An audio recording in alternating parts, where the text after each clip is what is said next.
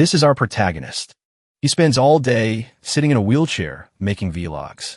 But everyone knows him by the title, the world's #1 sword immortal. In just a single breath, he can unleash over 100,000 moves.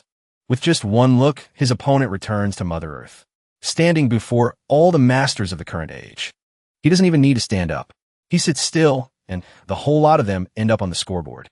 He fought 500 rounds with an immortal, taking the sword as his Tao.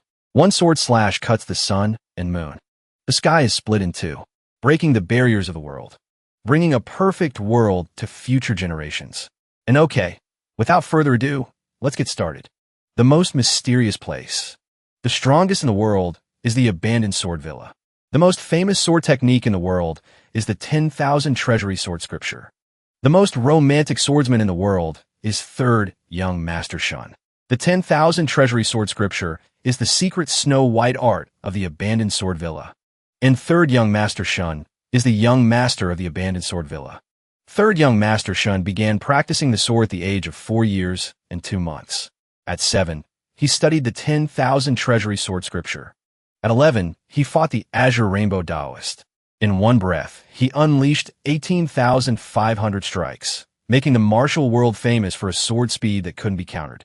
The Taoist admitted defeat with total admiration, calling him a peerless genius. At the age of 14, the third young master relied on the 6-foot vermilion absolute sword to defeat the sword madman, Zhou Tianhe, one of the 10 great masters. He openly and honestly became the #1 swordsman of the 9 serenities, the youngest #1 swordsman. In less than 10 years, he reached a realm that even the ancient sages could not reach. He could even reach the legendary peak of martial arts, slaying the moon to ascend as an immortal, shattering the void. Thinking back, it really is a pity. Speaking of which, an uncle suddenly paused, making everyone curious. Pity my ass. Uncle, speak quickly. The uncle continued his story. Everyone knows what happened 9 months ago. Third young Master Shun fought a decisive battle with the demon sex man in the straw raincoat, the #1 master of Red Sun Island. I know. I heard that day. In just 10 moves, the third young master pierced the throat of the man in the straw raincoat and became the #1 master in the world at that time. But does everyone know that third young Master Shun also had 19 of his meridians severed by the extinction demon Shi? And he became the greatest regret of the martial arts world at that time, although his life is not in danger. A lifetime of peerless martial arts has flowed away with the water. Hearing this, everyone revealed a look of regret. What a pity, what a pity. How could this be? Boo-hoo, third young Master Shun. At this moment, it is the time when the abandoned sword villa opens its doors once every 10 years to preach the Tao to the masses. As soon as the door opened, an old man gestured inside. Please, everyone. Scene shifts to a certain place. Third young Master Shun is currently sitting in a wheelchair, his eyes looking up at the bright moon. Below him is a scroll of books. Suddenly, a gust of wind picks up, flipping the pages of the book back and forth. The atmosphere then becomes extremely gloomy, only to see the MC lift a teacup and sip. Come out. Your killing intent has appeared. You can't hide it. Since September, behind the White Tower, which is usually devoid of people, assassins have appeared. On average, 3 times a month. Don't you guys find annoying? Looking at your sword intent, you have reached the 3rd level of the compassionate killing sword. Perhaps Zen Master Liu Bak then couldn't even step into the 7th realm of martial Tao as early as you. If you just restrain your mind and train hard for 10 years, you could vie for supremacy with the heroes of the world. If you turn around and leave now, I can pretend you were never here. Dying here at the age of 30 would be a bit of a pity. The assassin thought for a moment and then decided to move. Instead of running away, he chose to advance towards the MC, causing him to sigh. I already said that, yet you still haven't given up. Is taking my head really that attractive? The assassin still didn't believe it. Just bluffing. I can't let him scare me. Even if he was strong, that's in the past. A person with all meridians severed cannot channel chi. So even if his sword technique is brilliant, he cannot unleash it. Just need to act now. Just need to act now. Kill him now. Even I can do it. The MC remained silent. In the blink of an eye, the sword in the assassin's hand suddenly snapped into 3 pieces. Not bad. This sword of yours has a bit of divine charm. seemingly real yet unreal, turning void into reality, turning the curve into straight. Like one but two, like two yet three. It's just that the killing intent is still too heavy. You must know that the principle of the compassionate killing sword is to kill without heart. Even if you want to kill, you must remain heartless. At this moment, the assassin had already wet his pants. This guy, is he really a person with 7 meridians? Did he really lose all his martial arts? Suddenly, a cut appeared on the assassin's wrist. It gradually spread to the top of his head. A second later, his whole body split in two. The MC looked into the distance. He picked up the teacup to drink, but then stopped. What a pity. It's tainted with the smell of blood. If you had come a day later, it would have been fine. Scene shifts to a certain mountain. At the top of the mountain, there's a sword stuck straight into a rock. Below the rock, 2 words are written, Sword Tomb. The MC is sitting in front of the sword tomb. His eyes are contemplative.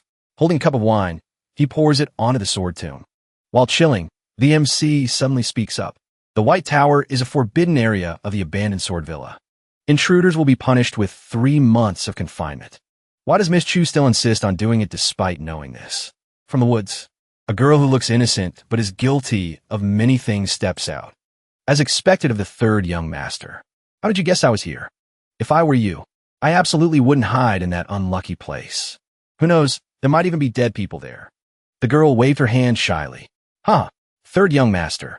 You're teasing me again. These are pine nut cakes I made. 3rd young master, please taste them. Today's snacks are indeed not bad. Truly delicious. Ha, that's great. I spent a long time making the pine nut cakes today. The MC eats, munch munch munch. The girl on the side wants to say something. 3rd young master. My senior sister has arrived at the abandoned sword villa. You fought her? Just as you predicted. Last night, as soon as senior sister arrived at the abandoned sword villa, she came to find me for a duel. I switched between 5 types of sword techniques consecutively, but I was still defeated by her blazing fire Tai Chi move. The MC recalls something. The divine fire art of the Blazing Sun Manor is originally a famous ultimate skill in the 9 serenities. And Blazing Fire Tai Chi is the strongest defensive move in the divine fire art. It can gather the yang energy from the surroundings to form a solid defensive barrier. The most important thing is that the 5 sword techniques you learned were just skimming the surface. Even with a surprise attack, you couldn't do anything. Being defeated by this move is inevitable. It's still insufficient cultivation.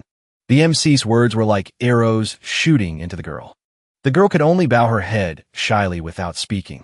It seems that although Chu here and you are both direct heirs of the fire sect, she is much better than you in terms of cultivating the sect's martial arts. Although your martial arts haven't improved in these 3 months, your cooking is quite good. Actually, if you put your heart into studying martial arts, you would naturally improve very quickly. Why rely on other strength? The girl hurriedly replied. No. What does cooking have to do with learning martial arts? I still hope you can teach me a few more moves to fight against that senior sister. I can't teach you anymore. Forcing the fusion of sword techniques during a duel will inevitably lead to errors. Fighting against Chu here, who specializes in cultivating one sword technique, will only make you lose faster. What? Why is it like that? How about you teach me the 10,000 treasury sword scripture? If I learn this sword technique, I definitely won't lose to senior sister anymore. I won't compete for the position of heir anymore either. I just need to keep my life. The rules of our Blazing Sun Manor. 3rd young master knows them too. The heirs to the position of Manor Lord of the Blazing Sun Manor are 2 fellow female disciples.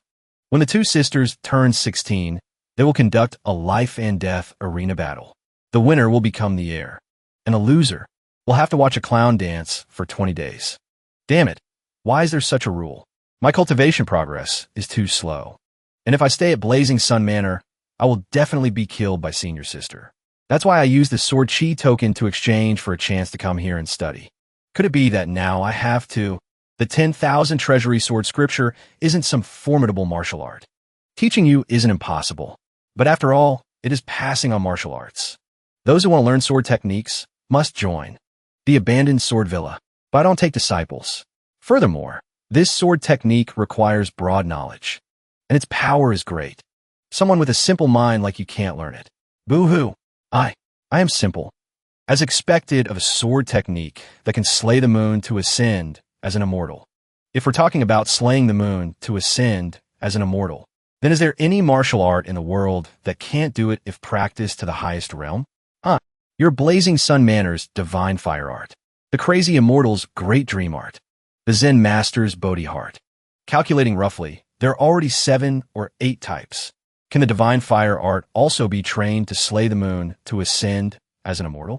I remember that in history, there were quite a few ancestors in the blazing sun manor who trained the divine fire art to the 9th level. I haven't heard of it yet. Third young master. Don't deceive me just because I'm young. The MC starts to explain further. Nor can anyone reach this realm. The path of martial Tao always requires diligent study to perfect oneself. One must strive to surpass the ancients. When I say these martial arts can slay the moon to ascend as an immortal, I don't mean their current realms can do it, but that their paths are not wrong. But we must rely on what already exists to develop further in order to break the cocoon and become a butterfly. The girl hurriedly raised her hands to her head. I don't understand. My head hurts. In the end, slaying the moon to ascend as an immortal is the limit of martial arts in the 9 Serenities land. Using immense power to break through the moon wheel, to enter a higher world of martial arts. Break through the moon wheel? Is it possible? The moon wheel is the source of true chi. If it is broken, wouldn't no one in the world be able to continue practicing martial arts? In ancient times, people with wisdom worshipped the moon to cultivate, breathing and absorbing, obtaining true chi and absorbing it into the body. Not only can it strengthen the body and help people live for 100 years without sickness or disease, and have a tool longer than 50 centimeters, but it also grants immense destructive power. From there, the martial Tao developed. Strong masters of various generations used the true chi they comprehended to create strange martial arts. It can be said that the reason the martial arts of the 9 Serenities developed like this is all thanks to the magical moon wheel. Although I want to say that, if I say it out loud, this silly girl will probably get a headache again. The girl could only cry. Forget it. Forget it. I won't think about these things anymore. Hurry up and teach me a few moves to save my life. If I can live past 16, then I'll look for the realm of martial arts. The MC, with super hearing, sensed something. Wait a moment. Someone is coming. Someone is coming? Huh? Someone from the villa? No. This person's true chi is of the same bloodline as yours. I guess it must be that senior sister coming to question you. Huh? How did senior sister know I was here? The MC pointed behind the girl and said, look behind your back. Behind the girl were super thin threads, being played by someone and not even knowing it. You see, she is one step ahead of you in calculation. From afar, a girl stepped out. As expected, you came here to learn sword techniques. I worried for nothing. Wasting a sword token of the manor to come here and asked to join the abandoned sword villa, you should have been cultivating diligently. Yet you run to the forbidden area behind the mountain to play? Is that proper? Quickly return with me. What? How is that possible? I came here because I wanted to ask the 3rd young master to teach me the sword. Learn the sword? Is it those clumsy sword moves you used last night? Then the girl glanced at the MC. Without verbal instruction and personal teaching, just by watching sword moves, how can you comprehend its magical power both inside and out, broken by a single move of mine? Why don't you wake up quickly? It seems you intend not to advance anymore. You don't value your life anymore. The MC lamented. As expected of the heir of the blazing sun manor, before making a move, she speaks words to shake the other's mind. If Chuhuo really believes her words, her momentum will bow down. Later in the duel, she won't be able to win. Suddenly the girl shouted. That's not true. 3rd young master's sword technique is wonderful. If I train to the level of peerless sword technique, who wins and who loses is yet to be known. Losing to you is only because I haven't studied well enough. I was wondering, why did junior sister rush to the abandoned sword villa? At first, I thought you really had a trump card to save yourself. Unexpectedly, you came here to flatter a cripple, the number 1 swordsman in the world back then. Yet now he can't even stand up. You want to rely on him? Dreaming in broad daylight. You are not allowed to be rude to the 3rd young master. Because of this cripple, you dare to get angry at me? If it were a year ago, I wouldn't even dare to speak loudly in front of the 3rd young master. Unfortunately, the past is not like the present. I really have to be a little rude. What can you do? Saying that, the girl pushed the MC's wheelchair towards the cliff. Immediately, the girl stepped in a block in front of the MC. Don't get close to the third young master. Haha, your skills were completely defeated last night. Yet now you remember the sex martial arts? You intend to rely on this three-legged cat, Kung Fu, to stop me? Immediately, the senior sister struck with a palm, breaking the girl's move. The girl immediately activated her ultimate. Blazing Fire Tai Chi. Seeing this, the senior sister laughed heartily. Haha, the blazing fire Tai Chi of a novice like you can't withstand the strike of mine. If you want to seek death like this, I will fulfill your wish. The girl couldn't withstand her senior sister's attack. The girl was pushed back. Turning her head back, she saw the MC smiling at her. The girl felt as if her power was boosted 100 times. Using the ultimate move Blazing Fire Tai Chi Pro Max version, the MC gave the girl a compliment. Not bad. The essence of Blazing Fire Tai Chi lies in having the momentum of softness overcoming hardness. Teaching you wasn't in vain. Actually, this Miss Chu's natural talent is even higher than her senior sister's. It's a pity that her mind is a bit naive. The senior sister was also unafraid. You've improved, girl. Then don't blame me for not showing mercy. The senior sister still hadn't gone all out. With a push, she blew away the girl's skill. Improvement is improvement, but still only that much. Goodbye, little junior sister. The girl was unwilling. Am I going to die? Third young master. I still want to see the story about vitamin. An explosion occurred. Clouds and mist flew everywhere. A figure gradually appeared behind the clouds and mist. When the mist cleared, the MC was standing in front of the girl, unharmed. Seeing the MC able to walk, the senior sister was terrified. Why can Shunjini stand up? Wasn't he paralyzed? And his martial arts completely crippled? Furthermore, what was that aura he just released? The senior sister hurriedly clasped her hands. I'll let the third young master see a joke. I just wanted to teach my not-so-smart junior sister a lesson. Could it be that the rumor about Shunjini's martial arts being completely crippled is untrue? The MC walked slowly behind the senior sister and spoke gently. If you want a duel, find a private place. However, immediately, a broken tree branch fell into the MC's hand. Coming to the back mountain and disturbing my peace is a bit unreasonable, isn't it? The senior sister's legs trembled uncontrollably. Does he want to kill me right here? The MC sighed. The killing intent still can't be fully retracted. Forget it. New disciples of the abandoned sword villa have always been ranked. As fellow sisters, you shouldn't kill each other. Use the ranking at the abandoned sword villa to determine the winner. All right, you can go down the mountain now. 3 months later is the time to decide the winner. This junior bids farewell. After saying that, the senior sister scrambled away immediately. She left really fast. Immediately after, a coquettish voice rang out. Third young master, has your martial arts recovered? The girl ran over and the MC dodged. The girl couldn't break in time and slammed her head straight into a tree, crying boo-hoo. That's really great. At this moment, the girl realized something, so her face turned red as a grape. Just now, did I stubbornly shout, loudly wanting to protect the world's #1 swordsman? The MC stroked his chin. I can't say I've recovered. Thanks to reconstructing the meridians. The sword chi I've nurtured for the past 9 months is improving day by day. It's just that now I can barely retract the killing intent into my body. Otherwise, your senior sister would have had a hard time keeping her life just now. Still, insufficient cultivation. Let's not talk about these things anymore. Just now, I helped you scare your senior sister away. Consider it my repayment for your kindness over the past few months. But resolving this matter still relies on yourself. The girl thought, better to ask a master than struggle alone. Third young master, teach me sword chi. Wait until I finish learning it. I won't be afraid of what she does anymore. But the MC's words were like a bucket of cold water. Based on your aptitude, if you want to successfully train the divine fire art to the 8th realm of martial Tao within 20 years, you must cripple your true chi. Cultivate this sword technique again from scratch. Even then, there's only a 30% chance of success. 8th realm of martial Tao, and cripple my cultivation to recultivate, yet still only have a 30% hope of success? Oh my god, what do I rely on to confront senior sister? I guess I'll just watch the clown dance for 20 days. Or maybe in a ranking match of the villa, I'll admit defeat to senior sister, so she won't make things difficult for me anymore. How could she spare you? Chu Hee-er is someone who will absolutely eliminate future troubles if she inherits the blazing sun manor. You can only blame yourself for being too kind.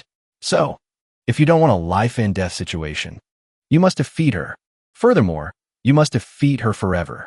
People have desire and jealousy for things that are close, but if you're already very, very high up, then she will only have admiration left. Starting today, I will teach you the martial Tao. The martial Tao of the 9 serenities has 8 realms. First realm, martial warrior. Second realm, martial disciple. Third realm, martial master. Fourth realm, martial expert. Fifth realm, martial grandmaster. Sixth realm, martial spirit. Seventh realm, martial king. Eighth realm, martial emperor. The abandoned sword villa has 3 boards, heaven, earth, and black. The black board is the ranking for newly joined disciples, consisting of relatively strong youths at the 6th realm and below. The earth board consists of senior experts within the abandoned sword villa, guarding half of the 9 serenities territory. The heaven board records the famous experts of the entire 9 serenities. Being listed in the top 10 is a supreme honor that no one can reach. It can be said that these 3 boards include heroes from all over the world. Third young master Shun. Shun Jinyi said, "From today, I will teach you the martial Tao." Chu Huloa looked bewildered. It took a few seconds to understand the third young master's meaning. She shouted excitedly, Third young master. You finally accepted me as a disciple. Oh my God, is this a dream? She brought her face close to the third young master. The third young master was shy. He looked away. The third young master said coldly, "Your face is too close." Chu Huloa was embarrassed. She hurriedly explained, "Sure, I was momentarily excited, so..." The third young master raised his hand and pretended to cough lightly. He spoke sternly. "Let's talk business. Also, I accept you as a disciple for a term of 3 months." The third young master told Chu Huloa about the current situation of the villa's 3 boards. Currently, the one topping the villa's black board is Zhu Wenzi. This person was born into a famous family in a martial arts world, originally a lay disciple of the Shanqing Palace. He possesses the true martial arts transmission of 2 families, once named one of the 4 young masters by the Grand Princess. Currently at the peak of the 6th realm of martial Tao, it is heard that he is only half a step away from the 7th realm. The third young master looked up at the sky and thought, "So he has arrived too." Chu Huloa said with concern, "I heard that by next year he can join the Earth Board." The third young master smiled slightly and said, "However, he will immediately be kicked off the top position. He will definitely not be happy about that, right?" Chu Huloa was surprised. He will be surpassed by someone? Who is it? Is there someone here stronger than him? The third young master replied, "It is that person." Chu Huloa asked blankly, "What? Me? I can't do it. I'm only at the 5th realm now." The third young master winked and said, "Grandma said I need at least nearly 5 years to reach the 6th realm. Moreover, the 6th realm is so profound. I'm only 14 years old. How is it possible? However, at your age, I had already reached the 8th realm." "Boss, I dare not compare. I dare not compare." The third young master said, "If you can't reach the 7th realm, then what's the point of talking about leaving Chu Hee-er far behind?" Chu Huloa looked apprehensive, thinking that what the third young master said was right. Suddenly, she realized something wasn't quite right. "Wait, did you just say 7th realm or 6th realm?" The third young master affirmed again, "7th realm." Chu Huloa's eyes were full of admiration. She thought, from 5th realm to 7th realm in just 3 months?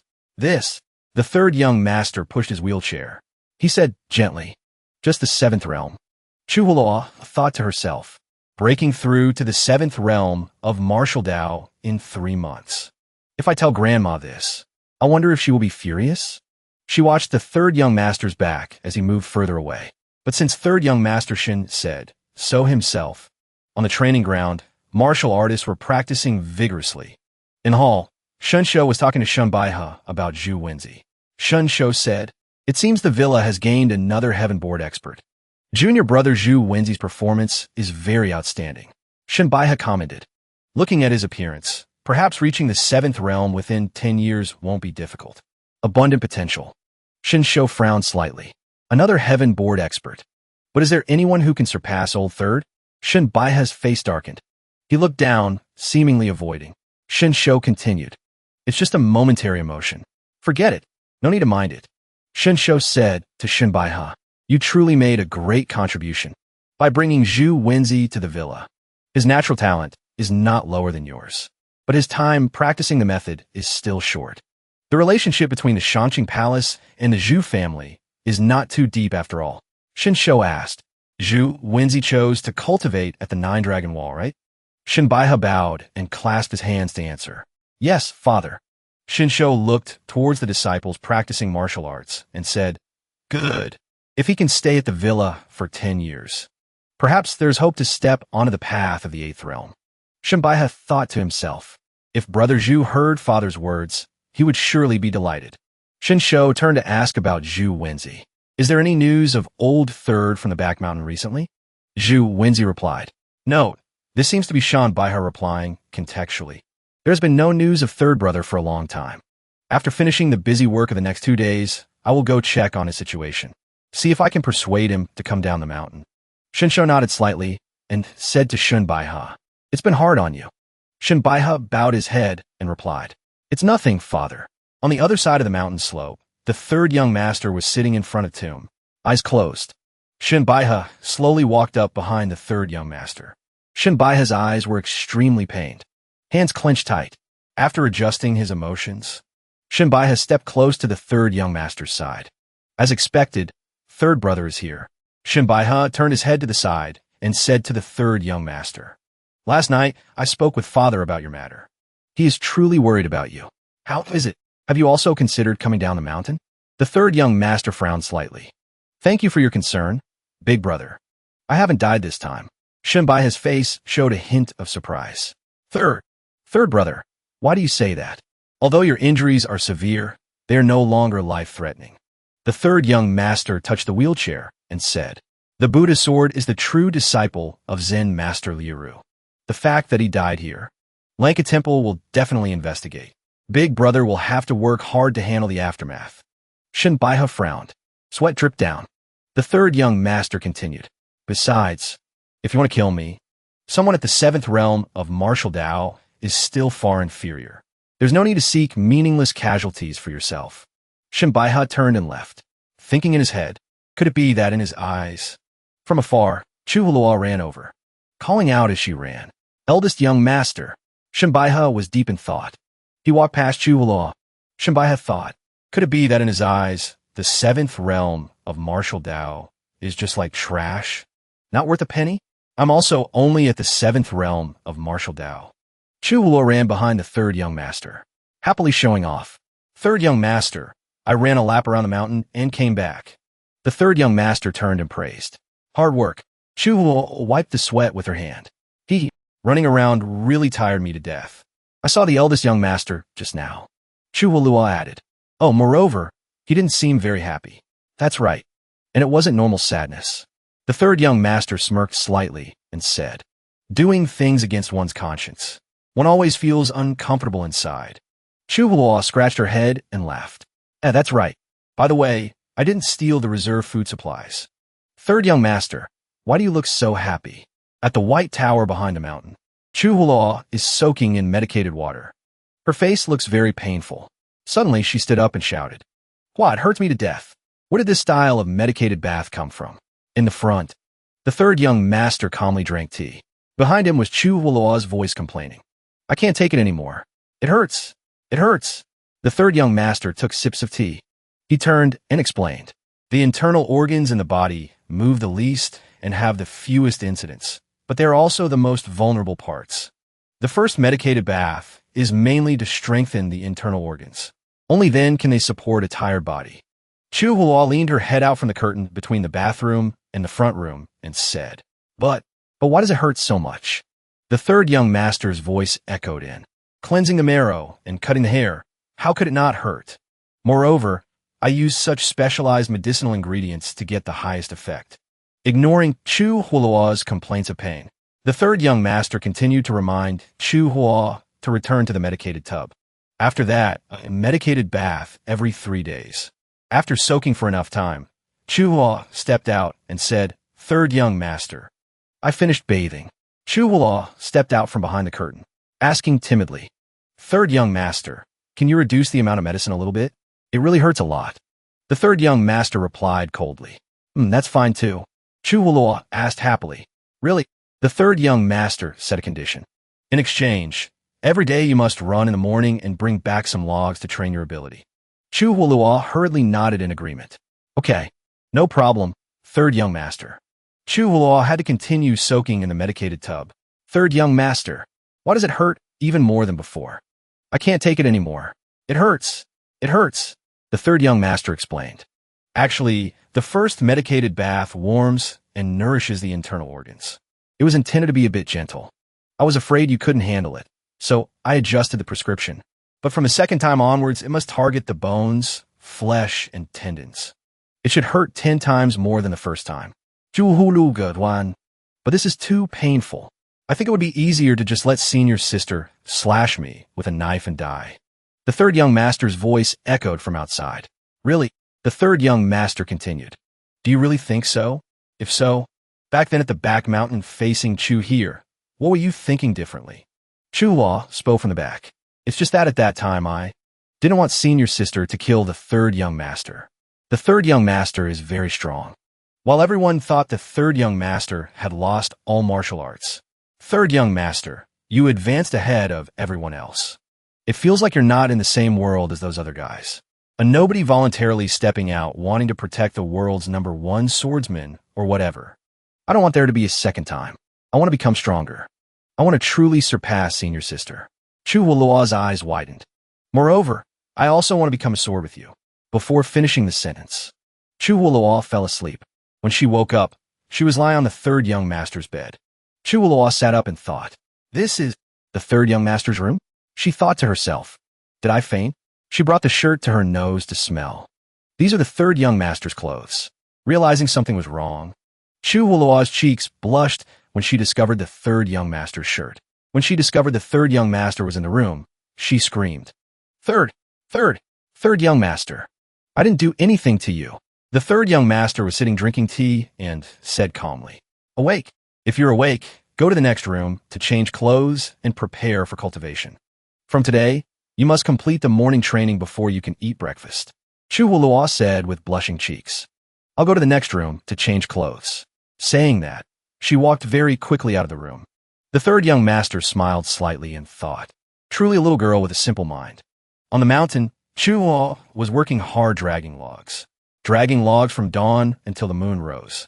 Ending the training session, Chuhua continued to soak in the medicated tub.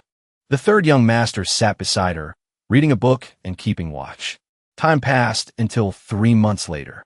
After reviewing Chuhua's practice, the third young master said, "That's acceptable." At the foot of the mountain, Zhu Wenzi held a piece of paper with writing on it. "Challenge letter," he said. "Is this sent by mistake? Isn't it Chu here? You are another junior sister surnamed Chu?" Shenbaiha laughed. "Hee. Seems like a girl who doesn't know her limits. Brother Zhu, out of respect for Granny Lai Hua, you should go easy on her." Chu here clasped her hands and bowed. "Senior brother, you know I am at a critical moment of comprehending the 9-Dragon Wall. I have no interest either. Brother Zhu, my junior sister is young and aggressive. She doesn't understand things yet. I apologize to you on her behalf." Zhu Wenzi waved his hand and said, All right. Don't you also hate that you can't kill her? Who doesn't know the inheritance rules of her Blazing Sun Manor?" Zhu Wenzi sat down and said, "Rest assured, she didn't know her limits and came to disturb my cultivation. I won't be polite to her either. Others fear your Blazing Sun Manor, but I do not. This time, if she doesn't die, she will be seriously injured. In the future, she won't be able to catch up with you." Saying that, Zhu Wenzi turned back and said, All right, you two go back quickly." Chu here and Shun Baiha turned and left. In a house on the mountain, Chu Hua is combing the third young master's hair. Sunlight shines through the window frame, shining on the faces of both of them, who were smiling slightly. Chu Hua smiled and said, "Done combing." The third young master sat in the wheelchair and said, "Let's go." Chu Hulu ziplit happily. Yes. Suddenly Shinbaiha appeared at the gate. Shinbaiha asked, "Third brother, where are you planning to go?" The third young master showed annoyance on his face. He smiled and said, "Can't you see I want to go down the mountain?" Shinbaiha pretended to be surprised and asked, Down the mountain? Third brother, shouldn't you stay at the back mountain to cultivate in seclusion and heal your injuries? Why do you suddenly want to go down the mountain?" The third young master replied coldly, "I taught her for 3 months. Today is the time to check the results. Of course, I have to go down a mountain." Shinbaiha said, "Third brother, you let your junior sister go challenge Zhu Wenzi, right? Zhu Wenzi's reputation is resounding. He is only 1 step away from the 7th realm of martial Dao. How can junior sister be his opponent?" Shinbaiha spoke sternly. "Don't flatter others anymore." The third young master replied coldly, "Whether it's flattery or not, won't we know by this afternoon?" Shinbaiha stepped closer and said, "Why are you in such a hurry?" Ignoring what Shinbaiha was saying, the third young master and Chu Hua continued to walk out the door. Shinbaiha called out loudly, "Wait! Also, if you want to go down the mountain, of course you can. But if you interfere with my business, you won't gain anything by acting." Shinbaiha stood still watching the backs of the two leaving. The third young master turned to remind Chu Hua to continue walking. Chu Hua secretly turned back to look at Shinbaiha. She said to the third young master, "I discovered that your relationship with the eldest young master isn't very good. Does the eldest young master not want you to go down the mountain? Is he afraid you will steal his current position?" The third young master replied, "Every tree has its flower. Every family has its situation. Don't mind other people's business too much. Think of a way to deal with your enemy. His combat experience is rich. Your personality is soft. Very worrying." The third young master added, "Moreover, if you lose, your sister won't let you off." Chu Hulua hesitated and said, With the third young master teaching me, I definitely won't lose. Speaking of which, you're going down the mountain without bringing a sword?" The third young master replied, "I no longer need a sword. Everything in heaven and earth has turned into my sword intent. This mountain peak under my feet is my sword. The cold wind and flying clouds in the air are also my sword. The trees, grass, and flowers here are all my sword. Even Miss Chu, you're also my sword. So, I no longer need a sword." At the martial law hall, there were many curious people coming to watch the match between Chu Hulua and Zhu Wenzi. Someone said, "Senior brother Zhu possesses the 11th secret sword technique of the Shanqing Palace. The sword technique is both fast and sharp. This time, I'm afraid he wants to crush the flower and destroy the willow.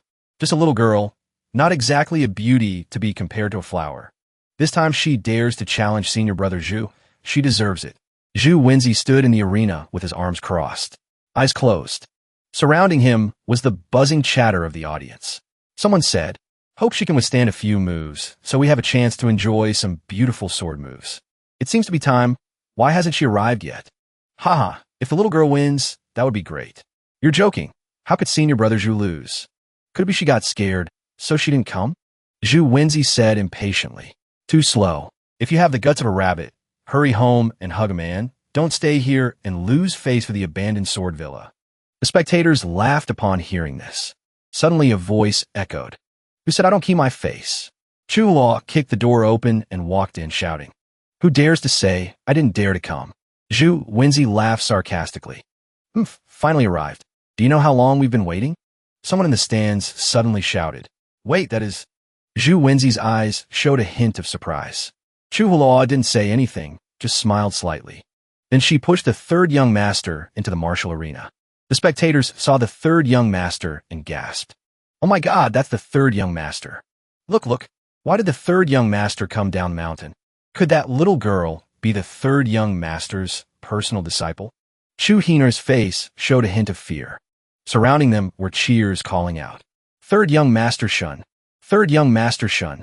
Zhu Wenzi smiled and said, "I didn't expect to meet third young master Shun today." Shinbaiha saw Zhu Wenzi looking worried, so he put his hand on his shoulder to reassure him. Shinbaiha said to Zhu Wenzi, "Brother Zhu, my third brother is already a cripple, although my third brother used to be the world's #1 swordsman, known and admired by everyone. Everyone is excited because they finally get to see the third young master in the flesh. But now, with severed meridians, the person sitting in that chair no longer has the demeanor of the past. These things won't affect your match today. Not to mention the third young master is already like that. Your opponent now is still that little girl. Even with the guidance of the world's #1 swordsman, 3 months ago, she was just your junior at the 5th realm. She cannot be stronger than you. Keep calm. Shinbaiha continued. Moreover, this is also an opportunity to be able to defeat Shun Jin's disciple. Isn't this great for you? Zhu Wenzi heard this, but his face was still dark. Zhu Wenzi turned to Chu Huoluo and said, So, junior sister Chu, I wonder who you were relying on. Turns out it's just a cripple. Chu Huoluo said with an angry face. What did you say? One finger of the third young master is 100 times stronger than you. You will know his capability in just a moment. Zhu Wenzi laughed and said, Just relying on you? Zhu Wenzi stood in front of Chu Huoluo and the third young master and declared, Within 3 moves, if I can't make you drop your sword and admit defeat, then I will consider this match my loss. Zhu Huolu shouted, It's not certain who will beat whom yet. Breaking your 3 moves is basically as easy as turning a hand. Shinbaiha thought in his head. Good move. Shinbaiha looked at Zhu Wenzi and thought. The opponent is third young master Shun's disciple, deliberately setting unfavorable conditions for himself, although knowing he won't lose. But in the unlikely event that he loses, it can be forgiven emotionally and logically. What a move of retreating to advance, putting himself in an invincible position. Suddenly Shinbaiha felt. However, Shun Jin is arrogant and conceited. It's hard to accept such conditions. If he actually accepts giving up his pride to step over, then he'll be even harder to deal with. The third young master spoke up. All right, I accept. Shinbaiha was very surprised. The third young master smiled slightly and said, Within 3 moves? If she cannot make you drop your sword and lose the match, then she loses this match. In the stands, the audience was buzzing.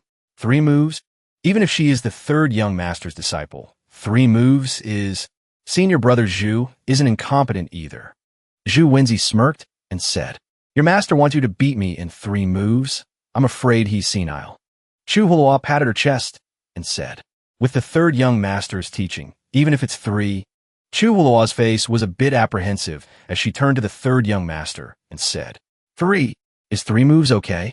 A voice from the stands echoed down. 3 moves? And you still think it's too many? Don't waste words, just fight. Chu Huoluo slowly walked to the center of the arena. Zhu Wenzi slowly drew his sword, thinking in his head, Third young master, Shun seems a bit senile. Even if she is a disciple you taught for 3 months, yet you want to defeat me in 3 moves? Zhu Wenzi's eyes suddenly sharpened. A bit too arrogant. Chu Huoluo frowned and said, The arrogant one is you. You can look down on me, but you cannot badmouth the third young master. Absolutely not. Zhu Wenzi laughed and said, Whether what I said is true or not depends on your ability. Draw your sword. Chu Huoluo held the sword hilt. If you don't apologize, then I won't be polite. A light flashed. Zhu Wenzi was surprised and thought, What? A thunderclap rang out. In the blink of an eye, Chu Huoluo had flown past Zhu Wenzi. Zhu Wenzi thought, Too fast. What speed is this? Movement technique at this level? Sword chi at this level? Is this really the sword path of a 15-year-old girl at the 5th realm? Light illuminated the entire arena. Zhu Wenzi propped his hand on the ground to withstand Chu Huoluo's attack. Zhu Wenzi muttered, Damn it, are you kidding me? Looking at Chu Huoluo dancing with the sword in front of him, he thought, How can I lose to a little girl like this? Shinbaiha stood aside watching silently. Shinbaiha's teeth were clenched tight. The third young master sat from afar, his eyes glued to the arena. In the stands, Chu Huoluo and Zhu Wenzi were fighting fiercely. Zhu Wenzi pressed his sword against Chu Huoluo's sword. Suddenly, a very loud noise rang out. Blood fell to the floor. In the stands, the cheering suddenly stopped. Shinbaiha lowered his head. The sound of something falling rang out, clanging loudly. Zhu Wenzi looked up. His eyes were gray. Zhu Wenzi collapsed onto the arena floor. Surrounding him was the noise of the audience. Did senior brother Zhu lose? What was that sword path just now? Is Chu Huoluo that formidable? Could it be the sword technique taught by the third young master? Chu here silently observed from the stands. Shinbaiha bowed his head. Suddenly from behind, Chu Huoluo, Zhu Wenzi's voice screamed. No, impossible, impossible, impossible. Zhu Wenzi screamed as if he had gone mad. How could such a thing happen? I do not admit defeat. I cannot lose. What kind of fighting is this? Chu Huolua's face was calm and silent. She turned her head to listen to Zhu Wenzi screaming. I was just careless. Your sword technique cannot defeat me. The third young master rested his chin on his hand, hearing Zhu Wenzi scream. Even with Shun Jinyi's teaching, you couldn't do it. Zhu Wenzi's hair was messy. His face was injured. Clutching his chest, he said, I am at the 6th realm. I can completely overwhelm a 5th realm like you. Why was I defeated by you like this? Suddenly a voice said. So shameful. The third young master said calmly. Quick battle, quick victory. Chu Huolua stood up. She smiled towards the third young master and said. Zhu Wenzi was full of killing intent. Quick battle, quick victory. Hee hee. Then like a madman, he shouted loudly. Damn it, don't get cocky so soon. Suddenly he stomped his foot very hard on the arena floor, rushing towards Chu Huolua, shouting, Die for me. In the stands, the spectators continued to discuss. Hey, that is the self-sacrifice ultimate. It's the self-sacrifice ultimate of the Shangqing Palace. Abandoning all defense. Gathering the true qi of the whole body. Unleashing the strongest move. Does senior brother Zhu intend to perish together? Surrounding Zhu Wenzi, a terrifying power emanated. The true qi of the 6th realm of martial Dao concentrated into one move. How can Junior's sister withstand it? The voices of the spectators continued to ring out. Facing Junior sister Chu, why did he use this move? Zhu Wenzi seemed to have gone mad. Rushing forward frantically. Thousands of questions in his head. Why? Shun Jinyi aside. But Chu Huolua, you're just a brat at the 5th realm. A brat is just a brat. I will defeat you and then step down from the stage gracefully. Chu Huolua still opened her eyes wide, calmly looking at Zhu Wenzi. Zhu Wenzi felt extremely uncomfortable inside. Don't look at me with those eyes. Zhu Wenzi rushed towards Chu Huolua, using the ultimate move, self-sacrifice ultimate. The energy released was huge, making the arena seem to catch fire. In the stands, Chu He-er and Shan Baihe still observed silently. The stands suddenly fell silent. A stream of air passed through Zhu Wenzi. Zhu Wenzi stopped, mouth full of blood, hands still clutching the broken sword hilt.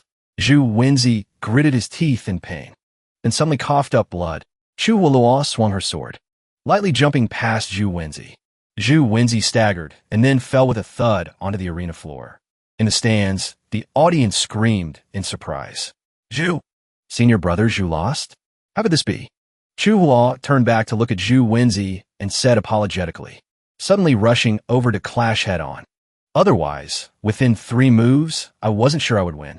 He's probably fine, right? Did I hit too hard? Zhu Wenzi lay on the floor, blood flowing from his mouth, seriously injured. Shan Baihe's eyes sharpened, thinking in his head, looking towards Chu Huolua. Has Chu Huolua reached the 7th realm of martial Dao? Why is that? In the ranking, she was clearly at the 5th realm. Thinking back to the move just now, Shan Baihe thought, what kind of illusory move was that just now? Forcefully and rigidly receiving Zhu Wenzi's self-sacrifice ultimate. Looking at Zhu Wenzi's bloody hand holding the sword hilt lying on the floor, Shan Baihe thought, such internal energy can only be achieved by surpassing Zhu Wenzi's 6th realm. 7th realm. Curious spectators walked up to surround Chu Huolua and asked, Junior sister, how did you do it? Breaking through 2 major realms in 3 months.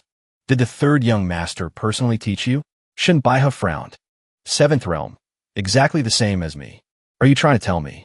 Even if you can't stand up, you can casually teach a little girl to step into the 7th realm of martial Dao? Chu He-er stood silently behind observing. Chu Huolua turned back to look at Chu He-er. Senior sister He-er, you are here too? Chu He-er asked with a dark face. Little sister, have you really stepped into the 7th realm? Chu Huolua raised her hand to scratch her head and smiled. Yes. Luckily, thanks to the third young master's teaching.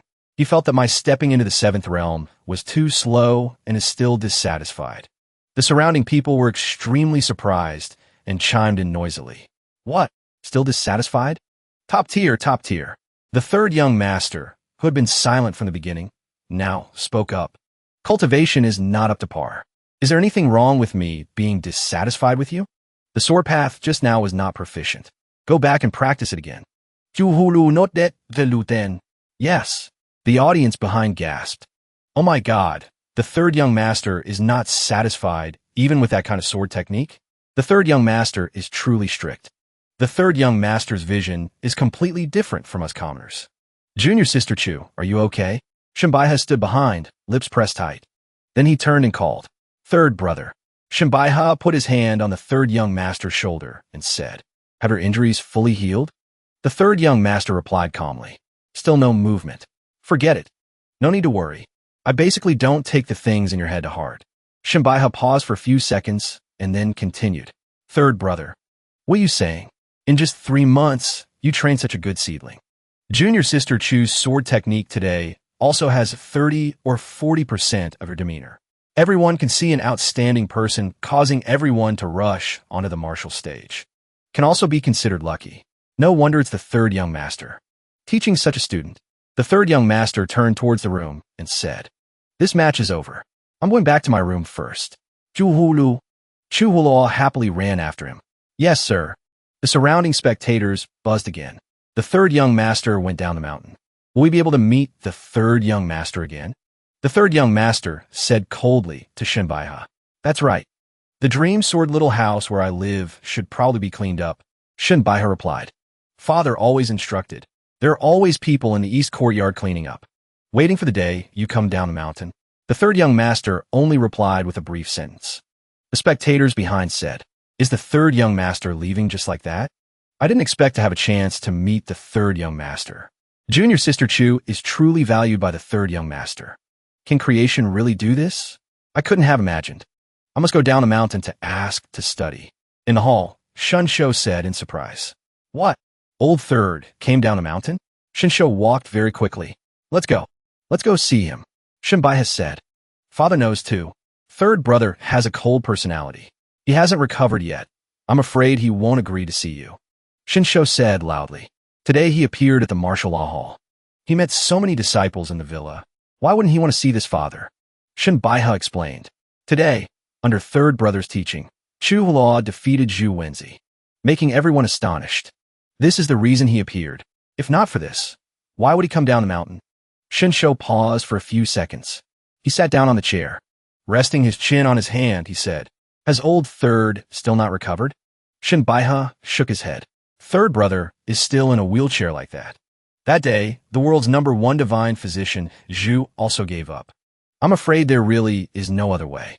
Shunsho lowered his head, remembering the event 1 year ago. 1 year ago at the Great Hall, servants were shouting, quickly bring water here. Hurry up. The third young master lay on the bed, eyes closed. Shunsho stood beside him, asking divine physician Zhu worriedly, how was the third young master's condition? Divine physician Zhu sighed. The third young master's 10 meridians are severed. Shunsho became angry and shouted, "What?" Shunsho grabbed the divine physician's collar and said, "Old Zhu, what did you say happened to old third?" Shimbaiha rushed over to intervene. "Father, please calm down. The divine physician definitely has a way." Shimbaiha reassured. "Father, don't be too worried. I will stay here to take care of him. You go rest quickly." Night fell. Only the divine physician and Shimbaiha remained by the sickbed. Shimbaiha turned and said, "I apologize, senior divine physician." "My father," the divine physician replied. It's okay. No need to apologize. Old Shun and I have some friendship. I understand his hot temper. This is also a common thing in life. I understand. A healer has the responsibility of a healer." Looking at the third young master's wounds, the divine physician said, "The third young master's injuries are not light. I can only say I will try my best." Shimbaiha replied, "Thank you, divine physician." There was a slight smile on the corner of his lips. Morning came. The door was pushed open. Outside was Shinsho. Shimbaiha and the attendants waited for the divine physician. The divine physician stepped out of the hall. Shinsho immediately asked the divine physician, "You're out. Divine physician, are you okay? How is the third young master?" The divine physician replied with a tired face. "The third young master's life is temporarily safe." Shinsho realized that after just one night, the divine physician's hair had turned completely white. The divine physician continued, "But he has lost his cultivation. I'm afraid he won't be able to practice martial arts for the rest of his life." This sentence shocked Shunsho immensely. After hearing the news about the third young master, Shunsho fainted immediately. When he opened his eyes, he saw Shanbaiha standing next to him. Shanbaiha said worriedly, "Father, you're awake." Shunsho supported his head with his hand. With an extremely painful expression, he asked, "Where is Old Third?" Shanbaiha said Old Third's injuries had stabilized. "I have had people take him to the White Tower behind the mountain to recuperate. Father, don't worry anymore." Shunsho lay on the sickbed, looking haggard, and said, "I know. You go out first." Shanbaiha silently turned to leave. Before leaving, he said, "Then I beg to take my leave. Father, please rest." At the back mountain, Shanbaiha held a jar of wine and drank gulp after gulp. Then he put the wine jar down on the table and said resentfully, "Old Third, Old Third, Old Third. All day long, Old Third." Shanbaiha's teeth clenched. "Damn it." Shanbaiha angrily threw the wine jar aside, shouting loudly, "Why is there only Old Third in Father's heart forever? And I am forever given the cold shoulder? Clearly, I am the eldest son. I am the heir to the next generation of the villa." The sound of the wine jar breaking rang out.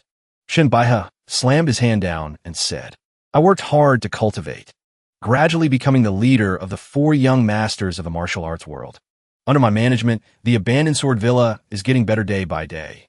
In everyone's eyes, there's only Old Third." Saying that, Shanbaiha continued to pick up the wine jar and drink gulp after gulp. Then, unwillingly, he covered his face and cried, "Shanbaiha, I am still just a dog in the house." Saying that, he laughed loudly by himself. "Ha!" Suddenly laughter came from behind Shanbaiha. Shanbaiha was startled and turned around. "Who is that?" A voice from the other side of the canopy echoed back. "Living in the shadow of your younger brother is really uncomfortable, isn't it?" Shanbaiha turned towards the voice and shouted, "Who is it? Come out quickly." Under the quiet moonlight, behind the canopy, the hee-hee laughter continued. The other side continued to speak. "Does the eldest young master of the abandoned sword villa have such troubles?" Shanbaiha frowned. The voice continued to speak. Behind the canopy, a face red as fire said, "No, it must be said that you actually understand clearly in your heart. From small to large, your father only cared about your third brother alone. In terms of strength or talent, you were just a background for your third brother. The difference between the two people is so big. How could Shinsho let someone like you inherit the villa? An eldest son who loses to his younger brother in every aspect." Shanbaiha looked very angry. Behind the bushes, a person glowing red like fire continued to speak. "You clearly worked very hard too. From the 1st realm to the 7th realm. From having no name to being one of the 4 young masters of the martial arts world today. In this life, you can definitely join the top 10 masters of the Heaven Board or higher." The person carrying the red light walked closer and said, "Why is there only your third brother in the eyes of everyone around? You seem destined to live forever in your third brother's shadow, becoming a curtain to accentuate him." Shanbaiha was extremely angry hearing this. Gripping the sword hilt tightly, he rushed over shouting, "Shut up." The person glowing red easily dodged Shanbaiha's sword strike. The person like a flame laughed loudly. "Haha, are you willing to accept a life like this?" Shanbaiha was extremely angry hearing this and said, "Willing? How can I be willing? I worked hard and suffered, expended so much effort, and the result—" The flame interrupted. "The result is that from start to finish, no one paid attention to you. Then kill him. What do you think?" The 3 words "kill him" echoed continuously in Shanbaiha's head. Suddenly Shunsho's call brought Shanbaiha back to reality. Shanbaiha was startled. It turned out Shunsho was calling him. "Shanbaiha, why do you suddenly look like you lost your soul?" Shanbaiha bowed his head. "Sorry, father." Shunsho said. "Good. Shanbaiha, Old Third coming down the mountain is a good thing." Shunsho turned to instruct Shanbaiha. "Spend more time with him during this period. After all, you are brothers. There is nothing that cannot be shared." Shanbaiha bowed his head and replied, "That is natural. These days I will visit him more often. If his mood improves a little, I will report back to you." Shunsho looked out the window pensively and said, "Currently, father is old. Old Third is like that. Matters in the villa will have to trouble you a lot." Shanbaiha stood silently aside without saying anything. Shunsho continued, "All right. The 10-year martial arts gathering is approaching. Many masters will come. By then, you must select a few people." The corner of Shanbaiha's mouth twitched slightly upwards. Clasping his hands, Shunbai has said, I will remember every word of your instruction. Shunbai has said, the 10-year martial arts gathering also coincides with Father's 60th birthday. We must organize it very lively and grandly. After speaking, Shunbai asked to leave. Shunbai turned and walked out of the great hall. From the darkness, a person in black appeared. Shunbai turned back and told that person to spread the information. The person in black grabbed the paper thrown by Shunbai. Shunbai added, remember not to reveal your tracks. Saying that, the person in black disappeared into the night. Behind Shunbai, a red light appeared.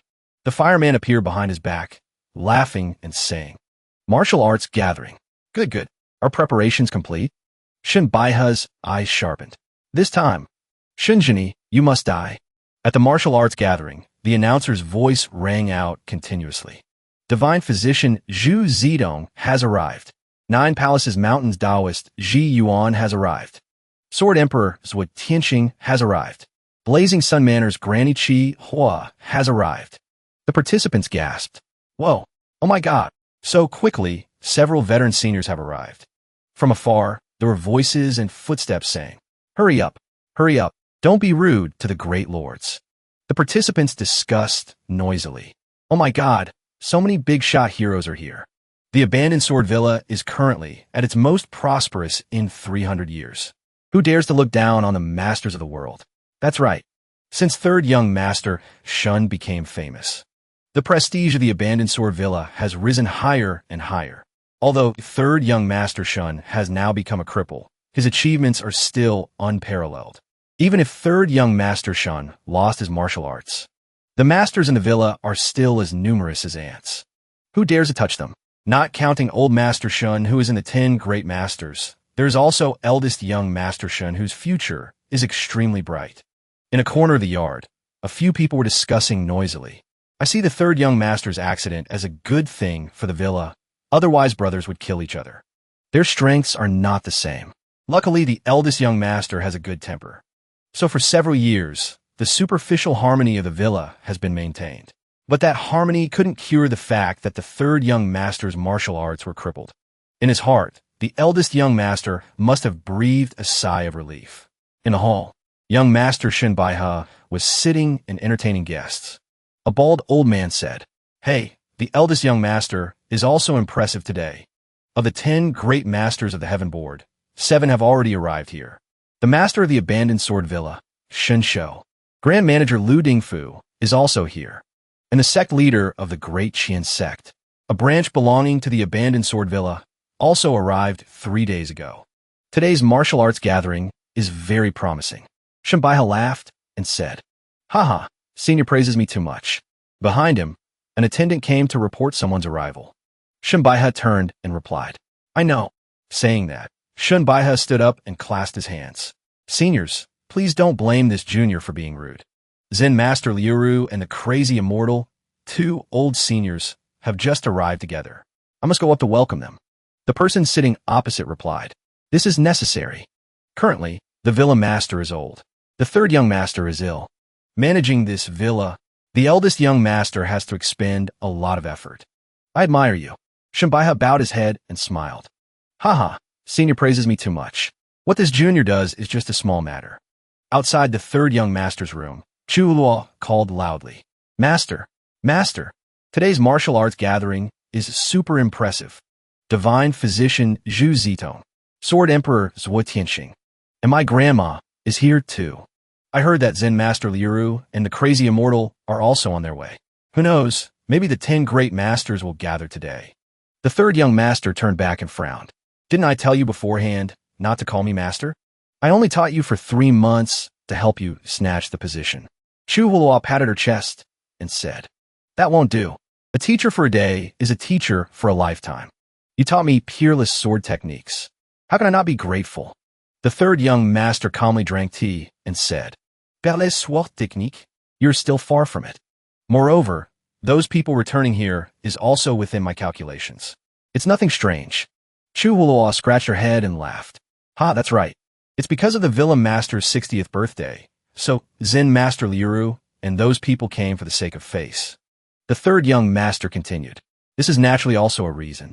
Chu Hulua looked bewildered not understanding yet, and asked, "Then is there any other reason?" The third young master looked contemplative and said, "It's time for them to come." Suddenly a loud shout was heard outside the door. "Shunjini, you brat, come out here for me. Pay with your life for my disciple now." Shinbaiha and Shunsho were talking to the Zen master when they heard the call. "Shunjini, come pay with your life for Duan Wushue, my disciple."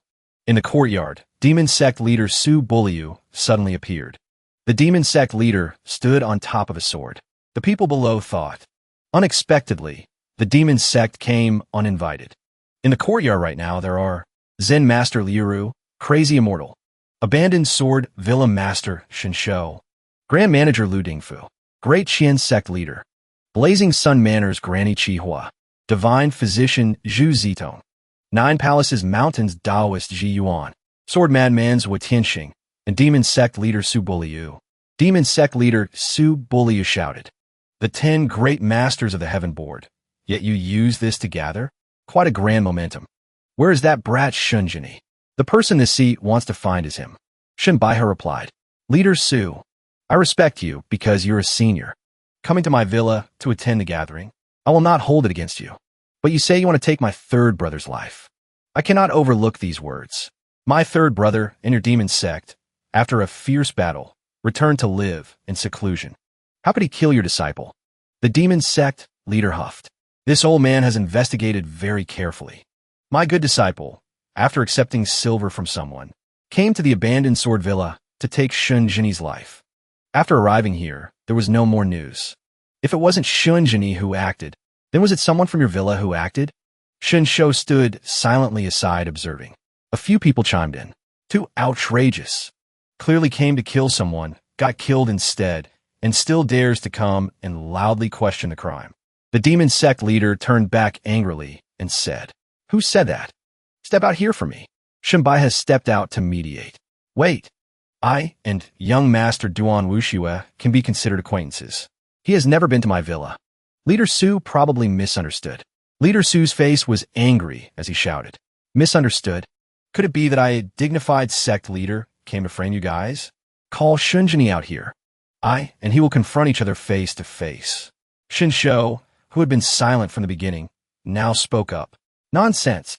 Sending someone to kill my son. When it failed, you come to falsely accuse us of disaster. Is there such logic?" The demon sect leader said, "I don't care. The blood debt of my disciple, no matter what, must be paid by your abandoned sword villa."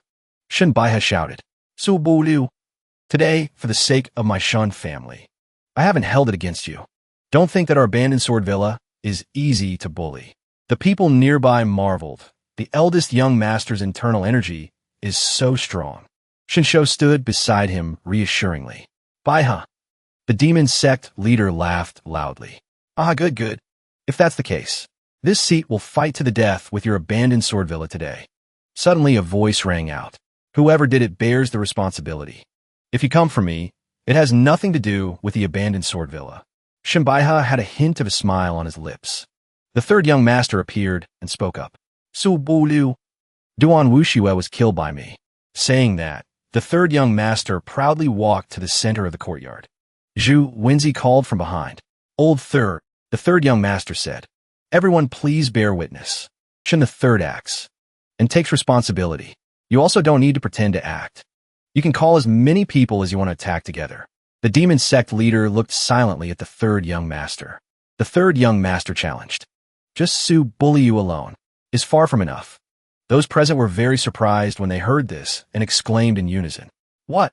The demon sect leader was very angry upon hearing this. His hand started casting a spell as he replied, "Your guts are big too." Saying that, the demon sect leader flew down from the top of the sword. The demon sect leader rushed towards the third young master. A purple light carrying immense power radiated around the demon sect leader's arm. The demon sect leader's arm, carrying great energy, rushed past the third young master. Shinsho stood beside him calling out worriedly, "Old third." That night, Shinbaiha clenched his teeth tight. Shinbaiha stood under the moonlight looking up at the sky. The voice of the fireman spoke from the darkness. He, hiring Duan Wushue to probe Shunjini's situation. Assassination failed, immediately informed Su Buliu. Your mind is quite sharp. Thinking about that situation, the fireman said. Letting Su bully you, no, his beloved disciple, went to the abandoned sword villa and then vanished without a trace. Haha, Shinbaiha replied. Based on third brother's personality, my brother will definitely come out to admit guilt, using that crippled body to face the third rank of the heaven board?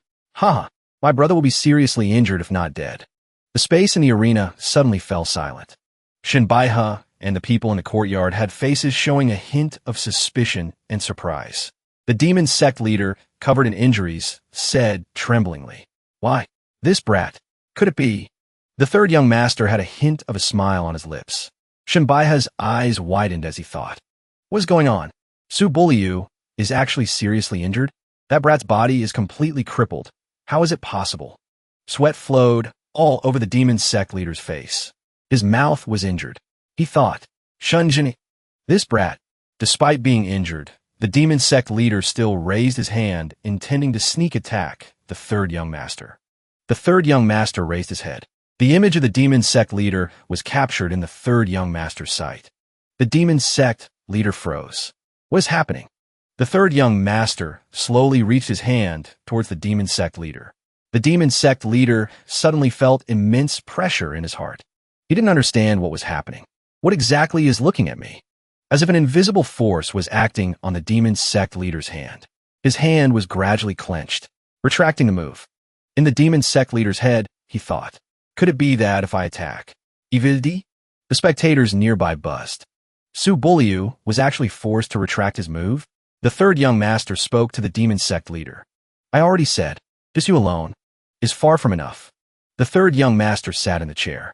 With a cold face, he said, I already said, Su Bulliu alone is far from enough. The spectators nearby chimed in. A dignified demon sect leader lost in one move? Could it be? Third young master Shun, peerless in the world, has returned? No. Correctly speaking, he is even stronger than before. The third young master smiled and said, no need to be so surprised. Fought a decisive battle with a man in the straw raincoat a year ago. 1 year. Time to improve oneself is plenty. Shinbaiha frowned angrily, thinking, still stubborn. But so what? No matter how much you improved in the past year, you cannot change your own destiny. Today, there isn't just Su Bulliu. You really must die. The third young master looked up to the left, looked to the right, then looked down and hummed. The third young master continued. Continue. Are there any masters whose disciples or grand disciples were killed by me? Come up together. The Zen master beside him held prayer beads. The Zen master walked closer, chanting as he walked, About Buddha. Approaching the third young master, the Zen master said, Third young master is a dragon among men, peerless in the world. This old monk feels ashamed. It's just that my disciple, Buddha Sword, was honest and kind, wholeheartedly towards goodness and accumulating virtue. I don't know how he offended the third young master to deserve death. This old monk must demand this justice. The news of a Zen master's disciple being killed shocked the crowd standing there, discussing among themselves. Buddha's sword is dead? A few months ago, I heard he was traveling righteously at Black Cloud Cliff, exorcising demons and defending the Tao. Why did he die at the hands of third young master Shun? The abandoned sword villa and Lanka temple have had a friendship for 300 years. How could the third young master not show mercy like that? The third young master replied, That's right. Buddha's sword indeed died by my hand. The Zen master clasped his hands in front of his chest and said, If that's the case, then the third young master interrupted the Zen master and said, Is there anyone else who wants to demand justice? There won't be a next time. The crazy immortal, standing behind the Zen master, spoke up at this moment. Haha, old monk. I don't know whether to say the third young master here speaks pleasing words or harsh words. This crazy immortal has no disciples or grand disciples killed by anyone. But as everyone in the world knows, this crazy immortal and this old monk are good brothers for many years. Today he wants to give his life to the third young master, so this crazy immortal can only risk his life with him. The third young master smiled and said, 3 people already. Senior crazy immortal opened a new path of martial arts with the great dream art. I admire you very much. If you are willing to teach, please act together with the old Zen master. And leader Su, sitting opposite the 3 people in front, the third young master felt it was still not enough. This is still not enough. Daoist Ji Yuan spoke up at this moment. Originally, today is Villa Master Shin's birthday. This seat didn't want to mention bad things. Unexpectedly, Zen Master Liuru and Leader Su also had to experience the pain of losing disciples. If that's the case, this seat cannot help but step out. My disciple, Gentleman Lung. Please, third young master, clarify. What offense did he commit to die under the third young master's sword? The voices of the people outside buzzed. Daoist Ji Yuan's disciple is also dead? How many disciples of the 10 great masters has Shun Jinyi killed? The third young master looked slightly vague and said, Gentleman Lung? I don't remember clearly who that is. Let's just count it as me killing him. Daoist Ji Yuan heard this and said, since third young master Shun has admitted it, then in a moment, this seat will surely have to act at the same time as Zen Master Liuru. The third young master squinted in disdain and replied, no, you're not qualified yet. This sentence made Daoist Ji Yuan bewildered. As if not believing her ears, Daoist Ji Yuan asked again, what? The third young master replied, I said, you're not qualified yet. This answer made everyone standing there freeze. Daoist Ji Yuan said angrily, third young master, your martial arts are peerless in the world. This seat also knows I'm not equal. But even so, you cannot humiliate me like this. This seat still must fight a decisive battle with you. The third young master looked up towards Daoist Ji Yuan and replied, if you act, you will only die. Daoist Ji Yuan heard the sentence, if you act, you will surely die, and became angry. Daoist Ji Yuan said, Shun Jinyi, you. Daoist Ji Yuan suddenly felt an invisible force wrapping around her. The third young master's eyes seemed to be burning with fire. Daoist Ji Yuan seemed to clearly feel the invisible force strangling her. Her hands trembled, gripping the horsetail whisk tightly. Sweat poured down her face like a bath. Her jaws clenched tight. Suddenly, she felt like she was floating in the vast ocean, surrounded by water. Her legs in the water were completely immobile. She tried to breathe, but there was no air. While panicking, not knowing what to do to escape the situation, suddenly, she heard a voice in her ear. About Buddha. Daoist Ji Yuan startled awake. Opening her eyes, she saw herself sitting on the floor.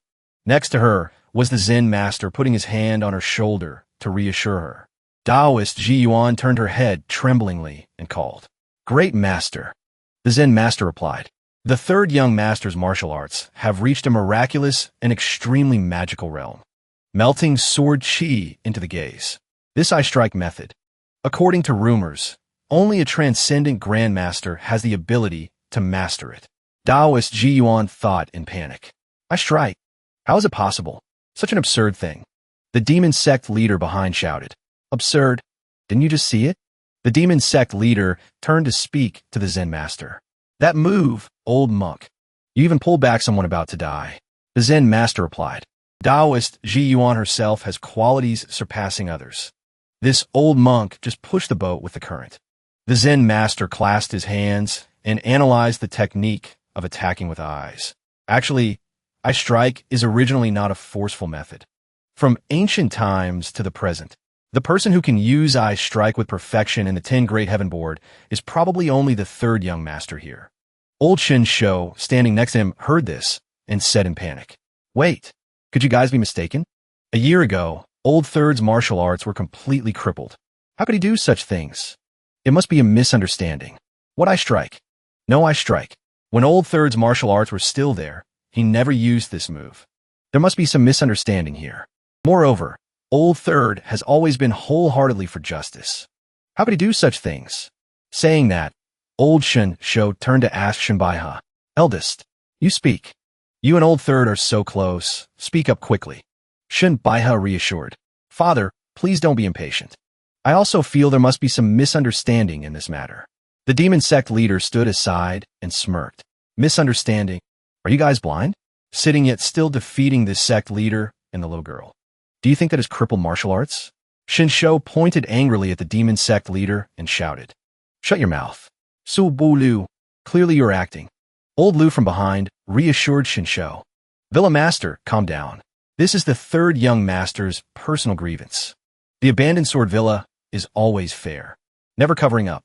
Please, Villa Master, do not interfere. Shinsho said angrily. Old Lu. What do you mean? Old Third is my son. Why can't I manage it? Old Lu replied. Subordinate understands the deep father-son affection of the villa master. But the third young master has personally admitted guilt, wantonly slaughtering new talents of the martial arts world, causing public outrage. The abandoned sword villa cannot manage this matter, nor can it bear it. Hope the villa master considers. Shinsho was very surprised by Old Lu's answer. Old Lu continued. I watched the third young master grow up from childhood. As people of the abandoned sword villa, everyone has the responsibility to clean up the sect. The third young master said. Manager Lu's cold iron hand can also be considered a unique skill. Since you said so, just act fairly and justly. Shinsho saw his son say that and scolded. Old Third, don't be insolent. After apologizing to Shinsho, the great Qian sect leader decided to join the group fighting against the third young master. Shinbaiha stood aside observing, a smile on his lips. Third young master waited a long time. Shinsho asked worriedly, Old Lu, Old Zhang, what do you mean? Old Zhang and Old Lu just stood silently without answering. Seeing this, Shinsho said, At this moment, do you still intend to add fuel to the fire? Shinbaiha stood beside him advising, Father, Manager Lu is also doing this for righteousness in the martial arts world. Our abandoned sword villa is a righteous sect, so we must act according to principles. But I believe third brother is completely innocent. So many seniors standing here. They will definitely clarify this matter. Shinbaiha's eyes looked towards the third young master. His mouth twitched up in a smile. Outwardly, Shinbaiha said, We cannot misunderstand third brother. But in his head, he thought, as long as Shunjini dies, what meaning does the so-called truth have? The third young master spoke up. 6 people already. However, still not enough. Is there anyone else who wants to step up? Those present were shocked. What? The third young master still thinks it's not enough? Granny Chihua immediately spoke up. Good. Shinjini, you are truly bold. Today, this old lady cannot help but join in the fun. The old lady said, Who allowed you to interfere in the inheritance of the Blazing Sun Manor, ruining our manor's rules? I cannot overlook this matter. In another place, Chu Hulaw was running to find the third young master. Chu Hulaw was worried. Third young master is really disappeared in the blink of an eye. Clearly pretended not to care at first, but now acting like this. Arriving at the arena, Chu Hulaw breathed a sigh of relief. Finally caught up.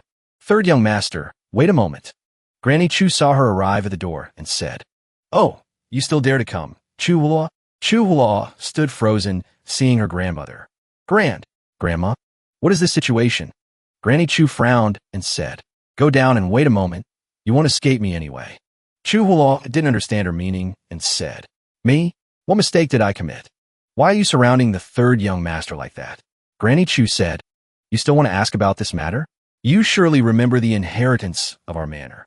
Your first match the other day also used our manor's kung fu, right? Guards, keep an eye on Chu Hulaw. Chu here smiled upon hearing this. Chu Hulaw tried to retort. Wait, the third young master taught me sword techniques for 3 months, but I haven't forgotten our manor skills. How does this violate the rules of the Blazing Sun Manor? Granny Chu turned to speak to the third young master.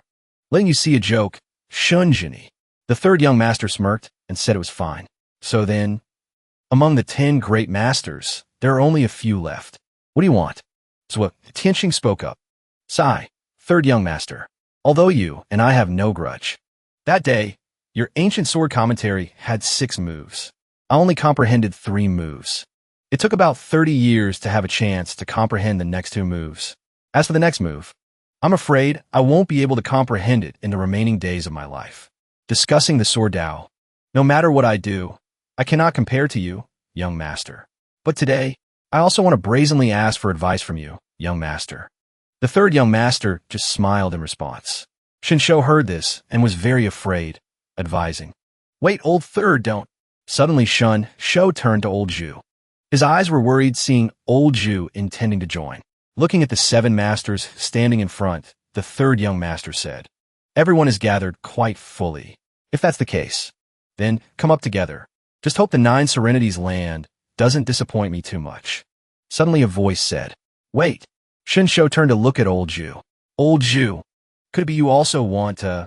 The third young master said in surprise. I didn't expect even Mr. Zhu to want to be my enemy. Old Zhu replied, everyone is going up. I don't want to be left behind. The third young master spoke up. It was my oversight. I didn't think of this. Calculated thousands of times. Yet overlooked Senior Zhu. No matter. Senior Zhu, come up together. Today, I will personally receive the instruction of the world's 9 great masters. Shinsho held his head, not understanding what was happening. He didn't understand why things turned out like this. How could Old Third do such a thing?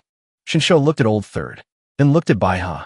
The 9 great masters stood in a row blocking the third young master's wheelchair. The Zen master said, the enemy today is not weak. The 9 of us have never joined forces. But he knows the martial arts clearly. Each person's realm like the back of his hand. Then no need to coordinate. Pay attention to coordinating each person's strengths. Act together. The crazy Immortal, standing next to him, continued. Seems there is no other way. Shinbaiha tried hard to stop Shinsho. Father, calm down. We cannot act right now. Shinsho turned back and shouted angrily at Shinbaiha. Get out of my way. Isn't this matter caused by you standing? Suddenly, a very loud boom startled Old Shun. From behind, the Zen master had started to attack.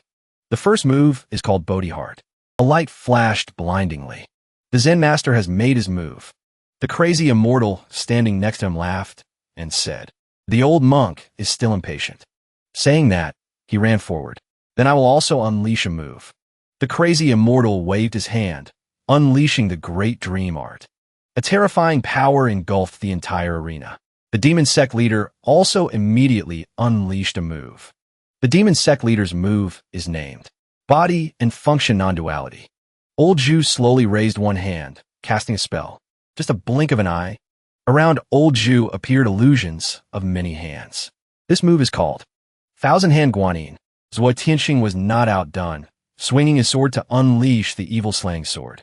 Granny Chi slowly extended her hand. Flames burned on her fingers. Granny Chi used the move, Red Fire Palm. Old Lu put both hands forward, unleashing the Cold Iron Hand. Ma Shitong swung his sword, unleashing Guan Yuan. Daoist Ji Yuan waved her horsetail whisk, unleashing 3 absolutes. The third young master stood calm before the barrage of moves, thinking in his head, won't let me draw my sword. Suddenly a thunderclap erupted along with a loud boom. Light engulfed everyone present there. In the sky, the sun was still shining. Gradually the sun was obscured by the earth. A blinding light shone on the arena. The third young master closed his eyes, thinking, sure enough, my expectations were too high. The third young master's hands still gripped the wheelchair tightly. A terrifying power crashed onto the third young master. Old Shun, standing next to him, shouted, no. Chu Huo was also crying and calling the third young master's name.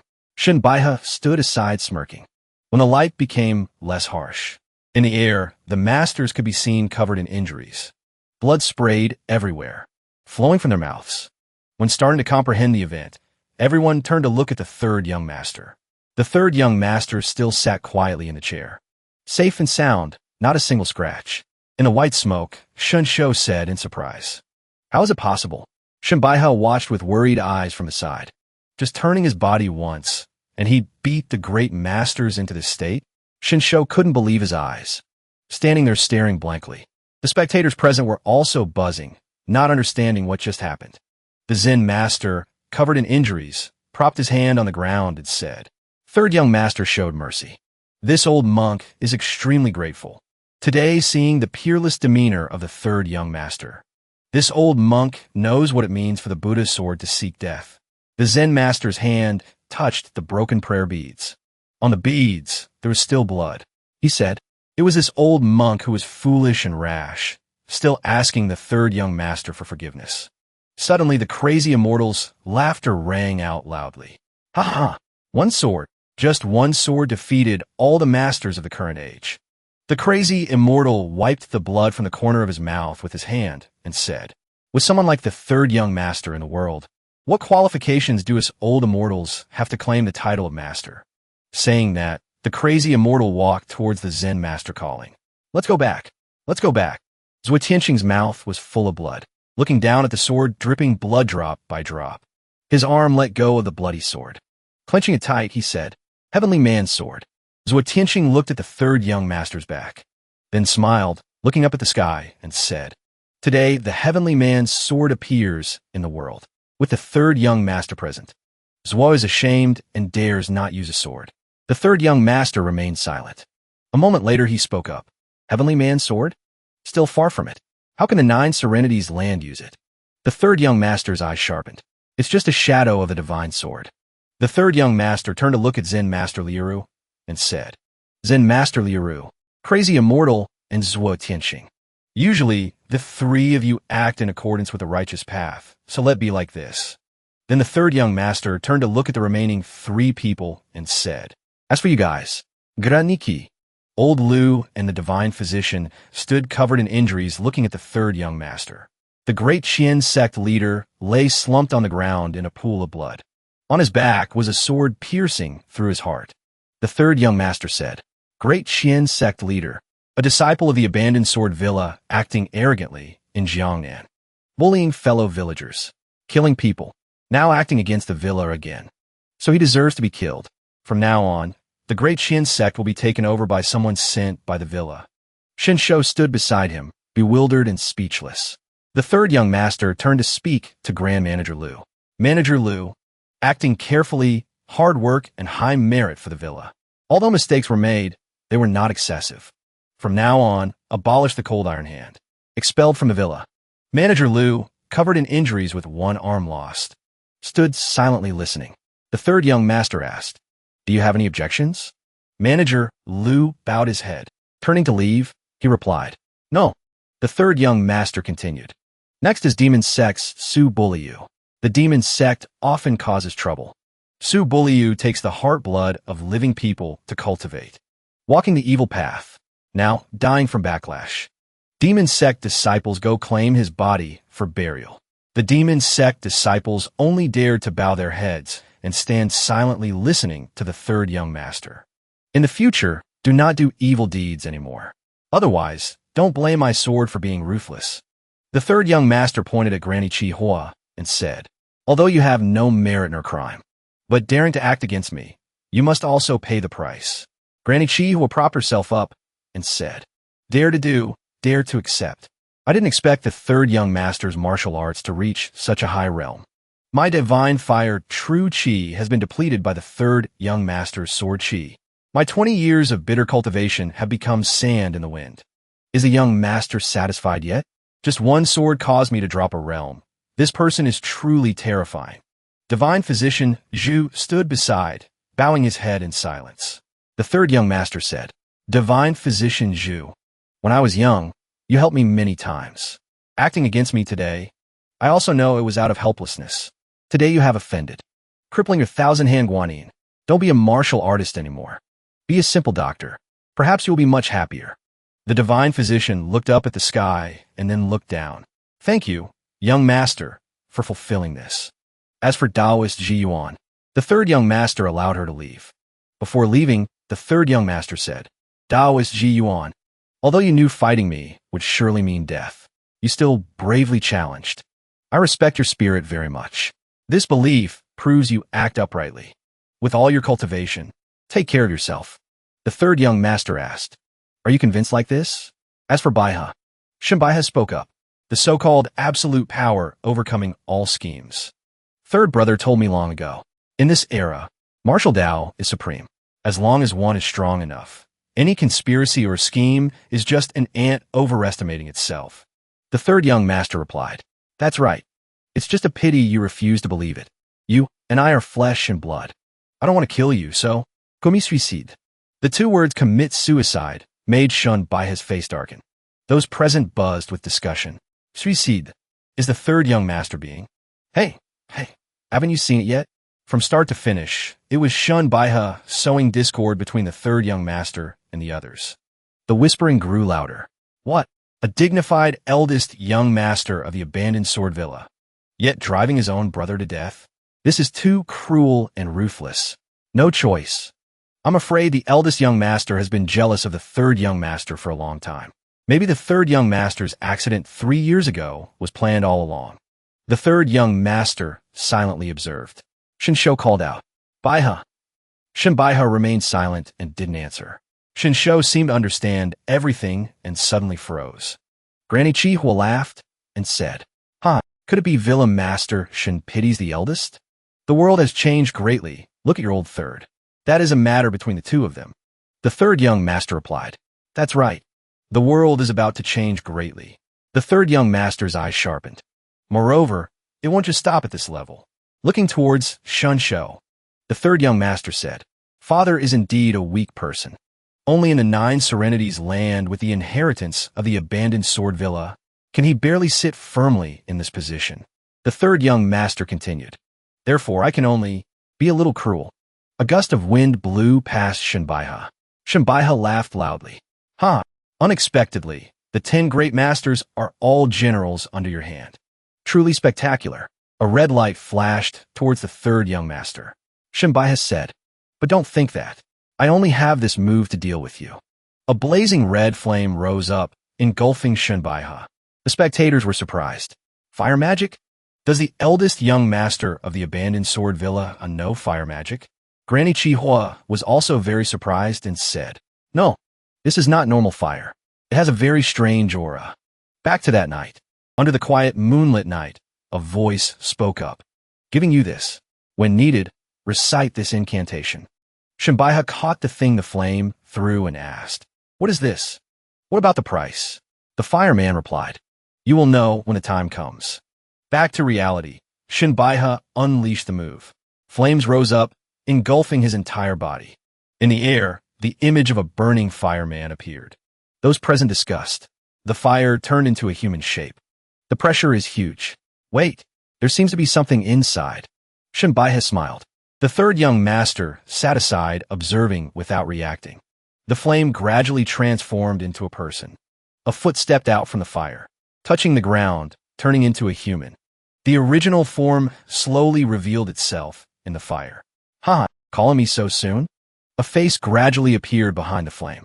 A white-haired person appeared and said, Are the heaven-board masters so weak nowadays? Shinbaiha, covered in injuries, struggled to speak. Third brother wants to show off in front of this person. Go ahead and try. You seek death yourselves, don't blame me. Daoist Ji Yuan stood watching and wondered who this was. It is Mr. Five Swords? Black ink appears in the world, like evil reappearing. Sword God Wu. Speaking of the origin of this name, Mr. Five Swords' old name was Mr. No Sword. Every 60 years or so, he reappears in the 9 Serenities. The first time, he killed the world's #1 master at that time, Grand Gentleman Guan, taking the heavy iron sword as a trophy. The second time he acted was killing the swordsman Mo Buxi. His chaos separation sword is in Mr. Five Swords' hands. The third time he acted was the myriad flower sword of the mystic sword sect leader named Dugu Yi. The fourth time was 9 Swords Emperor, 2 Singji and the Severing Void Sword. The fifth time, which was 36 years ago, in 7 moves, he finished off the previous leader of the demon sect, Tai Shinma, and the green body poison sword fell into his hands. The image of 5 swords appeared full of eeriness. 5 people, 5 swords. The meaning of existence is only to prove the achievements and martial power of Mr. Five Swords. No one knows what the true purpose of this old man is, only knowing that his martial arts have become the world's #1 killer, far exceeding the scope of the 9 Serenities. No different from the most vicious devil. The Zen master said, If the abandoned sword villa is the hope of the 9 Serenities martial arts, then Mr. Five Swords is the nightmare of the 9 Serenities. Those present were surprised after knowing the truth. Unexpectedly, it's like this. Shinbaiha was covered in injuries. The third young master listened silently. Someone in the crowd spoke up. 60 years.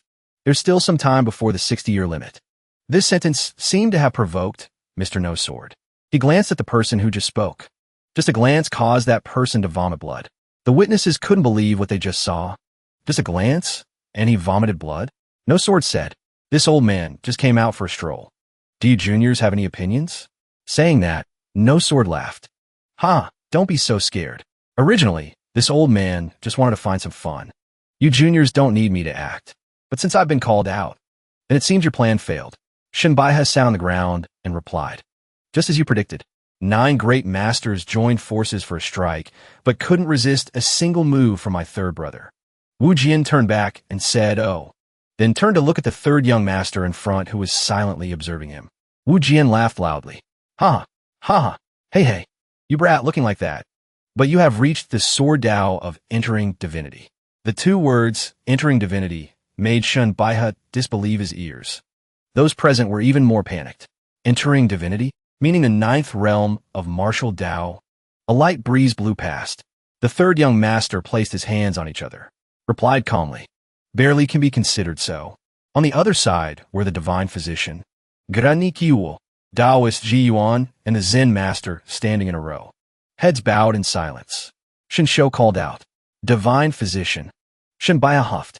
Wu Jian reached out his hand and said loudly, "Very good. 9th realm of martial Tao, qualified for me to act. 9th realm of martial Tao has the qualifications for me to act." No sword said, among the 5 people whose swords I took, except for Grand Gentleman Guan, who suddenly reached the 9th realm while fighting me. The other 4 had already comprehended entering divinity before entering the battle. Wu Jian turned to speak to the third young master. "Don't disappoint me either."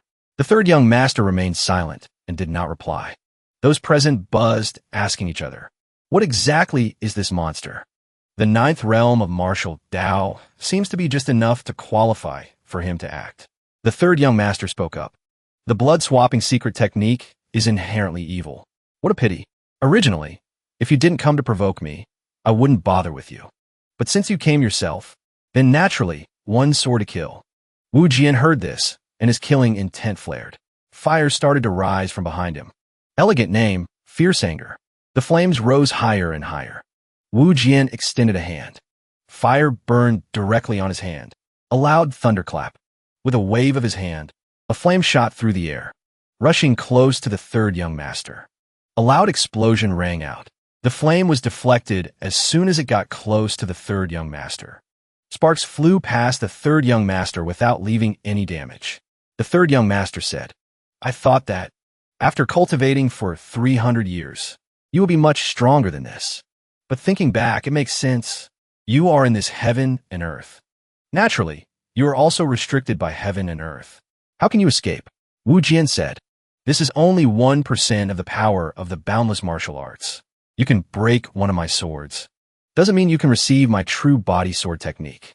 The third young master said, "The natural limitation of a martial art like the blood-swapping method is that it cannot unify essence, qi, and spirit, making you forever unable to see the more glorious martial arts in the world. What a pity." Wu Jian laughed loudly with burning anger. "Huh." Wu Jian gradually transformed back in his fireman form. His laughter echoed in the air as he gradually transformed back into his original state as a fireman. Fire burned up to the sky. Laughter, ha-ha, echoed in the air. On the arena, the image of the fireman appeared. More and more large pillars of fire appeared. Wu Jian's laughter, ha-ha, still echoed in the air. Wu Jian said, "Not having dueled with Shan Mingtian's 10,000 treasury sword scripture 300 years ago, then I will start with his descendant. My blood-swapping secret technique is the peerless martial art that can slay the moon to ascend as an immortal." A great light appeared, engulfing the entire arena, engulfing the third young master as well. A loud thunderclap, followed by a sky-shaking explosion. The third young master flew up to stand on top of the sword tower. Those there couldn't believe their eyes. Third young master. The third young master stood on top of the sword tower, looking down. Wu Jian's voice spoke in the air. "On the 15th day, when the moon is full, I will personally come to the top of the white tower of the abandoned sword villa to take your life." In a dark, damp area, cold air drifted out from inside, at a prison cell locked with iron chains. Shun Shou and the Zen master were walking together. Both were approaching the prison cell. Shun Shou stepped up to stand in front of the prison cell door. Shun Shou shouted, "Wake up!" Inside the cell was an image of a person handcuffed. The image of Shun Baihe appeared, covered in wounds, saying, "You came, Father. Haha, today your child is a bit inconvenienced. Hope Father forgives." Shun Shou shouted angrily, "Beast, how exactly did you associate with that devil 5 swords? Where is his dwelling? Confess now." Shun Baihe said, "That old man has such vast supernatural powers. How could I know where he lives? Moreover, even if I told you his location, you couldn't do anything to him. Shun Shou's eyes darkened. Baihe, don't be deluded anymore. Shun Baihe laughed.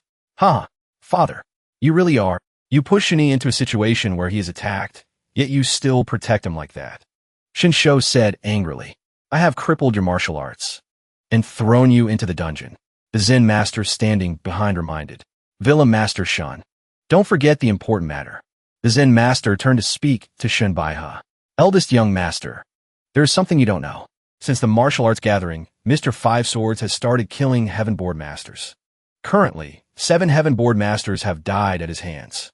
We hope you can reveal his location to quickly end this bloody disaster. Shun Baihe just smiled silently. The Zen master lost his composure and shouted, Eldest young master, don't be foolish anymore. As long as you are willing to turn back, this old monk will personally speak for you in front of your father and brother, giving you a chance to start over. Shun Baihe bowed his head. Start over? Huh, Shun Baihe said, temporarily putting aside whether you can deal with Mr. Five Swords or not. Currently, I have lost all my martial arts. If Shun Jini wants to kill me, how can you stop him? In the third young master's room. The third young master is leisurely painting. Chu Hulua stood beside him, speechless. She asked if the third young master didn't feel worried. The third young master asked, Worried about what? The third young master put down the paintbrush. Chu Hulua said, Of course about Mr. Five Swords. He clearly said he would kill you. The third young master picked up the brush again to paint. Beside him, Chu Hulua continued to speak. This person has been invincible for 300 years. Aren't you afraid? The third young master painted and spoke. Invincible? It's just that he hasn't met a true master. If he had appeared 60 years earlier, meeting the Shun family ancestor, he would definitely have been defeated. Juhulu Matvao. Ooh. As expected of the Shun family of the abandoned sword villa, even more formidable than that old monster. More formidable than that old monster, even more monstrous. Thinking of the image of the Shun family ancestor, Chu Hulua almost choked. The third young master asked, Are you thinking nonsense? Juhulu Denit? No way. No way. Juhulu Wunda. But perhaps back then, he wasn't equal to the Shun ancestor. But he has practiced martial arts for over 200 years. Master, you're so young. Is it really okay?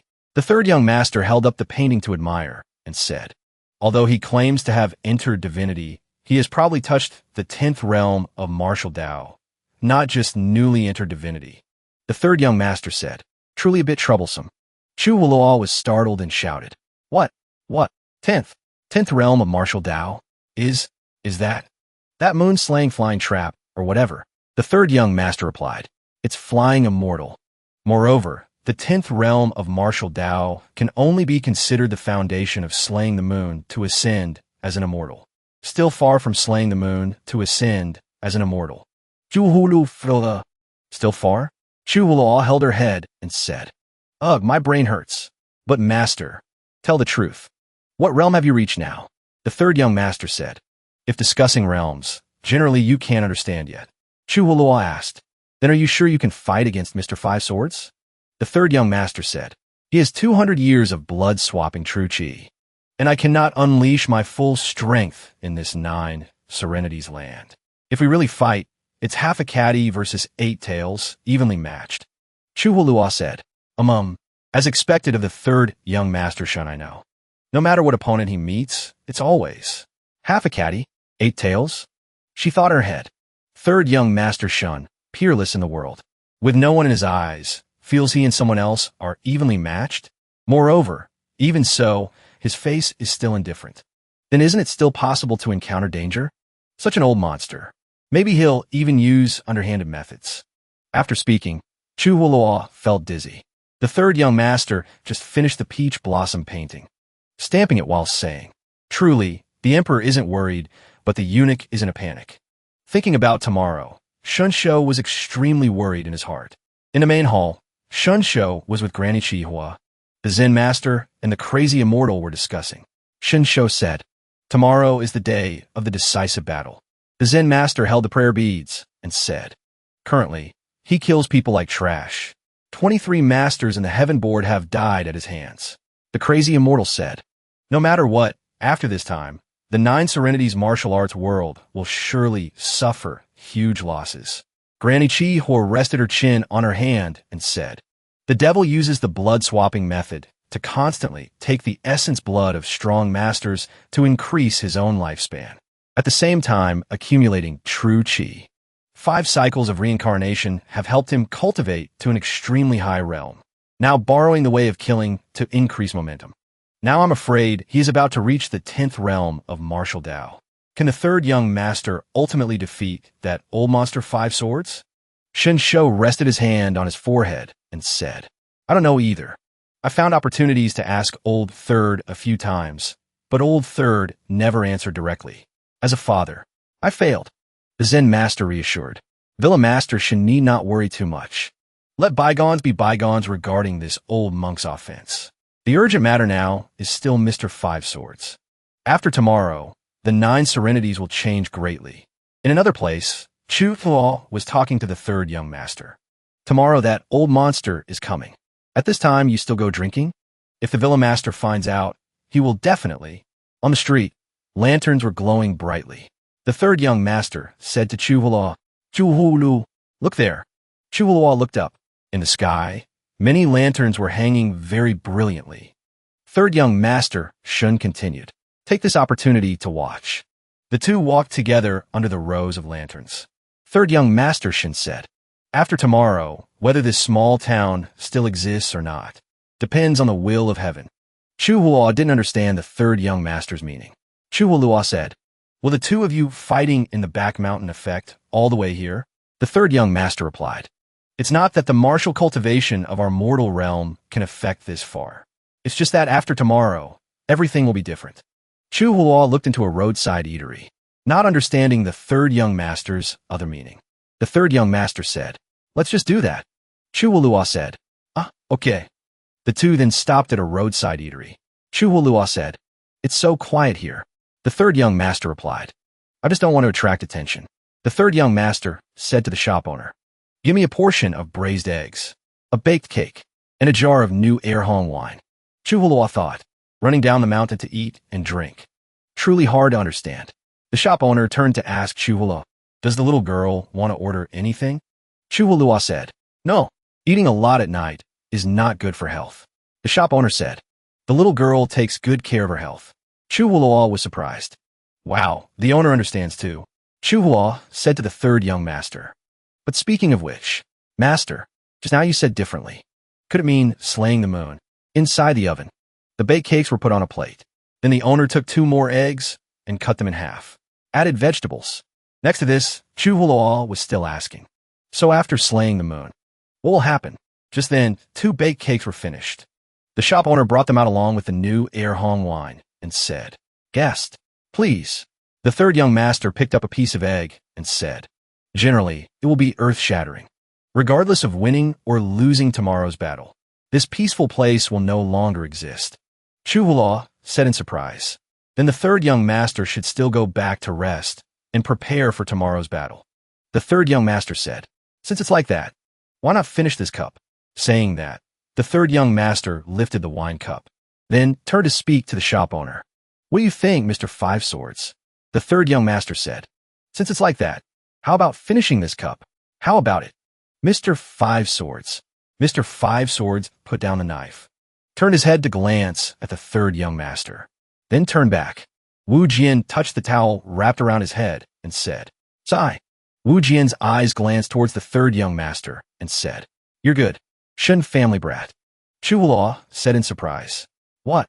She immediately reached out her hand, running forward to shield the third young master. Chu Huo didn't understand.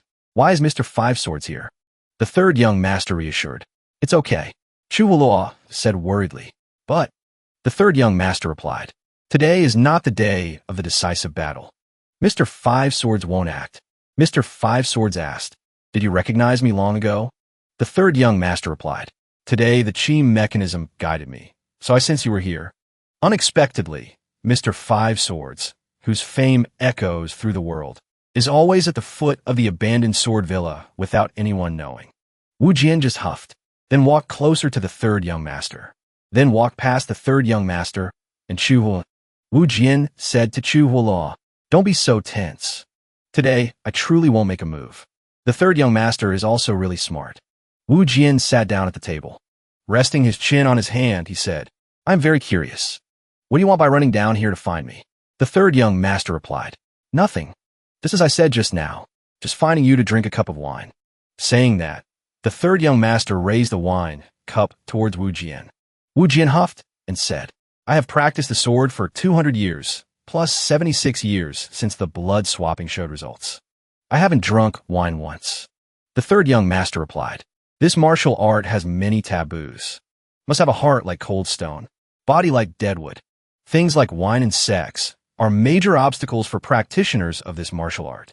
Wu Jian said, However, only by relying on this method did I get the chance to slay the moon. Can be called the number one in the world.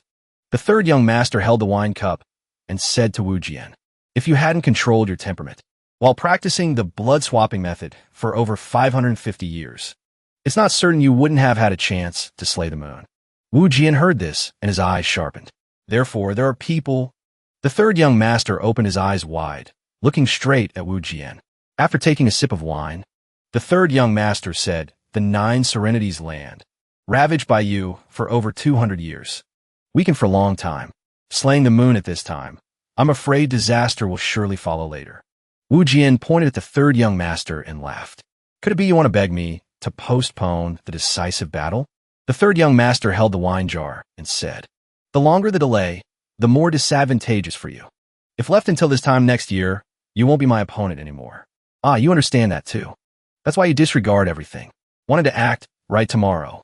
The third young master held the wine bottle and poured into the remaining wine cup, saying, Even if I asked you to postpone, how could you agree? Wu Jian replied, Then why exactly did you come here today?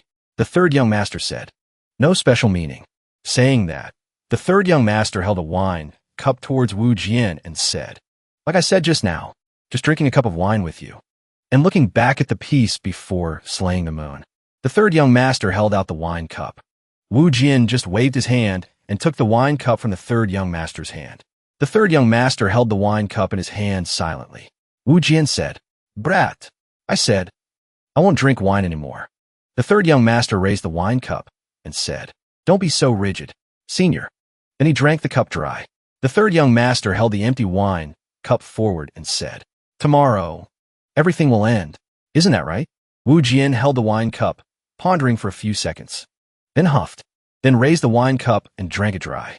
Then slammed the wine cup down on the table. Seeing this, the third young master said, then turned to speak to Chu Huoluo. Let's go. Chu Huolu. The backs of Chu Huo and the third young master left. The third young master called back to Wu Jian. Then, the wine cup placed on the table suddenly cracked deeply.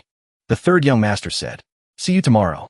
That night, on the mountain at the abandoned sword villa, in the front courtyard, the third young master sat silently waiting. Breezes blew through the third young master's hair. Under the big and bright full moon, the third young master was silently waiting for Wu Jian. Surrounding were whispering discussions. What time is it already? Why hasn't that old devil arrived yet? Said it was at the full moon. It must be time, right? What do you guys think the third young master's winning rate is against that old devil? Of course, the third young master is better. Chu Huoluo said worriedly. But the third young master said there is only a 50% certainty. Waiting in the courtyard with the third young master were the Zen master, Shinshou, Grani Kiwo, Crazy Immortal, and Zuo Tianxing. All waited in silence. The winds blew slowly. Under the bright light of the full moon night, the Zen master spoke up. He's here. Under the round moon, the water surface began to move. The water surface began to ripple. Larger and larger ripples appeared on the lake surface. The ripples on both sides of the lake gradually split in two. Zuo Tianxing said, Could it be he is walking on the water? A sword gradually revealed itself in the air. The image of Wu Jian appeared walking on the water with swords behind his back. Those present were extremely surprised. Is he using his whole body's true qi to lift himself up? An old man living for over 200 years. Of course, the total amount of true qi makes others terrified. Wu Jian's eyes were very sharp. He tiptoed on the water, then suddenly leaped up, flying a step under the moonlight. Everyone watched in amazement. Wu Jian landed on the ground. Surrounding him emitted a sharp aura. His eyes narrowed, looking very fierce. A sharp aura rushed towards the third young master. The third young master looked but remained silent and said nothing. The third young master praised. As expected of Mr. Five Swords, practicing the blood-swapping secret technique to this level can be considered to have a steady mind. Speculative methods can prolong life, accumulating true chi but also easily losing oneself. Essence, chi, and spirit cannot be unified. Very difficult to cultivate to a higher realm.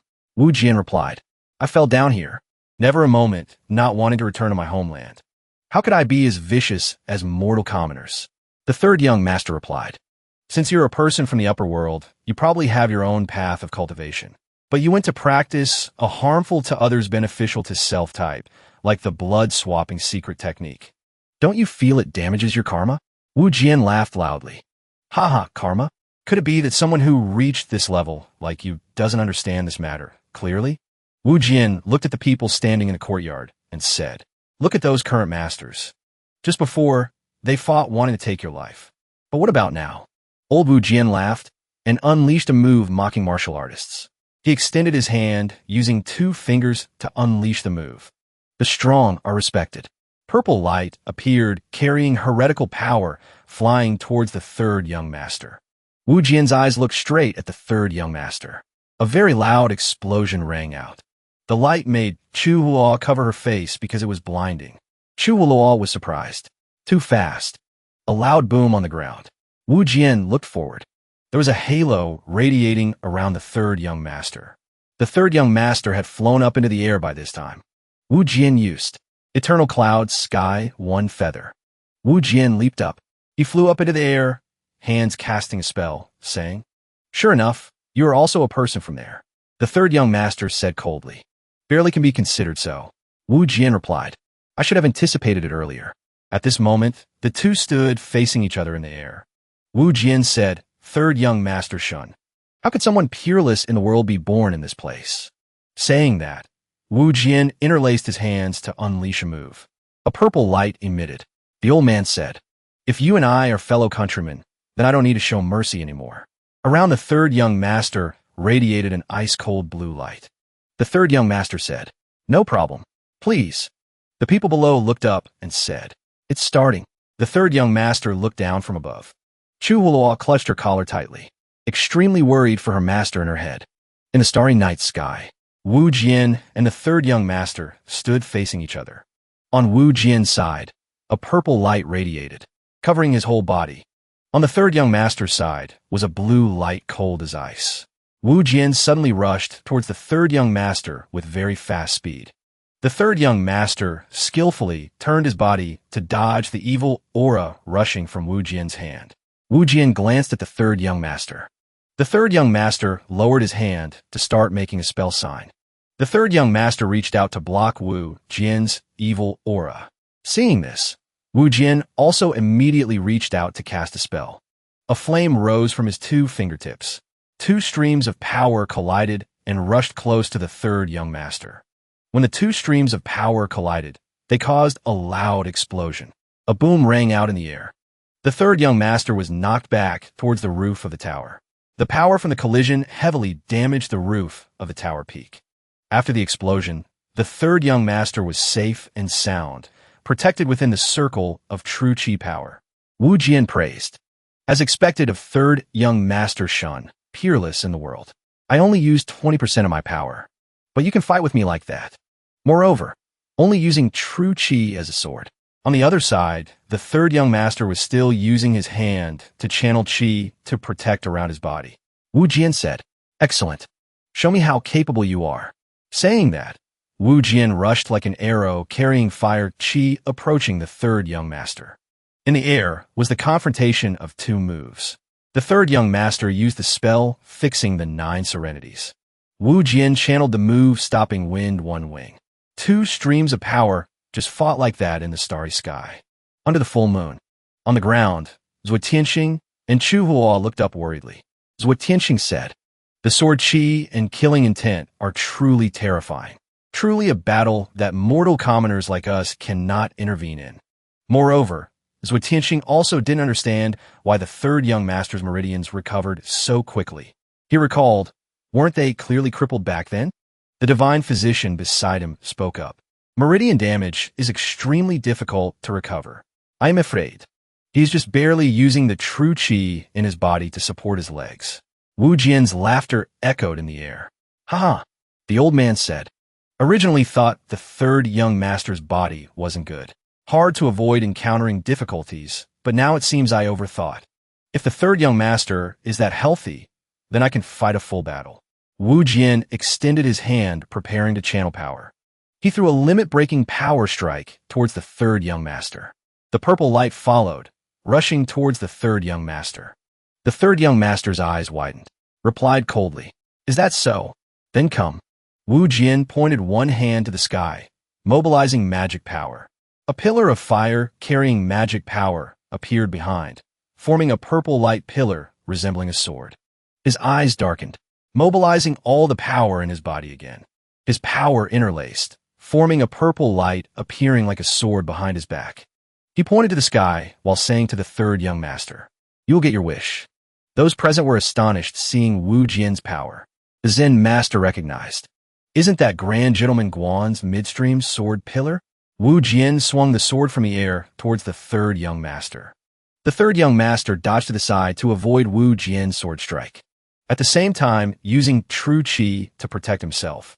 The sword strike, dodged by the third young master, continued forward and hit the roof of the White Tower, causing half the tower body to explode. Witnessing the explosion just now made the observers below very surprised, not expecting even the White Tower to be destroyed.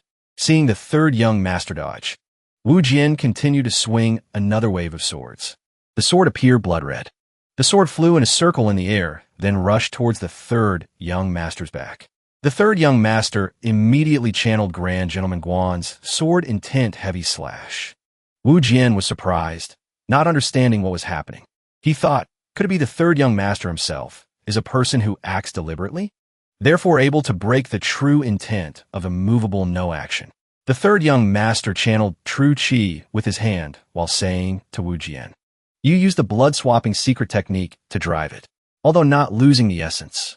It is still half a step inferior. Wu Jian reached out to take another sword, wanting to let the third young master test this sword of his. He gripped the sword hilt firmly. A sword path appeared in the air. Wu Jian used the move, Chaos Separation Sword, not giving the third young master a chance to defend. He continued with the move, Funeral Chaos Note. Streaks of light appeared as his sword strikes interlaced, crisscrossing in front. When the two streams of power from both sides collided, they created a loud explosion. The third young master was covered by the blue light of true qi. Suddenly appearing behind, Wu Jian swung his hand once. The third young master was covered by light rays created by the old man's sword. The third young master just glanced back, as if identifying the Funeral Chaos Note move the opponent was using. The third young master reached out to block the sword strikes rushing towards him. In the air, blue and purple light streaks mixed together. The third young master used his power to make the chaotic streaks align into a circle running around him. The third young master said, losing the word chaos. This sword immediately loses its power.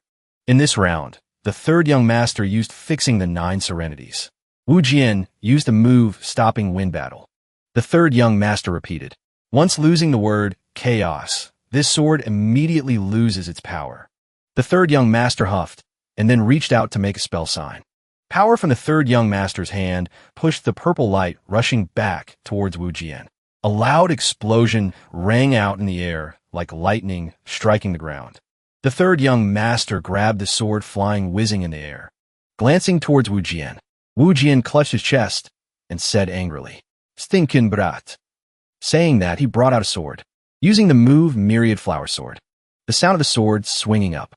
In the air appeared light streaks, shaped like floating cherry blossom petals. Wu Jian swung a blade towards the third young master, using the move Spring and Beauty Ages. The third young master marveled. Oh, this sword technique is a bit interesting. If perfected, it could fight a battle with upper world masters. Saying that, the third young master jumped into the air and said, What a pity. The third young master took a step, jumped into the air, and threw the sword forward. Shin Shou said, in surprise, What? Old third threw the sword away? A very loud, clashing sound between the sword and the hidden weapon. Wu Jian couldn't believe his eyes. In front of him was a circle of blue and purple light intersecting, hearing sounds of collision and shattering. A blue streak of light glided across the sky. The third young master rushed through the wind. The sword, after flying a circle, flew back to Wu Jian's hand. Wu Jian held two swords in both hands and said, "Shun Zhini, do you look down on others like that?" The old man didn't expect the third young master to use his sword to fight against himself. Wu Jian said to the third young master with burning anger, "You truly made me angry." Wu Jian held the sword in front of his face and said, "This old man still wants to continue seeing what other abilities you have." Saying that, he brought the sword out to unleash a move. C'est une void fluine sword technique. A lightning bolt appeared around the sword. A loud zap rushed forward. Power from the sword rushed up to confront the third young master's blue light. A loud "oh" sound. Wu Jian's sword and the third young master's true chi collided. The third young master reached out to block Wu Jian's sword strike. That caused blood to flow on the third young master's hand. Chu Huo below worried, seeing the third young master's hand injured. The third young master brought his other hand to channel power. The other hand used power to knock away Wu Jian's hidden weapon. Wu Jian laughed, "Ha," because finally the third young master used both hands. The old man said, "Seems I finally forced you to use your true strength." The third young master looked at his bloody hand and said, "The Nine Serenities land has many people gathered. If they weren't killed by you, the current Nine Serenities would surely be blooming with flowers." Looking at the hand injured from blocking the sword strike, the third young master closed his eyes, then opened them and said, "Mr. Five Swords, your crimes are heinous." Wu Jian stood laughing. The old man looked up at the sky, laughing loudly, and said, "So what? You're still too naive. After slaying the moon, everything will change. At that time, who will remember the losers?" Wu Jian extended a hand to channel internal energy. A green light appeared around his hand. The old man said people only remember the winner, and only the person who slays the moon will be remembered by the world. Saying that, Wu Jian swung the sword up. Around appeared 8 green dragon heads flying around him. Wu Jian spoke up, "This is my 5th sword. This sword condenses true chi from over 200 years of mine." In the air, Wu Jian's voice asked if the third young master could handle his move. Saying that, the dragon heads rushed forward, mouths carrying magic balls rushing through the air. The divine physician, observing from below, realized the move Wu Jian used was poison armor, transforming dragon. 10th realm of martial Tao. Recognizing the present danger, the divine physician immediately warned, "Everyone be careful. This gas is poisonous. Use true chi to protect yourselves." The poisonous gas spread around. The grass immediately withered after contact with this poisonous gas. Wu Jian opened his eyes wide, looking at the third young master. The dragons, green in color, flew around the third young master. Wu Jian swung the sword forward and said, "Slowly enjoy my poison gas." The green dragons flew out from his sword. They formed a circle covering the sky. The poison gas became thicker, covering the third young master. Old Wu Jian confidently thought that with such strong poison, even Shun Zhini would be crippled. The third young master smiled and said, "Is that so?" From within the poison gas ring, there was a loud explosion. The third young master appeared from within the stream of gas, reaching forward to grab a white strip of cloth. The third young master gripped the strip tightly, started channeling Qi Gong. The white strip rushed forward, wrapping around the heads of the dragons. Zhou Tinxing, observing from below, was very surprised, not knowing what this was. Since when did the third young master have a weapon in his hand? Graniki Wu explained, "No, that is the third young master's clothing." He tore his clothes to control the green body poison sword. Those present couldn't hold back their surprise and exclaimed, "He tore his clothes to control the green body poison sword?" The dragons, wrapped by the fabric strip, gradually disintegrated into pieces. Wu Jian's eyes darkened as he exclaimed, "Foolish." Shin Shou was surprised to know Old Third had mastered the 10,000 treasury sword scripture. The third young master held the strip out in front. Old Third swung the strip forward. The strip wrapped around Wu Jian's sword. Wu Jian huffed and said, "Unexpectedly, I underestimated you." Wu Jian used force to rotate the sword in front. The strip immediately snapped into pieces. He swung a blade towards the third young master. The third young master said, "Without the 10th realm of martial Tao, what's the point of talking about slaying the moon to ascend as an immortal?" I said it last night. The third young master opened his palm with the white strip and said, "Tonight the outcome of slaying the moon is decided. Use your real kung fu. Otherwise, if I unleash my sword, you will die immediately." Wu Jian looked at the third young master in surprise. "Die immediately?" Saying that, he laughed. The old man looked up at the sky, laughing loudly. "Haha, Shunjini. For a 17-year-old brat who just broke through to the 10th realm of martial Tao, giving you a few more days. This position of Lord of Nine Serenities would belong to you." Wu Jian swung his hand forward arrogantly, saying, "But unfortunately, you met me." Wu Jian raised both hands high and said, "I have painstakingly prepared for hundreds of years. Today is the chance to slay the moon. How can I let it pass? Today you can't blame me." Saying that, he reached out, concentrating power into the sword, saying, "Kulme," under the third young master's observation, and the people below were extremely surprised. In the air, Wu Jian slowly opened his mouth. Under the moonlight, Wu Jian gradually swallowed the sword. The witnesses had faces full of shock, discussing. "What is Mr. Five Swords doing? Is this eating a sword?" Someone replied, "No. The essence, chi, and spirit of the masters are gathering towards Mr. Five Swords. His realm is still constantly rising." Purple dark energy rose billowing. Pillars of fire gathered, falling down, creating the face of a fireman appearing in the air. Lightning emitted from the head. This is the blood-swapping secret technique, sword-swallowing art. Wu Jian appeared as an entity surrounded by light and red fire, looking very fierce and powerful. He had glowing eyes and a prominent crystal on his forehead. The third young master stood against the purple-red sky with a confident and strong demeanor. The third young master's eyes sharpened. On the other side, Wu Jian's pupils glowed blue, surrounded by blazing red light. Glancing at the third young master with a state ready for battle, the old man smiled, baring sharp teeth, extremely terrifying. Wu Jian suddenly opened his mouth wide, revealing sharp teeth. Emitting a loud laugh, "Ha ha ha ha." Standing opposite was the third young master with a solemn face, calmly looking straight at the opponent. Wu Jian's face gradually became clear behind a mist.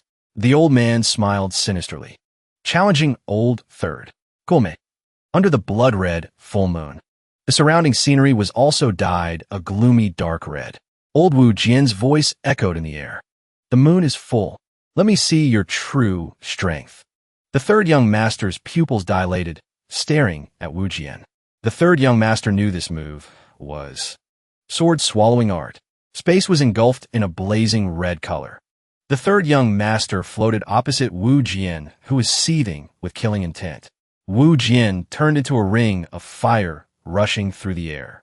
Sparks flew past the third young master. Streaks of fire rushed through the air. The third young master stood opposite the opponent's powerful fire chi, extremely steadfast. Suddenly, the third young master's eyes widened in surprise. A loud boom from the collision of sparks with the third young master. Shinsho stood watching from below, very worried for his son, afraid that something bad happened to old third. In the air, in front of the moon, was a blood-red spike ball, covering the third young master. Chuhua observed from below, wholeheartedly believing in her master. She reassured, "It's not over yet. My young master won't lose." Chuhua gave a determined look towards the young master and said, "Definitely not." The red spike ball in the air began to dissolve. The spikes gradually broke off, gradually dissipating in the air. Wu Jian opened his eyes wide in astonishment. He himself couldn't believe the spiked ball had completely dissipated under the moonlight. While the old man was still astonished, disbelieving his eyes, the third young master appeared from behind. The third young master's eyes sharpened, creating lightning bolts. One hand of the third young master started channeling power. Then suddenly a loud explosion rang out. The third young master flew straight through Wu Jian's body. Wu Jian was hit unexpectedly, unable to resist in time, crying out, "Damn it!" Both turned around, using power to push the opponent away. Wu Jian extended a fire hand, creating a pillar of fire. His eyes emitted lightning bolts. Suddenly, he let out a scream. The fire arm grew larger in the air. Surrounding him now was a blood-red color covering his entire body.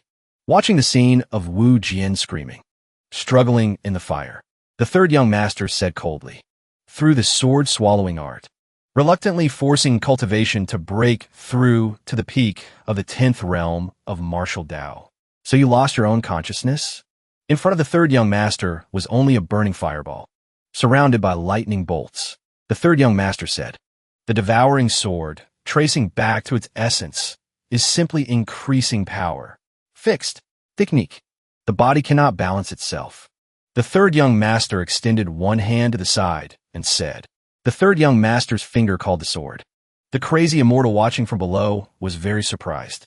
A stream of power blew to the mountain of the abandoned sword villa, shining light on the top of the sword tower erected in the middle of the courtyard. Suddenly the sword began to move. A loud explosion rang out. The sword flew up. The third young master stood aside silently.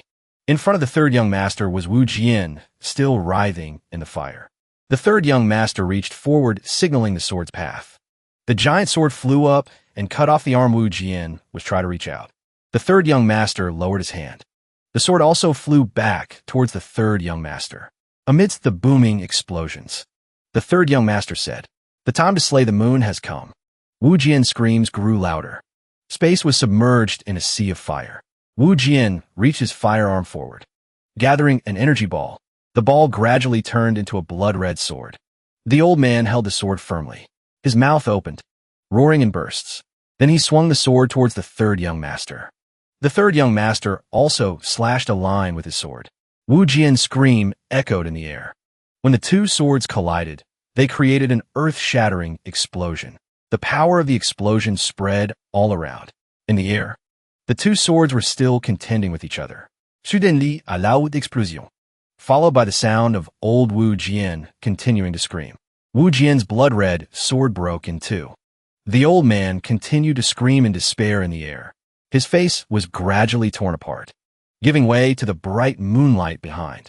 When the red light dissipated, the big and bright moon appeared once again.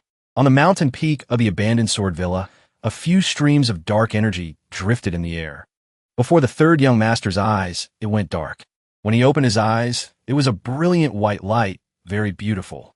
There was the back of a man walking, suddenly stopping and saying, "Sword Lord." Mr. Five Swords at this moment recalled his past. A certain time in the past, Five Swords sat dazed on the ground. His back was covered with swords and various hidden weapons. "I must become stronger. Stronger. Stronger, stronger, stronger, stronger." Five Swords in the state like this stream of gas through the sword-swallowing art. He reluctantly forced his cultivation to break through to the peak of the 10th realm of martial Tao, causing him to lose his own consciousness.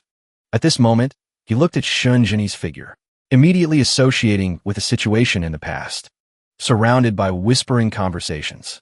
Five Swords when young was nailed with pins, chained, handcuffed, and tortured by those pins.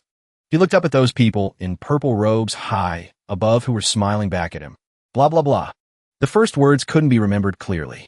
Only the following sentences, old Five Swords remembered forever. Cripple all cultivation. Exile to the 9 serenities. Five Sword when young was angry, not willing. Five Swords in the current state of true chi body was the same. He seemed to be confusing memory with reality. Hit by a bisecting slash from young Master Shun. It seemed Five Swords still had a bit of consciousness. Reaching out towards young Master Shun. "Shun! Shun!" The male lead looked at him, then looked towards the moon, not saying a word. Below, Chu Huoloa and the melon-eating crowd were happy. One. The third young master won. Shinsho had tears in his eyes. Finally won. The crazy immortal beside him said to himself, "Old man, we are all old." In response, Zen Master Liru only said, about Buddha. The younger generation is formidable." Zui Tianxing looked up at young Master Shun, exclaiming a sentence. "This is the true heavenly man's sword." Immediately, he noticed. On the surface of the moon, there was a crack. Crack! The crack gradually spread, finally splitting the moon into two halves. The masters below also noticed this. The moon cracked. This is... Only saw Shun Jin muttering, "Break for me." Immediately after, the moon shattered completely.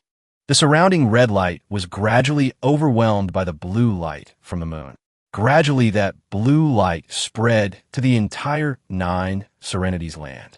Along with that, drops of true chi fell like snowflakes. Chuo reached out to feel those drops of true chi falling, seeping into her body. This feeling, it seems the meridians of the whole body are cleared. Extremely refreshing, compared to the third young master's medicated bath before. Still, Granny Chi Hua spoke up, interrupting Chu Hua's train of thought. Hai Chu Hulu, sit down and circulate your energy. True chi falling from the moon. Only a fool would miss it. All the masters around her had also started sitting down to focus on circulating energy. She stared blankly at the third young master. Is this slaying the moon? But why did the third young master say earth-shattering? Why is his expression so worried? What will happen after the moon is slain? Hula silently called out her master's name. Third young master, huh? A long while later, Shun Shou finished circulating his energy, opened his eyes, and looked at the moon. Is it finally over? The moon is still in the sky. Could it be that slaying the moon is an endless task?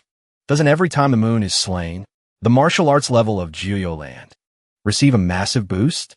Shun Jini waved his hand. His sword flew back to its original place, embedding itself once more in the sword grave. He landed on the ground. He walked and explained slowly today's slaying of the moon. I know you all have many questions, but now that things have come to this, there's no need to rush for an explanation. In the coming days, strange things will happen everywhere. When that time comes, it won't be too late for me to explain everything to you all at once. In the sun-drenched forest, Chu Hula walked, recalling her grandmother's words from yesterday. Tonight's battle will be earth-shattering. You should stay at the manor and watch. She scoffed. Ah. Earth-shattering, you say? Shunjini and those 5 swords are indeed powerful, but such an exaggeration is a bit much. I, for one, want to see just how earth-shattering it can be. When she reached the bay, Chu Hulua was stunned. The sea is all. The sea is gone. The sea recedes, bones are ground to dust. A new chapter of history begins. At Wanzan Hall, the various masters were in discussion. I'm sure that after last night's slaying of the moon, you've all started receiving information from various places. The terrain of the borderlands has changed drastically. From places like Jomu Cave, a vast plain can be seen in the distance. It's unclear where it leads. The 4 borders were originally surrounded by a great sea. On the sea, there was a thick black fog. Any ship that sailed out would vanish without a trace. But now, the great sea has receded, revealing the land beneath. There are even paths leading to distant lands. Scouts have been sent out from various places, but so far, no news has returned. It's useless to sit and guess.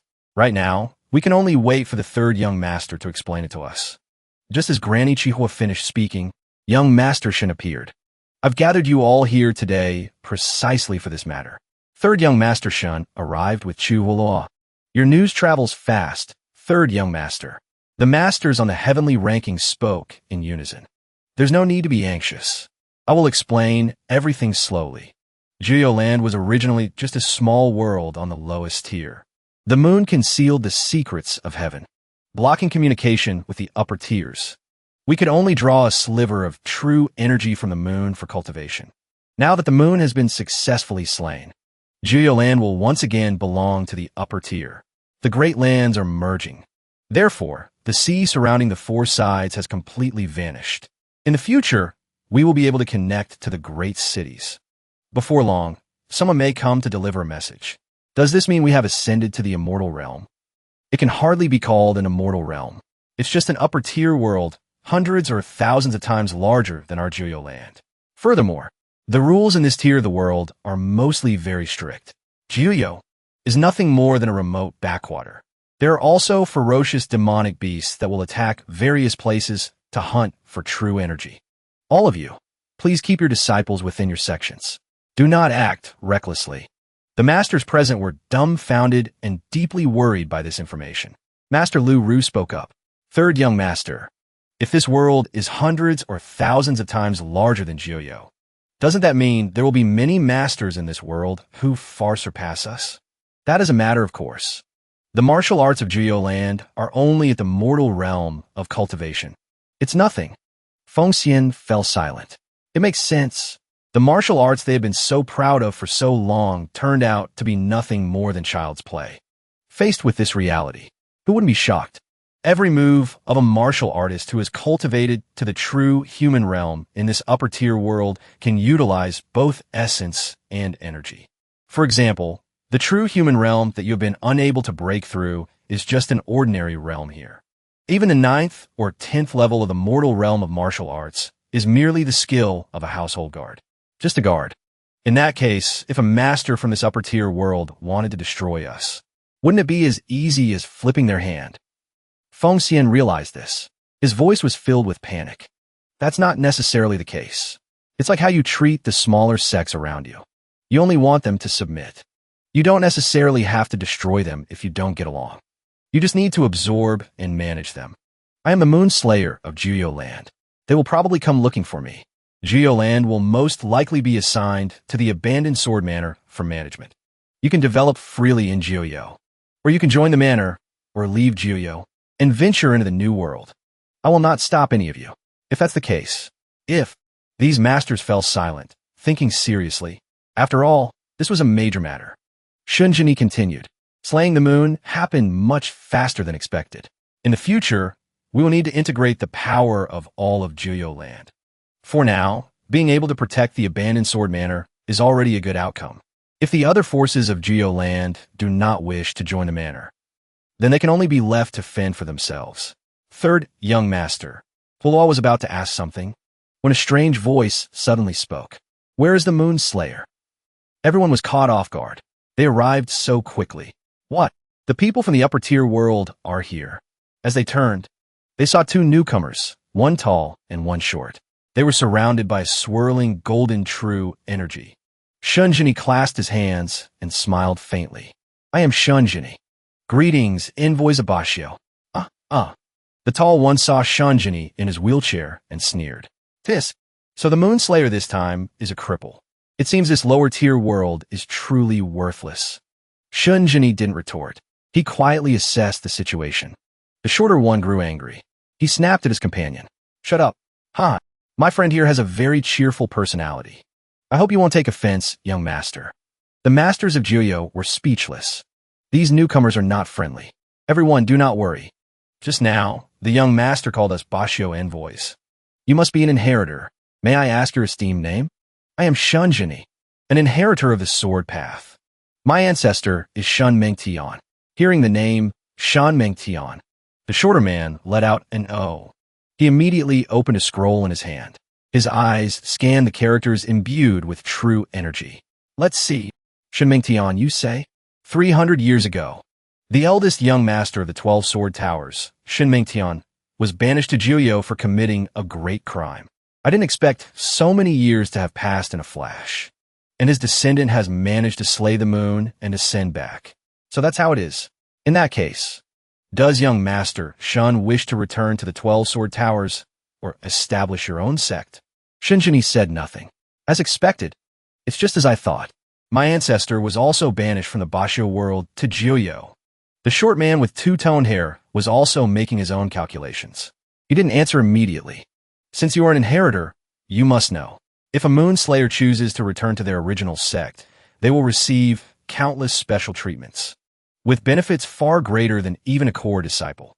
What is he still thinking about? I know about the 12 Sword Towers, but I don't want to live under someone else's roof right now. Besides, since my ancestor named it the Abandoned Sword Manor, he clearly had no intention of returning to the 12 Sword Towers. I dare not go against my ancestor's wishes. I will establish my own sect. The two envoys were stunned for a long moment. Interesting. To think there's someone so bold in Juyo Land. No wonder you were able to slay the moon and ascend, becoming our equal. As he spoke, he put away the scroll. Since you have chosen to establish your own sect, according to the regulations of our Bashio world, you are granted the title of third-rank Baron.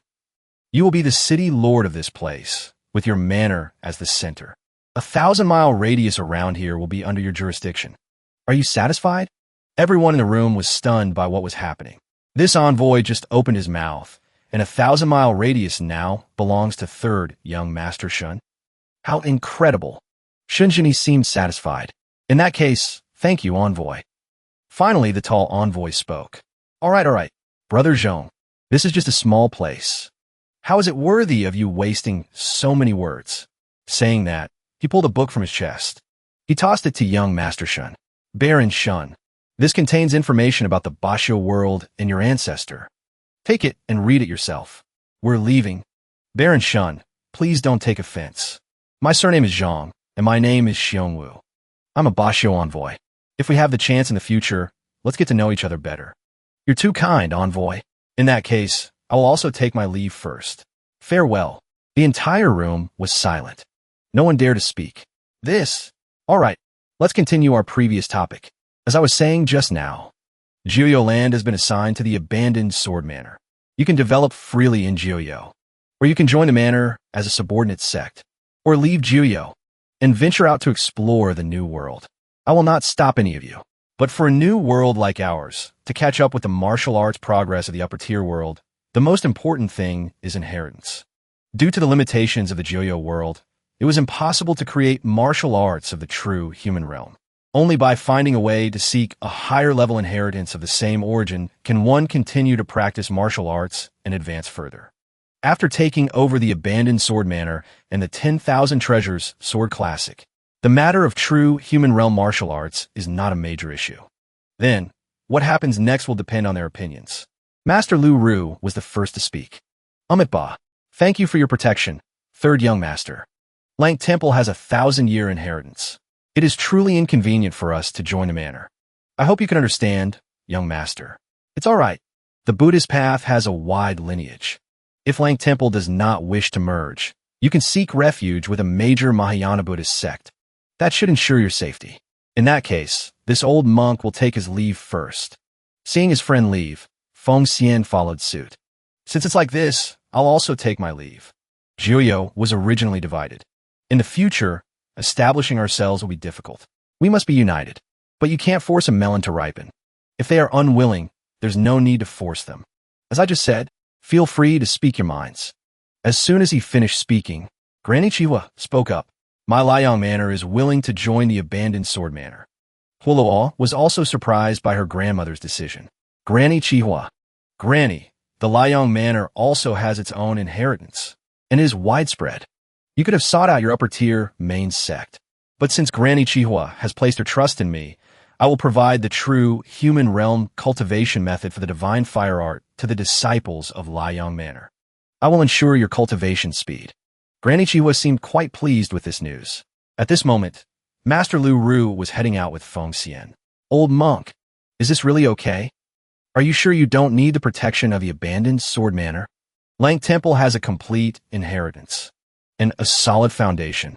The new world is filled with true energy. With slow and steady development, we will one day become famous. This is just the abandoned sword manor. The Basho world.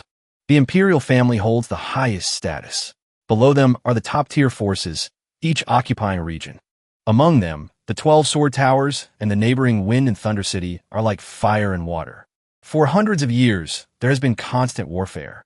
The eldest young master of the 12 sword towers, Shun Shurtion, met Princess Bailey of Wind and Thunder City during a training session.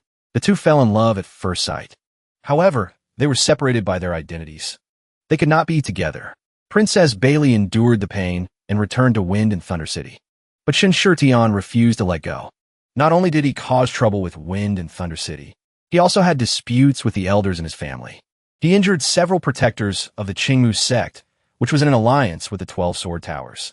By breaking the engagement, he committed a great crime. Finally, Shun Zhongshan, the former master of the 12 sword towers, became enraged. He personally captured him. He was sentenced to be exiled to Jiuyo. After enduring fierce storms, Shun Shurtion, half dead, arrived in Jiuyo. So that's why he established the abandoned sword manor. He made an oath to cut ties with everything in his past. It turns out Shun Jini had been reading from the book the tall envoy gave him.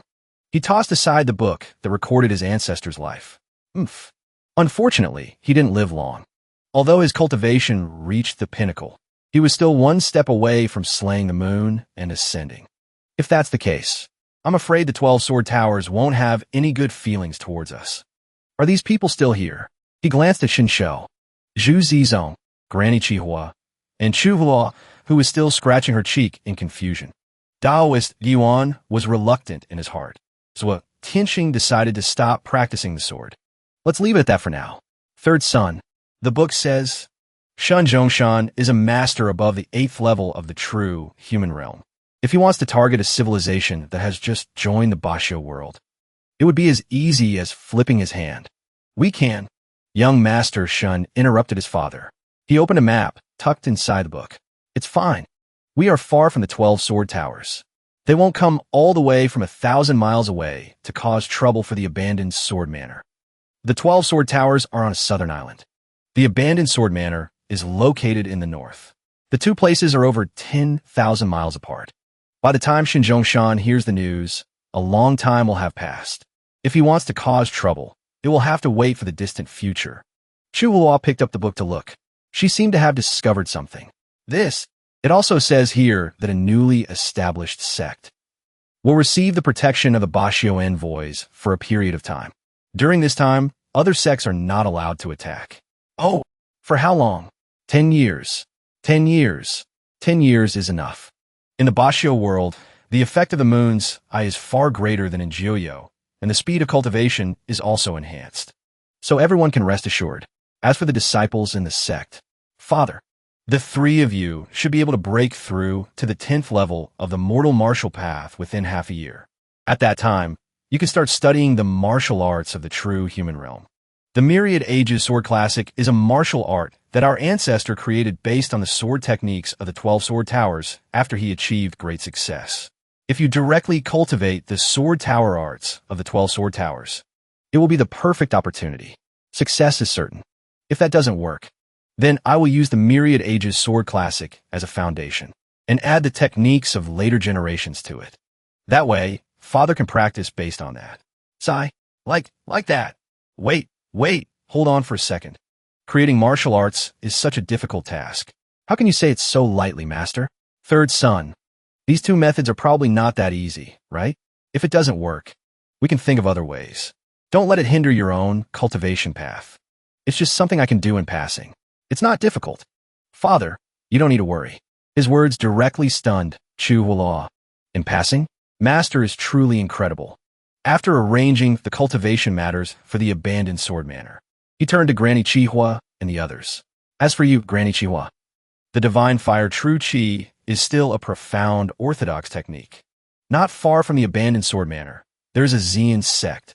Therefore, the Purple Heart Fire Emperor is perfectly suitable for you to use. I'll help you get it. They haven't provoked us. Why should we provoke them? This cultivation technique should be considered a long-term matter. The cultivation of the Xian sect's master, Su Fangzhai, is only at the 3rd level of the true human realm. In 3 months, I should be able to defeat her. The 3 of them, Shinshou, Chihua, and Hua, appeared calm on the surface. But in their hearts, when they heard this sentence, he doesn't even care about the 3rd level of the true human realm? Your third son, Granny asked Shinshou, has always been this domineering? Well, let's just say so. As for Chu Hulu, I think I'm already used to seeing the young master like this. But I won't just snatch it by force. I'll think of another way to exchange for it. You don't need to be so tense. As for Chu Hulu, you will learn the sword from me. She let out a sigh. Huh. Then she looked towards Granny Chihua, as if seeking her grandmother's approval. Don't look at me. The Liang Manor is no more. Besides, all your thoughts have already flown to the 3rd young master, haven't they? Go on. Go and formally acknowledge him as your master. Huoluo was stunned into realization. Ah, yes. She quickly knelt down. She kowtowed respectfully to Shunjini. Thank you, master. I kowtowed to my master. She kowtowed so hard that a bump appeared on her forehead. Ouch, that hurts. This little girl is quite obedient. In the future, there will be no shortage of battles. I can't waste my time making a move every time. Training a female disciple might be a bit of hard work now, but it will be relaxing later.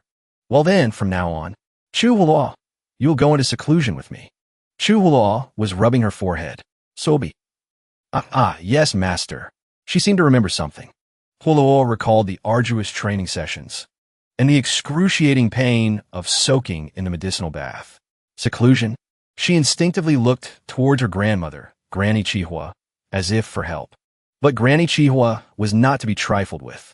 She spoke while avoiding her precious granddaughter's gaze. I said, "Don't look at me. Go on, girl." In the courtyard of the abandoned sword manor, Chihua was diligently swinging her sword, one slash at a time. "Master, is it really necessary to slash the air 10,000 times like this every day, and then practice the art of guiding sword chi? Your efforts will eventually be rewarded. Look, you have now successfully entered the true human realm of martial arts. I see you sitting like this every day to cultivate, and your cultivation also progresses very quickly. I want to learn the sword like that too. Can I? If you can turn your heart into a sword, and at every moment, you can use your sword art to fight a life and death battle with others. Then you can put down your sword. What does it mean to turn your heart into a sword?" In her mind, she imagined a sword shooting out from her chest. Boom! Whoosh! It looks so cool. Never mind. I feel like I'll cut my hand. And I have to fight life and death battles with others all the time. I should just honestly practice my sword. With that thought, she raised her sword again. Swing! Finally, she finished the 10,000th swing. The sky was already turning to dusk. Her hands were trembling. I'm finally done practicing. My hands feel like they're about to break. "Master, I have finished my 10,000 swings and returned." "Master, what are you doing?" I'm just writing the later generation techniques into the Myriad Ages Sword Classic. My father is about to break through to the 10th level of the Mortal Martial Path. He'll probably be able to use it around July or August. I just remembered this, so I'm trying to finish writing it. He was holding a brush, each stroke exquisite and powerful. Every character contained sword intent. "Oh, so for the past 2 months, you completely forgot about this, and that's why you're rushing to write all the later generation techniques in one afternoon? What about her?" Speaking of Granny Chihua, he put down his brush. It's indeed almost time. I should find an opportunity to visit the Xian sect. It's just a pity that his cultivation is still not enough. I might have to wait a few more days. If I had enough medicinal ingredients. Suddenly, someone arrived at the door. Knock, knock. Third young master. A Basho merchant will be visiting tomorrow. What a coincidence. The third young master put away the scroll. He then instructed the servant. "Tell my father that I will definitely be there." The next day, Ndifu brought out a mountain of various goods. He then took out a pile of sparkling gems for Shunsho to see. "Old Master Shun, what do you think?" Shunsho stroked his beard and looked them over, pretending to be knowledgeable. They all seem to be fine treasures. As long as old Master Shun likes them." Bosson laughed perfunctorily. He didn't forget to say a few good words to Shunsho. "These are all items that can enhance one's cultivation. I intentionally brought them for you to see first. They're all of the highest quality." This has been a lot of trouble for you, boss." On the surface, it was like that, but in his heart, Shunsho didn't understand a thing. "My God, what the hell are these things? I don't recognize a single one. Are these things reliable? Why isn't the third son here yet, damn it?" Just then, the third young master arrived. "So a Basho merchant has come to visit. Please forgive my rudeness for not welcoming you from afar." Seeing him, old Master Shun was overjoyed. "You're here." The third young master appeared, as usual with Hua by his side. "Wow, what is this?" "Third son. Greetings, Baron Shun. I'm Ndifu. I heard that Baron Shun has established a sect here, so I've transported these fine goods from 3,000 miles away. I hope you will like them, Baron." "Third son, this man's items are all sparkling, but they don't look cheap. My father is not sure, so he invited me to come and inspect them. Let me see." Shinjini took the list of items and prices from Shunsho's hand. He examined it carefully. "Baron Shun, please take your time and choose. This Ndifu has marked up the prices by at least 20 to 30%. If I buy the spirit tempering pills in bulk, how much will you sell them for, boss?" Baron Shun is indeed an expert. "Since your esteemed sect has just arrived in the Basho world, you will surely need these spirit tempering pills to help your disciples remove the impurities in their meridians over time. My spirit tempering pills are genuine goods from the Kueishing shop. If you want to take over 1,000 pills, I will only charge for shipping. Let's say 2 taels of gold per pill. What do you think?" Young Master Shun let out a faint smile. Then what about this pile of spirit bloodstones?" "Baron Shun, you are truly an expert. Since you are an expert, you must know that spirit blood is a necessary material for refining talismans and formations. if you hunt spirit beasts and absorb their true blood. But even a master above the 8th level of the true human realm might not have much of a chance against a powerful spirit beast. But if you break open a spirit bloodstone, you can obtain the condensed spirit blood essence inside. After refining the jade liquid, you'll get a drop of spirit blood. However, a spirit bloodstone may not necessarily contain spirit blood.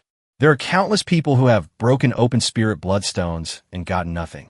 If you buy them all, I have 5,000 spirit bloodstones here. I'll only charge you 10,000 taels of gold. Shinsho's face darkened when he heard this amount. He had probably never spent so much money in his life. Once a spirit bloodstone is broken, it is considered completely destroyed. It cannot be restored. And if you buy, you can only buy them all. But if I want to pick out 100 spirit bloodstones, I wonder what the price would be. Hearing this, and Fu could no longer remain calm. Feel free to choose, Baron. Choose? Yes. Everyone in the world knows that spirit bloodstones are formed by nature. There is no way to tell which one has spirit blood essence and which one doesn't. Choosing randomly is just a gamble. No matter how you pick, it's all just a gamble. 100 spirit bloodstones. That's worth 200 taels of gold.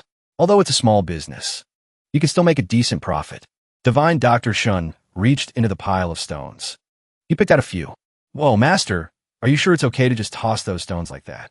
They look really valuable. Boston agreed. Indeed. My lord, you should probably take a closer look. No need. Father, give him the 200 taels of gold. Also, have someone bring over a few jade vials. A moment later, a servant brought the money and jade vials. Third young master. Your jade vials. Clink, clink, Thanks. He then picked up a spirit bloodstone. He held it close to the mouth of a vial and tapped it gently, as if cracking an egg. As expected, a drop of spirit blood, as red as fresh blood, dripped out. My luck is pretty good. A good start. Oh, wow. Master is amazing. He got 2 in a row. Divine Dr. Shun really managed to pick only the stones containing spirit blood. Just like Boss and Ting Ting. Drop by drop, the spirit blood fell into the vial. This is... Boston's eyes were wide open. He was beyond excited. My lord. He composed himself slightly. Then he began to speak effusively. You're about to strike it rich. This method of appraising spirit bloodstones is worth 1 million at the very least. With a business partner, the value of these spirit bloodstones could be multiplied many times over. Work with me. My lord. What a stroke of luck. If Lord Shun is willing to partner with me, we can extract all the spirit blood marrow from this entire batch of stones. The rest can be returned or sold off. Just from that price difference, we could make a huge fortune. I can tell at a glance that you're a professional, my lord. So you must understand how important this batch of stones is. Besides, your esteemed sect has only just emerged in this 8 cultivation world. If you and I cooperate, I can help you prepare all sorts of secret cultivation techniques. It's a profitable deal. This is a massive opportunity for mutual benefit. Boston, you're quite the risk taker. How do you know this isn't just some sleight of hand? I've traveled far and wide for many years. I may not be an expert in other things, but I'm confident in my judgment. I wouldn't be mistaken. I'm not so blind that I can't tell if your skills are real or fake, my lord. Well, I must thank you for thinking so highly of me. Boston indeed. Lord Shin must have deliberately revealed a bit of his skill to me for more than just showing off. If a technique like this were displayed before a major sect, it would immediately draw attention. Since Lord Shun doesn't want to join a major sect and is establishing his own, he clearly has his own ambitions. In that case, a new sect that hasn't yet found its footing in this new world will definitely cooperate with me. My lord, you are truly formidable. I am in awe. With this skill alone, you could travel the world, my lord. I won't waste any more of your time with idle talk. As long as you agree to teach me this skill, I will supply all the spirit blood marrow your manor needs from now on. He's really a big shot. Third brother. Our manor doesn't have much money left. Spirit blood marrow is truly a treasure. Do you think we should? Unfortunately, this skill is rather special. Only I can use it. You wouldn't be able to learn it. Besides, if you were to supply all the spirit blood marrow chi sword manor needs, it wouldn't even take 30 years before you'd be utterly bankrupt. That's a real shame. But bankrupt? The largest sects in the 8 cultivation world currently use no more than 20 to 50,000 drops a year. And he says I'll be bankrupt in less than 30 years? How is that possible? Moreover, if I could learn the art of appraising spirit bloodstones, how much money could I make from each deal? Why would I care about such a small expense? I see. If that's the case, then there's only one other way. Each time, I will select a shipment of goods. Then I'll bring it to your manor and ask you to appraise it, my lord. After that, we'll split the profits. You take 30%, I take 70. How about it? Unexpectedly, third young master Shun countered directly. I want 50%, a full 50%. Furthermore, I'll be in seclusion for cultivation. I'm very busy. Therefore, I can only come once every 3 months. A transaction once every 3 months? If I bring 30 to 40,000 spirit bloodstones each time, I could get 3 to 4,000 drops of spirit blood marrow. A single order would net a profit of 100,000 taels of gold. Even if we split it 50-50, I'd still make over 200,000 taels of gold a year. He reluctantly accepted. It seems you're quite the businessman, my lord. 50-50 it is. I agree. You're very easy to talk to, bossin. Then it's settled. For our first collaboration, as a sign of goodwill, how about you give me this batch of spirit-tempering pills as a gift? Also, in this shipment of yours, there are 3 dust-covered 9 void pills. I'm sure you can't do anything with them. As for the various medicinal items like the strength pill and the marching powder, take a portion and charge half the price on the list. The list, if it's half price, what profit is there for me? And I have to give away so many treasures for free. No, calm down. I must be calm. And D-Few, think carefully. This Shunjini is a big client. But is he worth investing so much in? Isn't the most important thing for a merchant a nose for business opportunities? I'm probably the first person to know about the method of appraising spirit bloodstones. Information is the most important thing in business. Rest assured, Baron, even if you didn't say it, I should have shown my sincerity with things like the spirit tempering pill. The strength pill is one thing, but the 9 void pill. But what about the 9 void pill? Are you going back on your word before I've even finished speaking? Huoloa quickly spoke up for her master. The Baron is knowledgeable. You must know that the 9 void pill can turn the true chi in the body from void to real. It has a great effect on advancing one's realm, but this item is a taboo. Not everyone can use it casually. Bossins seem to have good intentions, giving such a warning to the main character. If the drinker's spiritual soul is not strong enough, they cannot control the mutual transformation between essence and chi. The effect will be completely different. It might even cause one's realm to regress. Regress. You have just arrived in Bashio. Therefore, I believe it is still too early for you to possess the 9 void pill. If Shun Jini interrupted him. I know, but you don't need to worry. Just pick out some other goods. Just give me these 3 9 void pills. Hey. Shin Shou and Huolao were both frightened by the news just now. Obviously, they would be endlessly surprised to see Jini so calm. And D-Few sighed in defeat. All right then. I still can't win against you, Baron. Here are the 9 void pills. As he spoke, he took out 3 pills from his bag. Jini took them. D-Few didn't forget to give instructions. Baron, I must remind you one more time. The 9 void pill has a very potent medicinal effect. Take 1 pill every 3 days. Only after the medicinal effect of the first pill has been fully digested should you take the second one. Otherwise, what? Let's go, Chu Hua. Hey, yes. Chu Hua turned and pushed her master forward. And D-Few and Shun Shou looked at each other, speechless. That's why I said don't look at me. Those two are just like that. Back at the Chu Sword Small Bamboo, Jini took out a 9 void pill and examined it thoughtfully. Huolao beside him asked curiously, Master, are you planning to eat this pill directly? Didn't you teach that the path of martial arts must be followed step by step? Moreover, isn't Granny Chihua also in a hurry? Jini put the pill back into the vial. Miss Huolao was pleased, thinking she had persuaded her stubborn master. It's indeed better to be cautious. I knew that master wanted this treasure so early only because he was afraid that greedy merchant would raise the price later. Not because, whoa, you're drinking all 3 pills at once. Jini remained as calm as ever. Don't be so surprised. Push me to the base of the osmanthus tree. But, no matter how you put it, eating 3 pills at once is too dangerous. Huolao suddenly laughed foolishly. Well, wait. I trust you, master. If anything happens, Huolao seemed to have a jinxing mouth. As soon as she finished speaking, something happened. Shinjini's hair turned white. His face became gaunt. His breath was cold. His lips were dry and cracked. It's bad.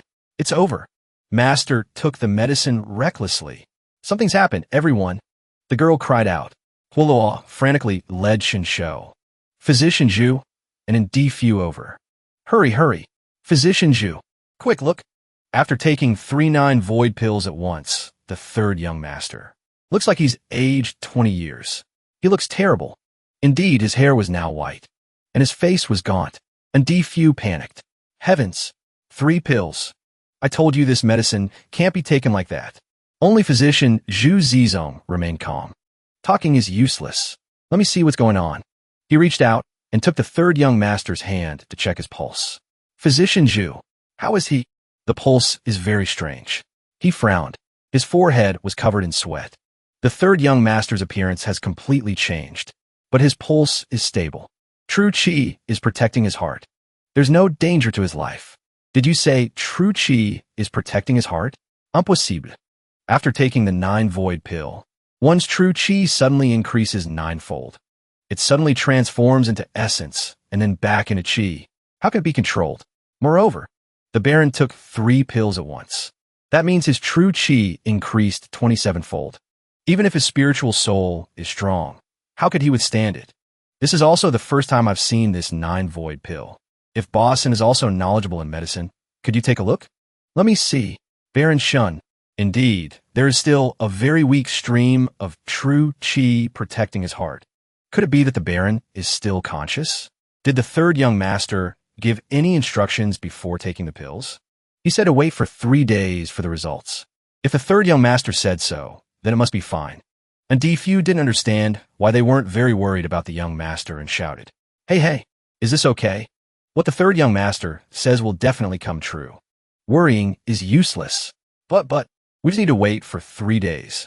At this moment, in the main character's consciousness, streams of true Qi were constantly restructuring his body.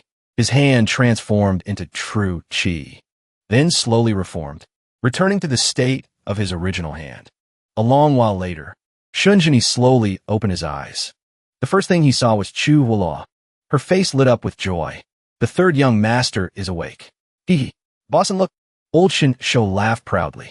The third young master looked around. He found a basin of ice cubes next to him. This is, Huoluo quickly said. It's ice cubes. Because the third young master's body was really, really hot. So I asked Boston to get some ice cubes to cool him down. To be honest, these past 2 days, the third young master almost burned down the entire backyard. It was really scary. So that's what happened. I was careless. As he spoke, he struggled to stand up. I thought it was just a small matter, but I didn't expect to make my father and everyone so worried. He was standing completely on his own 2 feet. Boston also stared at him in a daze. Don't worry. I won't do it again. Baron, your legs. He. Isn't it amazing? Is it by channeling true Qi down to make the legs move normally? I've seen this before. No, this time it's not. How is it wrong? Huoluo shouted, using the 9 void pill to refine essence into Qi, and then refining Qi into essence. The essence and blood of the entire body have recast the meridians in all areas. Of course, this is nothing. It's time to say goodbye to this old friend I've used for over a year. So that's how it is. I didn't expect the 9 void pill to have such a miraculous effect. But this method of recasting with essence and blood is still a dangerous one. Not something an ordinary person would dare to attempt. I've been doing business in Bashio for over 30 years, and I've met quite a few characters, but this is the first time I've met someone like Baron Shun. I made the right choice coming to the abandoned Sor Manor this time. All right, Juhulu, prepare to go with me to the Xian sect. We're leaving so soon, master?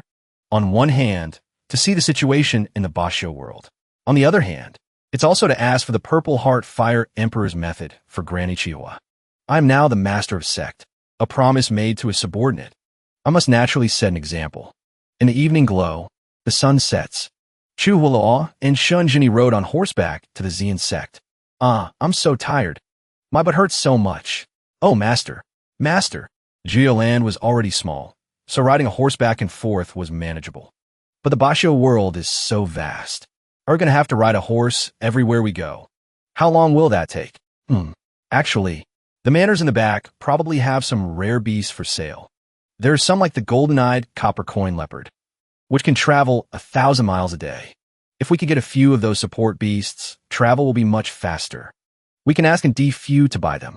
Of course, if you can cultivate to the higher realms beyond the 4th level of the true human martial path, you can learn the higher realm of the air riding technique. The more true chi you have, the faster you can ride the air. Riding technique. At that time, a 1,000-mile journey can be completed by evening. Air riding. That sounds amazing.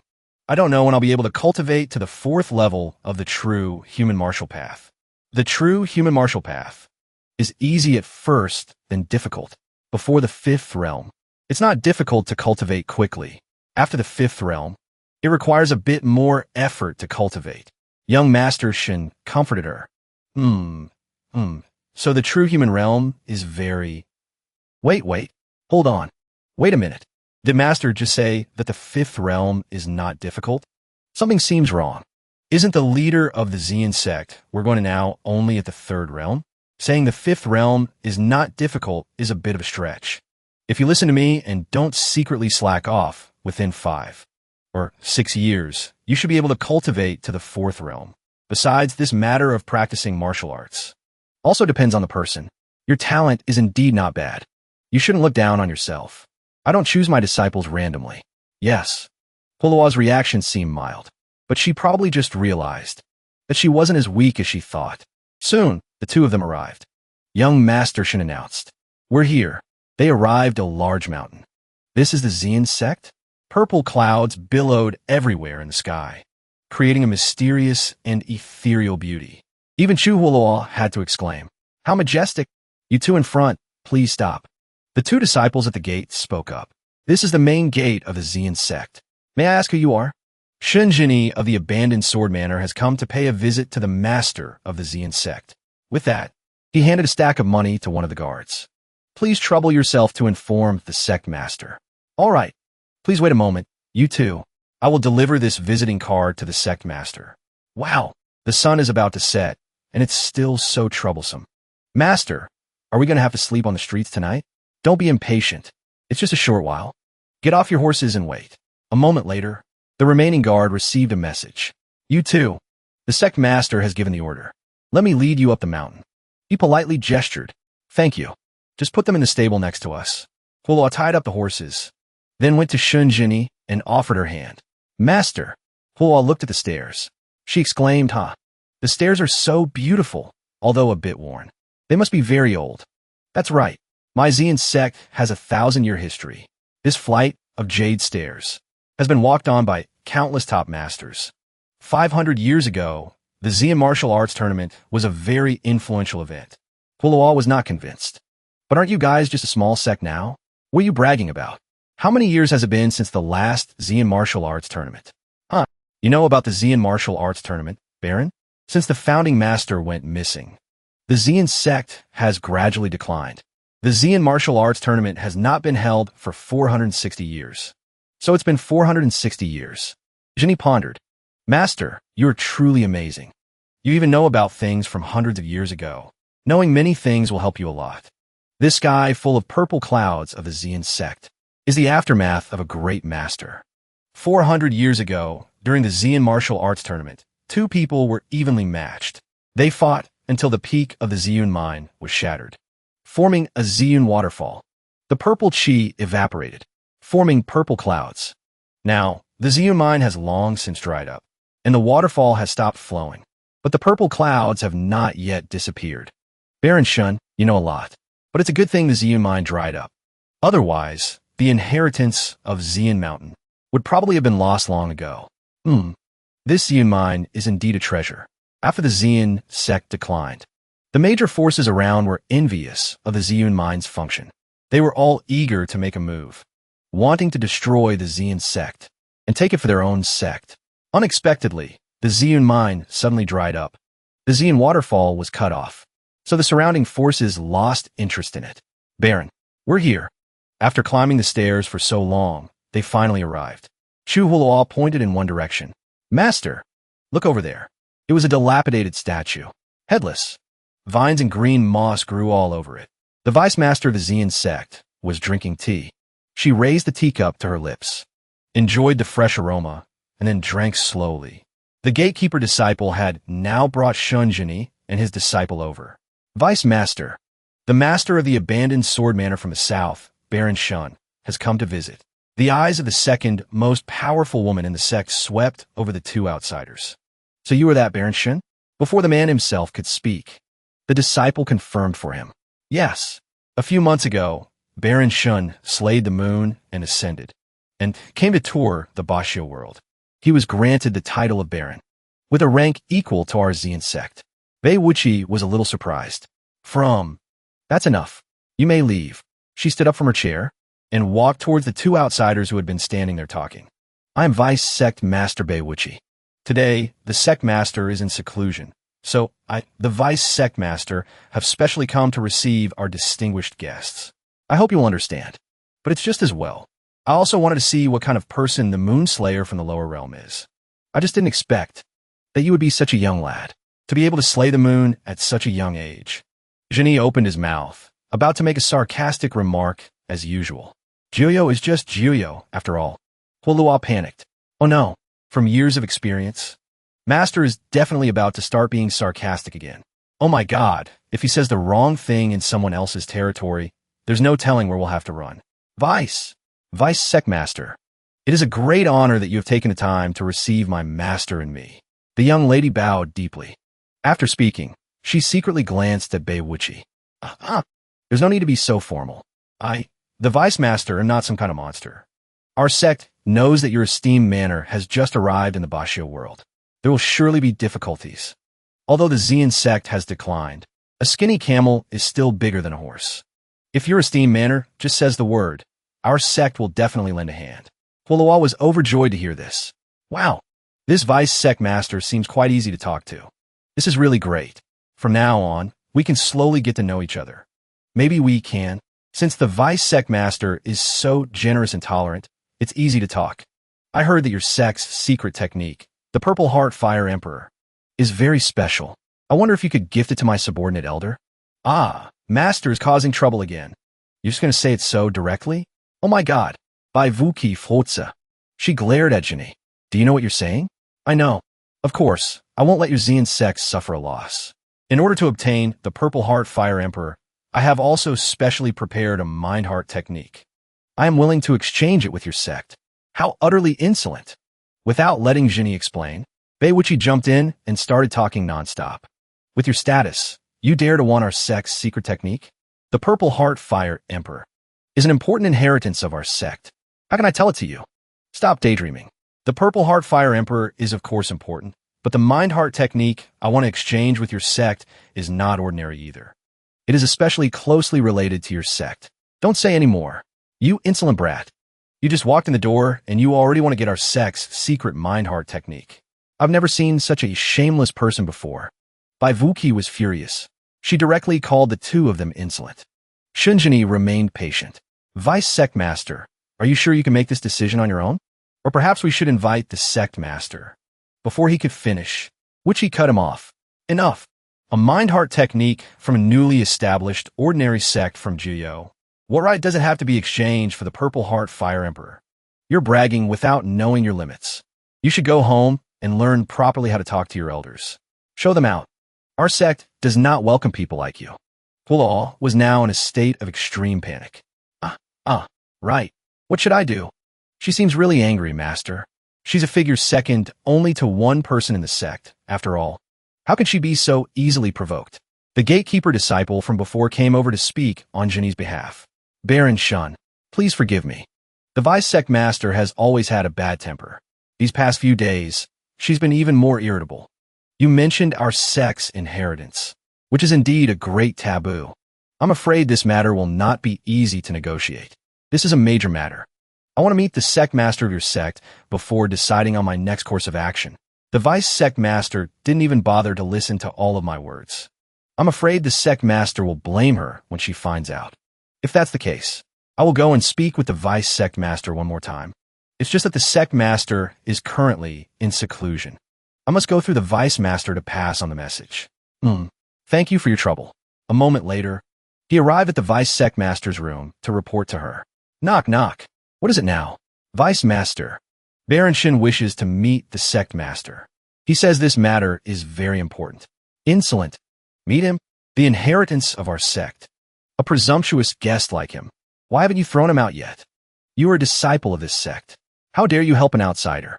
The disciple was frightened and quickly apologized. I wouldn't dare. Give the order. Deploy the Xian 6 Absolutes formation and drive that Baron Shun, or whatever his name, is down the mountain.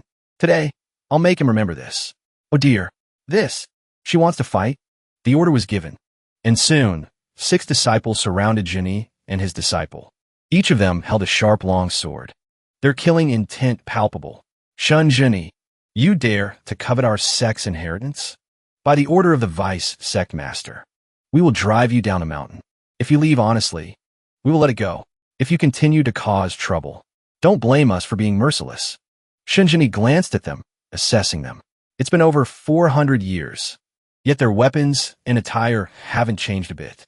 All right, in that case, let me see how much power the Xian 6 Absolutes formation still holds after 400 years. If that's the case, then I'll test how much power the Purple Fire 6 Absolutes formation has after 400 years. What insolent disciple dares to be disrespectful to our sect? Fellow disciples, let's capture this person together and hand him over to the sect master for punishment. The group of disciples shouted in unison. They seemed quite imposing.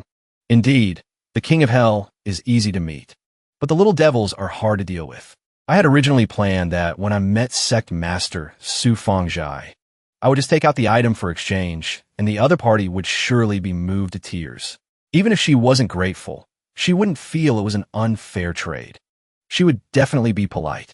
But Vice Sect Master Beiwuchi, because it didn't concern her, was extremely bored and wanted to drive us down the mountain. These disciples, in order to curry favor, even said they wanted to capture us. Jinni laughed faintly. After all, it's been 400 years. As soon as he finished speaking, a disciple rushed forward. His left hand formed a seal, and his right hand channeled power into the tip of his sword, sending out waves of purple true chi. Master, be careful. Jinni closed his eyes and calmly replied, It's fine. He lifted his foot and tapped the floor lightly. True chi shot out around him, rushing towards the golden-haired disciple. What? The Xian has been broken?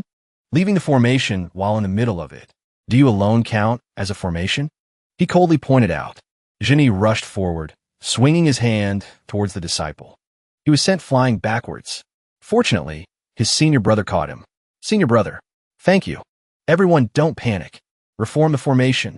Jinni reached out and lifted Hula, throwing her out of the formation. Whoa, Master, you're using your own strength to fight against us? That's right. Is there a problem? A confident smile appeared on Jinni's lips. He laughed in the faces of those disciples. The purple-haired one who seemed to be the leader was angry.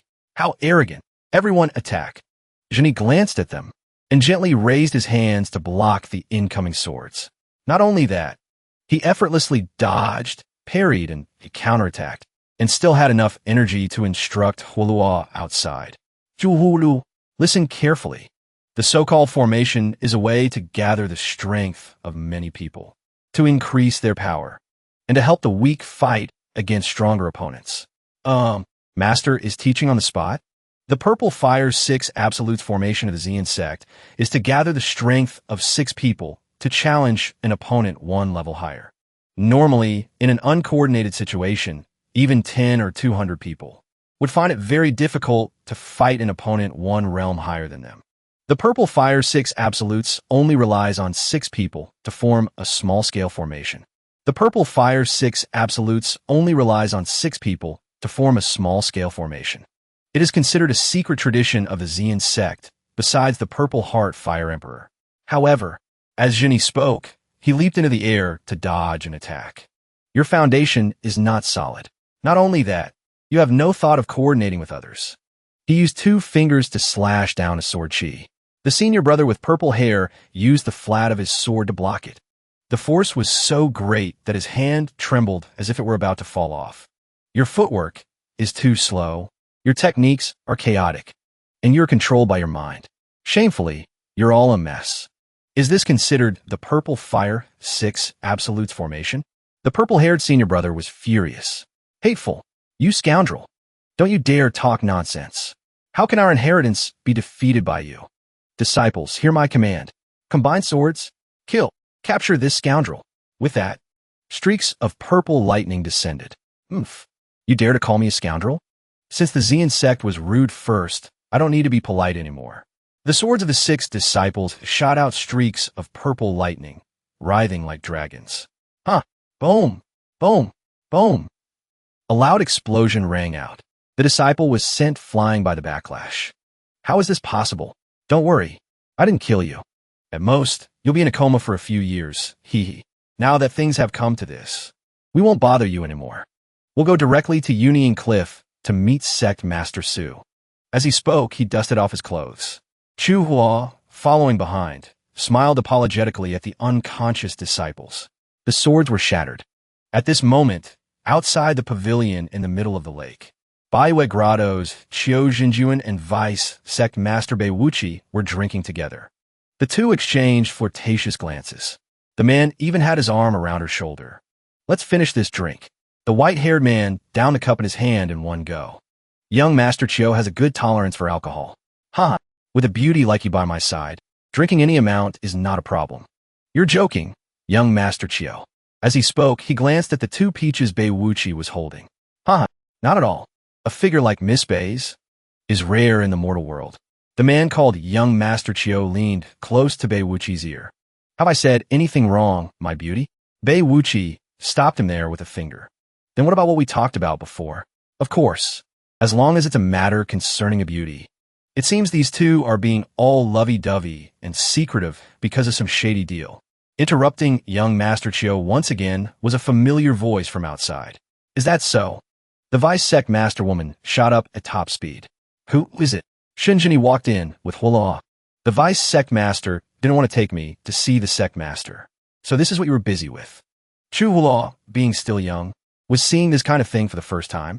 She blushed and covered her eyes with her hands. Her mouth could only manage a few giggles. You have your disciples block outsiders, while you yourself are having fun in the backyard. What a fine Vice Master. Insolent. The Vice Master couldn't take it anymore. She directly threw the wine cup in her hand towards the main character. The wine in the cup flew out, and with the hidden true chi within, it transformed into a stream of water blades. Don't blame me for being merciless, but our main character wasn't surprised at all. The Sanshiwa hand technique? It's got some skill. Unfortunately, it's too weak. As he spoke, he reached out and caught the stream of water blades. Reverse. He caught it, strengthened it with his own true chi, and turned it into a spear. It flew straight towards Bei Wuchi. You. Do you really think you can hurt me with my own sex technique? Bei Wuchi was smug, not noticing that the bottom of her skirt had been hit. A large section was torn. Vice Sect Master. Look down. Hulua kindly reminded her. You, Shunjini. You've gone too far. You dare to humiliate me. This isn't over. Bei Wuchi blushed like a young maiden and threatened him. Humiliate? You still have a sense of shame? Young Master Chiu couldn't watch anymore. He stepped forward bravely to protect his lover. Shunjini, Baiwei Grotto's Chiu Jinjuan is here. I hope you will conduct yourself with dignity. Don't force me to act. Shunjini and his disciple walked straight past him. Never heard of you. The white-haired man was shocked. Never heard of me. Very well, kid.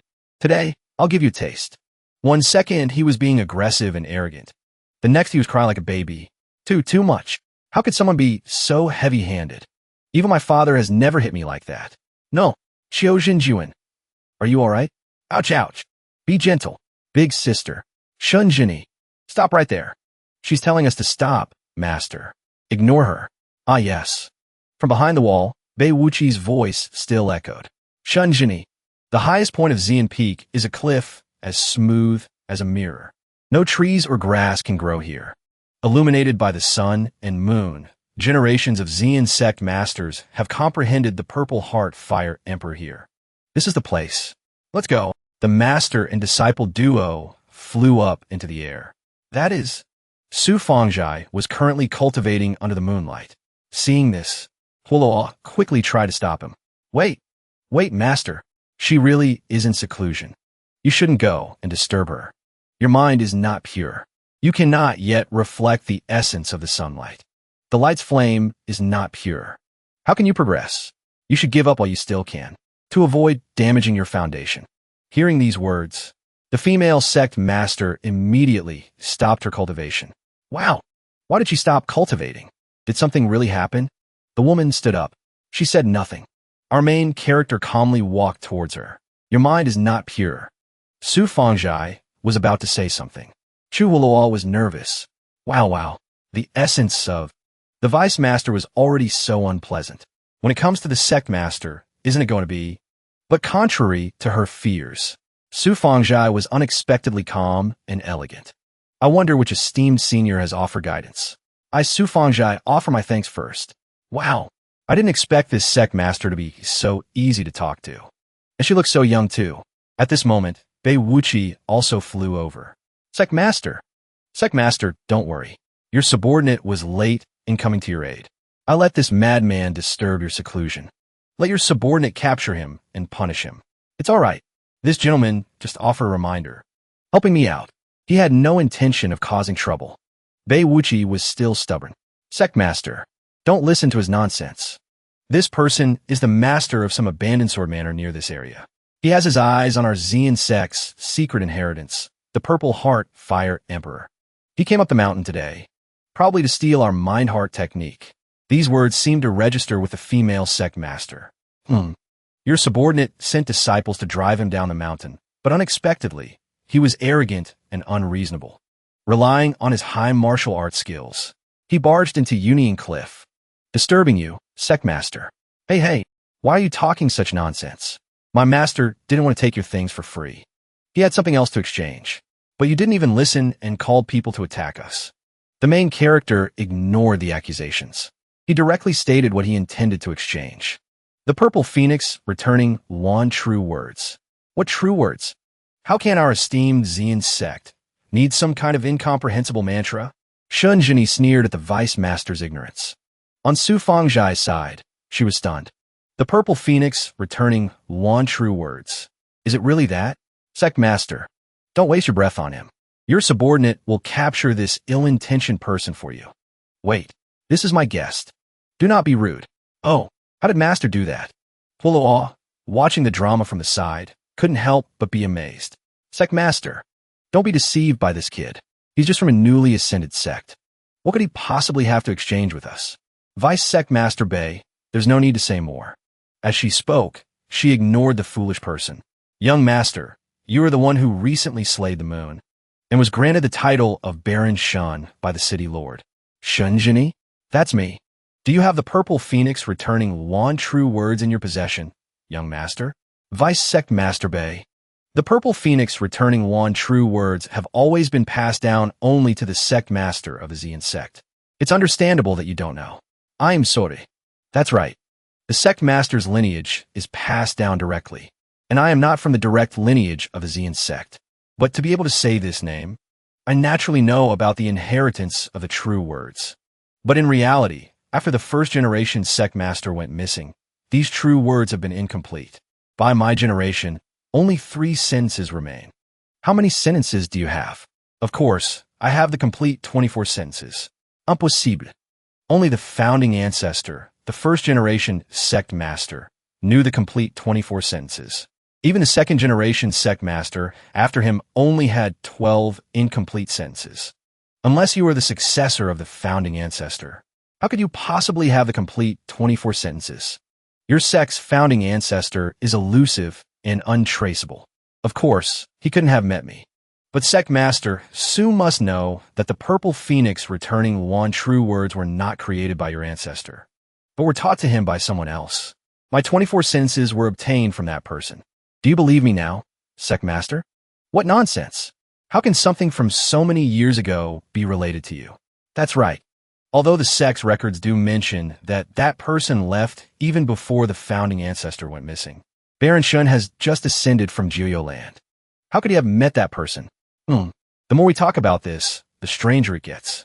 The sect master may not believe me. Then let's talk about something else. The Purple Heartfire Emperor is indeed a powerful technique, but in recent years, the Xian sect has gradually declined. Cultivating the Purple Heartfire Emperor is like going through all kinds of torture in hell. Every day of cultivation is like jumping into boiling oil and fire. Even someone with an extremely strong will cannot persist in cultivating this technique for long. Therefore, it is very difficult to cultivate the Purple Heart Fire Emperor to the great success realm. The first generation sect master of the Xian sect was initially gifted the Purple Phoenix, returning Luan true words by a great master. Thanks to these 24 true words, he gradually resolved and then completely avoided the suffering of the burning flames of the Purple Heart Fire Emperor. He became a great master. It's just that the first generation sect master left without a word. Although the sect's inheritance was preserved, that true words technique was lost from then on. This is also the reason for the tragedy of the Xian sect. Without the complete Purple Phoenix returning one true words, cultivating the Purple Heart Fire Emperor is truly not easy. The decline of the Xian sect to this extent is not the fault of Sect Master Su. On the contrary, as long as the Sect Master obtains these complete true words, when cultivating the Purple Heart Fire Emperor, you will no longer have to endure the pain of being burned by fire. With its help, the Sect Master can easily break through to the next martial arts realm. Sect Master, please consider it. Don't listen to this scoundrel's nonsense. Sect Master Su. I have said all that needs to be said. No matter what, this opportunity is right in front of you. I can only tell you that the 24 sentences of the Purple Phoenix returning one true words in my hand are genuine. How you choose? I hope you will decide for yourself, Sect Master. Sect Master Su thought for a moment. Then she asked, You want to exchange the Purple Phoenix returning one true words for the Purple Heart Fire Emperor? That's right. I wonder what the Sect Master thinks. Quick, quick. The disciples rushed to the mountain peak to watch the show. The guy from the abandoned sword manor has already broken into Union Cliff. The vice master is already there. This person has ill intentions. Let's invite the elders to Union Cliff as well. So, young master wants to exchange the Purple Phoenix returning one true words for the Purple Heart Fire Emperor? That is correct. Sect Master. Vice Sect Master Bay was sweating profusely. She thought for a moment. Currently, I can still use my cultivation to suppress the suffering of the burning flames from the Purple Heart Fire Emperor. But the hidden heat poison in my body cannot be pushed to a later stage. If this continues, I will definitely not be able to hold on. If I can obtain those Purple Phoenix returning one true words, I can definitely take another step forward. This will elevate the Purple Heart Fire Emperor to a higher realm. At that time, the great position of the Xian sect will no longer be the same as before. Let's go with Baron Shun's wishes. As long as the Baron imparts the Purple Phoenix returning one true words to me, the secret inheritance of our sect will be yours. By Vuki Penict. Sect Master, he must be trying to trick you. You absolutely must not fall into his trap, seeing himself being slandered like this. Shun Jinni sighed in exasperation. Then he decided to recite 2 sentences from the Purple Phoenix returning one true words. The purple fire flows, yet its branches have no way to transform into 3 parts. It's the Purple Phoenix returning one true words. Moreover, they are the 2 missing lines of our sect's mantra. Sect Master Su was stunned. Bei Wuchi saw this and ran over to shake her senior sister. Sect Master, please reconsider.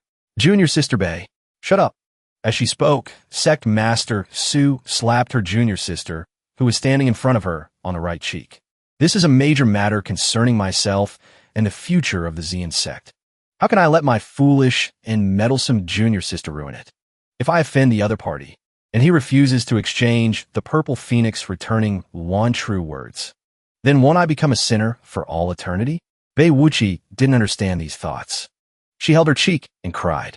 Sect Master, you dare to hit me? This is the first time I've seen Sect Master Su so angry. The disciples, the crowd of onlookers, were watching the good show from behind and whispering to each other. So the Sect Master can get angry too. Am I late? What's going on? It seems this Baron came to discuss a major matter. The Vice Master didn't know, so she insisted on driving him away.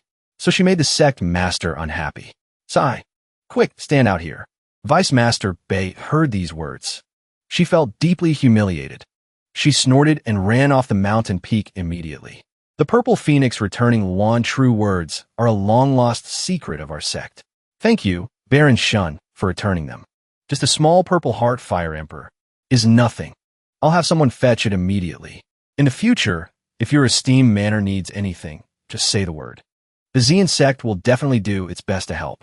Shunjini took out a book from his sleeve. No need. These are the 24 sentences of the Purple Phoenix returning one true words, personally written by me. Sectmaster, you can check them. Miss Su read through it and discovered truth. This is real. This Baron Shun. Transmission Elder. Go and fetch a flame core of the Purple Heart Fire Emperor. The Elder hesitated. Sectmaster.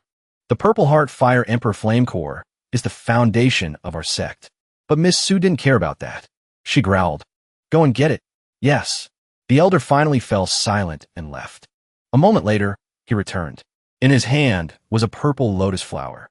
It was as beautiful as if it were made of crystal. Inside was something blue. That is the Purple Heart Fire Emperor.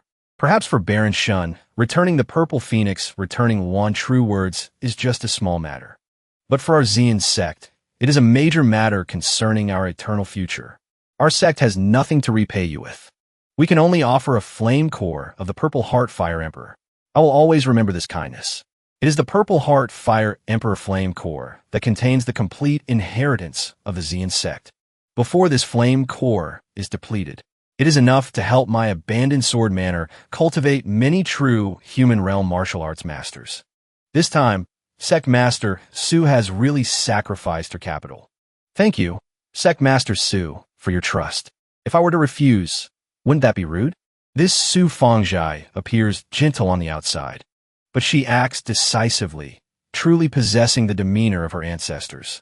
Shunjini commented, in the future, the Xian sect will surely have a chance to rise again. On the other side, Vice Master Bei returned to her room. She threw open the door in the most brutal way possible. She, with her face swollen on one side from being slapped, went to find a white-haired man named Xiao, who was also covered in bandages from being beaten up by Shunjini. Young Master Qiao, have you caught that kid yet? Young Master Qiao, listen to me. The sect master treated that Shunjini as an honored guest. She didn't distinguish between good and bad, and even hit me. How could I dare to capture him? Honored guest. Isn't it me who came to your Xian sect as a guest? I was beaten by someone, and your sect master not only didn't get angry for me, but also sided with him. Is she trying to disrespect my Baiwe? I have to go back and tell my father. That's right. I don't know what kind of bewitching soup that kid gave the sect master. Although it seems I forgot to tell the sect master that young Master Chiu was beaten, it seems I can use this. If your esteemed father finds out about this, he will surely be furious. It will implicate our Xian sect as well. It's fine. Don't worry. This has nothing to do with you. I will definitely have my father come and talk to Sect Master Su. We must grind that kid to dust. Only then can the hatred in my heart be appeased. As she spoke, she smiled slyly. Hee, Shunjini. I will make you die a restless death. At a peak of the abandoned sword manor, a pillar of light was erupting, shooting straight into the sky. It was Chu Wulo. At this moment, she was concentrating all her strength on her cultivation. On the other side, her grandmother and young Master Shun were calmly drinking tea in peace. To break through to the peak of the third level of the true human martial path within 3 years. Not bad. Ever since this child started following the third young master, her cultivation has become much more diligent. Now her cultivation has surpassed even mine. It seems the third young master really knows how to teach. At this moment, Shun Shou walked over from behind. Manor Master Shun, I truly admire you. You're too modest, Granny Chihua. I heard that you previously integrated your martial arts with the true human martial path and stepped into the first level of the true human martial path. Congratulations. Congratulations. I must thank the third young master for his help. Memories from 3 years ago returned. The third young master returned from the Xian sect and gifted me the Purple Heart Fire Emperor Flame Core. Only then was I able to surpass the mortal martial path realm in this lifetime. Young Master Shun picked up the purple lotus and scattered them into small pieces. He sent them towards Granny Chihua. The Purple Heart Fire Emperor is the inheritance path of the Xian sect. It can be fused with Granny Chihua's divine fire art, True Chi. Envelop it with your true Chi. And fuse with this flame core to comprehend the inheritance within. A piece of the purple lotus entered Granny Chihua's body. The martial arts inheritance of the Xian sect within the Purple Heart Fire Emperor Flame Core is a complete generation. It is enough to illuminate my path on the true human martial path cultivation in the future. A small flame core is enough for me to comprehend for a lifetime. After Granny Chihua has fully comprehended it, she can also pass it on to her disciples, forming her own line of inheritance. Thank you, third young master. The remaining part will be temporarily stored in the warehouse. In the future, if a disciple of the Liang Manor or one who joins the Abandoned Sword Manor achieves great merit or cultivation success, it can be used as a reward. Chihua took the vial containing a part of the flame core. Huolua stared at the remaining petal in young Master Shun's hand. Master, what are you going to do with the remaining part of the Purple Heart Fire Emperor Flame Core? Shunjini looked at Huolua, and this child also sensed a rather ominous premonition. Jinny thought for a few seconds. This child also cultivated the divine fire True Chi on the path of the mortal realm cultivation. It's perfect to use this Purple Heart Fire Emperor Flame Core to solidify her foundation. After switching to sword techniques in the true human realm, her cultivation will be 10 times more effective. And I'll save myself the effort of nurturing her. And Chuhulaw was now trembling. Master, don't look at me like that, please. Chuhulu, grit your teeth. There. Shunjini launched a palm strike. The petal flew and entered Huolua's body. Master, what did you do? I used my sword chi to transmit the purified Purple Heart Fire Emperor Flame Core into your body to help you improve your cultivation. From now on, you will go into seclusion with me behind the mountain until you have finished refining the Purple Heart Fire Emperor Flame Core. Otherwise what? You will explode and die. Chu Huoluo was horrified. Master, you tricked me. Back to the present. Chu Huoluo retracted the pillar of light. It seemed her cultivation had ended. Chu Huoluo slowly opened her eyes. In her eyes, 2 small, sparkling flames flickered in her pupils. She was excited. I've finally finished refining the Purple Heart Fire Emperor Flame Core. The day I become invincible is not far away. Ha ha. All right, you're being too noisy. Master, look, I'm now at the peak of the 3rd level of the true human martial path. Shinjini smiled. Not bad. The effects of the Purple Heart Fire Emperor Flame Core have been mostly refined. Really, praising others so reluctantly. Cold on the outside, warm on the inside. Master, why do I feel like you're very familiar with the Xian sect? And where did you get that secret true words? The matters of the world. Even if I told you about the strange and bizarre things, you wouldn't understand. When the time comes in the future, you will naturally know everything. For now, you just need to know that. What I know surpasses what you can imagine by 100,000 times. Then isn't that knowing everything? Huolua's eyes were filled with admiration. Then I must stick close to you. Back in the room, Chu Huolua immediately reported. Master Lu Ru is here. Greetings, 3rd young master. We haven't met in a few years. Are you well, old master? Master Lu Ru is old. The possibility of him breaking through to the true human realm is very small.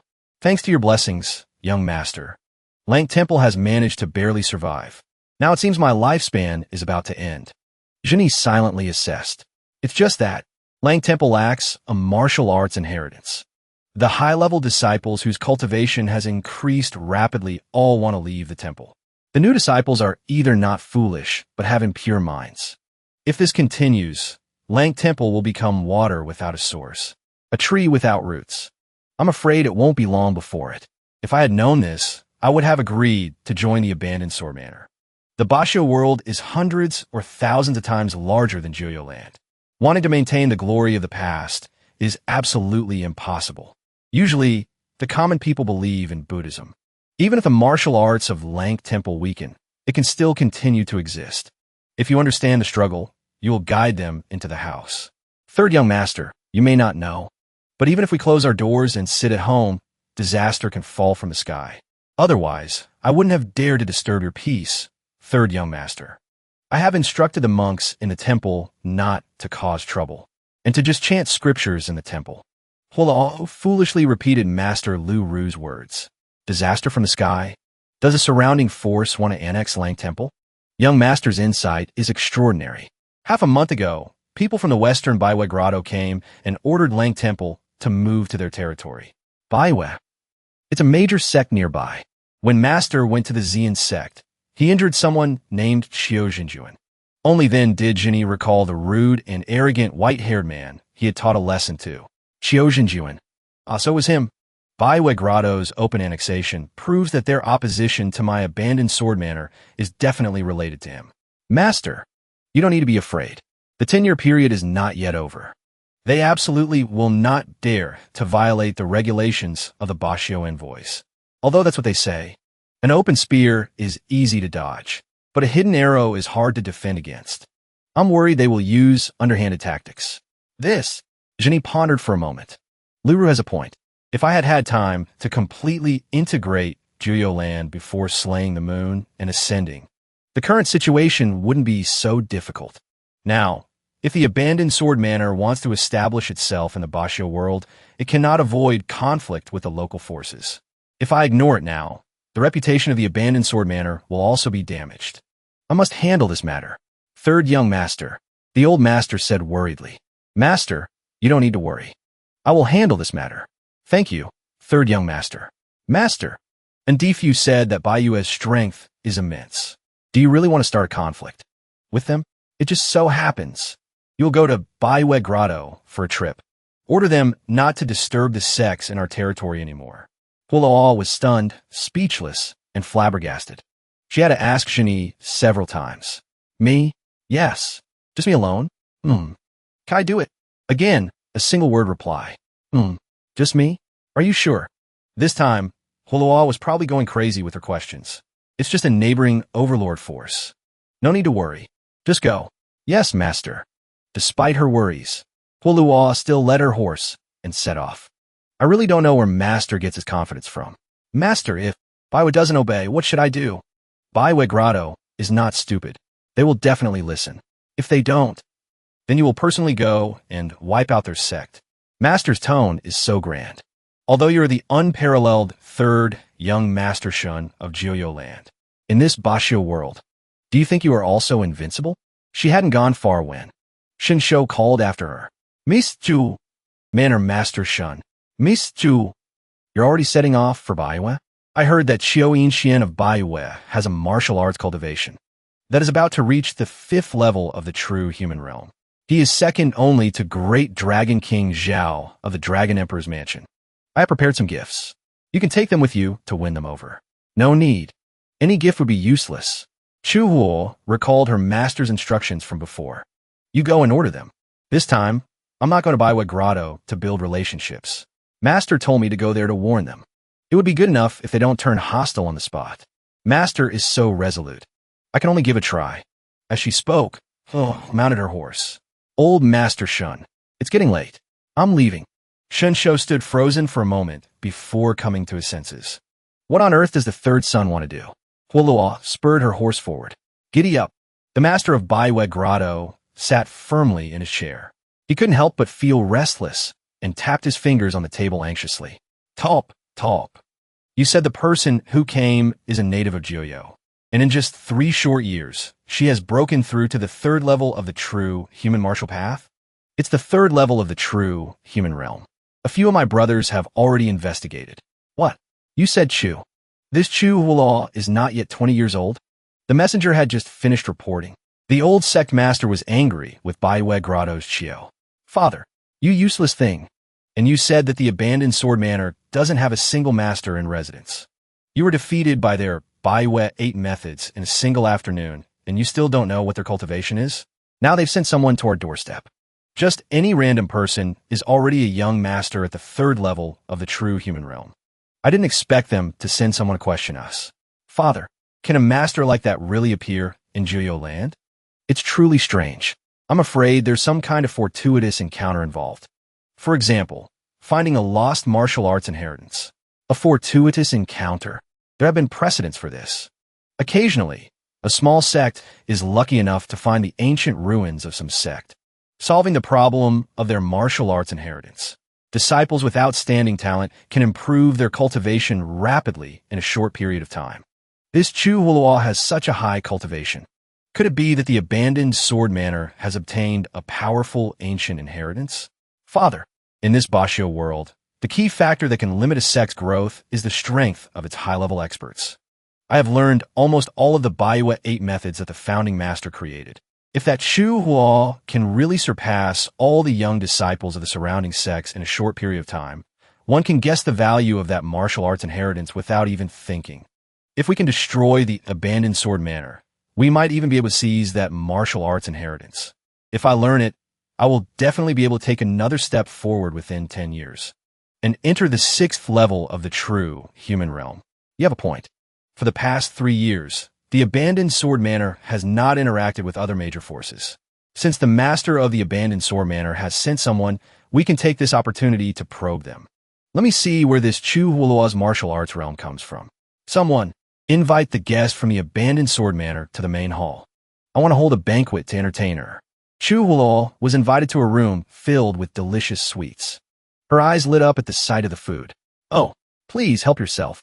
Are all these things to entertain me? Then I'm embarrassed. What's there to be embarrassed about? She directly picked up a bowl of ice cream and ate it. As the spoonful of ice cream reached her mouth, Hulua seemed to realize something.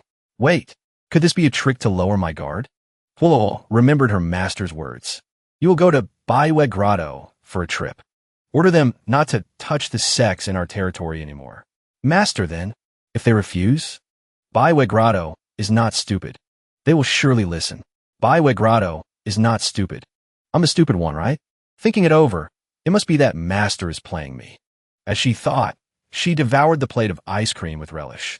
But the ice cream is really good. While she was enjoying her food, someone arrived. Finally, someone is here. It's him. Chu Hulua turned away. In her heart, she prayed. Don't recognize me. Don't recognize me, she repeated twice. So you're Chu Hulua. We met once at the Xian sect. I've been recognized. This person is really petty. He, young Master Chio, is magnanimous. Those 2 days at the Xian sect. My master didn't know you, young Master Chio. It was all a misunderstanding. Chu Hulua said sweetly. That day, I was beaten by you in front of others, which created a mental demon, causing my cultivation to not progress at all. And you still expect me to be magnanimous? Today, Miss Chu has made astonishing progress. I am no match for you. What else can I say? I wonder what brings you here this time. This fellow is clearly angry. If he hears what Master instructed later, will he turn hostile? I'm so sorry. Little Hulua thought to herself. However, she directly stated her request. The small sects in the territory of the abandoned sword manor have reported that your esteemed sect has people who want them to join Baiwe Grotto. I wonder if this is true. My Baiwe did not directly attack the abandoned sword manor. Even the Bashio envoys would have nothing to say. Are they going to come to our door to question us? Are they really planning to come and hold us accountable? I like to see what Chi Sword Manor is really relying on. With that, he arrogantly admitted it. That's right. So what? His attitude scared Hulua to death. What do I do? This guy is just as arrogant as Master. If we could both take a step back, this might be easier to resolve. But right now, I'm the one being backed into a corner. Since it's come to this, I have no choice but to say it. My master has spoken. He orders you to stop harassing the subordinate sects of Chi Sword Manor. If you do it again, he will personally come and wipe out your moon worship grotto from top to bottom. You are not to harass the subordinate sects of Chi Sword Manor. If you do it again, he will annihilate the entire moon worship grotto. Hulua mimicked her master's tone. She declared it fiercely, but her words were met with young Master Chio's laughter. Excellent, excellent. He burst out laughing. Ha ha ha. I am doomed. I'm really doomed. Hulua panicked. Master, if I die here today, you must avenge me. That was all the invitation he needed. Young Master Chio moved to attack Hulua. The moon-slaying man has quite the nerve. Does he really think he can still act like a king and rule over everyone as he did before? If you provoke me, if you anger my moon worship grotto, an unprotected Chi Sword Manor will be nothing but a bubble in 7 years' time. A wise man doesn't stand under a crumbling wall. Retreat is the best option. Hulua made her decision. I've delivered the message. Whether you listen or not is up to you. I have other business. I'll be taking my leave. No matter what, I've completed my mission. At least I have something to report back to Master. But Holoa was still reluctant to leave. It's just that the object of her reluctance was those sweet snacks. Young Master Chiu suddenly called out to her. Wait, since Miss Chu dares to come to my moon worship grotto and say such things, you must possess astonishing skills. You won't be leaving so easily without showing us a little something. As I thought, we still have to fight. Since young Master Chiu is in the mood, let's have a little spar. We'll stop when we've made our point. How about it? Nonsense. You're already at the 3rd level of the true human realm. I'm only at the 2nd. Miss Chu, you have outstanding talent. To have such a cultivation level at your young age, I'm certainly no match for you. However, my moon worship grotto is not a place where people can just come and go as they please. You can't just leave whenever you want. The moon worship grotto has 3 great elders and 6 protectors. We can invite one of them to exchange a few moves with you, Miss Chu. If you can win, Miss Chu, everyone in the moon worship grotto will bow and see you off. We won't dare to make things difficult. But if you lose, Miss Chu, you'll have to leave something behind. Consider it the price to pay. What do you mean, leave something behind? Look, my eyes, or my hands. Chu Hua, try to calm herself. Calm down. Calm down. The moon worship grotto has a long history. Those elders and protectors must be at a much higher realm than me. What's the point of even competing then? Of course, we will send someone of a comparable realm to fight you, Miss Chu. Young Master Chiu raised his voice in anger. And Difu once said that the moon worship grotto is the 2nd greatest power after the Dragon King's mansion. The Northern Sword Sect, Yin Province. How could such esteemed elders and protectors have such a low cultivation realm? Could it be? May I ask, Elder, what level are your elders and protectors considered to be in the moon worship grotto? Young Master Chiu was so angry he could have coughed up blood. How dare you? The 3 great elders are masters second only to my father. 2 of them are at the 4th level of the true human realm. Elder Sidhu was only recently promoted, so he is temporarily at the 3rd level. The 6 great protectors are second only to the elders. They are all at the 3rd level of the true human realm.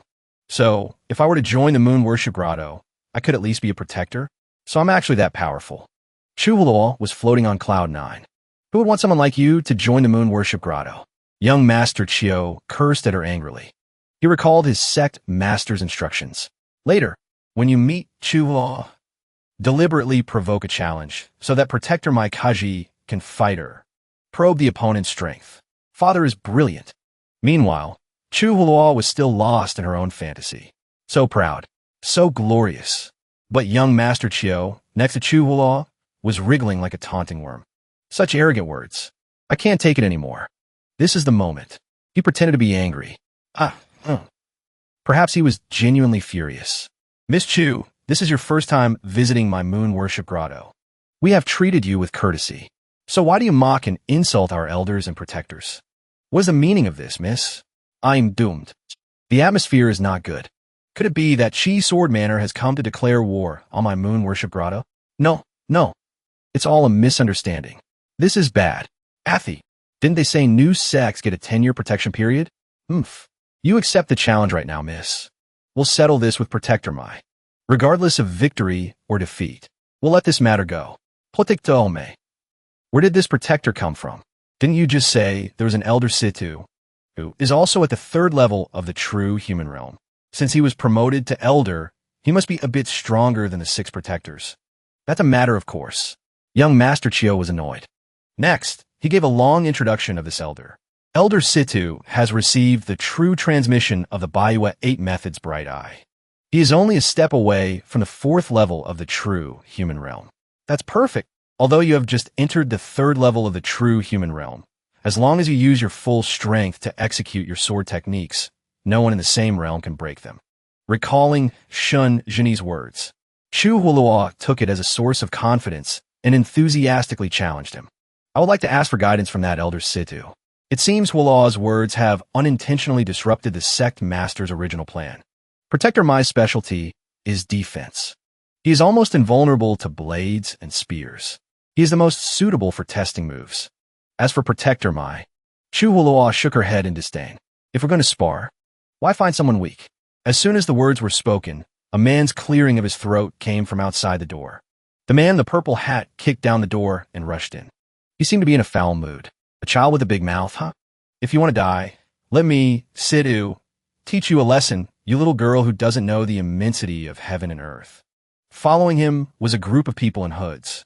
Surely the author isn't too lazy to draw them, right?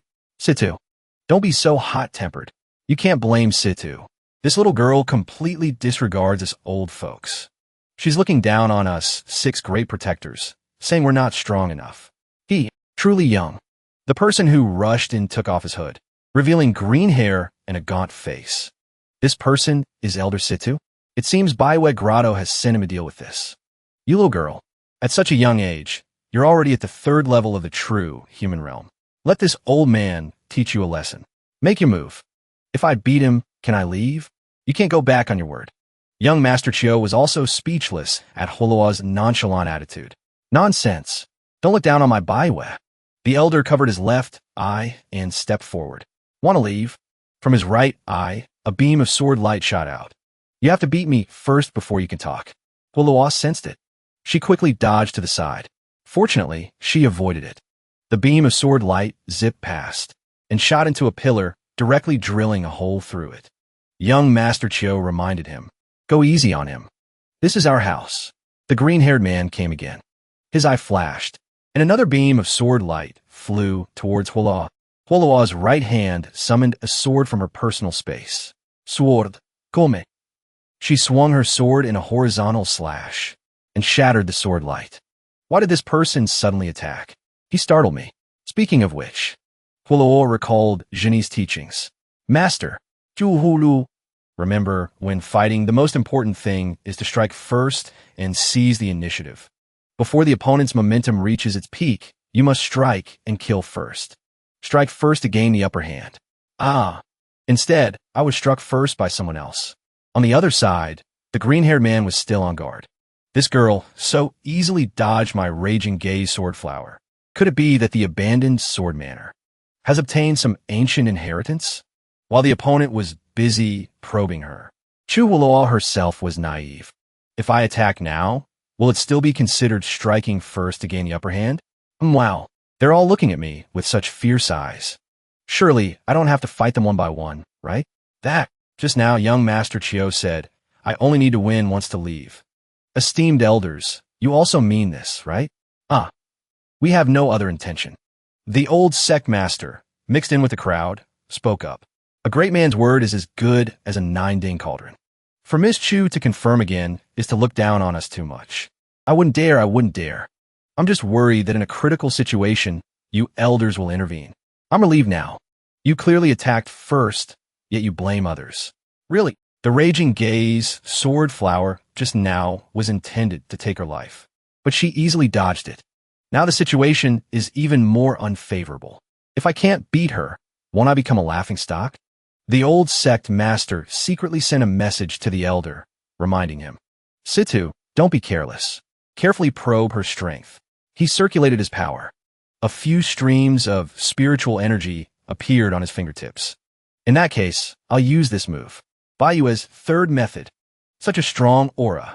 What kind of move is this? What move should I use to counter it? Chu Holoa didn't think much more. She directly gathered strength in her legs and jumped up. She slashed down while he was still executing his move. Hey, so fast. And this slash is very heavy. Her slash shattered the green-haired man's spiritual energy shield. This guy. I failed. I thought I was very fast. That was a failure. Were you planning to slash my head with one sword strike? Never mind. Again. Chu Holoa advanced, and with her sword, she unleashed a series of slashes towards the green-haired man.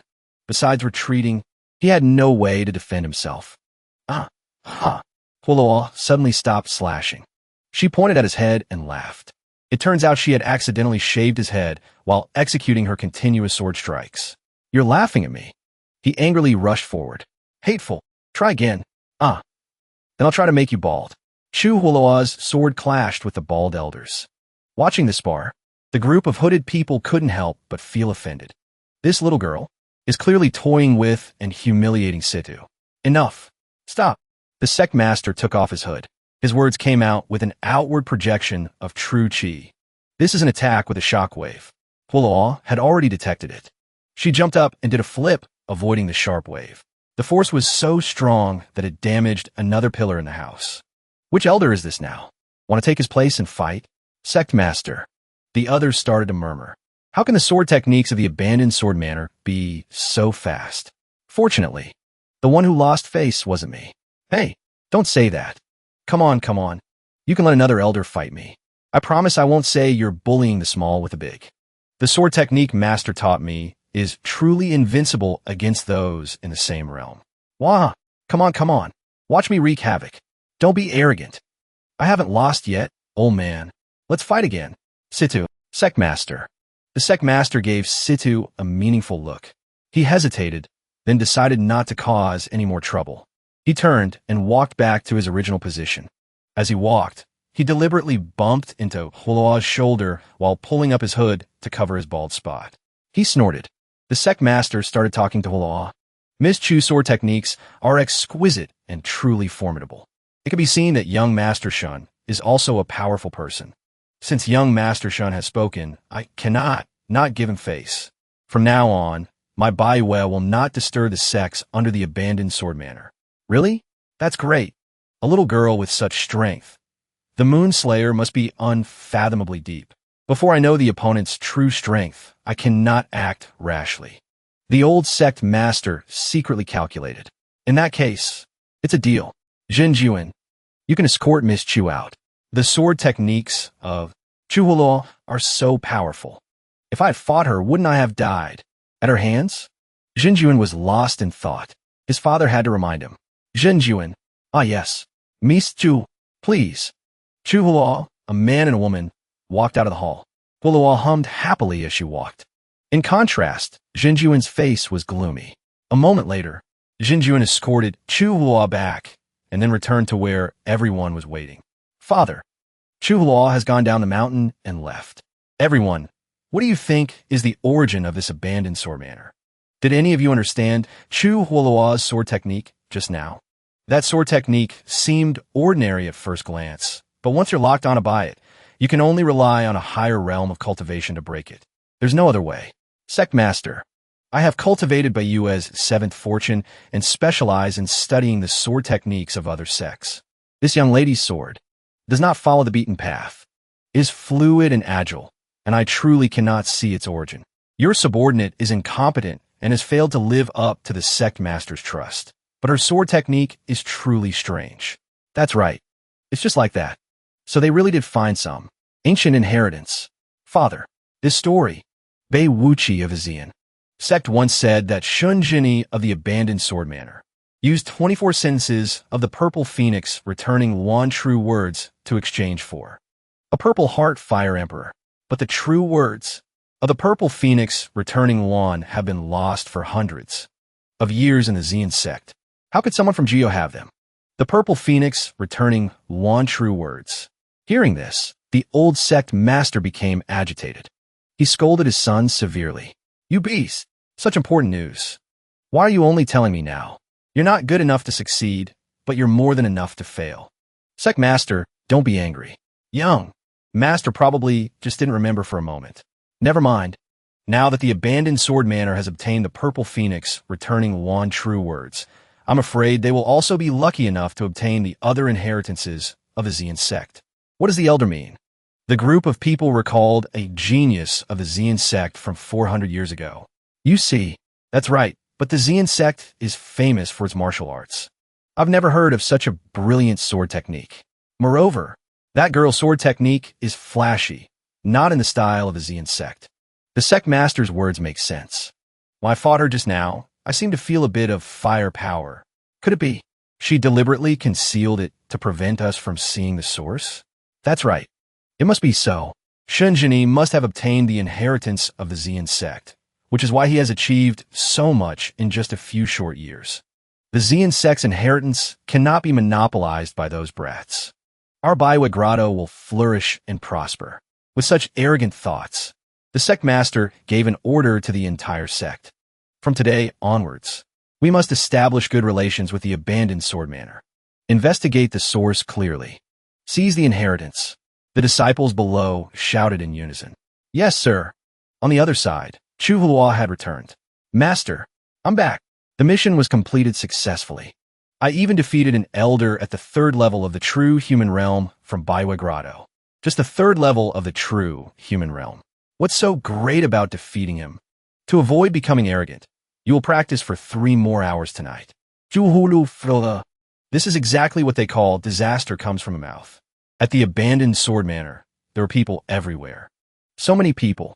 Shunjini and Hulua stood on the mountain, looking down. Shinshou and Chihua came from behind.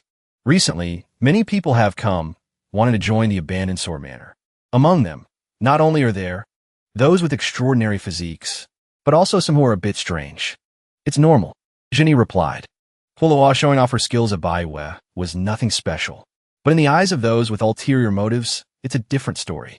The abandoned sword manor has naturally become a place of attraction. Is Master blaming me for this too? Speaking of which, Master Lu Ru sent news saying that Baiwa Grotto has backed off and is no longer bothering them.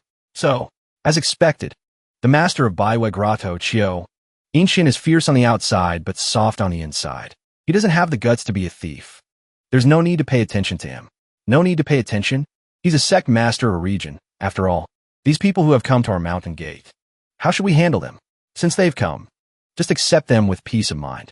Treat them as outer disciples. All right, Shinshou called Chu Hulua over. Hulua, come here. I have something to tell you. The manor master just said. As he spoke, Shinshou whispered. Later, down there, 2 disciples of Baiwa Grotto secretly came and mixed into the crowd visiting the abandoned sword manor to act as spies. Junni, one of the candidates for the next generation of Holy Maiden of Baiwa, was arrogant. Is the abandoned sword manor really that amazing? The sect master sent us here? I am a candidate for the next generation of Holy Maiden of Baiwa. The man behind her is Wei Yuan Ao, the proud disciple of the great elder of Baiwa Grotto. Junior sister Yin and I, you may not know. You weren't there that day, so you don't know about the little girl from the abandoned sword manor who suppressed Elder Sidhu with a single sword strike, causing everyone's expression to change. The sect master suspects they have the inheritance of Zi Ningjuan from the Xian sect. Zi Ningjuan is that the talented woman from over 400 years ago who participated in the Heavenly Thunder Arena? What kind of good fortune did the abandoned sword manor encounter? Back when the Xian sect was still prosperous, Zi Ningjuan's name shook the world, and the Xian martial arts tournament was even more glorious for a time. If what the sect master suspects is true, then in the future, the abandoned sword manor will be the #1 enemy of our Baiwa Grotto. That's why he deliberately sent me and you to scout. The proud disciple. So that's how it is. Yuan Ao, if we can be smart and resourceful with our talent, we can quickly obtain the inheritance of Zi Ningjuan. The 2 of them thought they were clever. They happily went to pay their respects. That's right, that's right. A moment later, the gate of the abandoned sword manor finally opened. A disciple walked out from inside. The manor master has given the order. All of you who have sincerely come to join, the abandoned sword manor will not treat you poorly. According to the sect rules, you will be accepted as outer disciples first. After you have passed the assessment, you will join the inner sect. Outer sect. Outer disciples can't see the true teachings. They can't enter the core. The man surnamed Wei was disappointed. Suddenly, his eyes met Hua's, who was peeking out from behind the door to watch the excitement. That's Junior's sister. That's the little girl who defeated Elder Sidhu. It's her. Yin and I scanned Hua from head to toe. A small face. This figure is also ordinary, nothing special. Our eyes met. Don't come over here. Don't come over here. Senior brother. Could our intentions have been seen through? What do we do now? Junior sister, don't worry. Our talent must be superior. Maybe she wants to take us to see the Moon Slayer. Is that so? I can't believe this kid's ability to self-interpret is so strong. He's directly created a different story. Hulua walked towards Yin and I. I really didn't see wrong. Little sister is truly beautiful. You come with me. Where to? I'll take you to see the 3rd young master. Is it really that easy? It's all within my expectations. The manor master wants to find a personal made to serve the 3rd young master. If it's you, little sister, it will definitely be no problem. The word maid directly made the high and mighty woman so angry she coughed up blood. She immediately fainted and turned foolish. A maid is a maid.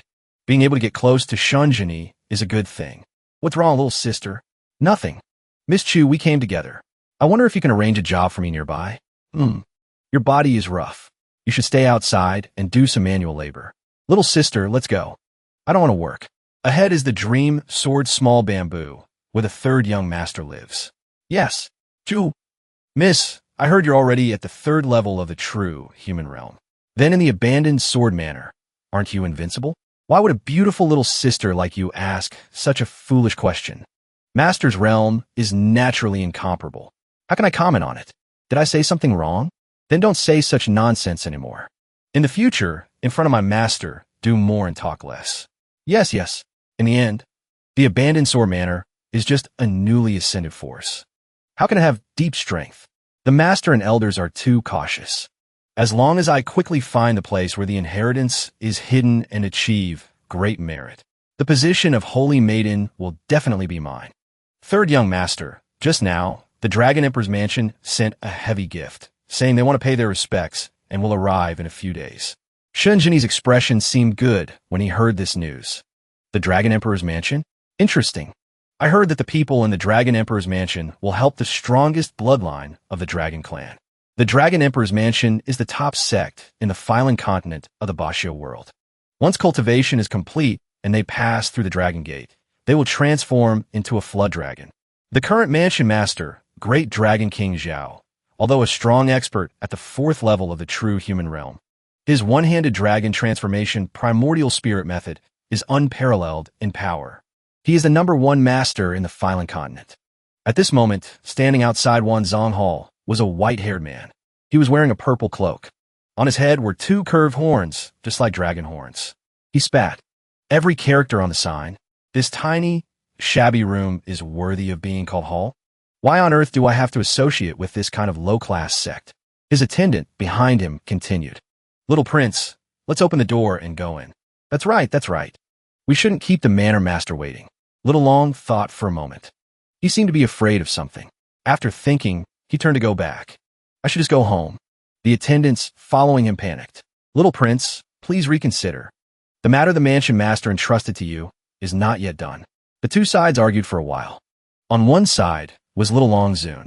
This shabby place is dirtying my shoes. Let me go. On the other side were his attendants. Little prince, please don't be stubborn. As they were arguing, Shun Shou and Granny Chihua walked out from behind the door. Hearing his insult, they remained calm. What? The abandoned sword manor is far inferior to my Dragon Emperor's mansion. Our manor has just ascended from the lower realm and dare not compare ourselves to the great sects of the upper realm. We hope our distinguished guest from the Emperor's mansion will understand. Since our distinguished guest has arrived, please come in and rest. Seeing Shun Shou so friendly, Little Long Zun straightened his clothes and also entered the hall. Such a shabby place. Truly a toad wanting to eat swan meat. Shun Shou watched him. A toad wanting to eat swan meat? I haven't asked for your esteemed name yet. From the inside, this room looks even worse. I am the maternal grandson of the master of the Dragon Emperor's mansion. I have a nickname, Little Long Zun. So it is your highness, Little Long Zun. My utmost respects. Little Long Zun glanced at Shun Shou and Granny Chihua and made an assessment. His hair is all white, and he's only just entered the true human realm. In this Juyo, he truly can't be brought to the table.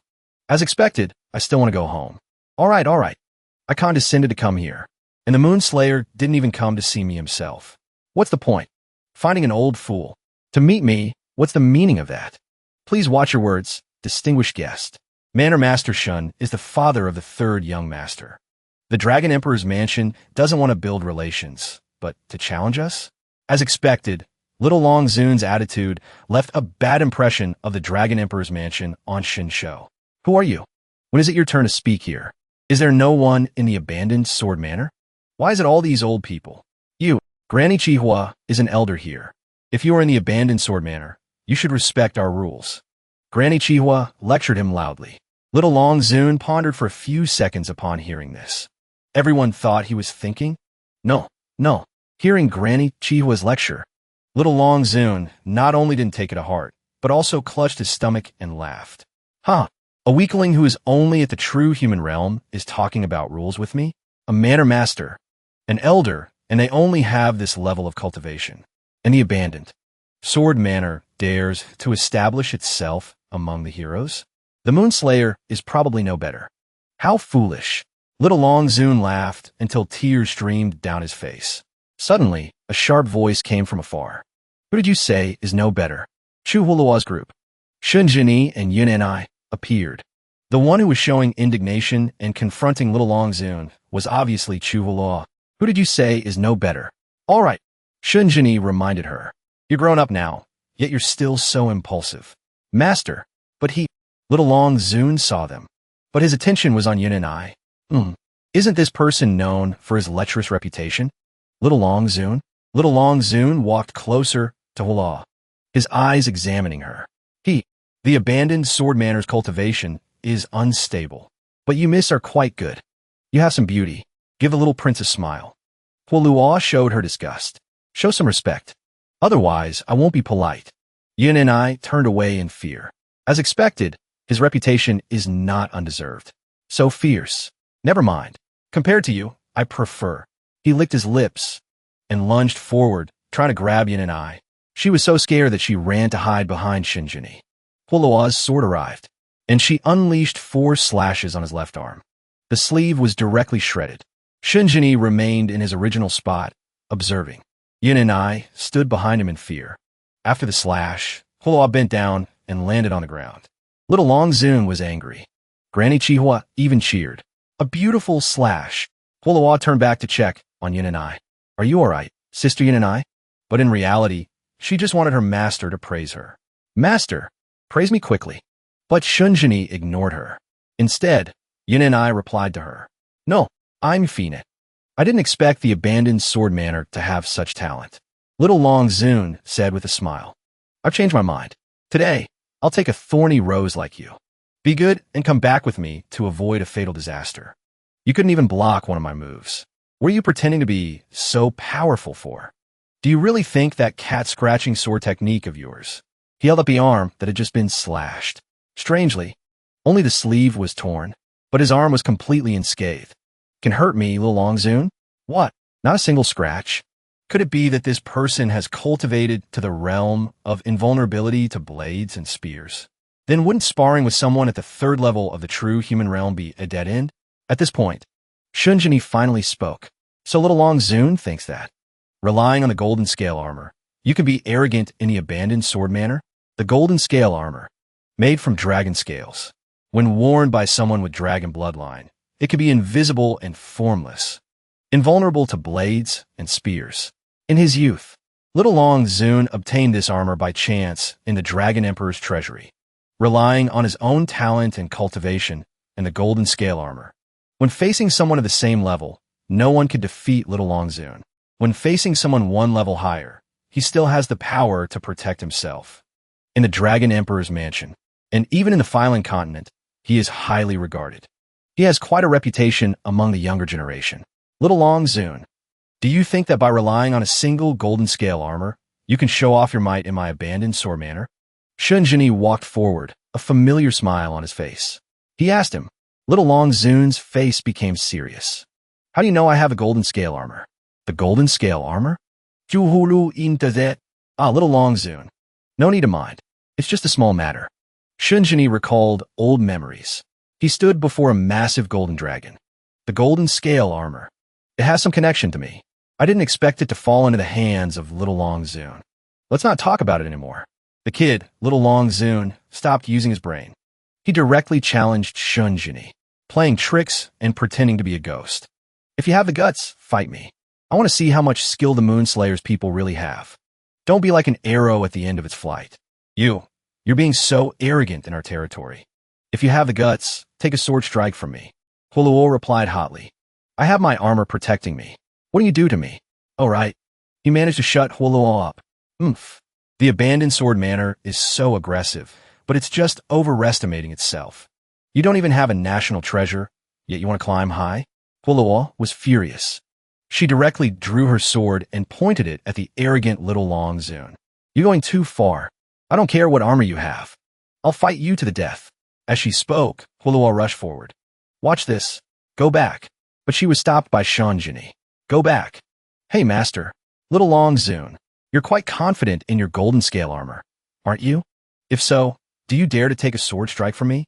Let's see if I can break your golden scale armor. Master. Huo stood beside him, worried. Ha, what's there not to dare? Come on. Shinsho was also worried for his son. Third son. Father, don't worry. These past few days, I've been quite doubtful of the third son's abilities. Why not? I truly believe the third son can bypass the golden scale armor and injure Little Long Zune. But this doesn't mean he can break the golden scale armor.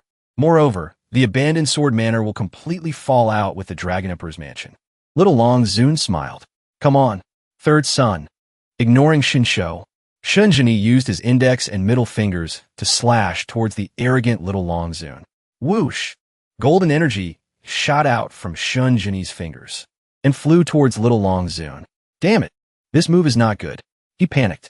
I was too careless. I can't dodge it. I have to defend quickly. Shunjini watched him panic and smiled to himself. Little Long Zune quickly activated his protection. Golden scale protection. Just as the protective barrier was erected, the sword chi collided with the armor. The force was so strong that it was as if Little Long Zune had been flicked hard on the forehead. His head was directly snapped back. Everyone in the hall held their breath, waiting for the result. Except for our main character, of course. It took Little Long Zune 2 seconds to recover. Ha ha! I thought it was some amazing sword strike. Turns out it's just a trick of the eye. Want to hurt me? Wait another 100 years. Even after being hit like that, he continued to boast. Moon Slayer, what do you have to say now? Shunjini called Huo. Let's go. Ah, want to run? You run when you lose. How embarrassing. Shunjini turned and ignored the insolent kid's words. You call yourself a Moon Slayer? Go on. Let me see how much skill you have. He was still laughing smugly when a golden dragon appeared around him. The dragon flew up, and the golden scale armor gradually fell apart. Everyone in the hall, especially Little Long Zune, was dumbfounded. Shunjini turned back to remind Huo. I said, let's go. Follow me. All right, Master. Master is so cool. This is the sword of the Moon Slayer. Granny Chihua patted Shinsho's shoulder in congratulations. Manner Master Shun. Ah, my son. I'm getting more and more. Thump, thump, thump. In a small forest near the abandoned sword manor, a golden-haired woman was running in a hurry. She stopped by a tree to rest for a moment and looked towards the abandoned sword manor. She recalled her father's words. With Baiwei Grotto's behavior, to be able to let a young lady cause a scene and then retreat safely, it can be seen that they are quite wary of the abandoned sword manor. The Dragon King's mansion is facing difficulties. A new force that is growing rapidly like the abandoned sword manor is worth befriending. I have decided to marry you to Shunjini to form a marriage alliance between our two families. I have already sent Long Xiaozuan with a heavy gift to propose marriage. Father is truly foolish. My cousin and I grew up together, and he has long admired me. To ask him to propose marriage, I am afraid. I must quickly stop him. Having recovered some of her strength, she once again ran towards the abandoned sword manor. Cousin, please don't act on impulse. At this moment, in the previous room, the golden dragon from Little Long Zune's armor broke through the ceiling and shot into the sky. It flew higher and higher, farther and farther, and then just dissipated. The golden scale armor was broken by a single move from Shunjini. Even my uncle couldn't break the golden scale armor. How can this be? It was broken by a single move from Shunjini. Even my uncle couldn't break the golden scale armor. How can this be? Could it be? The Moon Slayer's power has surpassed my uncle, Great Dragon King Zhao. Impossible. Absolutely impossible. Shunjini, you. Just as Little Long Zune was about to say something, the golden-haired woman arrived. Cousin, do not be disrespectful to the Moon Slayer. Seeing her, Little Long Zune was surprised. Cousin, Shinsho seemed to know something. Cousin, could it be this young lady? Why is there another accomplice? Why are you here? She looked at the fragments of spiritual power scattered on the floor. The golden scale armor was broken. What happened? The golden-haired girl angrily grabbed Little Long Zune by the collar and shouted in his face. Why was the golden scale armor on you broken? This is a treasure of our Dragon Emperor's mansion. He tremblingly pointed at Shunjini's group. Isn't it his good work? Are you third young Master Shun of the abandoned sword manor? No wonder you're the Moon Slayer. Your martial arts are truly excellent. Today, The Dragon Emperor's mansion has brought a heavy gift. Is this how your abandoned sword manor treats its guests? It was clearly him. Hey, why do you people from the Dragon Emperor's mansion like to cause trouble so much? I broke the golden scale armor. What do you want, miss? What else could I want? The Dragon Emperor's mansion has to marry into the abandoned sword manor for help. Now that I can see the Moonslayer is even stronger than I imagined, isn't this more than I could have asked for? I can't fall out with them over the golden scale armor. Your Excellency's sword technique is astonishing. I have nothing to say. Cousin, you originally wanted to bully others with your power, and you dare to be disrespectful to my cousin. I'll fight you to the death. Ridiculous. It was you who came to our door to cause trouble, so you were punished by my master. Could it be that my cousin was in the wrong first? She remembered her father's words. The Dragon Emperor's mansion will fall into difficulties. We need to befriend the abandoned sword manor. Everyone, my father is Great Dragon King Zhao, the ruler of the Dragon Emperor's mansion. Just now, this young lady said we came to cause trouble ourselves. May I ask what happened? What was the situation at the beginning? I hope young Master Shun and the young lady will explain. Cousin, I understand. If it's true that my cousin was in the wrong, I will definitely represent the Dragon Emperor's mansion and apologize to the abandoned sword manor. Chu Hula didn't care. Ask your cousin. As soon as he arrived at the manor, he insulted the manor master and my master's reputation. Seeing my sister Yin and I is beautiful. He wanted to snatch her away in front of everyone. What I just said is absolutely the truth. Your Dragon Emperor's mansion is not to be trifled with. But our abandoned sword manor is not a place where anyone can just come and go as they please. If your Dragon King wants to fight, our abandoned sword manor is not afraid of you. Nonsense. Why don't you talk about how you all looked down on me just now? It seems this young lady is not lying. Cousin, you will immediately return to the Dragon Emperor's mansion and report to my father to receive your punishment. But now they are bullying our Dragon Emperor's mansion. Enough. Before you left, what did father instruct you? The Moonslayer is profound and unpredictable. The abandoned sword manor is like the rising sun. The Dragon Emperor's mansion sincerely wants to form an alliance. How dare you be so willful in such a major matter? No need to say more. Go back to the mansion and receive your punishment. After being scolded by his younger sister, little Long Zun had no choice but to leave dejectedly. The Dragon Emperor's mansion will compensate you. The Dragon Emperor's mansion has been poorly managed. I hope the third young master will forgive my cousin's mistake. If you had said that, wouldn't this not have happened? Shinjini looked the golden-haired woman up and down once. Such abundant life force. It seems this girl's dragon bloodline is very pure. It seems there is some kind of glowing mark on her forehead. And that is a dragon seal. No wonder. Since you know you were wrong, you just need to manage him well. There's no need to pursue this matter further. As soon as this woman pleaded, Master immediately dropped the matter. Perhaps not, although her figure is indeed. All right. Master won't blame you. I hope the princess will return soon. Please wait. I have one more matter to discuss. The abandoned sword manor's slaying of the moon is like the midday sun, the Dragon Emperor's mansion. This matter can be considered. She blushed and stammered. And then also, my father has said, if you, young master, do not mind, the two sides can arrange a marriage.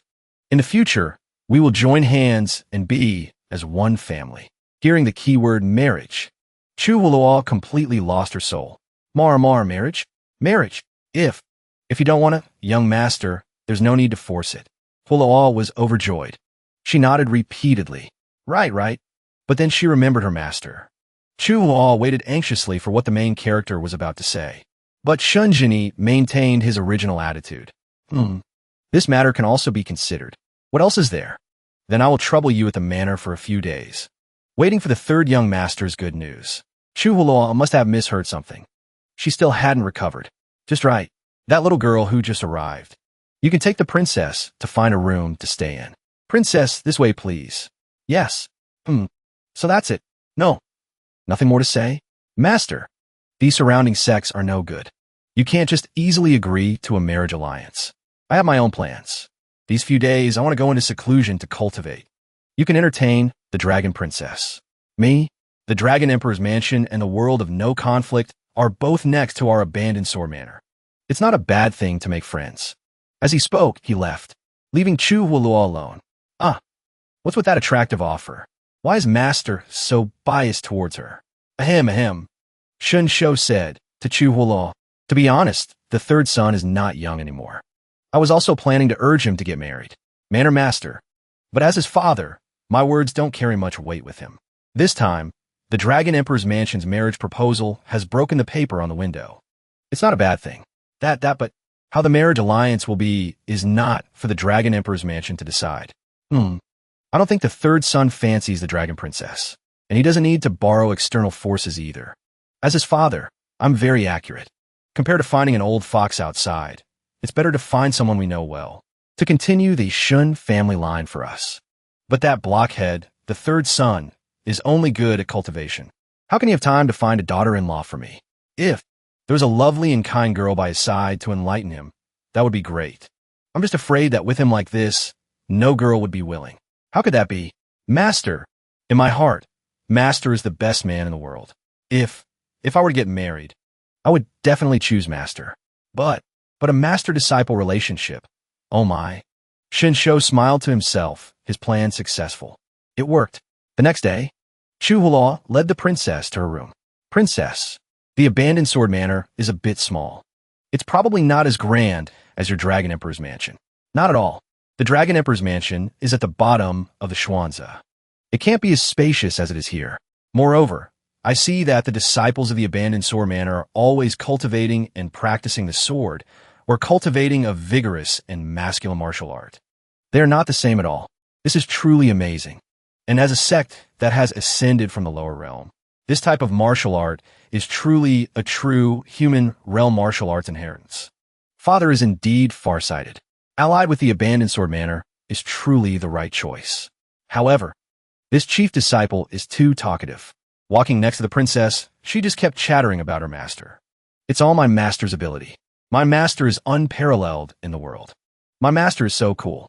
I can praise him for a whole year. Don't even mention this type of inheritance. Even if there were more, I think he could bring them out. Thinking back to that year when my master was at the Xian sect, how majestic and domineering he was. He walked into the sword formation as if it were nothing. With a casual point, I gained the ability to suppress those fake protectors of the Baiwei Grotto. Can't she stop? Oh my, Master is truly too amazing. With Master here, I feel like anything is possible.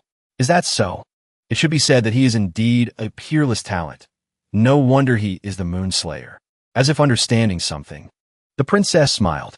She said to Huoluo, I think I understand why my father wants our Dragon Emperor's mansion to have a marriage alliance with the abandoned sword manor.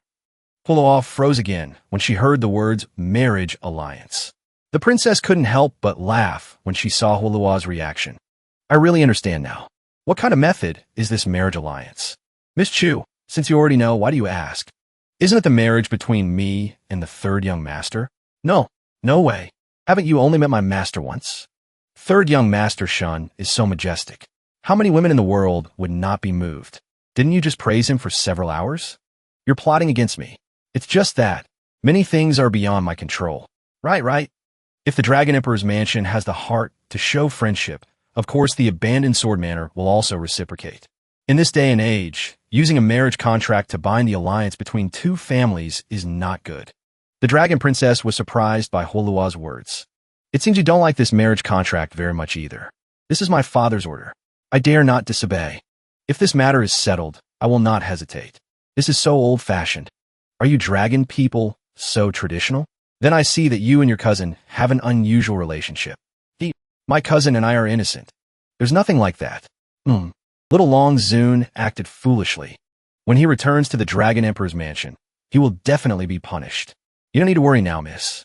A dragon woman may be gentle and graceful, but she is definitely not promiscuous. If it is my parents' order, I will naturally do my best to serve the third young master. I dare not have any complaints. Oh, but this.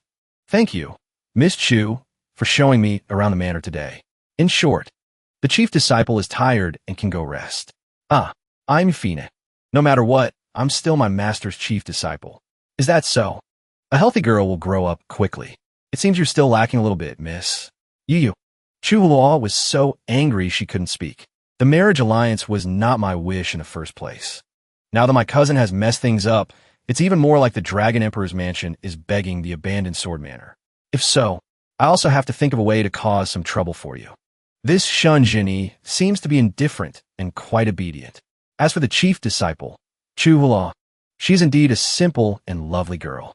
A few days later, Chuhua was sitting and waiting outside the place where Shunjini was in seclusion. Huh, how long is Master going to be in seclusion? So boring. Suddenly, the door opened. Master, Master, how do you feel after the seclusion? Not bad. My cultivation has improved a little. However, during this period of my seclusion, I didn't supervise you. You haven't been lazy, have you? Oh, no, I haven't. It seems I need to give you some supplementary training. No need, Master. Really, no need, Master. I've always been practicing very well. Why can't I see it? Congratulations, third young Master Shun, on your successful seclusion. Dragon Princess. You. Why are you here? I've always been here. It's you two who were exchanging flirtatious glances and didn't see me. No. Suddenly, the Dragon Princess's eyes met Shunjini's. You haven't left yet? Are you all right? You look down on me so much. I've troubled you, third young master. At any rate, I'm a beautiful dragon noblewoman. Today, I even came to propose marriage. Shunjini, you shouldn't be like this. The Dragon Emperor's mansion sincerely wants to form an alliance with the abandoned sword manor.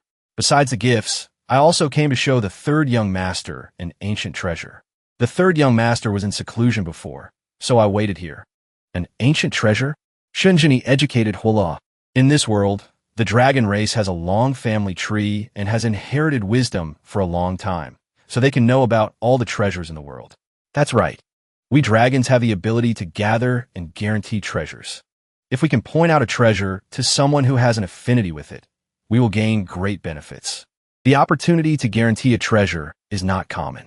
Moreover, the Dragon Emperor's mansion is a rather distant branch. The ability to point out treasures can probably only be used once every few hundred years. To form an alliance with the abandoned sword manor, the Dragon Emperor's mansion is really willing to invest. Woo! What kind of treasure is it? Since I'm pointing out a treasure, I won't hide it anymore. The long-rumored Immortal Sword Divine Treasury is in the Filing Continent. I believe it will be of great use to the third young master. The Immortal Sword Divine Treasury? The Filing Continent? So it's there. What's this? Master, so you already knew about this Immortal Sword Divine Treasury. How can that be? Even in the Dragon Emperor's mansion, very few people know the location of that treasure. Shunjini, are you pretending again? I wonder if the third young master is interested. No matter what, I have to try to take you to see it. Countless sword intents may be hidden there. The Supreme Sword Path. Why are you exaggerating so much? Not taking the bait.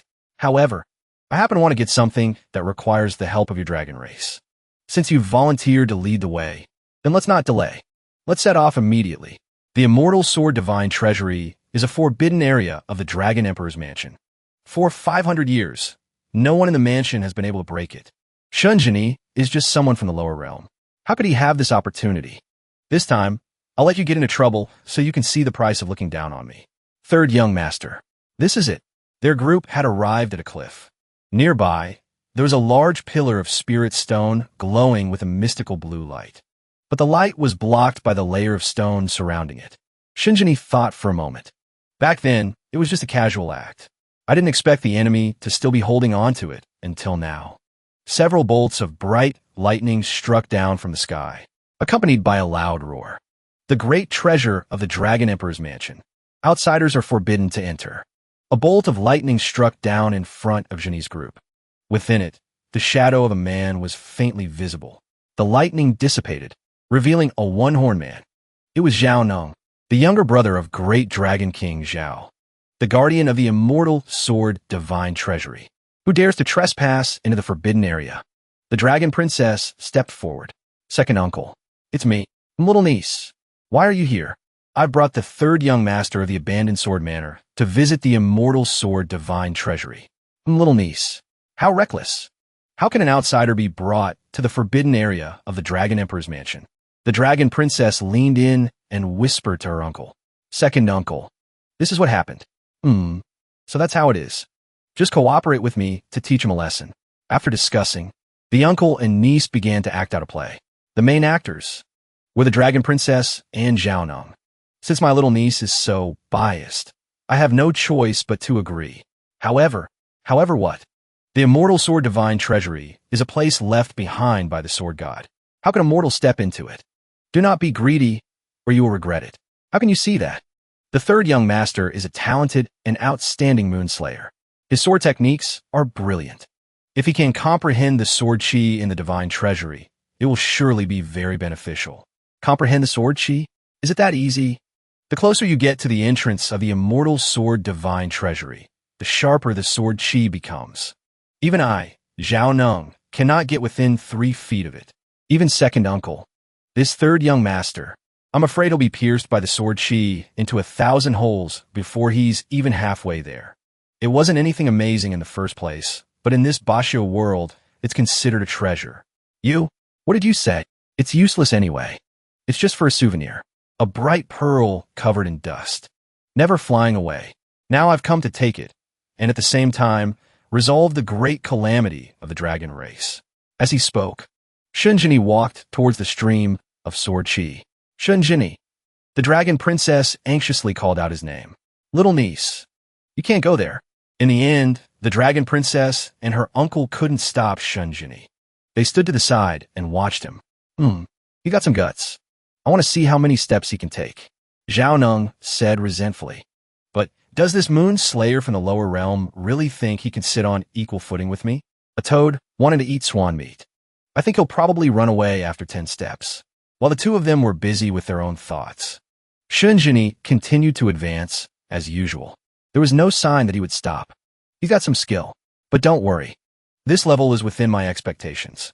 The dragon princess was confident. He's probably using some trick. To be able to break the golden scale armor, he must have some skill. But it won't be easy to continue forward. Walking straight ahead, he will have to taste my father's domain. How can he possibly pass through just by himself? This is a secret treasure of the dragon race.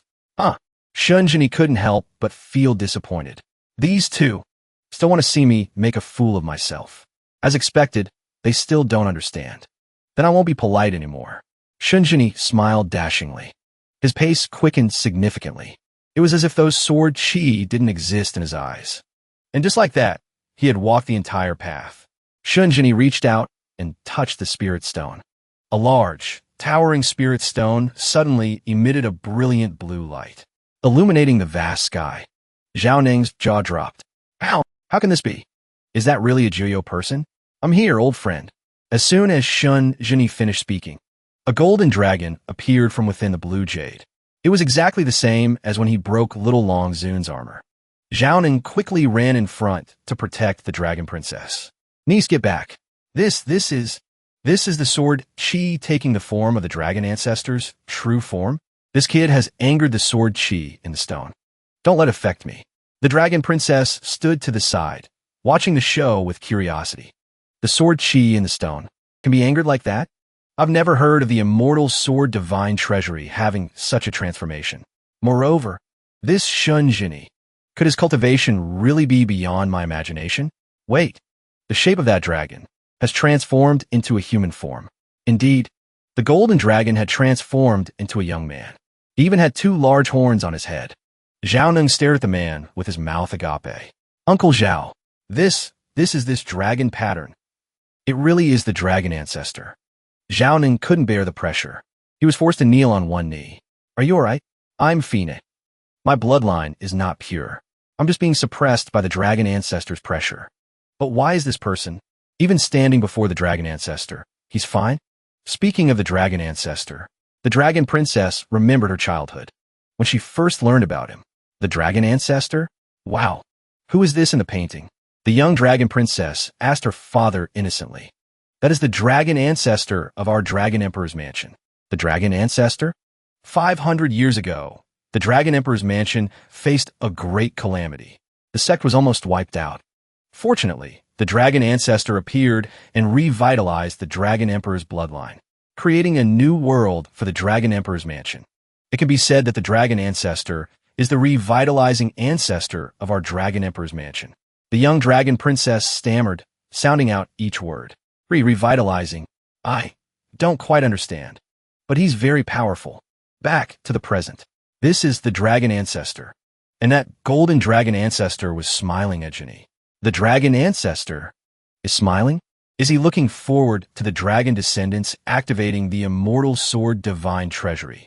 Or waiting for Shun Jinny to arrive? Impossible. Absolutely impossible.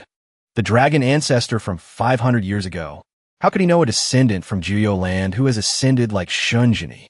On the other side, Shun Jinny also started talking to the dragon ancestor.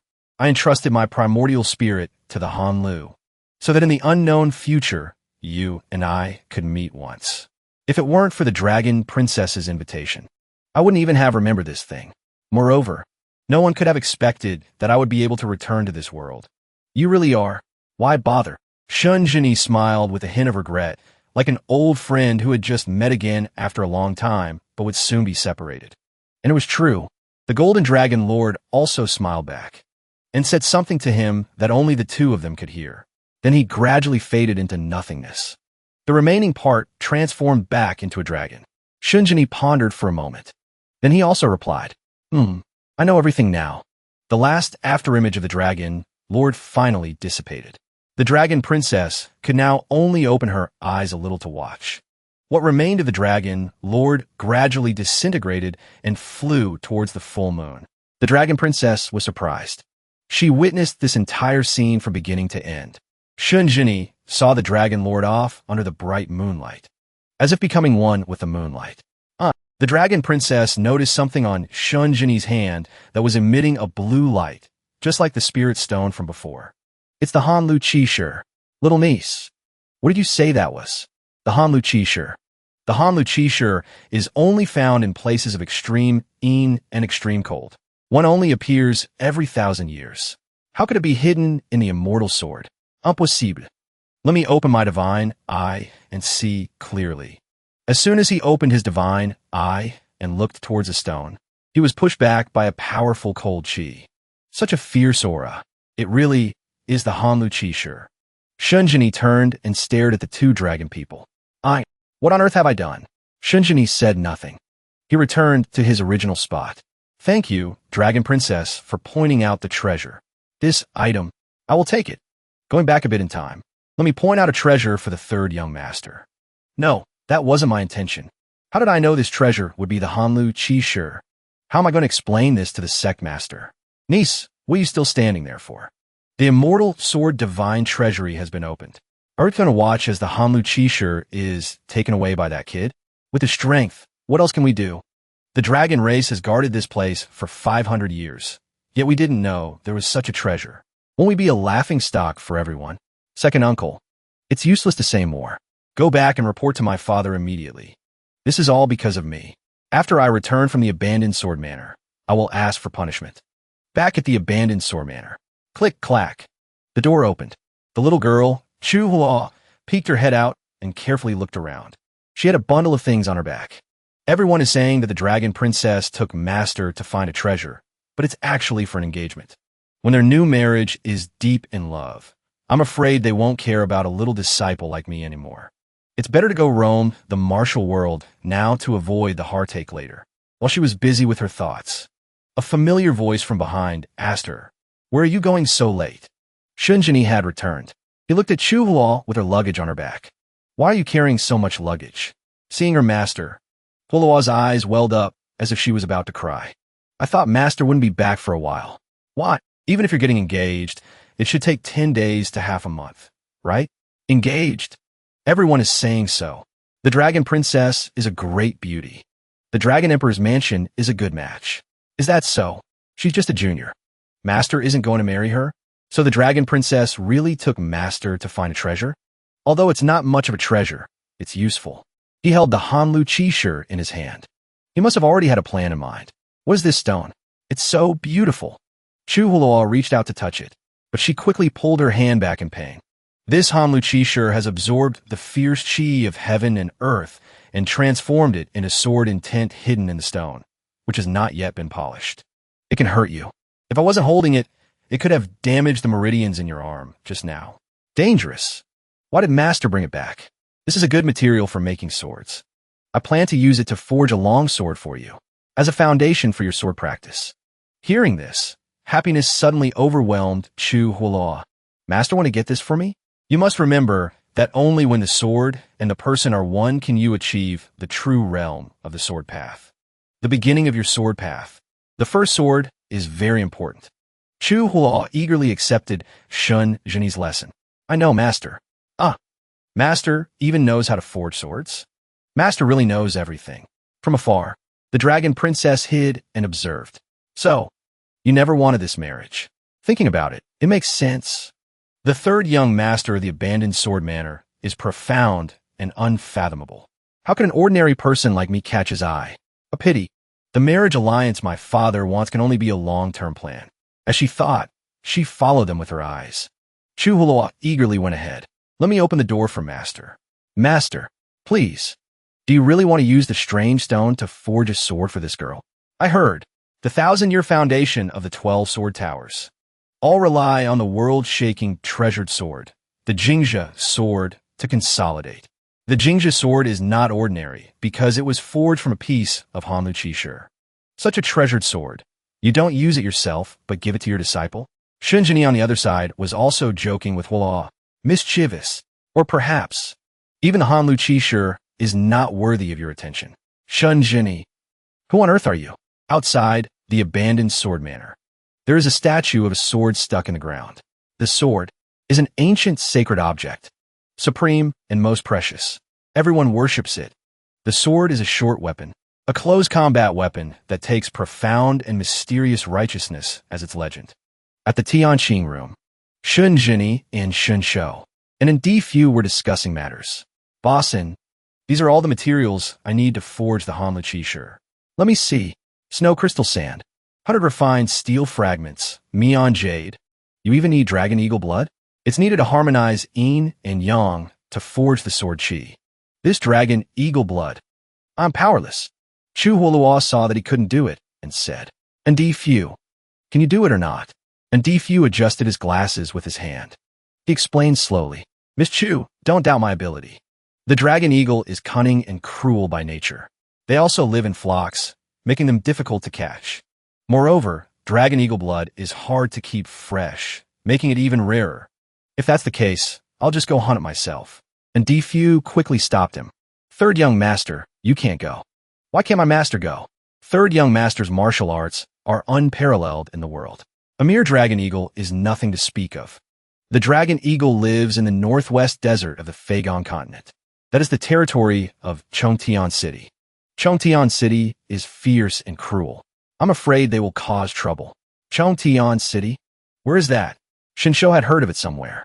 They are tyrannical and have done many unrighteous things. I don't care about those things. Shinjini took a sip of tea. If that's the case, I might as well wipe them out. Do you have to say it so easily? It's not difficult for the third young master to destroy them, but if one of them escapes, it will be dangerous for the manor's disciples in the future. Third son. Boston has a point. I heard that the city lord of Chongtian City is a master at the 4th level of the true human realm.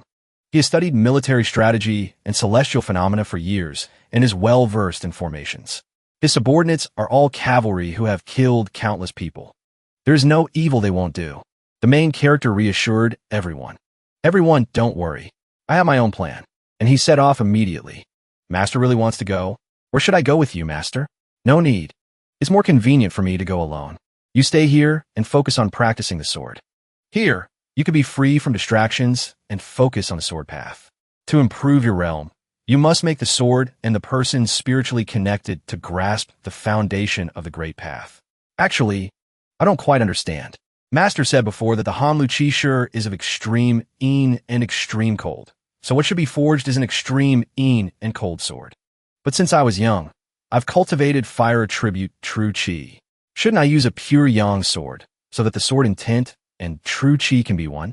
That's right. To fully display your own strength, a yang attribute sword would naturally be more suitable. But it's different for comprehending the sword path. An yin cold sword just happens to complement the yin and yang of your sword qi. The achievement will definitely be great. Is that so? It seems to make sense. Speaking of which, why have I never seen Master use a sword? Me? That's right. The treasured sword you mentioned, the one that is spiritually connected. Why are you asking so many questions today? I have abandoned the sword. I don't need it for now. Moreover, I can't find that sword anymore. I have abandoned the sword. I don't need it for now. Moreover, I can't find that sword anymore. I can't find that sword anymore. Let's not talk about this anymore. Don't slack off while I'm gone these few days. I won't. Master, rest assured. A few days later, at Feijiang Prefecture, a resting station in the northwest desert. Amidst the vast desert, there was a small citadel. Inside, people were bustling, trading, and chatting lively. Old man, give me 2 pounds of flatbread and a tube of water. Shinjini called out to the shopkeeper. Coming. Please wait a moment. Thank you. The bandits around saw the main character and started getting restless. Where did this pale-faced scholar come from? Looking for death. Must be his first time in the Jianghu. His clothes look extraordinary. If not rich, then noble. Yeah, he's come to Bagoo Market. Who cares about his background? So what if we kill him? The old shopkeeper selling to Shunjini kindly warned him. Little young master, take care. The beasts here are fierce, but they are nothing compared to the people here. Thank you for the reminder, boss. I will be careful. Just as he finished speaking, a savage-looking man approached from behind. In broad daylight, he was carrying a gourd of wine. He walked over drunkenly and demanded of Shunjini. Hey, you. Do you have any silver? Of course I do. That's good then. The guy leaned in close. Hurry up and take out a few dozen taels for this lord to use. Once this lord wins at gambling, I'll pay you back. Shunjini didn't say a word, just glared at him. Then, he leaned away, covering his mouth. You stink. The drunk savage was furious. What did you just say? I said you stink. Damn it. Refusing a toast, only to drink a forfeit. He raised a wine gourd in his hand, planning to hit Shunjini. I have never seen anyone this brave in my life, folks. Just as he was winding up to strike, a shout stopped him. Old Ninth Chun, you still dare to act like a tyrant here? It seems you didn't suffer enough yesterday, did you? Turns out it was a beautiful lady coming to rescue the main character. That young lady was Hong Xiugu, a famous huntress of the Northlands, specializing in hunting beasts. Old Ninth Chun, if you haven't suffered enough, my brothers and I happen to be free right now. As soon as Lady Hong finished speaking, a whole group of men armed with swords and sabers appeared behind her. Why don't we? Before she could finish her sentence, the savage man hurriedly interrupted. I didn't know this little brother was one of Lady Hong's people, so I offended him. Please forgive me. This lowly one will get lost right now. Shunjini didn't care about what had been happening. He lifted a piece of flatbread to his mouth to taste. The taste is all right. Is this young master missing a screw in his head or something?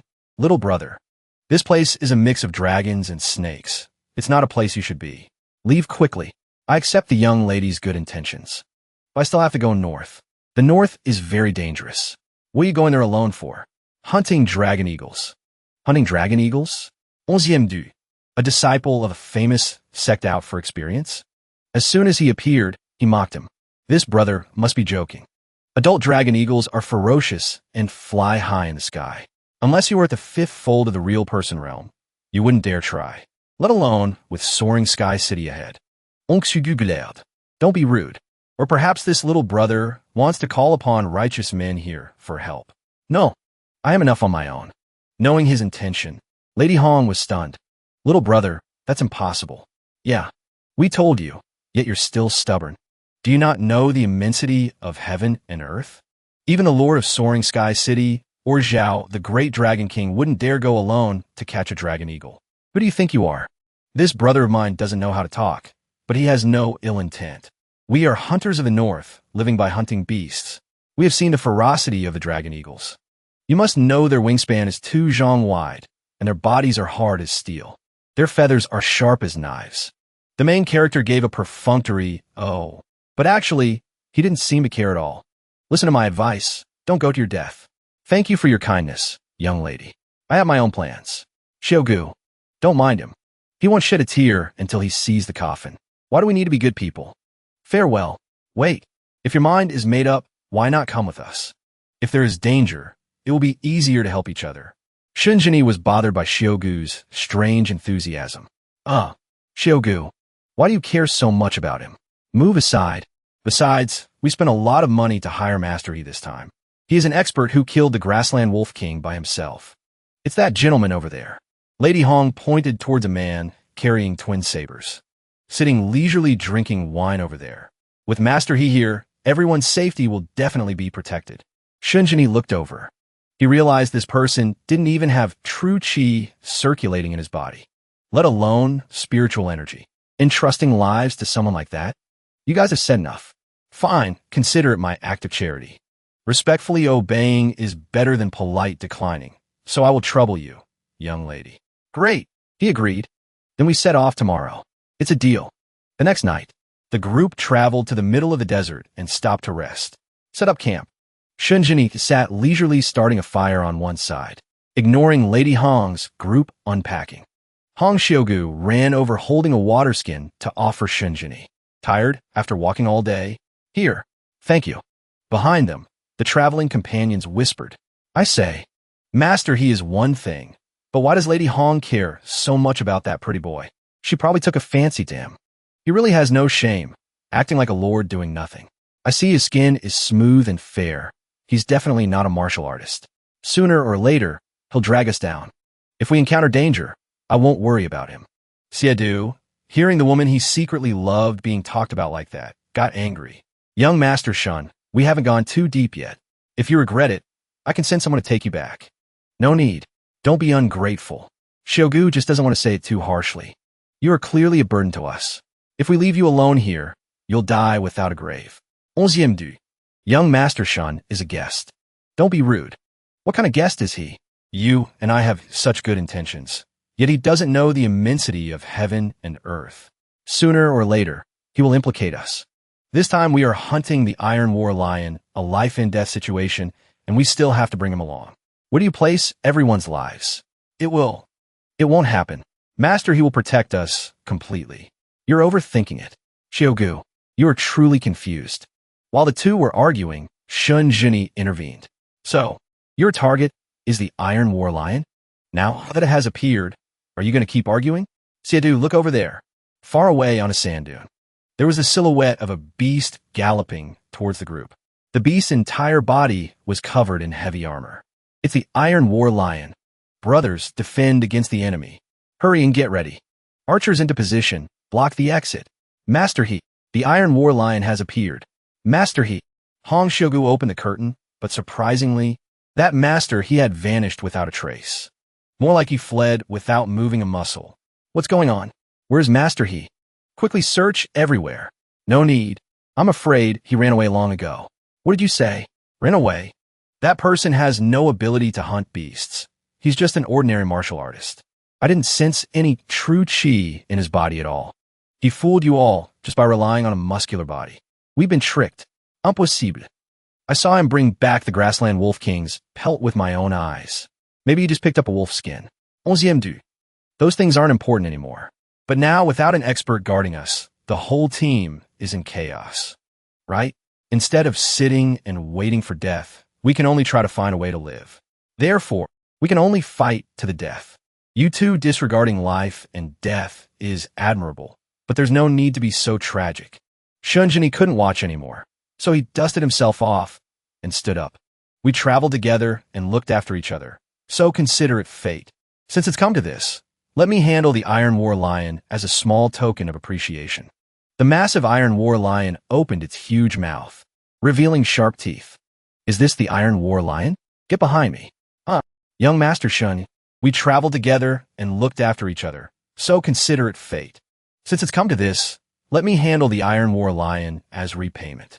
Kid, do you know what you were saying? Do you think the beast in front of you is a house pet raised for your practice? The Iron War Lion is invulnerable to swords and spears. Even if it stood still, you might not be able to hurt it. If you can handle it. 11e. I will kowtow to you. Young Master. Xiedu speaks harshly, but he's not wrong. Hurry and step back. We will hold it off here. Maybe there's still a chance to survive. Don't worry. Shunjini smiled. You. Before the group could finish speaking, the Iron War Lion roared. Baring its fangs and claws, it pounced. Shunjini remained calm. He lifted one foot and stomped down on the ground. Countless stones and pebbles flew up into the air from the shockwave. Shunjini just raised his hand. The Iron War Lion hurriedly retracted its claws and retreated to defend. It observed. Predicting the movement, he positioned his hand. He flicked a strand of sword energy from his index finger. This sword energy hit a stone, causing it to ricochet into a pebble flying nearby. Then it bounced and collided again, accumulating energy and kinetic momentum at a dizzying speed. Xiedu and Hong Xiugu stood dumbfounded, understanding nothing. What is that? Those stones and pebbles all shot towards the armored lion. Those thick armor plates, heavy as they were shattered by the tiny stones and pebbles, directly embedding into the beast's flesh like shotgun pellets. So painful. The lion let out a miserable scream. Shunjini could only whisper, "I apologize to you."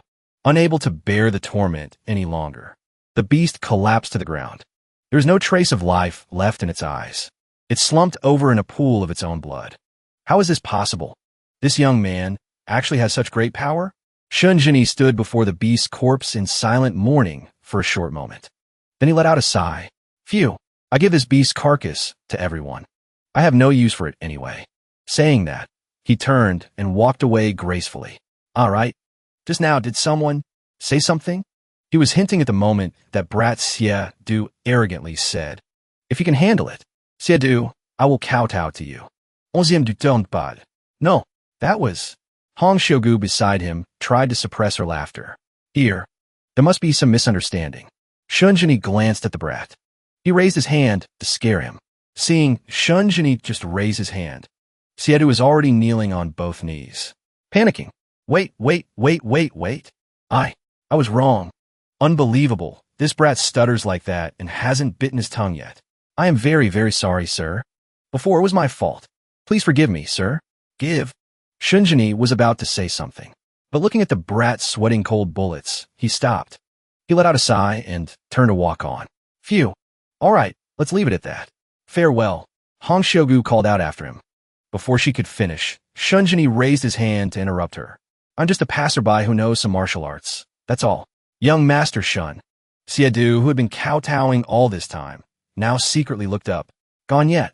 Hong Xiugu ignored him. She was still muttering to herself. Shunjini, Young Master Shun. It seems a bit familiar. Could it be third Young Master Shun of Abandoned Sword Villa? The moon slasher who came from the 9 netherworlds? So was him. That moon slasher who just came from the 9 netherworlds? Quick, he's that powerful already? This isn't impossible, don't you know? It is said that third Young Master Shun is brilliantly talented. His swordsmanship is godlike. Even long-established forces like Worship Moon, Cave, and Dragon Royal Prefecture have to maintain good relations with him. If it's really him, he truly has the strength to defeat the Iron War Lion. Thinking of this, Hong Xiugu turned back to announce to the group, Brothers, we hit the jackpot this time. Aside from the Iron War Lion, we met Young Master Shun of Abandoned Sword Villa. Tu gong prefectif. Consider us having a backer now. Captain, having a backer is good. But this Iron War Lion, the third young master hit it too hard. The hide is shattered quite a bit. If we sell it, it will be half the price. Yeah. Hong Xiugu felt both happy and sad. A long time later, back to our main character. At this moment, he had reached the nest of the dragon eagles. This must be the karmic reward for doing good deeds.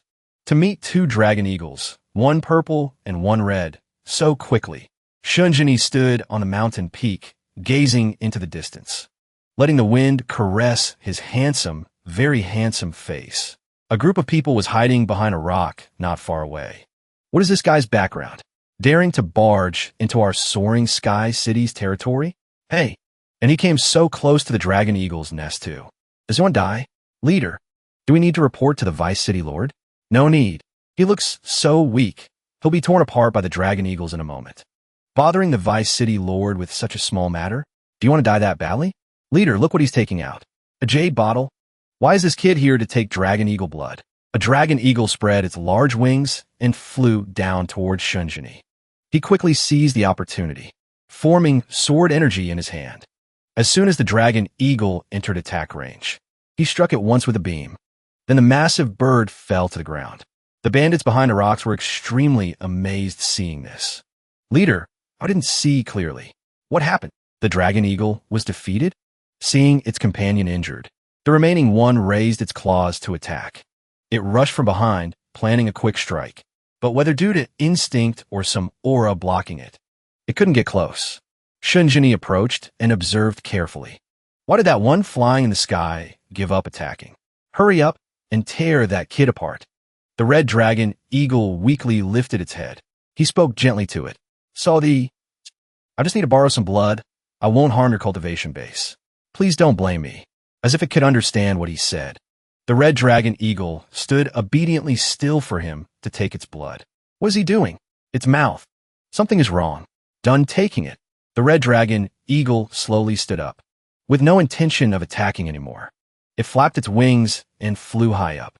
Seeing this, the purple dragon eagle flew around the red dragon eagle for a while, and then they left together. Looking at the newly collected blood in the small vial, he nodded. This is enough. From afar, the bandits realized. The thing in Shunjini's hand was dragon eagle blood. He got the dragon eagle blood. The dragon eagles didn't harm him at all. Leader, where did this peerless expert come from, getting dragon eagle blood so easily? Before he could finish, the boss shouted, "What nonsense are you talking about? He didn't kill the dragon eagles. Eagle claws and feathers are good stuff. Why didn't he take them? Although you say that, it is very strange. That's right. How can one meet dragon eagles without getting hurt at all? Shut up. I heard dragon eagles are very spiritual. If a filial son comes to beg for medicine for his parents, they will give him some dragon eagle blood. Maybe the dragon eagle blood was obtained by this kid's begging. Makes sense. Just now he knelt before the dragon eagle whispering something. That means he has no skill at all. Brothers, come rob the dragon eagle blood with me. Leader, seeing as he is a filial son, maybe we should let it go? Let it go. Our Soaring Sky City isn't running a pharmacy, right? Dragon eagles are born in Soaring Sky City. Dragon eagle blood naturally belongs to us. Taking without asking is stealing. We cannot spare him. We cannot spare the thief. On the way back, while it was peaceful, the bandits ran out and shouted, "Stop! Talking to you, kid. You trespassed into Soaring Sky City's territory. You have to answer to us. You've been following me since I arrived. Why demand an answer only now? Stop talking nonsense. Hand over the dragon eagle blood you took, and we will spare your dog life. Otherwise," he held a large blade to Shunjini's neck. His eyes looked coldly at the leader, and he spoke. "If you get lost now, I can pretend nothing happened. This kid is about to die and still talks so arrogantly. Leader, don't waste words with him. Just kill him and be done with it. Did you hear that? Be sensible." Responding to their mocking and arrogant attitude was Shunjini's indifference. He gently walked past him. As soon as he passed by, blood appeared on the man's neck, ignoring the man behind him. He walked on coldly without looking back. The man's vision got lower and lower. Suddenly, his vision was level with the ground. Seeing Shunjini not only unharmed, but the leader lying flat on the ground, his subordinates were terrified and rushed over. "Leader! Leader! He killed the leader. Go report to the Vice City Lord immediately. Hurry up. Scared like that by a nameless kid? Is this acceptable? Trash." Shueao cursed with an angry, scowling face. "You still have the face to run back here with your tails between your legs? Vice City Lord, that guy is truly extraordinary. We subordinates didn't even see how the leader died. Moreover, he obtained the dragon eagle blood without expending any effort." Hearing this, Shueao was confused. Dragon eagle blood? Does he really have such skill?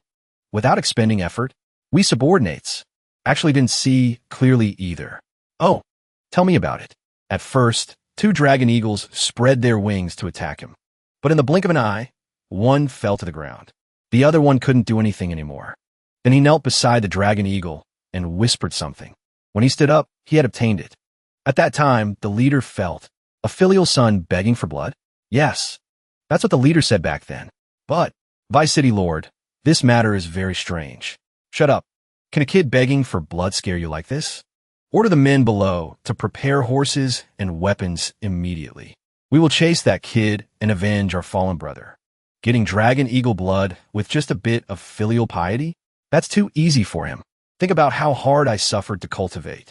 This time, snatching the dragon eagle blood can be used to climb up the ranks. Truly something to look forward to. After taking the dragon eagle's blood, he sat dazed under a withered tree. Suddenly, he sensed something approaching from afar. Annoying insects. Still coming? Makes sense. The moon slasher has just ascended. It happens to be a time for death. The bandits on horseback looked around as if searching for something. Vice City Lord, look at that tree. It's him. Wait.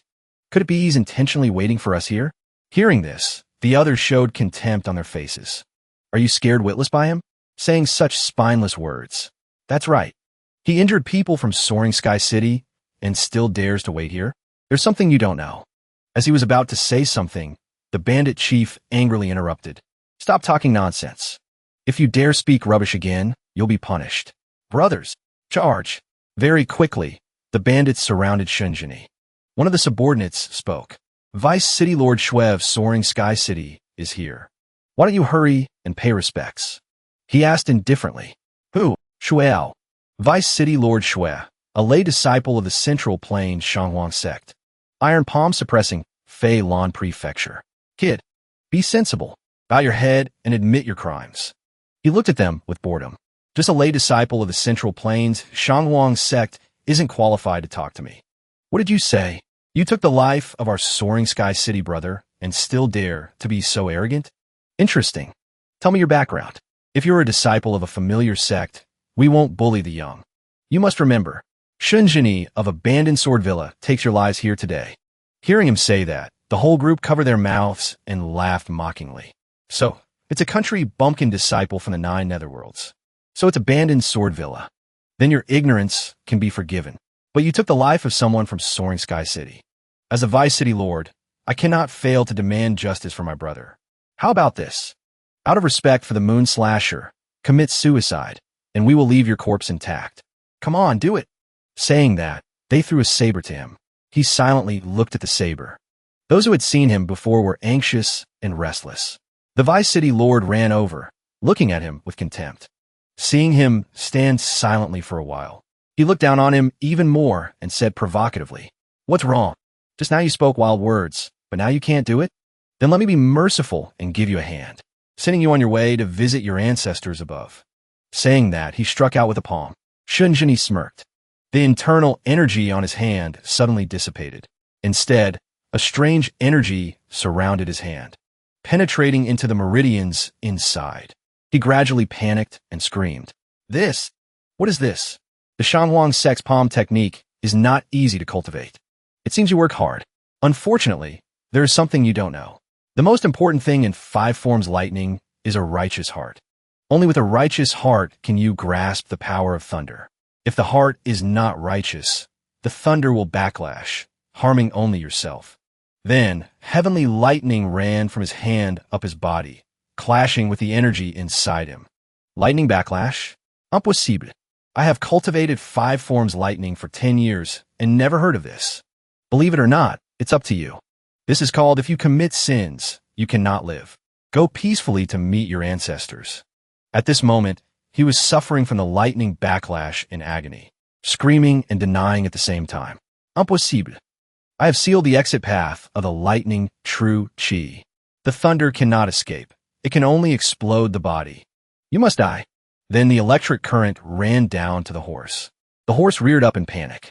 In front of the subordinates, he rolled onto the ground in pain. After that, nothing remained but a little blood and tiny shreds of cloth. Vice City Lord. The group stared in shock and fear as Shunjini walked further and further away. In the barren land, Shunjini's figure disappeared. Last night, the next day, he returned carrying the dragon eagle blood. Wow, is this the dragon eagle blood? One look and you know it's a treasure. Master is amazing to have obtained it. So impressive. Did the young master really hunt a dragon eagle? He took a sip of tea and replied, The dragon eagle is a spiritual beast. I only took its blood. There was no need to take its life. He says it so lightly. Would a dragon eagle obediently let him take its blood? Did anyone from Soaring Sky City cause trouble on the way? He replied concisely with one word. Yes. The old man froze. Yes? Then who was the opponent? I don't remember the name. But he practiced the lightning arts of the Shanghuang sect. Shanghuang sect's lightning arts? Lai Jining, Hangji Shuiao. I think that was his name. Lightning Hand Shui Ao is famous in Feijiang Prefecture, known for being ruthless. Famous in Feijiang Prefecture? I'm afraid it's just an empty reputation. His lightning arts cannot be considered orthodox. What do you mean? What does not considered orthodox mean? While Yin and I was still wondering, Chu Hulua leaned in and said, No matter how powerful, what storm can they raise when meeting my master? Hulua, this is not a joke. Being scolded, Hulua said sorry dejectedly. Third one, what conflict did you have with that Vice City Lord Shui? The Vice City Lord led a group to rob the Dragon Eagle Blood. But when he attacked, he suffered chi deviation and died. What did you say? Die. An expert dominating a prefecture suddenly suffered chi deviation and died? How can it be so strange? Is it the main point? Did you give them a funeral? Will they come to abandoned Sword Villa to cause trouble because of that? He looked at Elder Shun and smiled gently. They are probably about to arrive at the door. Hearing that, the old man's heart skipped a beat. What? Sure enough, at this moment, a servant ran in from outside, running and shouting loudly. Report. Big trouble. Not good. Villa Master. Big trouble. Soaring Sky City sent a letter of challenge to abandon Sword Villa for a duel. As if he had anticipated this result, the corners of his mouth curved slightly. Meanwhile, at Worship Moon Cave, Xiao Jun ran in happily to report the news. Father, good news. That bastard kid finally hit a snag. His father asked, and he replied. Who else could it be? It's that Shunjini. I don't know why Shunjini had a conflict with Soaring Sky City. Vice City Lord Shui Ao is dead. Hearing this, he was startled and asked back, is the news reliable? It's true. Dharma Lord Run is furious and has issued a challenge to abandon Sword Villa. Heaven helps me. We still don't know his strength. Yunni's intelligence is also worthless.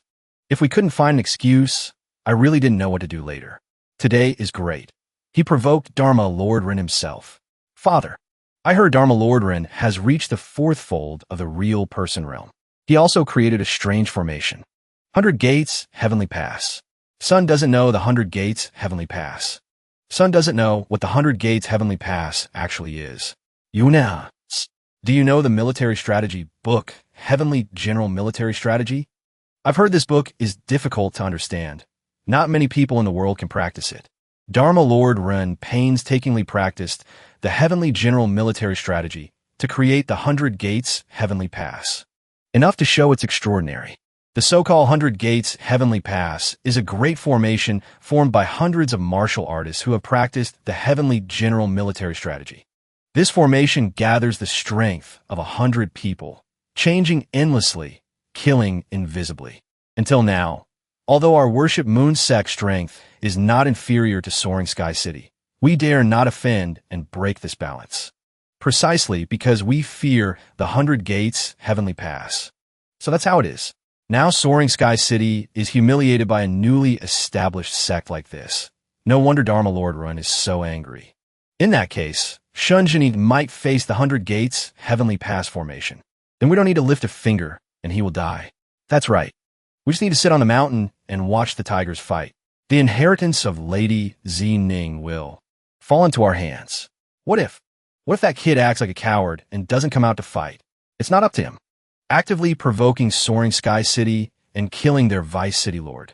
Even the 8 Cultivations envoy cannot help him. You don't know his temperament. Then our Worship Moon Cave can offer a little favor and help them set up the formation. By then, the entire abandoned Sword Villa will be razed to the ground. Will he disregard the whole sect just because he is greedy for life and afraid of death? He won't. This person is so arrogant, he definitely won't. Then we just have to wait and see how things develop. Meanwhile, Shunjini was rolling up his sleeves to forge a sword in the courtyard. There was no one around. Everyone was standing outside waiting. The situation is exactly like that. The challenge letter has arrived. I told him not to provoke Soaring Sky City. Why did he cause such serious trouble? No matter what, the third one cannot shoulder this alone. I will go to Soaring Sky City to plead guilty to the City Lord, hoping to use this old life to exchange for the safety of the villa. Old Villa Master, you spoil third young Master Shin too much. It's useless for you to go. Abandoned Sword Villa has truly fallen into a difficult situation now. Whether the third young master goes or not, a battle with Soaring Sky City is unavoidable. Yet the third young master can still calmly use the cold dew strange stone to forge a sword. Unless he wants to rely on this sword. Hammering the sword blade, he dipped it into the water. Young master, about the challenge letter. What do you plan to do? It's just a small matter. Don't disturb me, forging the sword for Huoloa. Hearing this, she was speechless. Small matter? Are you kidding me? Dharma Lord Run is using the 100 Gates Heavenly Pass to challenge you. Abandoned Sword Villa is on the brink of survival. How can it be a small matter? Chu Huoloa, Hurry and persuade your master. Just as she was about to find an ally, the dreamy Chu Hua didn't hear a word she said. At this critical moment, Master is still wholeheartedly forging a sword for me. So happy. Hearing this, Yin and I was even more speechless. Shunjini suddenly called Chu Hua. Hearing the call, she approached immediately. Master, Sister Yin and I said, "No. Or is it that you are already confident about that 100 gates heavenly pass? Who said I was going? Wait until I finish forging the sword. Then you will use the sword to break that unoriginal formation." She nodded, still immersed in romantic fantasy. But when her brain rebooted, she realized something was wrong. "I'm going? Yes. Consider it good sword testing. Master, are you fond of the new and tired of the old? Now that you have Sister Yin and I, you want to send me to die, right? What does it have to do with me? Young master, even if the cold dew strange stone is forged into a precious sword, not everyone can unleash its effect. It is the 100 gates heavenly pass, after all. Chu Hua is indeed a young expert, but even with the cold dew strange stone sword in hand, she can only deal with the third fold of the real person realm. But if she opposes Dharma Lord Rin at the fourth fold of the real person realm, it is truly like striking a stone with an egg. How can that work? Indeed, wanting her to deal with Dharma Lord Rin relying only on this sword is still a bit far-fetched. But that so-called 100 gates heavenly pass, Hulua can break it with a wave of her hand. Master, do you really think I could do it? He replied, no problem. Yuni frowned in confusion. Can't fight Dharma Lord Rin, but can break the 100 gates heavenly pass? What kind of logic is this? The little girl responded, then I will definitely try my best. Yin and I was speechless hearing this. Where does this confidence come from? Or, is there knowledge about Chiman Duinjia you haven't passed on to Chu Hulua yet? After leaving, she pondered.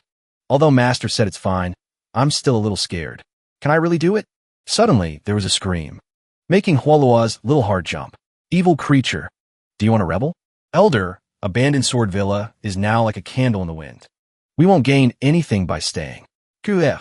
I thought after the last match with Hulua, you would know pain and change your ways, trying hard to cultivate. Moreover, your cultivation is due to the villa sparing no expense to pass it on. Why do you repay kindness with enmity, inciting disciples to rebel?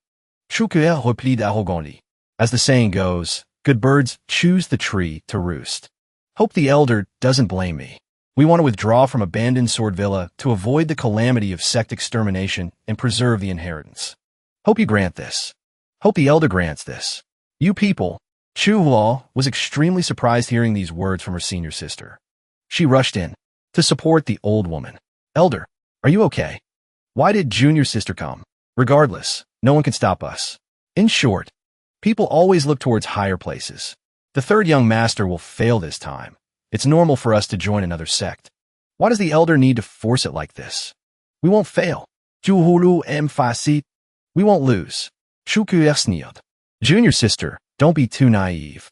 The third young master Shin you admire so much. He will surely lose. Oh my. Thought you climbed to a high place, but now you're about to be toppled over, right? How pitiful. Chu Hulua stood tall and spoke with a heroic tone. Listen carefully. Master said the 100 gates, heavenly pass, can be broken with a wave of a hand. No need for him to act. I can handle it myself. The disciples and Kayer frowned at her. The elder behind was also surprised. What? The third young master doesn't plan to act? She nodded.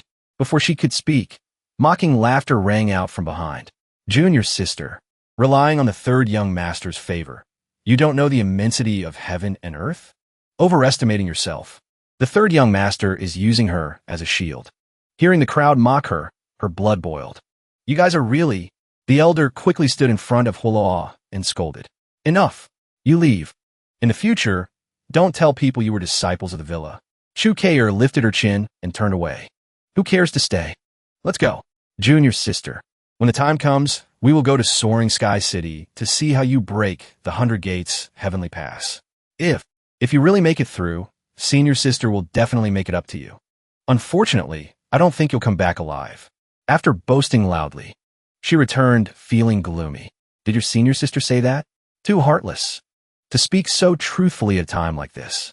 Sister Yun and I, are you really comforting me? At this moment, Shunjini spoke up and asked, "What is Chu Kair's cultivation level now?" "Mortal realm, 7th fold. Among the villa's disciples, except for you, no one has broken through to the real person realm. Even if you add the crowd following her, they can't beat one of your hands. In the future, if you encounter such things, don't have any scruples. Just take action and teach them a lesson. Even if you beat them to death, it doesn't matter." Yin and I shuddered hearing this. Is it okay to teach a disciple like this? Today, with the great battle approaching, fighting with fellow disciples just because of an argument seems a bit inappropriate. There is nothing inappropriate. Traitors to the villa have already decided where to go, clearly colluding with foreign enemies. Flattening them is just cleaning up the sect. Yin and I nodded in agreement. And one more thing. You must remember, heaven and earth are unkind, treating all things as straw dogs. Sages are unkind, treating common people as straw dogs. The higher the level, the value of living beings is just like a flicker of light in the darkness. Flickering and unrelated to oneself. In short, no need to worry about trivial matters. Oh my God, what kind of education is this? Unlike Yun Ni's astonishment, Chu Hulua nodded, accepting the new knowledge. Master, is this sword almost finished? Yes, just one more time into the fire. Oh, the water today seems a bit strange. That's right, it seems very pure. That is cold spring water, intentionally fetched to trigger the original cold energy of the strange stone. You guys step back. Both of them stepped back a few paces. The sword reacted as soon as it entered the water, and the jar containing the pure water suddenly shattered. The water inside turned to ice instantly. The sword also became somewhat different. The entire sword glowed, emitting a pure white aura. The surroundings became cold like winter in the middle of summer. The cold energy is so heavy. Frozen in the blink of an eye. The cold dew strange stone is originally an object of extreme in the world. It was also infected with the primordial spirit of the dragon clan. That's why it has such a miraculous effect. Master, is it finished? It's slightly better than the awakening of insects of the 12-sword tower. Barely enough to use. This is your sword. Name it yourself. She frowned at the sword Shinjini had just forged. Name? What should I call it? She stuttered. Han Yi. Cold robe. Under the cold robe. Yin and Yang are compatible. Moreover, the most important thing is that he is like Master's name. Master, what do you think of Han Yi? Shinjini smiled gently and said, as long as you like it. If the Han Yi sword is finished, let's go break the 100 gates heavenly pass. Yes, Master. Saying that, the master and disciple went together to the enemy to wreak havoc. On a citadel in the sand somewhere in the desert. Someone's silhouette was walking up the stairs, reaching a high place to look out of the city. Shinjini, you really dare to come? If you don't know life from death like this, then I will make sure you have no return. Dharma Lordrin stood on the city wall with interest. Everyone around came to watch the excitement. As long as he dies, here, we will definitely obtain Lady Z Ning's inheritance. Regardless, as expected of the Moon Slasher, he still has some demeanor. The Dragon King also came with interest to watch. Courageous. I really didn't misjudge him. Father, do you really feel that third young Master Shun has a chance of winning this battle? Chance of winning? I think. There is no chance of winning. Although Shun Zhenyi is a talented youth, he hasn't entered the realm for long. He cannot win. The meaning of the marriage alliance before. The 100 Gates Heavenly Pass is extremely mysterious, gathering the strength of 100 martial artists, and controlled by Dharma Lord Ren himself. At this time, Abandoned Sword Villa is on the brink of survival, so what's the point of discussing an alliance? Moreover, no matter what, Dharma Lord Ren will not let Shunjini off, and Shunjini must understand this clearly in his heart. Chu Hulua secretly glanced at Shunjini. She couldn't help but feel extremely nervous. So scared. My legs are starting to shake. Around, several fellow disciples looked down mockingly. Oh my, truly good expressions. Too bad junior sister can't see her own stupid appearance. I must see clearly how she dies. With so many experts of the 8 cultivations world, what does the third young master have to be arrogant about? Today, let's see how miserable he looks in 100 Gates Heavenly Pass. Thanks to Senior Sister Chu bringing us to join the great sect of the Military Heaven Department, staying at Abandoned Sword Villa. Wouldn't we be laughed at by the world along with the third young master? Right. Thanks to senior sister Chu. Hearing the disciples gossip, she chuckled. It's good that you understand. I can't wait to see third young master Shin defeated. That's right, that's right. Hearing that, those people used to be disciples of abandoned sword villa. Yet they can say such cold words. Shiogu, don't be rash. Don't worry. I know. We have seen third young master Shin skills. Who wins and who loses is not yet known. That's right, that's right. Shunjini spoke up and asked, Holua, have you memorized the essentials of the formation I taught you? She made up her mind. If ed. Gritting her teeth, she determinedly replied, I have memorized them. Then go break the formation. Yes, master. Saying that, she drew her sword and rushed into the formation. The sword immediately attracted the high-level onlookers above. Father, look at that sword. Yin and I said, that is the sword forged from the cold dew strange stone? Probably. What a pity. Even with the cold dew strange stone sword, wanting to break the 100 Gates Heavenly Pass that's true. The 100 Gates Heavenly Pass has gates of life and gates of death and infinite variations. Even if they have a peerless divine weapon, swinging the sword wildly will only lead to death. It seems Shun Juni doesn't dare, using Chu Hulua to scout the path. It's a pity her aptitude isn't bad, but if she dies, it will be easier to subdue here. Abandoned Sword Villa is truly putting a female disciple out as a shield. Truly a coward and disgraceful. Let's see how long you can hide. 100 Gates, Heavenly Pass. Set the formation. Immediately below, flags were waved to start the formation. Shunjini reassured his disciple from behind. Don't be afraid. Just do as I taught you. And she nodded, then took out a cloth strip to blindfold herself. The 100 Gates Heavenly Pass uses the strength of 100 people. Fighting one against 100 is not the biggest obstacle. Killing invisibly is due to using countless variations to confuse the mind. But as long as you cover your eyes, breaking the formation will naturally be as easy as splitting bamboo.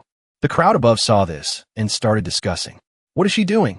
She hasn't been tricked by a man into losing her mind, has she? That little girl is crazy.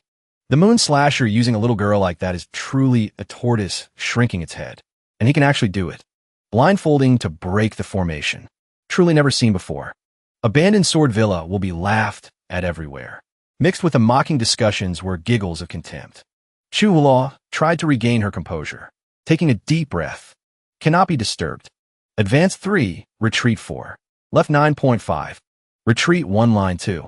Advance 3, retreat 4. Left 9.5. As she gripped the sword in her hand, decisively swung a sword strike, shattering the formation. Then she spun a few more sword strikes, causing the first formation to scatter. The witnesses were shocked on the spot. Eyes wide, mouths open, unable to close them. This girl, breaking a strange gate with one sword? Unbelievable. Breaking a strange gate with one sword. What is going on? Did she hit them? Sporadic praise rang out from above. If she hadn't hit the gate of life, the wound would be on her. Is this girl's luck that good? Is it really just luck? Could it really be luck? Ignore it. A blind cat meeting a dead rat. It's just a momentary recovery before death. The formation breaking essentials master taught are amazing. Like that, I've broken a strange gate. Do it again. Luck. Then she quickly broke another gate. With the following attacks, she continued to press her advantage, smoothly breaking each gate. Indeed, as Master said, the 100 Gates Heavenly Pass is nothing new. It can be broken with a wave of a hand. Dharma Lord Ren watched in shock as each gate was broken. How can this be? Not just him. The mocking chatter had disappeared at some point. Everyone looking at the formation below couldn't help but be astonished. Could she break the 100 Gates Heavenly Pass? The Cold Dew Strange Stone Sword. Does it have such power? Only blame myself for not having one back then. No, it's not just the power of the Cold Dew Strange Stone. The sword's killing power is just secondary. More important is the position and timing of the strike. Position and timing? Look, the 100 Gates Heavenly Pass changes constantly, but Chu always strikes the gate of life. It feels like the weakness of this formation is completely exposed before her eyes. It really looks like that. Does she know every change of the formation? Impossible. The 100 Gates Heavenly Pass moves constantly.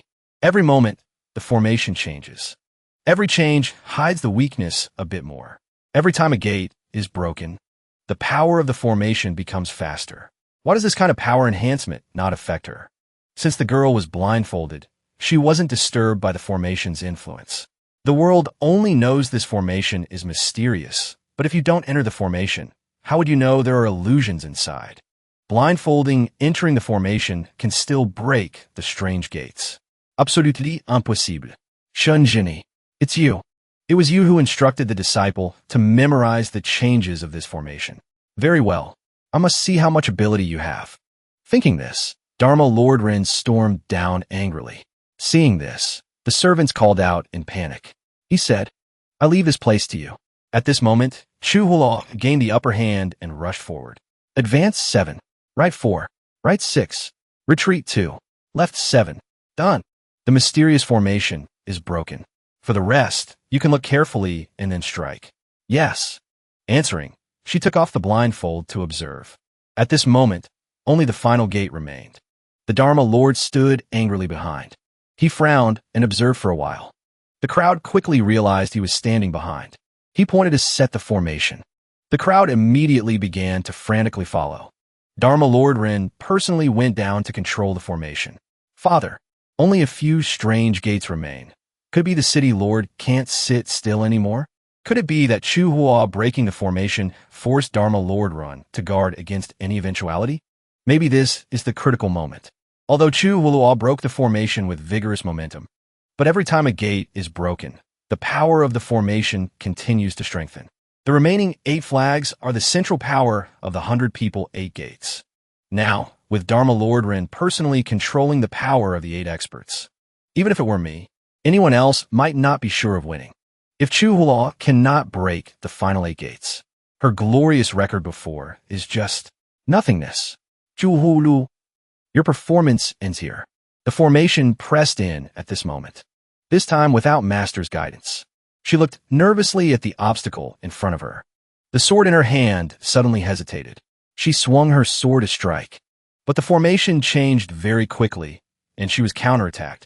Electric current suddenly rushed in. The sword in her hand was knocked flying far away. Her hand was also injured. She looked back at where the sword fell. My sword, above. Those hoping for her to lose laughed excitedly. That girl is done for. I personally set the formation. I won't let you off so easily, little girl. Then the formation opened the gate of death. It rushed in as if to swallow the small girl inside. Instinctively, she closed her eyes and put her hands in front of her face. It was a good show to watch. Juhulu. Shunjini tilted his head from behind and asked, What are you doing? He gently glided forward, blocking the blow with his bare hands and energy. Those who were noisy just now immediately fell silent. Seeing her master in front, she rejoiced. Master! As expected of Master. His voice was neither hot nor cold, but hearing it made Chu Hua sweat profusely.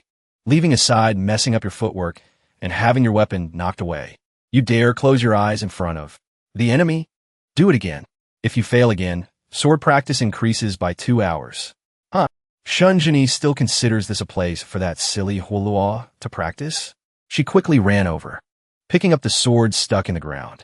Hesitantly said, Master, if I succeed this time, no need to increase the practice time, right? That's right. Sukiya frowned in confusion. Shunjini is one thing, but even Chu Hua considers this 100 gates past a training ground?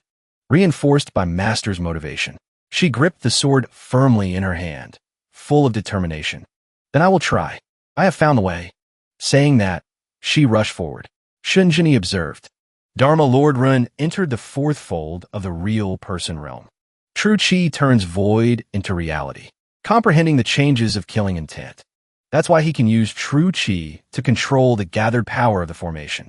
Killing intent surrounds, holding everyone's life and death.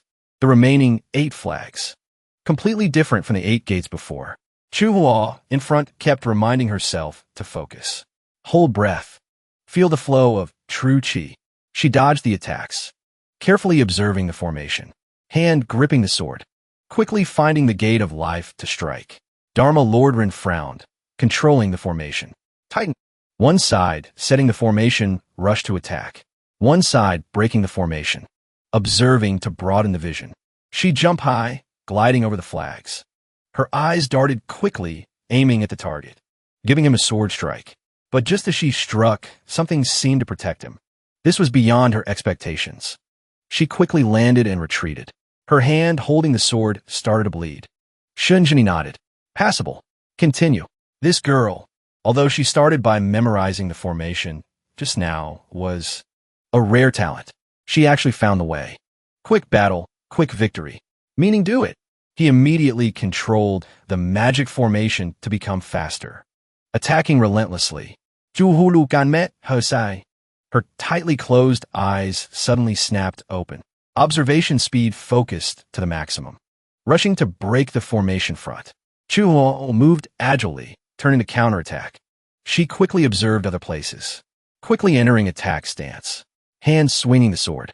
A sword strike hit the flag. But that protective thing appeared again to obstruct. This time her mind was not chaotic, but very calm. The sharp sword seemed to cut the air. The sword's aura powerfully wrapped around the blade, aiming at the formation front, decisively swinging the sword to cut the next gate. Dharma Lord Ren frowned, looking at her with extreme annoyance. She looked at the remaining flags and sighed.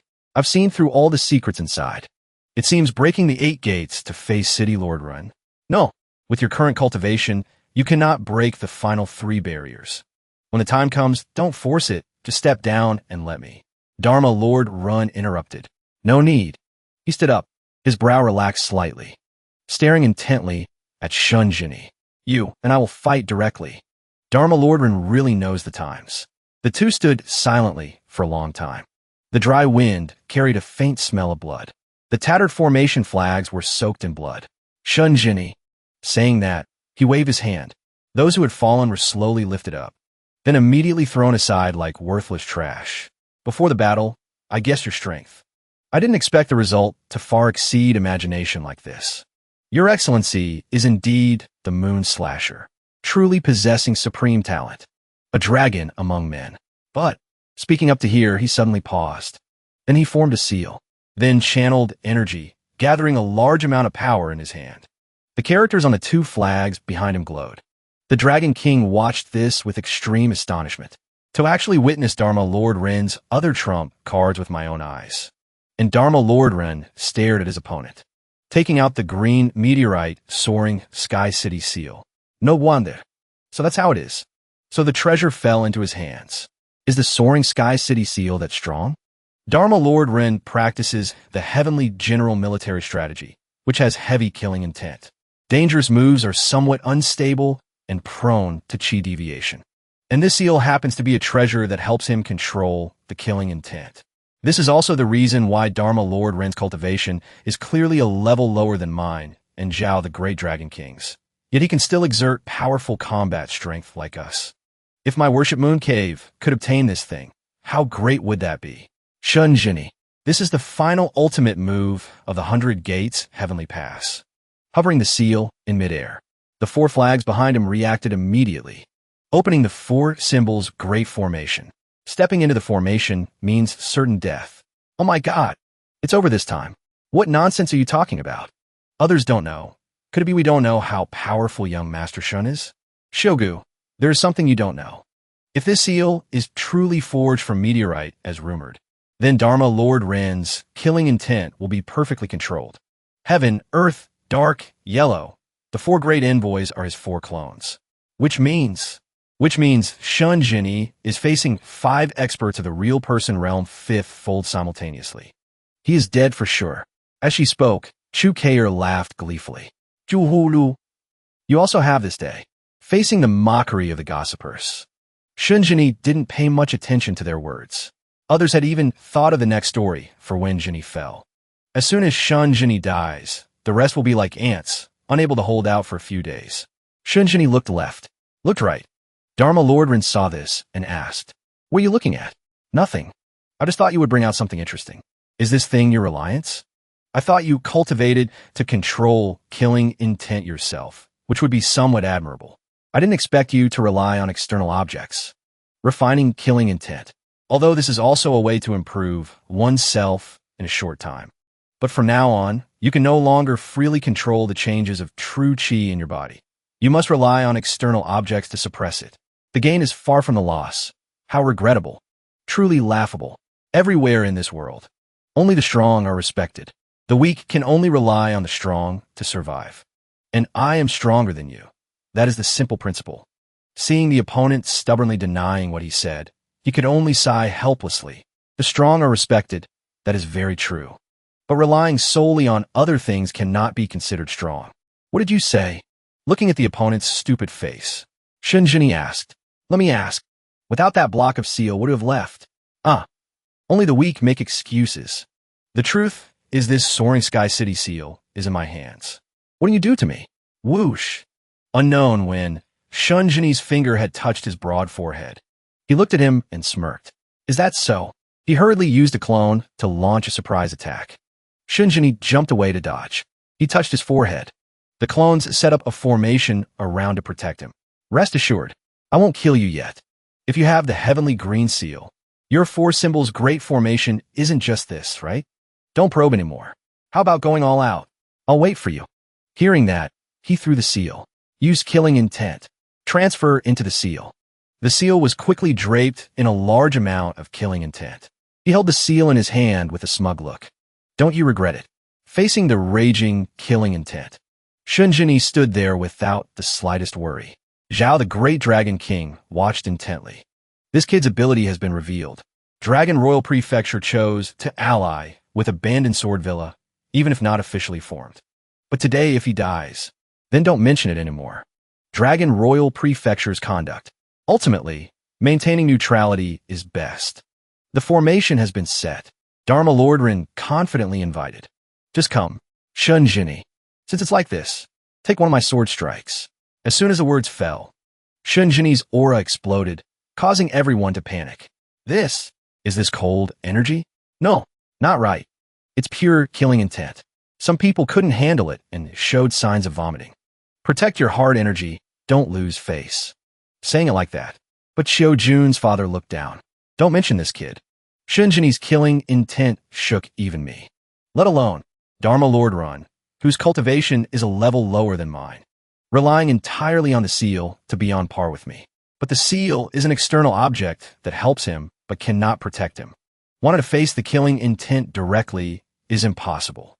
Dharma Lordran facing it directly, just standing before Shunjini's small killing intent, began to waver. Why? Can he come over so lightly? Why aren't the strange gates listening to my instructions anymore? Move! Hurry and move! Why aren't they moving anymore? Damn it! Damn it! He watched Shunjini stepping closer towards him, getting closer with each step. He panicked, not understanding where the problem lay. Not right. How can it be like this? No. This seal has no problem. I should be manipulating the strange gates. No. In that case, isn't it? The one immobile right now is me? Shunjini gently passed through his formation. He slowly raised his arm in front of his face, standing before him, emitting a bone-chilling killing intent. Looking at Shunjini's hand reaching out. His body was immobile. His mind screamed in desperation. No, no, don't come over. Don't come over. When Shunjini touched his forehead again, as if an electric current ran through his body, the entire space in the arena seemed to be blown by a fresh breeze. Those present watched every move of the battle nervously. The seal in Dharma Lordran's hand fell to the ground. Shunjini finally withdrew his hand. Turning around, he dropped a sentence lightly. This is what you call killing intent. He stared blankly at Shunjini's back. His brain, after working too hard, had now crashed, momentarily not knowing how to react. Shunjini said indifferently to Huala, "Let's go." She regained her composure and replied, "Yes, yes, master." Dharma Lordran lost? The suspended hearts of the Zhao Dragon King family could finally be somewhat relieved.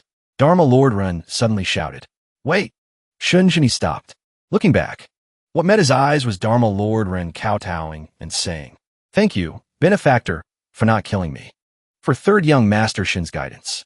Great kindness is hard to repay. Hope young master Shun accepts this seal. As the lord of soaring sky city, let me be your ox and horse, tying grass and holding the ring in gratitude." Giving the seal to someone just like that? Was Dharma Lordran beaten silly by Shunjini? No need.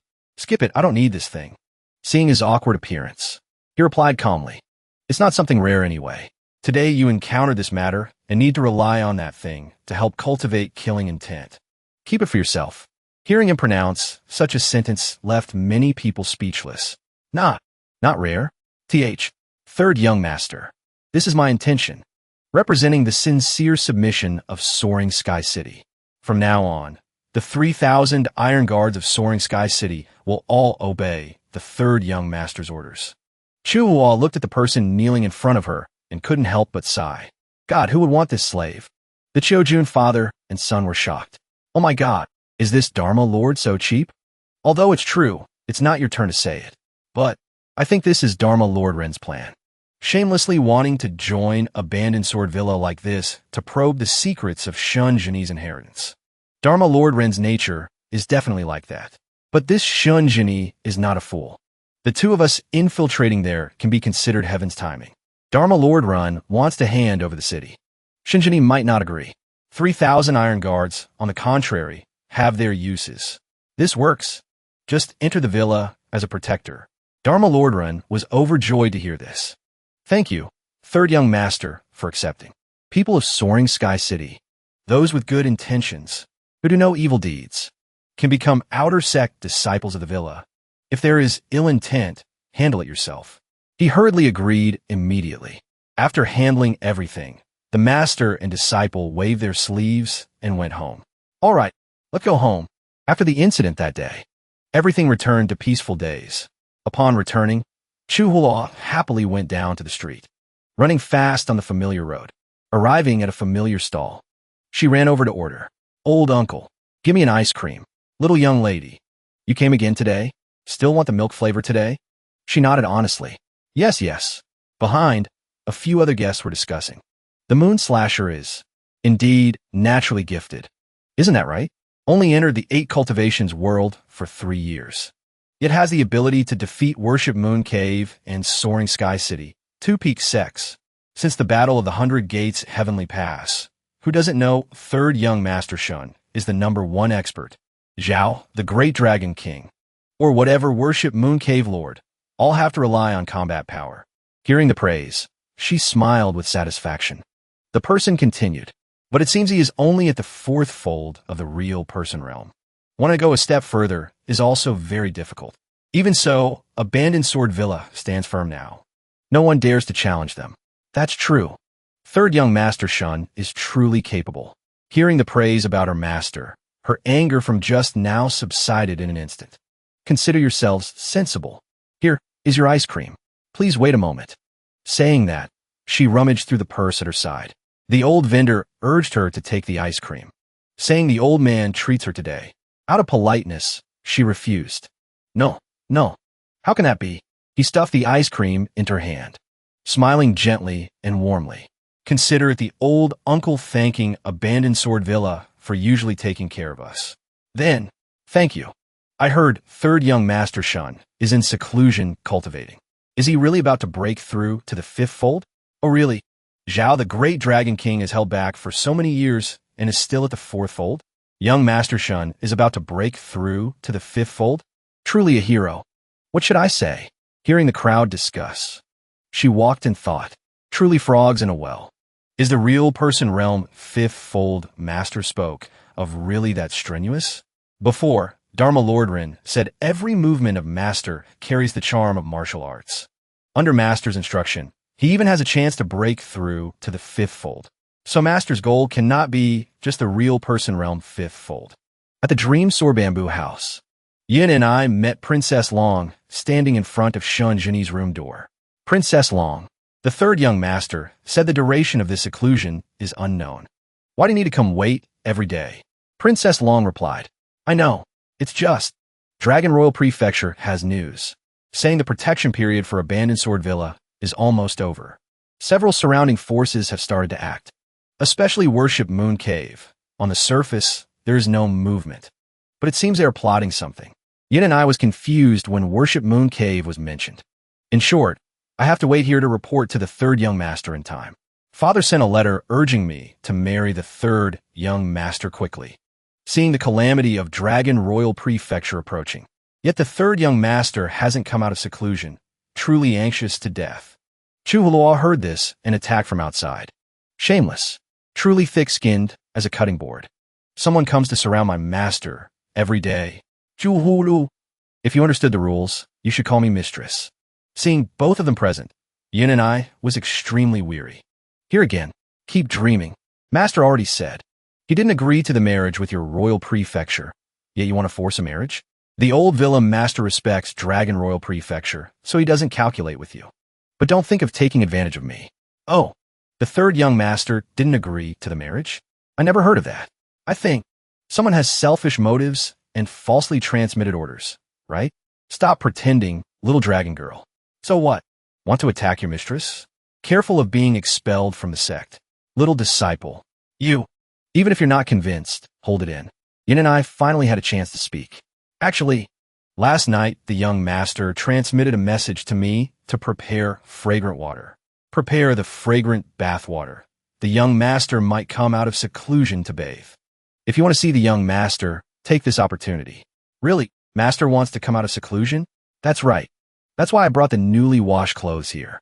Wow, these new clothes are so beautiful. Made so perfectly. Master will like them very much. Of course.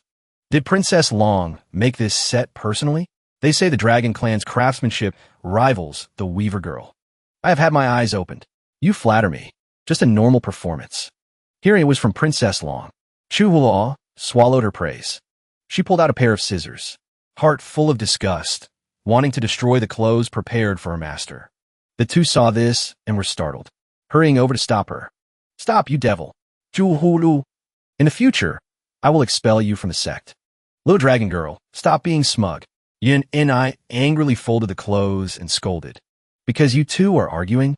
I'm too busy to care about you anymore. The two girls were scolded, but still determined to glare at each other. Inside at this moment, Shinjini was soaking in the water after seclusion. Yin and I quickly arranged the clothes, then went to the screen to report. Young master, the clothes have been scented. Young master. Noticing she had something on her mind, he spoke. What does Cho Inhuan want to do again? Just say it. Senior brother over there said they are plotting to attack abandoned sword villa during the 10-year period. I predicted he would come to deal with me. But who else do they have that can act? This matter. Senior brother never mentioned it. I will go investigate clearly. Excuse me.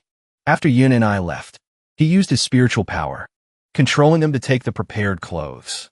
He also left the water, draping the robe over himself, smelling the scent from the robe with satisfaction.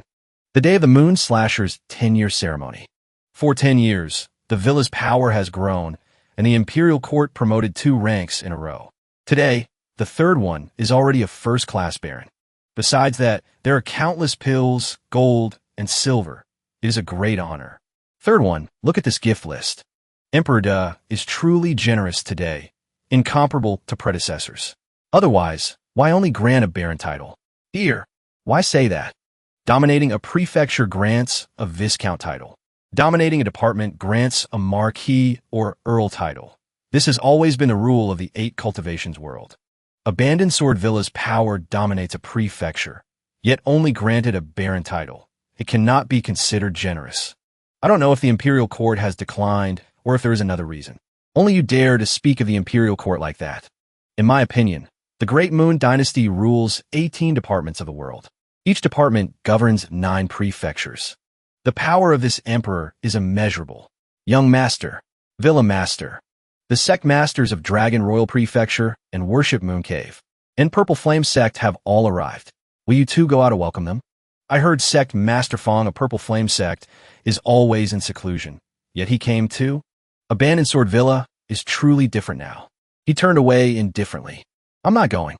Father showing up to greet them is enough. Okay, I'll go. What is with this temper of yours? Junni. Here. Yin and I couldn't help but look back at him before leaving, pondering. The third young master knows clearly that Worship Moon Cave will make a move today to cause chaos, intending to attack abandoned Sword Villa. How can he be so calm? That day, I went as senior brother to investigate the situation. When she appeared, her senior brother immediately swung the wooden stick in his hand vigilantly. She dodged agilely, then counterattacked, knocking the axe from her senior brother's hand to the ground. Senior brother is incompetent. Junni. Hearing that, her senior brother walked dejectedly to pick up the axe, speaking as if sulking. Junior sister's cultivation is improving more and more. Senior brother, sneak attacked but didn't gain any advantage.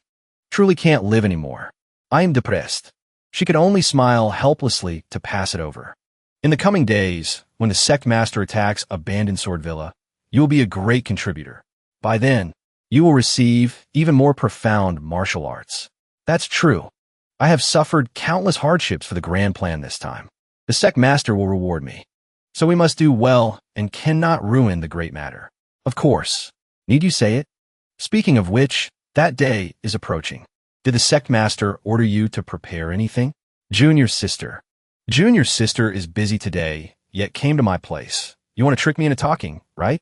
If senior brother says that, I don't know what to do. The sect master only told me to watch Shunjini and report any news immediately. But I worry about old third Shun being cunning. I was really worried, so I came to ask you. I didn't expect senior brother to suspect me like this. Her senior brother felt extremely guilty seeing this. Confused, trying to explain. Actually, this is also good.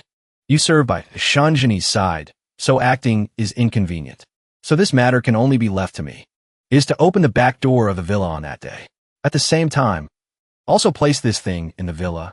Moreover, try to place it everywhere. She frowned and asked, a smell like corrosive salt? What is this thing? Junior sister doesn't need to know. Just wait to watch a good show. In short, before long, we can return to worship Moon Cave in glory. Senior brother is right. At that time, in the end, I couldn't find out any actual news. But when I felt disappointed and reported back to the third young master, at that time, with a calm face and a hint of a smile at the corner of his mouth, he asked back, a smell like corrosive salt? Saying that, do they want to lure that thing out? At that time, she had another confusing question. What does that thing refer to? Soon, that day arrived. Everyone gathered in full force. Villa Master Shun and his wife walked in. Zhao the Dragon King's gaze quickly noticed. He immediately ignored everyone else aside and went straight to Villa Master Shun to greet him. Old Villa Master Shun and Zhao the Great Dragon King came personally. Busy with affairs, reception was not thorough. Hope you understand. You are too polite. Li Lang and my daughter have a marriage contract. If I didn't come to today's occasion, it would be rude. Thank you, thank you. When he looked over at Lu Rukin, he seemed guilty and turned away to avoid Villa Master Shun's gaze. Is Master Lu Rukin doing well recently? Amipa, thank you, old Villa Master Shun, for your concern. Thanks to the blessing of Abandoned Sword Villa, we can cultivate peacefully. If there are any difficulties, just speak, don't hesitate. Thank you, thank you. 10 years have also made the so-called grandmasters see reality clearly. If I hadn't decided quickly to join Abandoned Sword Villa at the same time, I'm afraid I would have to depend on others like this. Villa Master. Envoy Zhang has arrived. The two happily ran out to welcome him. Envoy Zhang. The young man outside smiled brightly in response. Old Villa Master Shun. Envoy Zhang gracing us with your presence. Not welcoming you from afar. Please forgive this old man for the lack of etiquette. Envoy Zhang has arrived, yet your third young master Shin still hasn't shown up. A bit ignorant of the rules. This, Envoy Zhang, don't blame him. My son is at a critical moment of seclusion and doesn't know the envoy has arrived. Please forgive him. As he spoke, Elder Shin was panicked. Meanwhile, Xiujun's father sneered inwardly. Using an excuse for coaxing children again. Do you want to die? Suddenly, the young man laughed. Indeed, extraordinary people do extraordinary things. The 10-year grand ceremony of Abandoned Sword Villa, yet he still focuses on the sword. No wonder he has such achievements. You flatter him, you flatter him. Envoy, please come inside. Father, what is going on? Envoy Zhang is not only not angry, but also praised Shunjini. He was also doubting life at this moment. Since when did Shunjini have connections with the 8 cultivations envoy? Never heard of them having relations with the moon slasher forces. Then our plan. Things have come to this. Either don't do it, or do it decisively. We sacrificed an elder. An elder was injured to lure that thing out. Wei Yuanbao definitely released that thing everywhere already. Stopping now would waste all the effort from before. But we didn't expect the 8 cultivations envoy to come. What if he intervenes to stop us? What should we do? He won't. The 10-year protection period has arrived. The 8 cultivations envoy has no right to interfere in the affairs of the sects. This is the rule. But don't forget that thing is extraordinary. Even if he acts, he might not be able to stop it. Why should he bring humiliation upon himself? This smell is... Number 2. It's almost time. Shunjini still hasn't shown up. I have to see what ability he has to stop that thing when it appears. Thanks to Yunni's intelligence, he also had a plan to deal with it. Not far from the Shin residence, birds in the forest flew in panic. Big trees fell to the ground. Heavy footsteps, step by step, shook the ground. The tremors quickly reached the banquet. Everyone present was extremely confused and worried. Everyone in the house tried to listen to find the cause. Could this be? Perhaps it's that thing. What is it that can make Zhang Xiongwu and father change their expressions like that? What exactly is going on? Everyone, please come outside with me to check the situation. A massive figure with glowing red eyes was getting closer to the Shun residence. Everyone present was scared out of their wits. What kind of monster is this?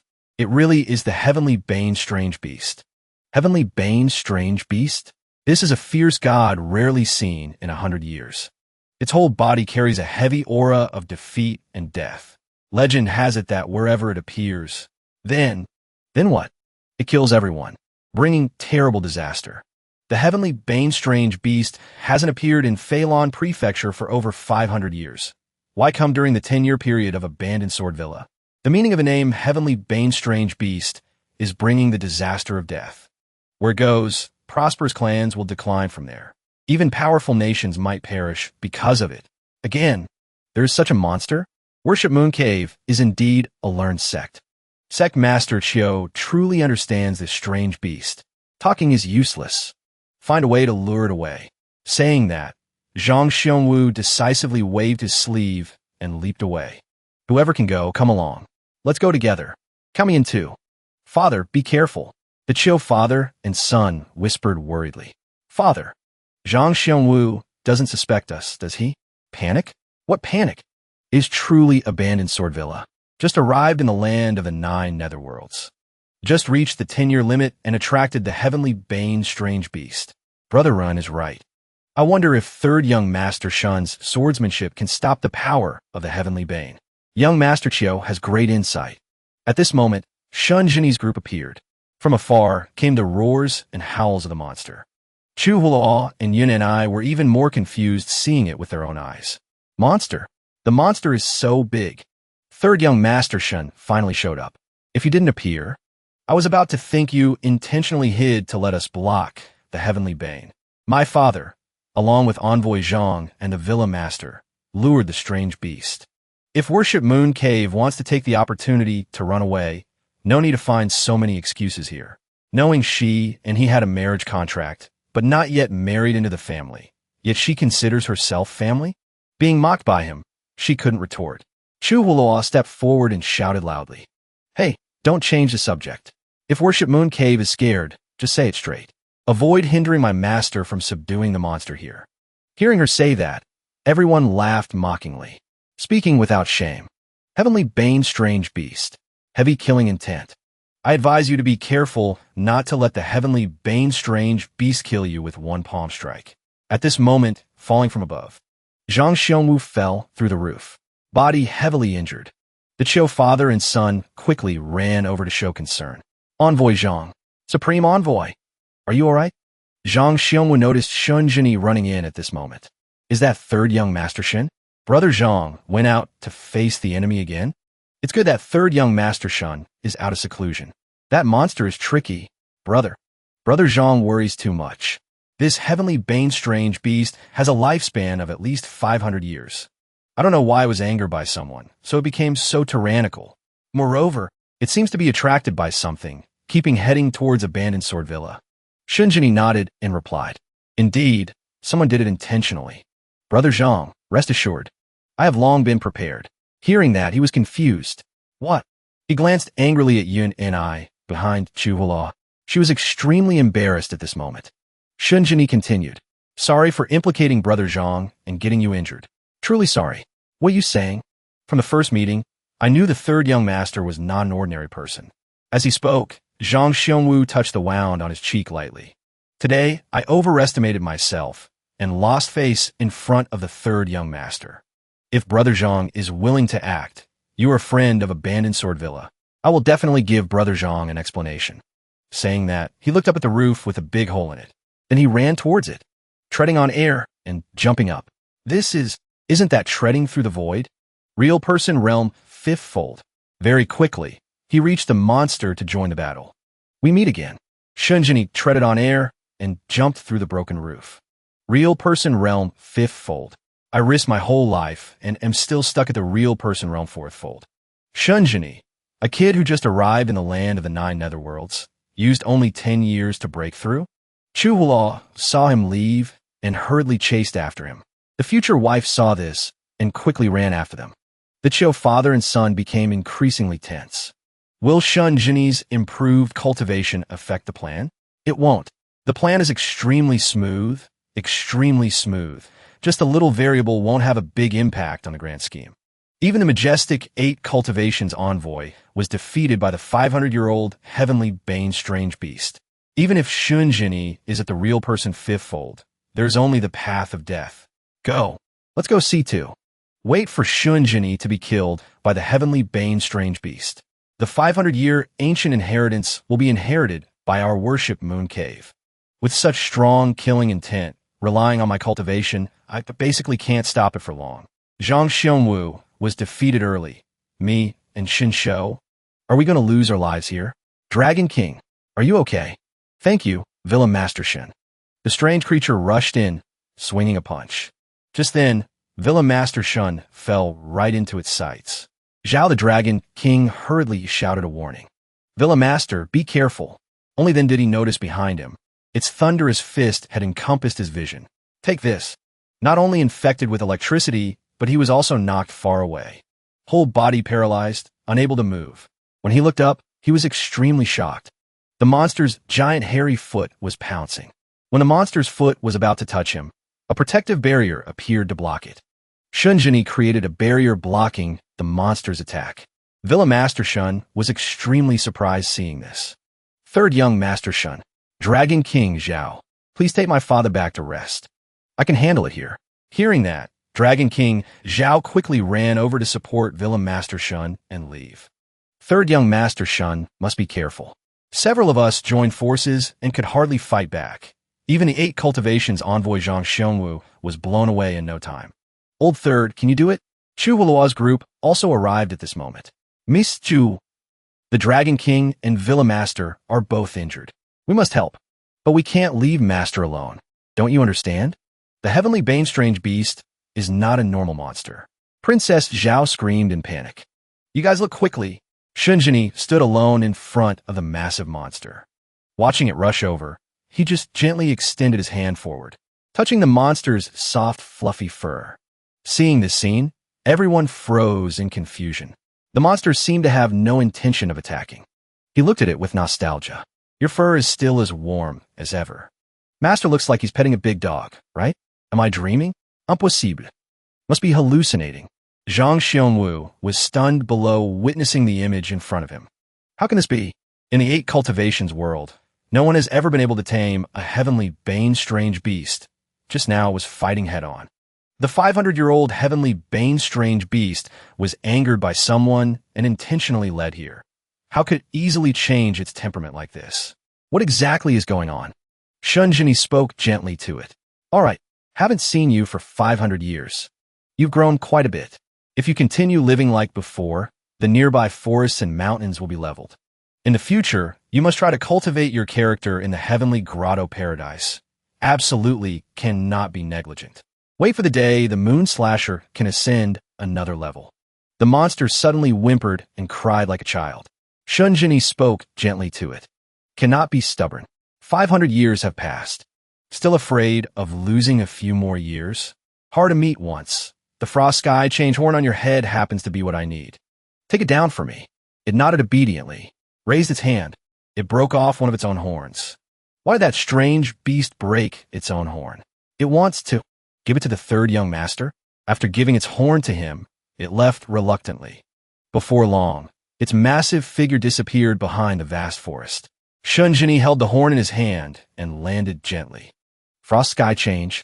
Chu Hua came to look with a head full of question marks. Frost sky change? So it's that monster's horn? A rare treasure? Third young master Shun is truly a wonder of the world, actually having a strange method to tame the heavenly bane strange beast.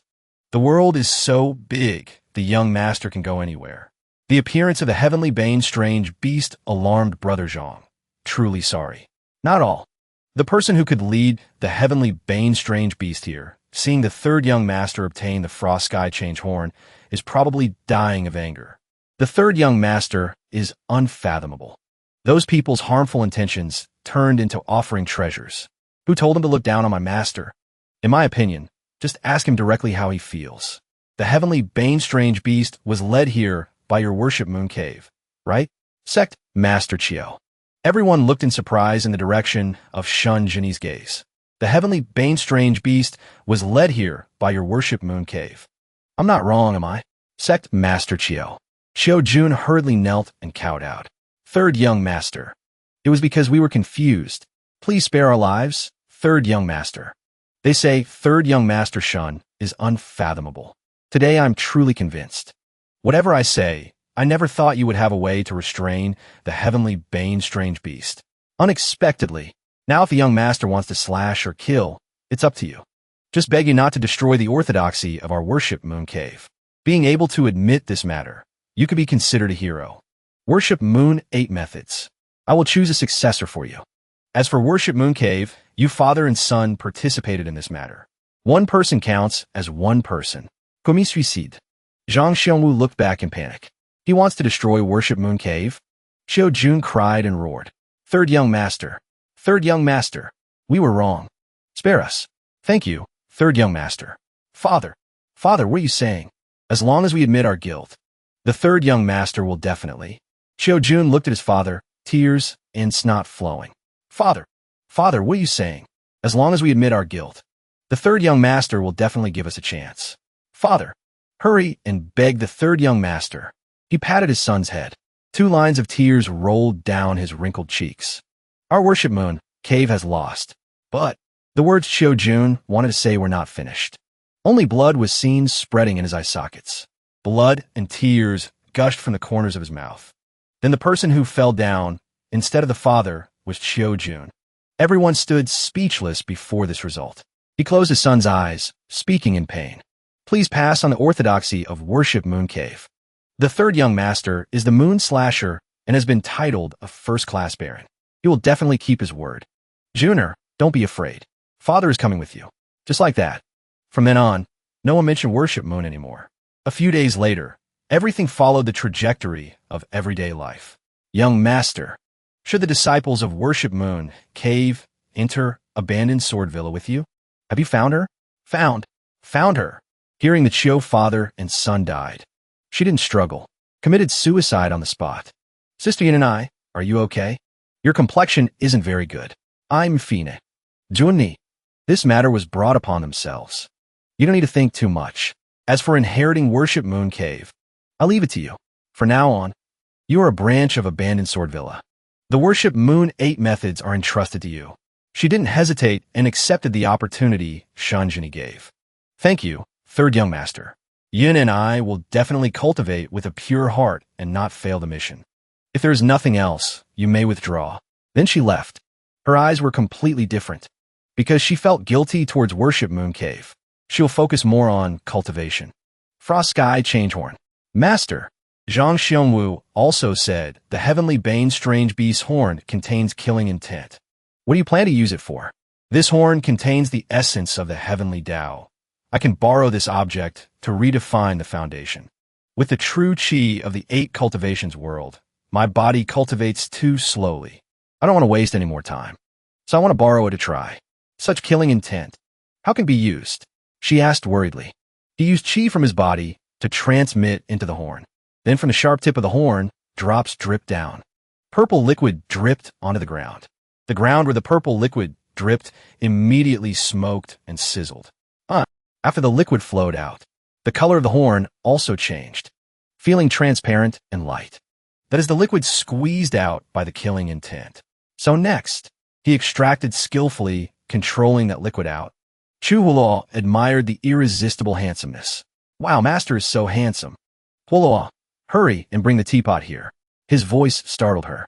She hurriedly took the teapot nearby, opened the lid, and brought it over.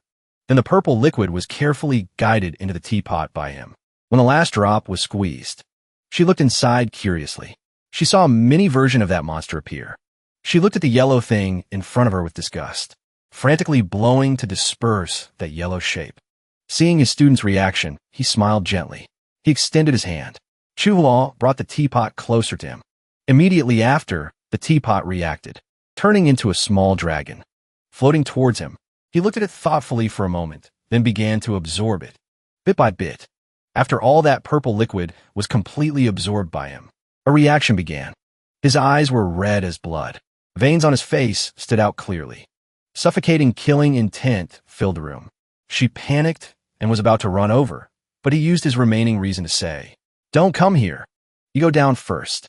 I used essence to refine the body, causing damage, so I need to be in seclusion for a few days. No matter who it is, do not disturb me." In a flash, a month passed. Master has been in seclusion for a month. Bored to death. If I could go to the Nine Heavens Tower trade fair now, it would be so fun. Nine Heavens Tower is so far away. If we didn't have the Earth Dragon cart, we wouldn't be this comfortable. I really don't understand why you have to tag along. Do you have an opinion? When the air was thick with the smell of gunpowder, and Defuse stepped in to mediate. "Oh my, you two, don't be angry. Princess Long has a marriage contract with a third young master. Go to Nine Heavens Tower this time. Naturally, she gets to go along." She nodded with satisfaction. Not wrong, not wrong. After the battle with the heavenly bane strange beast, Villa Master Shun and Dragon King Zhao shook hands. "I think the matter of the two families is coming soon. Boston is thoughtful. This time having the Earth Dragon cart to take us cause you expense again. The trading company has today, thanks to the third young master. It's just a small token of sincerity, as long as you are satisfied." This statement is not wrong. Compared to now, with fame rising like a tide, Nine Heavens Tower, a sect in the Military Heaven Department's main prefecture, ordered 1 million spirit blood jade from us at once. Correctly speaking, they want to use this business deal to get to know my master. That's right, that's right. This business deal is all thanks to the third young master. 1 million spirit blood marrows need 10 million spirit bloodstones. 100 million spirit bloodstones. Moreover, the young master can identify where the blood marrow is. It's already a hugely profitable deal. The girls couldn't help but sigh at this moment. Merchants are truly scary. Merchants calculate benefits, I can understand. However, I still can't figure it out. Why did the third young master agree to this? That's right. Not like master's usual self at all. You two, indeed understand the third young master's temperament. At first, he refused flatly. He said, "Abandoned Sword Villa doesn't lack money. Why earn money so painstakingly? Young master, listen to me for a moment. Now you suppress Fei Lan Prefecture with your might. This is an opportunity to develop with the Military Heaven Department. What does it have to do with me? Sect Master Shangwan Baiyu of Nine Heavens Tower has martial arts variations that are both agile and mysterious. He is a first-rate expert in the Military Heaven Department. Nine Heavens Tower is said to have been granted the title of Earl back in the day, and is extremely wealthy, frequently holding large-scale trade fairs. Actually, this time we coincide with the trade fair. Nine Heavens Tower opens its doors. The third master can go play too. I heard this trade fair has the rare treasure Salapalm leaf. Hearing this, Shunjini became interested. He asked curiously what that was. As a merchant with full experience, seeing an opportunity, I seized it immediately. There's a chance. I heard the Nine Heavens Tower trade fair is very lively. The third young master can go play. Not this sentence. Salapalm leaf. It is the leaf of a mystical tree in the world. It has indestructible spiritual energy. Many great families and powerful sects want it. Wait, you don't want it too, do you? He frowned in confusion and asked back. Does the third master also have interest? Shinjini called out. Pack the luggage. I will go to Nine Heavens Tower. So you really want it? If we get involved in the fight for the Salapalm leaf and cause trouble again, what should we do? What the hell is he talking about? Just ignore him. At this moment, Shunjini also happened to appear. Everyone smiled and greeted him. He looked into the distance, feeling a bit expectant in his heart. Arrived. Besides them, there were many other people below with carts full of goods. Wow, so many people. Nine Heavens Tower's architecture is unlike other sects. Must cross the narrow mountain gorge. Therefore, merchant caravans will gather here. Crossing the mountain bend leads to the mountain gate. I heard it's by the cliff. 9 Heavens Tower's ancestors went through so many storms to stand at the peak today. 9 Heavens is the main hall's location. So how long do we still have to walk? Do we still have to queue in such a crowded place? Trading with 9 Heavens Tower is, after all, a major event in the military heaven department. It can be compared to the Dragon Palace appraisal fair. My father praises it endlessly. Princess Long is too modest. Treasures of the world naturally belong to the Dragon Palace. Although 9 Heavens Tower's business is very prosperous now, it still cannot compare with the Dragon Palace appraisal fair. Hearing this, she panicked. Oh, is that so? Chu Wuo took the chance to jump in and mock. I say, Sister Long, hasn't your family been to the Dragon Palace appraisal fair before? So you don't know what the Dragon Palace is like, right? A side branch is still just a side branch. Ignoring the two girls arguing, and Defu ran over and said hesitantly, I think, why don't we go to the mountain gate and present the invitation first? No need to squeeze with others in this gorge. Shunjini agreed immediately. Very quickly, Shunjini's group arrived at the gate. The gatekeeper stood holding pen and paper, taking notes. Why do country bumpkins from Fei Lan also come here to watch the excitement? All right, take a number. When the elder has time, he will call you. 2 little senior brothers misunderstood. The goods on the cart were specifically named by Sect Master Shangwan. Hope you two make it convenient. Holding the heavy bag of fruits on his hand, he replied indifferently. I know. I will try to arrange it. Take your number and go. Looking at number 184 in his hand, and Defu froze. Troubling you too. Before number 184, how many people are there? Country bumpkins don't know and dare to learn from others to do business? Listen clearly. If it's 184, then in front is obviously 183. Get lost over there and wait. Don't bully people too much. We came here this time not only to deliver goods. There is also 3rd young Master Shun of Abandoned Sword Villa who accepted Sect Master Shangwan's invitation to come here. Ignore whatever 3rd young Master Shun or 4th young Master. Coming to 9 Heavens Tower, do you still think you are a great noble? If not convinced, then scram. If you're still noisy, I'll take back your number. You dare speak wild words to the 3rd young master? Truly rude. I am rude. What can you do to me? Good question. What can you do to me? People of the military heaven department being so rude to the 3rd young master cannot go unpunished. If Sect Master Shangwan doesn't manage it, I will discipline the disciples for him. Good question. What can you do to me? People in the military heaven department being so rude to 3rd young Master Shun. How can they not be punished? At this moment, the 2 gatekeepers saw the Shun family coming out and were extremely confused. Even in Defu witnessing it couldn't help but be surprised. If Sect Master Shangwan doesn't mind, I will discipline them for him. Young Master Shun, please calm down. At this moment, someone ran out from inside in a panic. What did you 2 idiots do to make young Master Shun angry? Deacon, you came just in time. Why is young Master Shun so angry? These 2 took advantages and made things difficult for this brother. Knowing clearly it was young Master Shin's carriage, they still ungratefully blocked it outside the mountain gate. If 9 Heavens Tower wants to cover up, I will discipline them myself. 3rd young Master Shun? Could it be 3rd young Master Shunjini of Abandoned Sword Villa? Instead of admitting it himself, he let in Defu confirm it. The manager looked confused at the aura of the person in front of him. An expert of the real person realm 5th fold who recently appeared in Fei Lan Prefecture, deciding life and death with one word. Overthrowing Worship Moon Cave in the blink of an eye. Why did this person come here? Why does he have a relationship with young Master Shun? Worth young Master Shun coming out for him? The manager turned to the servants and scolded them enthusiastically. You 2 idiots, go receive 50 strokes of the plank yourselves. If 3rd young Master Shun is not satisfied, beat until he is satisfied. Then he said humbly, Young Master Shun, do you think handling it like this is satisfactory? He was silent for a moment, then spoke. This friend just said, 3rd young Master Shun is in the tent. I have heard the 3rd young master's great name for a long time and always admired him. I want to say hello. Can I trouble you to lead the way? This young Master Shun doesn't look like he has ill intentions. So Defu led young Master Shun to follow him to the palanquin. Young Master Shun is too polite. Please follow me. What is 4 Eyes doing? Why hasn't he been seen for so long? The floor is about to be crushed by your stomping. What's the noise? Who needs you to care? Master, nothing will happen, right? He gently took a sip of tea and replied, "Rest assured, he's back." Whoosh. And Fu walked in. "Young master, I have taken care of it. There is a guest who has admired you for a long time and wants to meet the third young master." "What guest?" "My master doesn't meet people of unknown origin. Miss Chu, don't blame him. Just now, he helped us out of a predicament. Really couldn't refuse. Moreover, it seems he is called Young Master Shun by the people of Nine Heavens Tower." Princess Long heard this and understood everything. So it's him. Dragon Royal Prefecture has wide connections, so Princess Long knows him. Third young master. Young Master Shinijo is the beloved son of Sect Master Shinjongshan. 12 Sword Tower. 12 Sword Tower? Shinijo. Isn't 12 Sword Tower the place where Shun Mengtian, the ancestor of abandoned Sword Villa, was born?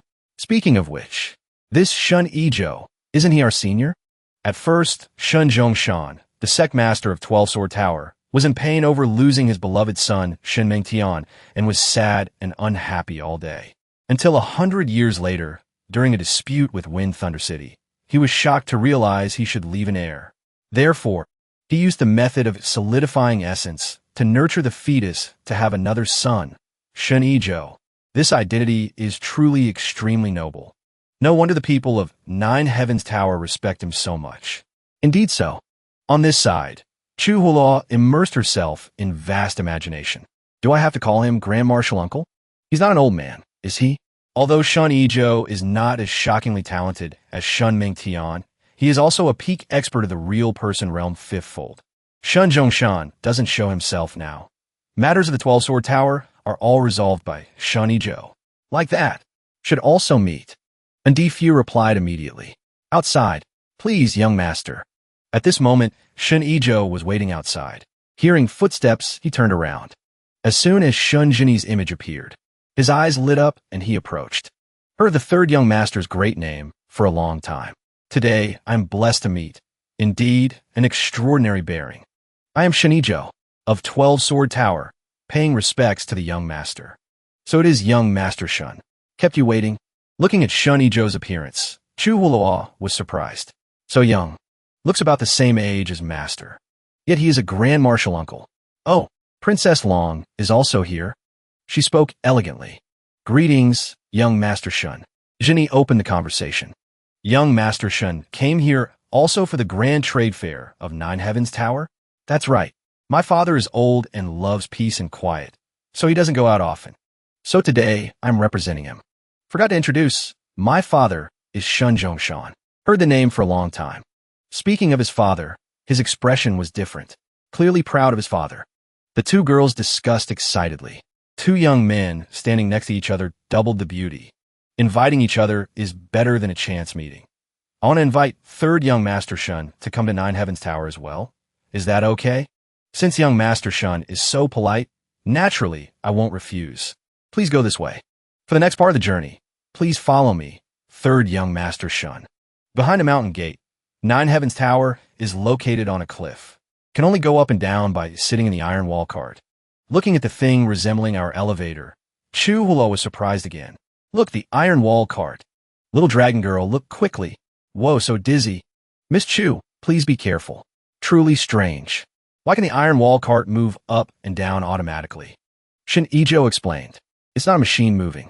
But each iron wall cart is pulled by a disciple of Nine Heavens Tower using their bare hands on the rope. One disciple pulls one cart. He nodded in confirmation. Each cart weighs nearly 10 tons. Ours is quite luxurious, probably about 15 tons. That heavy? Are the disciples of Nine Heavens Tower all strongmen? Putting it that way seems correct too. Actually, just by practicing the cultivation method of Nine Heavens Tower, one can easily pull the iron wall cart. This is also one of the daily training exercises of Nine Heavens Tower. Juhulu note that. So that's how it is. Nine Heavens Tower's basic exercises are still as great as before. Before long, they arrived. At a certain place. Young Master Shin arrived? Why are you telling me only now? The Mountain Gate Deacon just announced. I didn't expect young Master Shin to arrive so early this year. If no one welcomes him, others will think our Nine Heavens Tower is disrespectful to 12 Sword Tower. Who can bear this responsibility? Elder Who is right. Confirm that young Master Shin sat in this iron wall cart. The Mountain Gate Deacon said he specifically arranged the two most luxurious ones. There won't be a mistake. What about the exquisite villa at the Absolute Wall Mountain Hall?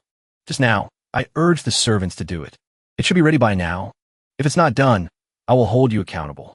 At this moment, the servant suddenly saw the human-powered elevator appear in sight. Elder Hu, look, the cart has just arrived. Shunjini stepped out modestly. Oh my.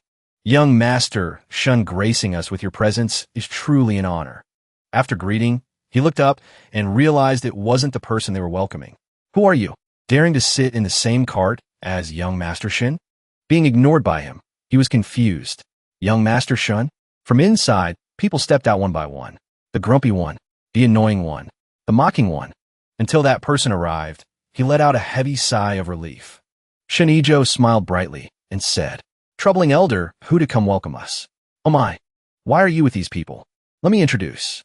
This is Shunjini, third young master Shun of Abandoned Sword Villa in Feilong Prefecture. Third young master.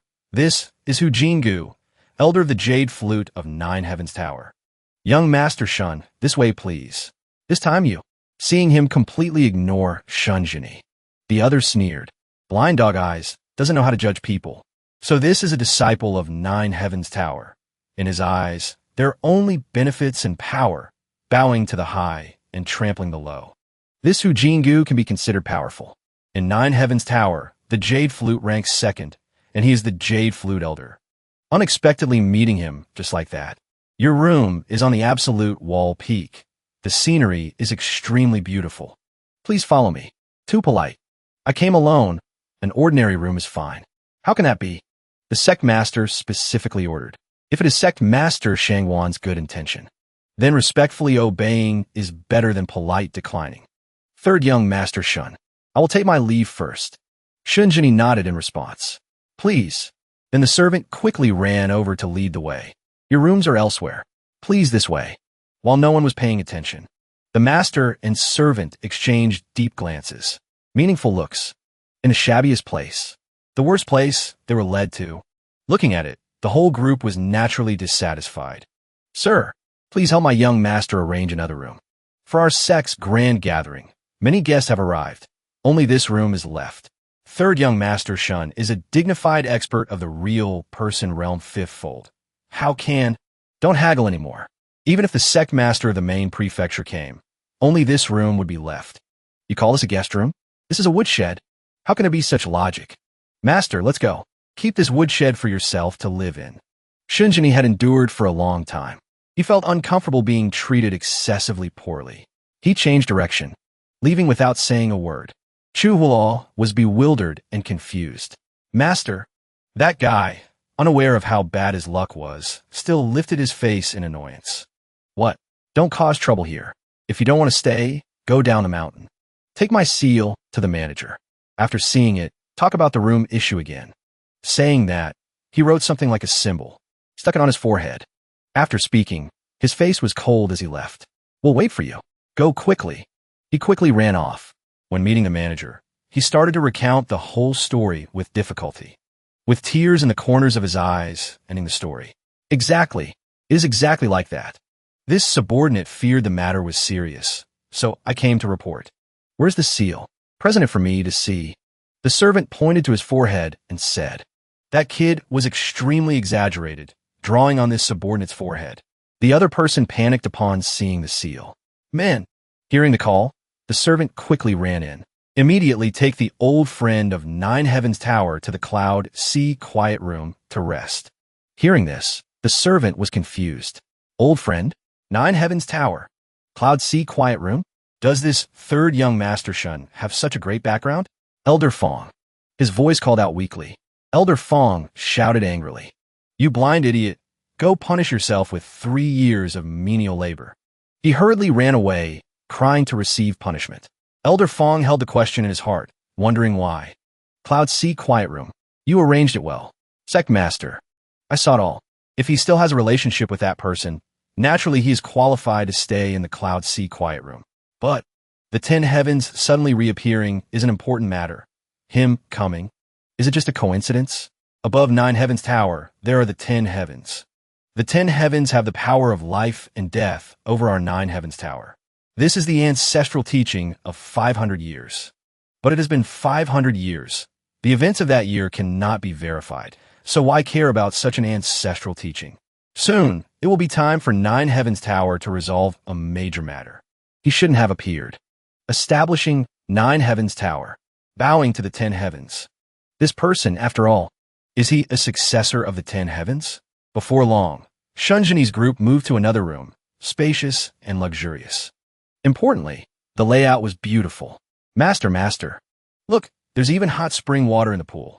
This is probably the highest courtesy of 9 heavens tower.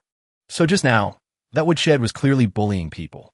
Master is still the most amazing, drawing a few things like that, and 9 heavens tower changed immediately upon seeing it. In a scene from memory, a young boy was diligently practicing swordsmanship. The little young master's swordsmanship is becoming more and more mysterious. What should I say? Reaching the real person realm at just 12 years old. How many people in this world can do that? It's just a pity for the eldest young master. If compared to the eldest young master, still, having 2 great geniuses appear together can definitely bring glory to 12 Sword Tower. But the eldest young master is... Speaking of this, that person sighed again. The little young master is truly versed in both civil and martial arts. This exam paper has no errors. The Tower master can rest assured. The little young master is naturally intelligent and hardworking. Before long, he will catch up with the eldest young master. What? You say the elder brother who was pushed into the eye of the storm at Mount Zhuanluan 300 years ago isn't dead yet? Yes, young master.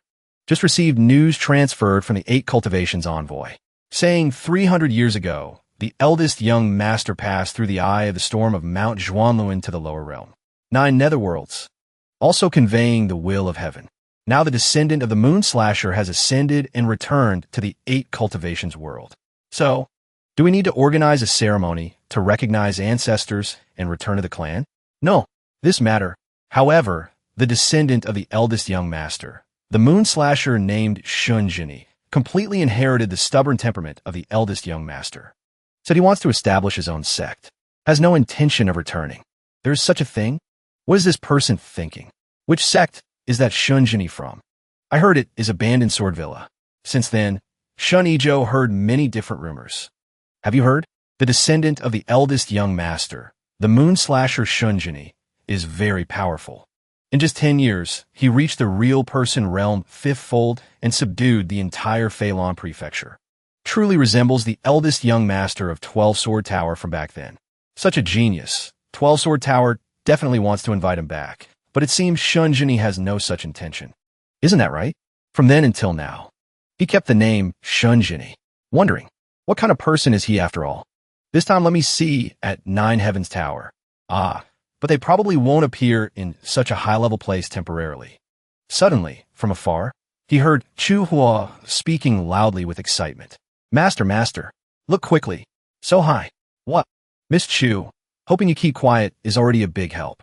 Princess Long sneered. Country bumpkin. Ah, that is young Master Shun of 12 Sword Tower. Seeing a man and can't walk anymore. Fickle radish. Yeah. After all, he helped us. Shinijo laughed and said, I am honored that the little princess of the Dragon Clan remembers me. Ah. Anyway, thank you, young Master Shun, for helping us earlier. Speaking of which, what is the 3rd young master here for? We're near here now. Nearby are rooms that only the 4 great sects can stay in. Did the 3rd young master come here too? And Defu said proudly. Isn't that right? Although usually quiet, the 3rd young master is very familiar with this place. This time I also thanks to the 3rd young master's blessing to have the chance to stay in the Cloud Sea quiet room. 3rd young master. Number 1 in the world. Saying that, the 3 stood around Shun, Jini posing somewhat exaggeratedly. Shun Ijo sighed. Looking at everyone, they really look like an evil cult. Speaking of which, isn't the Cloud Sea quiet room above me? So I should say, as expected of the Moon Slasher, his state of mind is truly different. Moreover, establishing his own sect. Actually, honestly speaking, you also know 12 Sword Tower wants to invite you back, right? Shunjini replied loudly. My side is called Abandoned Sword Villa. Isn't it clearly separated from 12 Sword Tower? How can I return? The challenge has come to the door. Wait. Third young master. After all, he is the young master of 12 Sword Tower and helped us. Speaking so bluntly is probably not very good. Shinijo heard the four talking and couldn't help but burst into laughter. Seeing him laugh so hard, Chu Huoluo worried. Is he okay? No problem, no problem. To tell the truth, I approached everyone earlier because of the third young master. After all, I have to pay attention. I am the young master of 12 Sword Tower. In father's heart, he always wanted to know what kind of person his brother's descendant is. Naturally, he wants to see with his own eyes. Indeed, exactly as I heard, a stubborn temperament. But it's okay. Even if you don't return to 12 Sword Tower, it doesn't matter. Our bloodlines are connected. Although father is usually strict, I know that in his heart, he actually regrets the matter of big brother back then very much. Shinjini didn't reply. His gaze directed at the hand placed on his shoulder. Shinijo took the hint, withdrew his hand, and smiled. All right, let's stop getting acquainted here. Representing 12 Sword Tower, I cannot directly help you with anything. But regarding personal matters, if you have any trouble, just come find me. I will try my best to help. Shunjini replied bluntly. No, I am above you. I think there won't be any trouble. Shinijo smiled helplessly. Also true, huh? Then I won't say much more. Wishing everyone a smooth journey. The scenery here is also great. Looking at Shun-Ijo's gentle smile, Chu Huoluo's heart unconsciously skipped a beat. Ah, he's a good person. Just now, what did you say I was? One thing is one thing. I think you're not quite right. What do you mean one thing is one thing? Clearly you are fickle. All right, ladies. The third young master is gone. If there's anything, let's go into the room and calculate. But it seems Nine Heavens Tower won't have trouble this time, right? Shinjini pondered for a moment and replied, Nine Heavens Tower. Perhaps. Shinjini's group went down to the street to sightsee. From fragrant and eye-catching dishes, jewelry sold at stalls. Little Dragon Girl, does your Dragon Royal Prefecture also have banquets like this? When turning back, Chu Huoluo didn't see Princess Long anywhere. That person looking very rich over there is the shopkeeper of Treasure Gathering Hall, who comes every year. The person drinking wine is Elder Yu of Spirit Stone Valley. It is Spirit Stone Valley that holds the most Spirit Bloodstone mines in the 8 cultivations world. Over here is the Vice Sectmaster of Northern Blade Sect. I observed for a while. It seems all 18 departments have people coming. Because this year has the Sala Palm Leaf manuscript, all forces want it. Third young master. This place is 10,000 miles away from abandoned Sword Villa. Even if we get the Sala Palm Leaf manuscript, leaving here safely is harder than ascending to heaven. Why don't we look at something else? Ignoring and defuse enthusiasm. Shinjini walked straight away without saying a word. Seeing this appearance, and Defu worried. Absolutely no action. What should we do? As far as I know, the cost of the Sala is over 100,000 purple gold. The spirit blood marrow we brought is only about 1,000 taels of gold, far from enough to get the Sala. Sure enough, Shunjini is very interested in this topic. This is indeed a problem. This is a situation with no way out. So before he could finish speaking, someone ran over from afar and interrupted. Is this third young Master Shun of Abandoned Sword Villa? But you brought 10 million spirit bloodstones. The quoted price is even lower than our Spirit Stone Valley. Abandoned Sword Villa doesn't have mines. You're not planning to scam, are you? Lin Defu speak. Princess Long pulled Shunjini back and said, Third young master, be careful. Oh my. So it is Elder Yu. What a coincidence. Spirit Stone Valley releases so many goods. We are just joining in for fun. Sir, please don't hold it against us, small people. It's not your turn to speak here. Step aside. Speak straight. Did your abandoned Sword Villa find some mysterious mine? Speak. Let me see how you plan to answer. If you say no, it's clearly opposing Spirit Stone Valley. If you say yes, it will cause unpredictable consequences. Shunjini smiled calmly. What to do? Elder Yu is indeed a quick-tongued person. I'll speak frankly. I sell cheap only because I lack one word compared to you. What is that? Seeing Shunjini's appearance, and Defu felt something ominous. Hey, this secret cannot be told. But then Shunjini spilled everything he had. You sell spirit bloodstones, I sell spirit blood marrow. Don't say any more. What's the difference? Don't pretend to cause trouble. 10 spirit bloodstones yield 1 spirit blood marrow. What if I have a way to open the bloodstone and definitely get blood marrow? And Defu held his head in despair. Recently, indeed, Many people return spirit bloodstones shortly after buying them. The returned bloodstones completely lacked blood marrow. Could it be there really is a way to extract blood marrow in the world? You mean you have a way to extract blood marrow? Correct. This time we came to Nine Heavens Tower to sell spirit blood marrow. And another thing we really want to sell is the method to extract spirit blood marrow. If there really is such a method, how can my spirit stone valley fall behind? Indeed, raising money for the Sala. Forget it. Now I can only help the third young master sell for a high price. If Elder Yu is interested, don't let other sects buy it. After all, whoever offers a high price gets it. Do you take me for a fool? Even if you tell the truth, and I buy that method, you can still use it yourself. Also true. Therefore, the buyer of this method must also be supplied with spirit blood marrow by you at a low price. Otherwise, why would I do such a losing business deal? That method makes so much profit. Having such a request is not excessive. Let's not discuss this yet.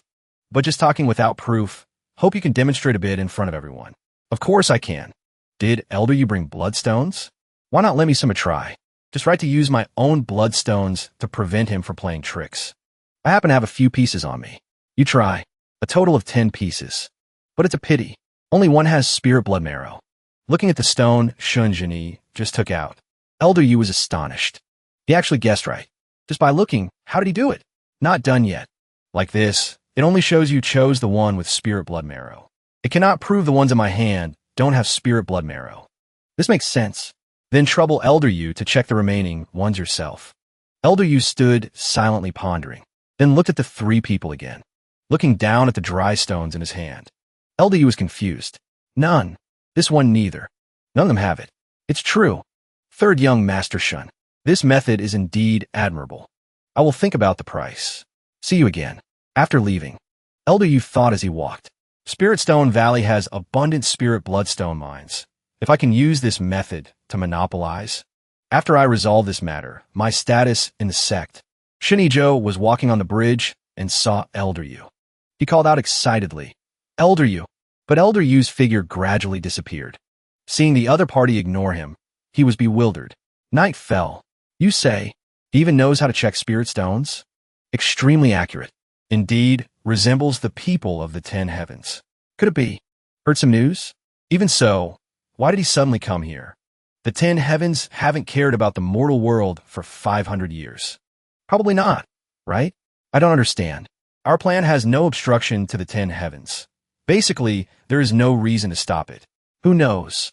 Maybe just a whim to come earn some money? Are the 10 heavens that idle?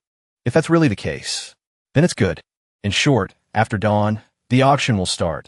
Temporarily see what he wants to do. Switching scenes to the auction hall. The hall began to get crowded. Finally about to start, Nine Heavens Tower decided to put the method of selecting spirit bloodstones as the final item for auction. So it's the finale? Later they will announce which sect participates in the auction. It will definitely fetch a high price, right? Just a pity we can't earn from it anymore. Hearing the discussions in the hall, Shunjini couldn't help but smile expectantly. Not long after, someone's silhouette appeared before the door. Is this third young Master Shin's room? That's right. Still having guests at this time? Chuvala happily ran out to open the door. Coming. As soon as she opened the door, she froze, staring at Elder Yu in front of her. Oh my, who is this? Princess Long patted Huolua's shoulder and said, Huolua, don't cause trouble. And Fu, sweating profusely, nervously came to greet. So it is Elder Yu gracing us with your presence. The third young master is learning about the auction. You came at the right time.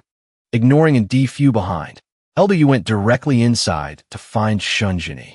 Third young Master Shun. Our Spirit Stone Valley agrees to offer 300,000 purple gold to buy that method. But there is one condition. Elder Yu spoke frankly. Just say it. Hope third young Master Shun withdraws from the auction. The two of us will trade privately. Small matter. I heard Spirit Stone Valley has rich mineral resources, shipping over 10 million monthly. The testing method increases the profit of spirit bloodstones at least several times. Calculating like that, only 300,000 purple gold is 400,000 purple gold. How about it? Spirit Stone Valley are professional businessmen. Naturally, you know very well that if the testing method is brought to auction, it will definitely be higher than the price you offer. Our Valley Master also wants to take this opportunity To make friends with third young master Shin. I didn't expect you to be ungrateful. It will be very ugly later. I came to do business, not to make friends. Shocked by Shun Jin's cold words. Bronze City and Heavenly Star Prefecture have arrived. What did you say? These two sects are Spirit Stone Valley's biggest rivals. LW definitely doesn't hope they get this method, right? Don't tell me you refuse them for the sake of Spirit Stone Valley? Correct. Absurd. Take me for a 3-year-old child? Elder you, don't be impatient. Listen to me. Actually, we chose Spirit Stone Valley as the trading partner long ago. At the dinner party, our third young master met Elder you for the first time. Didn't he explain the method clearly? Oh, indeed that is so. Then why are you now? We waited for so many days, but Spirit Stone Valley had no news. Truly thought you weren't buying anymore. We came to do business. Thinking Spirit Stone Valley wasn't buying anymore, we brought it to the auction. Is it really a misunderstanding? Today, Elder you has appeared. What is the quoted price? If so, Spirit Stone Valley cannot reject Abandoned Sword Villa's good intentions. Can third young master Shin wait for me to discuss with the Valley Master and report the price again? Shunjini replied calmly. Of course. Agreement settled. And Fu saw Elder you off. In the room, Chu Hua and Princess Long clapped and praised endlessly. Four Eisen is amazing. Truly eloquent. Two young ladies, don't laugh at me. In this transaction, the price of the Sala will definitely be very high. If we sell cheap to them, how can we compete for the Sala? And Fu, you are fully responsible for this matter. Yes, third young master. Contrary to the noisy excitement, Shinijo observed silently. Behind, Shangwan Fuki spoke up. Are young Master Shun and Shunjini really family from 500 years ago? So it is young Master Shangwan. Greetings. Why be polite? Just now you saw it too. That old you of Spirit Stone Valley is famous for being tyrannical. Yet he suffered a loss at old Shun's place without exploding. Brother Fuki, what are you saying? I didn't see anything. Young Master Shun is truly careful. Unlike me. I can't hold it in. There are many people in 12 Sword Tower hoping Shunjini recognizes his ancestors and returns to the clan, intending to compete for the sect master position with you. Is there such a thing? Shunijo smiled and replied. Brother Fuki is joking again. Third young Master Shun is young and promising. Abandoned Sword Villa's fame is rising like a tide. Wanting to enter 12 Sword Tower. Rumors outside cannot be trusted. This kid dares to look down on 12 Sword Tower? Arrogant, truly too arrogant. Seeing there seemed to be a misunderstanding, Shinijo was momentarily confused. I didn't mean that. Unable to hold back, Shangwan Fuki raised his middle finger from afar, cursing silently. Shunjini seemed to sense it. He turned around and saw Fuki's mocking appearance. Stared for a long time. Thinking for a long time, he concluded Shunjini didn't understand what was going on. Shangwan Fuki sat with his back turned, raising his middle finger. Shinijo could only smile bitterly in helplessness. Shunjini on this side raised his teacup in greeting. His eyes, unknown since when, were full of hidden meaning. At this moment, below, the auction session was gradually becoming lively. Next auction item, Demon Fire Bodhi. Starting price, 10,000 taels of gold. As soon as the words fell. Below, people immediately bid. Does the 8 cultivations world also have this thing now? Master, is this thing precious? Where the blood of the demon race has soaked. This thing is completely worthless. But the 8 cultivations world has no demon race invasion, yet has demon fire Bodhi. Truly interesting. What is Master saying? What demon race blood? What invasion? Bidding voices rang out excitedly below. 25,000, 28,000, 30,000, 30,000. Seeing the silence below. Above confirmed. 30,000 going once. 30,000 going twice. Is there any higher price? The guests all shook their heads. Shunjini spoke gently. And Fu, buy it. The young man replied immediately. Okay. Raising the price by 10,000 at once, making everyone marvel. Who is that? Bidding so high. It's just a demon fire Bodhi. Why bid 10,000 more? Is this crazy? Fuki sneered on this side. Look how arrogant he is. Raising 10,000 at once, like bullying others for having no money. Saying that, but the more he thought, the angrier he got. Directly shouted a price of 20,000 more. Hearing this, the people below were in an uproar again. The young master of 9 Heavens Tower is spending wildly again. Shoo, keep your voice down. Shinijo was also confused by his action. This auction is your family's product. If you compete yourself, what's the point of auctioning? Young Master Shun, no need to worry. I just can't stand Shun Jinni's arrogant appearance. 10,000 is meant to buy righteousness. How can I let him have his way? Chu Hulao on this side cursed angrily nonstop. What's wrong with this person? What is he competing for? Master, rest assured, I guarantee to win it back. Shun Jinni smiled gently and replied, not worth it. The demon fire Bodhi doesn't have any great effect. It's just a bit special. Spending 20,000 taels of gold to buy it can only make people feel I'm stupid, clearly benefiting him. Seeing his student angry and unappeased, he decided to indulge her and said, how about this? Slowly increase the price. Increase by 1 tael each time. Hearing this, she was delighted. Good idea. Leave the auction to me. I will cultivate for a while. 20,000 going once. 20,000 going twice. If you have no money, don't pretend here. Revealed your true colors, didn't you? When the hammer was about to fall to close the deal. Juhulu shouted, 20,001 tael. This made Fuki directly furious. More, angering me to death. Young Master Shun, look, they are intentionally provoking others. Brother Fuki, don't be rash. Harmony breeds wealth. This is a normal competitive tactic. Not as exaggerated as you think. I think it's exaggerated. Look opposite. Looking over there, Shunijo couldn't help but be speechless. That girl. Don't add fuel to the fire here. Fiend. They really... I can't tolerate it anymore. But Brother Fuki, this is an auction place. Just follow the rules. Competing normally will show your generosity. Moreover, this place is your property. If you fight here... Hearing Shun Ijo's words, Fuki suppressed his anger. You're right. Then I will use money to crush them first. Saying that, the young man shouted a price of 21,000. Seeing the opponent raising the price without consideration, she gave him a like. Shun Ijo tried to say something. Fuki seemed to realize something and now started to ponder. Wait, the opponent only added 1 tael. I added another 10,000 taels. Isn't that a bit reckless? Did I add a bit too much? Should I add? While he was still confused about life, Chu Hulao raised the price again. 21,001. Immediately, the competitive switch that was just turned off was turned on again. If I don't beat you to death today, my surname isn't Shangwan. Shinijo could only sigh helplessly. Trouble. These two are considered opposing to the sky. Fuki directly shouted 22,000. Chu Hulao gently replied with 22,001. Fuki slammed the table in anger. Shun Jinni, if you want to auction, compete properly. If you don't dare to bid, then get lost. What kind of style is adding only 1 tael? Angering others like this, and you can still watch? Hey, stop insulting my master. At this moment, Shun Jinni also finished his work. He spoke up gently. It's all bidding. Adding 1 tael is still adding. Could it be 9 Heavens Towers rules don't allow bidding like this? Or are the rules decided by you? The servant behind said awkwardly, Young master, don't cause trouble. If this continues to affect the auction, we have to tell the sect master. You guys. Fuki gritted his teeth in anger, shouted straight to 23,000, startling everyone. When Chu Hulao was about to raise the price, Shun Jinni stopped her. No need to bid anymore. Master, didn't you say to add 1 tael at a time?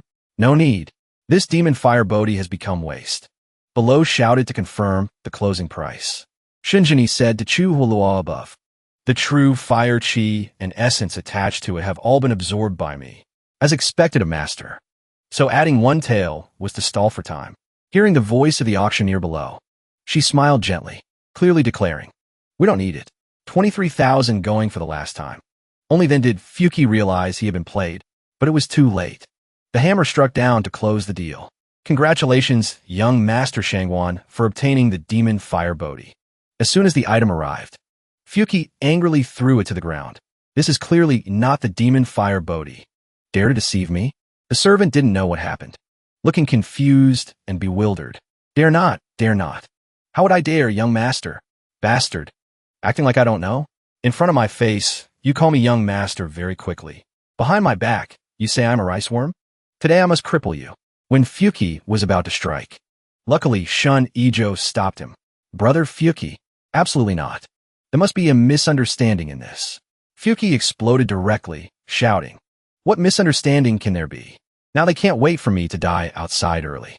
That way, the successor of Nine Heavens Tower will be chosen again. The melon-eating crowd below caught the hot news and whispered, "What?" It seems like the rumors outside say, Nine Heavens Tower has internal strife. Is Nine Heavens Tower infighting to this extent now? Young master, today is such an important day. If you cause a disturbance, aren't you afraid the sect master will blame you? The more they spoke, the fiercer Fuki retorted, looking at the chaotic situation over there. Juhulu hestita. Master, is it bad for us to do this? Shunjini watched from the side. His heart moved slightly. Shinijo couldn't stand it and got angry. Brother Fuki, keep your voice down. Some things cannot be said recklessly. I will investigate the details and decide on the demon fireboating matter. Talk about other things after stepping down. This Nine Heavens Tower banquet. Young Master Shun of 12 Sword Tower, I leave it to you. Eruyi. Follow closely for me. The elder's words echoed in Fuki's head. He had to suppress his high ego. Leave it to you then. Just now I was rude. Young Master Shin spoke heavily. I should be the one thanking you for helping just now. Thank you. Shinijo spoke seriously. May I ask if you know what happened with the demon fireboating? The servant thought hesitantly, as expected of the next sect master groomed by 12 Sword Tower. Handling everything truly has the demeanor of a great master. Replying young Master Shun, I really don't know why it turned into a piece of rotten wood. But I can guarantee this demon fireboating. After the young master won the bid, the seal was not touched at all when brought here. On the way, it didn't pass through anyone else's hands. So you mean I spent 23,000 taels to buy this piece of rotten wood? Shunijo frowned and reminded. Brother Fuki. Fuki had to swallow his anger and turn away. I won't say any more. Let's leave it at that. Continue the auction. Thank you, young Master Shin. Very quickly, the auction continued. Hope everyone understands the matter just now. No problem. Hurry and continue. To express Nine Heavens Tower's apology. Next, we will directly auction a main item. Surely everyone has heard recently that a method to identify spirit bloodstones has appeared in the world. It is said this method has miraculous effects. Can accurately guess whether there is spirit blood marrow in the spirit stone. What? Accurate identification? Yes. Everyone didn't hear wrong. It is an accurate identification method. Please don't be impatient. The spirit bloodstone identification method I just mentioned. Starting price, 10,000 purple gold. Start now. As soon as the words fell. Below, people clamored to bid. 20,000, 22,000, 28,000, 30,000. Looking at the positive feedback, Shinjini's group couldn't help but sigh, as expected of the third young master. A casual skill to make money makes so many people fight for it. Does that even need to be said? This is my master. Now it's just a few people in small sects fighting. This little commotion. The good show is still behind. How so? The two girls asked back in unison. And Fu explained. These people serve to warm up the scene. But when the price rises to over 100,000 purple gold, the big figures in the private rooms will start to compete. Sure enough, when the price was pushed to 100,000, a gloomy voice bid. Spirit Stone Valley bids 120,000. See, everyone look. It's starting. Four eyes and so amazing.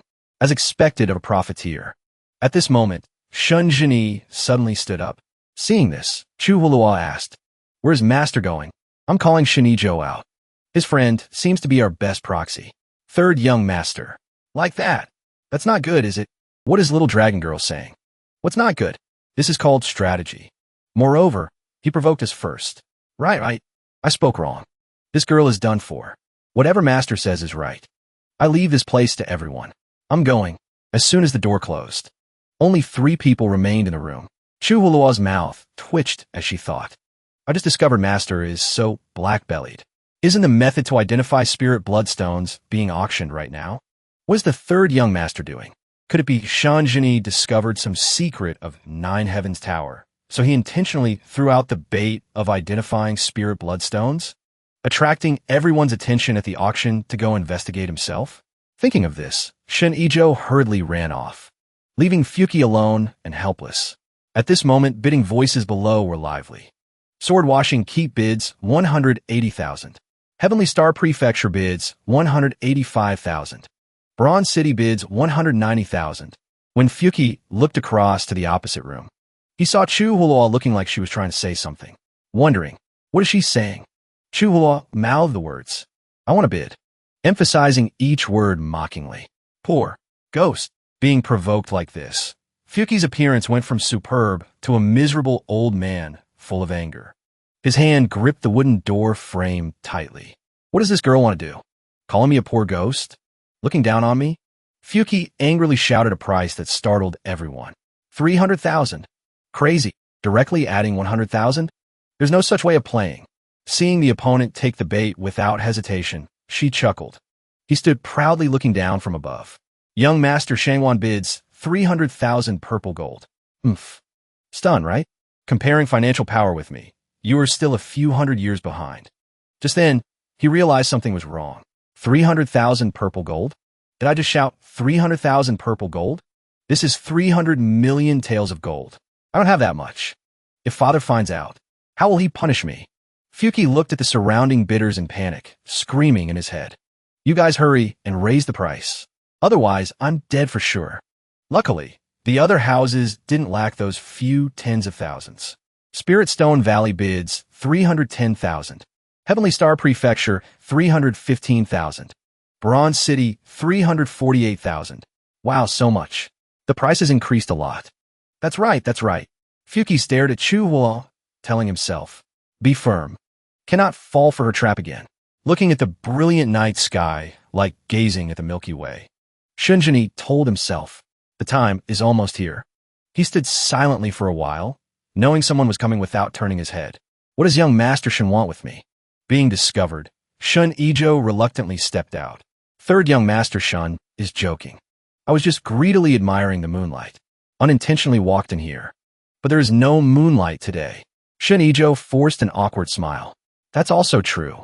Then why is third young Master Shun looking at the night view behind a mountain? I have a question I don't understand. Can young Master Shun answer my doubt? Why did you let go of the demon fire bodhi that was about to be in your hands at the auction? And when the demon fire bodhi reached Fuki's hands, it became waste. What does the young master want to say? You know, evidence. I'm just speculating. It seems young Master Shun is also a humorous person. But is it really okay for you to leave your brother Fuki alone there? Shun Ijo looked confused. Shunjini smirked and replied, Auction. Auction? What? Shunjini looked at Shun Ijo's frantic thinking appearance and just smiled faintly, then continued to admire the night sky. On this side, the auction session was still very lively, and Defu took the gap time to add new knowledge for Chu Hulua. Look, that is the #1 expert of the Flower Sun department, the flying hair loose person. Wow, it really is long hair. I heard he is only a thin sheet of paper away from the real person realm sixfold. Coming here for the Sala this time. If he gets it, he will definitely break through in a few years. My father said the flying hair loose person is old. Moreover, stopping at the real person fifth fold for too long makes breaking through very difficult. On the contrary, it is Han Buckin of the square inch department. Young and already at the peak of the real person realm fifth fold. If assisted by the Sala, perhaps in 1 year he will take a big step forward. Is that so? If the Sala is so magical, why doesn't Sect Master Shangwan of Nine Heavens Tower use it himself? Chu Hulua's question surprised both in Defu and Princess Long, that's right. If Sect Master Shangwan uses it himself, he could break through to the real person realm sixfold and the military heaven department would advance a level. Why doesn't he use it himself? A man is innocent, but possessing a treasure makes him guilty. If he suddenly enters the real person realm sixfold, it will definitely attract attention from her knowing about the solemn matter. By then, Nine Heavens Tower will face disaster. Hearing Shun Jini's explanation, Princess Long nodded in agreement. Compared to the danger of sect extermination, it is better to transfer the Sala out to earn a considerable amount of wealth. Speaking of which, and Defu strengthened his worship of Shun Jini. It seems the third young master understands best. Then Shun Jini asked, how is the auction for the spirit bloodstone identification method going? Chu Hulua said proudly, 500,000 purple gold. Am I amazing? He nodded with satisfaction and replied, very good. I will reward you after we return. Yes, master. At this moment, a voice rang out from below. Everyone has waited long. Now we will proceed with the final auction. Believe everyone here has looked forward to this thing for a long time. That is the most magical tree in the world. Batu Sala. Because of the Sala's characteristics, we need to preserve it strictly, so it is inconvenient to bring it out. Hope everyone understands. Without delay, officially starting price 100,000 purple gold. The starting price of the Sala is 100,000 purple gold. Third master. Even more expensive than your identification method, regardless of the price. As soon as the starting level was given, people below clamored to bid. Before long, the price was pushed to 22,000. Seeing the price keep rising, Fuki felt a bit itchy inside. But glancing across, he saw Chu Huolua looking at him. He quickly dodged. Don't look at me. Even if you provoke me, I won't buy. But in his ear, he heard a shout of 300,000, startling him. Oh my god, who shouted the price for me? Shinijo stepped out and said, this side bids 300,000. Fuki sweated profusely. 300,000? Chu Huolua looked at the bidder with some surprise. Master, Shun Ijo opposite has returned. Shinjini's eyes flashed with hidden meaning. He told himself that was fast. Speaking of which, that Shun Ijo seems to be here for the Sala too. Who in the 8 cultivations world doesn't want the Sala? A piece of Sala leaf has many functions. If refined further, it becomes a psychic magic treasure. 12-Sword Tower won't miss this opportunity. The Sala is too precious, so it wasn't brought out. It seems the demon fire Bodhi matter is taken seriously. But was a strange aura. Fuki saw Shinijo and ran over. Young Master Shun. You're back. I tell you, that female disciple of Shanjini is very bad. Just now, with Shanjini's identification method, you were provoked by their strategy to bid again, right? Yeah. How did you know? What was the result? Fuki replied dejectedly. Elder Yu of Spirit Stone Valley bid 500,000 purple gold and won the auction. Shinijo was surprised. You didn't buy it? He shook his head and replied hurriedly. No. I almost fell for Chu Hulua's trick. Luckily I woke up in time, so I didn't continue. Hearing this, Shun Ijo sighed. That's good then. Luckily you knew to repent. Otherwise, it would be strange if your father didn't cripple you. Hearing this, Fuki felt himself age 100 years. Body withered, vitality exhausted. Shinijo stood high up and spoke loudly. Apologies everyone. I arrived late. Hope everyone understands. 12-Sword Tower bids 300,000 for the Sala. Everyone below looked up in confusion. People in other rooms were equally confused. So young Master Shun of 12-Sword Tower has arrived. He wants the Sala. Could it be he wants to upgrade to the real person realm 6-fold? How old is he? It seems 12-Sword Tower has another strong expert born. Then came the bidding voice. 320,000. So I also need the Sala. Shinijo smiled gently. No problem. It's fine as long as everyone competes fairly. Young Master Shun is understanding. The sound of someone's fan rang out in the stifling atmosphere. Since young Master Shun says so, I am also relieved. 340,000. Other houses began to bid without reservation. 350,000. 360,000. Prices kept rising. Shinijo smiled, triumphantly looking at Shunjini. Third young Master Shun probably came for the Sala this time too. Why not make a move?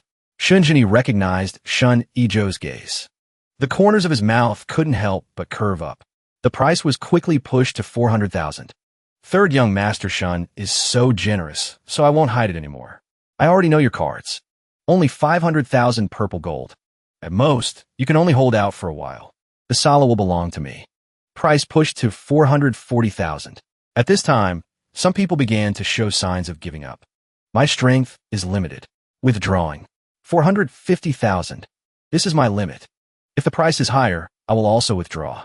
Shun Ijo gestured politely to Shunjini, inviting him to bid.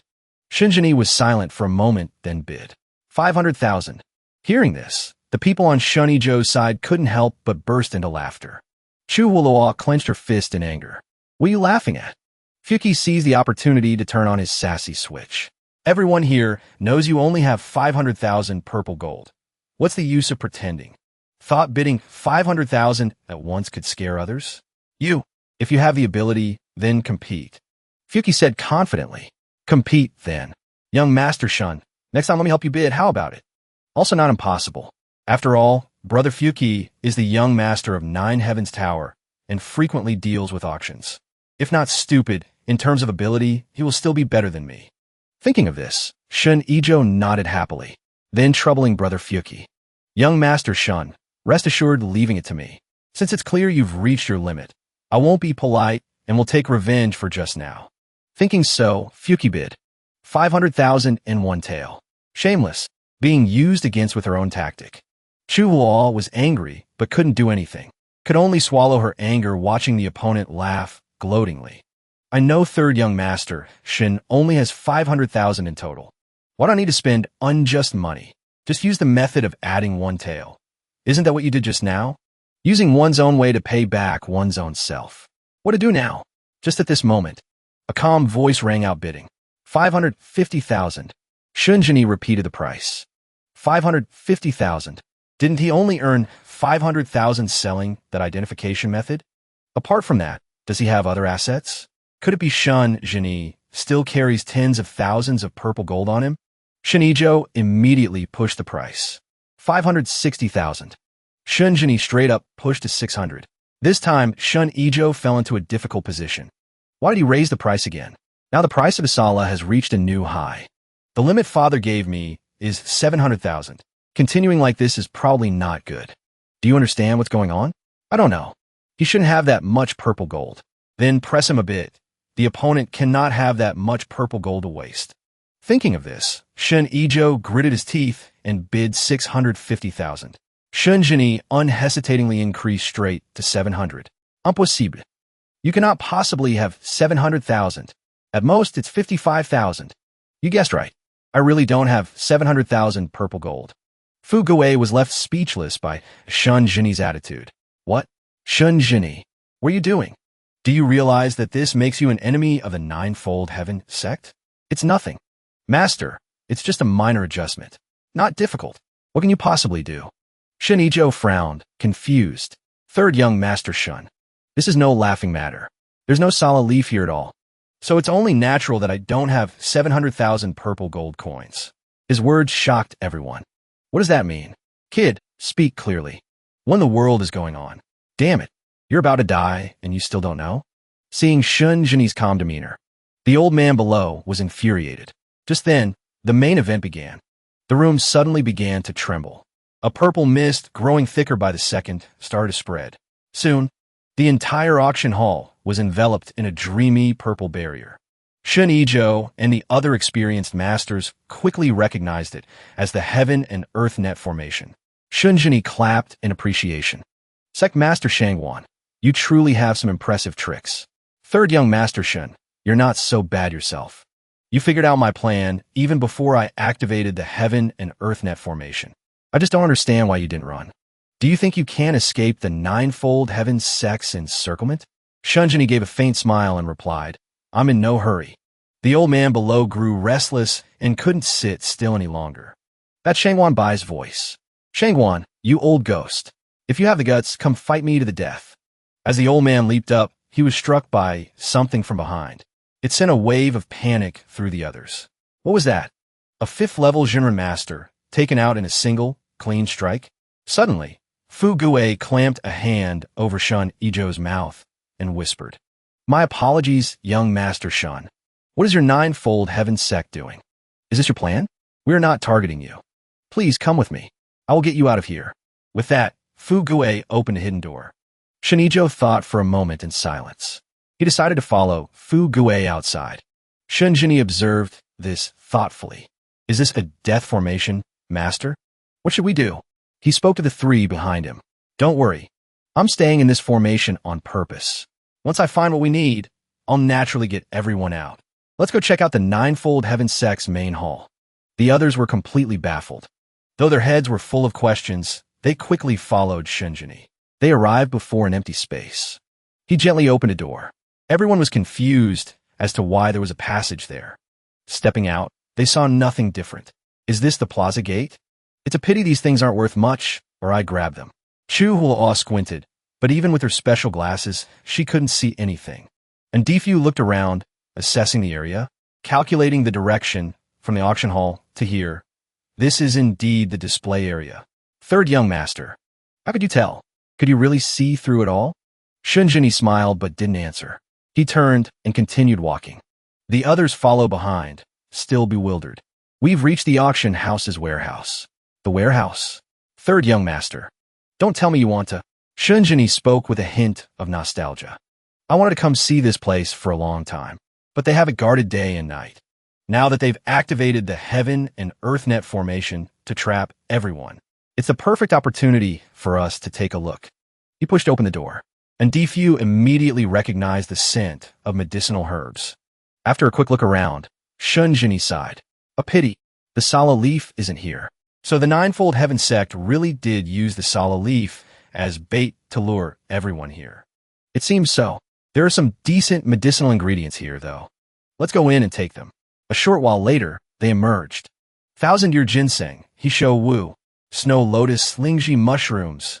The Ninefold Heaven sect had quite a collection of precious herbs, as expected of a wealthy sect. I can't believe the third young master can move so freely within the heaven and earth net formation. We can't touch anything in the real world, but it seems the third young master can. That's right. Master is amazing. After walking a bit further, Chuhua suddenly sensed something. When she looked back, she saw the space behind them being sliced into pieces. A stream of red liquid was torn apart. The sight terrified her. Even a master couldn't withstand the assault of the heaven and earth net formation. The entire place was shaking. Master, can we leave now? Shinjini thought for a moment. He felt a little disappointed. It seems I won't be able to find the Sala leaf. He channeled spiritual energy to his fingertip. He drew a talisman in the air, and with a light touch, he shattered the heaven and earth net formation. The people outside were stunned. When the formation broke, they saw many people sitting around, forming hand seals. Seeing Shinjini's group, the elders were utterly horrified. Shinjini spoke softly. So, you wanted to wipe out all the major surrounding powers at once to unify the region? Shinjini had hit the nail on the head, and no one could refute him. He continued, using the Sala leaf as bait to lure the various powers here to fight over it. Then buying a large amount of spirit blood marrow from the Ascendant Sword Manor and adding the heaven and earth net formation. It seems you prepared quite thoroughly. You know too much. Just as an impulsive young man was about to act, an elder stopped him.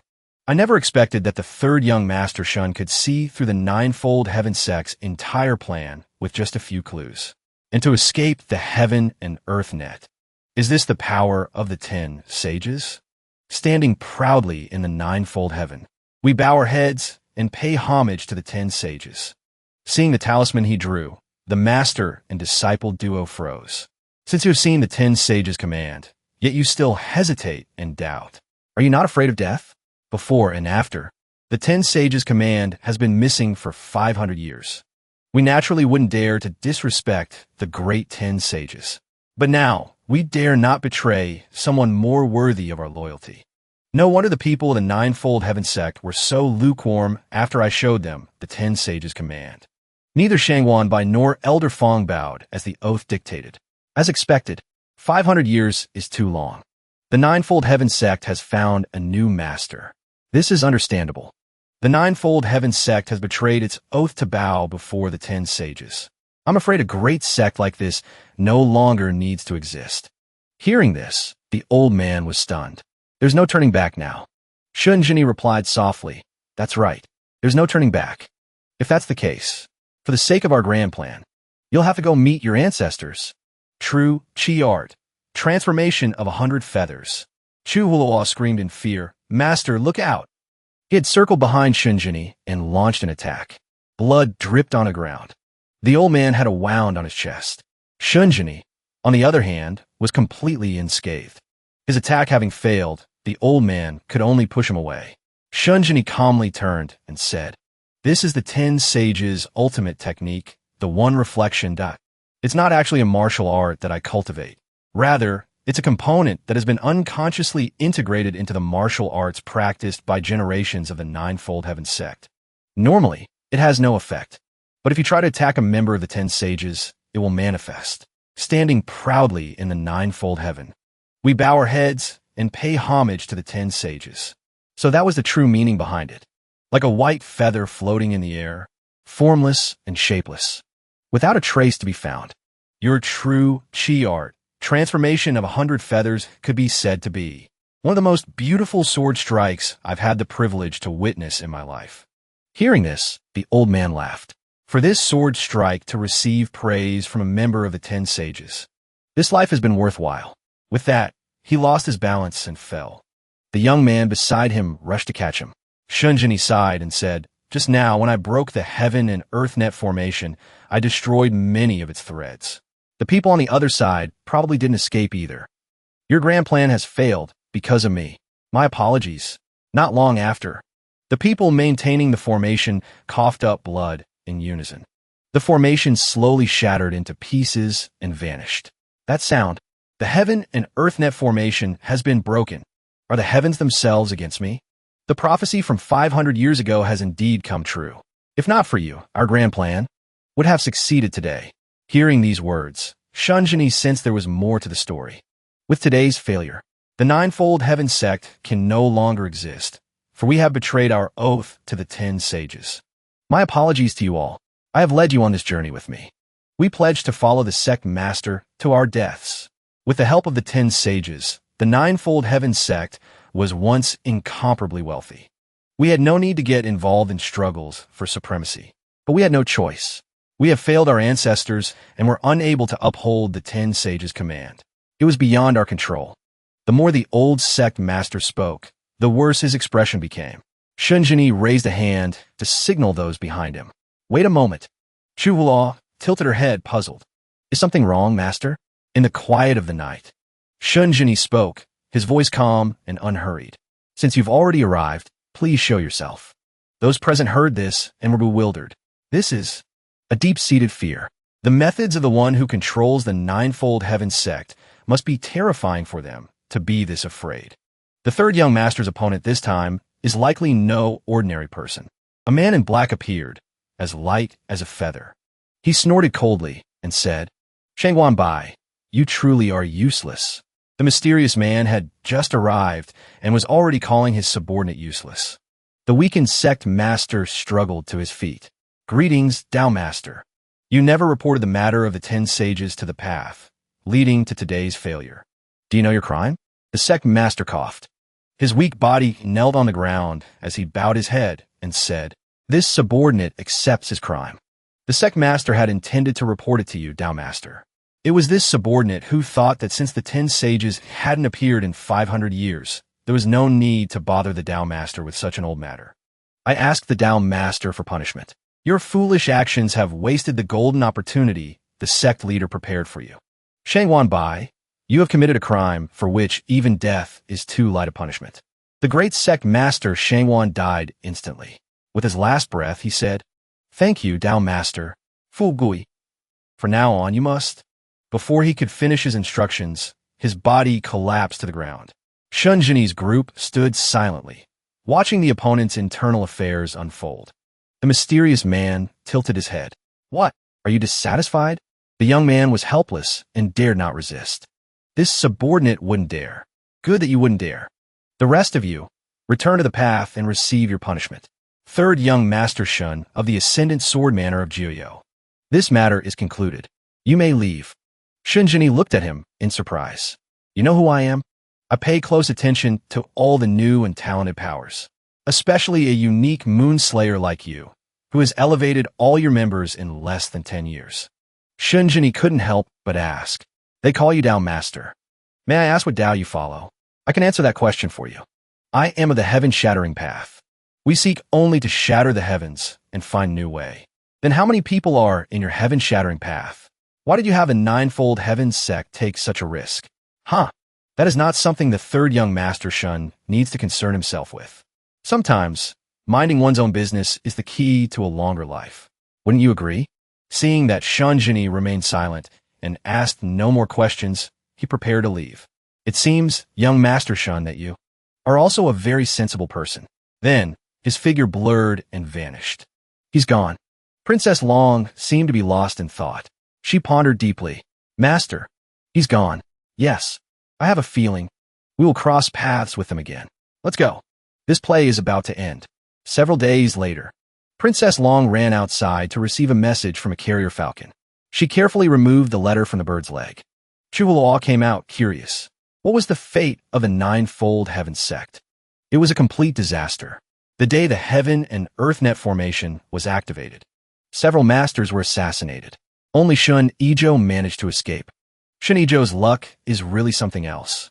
After all, he's the sole heir of the 12 sword towers now. If anything happened to him, I'm afraid Shin Chongshan would go mad. The Ninefold Heaven sect probably spared him for that reason, not wanting to completely annihilate them. After the Heaven and Earth Net formation collapsed, everyone escaped the formation and fought with the disciples of the Ninefold Heaven sect. Although the disciples were loyal, their cultivation levels were ultimately insufficient, and they were quickly wiped out by the masters from the other sects. Sect Master Shangwan Bai of the Ninefold Heaven sect was executed. The whereabouts of the elders are unknown. The 1,000-year legacy of the Ninefold Heaven sect is now no different from being completely annihilated. After the sects finished fighting among themselves, they sobered up. They started searching the Ninefold Heaven sect's treasury, hoping to loot it, but found it was already empty. That couldn't have been our doing, could it?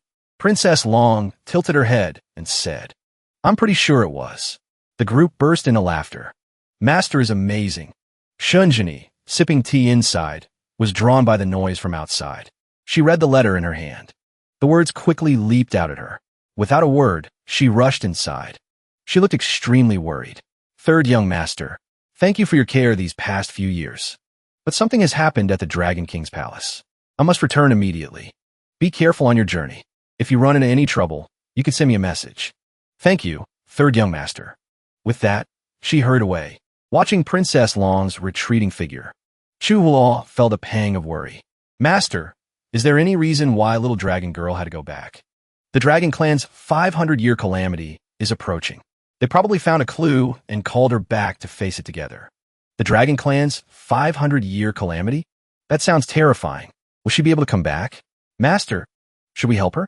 Looking at the disciple before him, Shunjini's face showed a hint of pleasure. Normally, these two wish the other would just drop dead. But when real danger strikes, this girl actually wants to help. The scene changes to Phylon Continent, the palace of the Dragon Clan. I heard the great Dragon King, Zhao, was attacked by an assassin. Is it true? It's probably true. The great Dragon King, Zhao, hasn't been seen for days. They say he was seriously injured and hasn't recovered. These past few days, all matters in the Dragon King's palace have been handled by the Dragon Matriarch. You have to understand, the Dragon Matriarch has been in seclusion for 200 or 300 years. For her to reappear and take charge, something major must have happened. What are we going to do now? It's not easy for us common folk living underwater. We all rely on the Dragon King's palace for our 3 meals a day. If something happens to the Dragon King's palace, what will become of us? The Dragon Matriarch sat on the main seat, presiding over the affairs. General Shah, all defenses in the palace must be raised to their highest level. All personnel will take turns standing guard at the great Dragon King Zhao's residence. General Gue, here, you are an elder of the palace. While Dragon King Zhao is recuperating, you will be in charge of the preparations for the ritual. Rigi, the great Dragon King Zhao is not present now. During the ritual, many will surely try to cause trouble. If anything comes up that you cannot resolve, come find me immediately. The general replied respectfully, Yes, Dragon Matriarch. You're all dismissed. Go about your duties. After giving her orders, before she could even breathe a sigh of relief. How is the great Dragon King Zhao's condition? Uncle is still unconscious, but his condition has stabilized. That's good. The great Dragon King's condition being stable for now is good news, but for him to be attacked so close to the great calamity, it's like adding frost to snow for our Dragon Palace. This matter must be kept strictly confidential. No third party can know, understand? But I don't know how the little princess is faring out there. Don't worry, Matriarch. Little sister is with that vicious third young Master Shin now.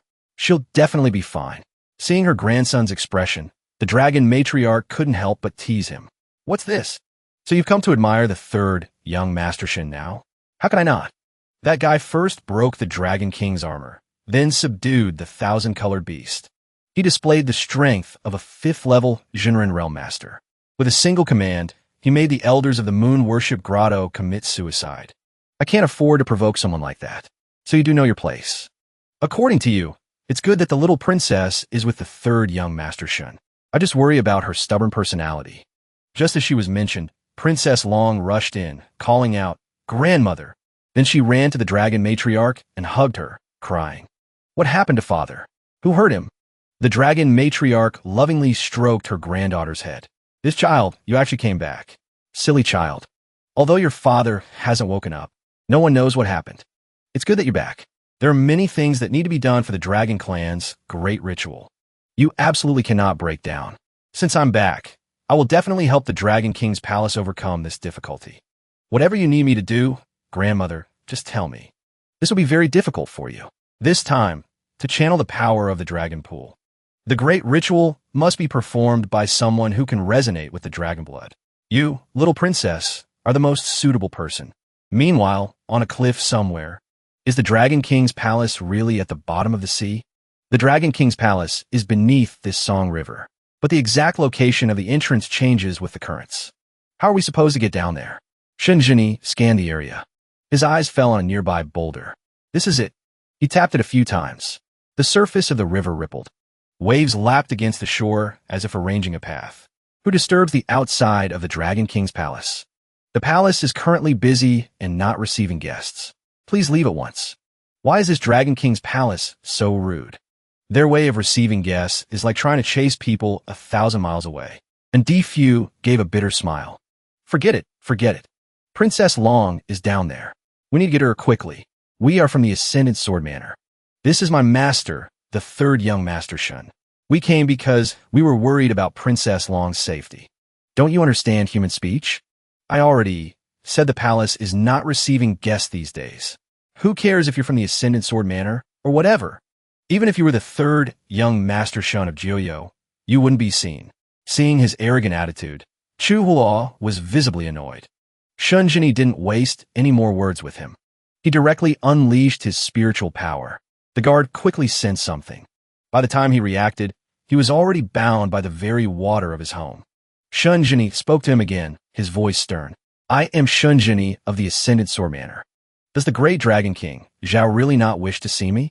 Shunjini raised his hand, using his spiritual power to control the gatekeeper below. He narrowed his eyes, weighing his options. Ruji, now is a critical time. The gates must be heavily guarded. No matter who it is, do not let them into the Dragon King's palace. Zhao Neng, because of the matter of the Immortal Sword's divine treasury, has been stripped of all his duties and is confined to the forbidden area to reflect. The matter of the entrance is now under your command. Do not disappoint me. This subordinate will absolutely not disappoint you. He recalled his promise from that time. Even if you, Shunjini, are powerful before the Dragon Clan's bloodline, how long can your charm last against the bone erosion wave? He replied stubbornly. So what if you're the third young Master Shun? Don't tell me. You intend to force your way in like a villain? Shunjini looked at him and thought, it seems something has happened inside the Dragon King's palace. Once released, the guard shouted loudly. So you know your place. Even if you are the third young Master Shun of the Ascendant Sword Manor and wish to visit the Dragon King's palace, you must still present a formal request and wait. When news comes from the palace, I will let you down. For now, step back. If something has happened in the Dragon King's palace, we might as well pay a visit. Let's just go down ourselves, Master. Your martial arts are profound, but you are still a man, not a fish. How can you go underwater? The gatekeeper also chimed in with a few taunts. Third young Master, Shun, sure knows how to boast. Without a guide from my aquatic clan, I've never heard of anyone entering the Dragon King's palace. The reason the Dragon King clan has remained undefeated since ancient times and survived to this day is primarily because the palace is underwater. Unless you're a peerless martial artist who can breathe underwater, you can't stay in the water for long. Your combat strength will plummet. Not to mention the many formations and restrictions set up below. Without a guide, how could you possibly reach the Dragon King's palace? Hearing him drone on with no sign of stopping, Shunjini frowned and flicked his finger. Annoyed by the noise, he lifted the guard into the air. Then he threw him straight down. Chu Hulua watched him and marveled. Master's anger is truly terrifying. Just as the gatekeeper poked his head up to curse, Shunjini waved his hand down again. Then he waved his hand elsewhere, sending the guard skipping across the water's surface again and again. He let him skip for a while. Only when the guard could no longer open his mouth to speak did he stop and spare him. He turned to leave. Let's go. Master, your martial arts have improved again. He smiled and said, I'm still far from perfect. The three of them arrived at the riverbank. He waved his hand. Master, are we going to dive in? He waved his hand again. The surface of the river stirred. A wide path down into the river opened up. No need for such trouble. They saw him chanting an incantation. His fingertips glowed. He muttered the words of the spell. As the incantation finished, the light simultaneously shone out onto the river. The vast river. Huge waves crashed against each other. Then the river parted, creating a path right before him. This water-parting art hasn't changed in 500 years. Chu Huo at his side couldn't stop marveling. Master, are you an immortal? Walking on the path Shunjini had just opened. The two of them looked around in a daze. It wasn't until he called them that they quickly ran over. Master, that move was so cool. Teach me. The gatekeeper, hiding behind a rock in the distance, couldn't help but be amazed. The water-parting art. He knows the water-parting art? Only the most honored guests of the Dragon Clan, or those who have done them a great service, know the water-parting art. With it, one can descend into the sea unhindered. A person like that holds the power of life and death over the aquatic clan. And I was so blind as to dare block his path. At this moment, those underwater also sensed Shun Jinni's technique and were greatly bewildered. This tremor, isn't that the water-parting art? In the main hall of the Dragon Palace, a bell echoed everywhere. The bell of the Dragon Clan. It rang 4 times in succession. Could it be? The bell of the Dragon Clan continued to ring without stopping. The matriarch and Princess Long had worried expressions. Princess Long turned and asked, Grandmother, what's happening? The matriarch was tense, trying to figure out what was going on. Suddenly, a voice rang out. 500 years ago, the Dragon King's palace faced a great calamity and was saved by a benefactor. The Dragon Clan, endlessly grateful, specially gifted him the water-parting art. From then on, the Dragon Ancestor passed down an ancestral decree to the Dragon King's palace. The person who arrived was none other than the second Dragon King, Zhao Heir, the biological younger brother of the great Dragon King Zhao, the second most powerful master of the Dragon King's palace. When the river parts, the bell alerts all members of the Dragon Clan. Exit the gates and pay respects. Princess Long ran out happily, saying, Uncle. The matriarch was delighted to see the second Dragon King. You've come out of seclusion. Yes, matriarch. This seclusion was very fruitful. My cultivation has increased significantly. The second Dragon King, Zhao reported. The matriarch smiled and said, That's wonderful. Now, the 100-year calamity is approaching. Your elder brother was assassinated, leaving the palace short on powerful experts. For you to break through and emerge at such a critical moment to guard the palace is the best possible outcome. The second Dragon King, Zhao said, I have heard about my brother's assassination. I believe there is a traitor in the palace who helped them. Otherwise, with my brother's skill, he would never have let them get close. Princess Long thought in surprise. A close-range assassination? Uncle, how's my father now? Chu Luo looked worried. The matriarch was surprised to see her like this.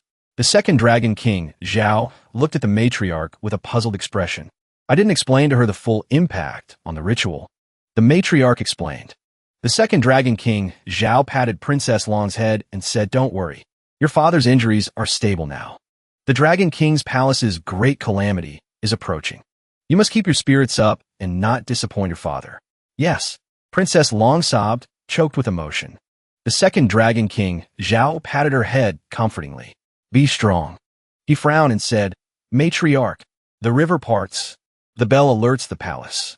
According to our ancestral decree, we must go out to welcome them, but the matriarch raised a hand to her chin, thinking, now, with the great calamity so near, the water-parting art, which has been missing for 100 years, and its benefactor have reappeared. This is a bit strange. I'm also hesitant. Is the person who has come to the Dragon Clan now the benefactor or his descendant? Furthermore, we don't know why they have come. Therefore, I think in these special times, we need special handling. The second Dragon King, Zhao, said unexpectedly, This time, I will represent the Dragon King's palace to welcome them, confirm their identity, and their reason for coming. The matriarch and the princess will wait in the guest hall for news. That would be more appropriate. The matriarch frowned worriedly.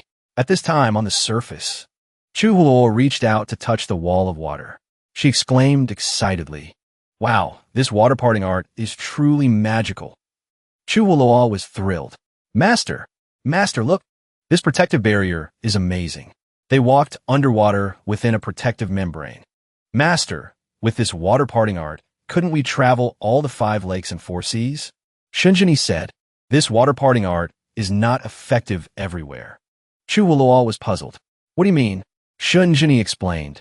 "The water parting art was a gift from the Dragon King's palace. It only works on the water of this river. It won't work in other places. It's water forming the shape of a dragon."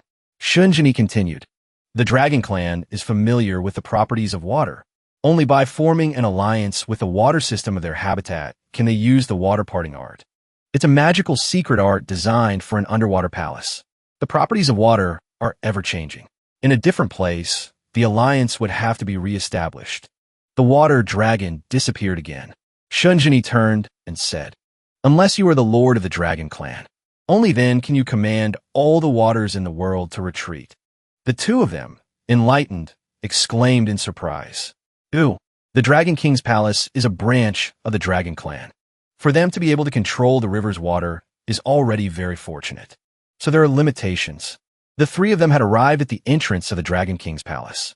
The second Dragon King, Zhao, was already waiting for them. He said, "So, it is the 3rd young Master Shun of the Ascendant Sword Manor. My apologies for not welcoming you from afar. Please forgive me." Shunjini asked, "And you are?" The second Dragon King, Zhao, clasped his hands and said, "I am a younger brother of the great Dragon King Zhao. The second Dragon King Zhao of the Dragon King's palace. My elder brother often speaks of the 3rd young Master Shun's great name. Unfortunately, I have always been guarding the Dragon King's palace and have never had the chance to meet you. To see your esteemed self today is truly a blessing of 3 lifetimes." Just a moment ago, up there they announced the 3rd young master's name and were blocked. Now that master has fought his way to the door. You're all being polite. Shunjini said, "So you're the 2nd Dragon King, Zhao. I announced that I was from the Ascendant Sword Manor up above.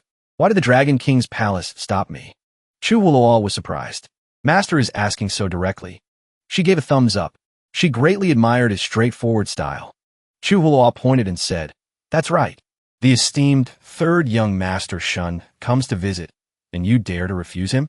Don't think that acting all polite now will make everything okay. No matter what, you have to give us an explanation." Chu Huo stepped forward to speak. "The esteemed 3rd young Master Shun comes to visit, and you dare to refuse him? Don't think that acting all polite now will make everything okay. No matter what, you have to give us an explanation." The second Dragon King, Zhao, was taken aback. He looked at Shunjini worriedly, thinking, the person who possesses the water parting art is of extraordinary significance to the Dragon King's palace. The great ritual is about to begin. There can be no mistakes. This matter must be resolved peacefully. The second Dragon King, Zhao, said with a troubled expression, "There have been many matters in the palace these past few days.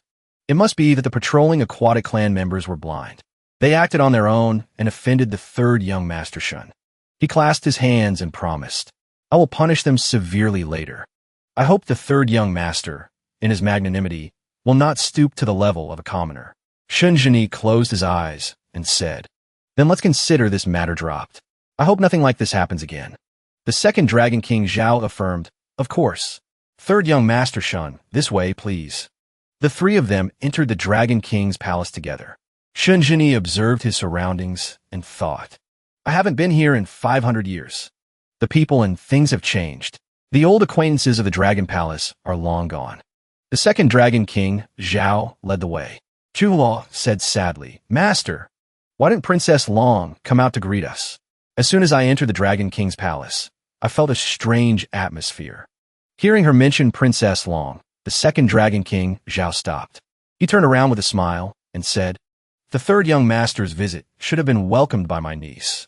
But these past few days, she has been preparing for the Dragon Blood Great Ritual, bathing and fasting, so it's inconvenient for her to meet guests."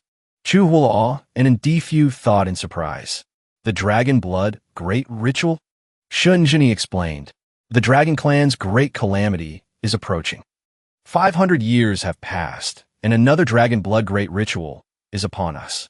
The second Dragon King Zhao was astonished. How does he even know about this? Shinjini also noticed his surprised gaze. The second Dragon King Zhao laughed and said, I've heard that the third young master Shun is an extraordinary moon slayer. But this water-parting art is a top secret of the Dragon King's palace. I wonder where the third young master learned it from.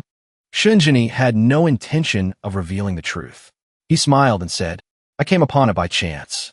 Shinjini looked at the water-parting art and thought, this water-parting art was a gift from the dragon ancestor back then.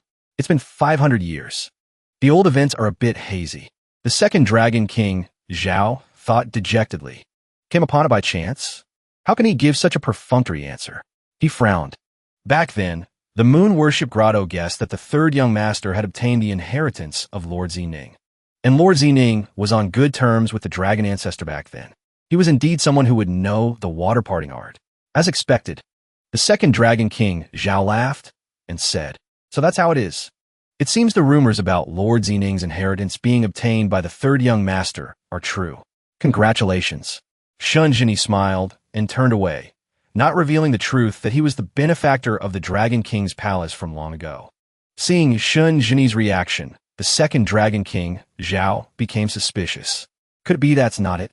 Possessing the water-parting art gifted by the dragon ancestor, given his age, he should logically be a descendant of the benefactor. But according to what everyone knows, this person came from the lower realm of Joyo as a moonslayer, which rules out that possibility. Now, looking at his attitude, it's as if he's denying the possibility of having obtained Lord Zining's inheritance. The second Dragon King, Zhao, seemed to realize something. Wait. When Zhao Ling was forced into seclusion over the matter of the Immortal Sword's divine treasury, he once said, after the restrictions of the Immortal Sword's divine treasury were broken, what appeared in the Immortal Treasury? Shinjini had a conversation, but no one knows the content. Could he have obtained the water-parting art from there? The second Dragon King Zhao looked at Shinjini and Chu Hulua walking ahead. Then the ultimate technique of the Dragon Clan was also taken. If so, I can only test it. The second Dragon King, Zhao, probed. I've always heard from my brother that the third young master Shun's swordsmanship is unparalleled. Since you've made a rare visit today, I wonder if I could ask for a few pointers? Shinjini turned back and smiled. The Dragon Clan's great calamity is approaching within the year. Does the second Dragon King, Zhao, think we've come here with ulterior motives? The second Dragon King, Zhao, quickly explained. Third young master Shun, you misunderstand. I have been obsessed with martial arts since I was young. The affairs of the Dragon King's palace have always been managed by my brother. Seeing the third young master here today, I am overjoyed. I can't help but feel an itch to spar. I hope the third young master will grant my request. And Defu thought with a forced smile. Such a blatant provocation. Juhulu Paudet. Even a master from the Juntian ministry at the 5th level of the Jinren realm couldn't defeat my master. You and the great Dragon King Zhao are probably on the same level. How could he possibly be a match for my master? Shinjini said generously. Since second Dragon King Zhao is so hospitable, I won't be polite either. If you lose, second Dragon King Zhao, please don't be too upset. Second Dragon King Zhao was surprised by Shinjini's confidence. Chu Hulao gritted her teeth and thought, Master is being so blunt. She felt a surge of pride. Only Master could say such arrogant words with such a calm and natural demeanor. Shinjini pointed to an empty space in the courtyard. Right here, if you so much as touch the corner of my robe, or if I move a single step, I lose. You can use your dragon race's great 9 heavens illusionary method against me. The reason the dragon race became one of the top races in the world is due to its secret art, the dragon origin spirit method. It is said that when one's cultivation reaches its peak, they can leap through the dragon gate to cleanse their bloodline, transforming into a true dragon that roams the 9 heavens. The difficulty in cultivating the dragon origin spirit method is the time it consumes. Even with the endless lifespan granted by the dragon race's bloodline, there's no guarantee of success. Therefore, dragon clans everywhere have created their own suitable techniques based on it. The Great 9 Heavens illusionary method is the ultimate technique of the Dragon King's mansion. When cultivated to the highest level, the Cloud Dragon 9 manifestations appear like 9 dragons swallowing the sun. possessing the power to overturn heaven and earth. At this moment, somewhere in the Dragon King's mansion, Zhao Jie was resting his chin on his hand, staring outside listlessly. Suddenly, a stack of paper fell beside him. Zhao Jie listlessly opened it and said, "Father, really? It's bad enough he's in seclusion himself. But he also told me to stay in the study and cultivate until I reach the third level of the true human realm. Sigh. I can't read any of this." Zhao Jie sighed and lay down. Suddenly, he heard a loud boom. He sat up with a start. "What's happening? What's going on?" Zhao Jie looked out the window. He put a hand to his face, thinking, "That sound. I feel like I've seen it somewhere before." Zhao Jie hurriedly rummaged through a pile of books. Suddenly, he found something. Found it. The water parting art. It summons all dragon race members in the mansion. Go outside to welcome them. Zhao Jie closed the book, saying excitedly, "Let's go." Huh? Why is it so quiet? This shouldn't be happening. According to the ancient texts, the path to the main hall should be bustling with activity. Zhao Jie peeked around a pillar and said, "What's going on? Could they still be at the front gate?" Hearing his father's voice, he quickly hid. "I've heard that third young Master Shun is an extraordinary moon-slaying man. But this water-parting art is a top secret of the Dragon King's mansion. I wonder where you learned it, third young Master Shun? I just happened to come across it. It seems the rumors about Zi Ningjuan's legacy being obtained by you are true, third young Master Shun. Congratulations, father." Zhao Jie was surprised to see his father. "I've always heard from Brother Wu that third young Master Shun's swordsmanship is unparalleled. Since you've graced us with your presence today, I wonder if I might ask for a few pointers?" Hearing his father say this, he thought, father's martial arts addiction is acting up again. The centennial great calamity of the dragon race is approaching. "Do you think we've come here with ulterior motives, second Dragon King Zhao?" Third young Master Shun asked. Second Dragon King Zhao laughed and said, "You misunderstand, third young Master Shun. I've been obsessed with martial arts since I was a child. Brother Wu has always managed the affairs of the Dragon King's mansion. Seeing you here today, third young master, has made me very happy. My hand is getting a little itchy. I hope you will indulge me, third young master." Seeing this, Zhao Jie thought, "Father, really? Speaking to him like that, it looks like he's determined to fight this guy." Shunjini smiled and said, "Since second Dragon King Zhao is so hospitable, I won't be polite either." Zhao Jie thought gleefully he took the bait. "If you lose, second Dragon King Zhao, please don't be too upset." Zhao Jie thought in disbelief. "This guy is way too confident. My father is at the fourth level of the true human realm. He has few rivals in the entire Fei Lan continent." Shunjini pointed to an empty space in the courtyard. "Right here. If you so much as touch the corner of my robe, or if I move a single step, I lose." Zhao Jie was furious. Does he think he's the master of the 12-sword tower? This person is truly too arrogant. How dare he say such things? Second Dragon King Zhao said, annoyed. "Aren't you being a bit too conceited, third young Master Shun? Although my 9 heavens illusionary method is not yet perfected, it still has 70% of its full power. If I attack with all my strength, I could even shatter the crystal walls in this mansion. Please take this duel seriously." Shunjini remained confident. "It's fine. This is for the best." Second Dragon King Zhao flared up. "You!" At that moment, Zhao Jie suddenly stepped out and shouted, "Father, there's no need to waste words on this arrogant fool." He struck a pose and said, "Let me handle him. Watch me kill him with a single palm strike." The second Dragon King turned worriedly. "Yeah, wait.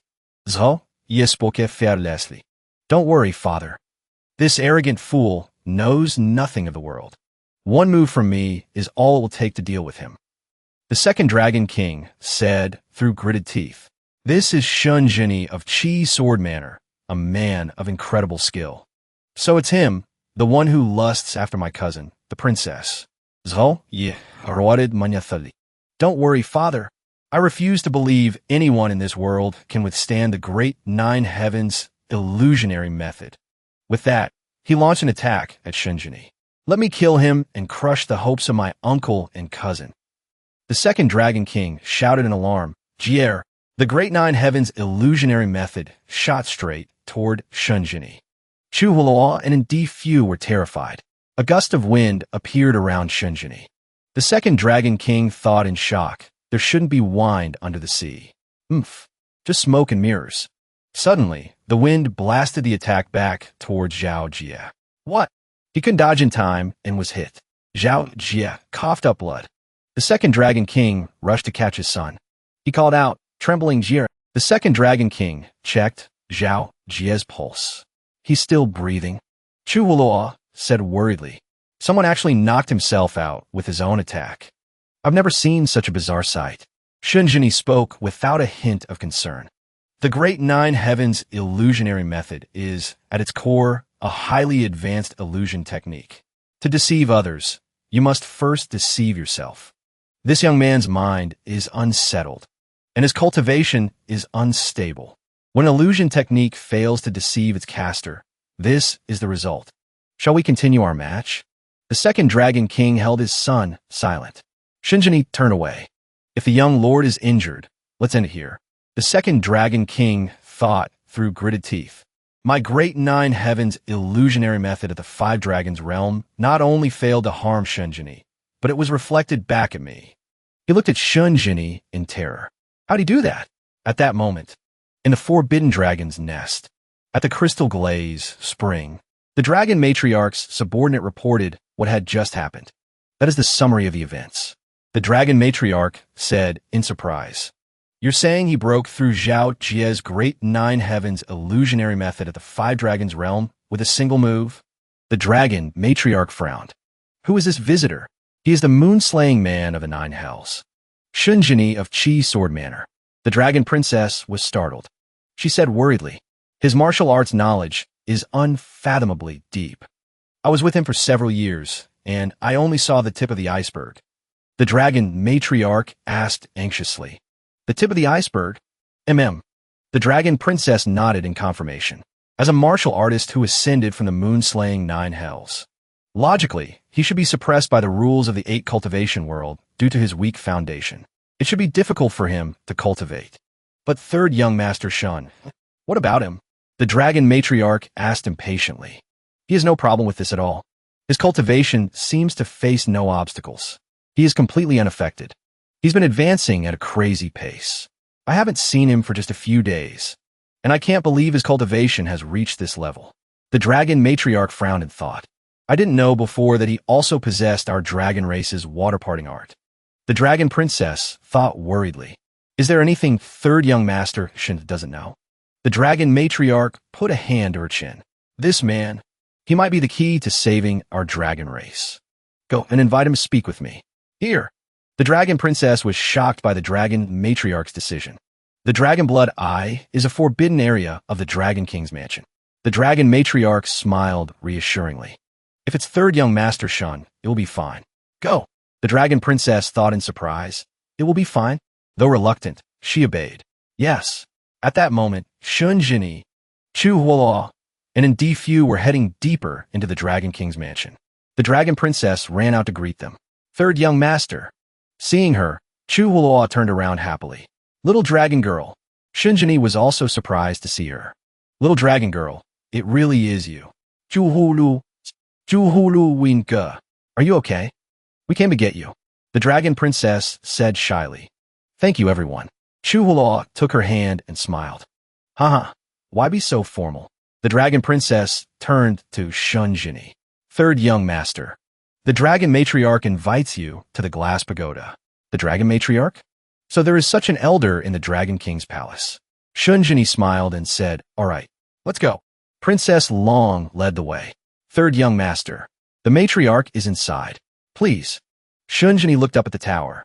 The Glass Pagoda. Shunjini calmly stepped into the tower. He stopped in front of the Dragon Matriarch. The Dragon Matriarch was delighted to see the third young Master Shun. But for some reason, her legs couldn't stand up. The Dragon Matriarch broke into a sweat. Shunjini was surprised to see this. The Dragon Matriarch said with a forced smile, Greetings, third young Master. Please forgive me for not being able to perform the proper courtesies. The sword god's demeanor, once seen, is unforgettable. It hasn't changed at all in 500 years. Shunjini smiled and said, To be able to see an old acquaintance after 500 years, it seems our karma is not yet severed. Don't worry. Since I have come this time, I will not sit idly by. the Dragon Matriarch said with relief. With the third young master's help, the Dragon King's palace has nothing to worry about. I know your rules, Your Excellency. This time, if you can save my Dragon King clan, all the treasures in the Dragon King's palace are yours. Shunjini said, What would I do with those few treasures? You can keep them. The Dragon Matriarch said hurriedly. This old one heard from the princess that Your Excellency went to the Juntian Ministry's ninefold heaven sect to obtain the Sala leaf. As it happens, the Dragon King's palace's treasury has this treasure, and I would like to offer it to the third young master. Shunjini turned back in surprise. Shunjini looked at the Dragon Matriarch in astonishment, thinking, I wore out my shoes searching for it to no avail, and now I've obtained it without any effort. I never expected the Dragon King's palace to have the Sala leaf. Shunjini frowned and said, I wanted to act once to resolve all karma, but with this Sala leaf, the karma will only grow deeper. The Dragon Matriarch said worriedly, This is truly a gift from this old one to the third young master. I am not using it to coerce you. Shunjini smiled and said, In this life, how can one avoid the entanglement of karma? 500 years ago, and 500 years later, I have encountered the calamity of the Dragon King's palace both times. This clearly shows our affinity. Where there is affinity, there is karma. If this is the will of heaven, there is no need to avoid it. In Shunjini's heart, after the Dragon Clan's great calamity has passed, I will take the Sala leaf then. There's no rush. The Dragon Matriarch nodded and said, Yes. At this moment, the three of them, Princess Long, Chu Hulaw, and Ndi Fu, were waiting outside, so only Master was allowed in there. Yes. This is the forbidden area of the Dragon King's palace. This is the first time an outsider has entered. Princess Long had a worried expression. Chu Hulaw asked shyly, Little dragon girl, what exactly is the Dragon Clan's great calamity? Princess Long was silent. Every 500 years, our Dragon Clan experiences a boiling of our blood. It is an opportunity to transform into a dragon. Chu Hulaw and Ndi Fu said in surprise. That sounds like a good thing. That's right. Why has it become a great calamity? Princess Long explained. For the Orthodox Dragon Clan, it is indeed a good thing. But for those with weaker bloodlines, it is very difficult to withstand that change. Although it's called an opportunity, it's actually a tribulation. Therefore, the Dragon King's palace will conduct the Dragon Blood Ritual in the Glass Pagoda. Using the sincerity of the Dragon Clan and the resonance of the Dragon Blood, we pray for the bloodline to remain stable. But when the blood is boiling, it is not easy to maintain a calm state of mind like still water. The Dragon Matriarch continued to explain. One could say, almost every time during the Dragon Blood Ritual, my Dragon King's palace encounters all sorts of situations. The most dangerous is when a single mistake leads to a backlash from the Dragon Blood, severing the bloodline of the Dragon King's palace. The 500-year period has arrived. Fortunately, the Dragon King's palace has a member whose bloodline is closest to our ancestors, but even then, we only have a 50% chance of passing this trial. But now that I have the young master's promise, I can finally rest assured. Shunjini smiled and said, Such is karma. After a cycle of 500 years, I have come here again. Rest assured. The Dragon Matriarch watched Shunjini leave. She thought with a sigh of relief. With this person's promise, the Dragon King's palace is saved. Master is out. Seeing the third young master emerge, Princess Long also called out happily, Third young master. Third young master. Shunjini said, The matter has been settled. We will be staying in the Dragon King's palace for the next few days. Hearing this, Princess Long thought in surprise. The matter has been settled? What matter? Shunjini walked past Princess Long and said, You should go in and prepare for the Dragon Blood Ritual. We can talk about other things later. Princess Long said, feeling a little lost. Then I'll go in first. Chu Hulaw quickly followed Shunjini. Master, Little Dragon Girl said that tower is the forbidden area of the Dragon King's palace. Why did the Dragon Matriarch ask you to go in there? Shunjini replied, It was nothing much. She just promised to give me the Sala leaf. Juhulu Thawen. Master went all the way to the ninefold heaven sect just to get the Sala leaf. I can't believe the Dragon King's palace has won.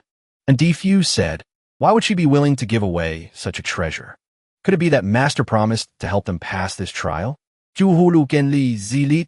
Shunjini explained. The The dragon clan's great calamity is approaching. I have promised to lend a hand. Chuhua said unhappily. Master usually doesn't care about anything. I can't believe he took the initiative this time. She thought. It seems Princess Long still holds some status in Master's heart. If it's just for the Sala leaf, is it worth it? Shunjini frowned and said, Karma is entangling. It cannot be avoided.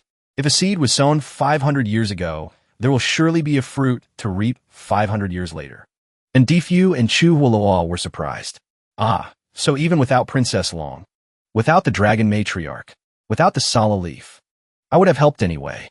It's just that, now, although the seed sown 500 years ago has been dealt with, I have planted a new seed today. In the future, we will still be entangled. At this moment, inside the glass pagoda, Princess Long said in surprise, The third young master is willing to help? Really? The dragon matriarch turned to look at her and said, How could it be otherwise? Princess Long nodded happily. The matriarch has been worried these past few days. After meeting the third young master, her confidence has grown and she can finally rest easy. Could it be that the third young master really has a way? What way is it? The dragon matriarch said confidently. He definitely has a way. You don't need to ask so many questions. The dragon matriarch smiled and said, You just need to carry out the dragon blood ritual well. Right now, preparing for the dragon blood ritual is more important. Yes, thank goodness. This time, the great calamity will probably be a scare without any real danger. Princess Long sighed.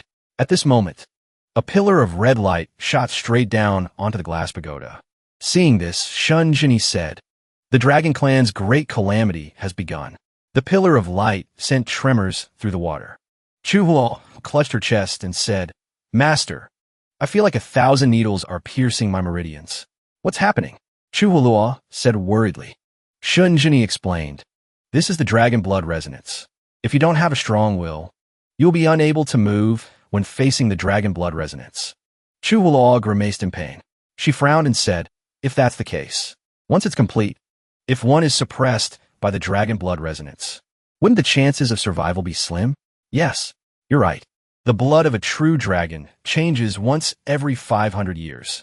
The Dragon King's palace was established because of this true dragon's blood. Now that the true dragon's blood is boiling, the dragon clan's bloodline is even more affected by the resonance.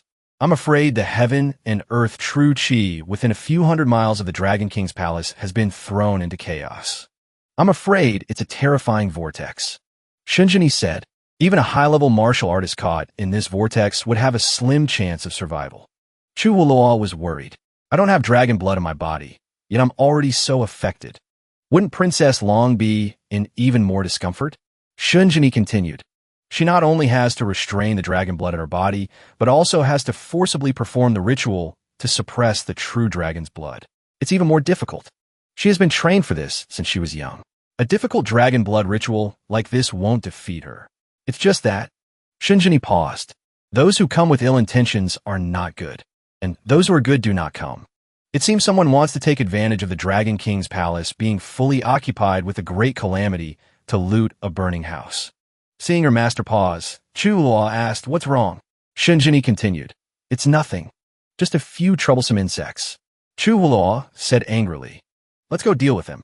Although it's still early, Shunjini looked at her and said, The Dragon Clan's calamity cannot be completely resolved by me directly.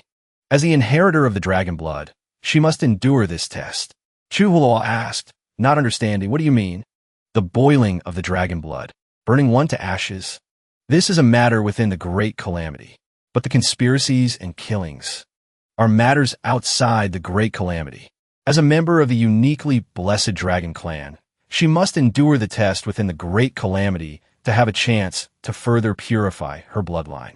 Past the great calamity, at the altar inside the tower, Princess Long said, feeling uncomfortable, This is the power of a true dragon. I feel like the whole world is a piece of paper that I could tear apart with a single touch. Does such great power really exist in this world? The dragon matriarch, sitting beside her, said, The power of the dragon clan is endless. But compared to that great one's power, it's nothing. Princess Long turned and said, Grandmother, are you talking about the benefactor who saved us back then? Can this person really be compared to the power of a true dragon that shakes the entire battle world? Yes. The Great One's power far exceeds what you and I can imagine. Princess Long looked at her grandmother and thought, although grandmother is knowledgeable, isn't she exaggerating a bit? Princess Long frowned and said, Grandmother, rest assured. This time, I have fully grasped the changes in the dragon blood. This time, the Dragon King's palace won't need anyone else to save it. The dragon matriarch said with emotion, This is hard on you. Today, the dragon blood eye is of utmost importance. No matter what happens, you cannot leave the glass pagoda. Yes, the dragon matriarch frowned. Your father is seriously injured and in a coma. The changes in the formation outside require my personal adjustment. So, from now on, I cannot be distracted to look after you. The test before you must be faced alone. Princess Long said confidently, I will definitely not fail your trust. The dragon matriarch opened the door. Princess Long called out, Grandmother, be careful. The dragon matriarch smiled as if to tell her to rest assured, then left. 3 hours later, Princess Long was alone, resisting the surging dragon clan bloodline. I must catch up to the third young master Shun's footsteps. Princess Long thought with determination. At this moment, Shunjini was also observing the glass pagoda. The dragon blood ritual has been going on for 3 hours. It's almost time. Suddenly, the second Dragon King, Zhao, ran over, shouting, Niece, something's wrong. Something's wrong. The second Dragon King, Zhao, had a worried expression. 3 hours later, Shunjini observed the glass pagoda and thought, the dragon blood ritual has been going on for 3 hours. It's almost time. Chuhua said worriedly, what? Suddenly, the second Dragon King, Zhao, ran over. He shouted in panic, Niece, something's wrong. Princess Long turned to look at him and said, Uncle, the ritual is at a critical stage. No matter what it is, let's deal with it after the dragon blood ritual is over. Princess Long said with a terrified expression, What? Suddenly, a great force enveloped Princess Long. She cried out in pain. A golden dragon appeared. Princess Long coughed up blood. The second Dragon King, Zhao, said worriedly, Niece, are you all right? There's no danger. Princess Long suppressed her pain and said, Father, how is he? Just now, the dragon blood trembled. There was a flash of light. Your father woke up for a moment, but he's in great danger. I'm afraid. He won't last much longer. Before my brother dies, he just wants to see you. It also concerns the secret of the Dragon King's palace's inheritance. He must tell you himself. Princess Long thought worriedly. I was just hoping to successfully conduct the ritual and pass the great calamity so that father could get better. But now, even if the dragon blood ritual is successful and the dragon clan's 500-year calamity is resolved, if father still leaves me, father, Princess Long gritted her teeth and said, I cannot leave. The second Dragon King, Zhao, was still insistent. But Princess Long turned away. Now is the crucial moment of the ritual. I cannot leave. The second Dragon King, Zhao, sighed. Sigh, if it's just for the time it takes to say a few words, I think I can hold on for you for a bit. Princess Long looked at him in surprise. Uncle, I know the concentration of my bloodline is not as good as yours and my brother's. I cannot fulfill the duty of the main ritualist, but I will do my best. Holding on for a moment probably won't be a big problem. Princess Long said worriedly, but there are no buts here. At this point, there's no other way. The second Dragon King, Zhao, quickly drew out. Seeing this, Princess Long screamed in horror. Uncle, stop. But it was too late. The second Dragon King, Zhao, had already stabbed himself in the shoulder with a knife. The second Dragon King, Zhao's face was contorted in pain. Princess Long covered her mouth and cried, moved. Blood flowed from the second Dragon King, Zhao's stab wound. It was drawn up by the pillar of power in the glass pagoda. Princess Long said in shock. The blood pool infusion method, using the heart's blood of a dragon, to borrow a short period of time to upgrade the concentration of the dragon clan's bloodline. But after a while, one will suffer from weakness and severe injuries. If one drinks the blood for a long time, there is even a possibility of losing the activity of the dragon blood, causing the original Dragon Clan bloodline to turn into that of an ordinary human. Princess Long was confused. Uncle, why must you do this? The knife in the second Dragon King, Zhao's hand fell. He clutched his wound and said, Go quickly. Even with the support of the blood pool infusion method, I can't hold on for long. Go quickly and come back. Princess Long gritted her teeth. She closed her eyes in pain, having to make the decision to go or stay. She jumped down to where the second Dragon King Zhao was. She said, "Here, I'll have to trouble you, uncle. I'll be right back. Go quickly." Princess Long ran off. She was worried. "Father, wait for me." Just then, behind Princess Long, a pillar of purple power shot straight into the sky. Princess Long was knocked down by the force. She turned back, trembling, to look, and realized she had been deceived. The second Dragon King Zhao was standing in that pillar of power. Princess Long screamed, "Uncle, what are you doing?" The immense power was too much for the glass pagoda to handle. Cracks appeared. Princess Long frowned, confused. The tower can't hold on anymore. What on earth is Uncle trying to do? A dragon appeared around the pillar of power. It roared, shaking the glass pagoda. It carried a terrifying power that shook the water surface. Mysterious figures in black robes appeared. So this is it.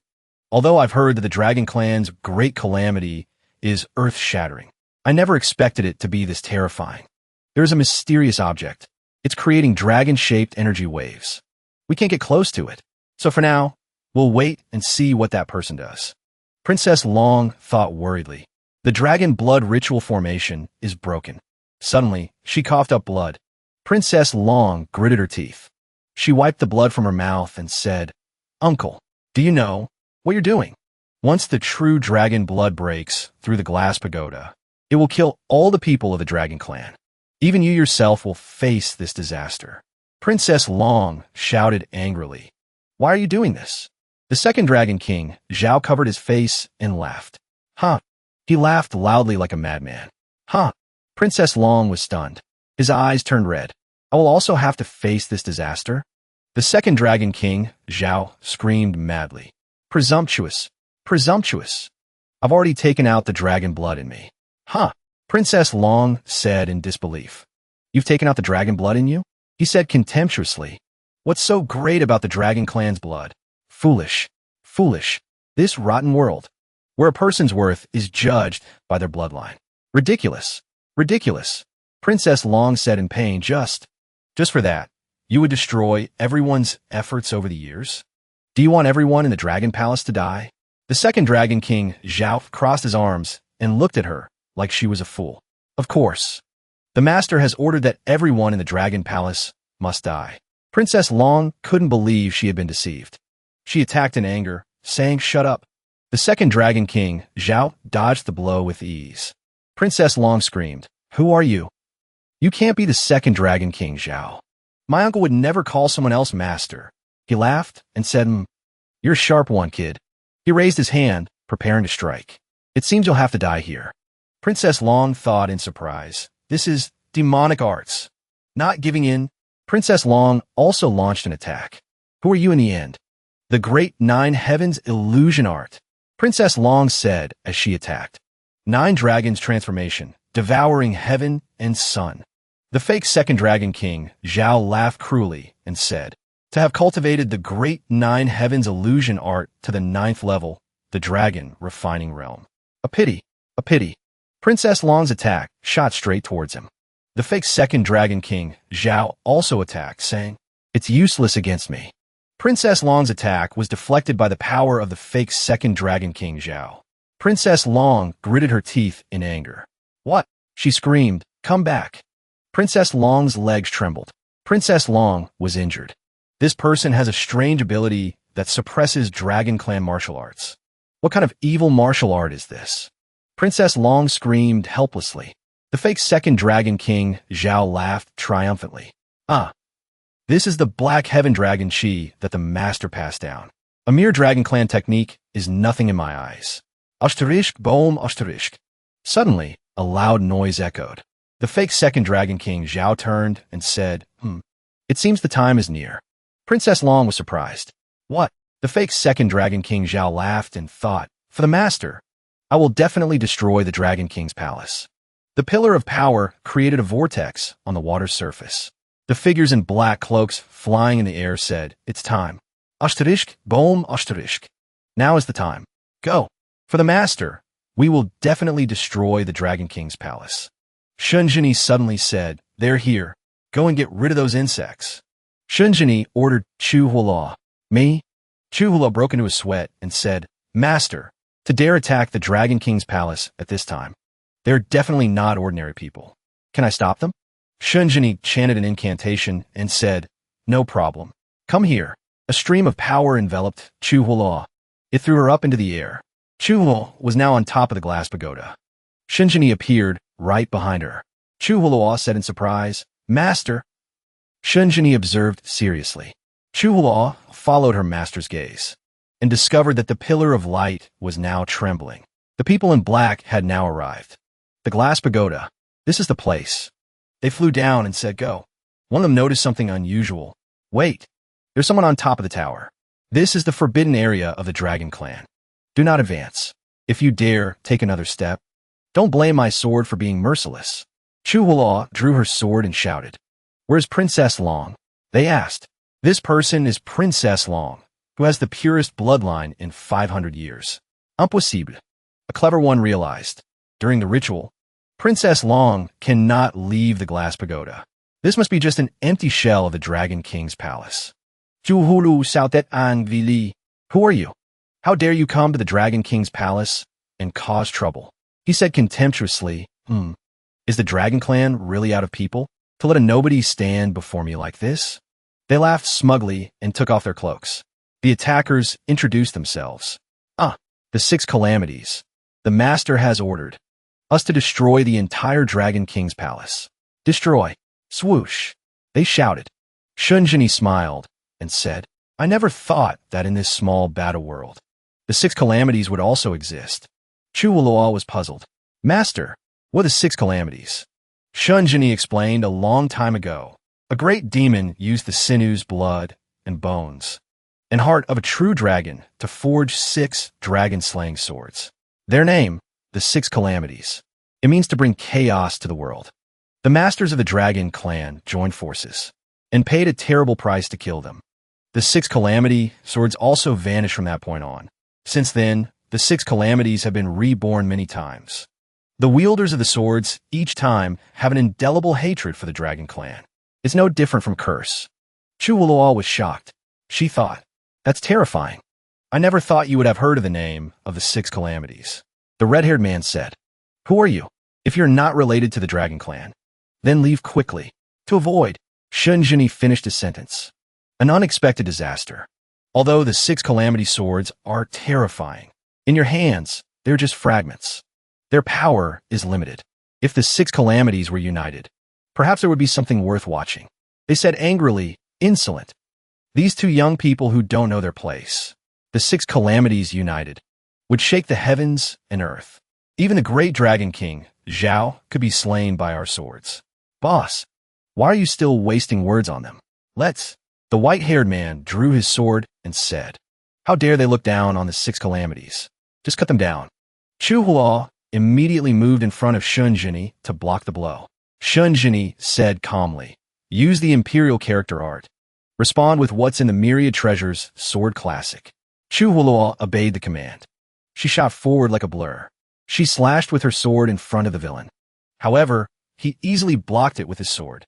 Chu Hula refused to give up and continued to attack. She was so fast that the other guy could only parry. Old Sixth, his subordinate, called out worriedly. Old Sixth, a 5th level shounen, was actually pushed back half a step by a young girl sword. We thought they were just 2 young people who didn't know their own strength. But now it seems they're a big problem. She looked at Shunjini and Chu Hula and thought. The white-haired man said, "Who on earth are you?" The 6 calamities are all masters of the 5th level shounen realm, considered top-tier combat power in this Phylon continent. If it weren't for the Dragon King's palace being located under the river, we wouldn't have had to wait for the great calamity. The 6 of us working together are enough to overthrow the Dragon King's palace. They said smugly. Now, a young girl has suddenly appeared who can push back Old Sixth with a single sword strike. Could it be that these 2 are also masters of the 5th level shounen realm? No, impossible. The 5th level shounen masters in Phylon continent can be counted on one hand, and these 2 are not among them. Although recently in Phylon continent, a new force has appeared in the Juntian ministry. Someone who could destroy the two great powers of Chontian City and the Moon Worship Grotto. Could it be him?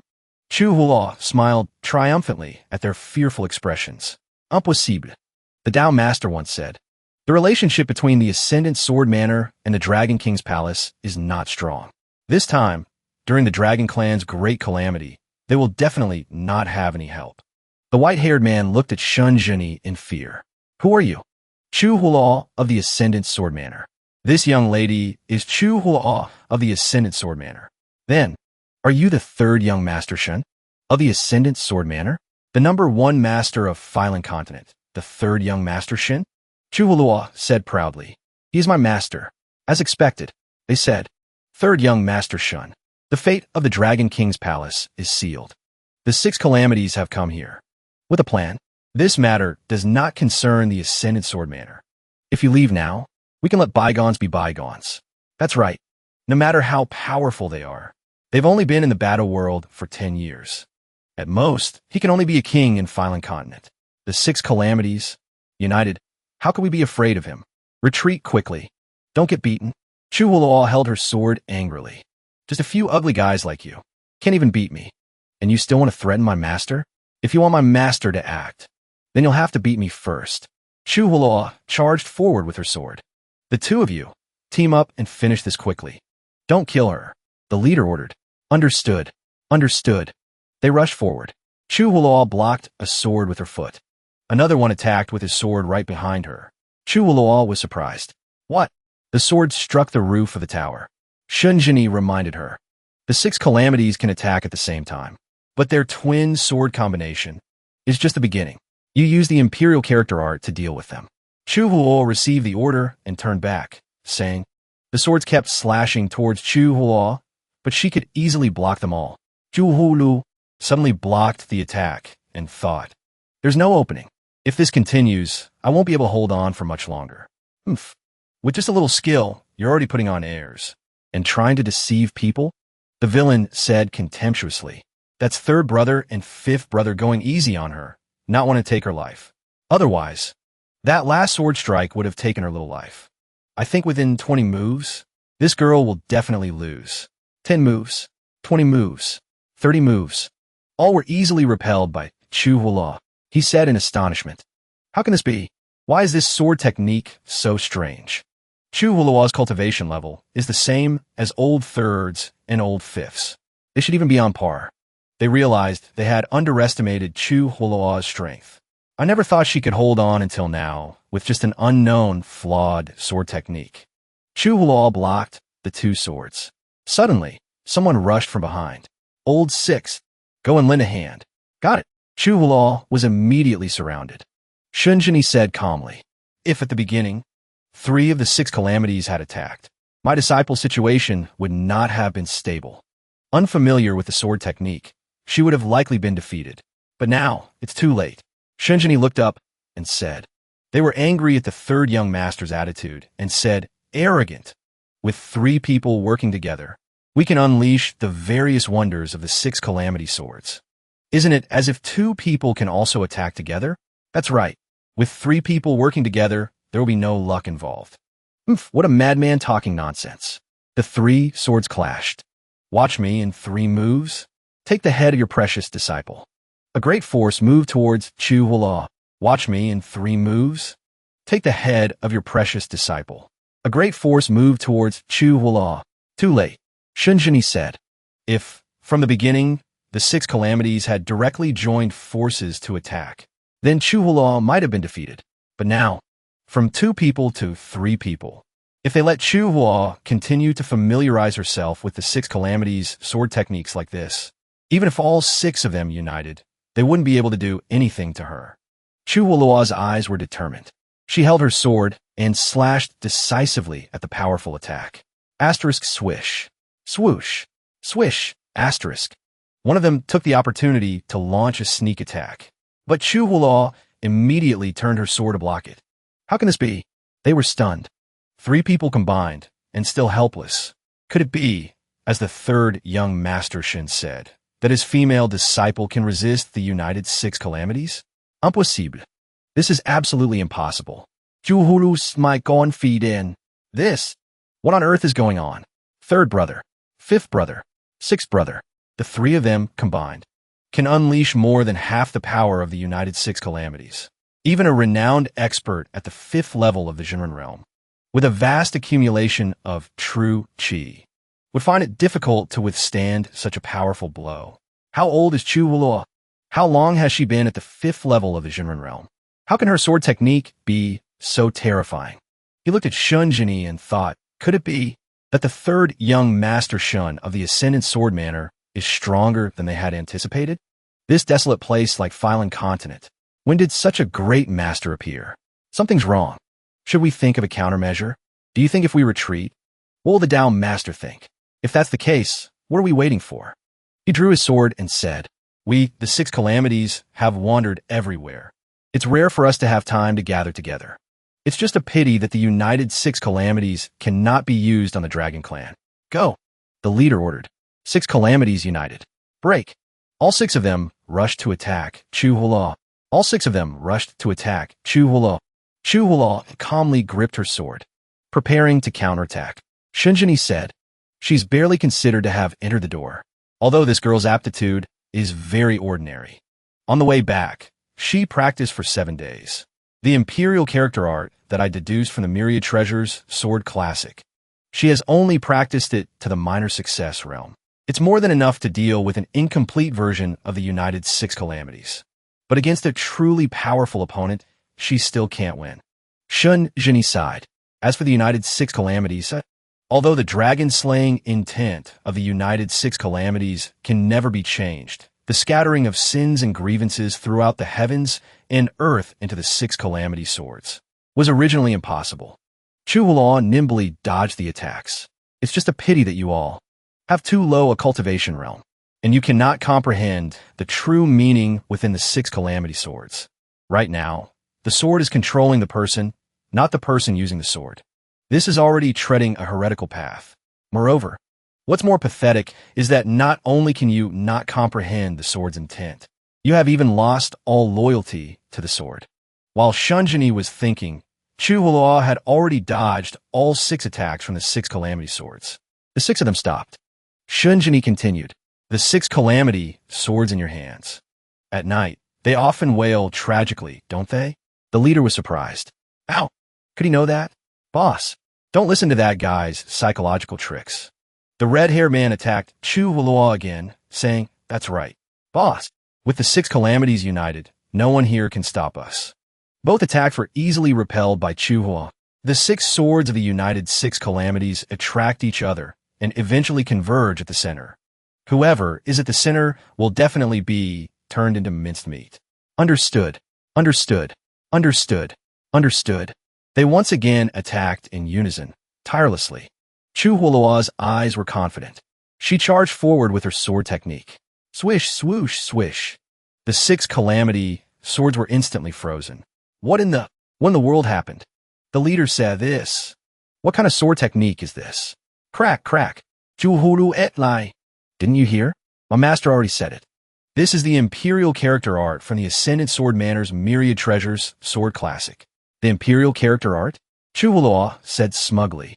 I've only practiced it for 7 days, and I'm still not proficient, but it's more than enough to deal with a bunch of amateurs like you. Shunjini spoke up from behind her.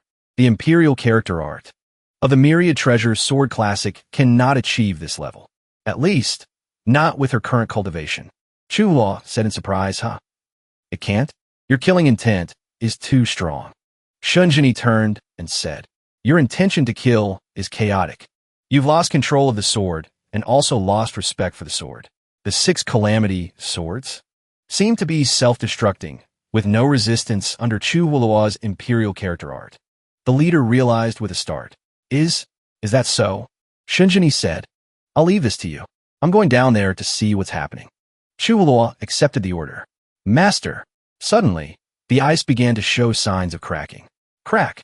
Chu Hulu sigh. Sigh. You're all pitiful people. She held her sword with determination. Have a safe journey. Chu Hula delivered a decisive blow. She struck towards the 6 Calamity swords. The ice shattered. The 6 Calamity swords were defeated. Shunjini jumped into the tower and landed lightly. The third young master Shin's expression was one of surprise. When he saw Princess Long standing before a giant pillar of water and the second Dragon King, Zhao, lying unconscious on the ground. Princess Long cried out, "If this continues, the Dragon King's palace will be destroyed. Stop it." Shunjini approached. Princess Long sensed someone approaching. She turned to look. The third young master Shin looked at her in silence. Princess Long was also surprised. She said with emotion, "Third young master, I beg you, third young master, to save the Dragon King's palace." The pillar of water flowed faster and stronger. Princess Long suddenly thought to herself, "Wait, what did I just say? That's right. I am the woman with the purest bloodline and also the heir to the Dragon King's palace. Even I cannot change this outcome. The third young master is just an outsider. What ability does he have to turn the tide?" Princess Long thought as she cried, "It's just a desperate person seeking any cure." She sat down helplessly and said, "I'm sorry, third young master. My mind is in chaos. I shouldn't have forced you. The dragon blood has erupted. It cannot be controlled. This place has become a death trap. Third young master, you should quickly take Miss Chu and leave, to avoid getting caught up in this." The pillar of water suddenly fluctuated. The current became more and more chaotic. It shot straight up into the sky. Chu Hua, outside, was startled and panicked. She looked at the pillar of water before her. The other members of the dragon clan were in pain. What on earth is happening? One person coughed up blood. Zhao Ling wiped the blood and said, "The great calamity." The matriarch was also sitting and praying. Suddenly, the dragon matriarch collapsed from exhaustion. With the matriarch unconscious, the pillar of dragon blood pierced through the water surface and shot straight into the sky. Chu Hua wondered what in the world happened. At the same time, inside the glass pagoda, seeing Shunjini arrive, Princess Long said, "Third young master, the Dragon King's palace has become a death trap. You should quickly take Miss Chu and leave, to avoid this disaster." Shunjini looked up and thought, "A situation like this, I seem to have encountered it many years ago. The Dragon Clan possesses great power and a long lifespan, but every 500 years, they must face this terrifying threat. This is perhaps the balance of heaven and earth." Shunjini frowned, but the dragon's rage can still be suppressed. Princess Long said in pain, "I understand your intentions, young master, but even if you stay here, it won't solve anything." Chu Hua, after dealing with the 6 calamity swords, also rushed over. "Master, little dragon girl." Princess Long turned and said, "Hua, quickly persuade your master to leave." Chu Hua was surprised, not understanding what was happening. She said angrily, "What are you worried about? Master is here. He can solve anything." "Hua, this is no small matter." Princess Long said urgently, "The dragon blood has erupted. All descendants of the dragon clan's bloodline in the Dragon King's palace must bear the brunt of it. Before long, the dragon blood in everyone's bodies will be drawn by the true dragon's blood and erupt. A raging fire will burn their bodies, and all their dragon blood will be seized." Princess Long cried as she shouted, "The barriers, the formations, the palace, at the bottom of this river, will all be destroyed. It's just a little dragon blood. How can you handle it, master?" Chu Hua said in disbelief. "Master is invincible. Could he be afraid of this dead thing? You don't know the power of the dragon blood." Princess Long said insistently, "This is the power of a true dragon, caused by a tide in the great 1,000 worlds through the resonance of dragon blood, and it does not come from this world. It comes from the upper realm. No one in this world can resist it." Chu Hua was surprised. It's that powerful?" Shunjini said, "The power of the dragon blood pool comes from the first true dragon of heaven and earth, the dragon god's will. It possesses the greatest power in the universe. Master, could it be that even you are no match for it?" Chu Hua said worriedly. Shunjini thought, back then, compared to the dragon god, we were probably evenly matched. Neither of us would yield. Of course, now I can only use the body of the battle world. Compared to the dragon god's true form, which transcends thousands of worlds, I'm still far behind. But what I'm dealing with now is not the dragon god's true form, but merely the resonance induced by the dragon god's thin bloodline." Seeing Shunjini step forward, Princess Long shouted, "Be careful, third young master. If you already know how dangerous it is, why are you still going to your death?" the blood of a true dragon, is filled with ferocious power. If an ordinary person comes into contact with it, it's as if their flesh and blood will be corroded by acid. Seeing Shunjini so calm, Princess Long thought, the dragon clan's great calamity. I never wanted to involve others. If the third young master is injured because of this, then even in death, I cannot atone for my sin. This terrifying dragon blood is originally the backlash of power. The karma of the dragon clan itself should probably be repaid by the descendants of the dragon clan. The boiling dragon blood is uncontrollable. There's no room for luck. Princess Long thought in pain as she blocked the dragon blood. The final secret method of the dragon clan, although I don't know if it will succeed. Since things have come to this, I can only try. My body is a sacrifice to calm the blood's rage. The karma of the dragon clan itself should probably be repaid by the descendants of the dragon clan. Master, can we go over there?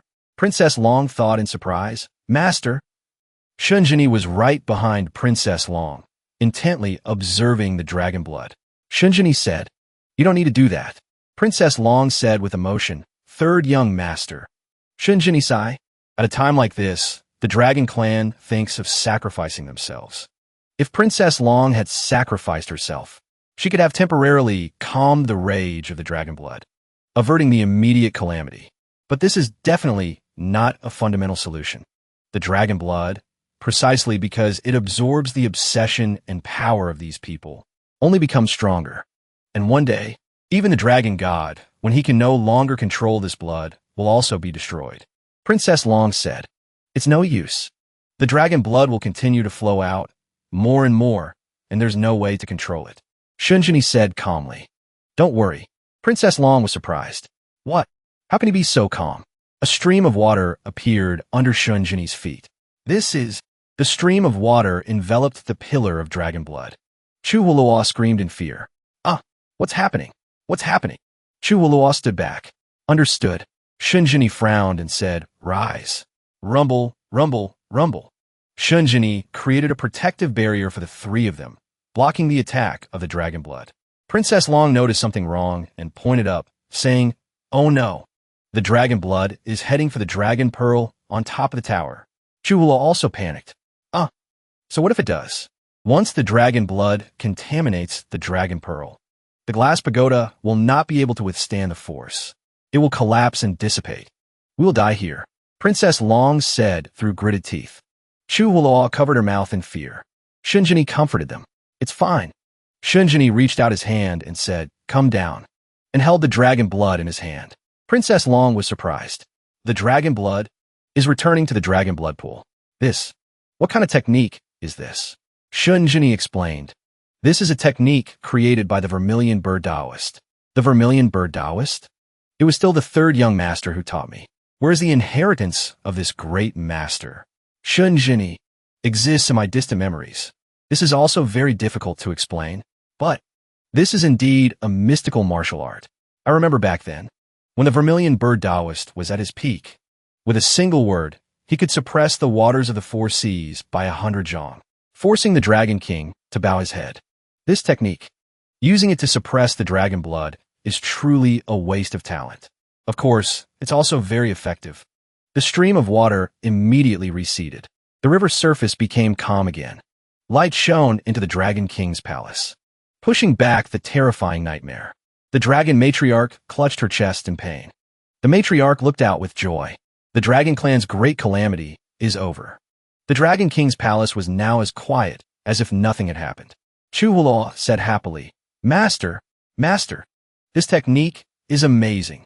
Quickly, teach it to me. Shunjini looked at her and said, don't be greedy. Your swordsmanship is not yet complete. You cannot cultivate this ultimate technique that relies on internal energy. If you really want to learn, you must practice the breathing technique for 30 years first.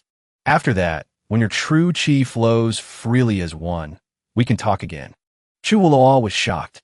30 years? The most important thing about the water-pressing mystic art is the application of force. You must have unobstructed true chi within a certain range, approaching the surroundings, so that even the water flow has no way to go. Only then can you strike wherever you point, suppressing the 5 rivers and 4 seas. Do you still want to learn? Chuhua said fearfully, I don't want to learn it anymore. Princess Long said in a daze, it's over. Yes, it's over. Is that so? Then I can. Suddenly, Princess Long collapsed, unconscious. Thud! Chuhua screamed. Princess Long. In the darkness, the fake second Dragon King, Zhao, appeared. He shouted, there can't be anyone else in this world. Princess Long woke up with a start from the nightmare. Seeing her awake, the dragon matriarch entered. Having a nightmare? Princess Long held her head and said, Grandmother, where is the third young master? The dragon matriarch sat down and said, he is currently talking with a few elders in the main hall. The elders? Why are they out? Princess Long said worriedly. The dragon matriarch comforted her. Don't worry. The third young master's cultivation is earth-shattering.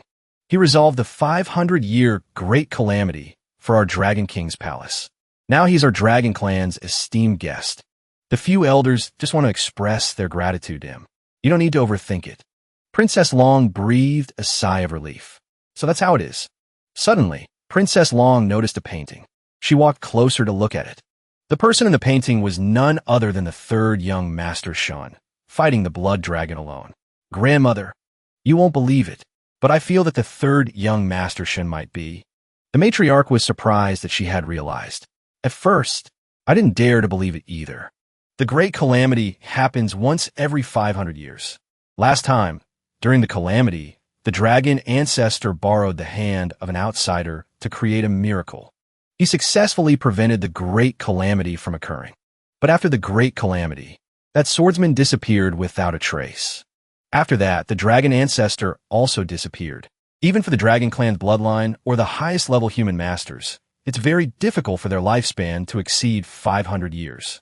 The Dragon King's palace spent a lot of effort and manpower searching for them to no avail, so they assumed they had passed away. The next great calamity arrived, but a miracle happened once again. Just like 500 years ago, the great calamity of the Dragon King's palace was stopped by someone else, using a similar method. Princess Long was stunned. So, if my guess is correct, in the room, the dragon matriarch knelt and said, Thank you, young master, for saving my Dragon King's palace. Shunjini said politely, It was just a small effort. There's no need to be so formal. Because of the karma from hundreds of years ago, I would have acted no matter what. Shunjini thought. The dragon matriarch presented a box and said, As agreed with the third young master, this old one offers you the salapalm leaf. Shunjini was surprised when he saw the dragon matriarch open the box. It really is the legendary treasure of the world, the salapalm leaf. Shunjini thought, I originally went to the Ninefold Heaven sect specifically for this, but came back empty-handed.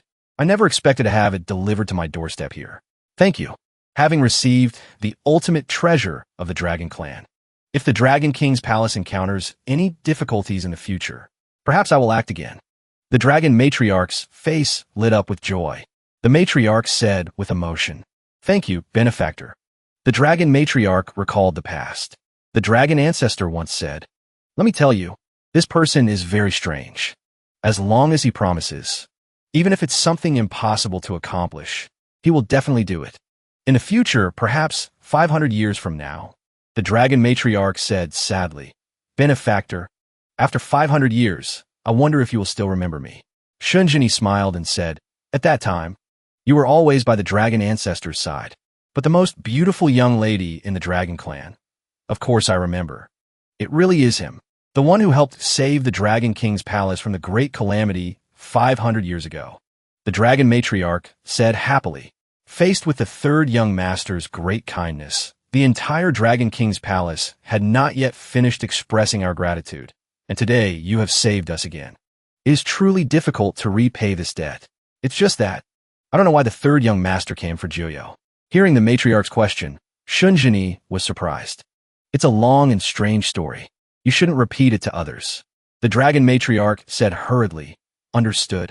This old one will definitely not dare to reveal the young master's secret. 500 years ago, I was on the verge of death. I only live for my grandson. Now that the Dragon Clan's great calamity is over, I don't have much longer to live either. Young master, please rest assured. Shunjini looked at her as if lost in thought. The third young master Shun recalled what the dragon ancestor had once said. Life and death are determined by fate. I also have my regrets. It cannot be saved. Shunjini looked at the dragon matriarch and said, when the dragon ancestor passed away, what did he say? The master said, the thing I left for you has been placed in the immortal sword's divine treasury. Shunjini thought, is he referring to the cold dew stone? Shunjini recalled what the dragon ancestor had once said. The cold dew stone.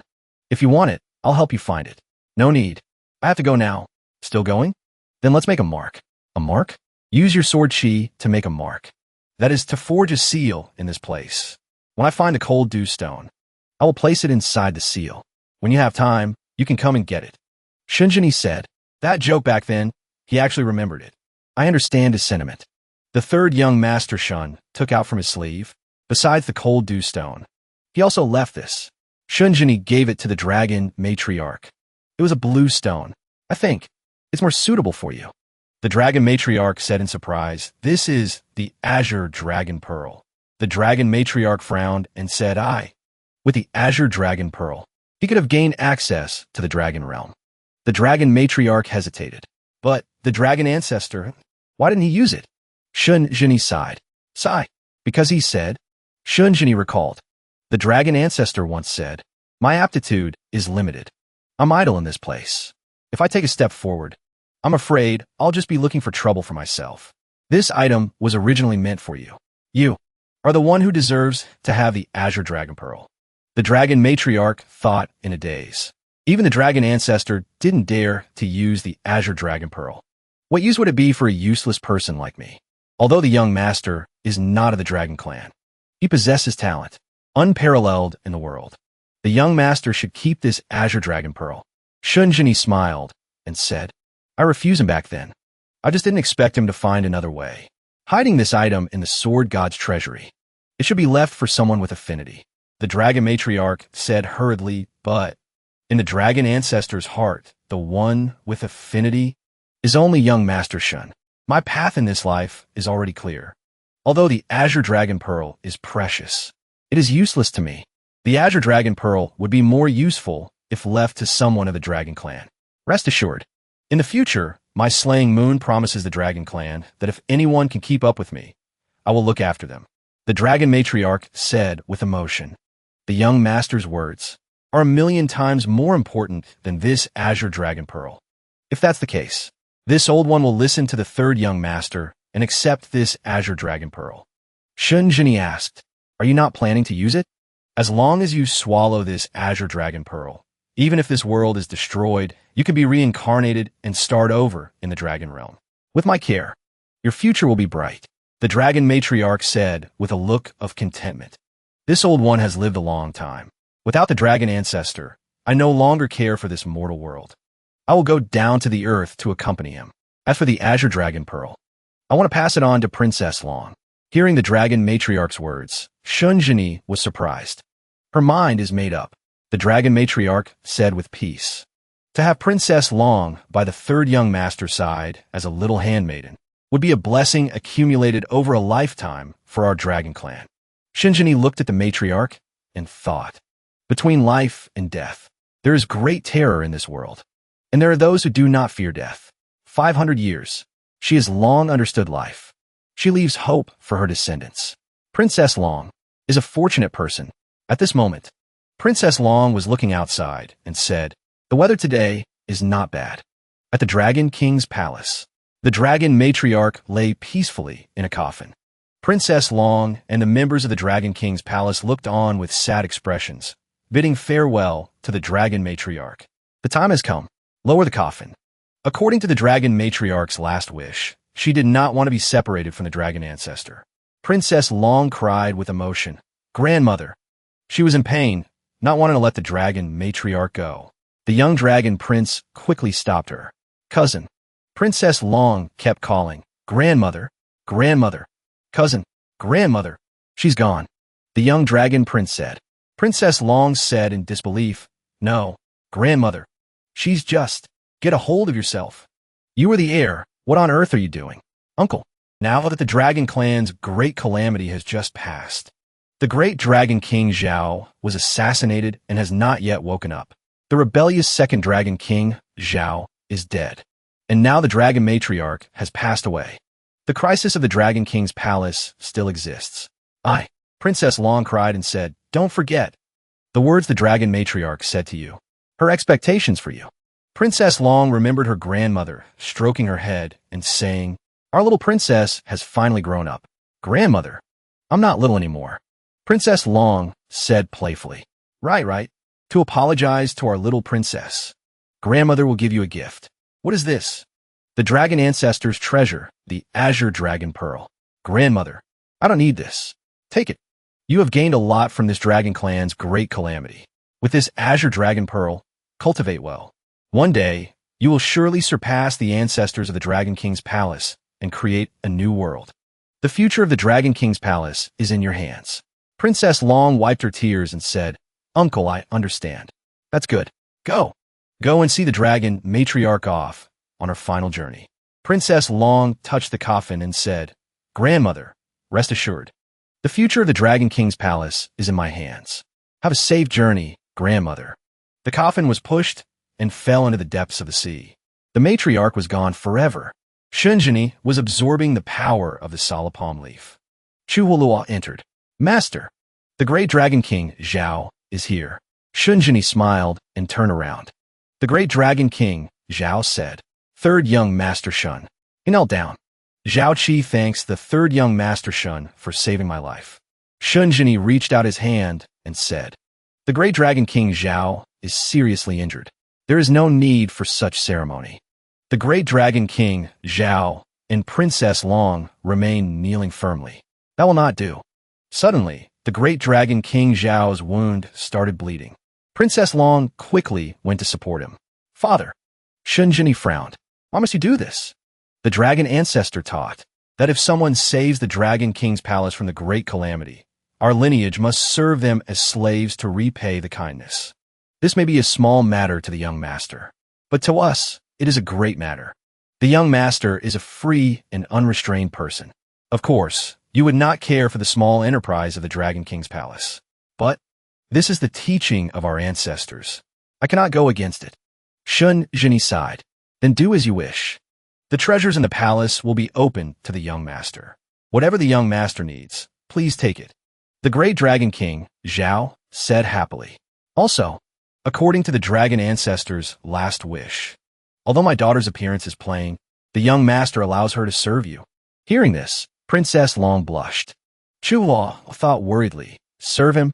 Shunjini also said, "The Dragon King's good intentions are truly hard to refuse." Chuhua was shocked by her master's magnanimity. "But I am devoted to the way of the sword. For now, I have no interest in romantic love. There is no need to mention this matter again." Princess Long turned her face away. "Right. There are a few things in the treasury that I need. Later, I will have Chuhua go to the palace to retrieve them." The great Dragon King, Zhao, glanced at his daughter and said, "Yes. Later, I will inform the staff in the palace to assist Miss Chu."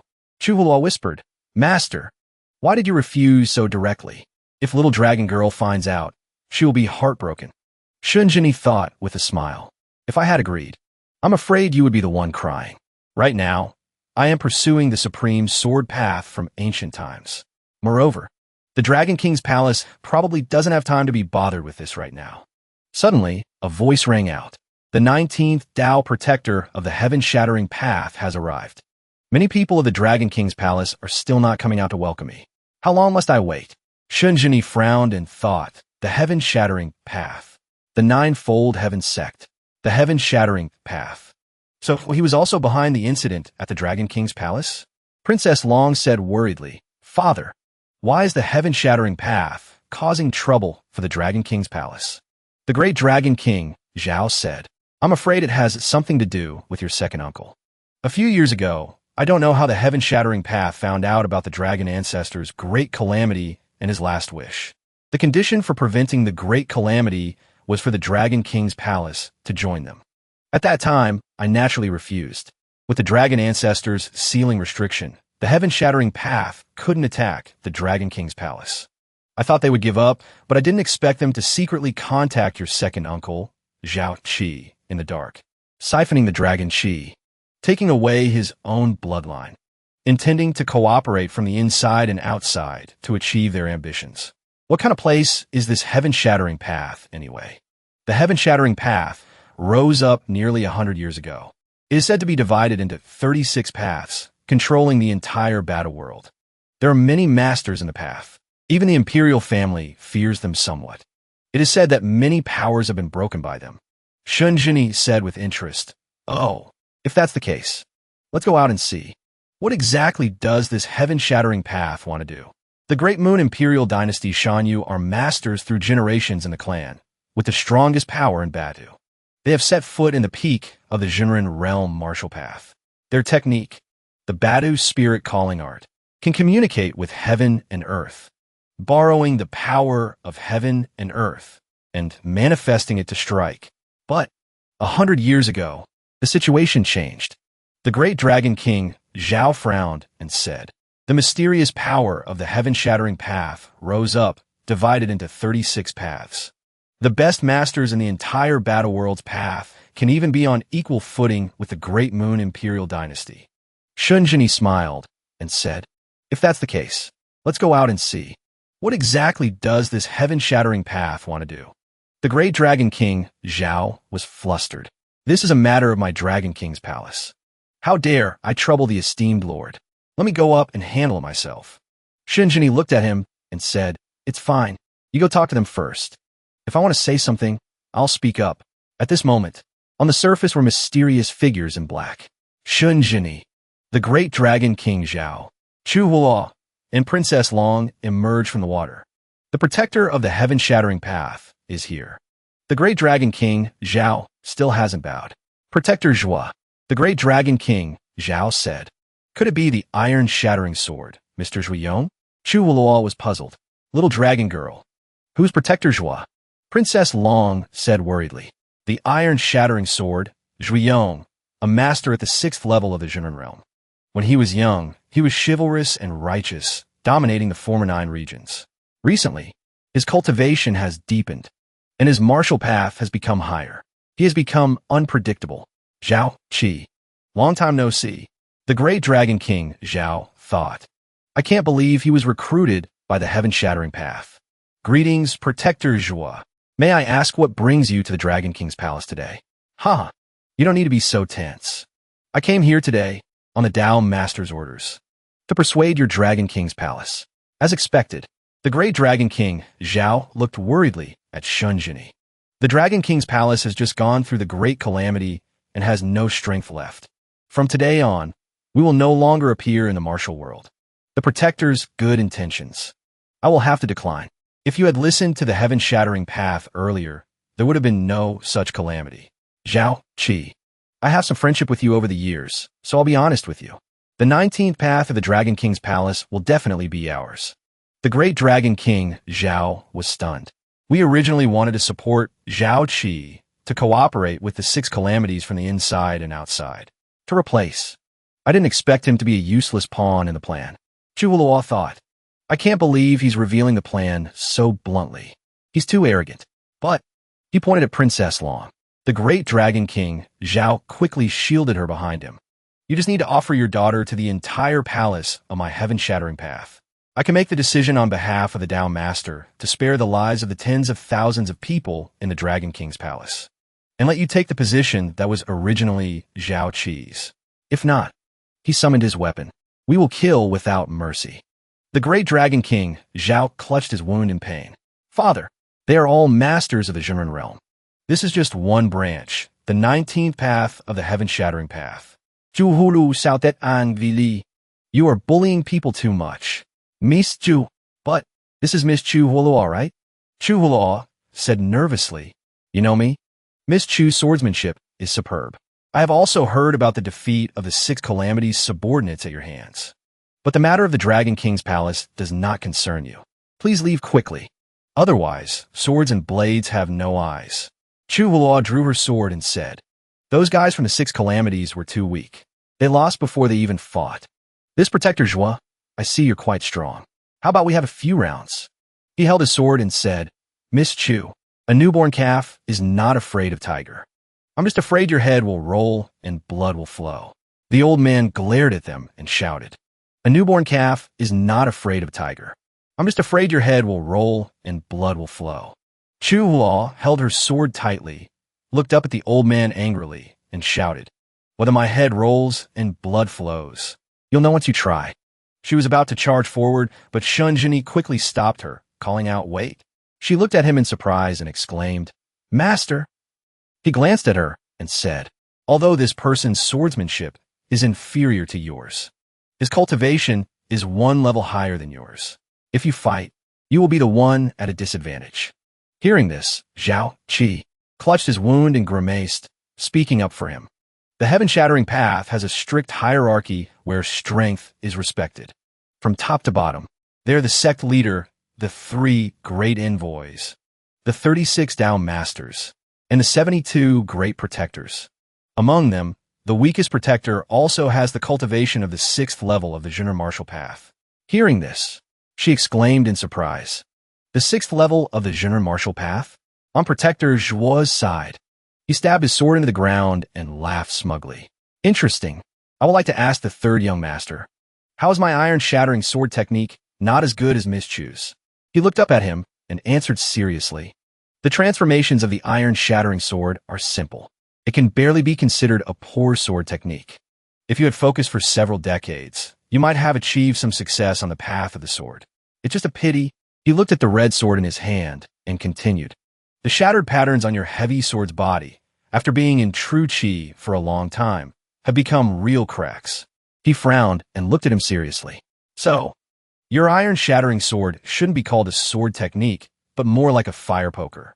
Hearing this, he immediately flew into a rage and roared, "What? 3rd young master Shun, don't blame me for bullying the weak." He pointed his sword at him. He pointed his hand and said loudly, "Draw your sword. If I cannot be defeated by your sword in 3 moves, I will leave my head and go."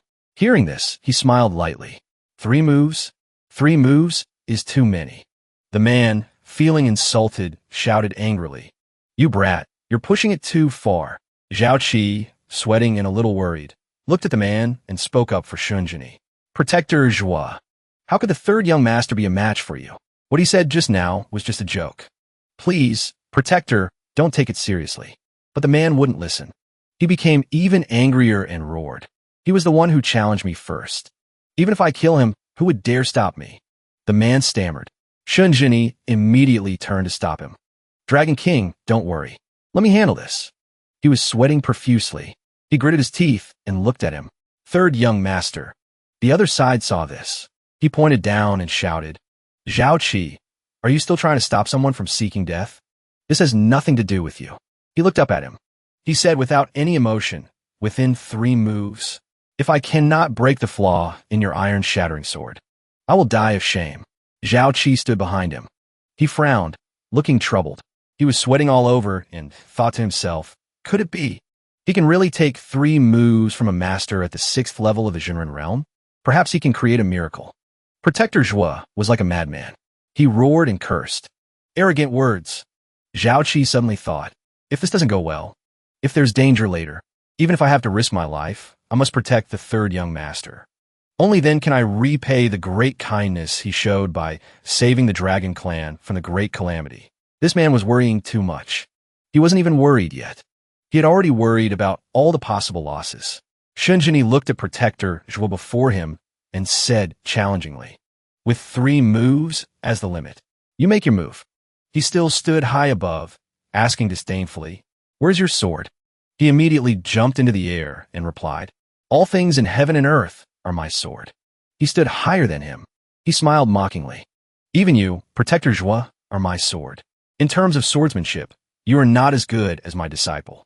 If we talk about the way of the sword, you can't even enter the door. Hearing this, how could the old man swallow his anger? He immediately gritted his teeth and swung his sword fiercely at him. The sword in his hand emitted a brilliant red light. He quickly dodged to the side. The sword's power was quite strong. It even blew his hair up. He suddenly stopped. He crossed his hands and held the sword. Some kind of power erupted, instantly tearing his sleeves to shreds. Seeing this, Zhao Qi, standing below, was so worried his heart skipped a beat. It's bad. He turned around and shouted at the others. You two get back. I'm going to pull the 3rd prince out. Up there. The old protector Zhua slashed out a sword move, creating large, blood-red spheres. The old man's hand also moved forward in a stance. He shouted, "Jade shatters." Before Zhao Qi could even go up to save him, he was sent flying by this move. The old man's red sphere was very large and powerful. It was huge, pressing down on him. He just stood there, without any resistance or fear. He just narrowed his eyes and thought, "This sword Qi has been turned into fragments by the initial tear. His lifespan won't be much longer. If he has to make a move, perhaps this is where he will end his life." The red lights began to spread towards him. They were right next to him, but he just looked at them and thought, "It's weaker than I imagined." Thinking this, he blew a light breath, creating a small gust of wind.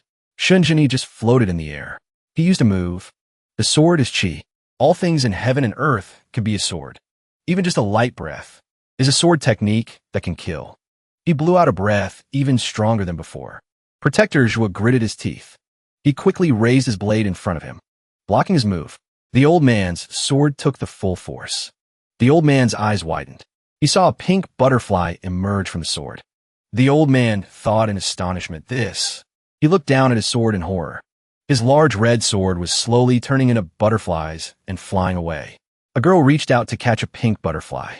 Chu Hua looked at the butterfly on Princess Long's hand and exclaimed with delight, "So beautiful." The girl replied, "Yes, it is." Zhao Qi still looked very tense. He frowned tightly and looked up, thinking, what on earth is going on? The sword and protector Zhua's hand gradually crumbled. Every piece turned into a pink butterfly. The old man was stunned. He could only look at the sword in his hand in horror. It was beyond saving. He looked at this scene and thought, "It's over." A swordsman who knows nothing about his opponent's sword thought he had found a powerful sword technique, but he ignored the daily cries of his sword. He looked at him with some regret. He felt the sword of the six calamities was like this, and his sword was also like this. The people of the heaven-shattering path have absolutely no respect for the swords in their hands. They only think of them as tools.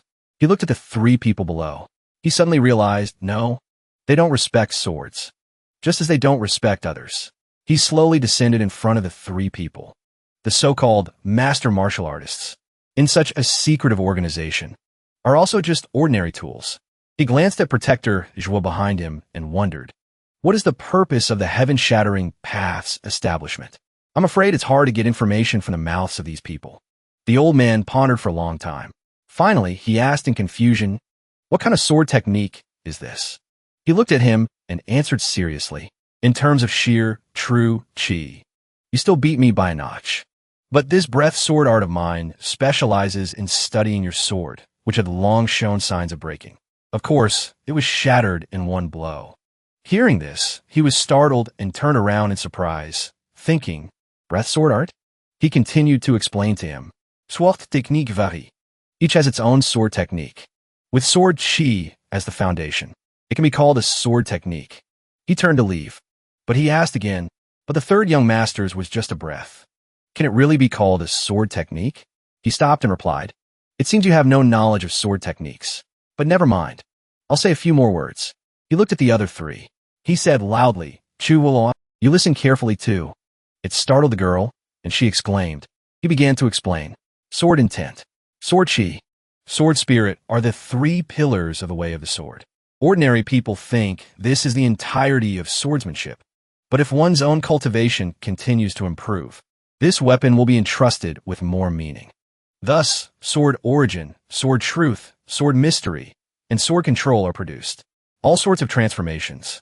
These unifications can also be considered sword techniques. The three of them were dumbfounded with surprise. It was clear that this was the first time all three of them had heard of these things. Protector Zhua also stared and asked. The third young master's breath sword art is. Now he knew to be more polite. He couldn't be arrogant anymore. He looked at him and said, the sword Qi is contained and nurtured within. When the spirit is exhaled in one breath, it can be a sword that cuts jade, breaks stone, and carves mountains. This is the breath sword art. He now understood. He had also been taught a lesson. He clasped his hands and bowed his head, admitting his mistake. Indeed, the third young master's knowledge is profound. It was I who was blind. Seeing his quick understanding, he only praised him with one sentence. You understood the essence of the breath sword art after just hearing me speak. Your talent is not bad. The old man replied respectfully. Thank you, third young master. But the matter of the Dragon King's palace. My heaven-shattering path will absolutely not give up so easily. Hearing this, Zhao Qi and Princess Long both frowned worriedly. Zhao Qi thought, as expected, the heaven-shattering path will not give up. Shunjini seemed to understand their thoughts. He immediately raised a hand to stop them. The Dragon King's palace has entered the domain of the Ascended Sword Manor. If you want to do anything, just come to the Ascended Sword Manor and find me. The old man raised a hand to his head and replied helplessly, Since the third young master has said so, I will report back to my superiors. Zhao Qi anxiously told him, Third young master, the power of the heaven-shattering path is immense. You must be careful. He turned to look at him reassuringly. Leave it to me. Your current injury prevents you from moving for a short while. Dragon King, just rest and recuperate in my manor. The old man obediently said yes. He then looked at the girl and said, As for Princess Long. The girl looked at him in silence, not responding. Chu Hua also looked at the girl in surprise when he decided to say, Return to my Ascendant Sword Manor and become my second disciple. Princess Long was moved to tears. She replied emotionally, crying, Thank you, young master. On the other side, a peaceful green land. Birds flew in the sky. As he opened the door and stepped into the courtyard, a man was already waiting. He laughed loudly in welcome. You're finally back.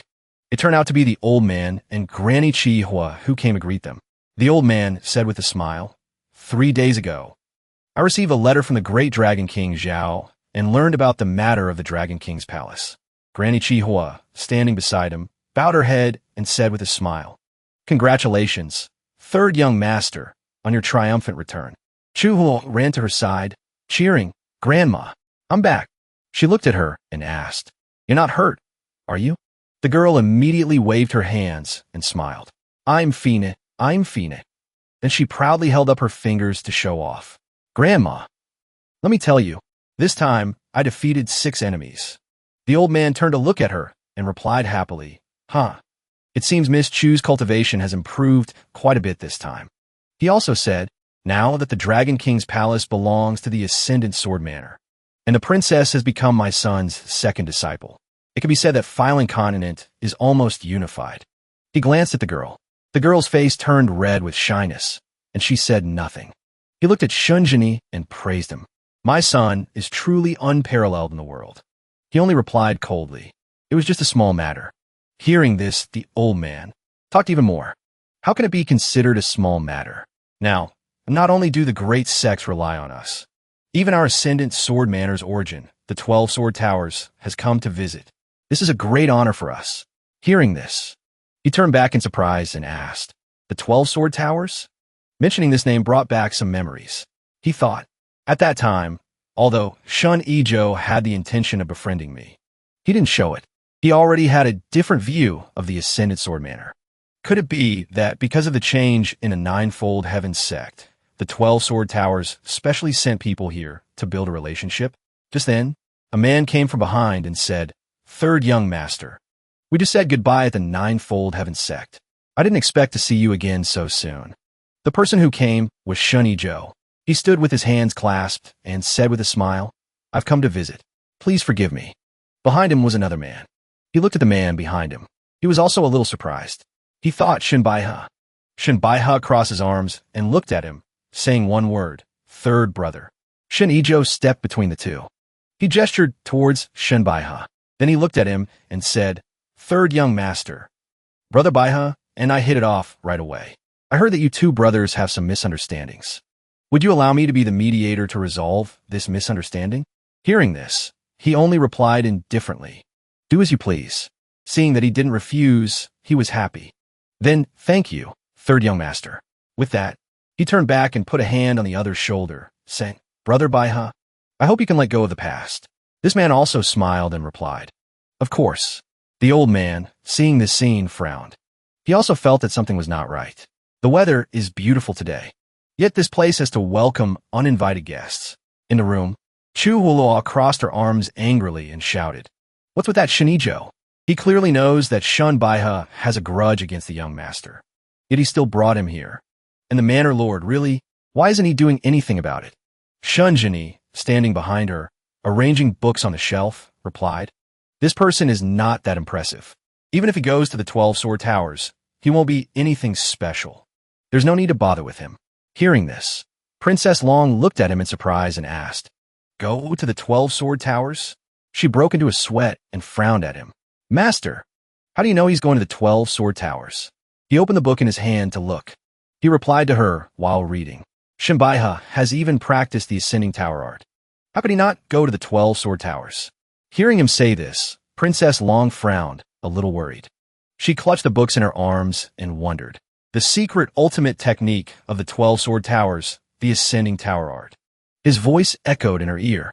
It is said that this martial art can only be practiced by those with a direct bloodline of the Shun family. She touched her chin and looked at him, asking, That Shin Ijo passed the martial art on to Shinbaiha? He replied, while putting things on the bookshelf. The Ascendant Sword Manor originally has roots in the 12 sword towers. Shinbaiha is not unqualified to learn the ascending tower art. Hearing this, she frowned tightly. She broke into a sweat and said loudly, But so what if he has mastered the ascending tower art?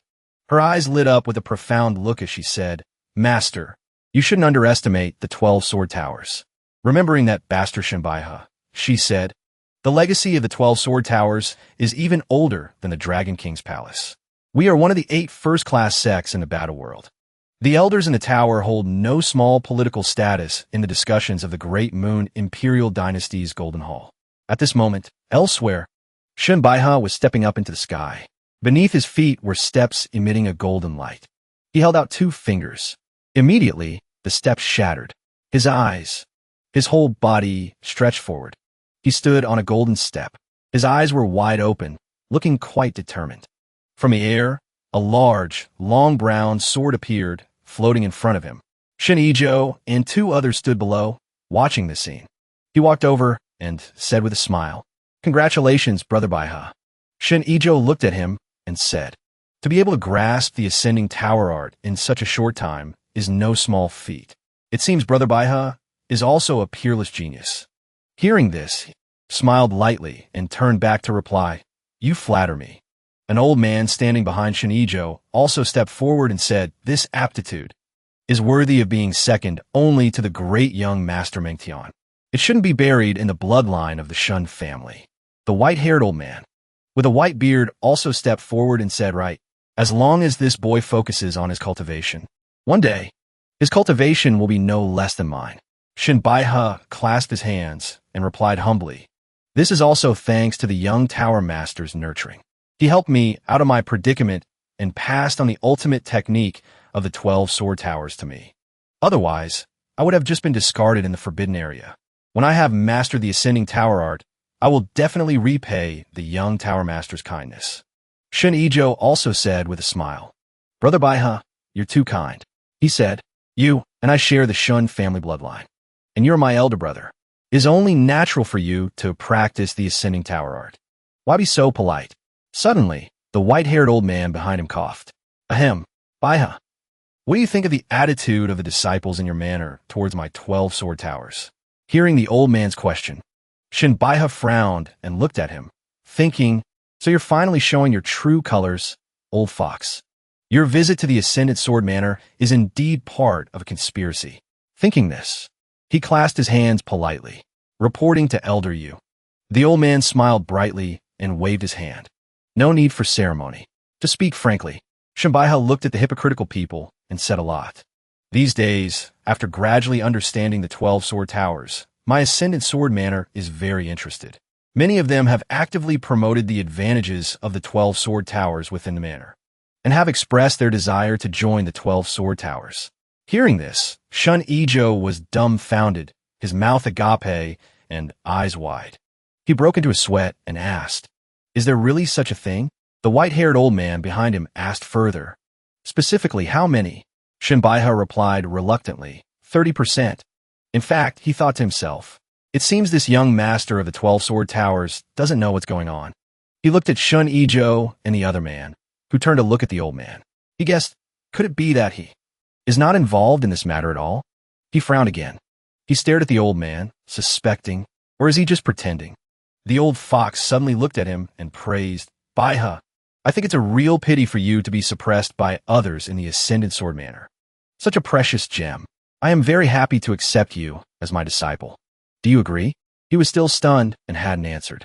Shun Ijo smiled and pointed at the old man, saying to him, Congratulations, Brother Baiha. Elder Yu is one of the most senior and renowned of the 12 elders of the 12 Sword Towers. His level of swordsmanship is very profound. Shun Baiha's face darkened. He clasped his hands deceitfully and bowed his head to reply. Thank you, Elder Yu, for your consideration. Baiha naturally agrees. The old man was no less cunning than him. The two of them were just putting on a show. They treated each other with false sincerity.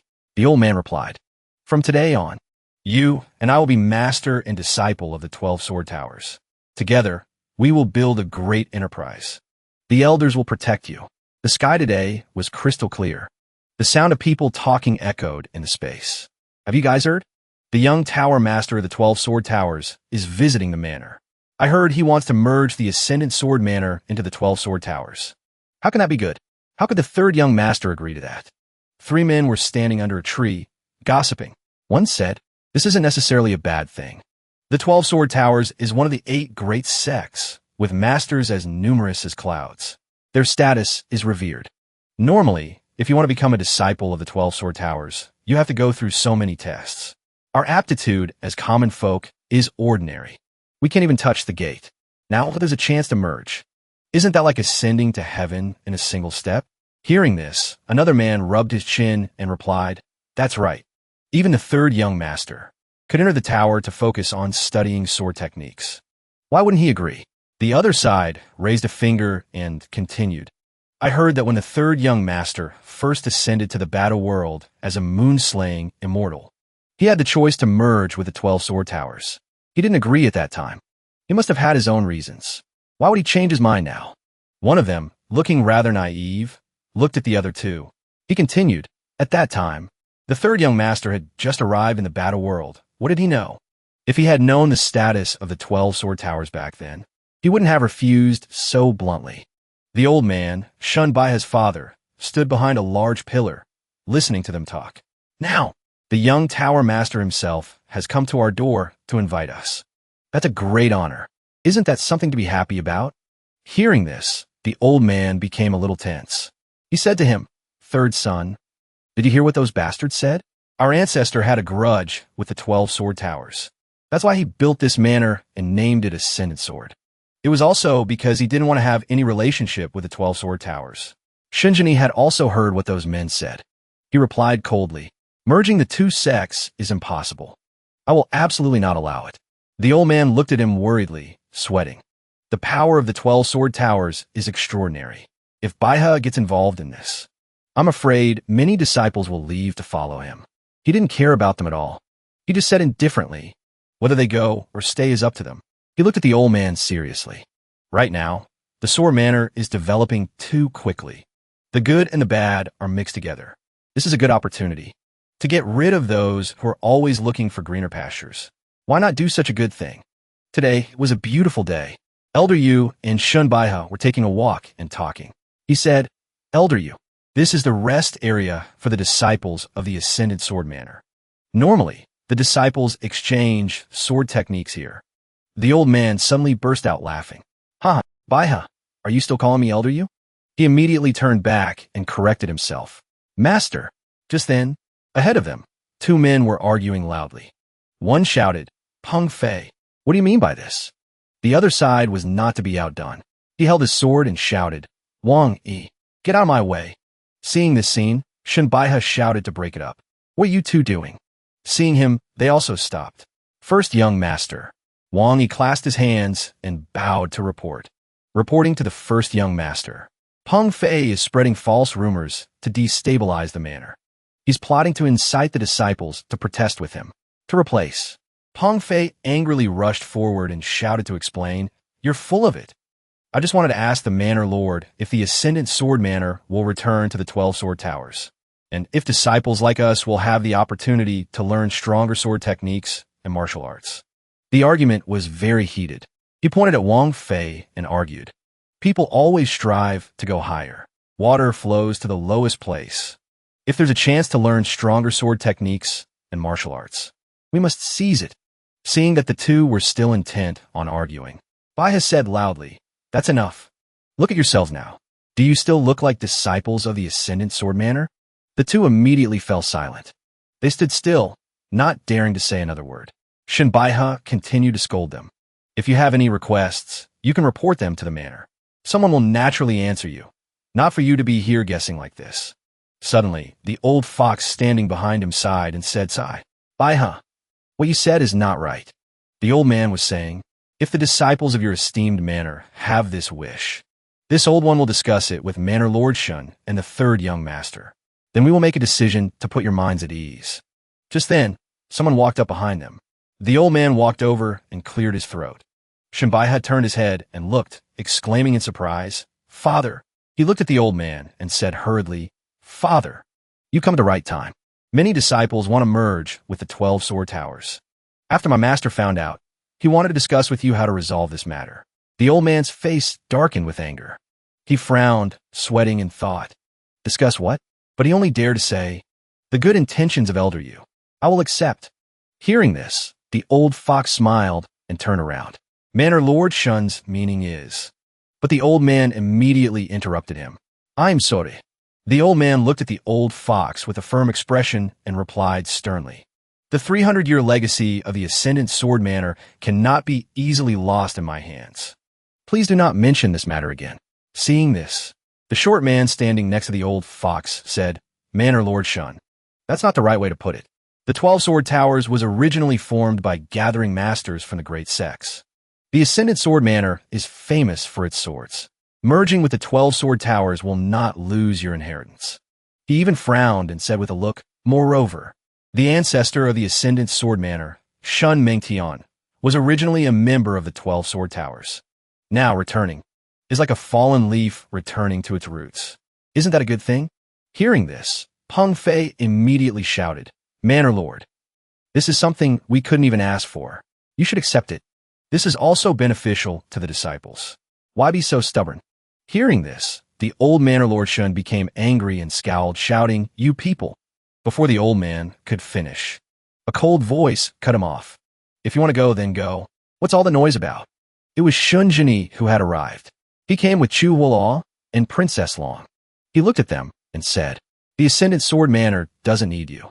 Seeing him, the old Manor Lord Shun looked aggrieved. He was about to cry and called out, "Third son." Hearing what he said, the old fox also shouted angrily, "Noise." The short man next to him also gritted his teeth in anger.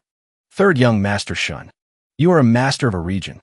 After all, why do you speak so rashly?" He showed no fear and only said with a hint of contempt, "Although the techniques of the 12 Sword Towers have their merits, at the same realm, they still can't defeat my disciple." Shinbaiha looked at him and replied, "Third brother, what you said is wrong. In the battle world, masters are as numerous as clouds. To make such an assessment in front of these two seniors could affect the close relationship between the Ascendant Sword Manor and the 12 Sword Towers." He glanced at him for a long time without replying. Seeing this, he was a little flustered. Perhaps he also understood that silence was the ultimate contempt, so he quickly asked, "What? Did I say something wrong?" Now he answered him.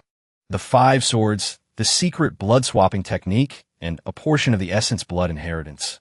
Are you very interested in it?" Shinbaiha was startled and thought, "What? He knows?" The two old men were dumbfounded and looked at each other.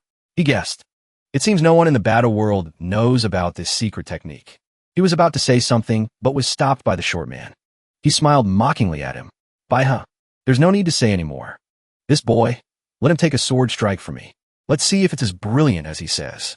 With that, the old man swung his sword and pointed it straight at him. A golden dragon immediately appeared in the air, blocking his red sword. The one who blocked this move was Princess Long. She was standing in front of him. She gritted her teeth and returned the blow. Seeing her, the others exclaimed in surprise, "The Dragon Clan." The short man withdrew his sword and said with a smile, "Interesting." He twirled the sword in his hand and looked at her.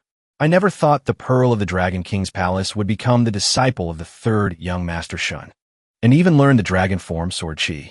It seems the third young Master Shun is indeed a bit more than ordinary." Chu Hua stood in front of Princess Long. She looked at the men in front of her with indignation and scolded. Is this how guests at her 12 sword towers behave? The old fox looked at her and smirked. Miss Chu, you misunderstand. It's just that tower protector Xian Su wanted to spar with the third young master a bit. Besides, the third young master is not hurt. Why be so angry? The short man holding a knife stood beside him and raised it. Elder you. Why waste words on a girl? The old man frowned and looked at the two girls. Now I want to play with them, to let them know how big the world is. Chu Hua immediately put one hand on her hip. She held up 3 fingers with the other hand in a challenge. If that's the case, let's set it at 3 moves. If I can't defeat you in 3 moves, I'll consider it your win. The old man accepted the challenge immediately. You're a bold one, girl. If I can't even deal with a brat like you, I'll get the hell out of the Ascendant Sword Manor. Seeing this scene, the old manor lord Shun whispered in his ear, Third son, can Miss Chu do it? He smiled confidently and replied, at the same realm, it's enough. He also agreed to this match. Let Chu Hua step up and deal with these small fries. Seeing the two preparing to fight, the old fox burst out laughing. He looked at Shunjini and said, Third young master, what do you think of this? How about we make a bet? If your disciple can really take 3 moves from my sword towers, Elder Ge, then let's consider today's events as if they never happened. If he loses, the old man frowned. His eyes lit up with a smug look. Then please, third young master, follow the wishes of the disciples and let the Ascendant Sword Manor merge with the 12 sword towers. How about it? He showed no emotion. He just replied coldly, that's too lenient. The old man was startled. Seeing this, Chu Hulu put one hand on her hip and twirled her sword with the other. She winked playfully and said with a smile, my master means that you all cause such a ruckus in the Ascendant Sword Manor so casually. Getting off with just a slap on the wrist is too lenient. If you want to add another condition, with that, the girl pointed her sword straight at Elder Ge and shouted, if you lose, then you will crawl out of the main gate of the Ascendant Sword Manor. Hearing this, Elder Ge thought angrily, arrogant. He shouted in her face, little girl, how dare you insult me? The girl showed no fear. She replied firmly, stop your nonsense. Just say whether you dare to bet or not. The two men froze for a moment. They quickly calculated in their heads. If we don't agree, the reputation of the 12 sword towers will definitely be damaged. But if we agree, it will also be a loss of face for me. This choice. In the end, the short Elder Ge had no choice but to hold his sword and shout arrogantly, a bet is a bet. I don't believe Miss Chu can really sweep us out the door. Make your move. Seeing that she had achieved her goal, the girl began to swing her sword. The power surged forward. If that's the case, then I won't be polite anymore. With that, she slashed down with great force. First move. Seeing the move coming, Elder Ge was a little startled and surprised. What a sharp sword technique. He quickly blocked it. Thousand Tower Flower. The two streams of power collided. Chu Hulua's momentum was clearly much stronger. This time, the old man barely blocked her move. Peng Fei and Wang Yi, watching, were dumbfounded with surprise and thought. Seeing your sister Chu's sword technique is amazing. Although he had broken the sword move, Elder Ge was not lightly injured. Blood splattered from his hand. Only then did he realize he was injured. He looked at the bloody wound in horror. Not just one injury, but his hand, waist, and leg were all injured. He stared wide-eyed, thinking in horror, what's going on? Could it be that I can't block it at all? Seeing the girl charge up again, he gritted his teeth and thought with some worry, what is this? It's the power of ice and fire. He stared wide-eyed. His whole body was helpless as he watched her next move. He was dumbfounded with shock. In just one move, Chu Hua had sent him flying into the sky. This time, he was even more injured all over. He was engulfed in the ice and fire and screamed in pain. Shunjini smiled lightly and said, it's over. Elder Ge was burned all over by the ice and fire. He rolled on the ground in pain, screaming, Princess Long looked at him and sneered. Third young master, look. He really doesn't need us to urge him. He's crawling on his own. Chu Hulua stood in front of him and asked, are you convinced now? He also walked up behind her and mocked him. If you're convinced, then please keep your word and crawl out of the Ascended Sword Manor. Seeing that he had no intention of letting it go, both men froze. Elder Ge exclaimed, third young master. The old geezer clasped his hands intending to beg. We were momentarily confused. We had eyes but were blind. Please, third young master, forgive us. This so-called killing too many should end here. I will withdraw from this personal matter. But how could he let him off so easily? He insisted on making the bet first. He turned around stiffly and asked, "If you play, you must pay." If we had lost, would he have let us off? The old man was rendered speechless, sweating profusely. He stammered, unable to say a word. He turned away decisively, mocking and disdainful. Not just him, but you too.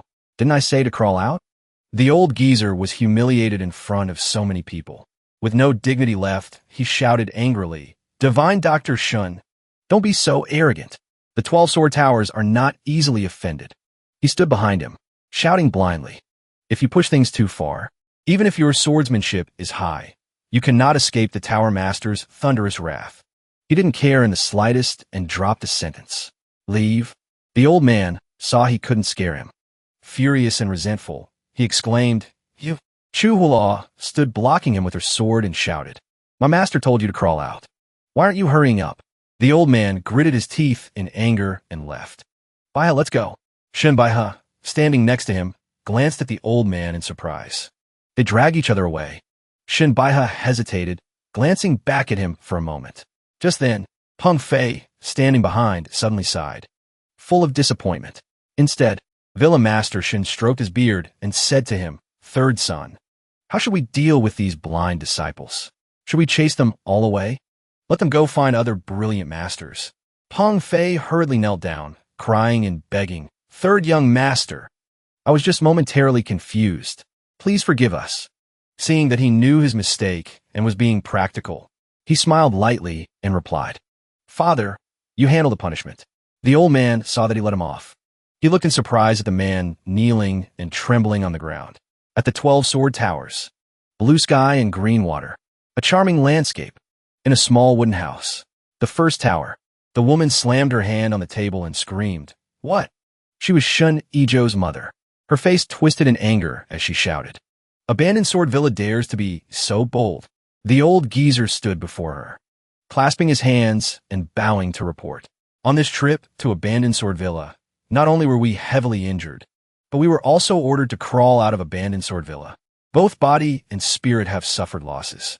I am currently recuperating in the tower." She frowned and asked, "How is Ijo's situation?" He sweated profusely, looked up at her, and replied, "Following Madam's instructions. We haven't informed the young Tower Master about this action yet." Hearing this, she felt relieved and asked, "Very good. Where's he now?" The old geezer looked at her and replied, "Currently, the young Tower Master has returned to the tower. He is practicing martial arts with the disciple I just accepted." Hearing this, she asked in surprise, "A newly accepted disciple?" The old man replied seriously and confidently, "I accepted the traitor of Abandoned Sword Villa, the eldest young master Shinbaiha, into my sect. This kid's talent isn't bad. He will be useful to our 12 sword towers in the future." She seemed very satisfied after hearing this. Interesting. Recently, Shun Jinni's reputation has become well known because Shang Wanbai lost to him. You also lost to his disciple. This person is absolutely not ordinary. So hiding this chess piece is necessary. Speaking of which, she suddenly frowned, sweating with concern. However, Shang Wanbai was considered a capable person, but he lost to a young man who just advanced to the 9 depths. How much of Shun Mingtian's swordsmanship has this Shun Jinni cultivated? The old man stroked his chin in confusion. He replied uncertainly, "This Shun Jinni hasn't made a move yet. This subordinate cannot judge either." After the 9 Heavens event, the hope within the tower for Shun Jinni to return to the sect is growing. Some even suggested letting him become the tower master. If this continues, hearing this, she became even more tense and angry. She gritted her teeth and said, "Shin Meng Tian." Thinking of that deceased person, she was still extremely hateful. Even though he is already dead, he still lets his descendant block my son's path. She immediately turned around, determined, and shouted, "No! This person must be killed." The old geezer immediately shouted, "Madam, killing him won't be easy." He had witnessed his power with his own eyes, so he knew. How could small fry like her kill him? The old man panicked and shouted to stop her. After this kid killed Shang Wanbai, many people believe he has already entered the 6th realm of true human. He can contend for hegemony with the heroes of the world. She saw that he didn't dare. She glared in anger. Seeing no other way, she thought of a plan. Then I have no choice but to invite the Tower Master. Thinking is doing. She left immediately. Gritting her teeth as she walked, she said, Shunzhongshan. Shunzhini must be killed. Meanwhile, an old wooden house on the lake. The old man asked in surprise, She can't find me? The old man, Shunzhongshan, sat inside, turning his back to the outside. Hearing the disciples' report, he knew. It certainly wasn't anything good. Seeing this, the young female disciple, sitting outside, asked cautiously, Then should I report back to Madam? Say the Tower Master is in seclusion and cannot meet temporarily? The old man replied, Never mind. After all, she is the Madam of the 12 Sword Towers. I must give her some face. Saying that, he stood up and walked out. Let me go see. What exactly does she want to do? Only he lived in this small house by the lake. Normally, no one enters or leaves. She stood outside. Seeing the old man come out, she smiled and said, Greetings, Tower Master. Shunzhongshan turned his back to her and replied coldly, Dispense with the formalities. I am in seclusion within the Sword Tower, comprehending the supreme Sword Tao of the Tower. If there is anything, you can find the elders of the towers to resolve it. Madam must have something important to seek me out personally. Instead, she frowned, sweating. Putting on a grieved look, she said, You stay in seclusion in the tower and don't go out. So you don't know that the 12 Sword Towers are being humiliated by others. He immediately glanced over, showing no emotion. Did Ijo lose to someone again? There is no need to disturb me for this matter. If you want revenge, you could just find the elders. Hearing this, she panicked even more and shouted, This matter is not from the outside. It is a scandal within the family. The one bullying Ijo is the eldest young master, originally from the Nine Depths. The old man's expression changed immediately. His eyes lit up, and he shouted excitedly, Could it be Shunzhini? I heard he came from the 8 cultivations world less than 10 years ago to defeat Shangwan Bai of the 9 heavens at such a young age. He is worthy of being Mengtian's seed. The old man stroked his beard and laughed smugly. If he really has the ability to defeat Ijo, then invite him back here. She stood frozen, watching him. Finally, she glanced sideways and revealed her evil intent. The words from their abandoned sword villa have already made their meaning clear. Hearing this, the old man's face immediately darkened. Unexpectedly, he gritted his teeth and shouted, Ungrateful! He spun around and left, cursing as he walked, refusing to acknowledge his ancestors. I will let this kid understand the immensity of heaven and earth. Seeing that she had successfully provoked the old man into hating Shunzhini, she smiled smugly, waiting for her turn to benefit the most. Green leaves fluttered in the air. Shunzhini was sitting cross-legged, cultivating by the cliff. Princess Long looked at him in surprise, then called out, Well, she glanced at the young girl and said, Do you feel that master's cultivation is becoming increasingly unpredictable? Chu Hulua didn't care and replied carelessly, It was unpredictable to begin with. Princess Long widened her eyes and explained, After Master used the Patra leaf, Master's aura has changed compared to before. Now he's closer to the sword god of the dragon race. Hearing this, Chu Hulua blushed with pride and laughed. That is natural. Master's aptitude is peerless, with heavenly treasures. His advancement will definitely surpass mortals. Looking at Chu Hulua, who was so proud of her master, Princess Long stroked her chin, looking at her, and thought, This girl, she has completely turned into a fan of Master. Chu Hulua's voice shouted to the sky, All right, stop staring. Practice your sword. Watch this. Shunzhini sat motionless, ignoring the two of them. He looked up at the blue sky, then smiled, watching his 2 disciples practicing swordsmanship, thinking to himself, Both of them are walking the correct path of the sword Tao. Just then, Old Villa Master Shin suddenly ran over in a panic, shouting, Third son, it's bad. He looked at him and said, Father. The old man rushed in front of him. Third son, this time it's really bad. I told you from the start not to be too excessive with the 12 Sword Towers. Now the 12 Sword Towers have sent a hero order to arrest you and take you to the first Sword Tower to admit your crimes. How can this be good? Hearing these words, Chu Hulua didn't understand. She looked at Princess Long and asked, Hero order? What is a hero order? The girl replied, My father mentioned it once. The hero order is an item representing the presence of a peerless expert left behind 100 years ago in the 8 cultivations world. Relying on this order, one can command the heroes to attack the world. Hearing this, Shunjini also smiled and thought, so this thing has always been in the hands of the 12 sword towers? He spoke decisively. No need to pay attention to it. Just let him be. Old Villa Master Shun immediately shouted in horror, this, third son, the 12 sword towers are not ordinary. The Shun Tower Master is not like those elders. He has been famous for nearly 400 years. He is a first-rate expert in the 8 cultivations world. Given the title of Sword Marquis, supported by many people, this hero order is meant to plot against you. You can't just ignore it. Seeing this, he glanced at the old man and asked, does father mean you want me to go and admit guilt? The old man was startled and hurriedly waved his hands. No, no. He thought fearfully. If I let you go to the 12 sword towers to admit guilt, God knows what will happen. It's better not to force something like this. He reluctantly said to him, no matter what, the 12 sword towers share a common origin with us. Shun Zhongshan can be considered an ancestor of abandoned sword villa. This blood relationship cannot be erased. I think it's fine if I go represent us. He glanced at the old man, disagreeing. He immediately refused. No need. If he is dissatisfied with me, he can come find me himself. Saying that, he walked away, leaving the old man unable to comprehend. He could only helplessly exclaim. On the other side, a loud shout echoed. What? Old Shinzhongshan saw that he didn't bother to come. He gritted his teeth and cursed in anger. He dares to look down on the hero order. The old man went inside and shouted, someone come. Send the 7 sword orders. Summon the 7 sword slaves. Seeing the old man so angry, Shun Ijo's mother rejoiced in her heart, thinking with a smile, to be able to make this old guy so angry. He is indeed of Shun Mengtian's lineage. Looking at the group of people walking in, she thought of the past. Remembering back then, Shun Mengtian fell in love with the enemy's daughter, causing a huge uproar. This old man also mobilized the 7 sword slaves to capture him. Looking at the men in red clothes approaching, she huffed smugly, thinking of him with anger. Shun Jinni.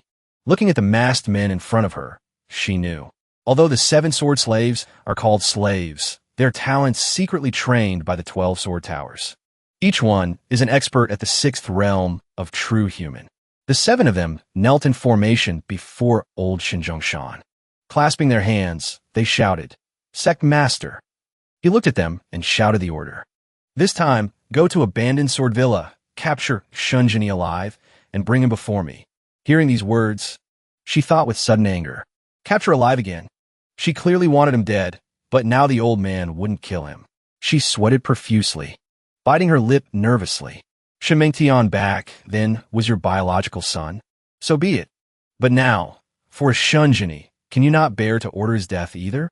It seems I have to think of another way. A clear, bright night. In a house with lights still on. A soft call rang out. Madam. She stood in the room. Behind her was one of the 7 sword slaves. She said, I want you to kill Shun Jinni. Hearing this, he frowned, troubled. But the sect master's order. She immediately turned around, exuding a flirtatious and seductive aura. Is the sect master's order more important? Or am I more important? She pressed close to him, looking up at him. Ah, knew. She used a honey trap, pressing her body against his. Could you bear to see me bullied by others? Truly, a hero cannot pass the beauty trap. Seeing this scene, he blushed with embarrassment. His eyes widened in tension, frowning and thinking for a long time, unable to speak. Meanwhile, at another place, Shun Jinni and his 2 disciples were in a room. Chu Hua placed a teacup on the table and smiled. Master, drink tea. He silently looked at the teacup in front of him. The moonlight reflected sparklingly in it. He looked and said a sentence. Dark night, high winds, is the name of murder. Just then, clapping sounds signaled from the forest.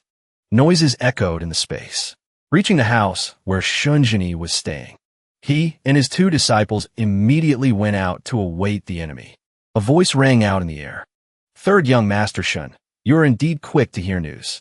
I just arrived, and you already knew. Chu Hua immediately looked up at the sky and shouted, asking. Anu walked out of the forest in front of the house, holding a sword. He glanced around. There was a black shadow on the roof. also behind the trees in front of the house. They had surrounded his house. He smiled at him and said, "The stealth skills of the 7-sword slaves are nothing special." Anu frowned upon hearing this. "Does young master Shinomi?"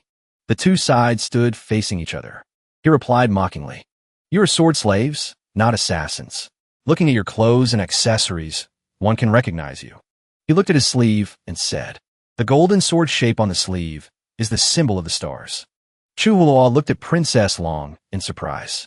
"Little dragon, could these people be?" She turned back to look at her. Yes, probably the 7 sword slaves, the trusted aides of the 12 sword towers master. Anu frowned. Being exposed, he looked visibly annoyed. "Third young Master Shun, your reputation is well-deserved. To be able to identify the mark on my sleeve in this darkness, if only for this eyesight, you could be considered a professional swordsman." He looked straight into his face, mocking. "But I am very disappointed in your sword," he exclaimed in surprise. "Disappointed?" He looked at them seriously and said, "The swordsmanship of the 7 of you is inherently too hasty. If you rely on drugs and machines for training to upgrade your martial arts to this level, under the bright moonlight," he read them like a book. "Nothing could be hidden from his eyes. 1. There is no way to break through anymore. 2. It is hard to avoid leaving traces. One look, and I know the artificial aura is too heavy." He explained to them, "The path of martial arts especially emphasizes comprehension. If there is too much artificiality, it will be difficult to become a grandmaster in the end. But this is just a small matter." He stood among the people, holding his sword loosely, listening to him speak. "The important thing is that all along, you kill indiscriminately, staining the pure sword with blood aura." Chu Hulua leaped up vigilantly. She gripped the sword in her hand, kneeling beside him, highly alert. She frowned at him, confused, complaining, "Master, if you don't speak faster, then you won't have a disciple to learn your sword formation." He replied calmly, "This sword formation of mine is inherently a path of swordsmanship. It was also created by an old friend of mine, called the four-armed sword art." Chu Hulua gaped in surprise listening to him. The person who created this sword art was a person born with 4 arms in another world, the 4-armed golden bear. As he spoke, she practiced along. To execute this divine sword art, only 2 people acting as a sword formation will work. She understood the intent, immediately shouted, "Is this for Little Dragon and me to cooperate?" "I understand." Princess Long also rushed forward, looking at him and shouting, "Master, quickly say the secret formula." It could be seen. While he was talking to him, it seemed like he was criticizing him, but actually he was teaching swordsmanship to his disciples. Anu realized it only now. He shouted in anger, "Shunjini, teaching a sword formation to your disciples, right here. The magical variations of formations. I have heard of them all. Do you expect this temporarily taught swordsmanship to withstand my 7-colored sword defect?" He remembered the seductive appearance of the woman earlier. "Anu, could you bear to see me bullied by others? That charming face. She wants to kill Shunjini." He couldn't hold back, now provoked to anger, resentful, frowning and shouting loudly. Everyone listened to the order. Kill without mercy. He voluntarily disobeyed old Shinjongshan's order just for a woman. Anu pointed his sword straight at him and shouted, "Kill." Chu Hulua immediately rushed forward. "Master, be careful." He still stood there calmly, without any fear. Princess Long and she combined their swords and rushed forward. He began to guide the two. The so-called 4-armed sword art emphasizes coordination. For arms using swords, if no one interferes with the other. Listen to the chant. He looked at the 2 girls in front of him. "Do you understand?" "Juhulu deeply. Maybe I remember 70 or 80%. Princess Long also frowned and gritted her teeth. "Just try to remember. There are many changes that are hard to understand." He smiled with satisfaction. "You say 70 or 80%. Probably 5 or 6%. It's enough to deal with the expert of the 7-colored sword defect." Those guys also rushed to surround them. Anu shouted loudly, "You are too arrogant. What uses a sword formation you don't even remember half of?" He held the sword in front of his face. 2 fingers began to execute the technique, shouting, "Change formation." Immediately, all 7 took their positions. Absolute kill. Chu Hulua and Princess Long stared at them in surprise. He looked at the 2 without any worry. The killing intent is too heavy. We just have to watch the intent. He began to shout the decision. Empty mind, one heart. Advance and retreat together. The two girls shouted, starting to set up the formation. One in front, one behind. Anu glared and shouted, "Oomph. Watch the formation." The 7 of them rushed forward simultaneously. Unexpectedly, he dropped a sentence. "It's nothing special."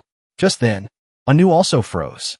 In front of him, a golden dragon carrying icy cold air was rushing towards him, piercing straight through all 7 of them in one line. Princess Long finished the strike. Retract. Juhurus my lighty. Even coordination. Those guys were heavily injured by one strike. Anu, the leader, was hurt the most. He knelt on the ground, supporting his body with the sword. Frowning in pain, he thought in horror, "I didn't expect that when she struck, she hit a person behind her. Was it like one sword? How can a sword formation be coordinated like that? Is this one person using the sword?" Looking at the two girls proudly raising their index fingers and smiling at each other, he still couldn't believe it. Even one person using a sword couldn't do that. Seeing that they succeeded, he smiled and said, "Supreme martial arts inherently value one heart and two minds, if not of one heart. With unchanging intent, how can one control moves and weapons like that?" Looking at the hands and eyes, the momentum when striking is powerful, world-destroying power. If he didn't have this kind of controlling intent, wouldn't his arms be tied up as soon as he struck? Anu knelt on the ground in pain, sweat pouring down. He admitted defeat, saying, "Third young Master Shun, we're not inferior to you. No need to mock us. Where in the world are there people who look at hands and eyes?" He didn't answer, just smiling lightly, thinking, "Haven't seen it before? Naturally, you don't believe it." Chu Wulaw saw they lost miserably. She waved her hand teasingly. "Since your sword formation has been defeated, for the sake of the hero order, withdraw." But all of them shouted in unison, "Better to die than suffer humiliation." Anu glared and said, "The 7 sword slaves have never returned from a mission in failure. This time we failed.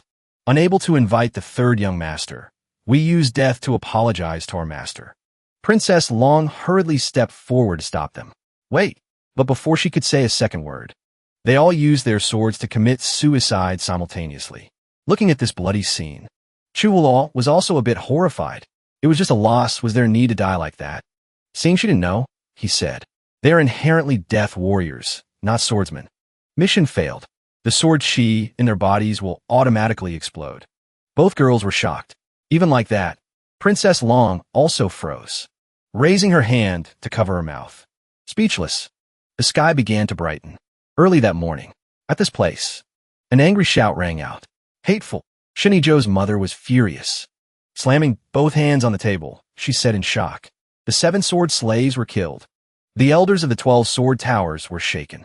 They spoke up and requested to combine the power of the 12 sword towers to destroy abandoned sword villa, to avenge the 7 sword slaves, to regain the reputation of the 12 sword towers.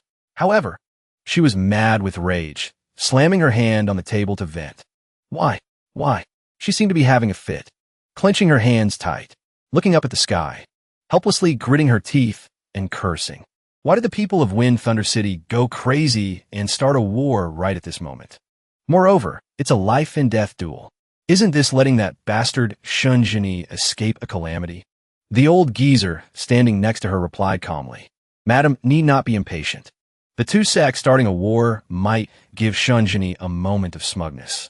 But don't forget, the conflict between us and Wind Thunder City started with Shinmengtian." She immediately seemed to understand something, turning around sharply. "You mean?"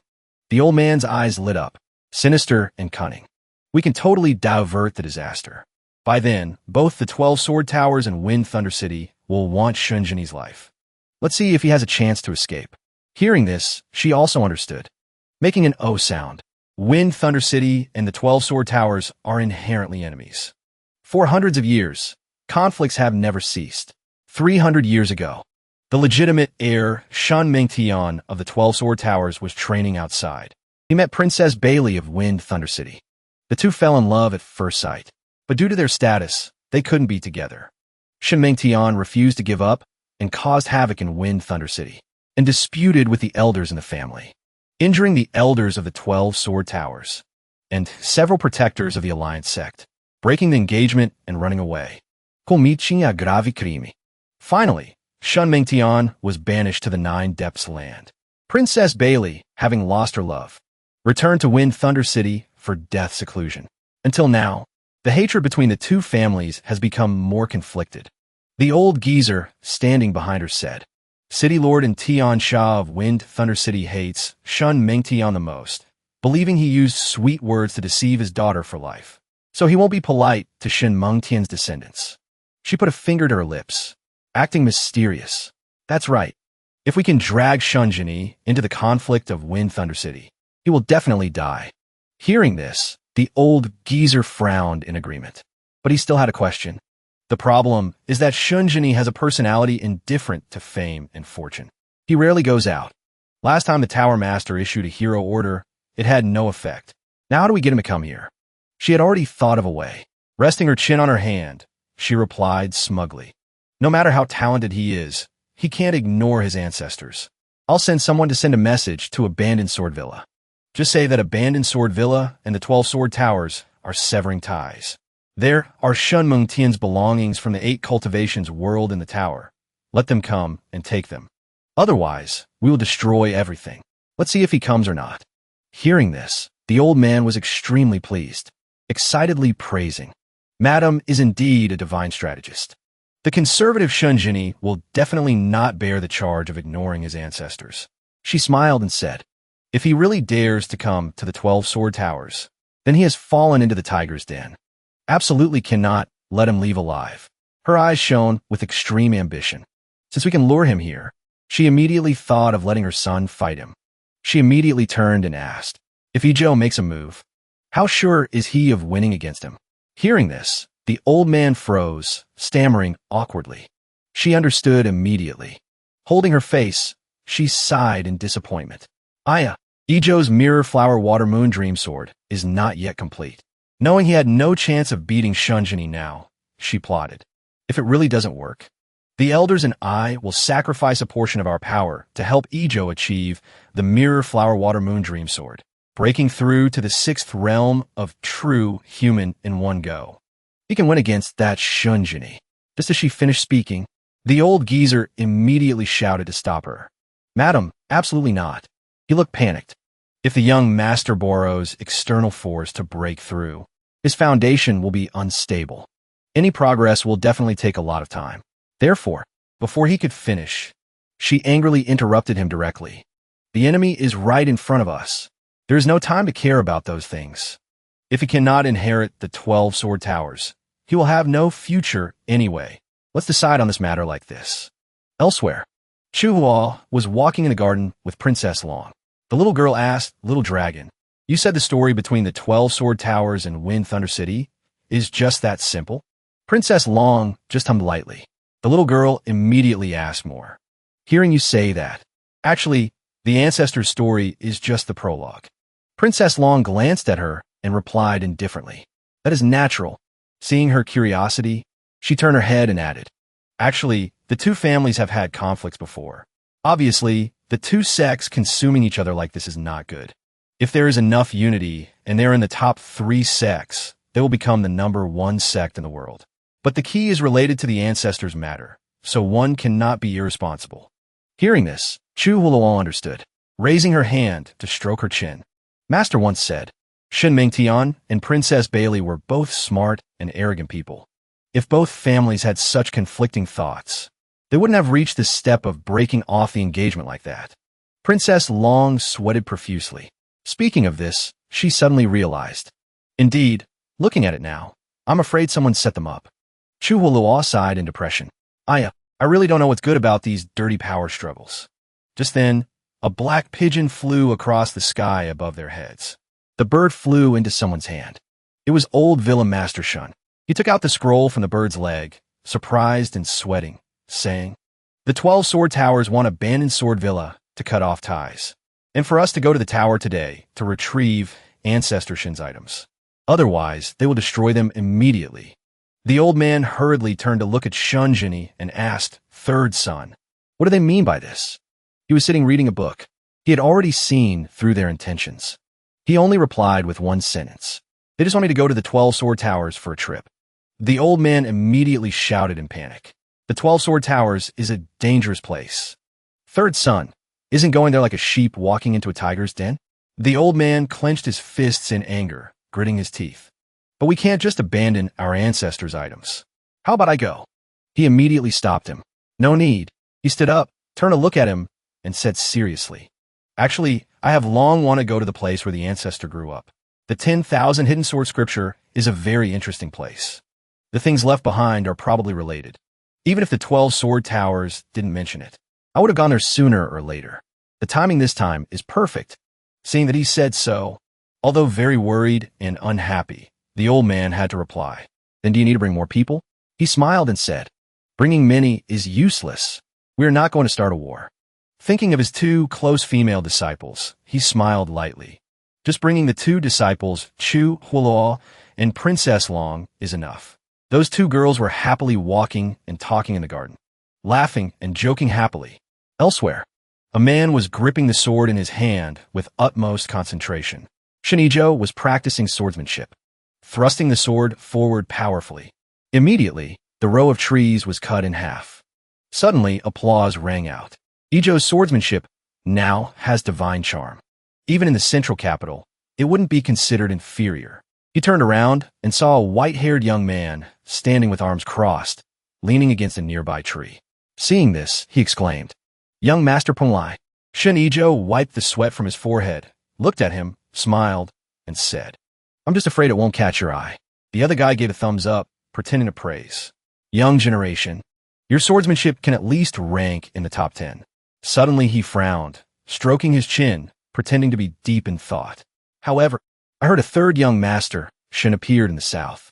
His swordsmanship is even a level higher than yours. Shunjini. Hearing this name, Shinijo smiled and asked, Has young Master Penglai met Shinjini? Young Master Penglai raised an eyebrow provocatively and replied, His swordsmanship is indeed very interesting. I heard he is coming to the 12 Sword Towers soon. Shinijo didn't care, just humming lightly. Suddenly he frowned. His face showed some displeasure as he said, Young Master should know. Shunjini is the child of my eldest uncle wandering outside. Because of past events, he basically doesn't want to return to the 12 Sword Towers. However, his eyes recalled, hearing Mother say, This return is because Father needs it. I don't know what happened either.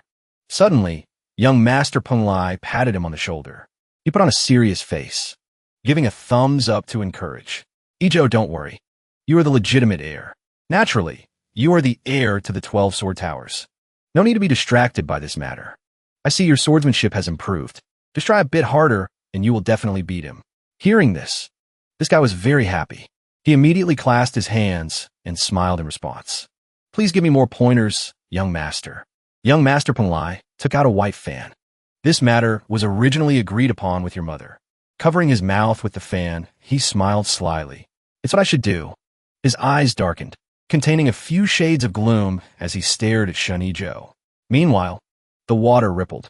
Shunjini, dressed neatly, stood on the boat looking into the distance. He looked at the tall tower in front and said, We have arrived. The place they arrived at was the Tower Master's residence. In the room, two servants bowed and reported to old Shinjongshan. Shunjini has arrived. Hearing this, the old man smiled very smugly. Ha! Finally, this kid came to admit his crimes? He stroked his beard, putting on airs. After all, our 12 Sword Towers is his route. Now that the battle is approaching, him willing to come can be considered having a conscience. But unexpectedly, another servant said, Tower Master. Third young master, Shin did not come to admit crimes or acknowledge his ancestors. Hearing this, the old man started and turned around, shouting, Then what did he come here for? The purple-haired servant clasped his hands. Only now did he speak. According to the disciple's report, it seems he wants to retrieve the personal items that the eldest young master left in the sword tower. The old man was shocked and furious, shouting loudly, What? Meanwhile, outside the tower master's residence looked very peaceful. But inside was a helpless old man, only able to be angry but unable to do anything to him. In another room, the old geezer bowed with clasped hands and reported to Shun Ijo's mother. He said, After hearing that kid's intention, the tower master flew into a rage. He is currently still fuming in the first sword tower. Hearing this, She replied with amusement. I know old Shinjongshan cares a lot about face. But normally, as long as things don't go his way, he gets very angry. The other guy flattered immediately. Madam is wise. She frowned and smiled. However, I didn't expect that kid to be so bold in his actions. Worthy of being Shan Mengtian's bastard. Her eyes flashed with evil. Since he doesn't know his place, we should send him to meet the king of hell soon. She looked at the next room and asked loudly, Ijo, are you ready? Shin Ijo lifted the curtain and walked out. He replied, my swordsmanship is complete. I can kill him, returning peace to the 12 sword towers. Seeing this, she immediately rushed to hug her son's face, doting on him. You don't need to rush. Practicing swordsmanship is not something achieved in a day. Even if you can't win against him head-on, we still have other ways. Shin Ijo touched her hand with cold, soulless eyes. Mother, rest assured, your child has arranged everything.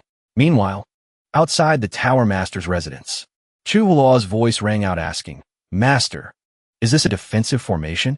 This field is too big. She looked exactly like someone seeing the outside world for the first time. Mouth in an O shape. Mouth agape, she exclaimed in delight.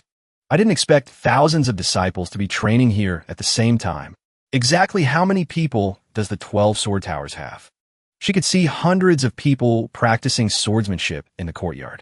Everyone was dressed neatly, standing in rows. Shunjini said to a disciple of the Tower Master, We're not here to be guests. He looked at him and said seriously, The ancestors' items. If you have packed them, we will take them and leave. No need to stay overnight. The other side sweated nervously, clasping hands and bowing low. Third young master Shun, no need to rush. I will instruct the subordinates to prepare the items for the young master. Suddenly, a shout rang out behind him.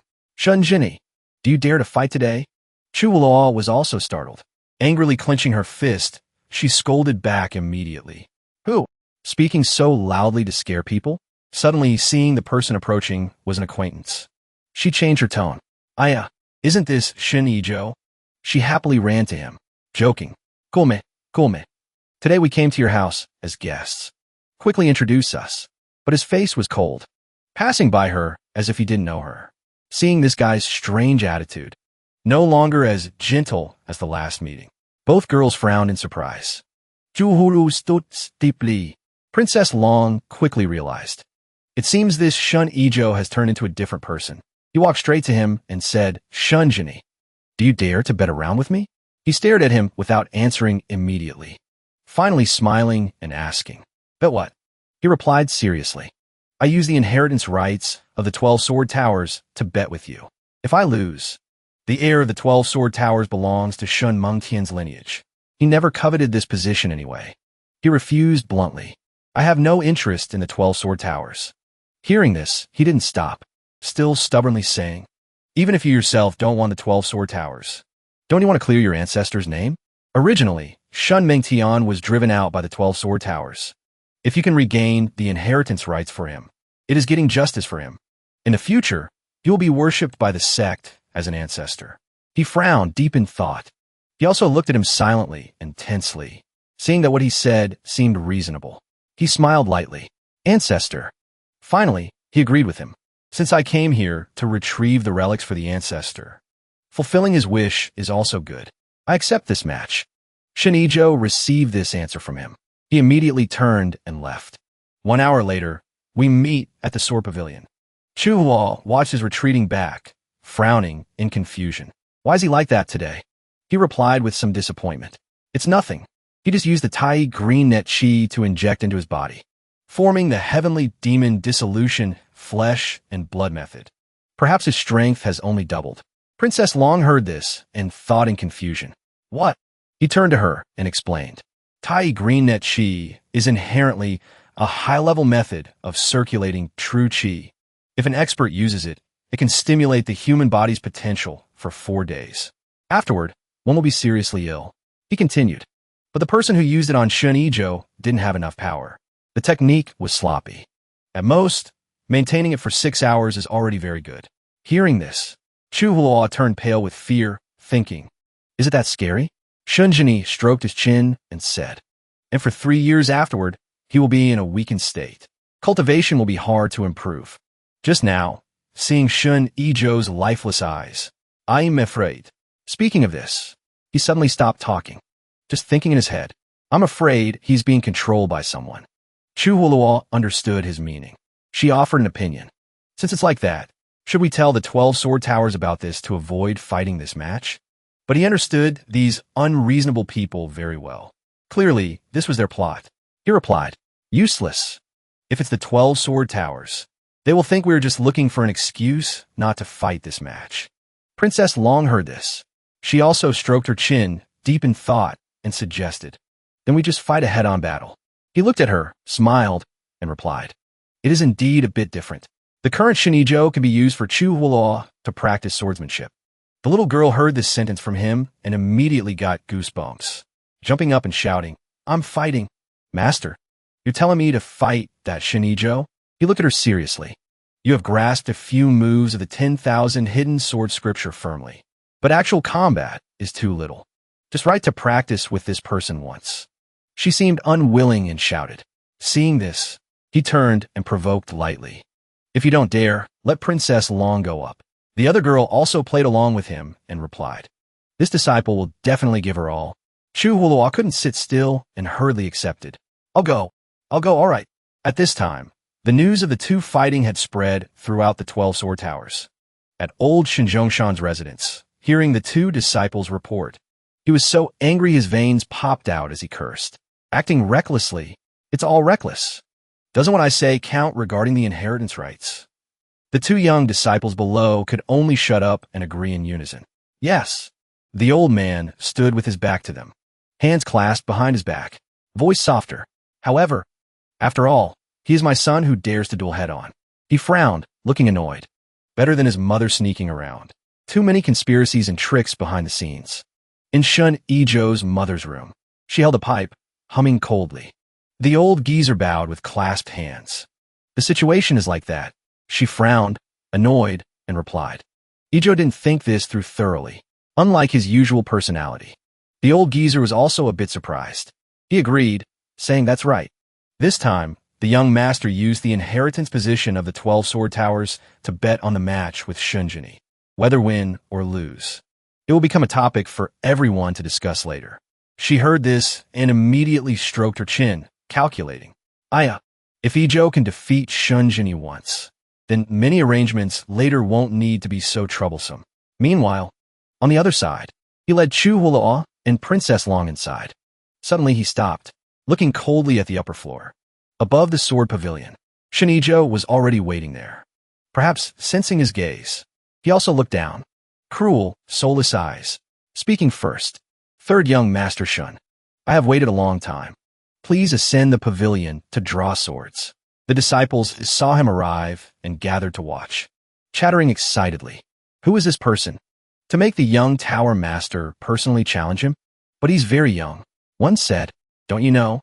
He is third young Master Shun.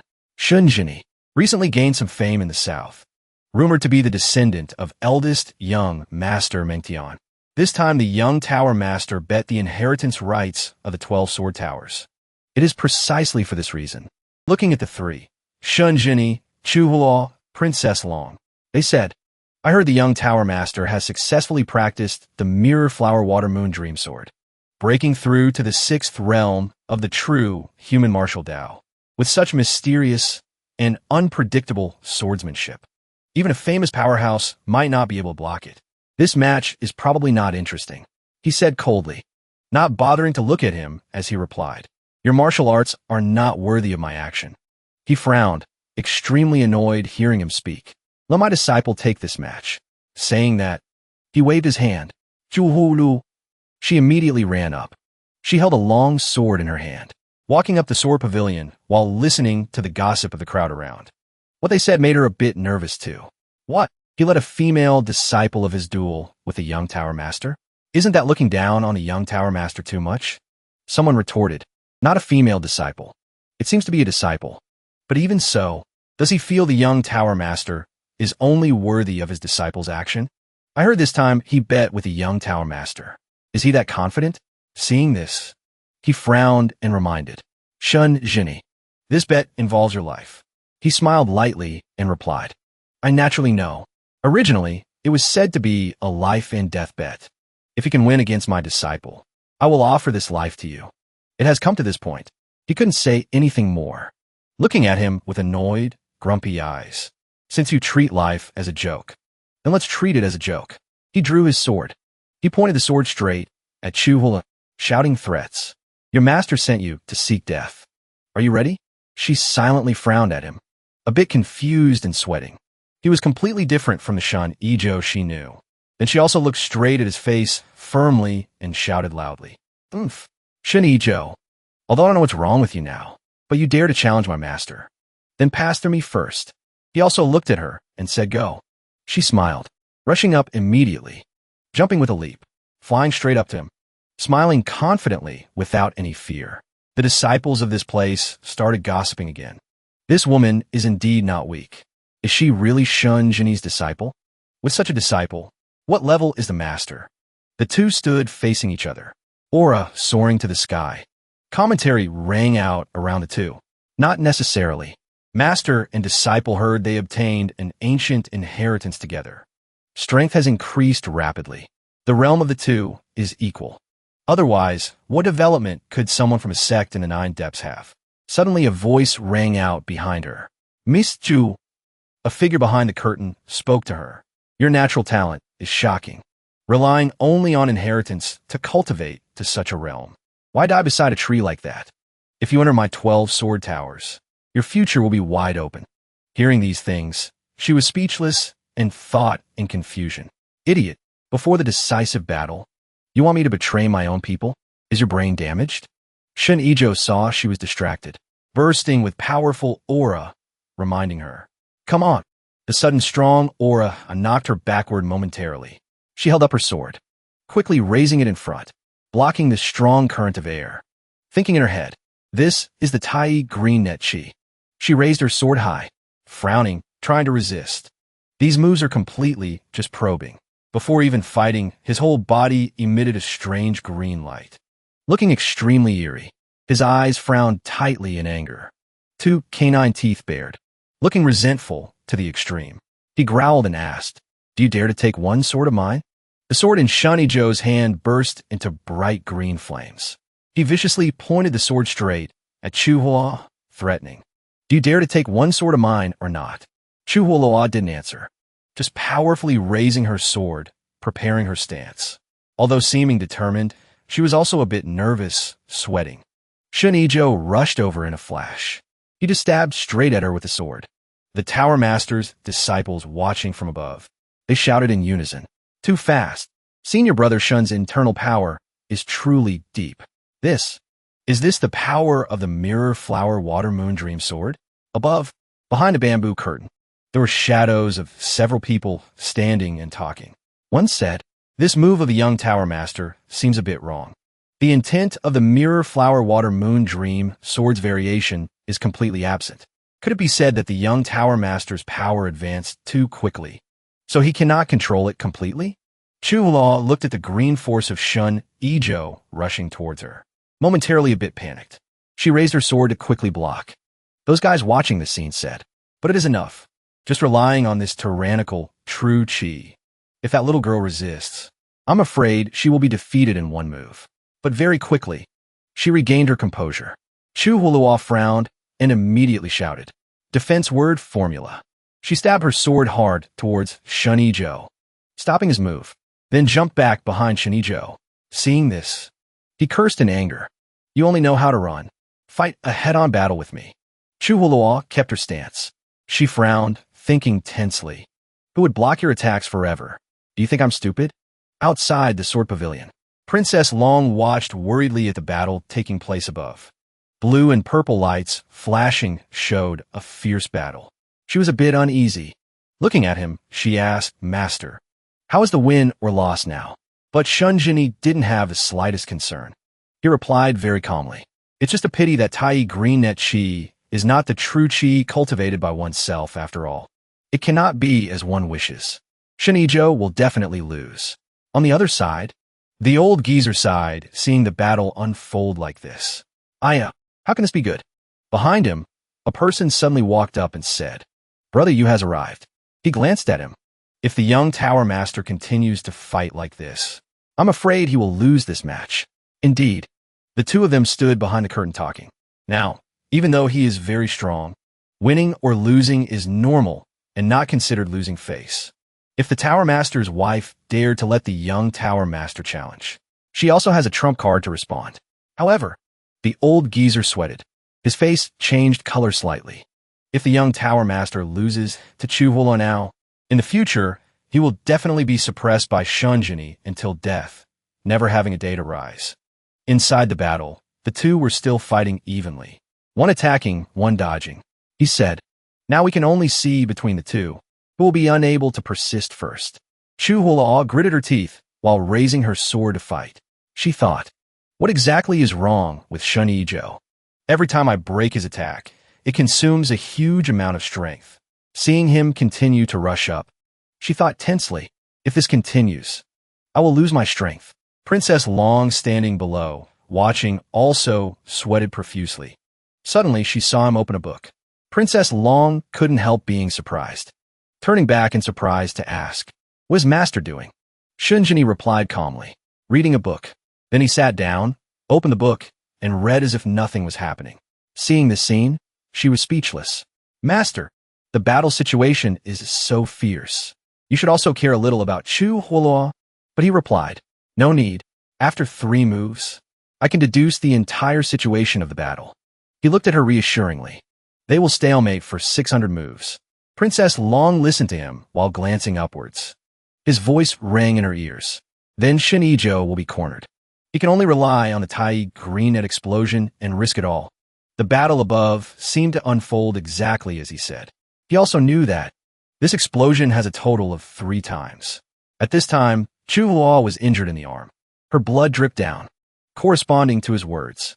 The first time, your senior sister will be slightly injured if unprepared. But the next 2 times, she will rise up to resist. That's right. Chu Huo above was gritting her teeth tightly, frowning. She was determined not to give up this match. Chu Huo angrily counterattacked immediately. She slashed hard towards Shunijo. He could only raise his sword to block. He continued. Finally, the winner will be decided. But this time, Shunijo leaned back and dodged. Shunjini below. He read the book while speaking. Such a boring sword fight doesn't need watching. If it were the library of the 12 sword towers, it would be much more interesting. Wait for me to finish reading this part. Perhaps they will decide the winner by then. His words made Princess Long sweat. Nothing left to say. She replied in a daze. Master, this fierce fight has all been seen through by you? Suddenly a loud shout came from above. Hateful. She immediately turned up to look. Shunijo had really been slashed on the chin by Chuhuo, bleeding. He was cursing in anger. Hateful. 600 moves. You fought me for 600 moves. The two stood facing each other. He seemed unable to endure anymore. Speaking decisively. Today, if I don't hack you to death, I won't meet the master again. Saying that, he suddenly looked up and screamed. Staling Chuhulu, not understanding what was happening. Shunijo's scream grew louder and louder.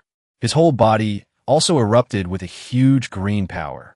This also corresponded to what Shunjini had said. Shunijo is cornered. He can only rely on the Tai green net chi explosion and risk it all. Is right now. Princess Long watched tensely from above. She watched while thinking to herself, could it be? Is everything just like Master predicted? Shunijo's hair grew longer. His fingernails also grew sharp and long like monster claws. His canine teeth grew long like a beast's. He looked like he was about to turn into a monster. Chuhuo was startled and panicked, unconsciously stepping back a few steps. Shunijo laughed smugly, raising the sword again, preparing to rush over. Luckily, Chuhuo still reacted in time. She jumped up, dodging a sword from him.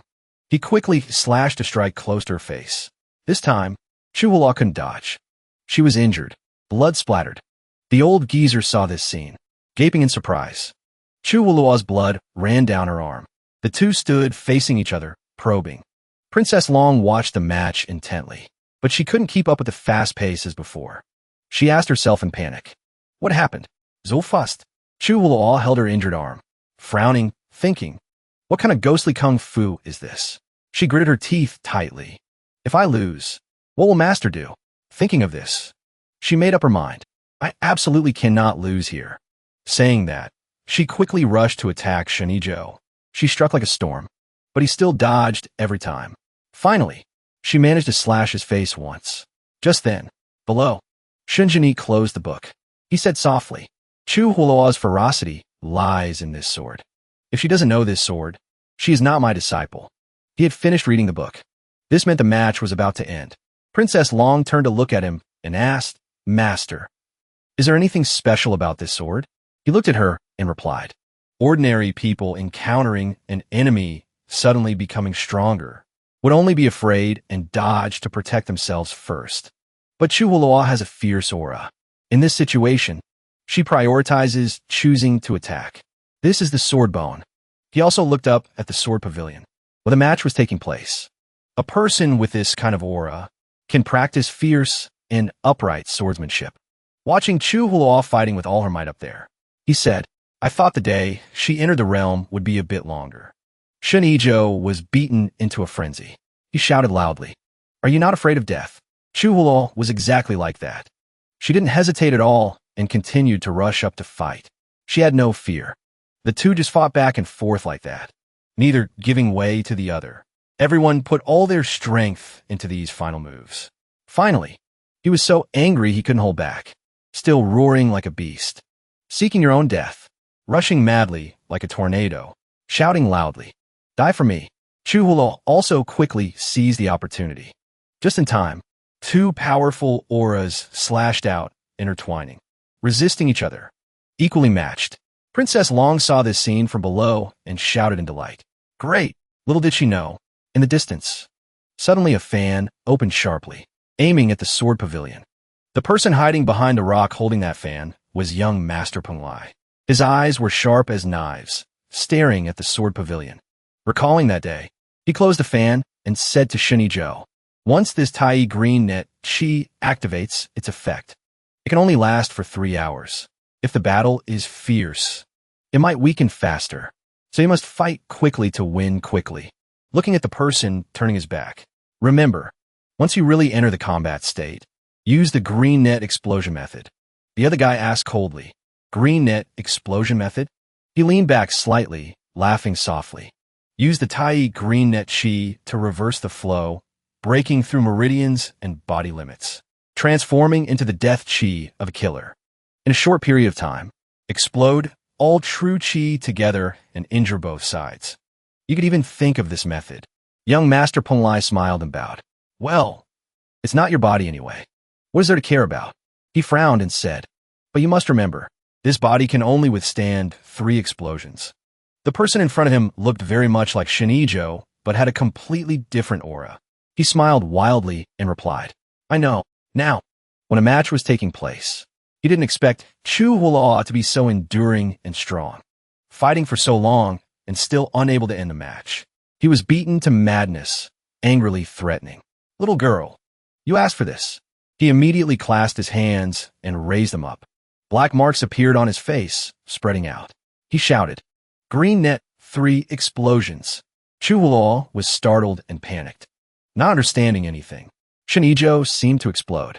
The green lights emitted more and more, getting bigger, as if wanting to swallow Chu Huoloa's body. At this time on the field, Shunijo's whole body had turned green like a demon. His eyes were completely white, canine teeth sharp. He roared, Green net 3 explosions. The old geezer saw this scene and immediately realized something was wrong. Something is wrong with the young Tower Master's situation. He shouted the order loudly. No, must quickly stop the young Tower Master. But that person replied coldly. Stopping him now means the young Tower Master will lose.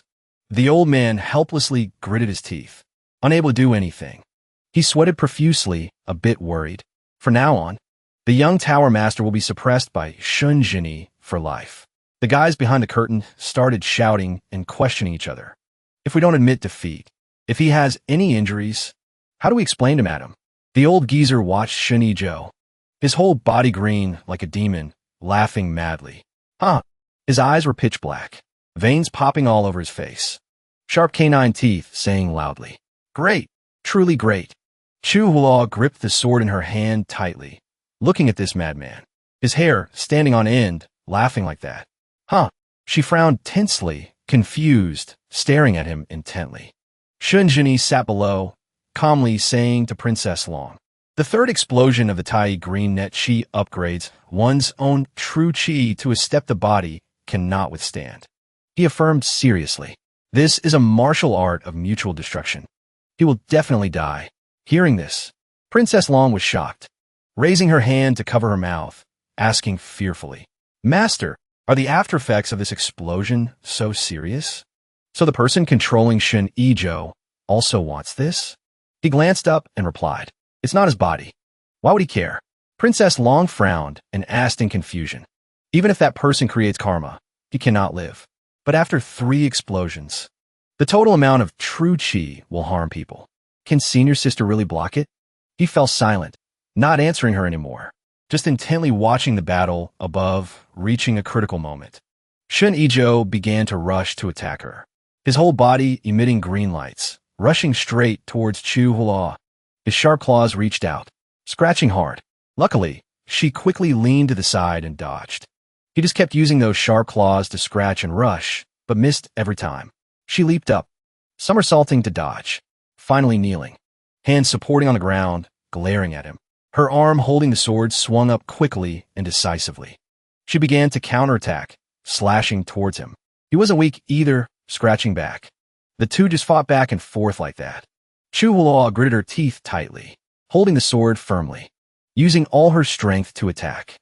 Their moves collided and exploded. Suddenly, she froze in surprise. His hand was actually gripping her sword tightly, holding it back. Blood dripped from his hand. He laughed. Huh? Then the other hand scratched across Chu Hula's face. Princess Long stood below, worriedly watching the lights flashing on the sword pavilion. Seeing the battle was extremely fierce. She clenched her hands, silently praying in her heart. "Come on, Chu Hula." Shunjini spoke up. "The winner is about to be decided." The two above were also unleashing their most powerful moves. Shinijo was beaten until he coughed up blood. Raising his arm high, a huge power was gathering in his palm. He threw that thing towards her, eyes bleeding. Chu Hula looked at this scene in horror, eyes wide open, stunned. She keenly realized, opportunity. The hand holding the sword also unconsciously tightened. One move, she unleashed countless small sword paths like darts. Shinijo was crossing his arms in front of his chest, shouting and cursing. "Bastard!" He rushed to attack, but luckily she jumped up to dodge.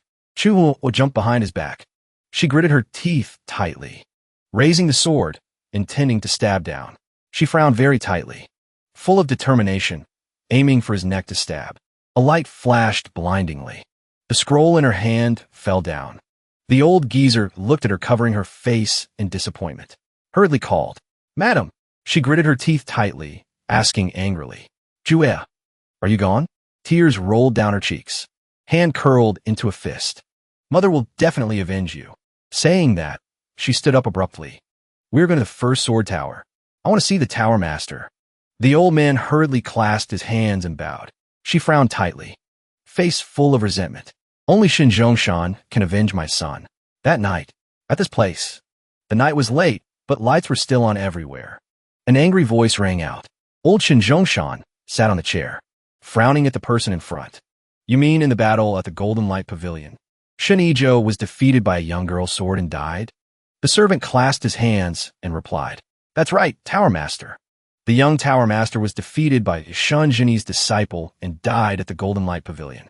Hearing this, the old man's face darkened, sweating profusely, hand on his chin, thinking and replying, Shunjini's disciple has such high martial arts?"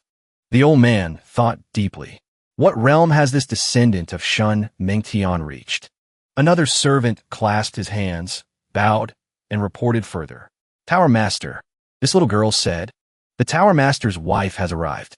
The old man clenched his fist, looking angry. Why did she come here again? He gritted his teeth and scolded. "Normally, we don't meet many times a year. Recently, she came to the first sword tower twice." But looking at the two servants in front, he had to say, never mind. Let her in. Afraid she might go crazy again. The two of them shouted in unison, "Yes." Saying that, they opened the door for her. She had been standing outside, waiting for a long time, watching her walk in calmly. The old man thought to himself, I didn't expect her not to go crazy yet, but to be so quiet. He sweated, a bit worried. I'm afraid this is a headache. She began to open her mouth to ask. Zhou'er is dead. Did you know? He replied softly. I know, face showing no emotion. Seeing him like that, she also felt angry. Oomph. Indeed, still such an indifferent reaction. Seeing he said nothing more, she frowned and continued. Then what do you plan to do? Unexpectedly, he was strangely calm about his son's death. Clasping hands behind his back, he stood up and walked.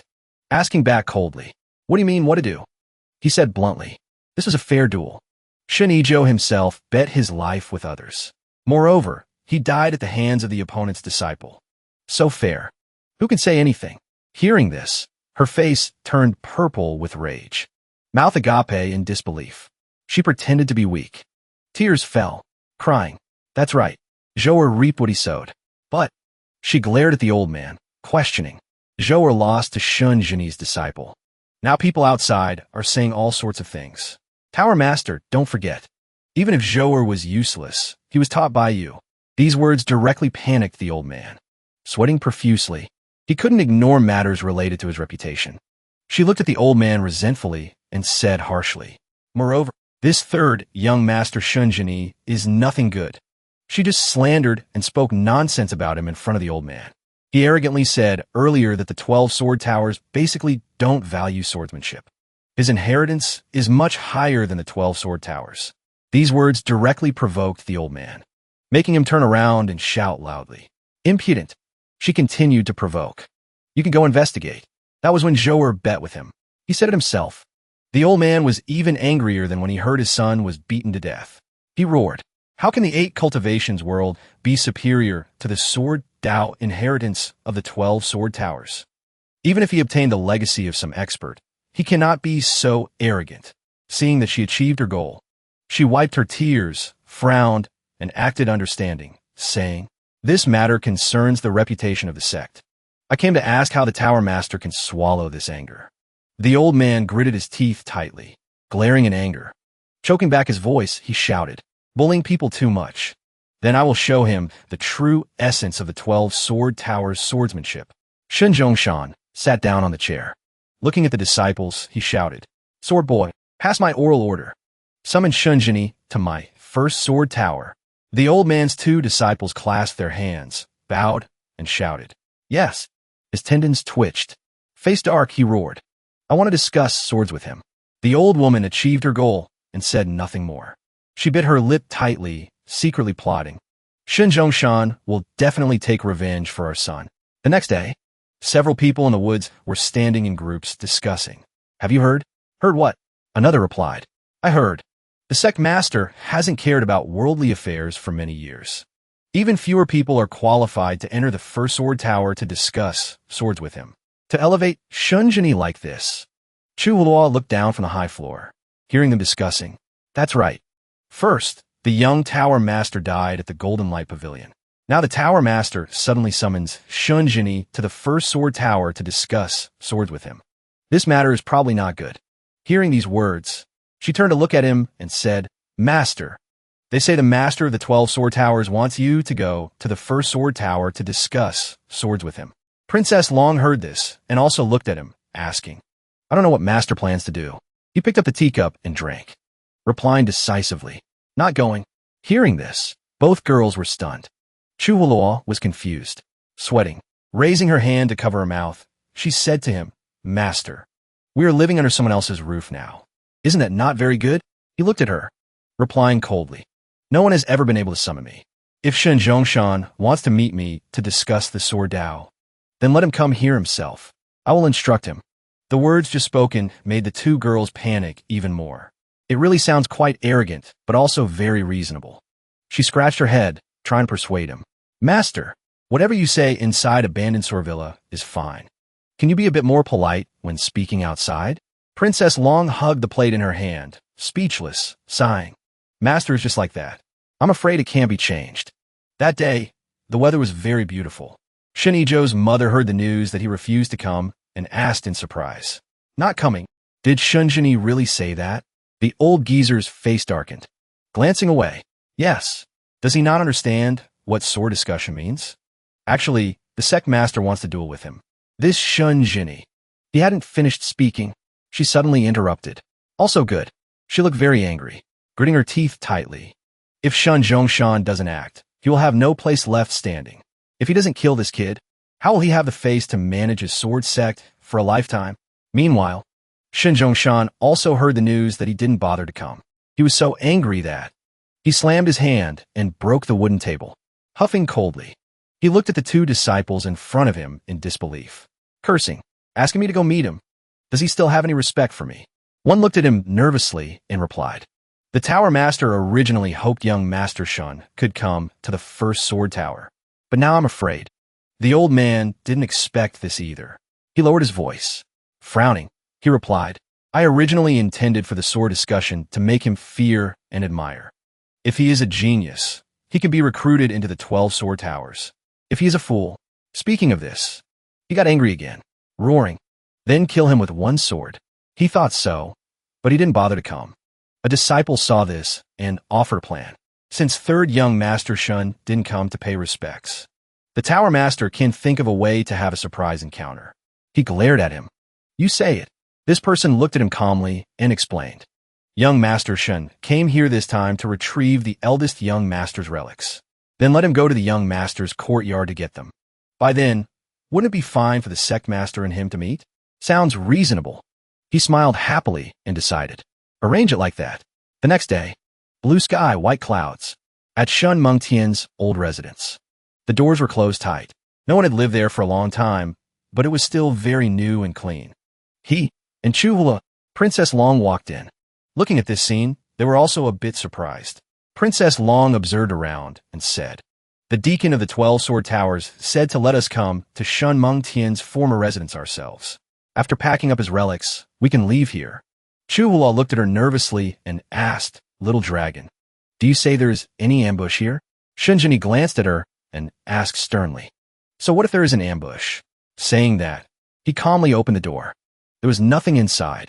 There was no ambush either. Princess Long looked at the sword hanging on the wall and said, normally, people come here to clean. Chuhula also looked around and asked, Master, are we putting all these things in bags to take away? But he didn't answer, just standing, still looking at the painting in front. She asked curiously, Master, what are you looking at? He reached out and picked up a small B-shaped statue on the table. She looked at what he was holding, eyes wide in surprise, saying, this pair of paperweights is... He smiled with satisfaction, not answering. Suddenly the beast in his hand changed, watching it start to transform into a different shape. He thought with interest. Interesting. The mysterious sword intent of the 8 cultivations. He remembered the past. Perhaps the ancestor entered the sword law to comprehend the principle of 10,000 hidden swords precisely because he wanted to obtain this thing. Pity. The time he had contact was too short. Otherwise, this place 300 years ago would have been... The two girls looked at him in surprise. Princess Long widened her eyes and exclaimed, Master! He turned around and placed that thing in Chu Holoa's hand, saying, bringing this thing is enough. She quickly reached out with both hands to receive it. Princess Long looked at him and asked, are we taking the other things too? No matter what, they're the ancestors' relics to be placed in the villa for remembrance. The old villa master would probably be happy to see them. He seemed indifferent to the other things, just replying coldly, up to you. Just then, the figures of several people appeared outside the door. A voice rang out asking, who is it? Shunjini and the 3 turned to look at the door. It was the old man Shinzhongshan and his disciples arriving. The kid looked at them and asked, why are you in the forbidden area of our 12 sword towers? He looked at the old man in front of him with some surprise, not answering. Princess Long stepped forward to answer. This is third young Master Shun of Abandoned Sword Villa. This time, with the permission of your sect master, we came here to retrieve the relics of the ancestor of Abandoned Sword Villa.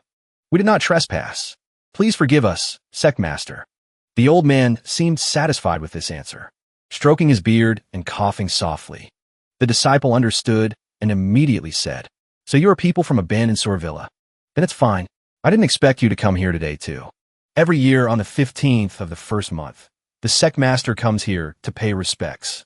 He glanced over and knew their intentions, smiling mockingly, thinking, it seems the opponent came targeting me. He clasped his hands and bowed to him, Greetings, sect master. The old man narrowed his eyes at him. His eyes lit up with interest. He couldn't help asking him in surprise. Why didn't you bring a sword? He looked straight at him and replied seriously. That is because... Before he could finish speaking, Chuhua immediately spoke up first. That is because heaven, earth, and all living things have long since become my master's sword. So master basically doesn't need to bring a sword. He smiled lightly, looking at her with satisfaction. She smiled smugly and raised a finger. Even if your excellency is a distinguished guest of the 12 Sword Towers, you will also be my master's sword. Hearing this, the old man was startled, eyes wide, a bit angry and surprised, momentarily unable to reply. Finally, he frowned, shouting coldly, "Oomph," pretending to be mysterious. Shen Zhongshan looked him over, evaluating. This person has supreme talent. Maybe he is the most suitable person to inherit the 12 Sword Towers. But I was wrong. Thinking so, he said, the level of the sword can only be known by fighting. The old man officially challenged. If you feel the whole world is your sword, do you dare to fight around with me? He smiled coldly and replied, It seems, when swordsmen meet, in the end, we must use swords to speak. Chuhua also stepped forward at this time, glancing at him and asking curiously, Then where's the sect master's sword? He stroked his beard, smiling smugly, and replied, My sword is in my stomach. Startling her, he looked at the old man, explaining for her to understand. Swallowing it into the stomach in one breath damages the internal organs. From there, the power is unpredictable. Doing harm to oneself causes great harm to others. So injure oneself first. He glanced at him and asked sarcastically, The sect master rarely taking action in these 300 years is probably because of this reason, right? The old man frowned, listening to him speak. The sect master's sword chi has reached a substantial state like gold and iron. His face turned pale. Sweat broke out as he knew just by looking. Now the liver and kidneys are most heavily injured. Acting within the time of an incense stick won't gain any advantage. The old man heard this and thought fearfully. What he says is not wrong by a single word. He just looked at him and evaluated, starting to doubt himself. Did I practice wrong? Not finished yet. He continued. Not only that, he raised his voice, startling the old man. Like thunder striking the ears. He smiled lightly at the old man. It's just that people of the Shun family throughout the ages probably never had sword chi essence like yours. Not to the extent of swallowing it into the stomach like that. Chuhua heard this. Covering her mouth, she frowned and whispered to the girl next to her.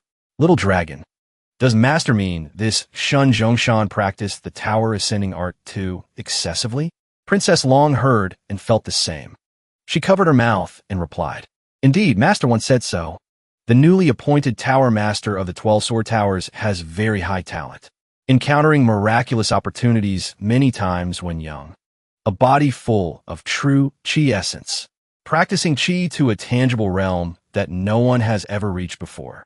The old man heard this and asked him in surprise, Is practicing kung fu to a high level also wrong? He replied, That's not it. He explained confidently. Although the tower ascending art is mysterious, it also has limits. It cannot display all the infinite variations of swordsmanship. Especially in deep places, individual cultivation has the same meaning. He thought to himself, the founder of the 12 Sword Towers had too much ambition, gathering famous swordsmen in the world, wanting to create a yin-yang hard-soft swordsmanship. But manpower is sometimes exhausted. Vision also has limits, although the tower ascending art has many cultivation methods. But in deep places, it has obvious flaws, inferior to the hidden sword scripture. The old man frowned. Perhaps he understood something. He replied, That's what you say. But regarding the deepest research on sword chi in the world, beside my 12 sword towers, who else is there? Hearing this, he raised 2 glowing fingers and smiled lightly. That is not necessarily true. Saying that, he threw that light down onto the table surface. Immediately, the table split in 2. Looking at the table broken as if by a sword slash, the old man turned pale, sweating in surprise, thinking, He looked at him, sweat pouring down like a bath, pointing at the table, stammering. This, he said, this is the extremely sharp, killing sword chi. Compared to the sect master's sword chi, how is it? The old man was bewildered. sweating even more, touching his chin, mumbling. Also not enough. Just equal. Hearing this, he smiled lightly, shaking his head in disagreement. He reached out towards the broken table again. The light on his hand glowed again. Then, clenching his fist once, the table immediately shattered without him touching it. The old man gaped watching. He continued. This is the Nirvana sword chi. Invisible damage. Shinjini looked at him again and asked, compared to the sect master sword chi, how is it? The old man was extremely tense now, visibly trembling. Seeing he didn't answer, he stomped his foot hard on the ground. The floor immediately cracked. It even broke a huge chunk near the old man, startling him. He looked up at the ceiling. The crack had spread from the floor to the wall, up to the roof. He continued. This is the dragon-subduing sword chi, mighty and masculine. How does the sect master find it? What else could the old man say? The defeat was obvious. But being arrogant, he couldn't admit defeat. Frowning at him, thinking, in an instant, changing 3 completely different magical sword chis, and having plenty of strength to change. Finally, he held his face, bowing his head. Collapsing, he said, indeed, more and more new people replace the old. The world already has 3rd young master Shun. I'm truly old. The disciple beside him hurriedly supported the old man. Shinjini looked at him and said, Sect master need not be troubled. Your sword chi essence is already top tier. Just adjusting the method reasonably will allow further progress. He finished speaking. Shin Zhongshan jumped up in surprise and shouted, What? There's still a way to nurse the sword chi? He looked at him and replied seriously. Judging from the sect master situation, I see the greenwood life-nourishing sword chi method can be passed on to you. Just practice morning and night for 49 days to succeed. The old man was like a drowning man catching a straw. All arrogance was gone. Now pouncing towards him, almost begging, shouting, Quickly tell me. But he dodged to the side, making the old man miss. Turning around, staring blankly at him. This way of using sword chi is indeed miraculous. He also realized it. He turned and walked out the door. The old man stood behind, clasping his hands respectfully. Many thanks, 3rd young master Shun. Just then, a loud cursing scream rang out. That bastard Shun Zhongshan, startling him. It was his wife walking in. Seeing that he not only didn't kill Shinjini, but was also grateful to him, she couldn't hold back her anger and screamed. He killed your son, and you treat him well here. Do you have no humanity left? He stood blocking his wife who was having a fit. Frowning, sweating, he retorted weakly.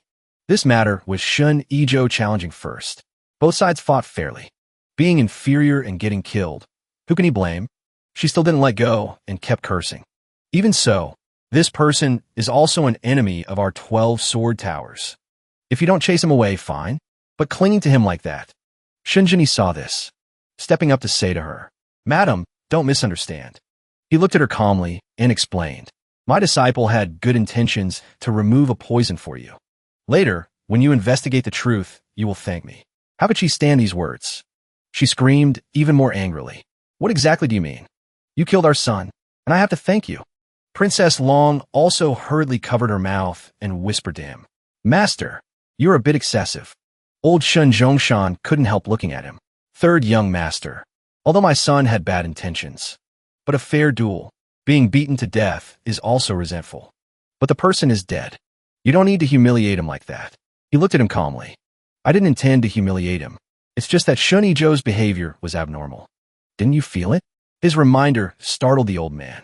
The woman listening also stood dazed, covering her face. Could it be? Perhaps she also guessed something.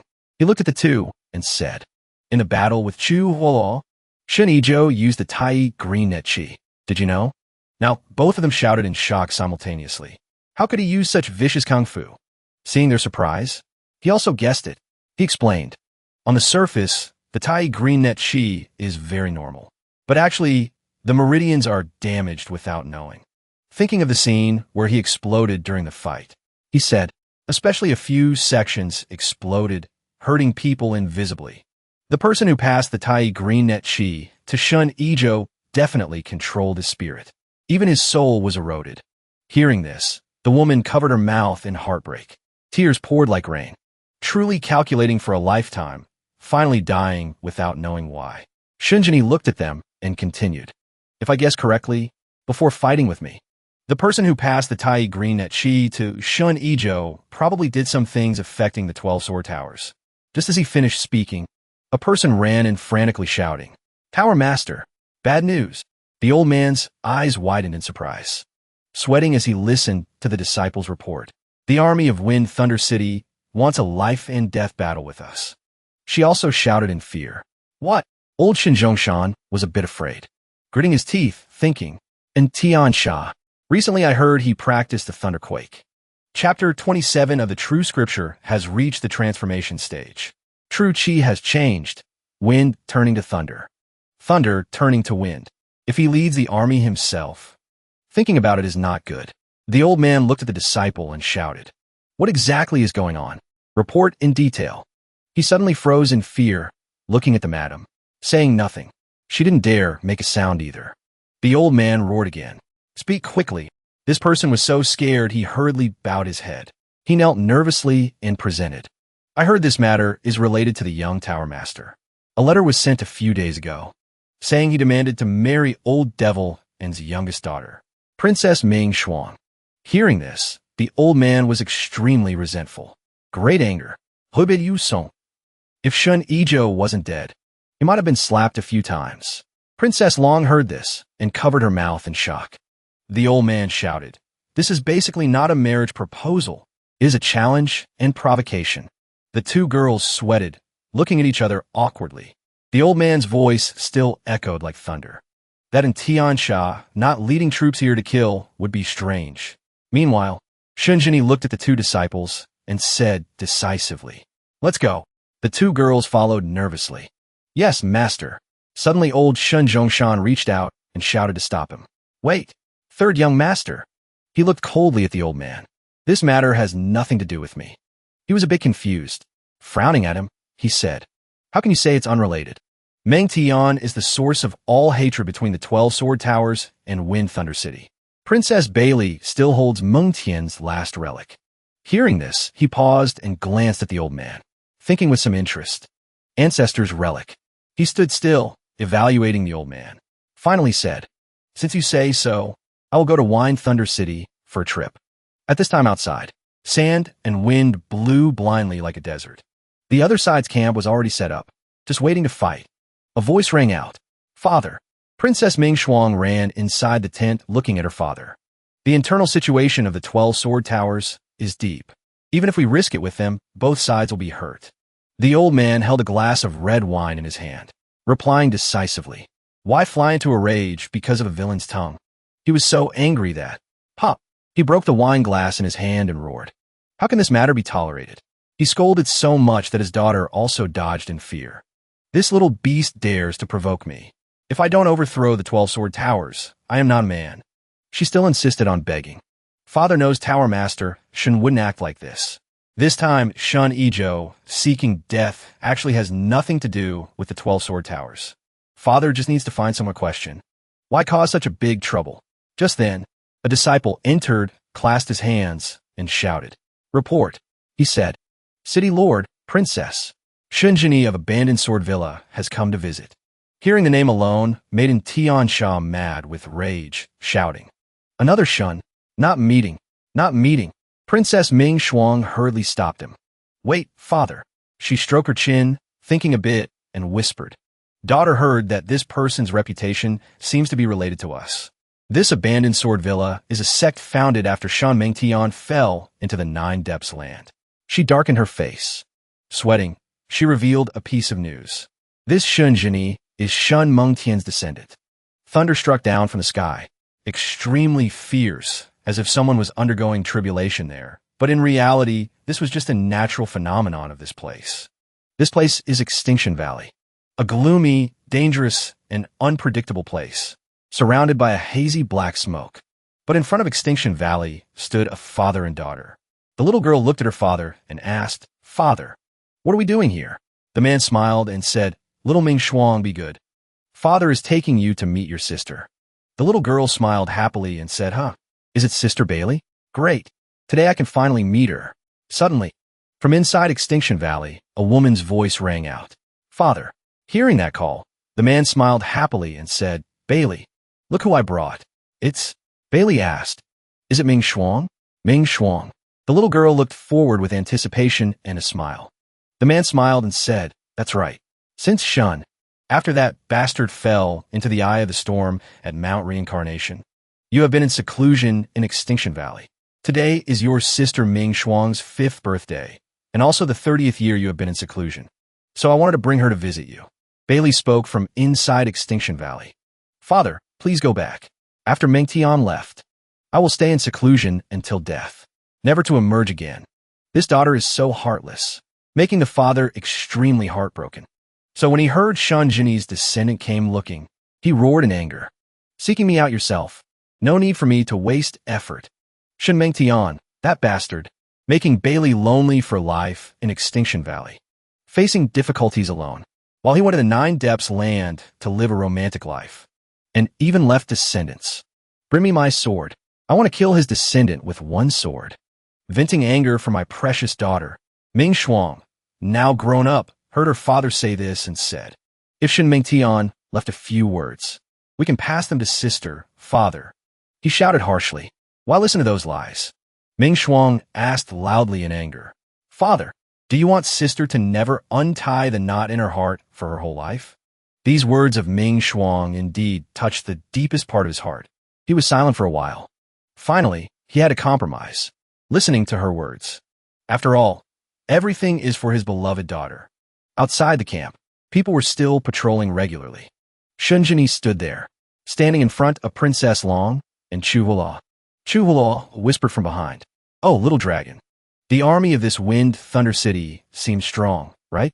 Princess Long said, This is the Dragon Tooth army of Wind Thunder City. Even the weak ones here are at least in the true human martial Tao. 3,000 troops might, cannot be resisted. Chu Hula was surprised. There is such a strong army? Princess Long nodded and said, When will our abandoned sword villa be able to organize like this? I thought having master would shake the world. Now it seems it won't work without enough elites. Shunjini said, Advancing a step in the true human martial Tao is as hard as ascending to heaven. 1 in 5 people being able to enter is already very formidable. Out of 3,000 people in the first realm of true human martial Tao, only 600 can enter the second realm. To the third realm, only 120 people. To the fourth realm, only over 20 people. The fifth realm, only a few scattered people. Above the sixth realm, only 1 person remains. Every step forward means kicking the companions in front to the back. Wind Thunder City. 12 sword towers. Such large sects have over 1,000 experts in the true human martial Tao. But standing at the top of the pyramid, less than 1 or 2 people. Just cultivate seriously.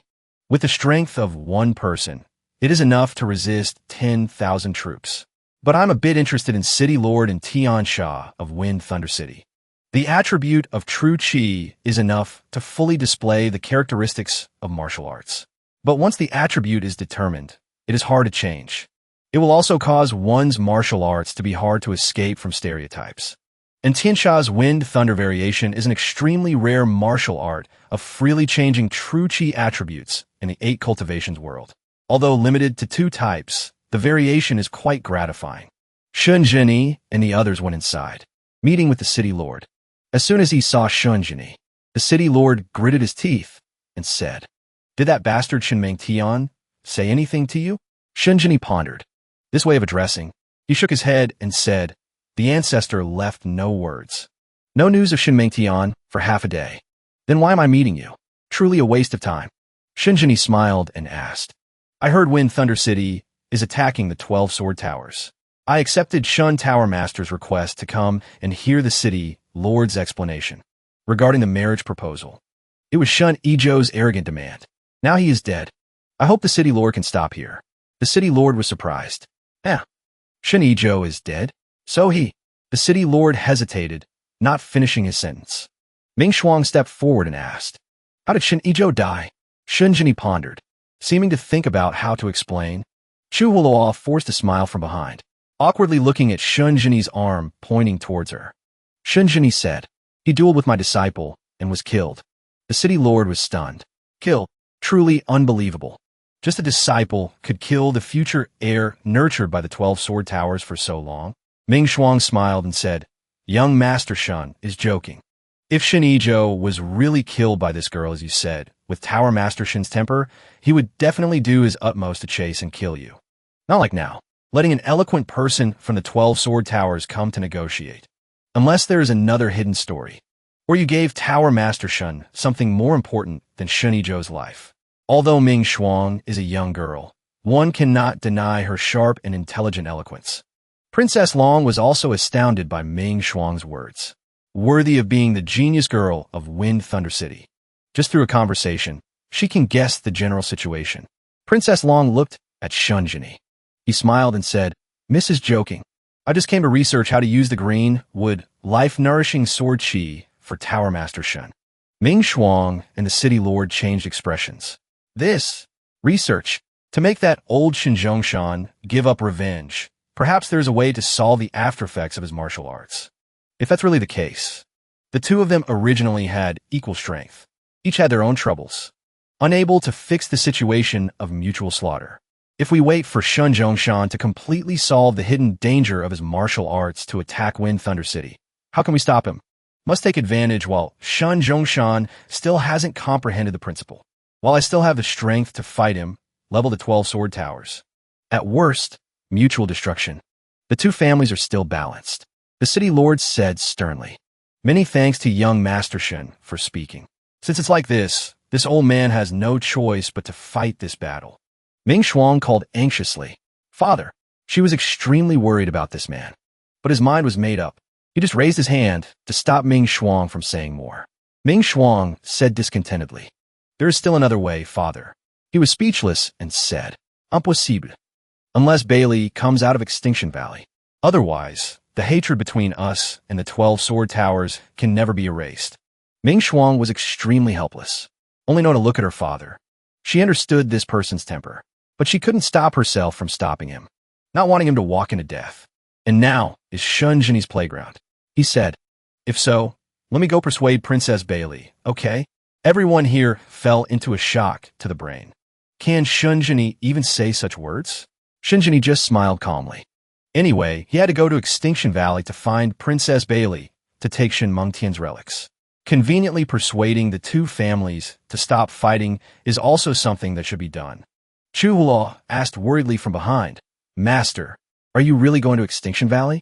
Princess Long asked Chu Hula from the side. Have you forgotten our original goal? Chu Hula said, oh, seeming to realize. Indeed, their original goal was like that. Shunjini turned around just in time to notice Ming Xuang's eyes full of suspicion. In her head, she was thinking this third young Master Shun is truly a strange person. He just appeared and used a few sentences to shake father. Now he wants to go to Extinction Valley. However, eldest sister is determined to stay there. How could she be persuaded by him to come out? The city lord immediately became annoyed again. He frowned and asked, are you that kid's descendant? Shunjini calmly said, and the city lord pondered. Wait, maybe daughter will agree to meet him like she met himself 300 years ago. Still expecting that heartless kid to leave some words for daughter. Does daughter also have such a mood? In his mind appeared the figure of his pitiful daughter. He looked at Shunjini again. If Bailey can return, then even if I am suppressed by Shinjongshan, so what? Shun Mingtian's outstanding heir will never return. Even the second heir, Shun Ijo, is dead. Comparing the future, Wind Thunder City won't lose to the 12 sword towers. Thinking and weighing for a while, the city lord agreed.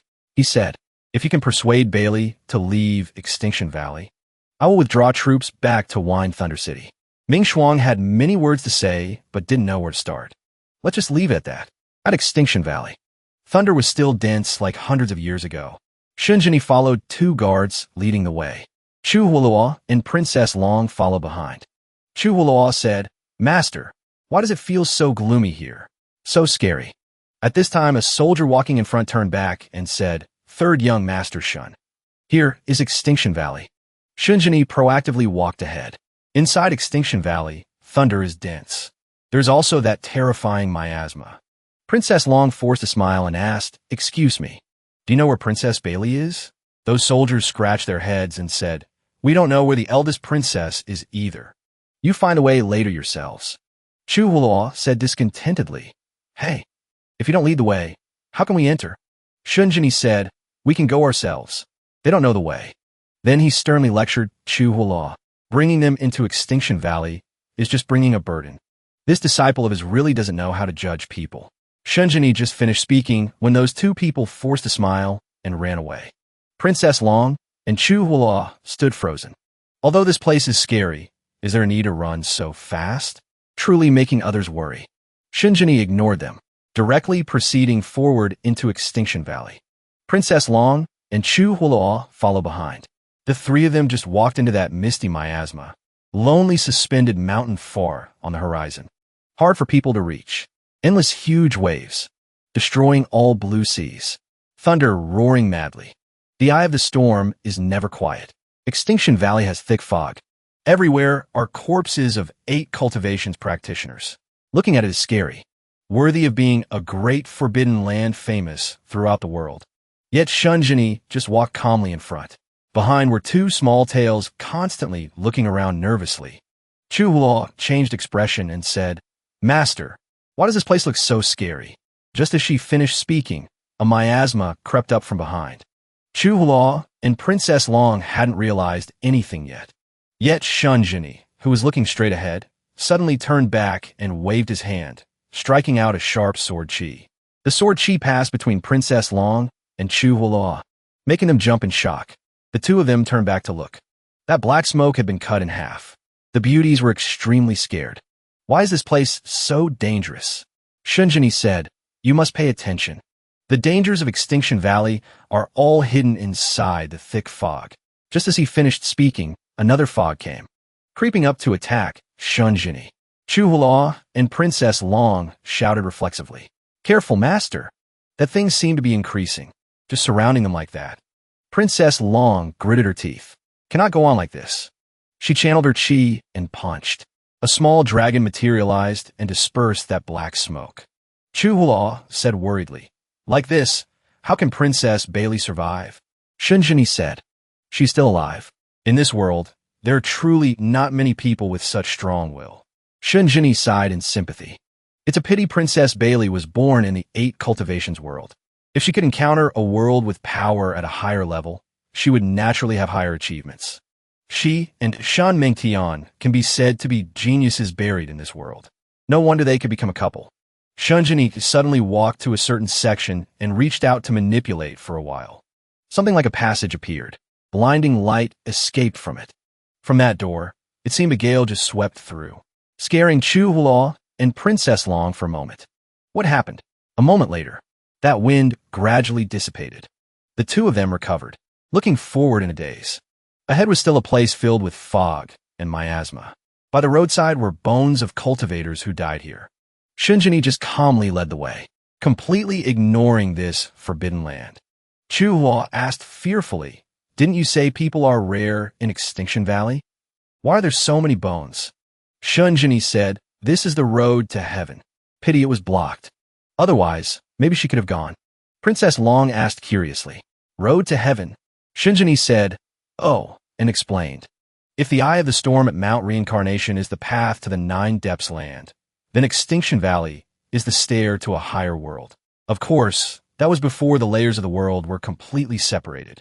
Now here remains only the road of seeking the Tao. Princess Long pondered and said, "The layers of the world were not completely separated. Master, what exactly does this mean?" Shunjini said mysteriously, "You will understand later. Now is not the time to know. The so-called road of seeking the Tao is the desolate road that one desires." Shunjini clasped his hands in a seal, using his own spiritual power, drawing a path through the miasma. The white bones by the road slowly disappeared. He said, "The gloomy white bones are illusions of sentient beings."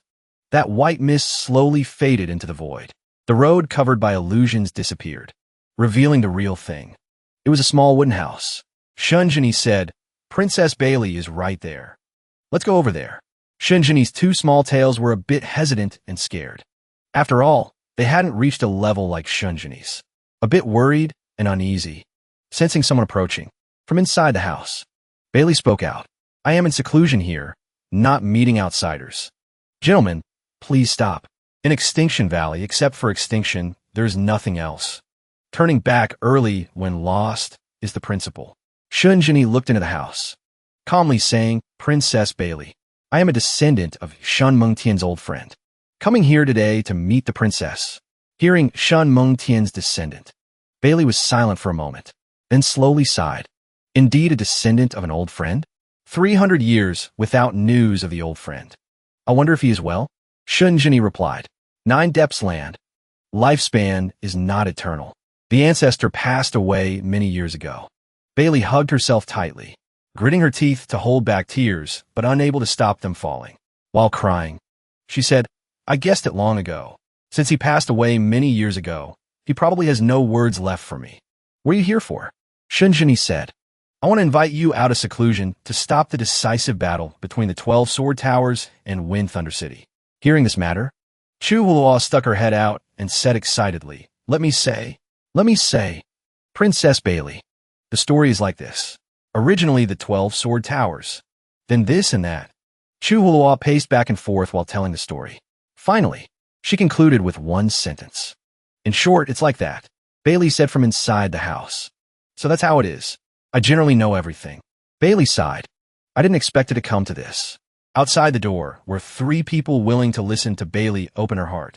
She said, 300 years ago, I discovered Wind Thunder City's martial arts had after effects, so before seclusion, I advised Father many times to stop practicing the technique.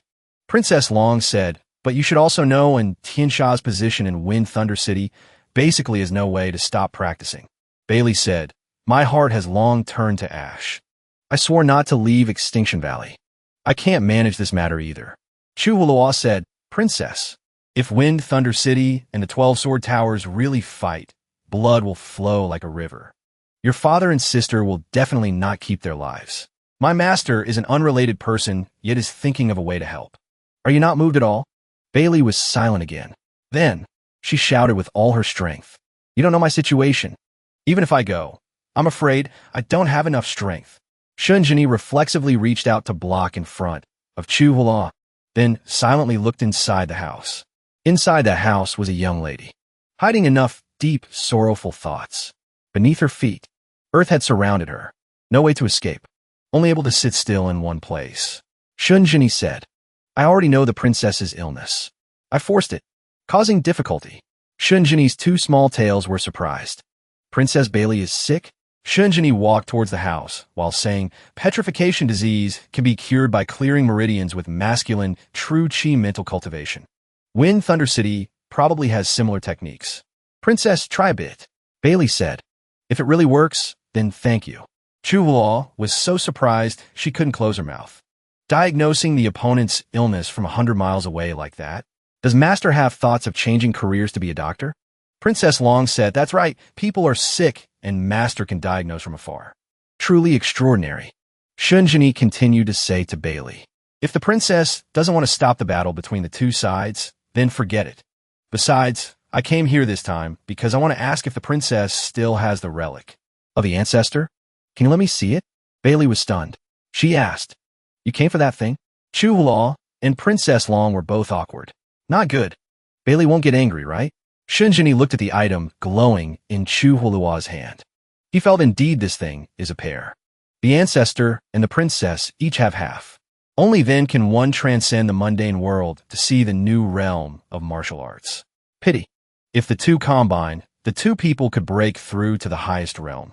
Moon-slashing, flying heavens. Future achievements would be immeasurable.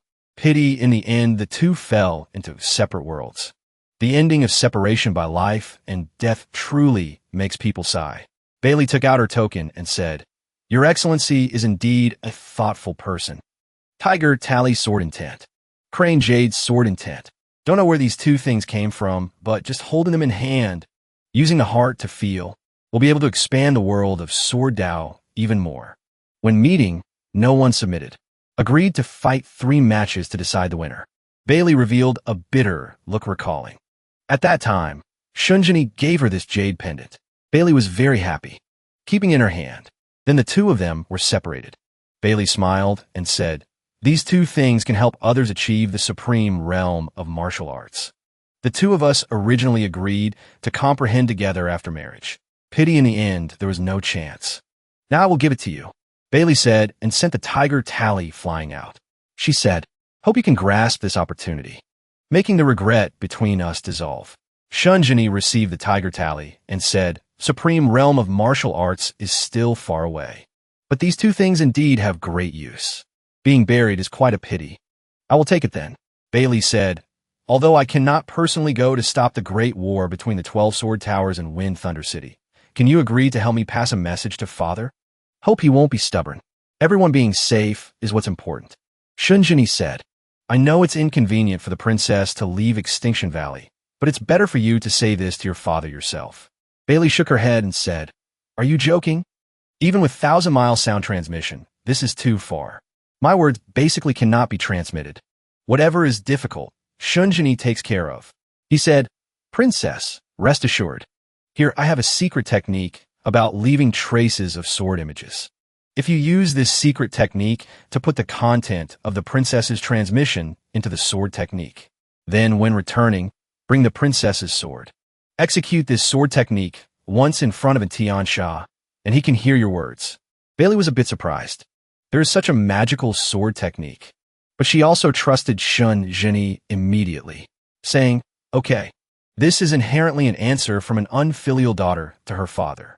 Just transmit this sword technique to me. I will execute this sword technique myself. After you take my intent to give to my father, no need to enter my humble abode anymore. Shunjini nodded. Naturally. Then, just as Bailey finished speaking, countless light images flew out in the air. Shunjini looked at them in admiration. These things are truly beautiful. These are the words Bailey wants to send to her father. Thoughts that took 300 years to be sent to her most loved one for the first time. Time passed. At Wind Thunder City right now, in his camp, and Tian Sha paced back and forth impatiently, anxious and worried. Ming Shuang saw him pacing like that and said worriedly, Father, you have been pacing for nearly 2 hours. Quickly sit down and rest a bit. Just as she finished speaking, a person entered and reported. City Lord, third young Master Shun of Abandoned Sword Villa and his 2 disciples. They are back. Just as he finished speaking, Shunjini appeared. As soon as Tian Sha saw him, he ran over and questioned, You returned from Extinction Valley? Did you meet my beloved daughter? Forgetting all etiquette and composure. Walking up to Shunjini, grabbing his sleeve and questioning, Does she have any words for me? Ming Shuang saw this from behind and walked over, saying, Father, calm down. I know Father misses Sister Bailey, but let go first. Let third young Master Shun slowly tell the result of this trip. Shunjini smiled with satisfaction at Ming Shuang's behavior. He signaled to Chu Huoluo. Chu Huoluo smiled and nodded. He said again, the trip to Extinction Valley was very smooth, but she didn't want to come out.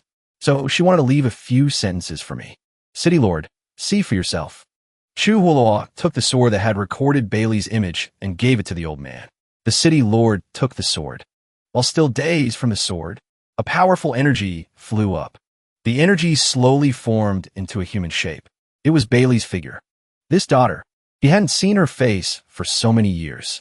Bailey smiled bitterly and called out, Father. And Tian Sha was shocked and shaken. The sword in his hand also fell to the ground. Even Ming Shuang was equally astonished. What exactly is this? Ming Shuang immediately asked Shunjini to explain her doubts. He smiled and said, It's fine. Just do it again. After all, first contact is inevitably shocking. And Tian Sha bent down. Picking up the sword again, his beloved daughter appeared once more, tearfully calling, Bailey. Bailey's figure slowly walked down from the air to the ground.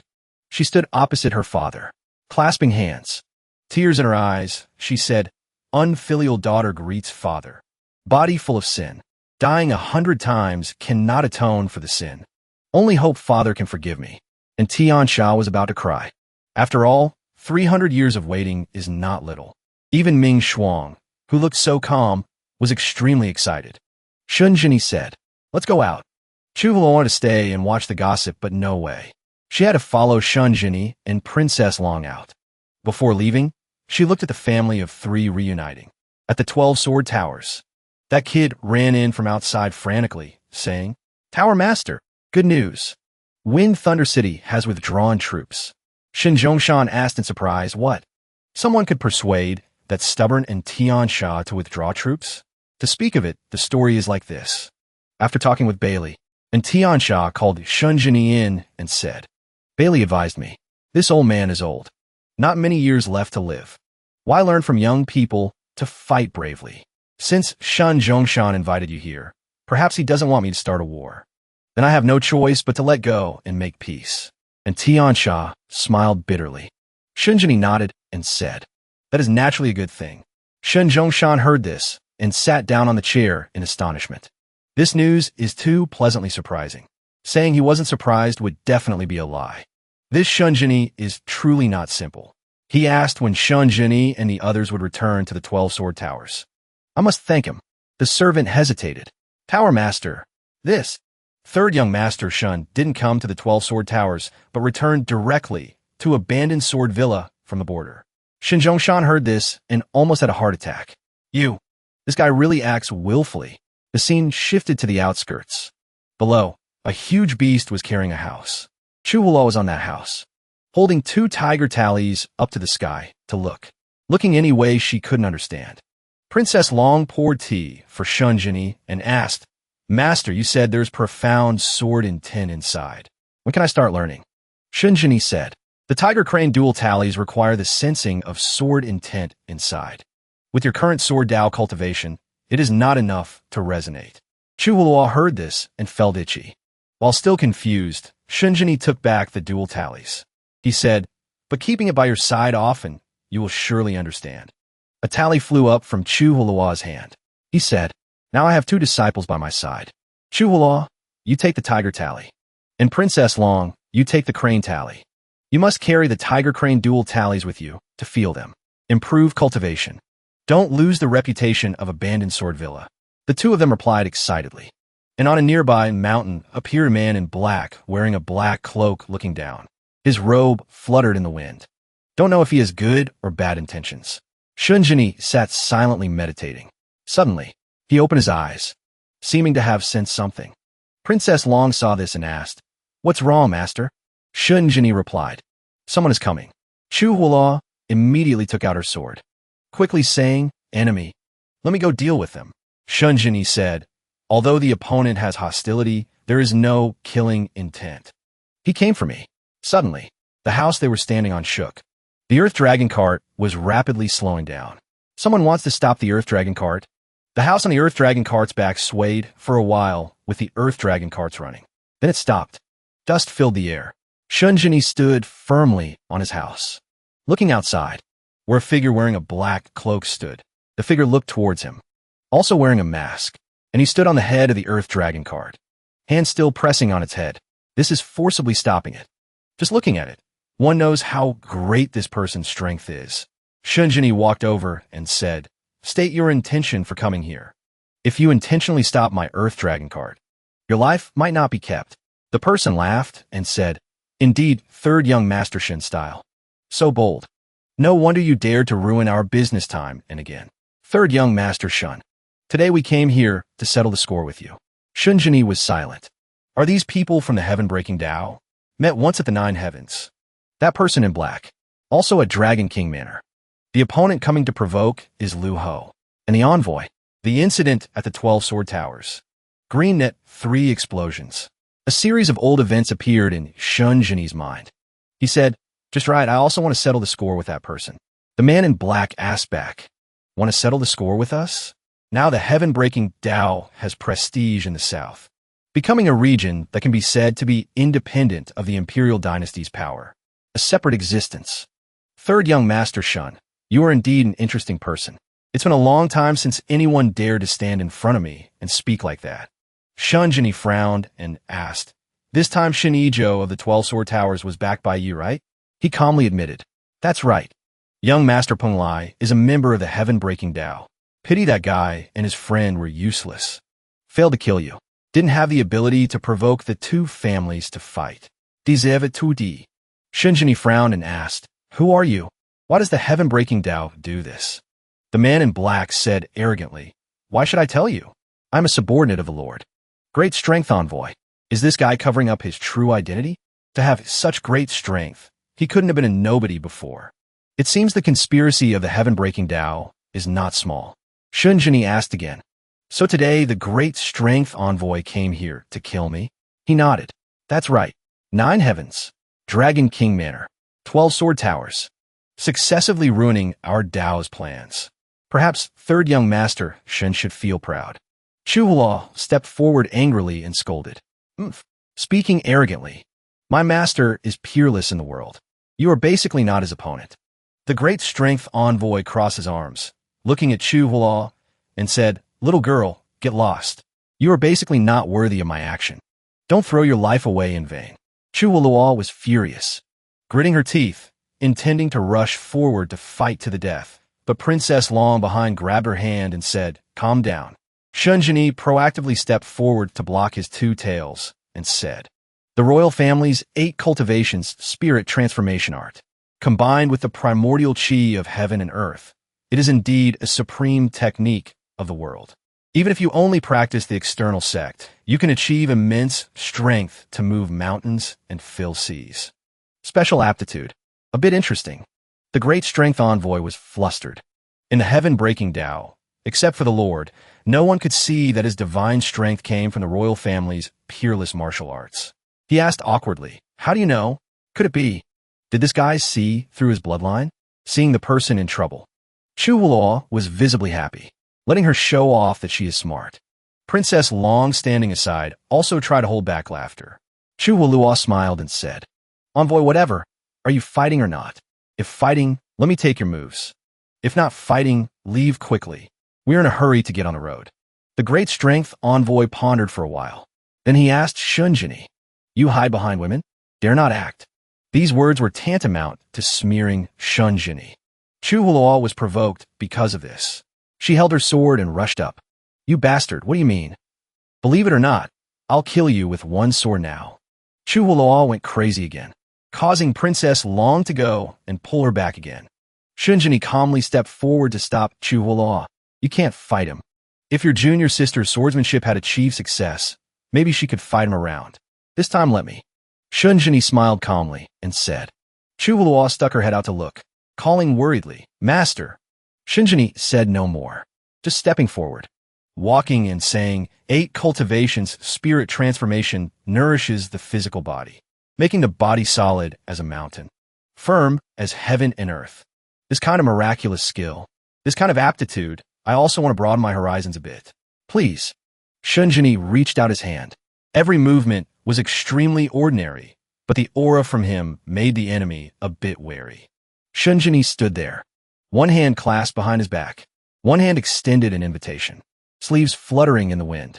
The great strength envoy looked at him silently, not knowing what kind of face was behind that mask. Just seeing him stomp his foot, the ground beneath his feet cracked. The great strength envoy's whole body was covered in a golden light. The huge figure standing there suddenly disappeared. The next second, he had escaped to in front of Shunjini. But Shunjini just gently reached out his hand, drawing a sword chi, eyes looking at the great strength envoy's fist landing on him. On his hand, he also wore a string of jade beads. There were several beads of various colors and sizes on it. Shunjini drew a circle in the air with his hand, dodging to the side to avoid this punch from the great strength envoy. The great strength envoy clenched his fist again, placing one hand on the ground as a pivot, then jumping back. Basically, just now Shunjini only gently used one move to easily neutralize the momentum like Mount Tai weighing 1,000 pounds of the great strength envoy, making him panic. He asked, What move is this? Shunjini gently dropped the sentence. Just a force-neutralizing method in swordsmanship, not limited to one style. Changing by itself. The great strength envoy stood up and laughed. Huh. Good, not limited to one style. Changing by itself. Just this sentence. Your swordsmanship is a bit interesting. Since it's like this, I won't be polite anymore. The great strength envoy raised his fist again. Earth's spiritual energy surged and gathered in the fist. The huge body rushed up again. The speed and force this time were many times greater than before. But just like last time, this time Shunjini didn't flinch at all. A light shadow struck from his hand. Under control. Both soft and hard, wrapping around the arm of that punch from the great strength envoy. The great strength envoy seemed to learn from last time. The punch on the right hand was just a feint. The real punch was on the left hand. Shunjini stepped back slightly, raising his hand. Two fingers swiped a line in the air, hair flying with his movement. Needless to say, handsome. One person powerful and resolute. One person calm and composed, like flowing water and moving clouds. The great strength envoy was knocked back. His body seemed to fall, but because of that, he took advantage. Leg curled up, then kicked a strike. Shunjini leaned to the side, dodging just in time. The great strength envoy lowered his leg. Every move of his added a big hole in the ground. The strength was truly incomparable. Chu Huluo watched this scene and marveled endlessly. Master's martial Tao is indeed like the horns of an antelope. What we see is just the tip of the iceberg. Various types of swordsmanship using slow to beat fast, using victory to beat strength. Never heard of before. Princess Long said, not necessarily so. Master is just faster than him, stronger than him, so he appears so relaxed. And the great strength envoy had realized it by now. One miss could be considered luck. Unexpectedly, several continuous attacks were the same. Then there's only one answer. That is, the opponent can completely control himself. Looking at the great strength envoy struggling, Shunjini looked at him with half an eye and said, your force has not changed as you wish. No matter how many times you attack, each time is the same. The great strength envoy huffed coldly and said, Orthodox martial sect, using strength to subdue people's hearts. No matter how good your swordsmanship is, in the end, you must submit under my two fists. Saying that, he took off his armbands, throwing them on the ground. This must weigh dozens of pounds. He said, if normal methods don't work on you, then don't blame me for using a killing move. Your little tricks are useless. His body transformed. Powerful energy escaped, breaking the mask he wore, revealing a face of a guy who only knows how to use fists covered in scars. He said, the next move, I will use all my strength to act. Saying that, he exploded his spiritual power. Sunlight shining brightly. His body also swelled larger. Shunjini frowned slightly, raising his sleeve to his face reflexively. Mountain collapse? Chu Hua behind couldn't see clearly, but still shouted instinctively, Master, be careful. Shunjini turned back to look at them and said 2 sentences, it's fine, to reassure them. He still remembered this is the strongest attack move in the 8 cultivations spirit transformation art created by the grand ancestor of the Great Moon Dynasty. The great strength envoy asked while channeling power, laughing, not dodging. Although stupid, as a martial artist, you make me admire. After you die, I will collect your corpse. Shunjini said, 8 cultivations spirit transformation inherently borrows the power of heaven and earth for oneself. Therefore, it has such amazing power, but the power of heaven and earth is overflowing, inevitably a bit troublesome to control. What is dangerous about resisting this move? The great strength envoy heard this and went mad with anger. He shouted loudly, you truly look down on death. I don't believe you can beat me alone. In this world, nothing is impossible. Shunjini said again, Juhulu, Princess Long, you two listen clearly. The power of heaven and earth is extremely surging. Changes of vicissitudes, moving stars and changing buckets are all in it. Even for a person with inconvenient movement, can easily avoid disaster and get hurt. 8 cultivations spirit transformation is indeed brilliant. Brilliant in borrowing power. This mountain collapse move is nothing. This person is not a direct descendant. The direct descendants have all died long ago. Yet taking this opportunity to lecture people. Only Shunjini can do it. The great strength envoy had finished channeling the punch. At this time, he shouted loudly and rushed up. Truly speaking arrogantly, the mountain collapse momentum is formed. Let this move send you on your way.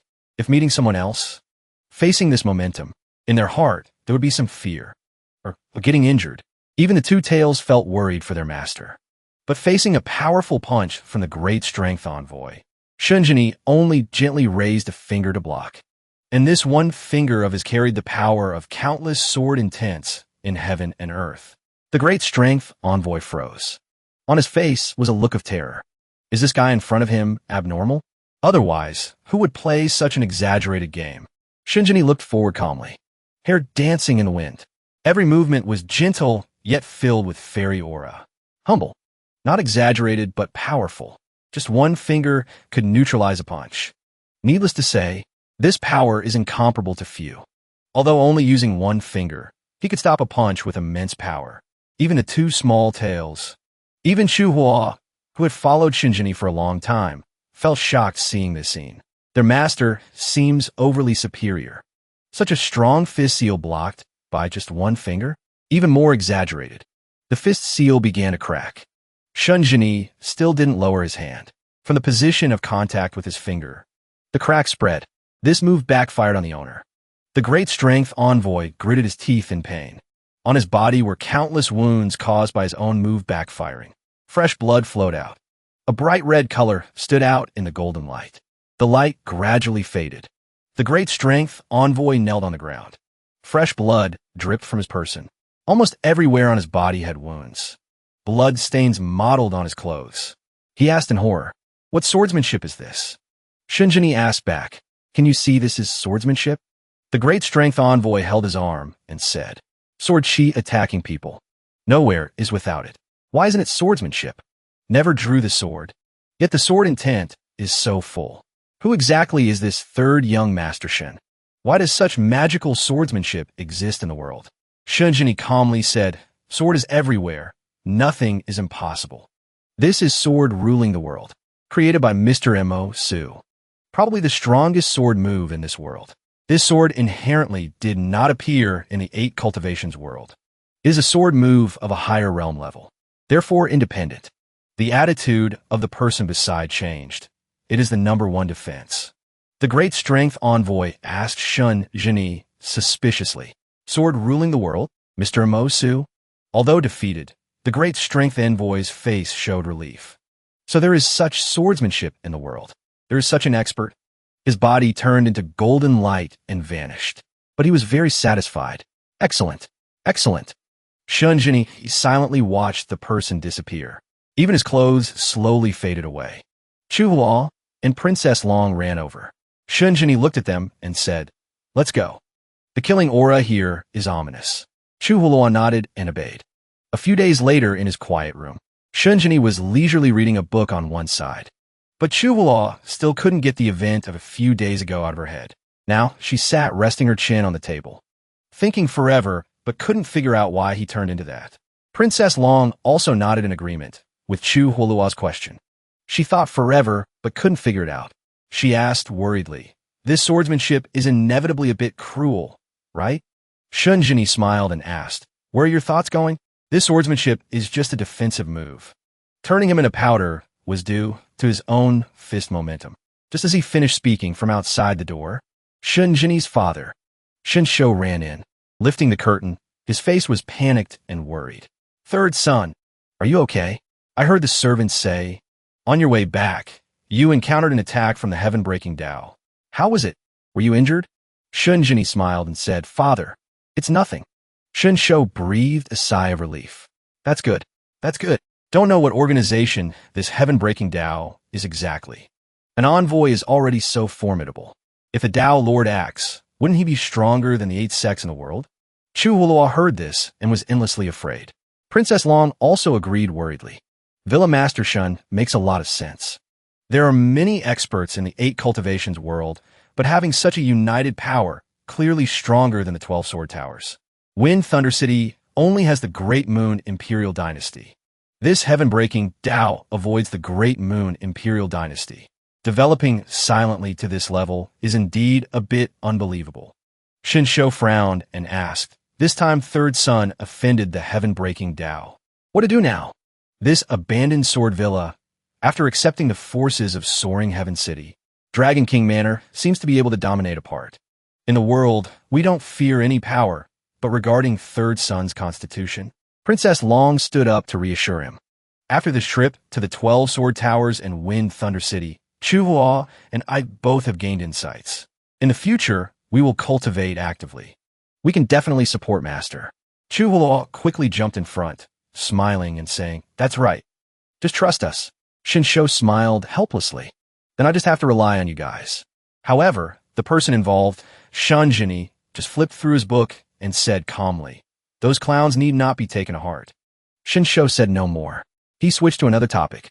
"Almost forgot about this. Today Zhang Xiongwu sent a letter." Shunjini stopped flipping the book. He turned to look at Shinsho and asked, "Zhang Xiongwu, did he say anything?" Shinsho replied, The Great Moon Imperial Dynasty is about to open the Nine Heavens Duel Arena or something. In a few days, he will come personally to speak in detail. Princess Long exclaimed in shock, Nine Heavens Duel? That is an important event that hasn't opened for 400 years. Could it be said that the prosperous age of martial Dao has come again? Shunjini frowned slightly, clearly remembering something sad and unhappy in his heart. That voice echoed in his head again. The Nine Heavens Duel Arena opening this time. I must get first place. Then, Shunjini looked at that person and said, Is that so? Then congratulations on your victorious return. Here, perhaps only Chu Huloa was clueless. Hearing Princess Long say that, she whispered, Little dragon. Was the Nine Heavens Duel?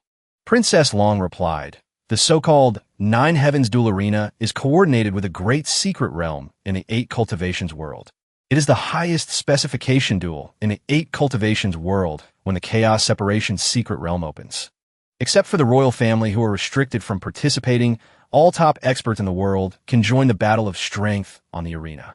And the strongest people will have more opportunities to enter this Chaos Separation secret realm to comprehend peerless martial arts. The person who can take first place in this Nine Heavens Duel will not only be granted the title of #1 in the world by the Great Moon Imperial Dynasty, but the sect of the clan will also receive more favor. If one can comprehend higher supreme learning in the Chaos Separation secret realm, there will even be a possibility to step into the high realm of martial Dao that no one has ever done before. Chu Huloa heard this and went to Shun Jini's side, excitedly smiling and saying, Master, how about you go snatch the #1 in the world title back? For things like this, she trusted Shun Jini's strength very much. Shun Jini just said, I have no interest in participating in such childish fighting. Just some children's games. No need to care. Shinsho heard this and felt itchy. This highest martial arts competition in the Eight Cultivations world is just a children's game in his son's eyes? This is too hard to say. Chu Huloa knew her master's temper. Since he refused, she didn't persuade him further, just silently and helplessly accepting it. Inside abandoned sword villa, loud laughter echoed from the main gate into the house. Zhang Xiongwu walked into the house. Seeing Shinsho, he smiled and said, Old villa master, I'm here. This time I bring good news. Shinsho also laughed haha and said, Envoy Zhang. 2 days ago, after receiving the letter saying you would come, I have been looking forward to it immensely. Today I have prepared good wine and a feast. Everyone won't return until drunk. Zhang Xiongwu smiled and said, That's great, but we should tell the good news first. Shinsho smiled and asked, I wonder what good news Envoy Zhang brought this time. Zhang Xiongwu pointed to the person behind him and introduced. Old Villa Master, let me introduce you a bit. The Imperial Envoy of the Great Moon Imperial Dynasty. Lord Wu Yi, who held a scroll in his hand. He looked at them, smiled, and said, I have long heard the great name of Abandoned Sword Villa. This time, thanks to the opportunity to convey His Majesty's edict, I could visit Villa Master Shun. Shinsho heard this and panicked, startled upon hearing it. Why is an imperial edict? Wu Yi approached.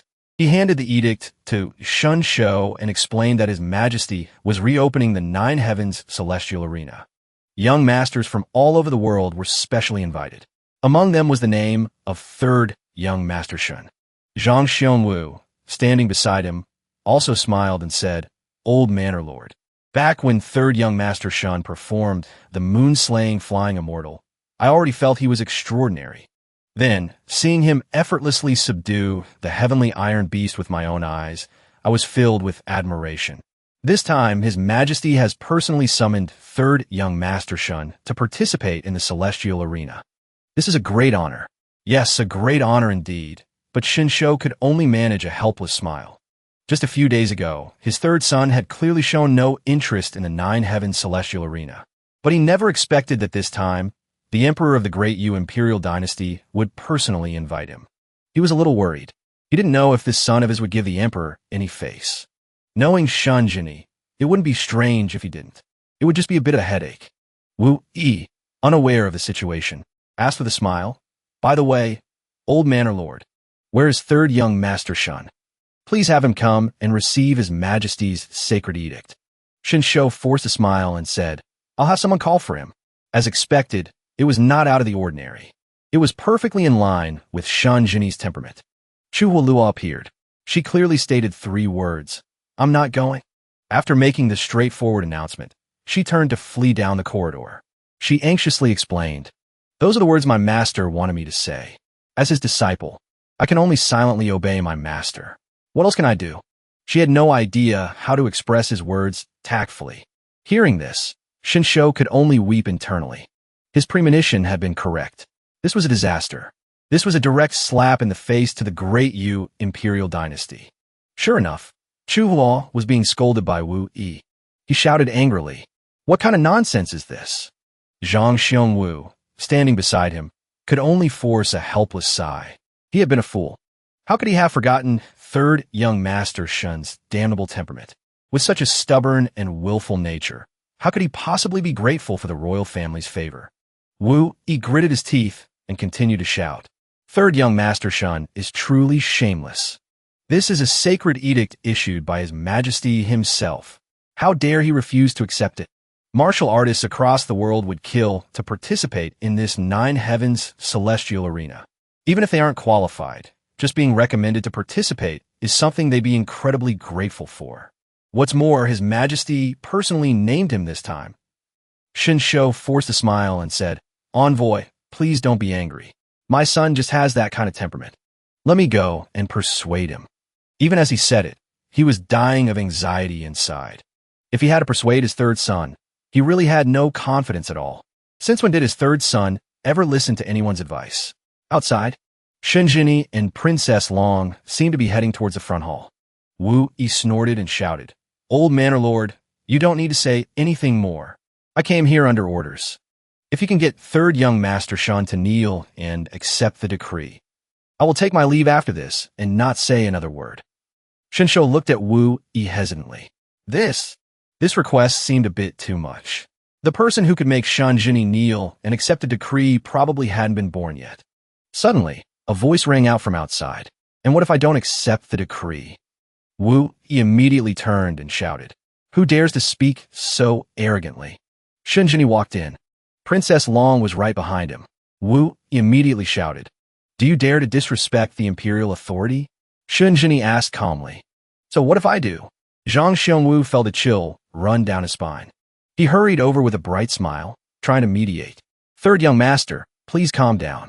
This is a great honor for a martial artist, to be named by His Majesty at the 9 heavens celestial arena. You will surely become famous. In the future, it will also bring great benefits to the Forsaken Swordmanor." Shinjini looked at him. His attitude was slightly gentler than when he faced Wu Yi. He said, "The Forsaken Swordmanor's foundation is not yet stable. Expanding to its current state is already its limit. It cannot take another step forward. Besides, although he didn't know the specific details, Shunjini knew that the 9 heaven celestial arena was not a truly righteous event." Zhang Xiongwu could only feel helpless. Shunjini's words sounded righteous enough, but this was clearly a sign of contempt for the 9 heavens celestial arena. How could he possibly persuade him now? Wu Yi shouted angrily, "You brat! How dare you speak so arrogantly? What skills do you even have? You weren't even qualified to participate in the arena in the first place. His Majesty only gave you a chance because he saw you were young. You truly don't know what's good for you." Shunjini said calmly. "To each their own. Envoy, please." The intention to see him out was clear. Wu Yi was furious but could do nothing. As he passed by Shunjini, he shot him a glare. More accurately, he had been glaring from the moment he walked in until the moment he walked out. He gritted his teeth and warned, "I will, of course, report this matter to His Majesty. At that time, we'll see if your Forsaken Swordmanor can withstand the thunderous wrath of the great Yu imperial dynasty." Wu Yi stormed out. Zhang Xiongwu watched him go and then said, "Third young master, it's my fault. I didn't ask for your opinion first." This man was at least reasonable. He continued, "Since you don't want to go, we can just drop the matter here. As for the imperial court, I will find a way to smooth things over." Shunjini nodded and said, "Then I'll have to trouble emissary Zhang." Zhang Xiongwu smiled and said, "In that case, I'll take my leave first." This man was truly a shrewd and cunning individual. After the man left, Chu Huo cautiously approached Shunjini and asked, "Master, even if you don't think much of the 9 heaven celestial arena, why did you have to offend the royal family?" Chu Hua couldn't figure it out no matter how she thought about it. Shunjini replied, "First, this arena has nothing that I want. Second, that kind of secret realm is not a good place. Using the chaotic secret realm as a reward for cultivation wasn't necessarily a bad thing." However, Shunjini always had a strange feeling about it. The next day, Shunjini received another stack of papers. On the papers, each sheet had a single character written in blood. In order, they read, "Nine Heavens Arena." Shunjini silently looked at the papers. Chu Hua asked curiously, "What does this mean?" Princess Long shook her head. "I don't know. This letter was delivered to the manor early this morning." Juhuru et Galim. Could it be because Master refused the Nine Heavens Arena? So did they send a threatening letter? Shunjini, however, was focused on examining the letters, looking for any clues. He saw a small ink stain beneath the character 49. Shunjini's expression immediately changed. Even his thoughts changed. He suddenly said, "We're going to the Nine Heavens Celestial Arena. We'll set off for the capital tomorrow." Chu Hua forced a smile. She asked awkwardly, "Didn't you say you weren't going, Master? You didn't even go when the Emperor sent an edict for you." Chu Hua would never believe that Shunjini was going just because of this threatening letter. Princess Long also said, "Emissary Zhang has already reported to the court that you are bedridden with illness and have given up on this Nine Heavens Celestial Arena. If you want to go now, I'm afraid it will be very difficult." Shunjini said, "If that's the case, I'll just explain it to them." The more Princess Long heard, the more her worldview became a little blurred. Would an explanation even work for something like this? He made it sound so simple. A few days later, in the capital of the Great Yu Imperial Dynasty, the city was filled with bustling noise. And if you listened to any group of people talking, you could hear the topic of the Nine Heavens Arena. "I heard, young Master Yu, the young sect master of the Central Plains Dao sect, arrived in the capital a few days ago. He even brought a group of beautiful female disciples with him. It's quite attention-grabbing. And Sect Master Zhou Fangzhu of the Green Eye Sect has also arrived. This Nine Heavens Celestial Arena is truly impressive. The first and second mistresses of the Sholi sect seem to have come as well. They haven't appeared in the martial world for over 10 years, but they are still as beautiful as ever. But then again, isn't every arena like this? Masters from all over the world flock here. It's just a pity that most of them are sect masters. I heard that it's not that the sect masters don't want to come, but their sects are adamant about not letting them to avoid life or death situations in the arena. But on the other hand, the peerless masters in these sects are all recluses who have been in seclusion for a long time. Not a single one of them could be persuaded to come." While the people below were discussing everything under the sun, in a private room, Zhang Xiongwu was extremely troubled. He looked at Shunjini. He forced a smile and asked, "Why did you suddenly decide to participate in the Nine Heaven Celestial Arena?" "Third young Master Shun." Shunjini took out the blood-written letters and showed them to Zhang Xiongwu, explaining, "A friend sent me a letter. It seems he's found out something about the inner workings of the Nine Heavens Celestial Arena." Zhang Xiongwu could only force a smile upon hearing this. He smiled on the outside, but thought to himself, "A friend? You haven't even been in the world of 8 desolations for 10 years. Where would you get a friend who knows about the Nine Heavens Celestial Arena?" However, Princess Long actually believed Shunjini's words.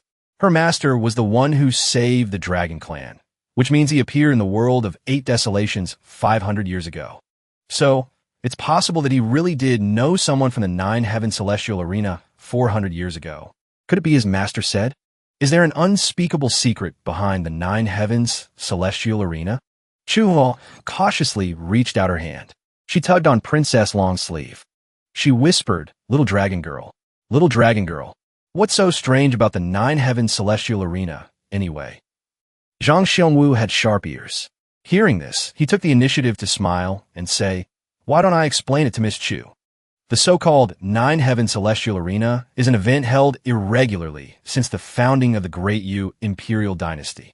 It is the top martial arts tournament for heroes in the world of 8 desolations. Every time the chaotic secret realm opens, there will be a selection at the Nine Heavens Celestial Arena to find the chosen one for the chaotic secret realm. Chu Hulua asked again, "And what is the chaotic secret realm?" Princess Long hesitated and said, According to legend, it's the most mysterious place in the world of 8 desolations. It's also a place for cultivating peerless martial arts. In ancient times, someone successfully cultivated in the chaotic secret realm and shattered the void. Zhang Xiongwu nodded in agreement. The princess is correct. Martial artists all over the world spend their entire lives pursuing cultivation in the chaotic secret realm. And the Nine Heavens Celestial Arena is the only opportunity to enter. But Shunjini coldly refuted it. Baseless nonsense. It's true that someone successfully cultivated in the chaotic secret realm, but the rest is likely a lie. In this world, the path to liberation is the moon-slaying, flying immortal.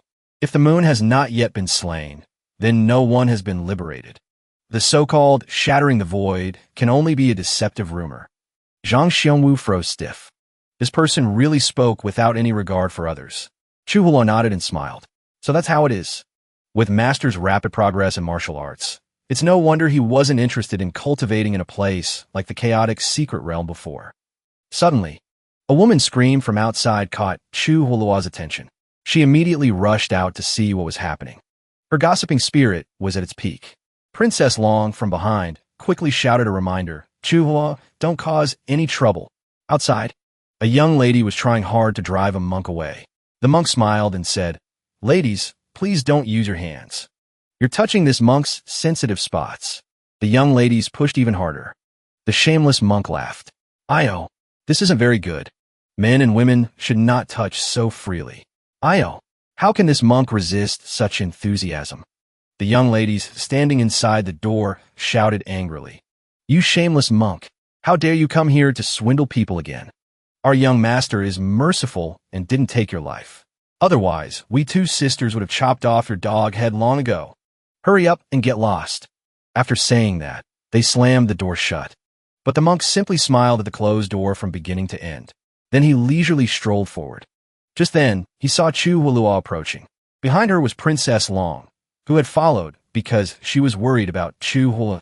And so, the monk put on a cheerful expression. He approached the two of them.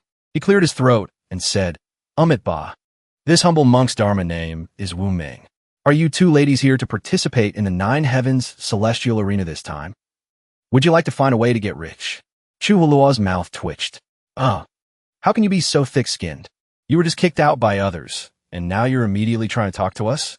Do you really have no psychological barriers at all? The monk smiled brightly. You flatter me, young lady. Princess Long stood in front of Chu Hulua and said, My master rarely interacts with outsiders.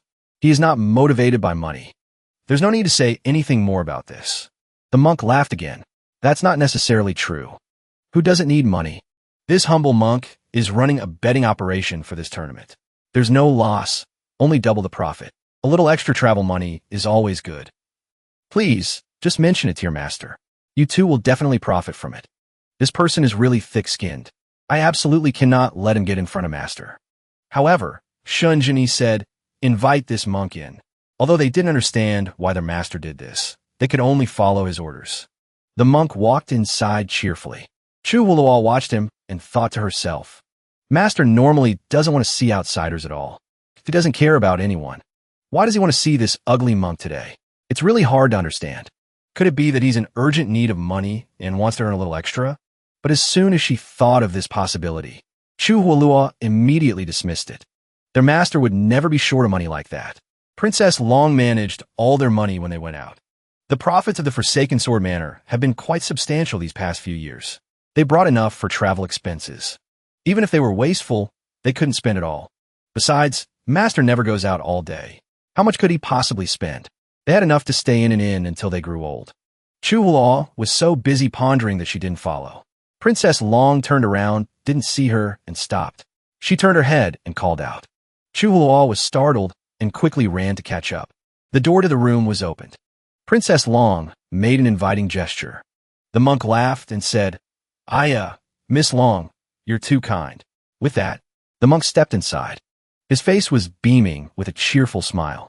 But as soon as he saw the person inside, a look of surprise appeared on his face. He walked over and asked, Could you be the famous third young mastership from the south? This little monk actually recognized their master. Princess Long was a little surprised. Shunjini looked at the monk. He introduced himself first. I am Shunjini of the Forsaken Sword Manor. The monk laughed and said, Third young master Shun, you truly hide your skills well. With such a cultivation level, even if you were to compete for the top spot in the nine-heaven celestial arena, you might not necessarily have a chance. He then lamented, the world is ignorant and doesn't know. Shunjini smiled and asked, aren't you the same, great master? The monk rubbed his bald head and laughed heartily. Third young master Shun, you jest. This humble monk is a man of the cloth. Fame and fortune are like trash to me.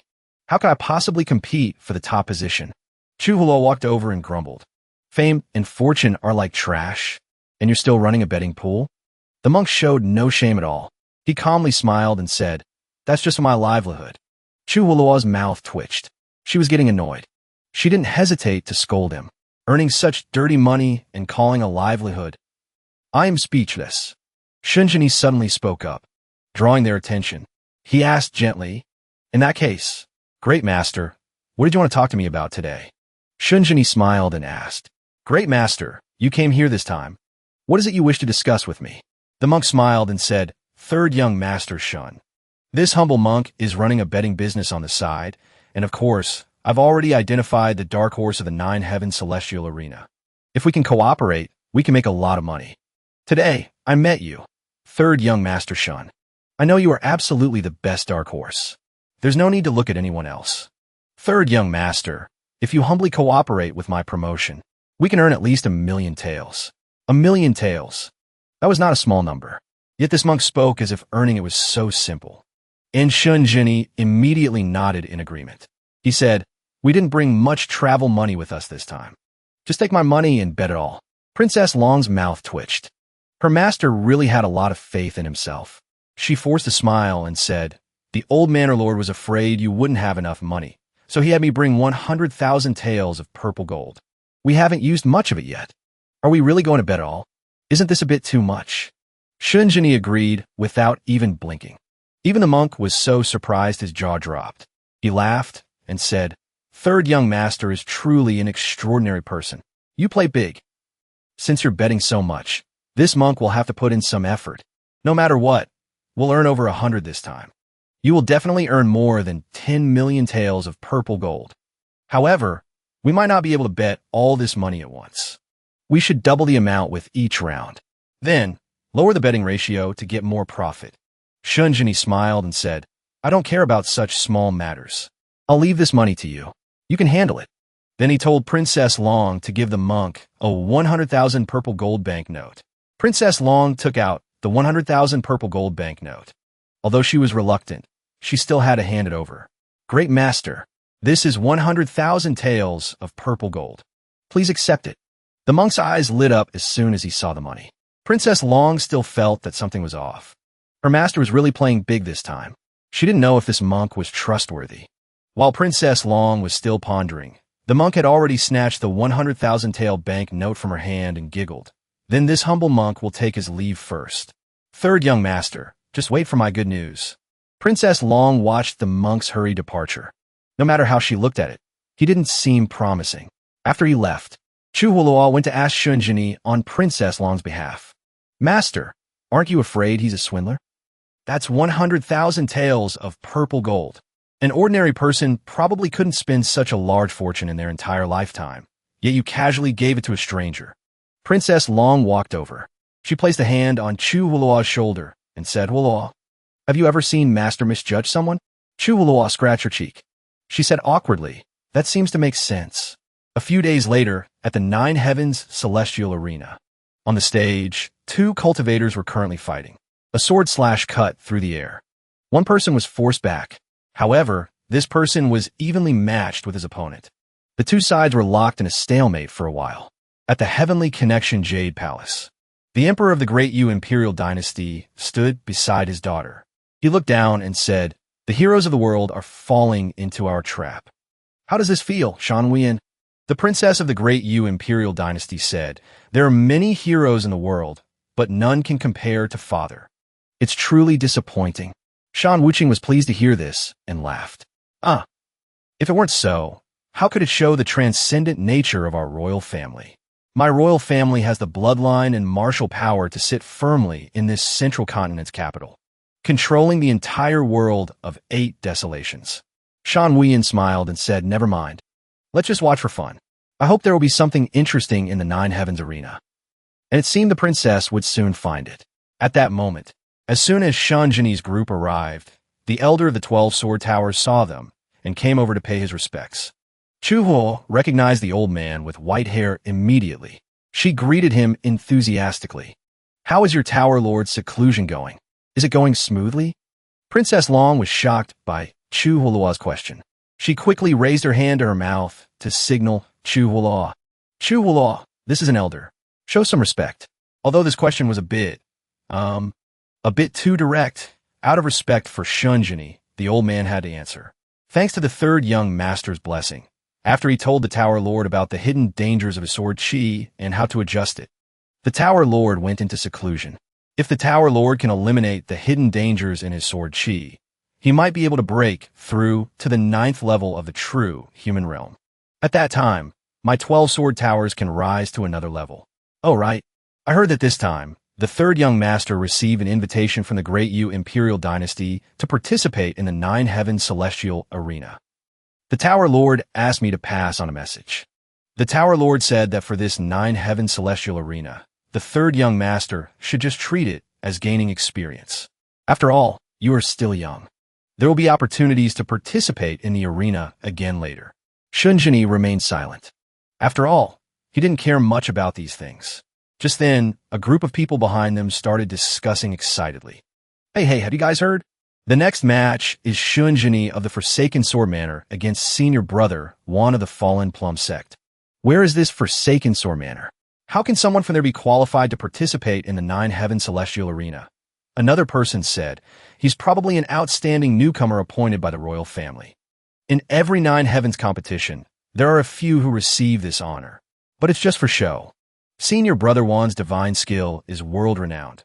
He has already mastered the ultimate technique, 3,000 fallen plums. This newcomer is unlucky to meet him in the first round. The other person said, "Isn't that right? Senior Brother Wan is a good person. He'll probably go easy on him. After all, how many of the outstanding newcomers invited to this arena can pass the first round?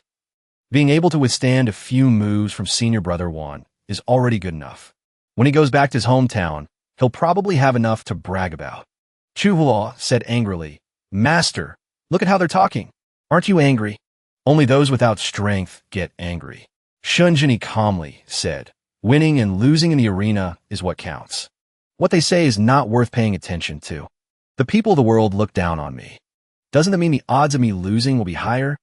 This time, we will definitely make a lot of money." Shun Jinni smiled. Chu Huo was speechless. She only dared to think it, not say it. "Master, an ordinary person wouldn't care about money like this." Soon, the first battle began. The voice of the arena announcer rang out. "Please welcome Shun Jinni of the Forsaken Sword Manor and Elder Wan Xuanzhou of the Fallen Plum Sect." Elder Wan Xuanzhou looked at the person who had just stepped onto the stage. His eyes were calm. He must be very confident in himself, but only for now. The old man smiled and said, "Young man, it is an honor for you to be invited to the Nine Heavens Celestial Arena this time. Later, I will go easy on you. I won't embarrass you." Shun Jinni smiled and said, "It's rare for Senior Wan to have such good intentions. In that case, I will also go easy on you later to show you some respect." Wan Xuanzhou frowned. He was clearly offended by Shun Jinni's words. Old people really can't stand being looked down upon by others, even though he himself was looking down on the other person. He said, "Young man, don't be so arrogant. Then, on this stage, let's see how you go easy on me. Make your move."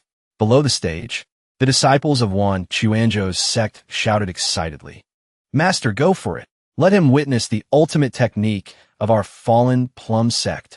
Shun Jinni said nothing. He just took out his weapon. It was a sword that looked both ordinary and extraordinary. Sword intent surrounded the blade, emitting a faint blue light. Shun Jinni twirled the sword in his hand. Then he charged forward with a simple move. This was the introductory sword move of the 8th cultivation world, Heavenly Plume. Wan Xuanzhou felt extremely annoyed upon seeing this. This kid is really pushing it. He's just someone invited by the royal family.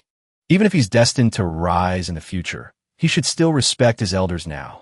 Wan Xuanzhou tightened his grip on the sword in his hand. He unleashed his sect's ultimate technique. He had no idea that it was just as Shunjini had said. He was giving this old man a lot of face.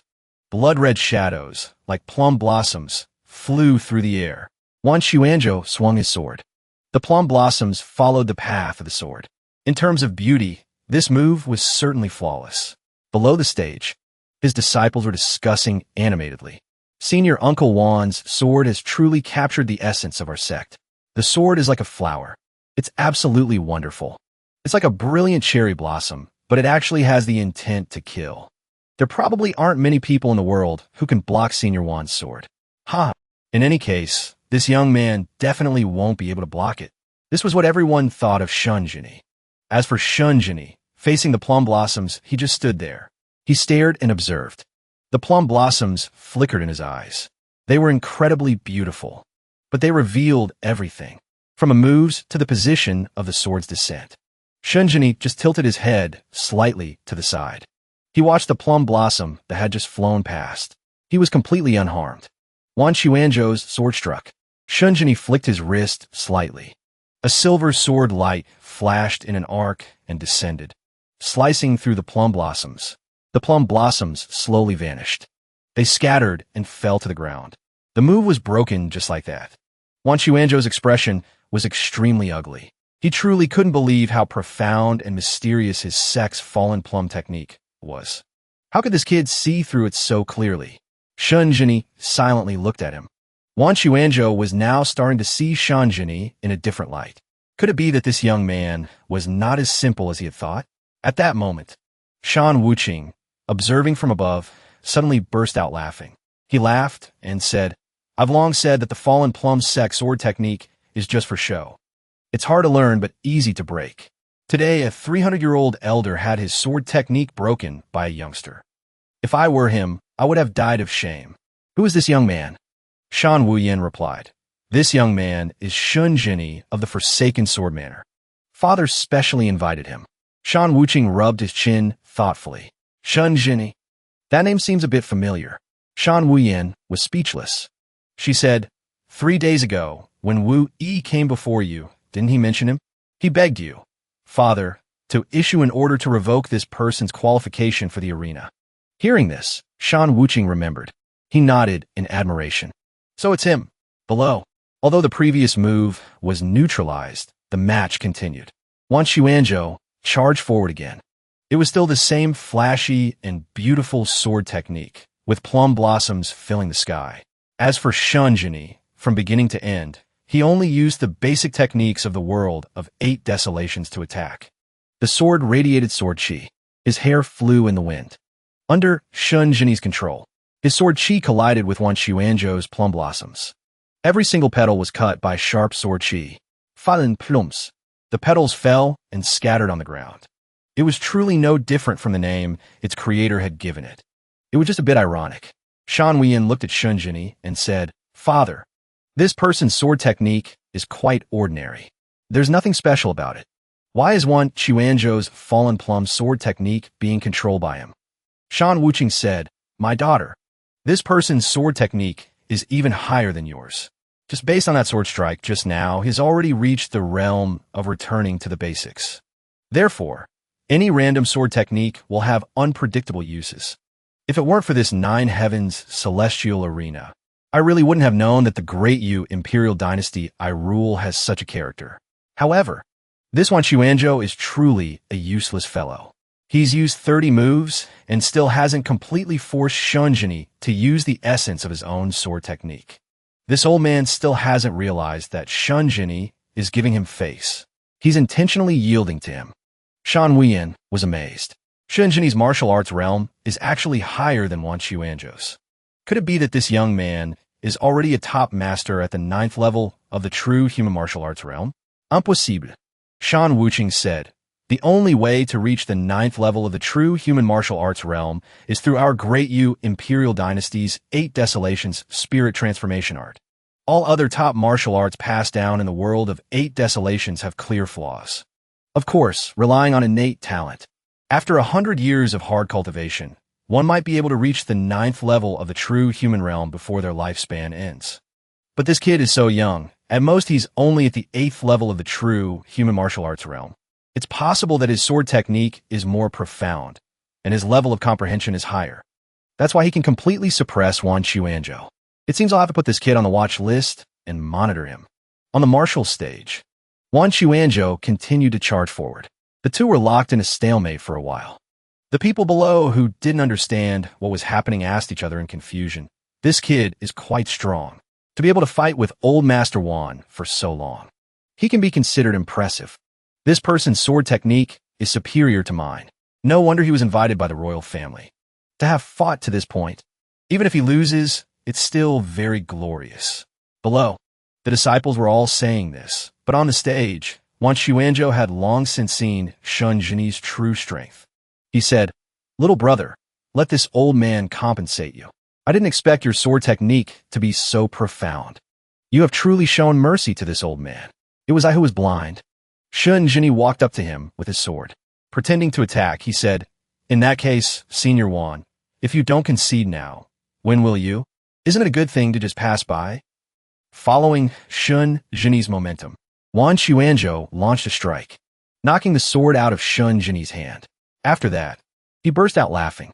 With his back to Shun Zhenyi, he said, "Third young master Shun's sword technique is indeed profound. This old man is getting old. My stamina is not enough. It's a pity I can't fight another 300 rounds with you. I concede this match." Below, everyone was stunned, especially those from the Plum sect. Seeing Wan Chuanzhou concede, they sighed and said to each other, "Old Senior Wan has an old injury. This Shun Zhenyi doesn't know any etiquette. Senior Wan's sword technique is still superior to Shun Zhenyi's. He only conceded because his old injury flared up." It's true. It seems his old injury is really serious this year. Shun Zhenyi's two little followers were furious when they heard this. That old man is injured, so should Master just concede? This nine-heaven celestial arena doesn't need to be a competition anymore. Just count who is older, and that person's injuries will be more severe. Then just let that person take first place. Princess Long was also extremely annoyed. She said, "Master definitely went easy on him from the start. Otherwise, that old man would have been knocked off the stage in just a few moves. Where to get the chance to show off for so long?" Just as she finished speaking, the main character of the story, Shun Zhenyi, stepped down from the stage. Princess Long and Chu Huoluo immediately ran over to him. Just then, the monk's laughter rang out. "Ah, young Master Shun is truly a genius. I thought Wan Chuanzhou would win this match. No matter what, the payout ratio has increased a bit. Even if I slandered you, it was useless. I didn't expect third young Master Shun to understand how to fight in the arena without a teacher. He also gave Wan Chuanzhou face, giving us a chance to make money. If so, the total profit might be even higher than previously expected." Chu Huoluo walked over and smiled, asking, "Monk, when did you get here? Then tell me, how much purple gold has my master earned?" The monk beckoned to Chu Huoluo. Then he held up 6 fingers and smiled. "This time we've doubled our money. Third young Master Shun bet 100,000 taels of purple gold. Just winning this match has earned us 140,000. Now I have over 240,000 in my hands." After hearing this, Chu Huoluo couldn't help but laugh heartily along with a money-grubbing monk. After all, it was a lot of money. The monk laughed. "Ah, there will probably be even more money later. In the future, I'll have to ask third young Master Shun not to use his full strength. Just going easy on them a little is enough. Just like today is the best." The monk winked at Shun Zhenyi. Shun Zhenyi just smiled and didn't reply. That night, in the Imperial Palace, Shan Weiyan had searched for some documents about Shun Zhenyi's life since he arrived here. 10 years ago, this person flew here from the land of 9 netherworlds after slaying the moon, with the cultivation of a first-level true human realm expert, and won the Imperial Court's enfeoffment ceremony. After that, he went through the events of the Purple Flame Sect, Moon Worship Cult, Sky-Piercing City, Ninefold Heavens, and Dragon Wasteland Prefecture. Now, in one go, he has advanced to the 8th level of the true human realm. This progress is truly unbelievable. Could it be that all Moonslayers have such talent? Little sister, that's not the right way to put it, because only my brother has such talent. She turned and asked the person standing in the corner of the room, Master Mu, "What do you think of this matter?" Master Mu replied, "The moon-slaying flying immortal is not an easy feat. It requires great perseverance and determination. A person like this, no matter where they are, as long as they are given enough time and space, they will be able to achieve great things. Shan Wuyan asked again. They're both Moonslayers who came here. Master Mu, why is your evaluation of this Shunjini so high? Master Mu replied, no. If Shunjini had come here after slaying the moon 100 years ago, there might still be many people who would have a high opinion of his future. But now it's a bit too idle. As he spoke, he walked toward Shan Wuyan. This person was Mu Shou, a close guard of the royal family, a person from the land of 9 netherworlds. He also came here through the moon-slaying flying immortal. Shan Wuyan asked doubtfully, what do you mean, master? Mu Shou said, advancing in realms requires the accumulation of comprehension, true qi, and time. Many people may not be able to advance even 1 level in 100 years of hard cultivation. This person has advanced 7 levels in just a few decades, which is a lot. Not to mention the speed of accumulating true qi. Just the threshold of comprehending the martial arts bottleneck. Relying on the meager foundation of the forsaken swordmanner, it's impossible to overcome. Princess, you relied on some heavenly treasures. The guidance of famous masters, plus your outstanding talent, to break through to the 8th level of the true human realm in 10 years. Today, on the arena, this Shunjini's strength is even greater than yours. The actual situation is very strange, in my opinion, unless... Shan Wuyan smiled after hearing this. If that's the case, Master Mu, please help me investigate his talent. Mu Shou clasped his hands and said. Then he fell silent again. Shan Wuyan glanced at Mu Shou. Then she stood up and said, today let me see if you can withstand a single sword strike from Master Mu. If you die, it proves that Father misjudged you. You can't blame me for that. The bright moon hung high in the sky. As it happened, Chu Hua and Princess Long passed by the resting place of some young master who was participating in the competition on their way back. As they passed by, they heard a group of people cheering. Congratulations to young Master Yu for passing the first round of the arena. Young Master Yu met such a seasoned opponent in the first round and was still able to defeat him easily. As expected of a young hero, Chu Hua frowned and grumbled, truly without any promise. Winning just 1 match and being so happy about it. Not as calm as Master. Princess Long was speechless. Their master had already reached a higher realm. How could he be compared to these people? Speaking of Shunjini, Chu Hua squinted and looked up at his room. A dim light was emanating from it. Shunjini sat cross-legged on the bed, continuing his cultivation. Chu Hua asked, what do you think? Why is Master working so hard? Master's sword path has already far surpassed that of ordinary people. Reaching the pinnacle in the future is already enough. Why does he have to be so tired? Princess Long said, you once told me that back in a land of 9 netherworlds, Master was already invincible, yet he never slacked off. He progressed for 100 years until he achieved the moon-slaying, flying immortal. Juhulu not dead. That's right. I really don't know what the world beyond the world of 8 desolations is like. Princess Long said, you're lucky. At least you've experienced the moon-slaying, flying immortal. I don't even know what that looks like. Juhulu Punda. The moon-slaying, flying immortal. An image appeared in her hazy memory, besides the spectacular battle between her master and Master 5 swords, and the ultimate sword strike that slew the moon. What else was there? She couldn't remember clearly at all. Everything was as hazy as a dream. It was like waking up from a long sleep. The next day, the world had changed. There was no special feeling. Princess Long murmured, is that so? I really want to know how exciting the moon-slaying flying immortal is. In the room, Shunjini successfully completed his cultivation. He slowly opened his eyes. Mu Shou had just entered and smiled. This shadow evasion technique is indeed a miraculous and profound lightness skill. I just don't know which shadow guard of the Great Yu Imperial Dynasty is here. Please show yourself. Mu Shou said, just a small guess from the land of 9 netherworlds, yet you know the shadow evasion technique. You know about the shadow guards of the Great Yu Imperial Dynasty. Your knowledge seems to be quite extensive. Therefore, he didn't hide much. He directly announced his name.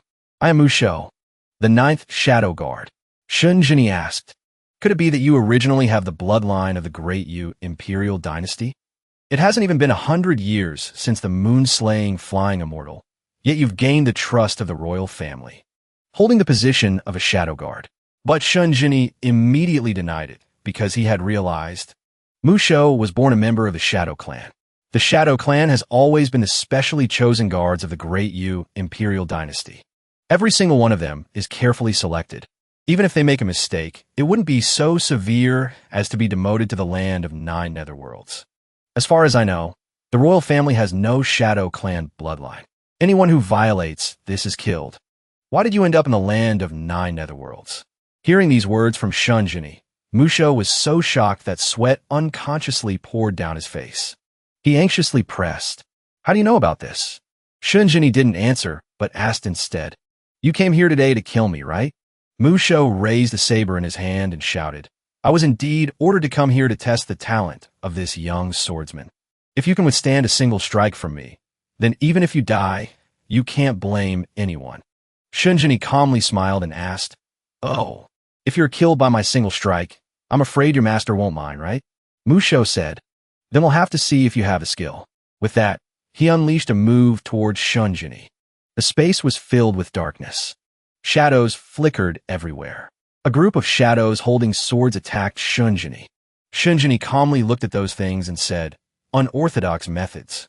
To have cultivated to this point is somewhat interesting. It's just a pity that you can no longer hope for the sword path." After speaking, he glared. A sharp sword chi shot out from his eyes. Is he not planning to hide his strength or something? Those shadows were all sent flying by Shunjini's sword chi. Musho looked at Shunjini in horror. He had never met him before, but this person's eyes held a terrifying light. It seems this person's ability to defeat one Chuanzhou on the arena was not just for show. Musho said, "I didn't expect you to have already cultivated to the point of internalizing your true chi, the realm of martial arts. But it won't be easy for you to break my shadow sword." The shadows that seemed to have dissipated once again reformed. Their momentum was even greater than the first time, more exaggerated. They all rushed towards Shunjini.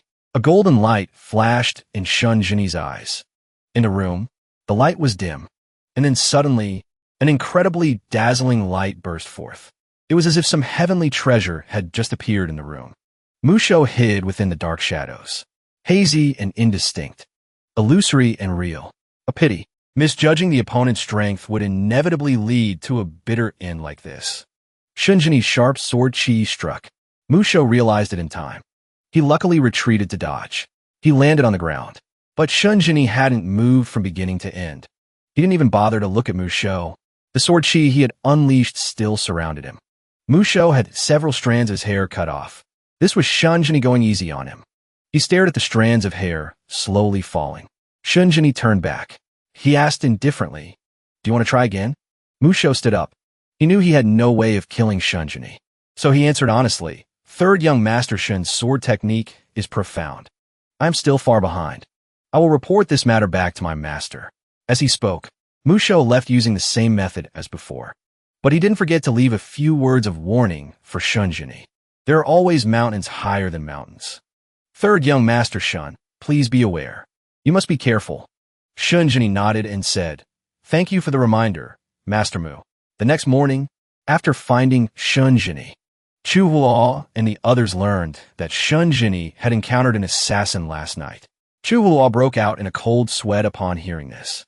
Why was there a sudden assassination attempt? Princess Long ran over. She kicked Chu Huo aside. She asked anxiously, "Master, such a major assassination attempt happened last night. Why didn't you tell us?" Although she was also worried about her master, pushing someone aside like that was a bit too much. Chu Huo scrambled to her feet.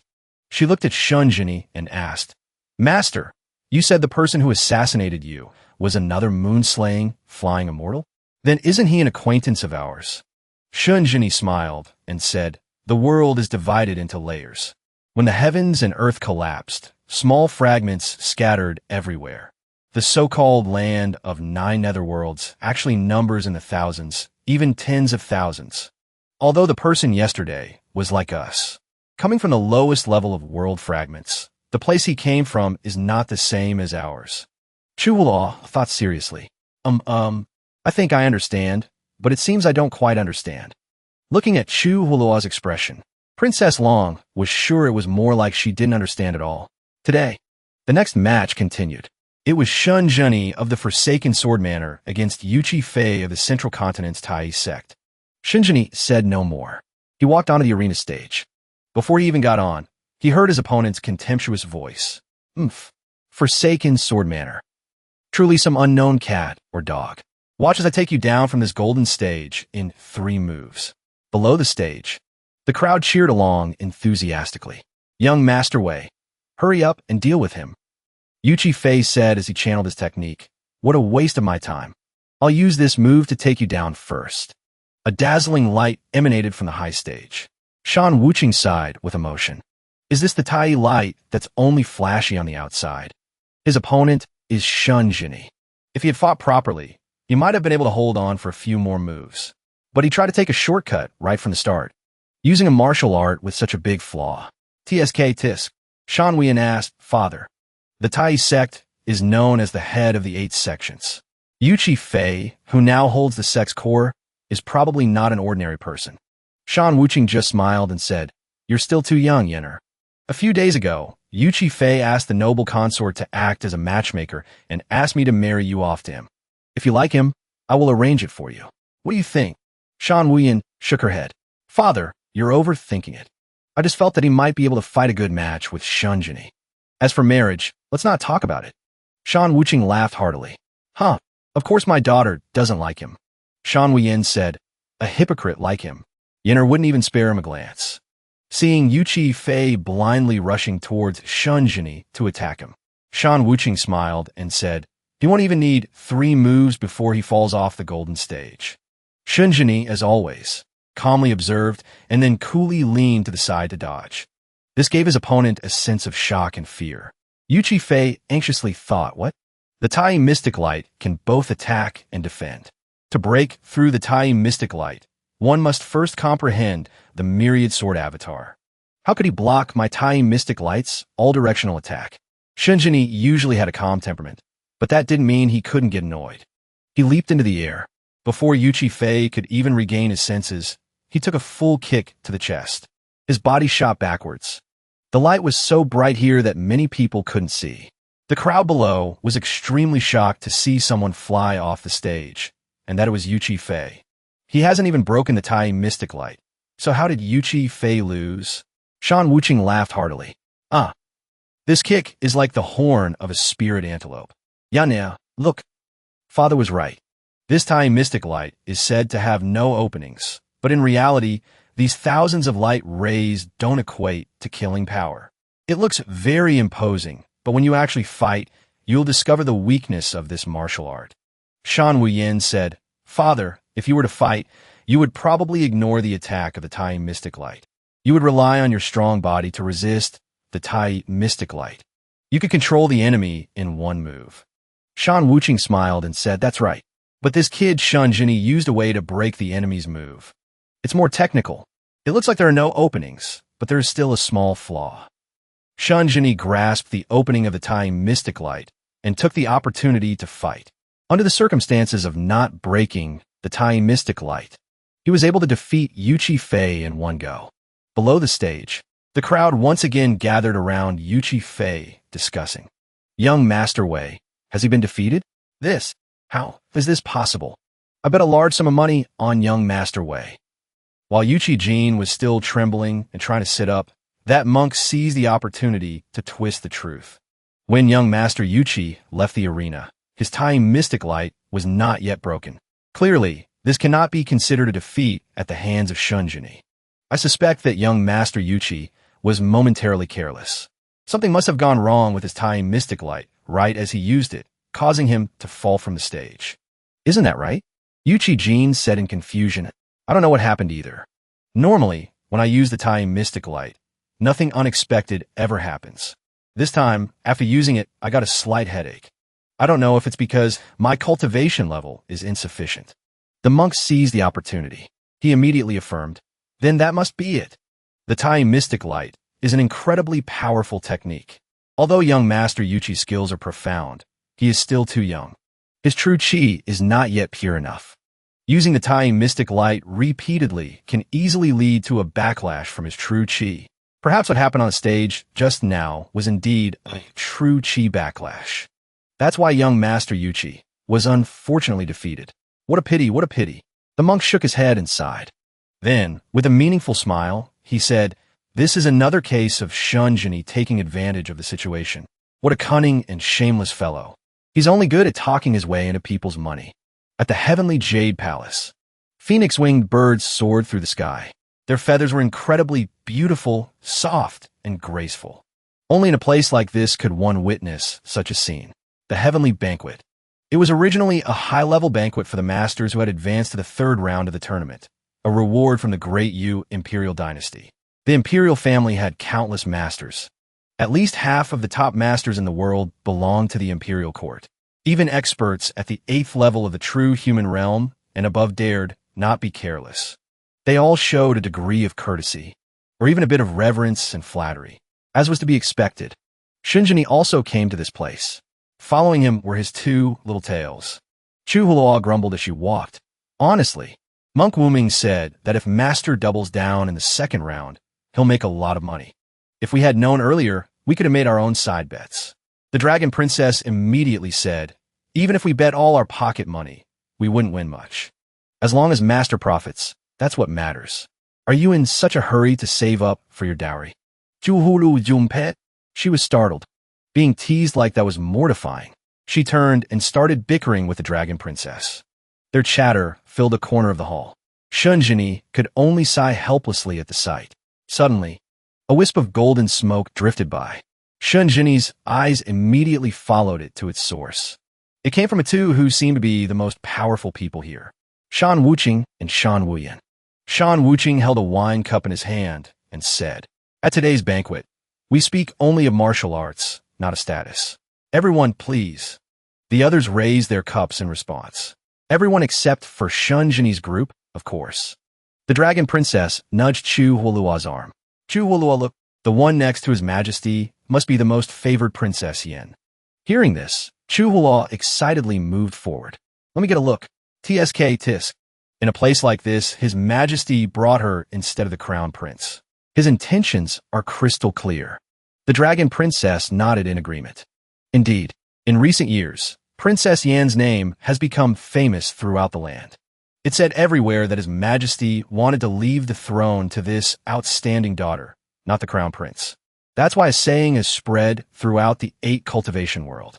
He who wins Princess Yin wins the world. And that saying is most likely to come true with Shunjini. It's just a pity he himself has no interest. Shan Wuqing looked towards Shunjini. He whispered to Shan Wuyan, "Yinner. This person is Shunjini. He is no ordinary man. Third young Master Shun's reputation is well-deserved." Shan Wuyan said, "This man is elegant and refined. He has talent. He doesn't seem like a martial arts practitioner. It's quite surprising. You can only see it when you look closely." Shan Wuqing turned to her and asked with a smile, "What do you think of this man?" Shan Wuyan pondered for a moment before replying. His sword chi is profound, calm, and unrestrained. He has the bearing of a great master.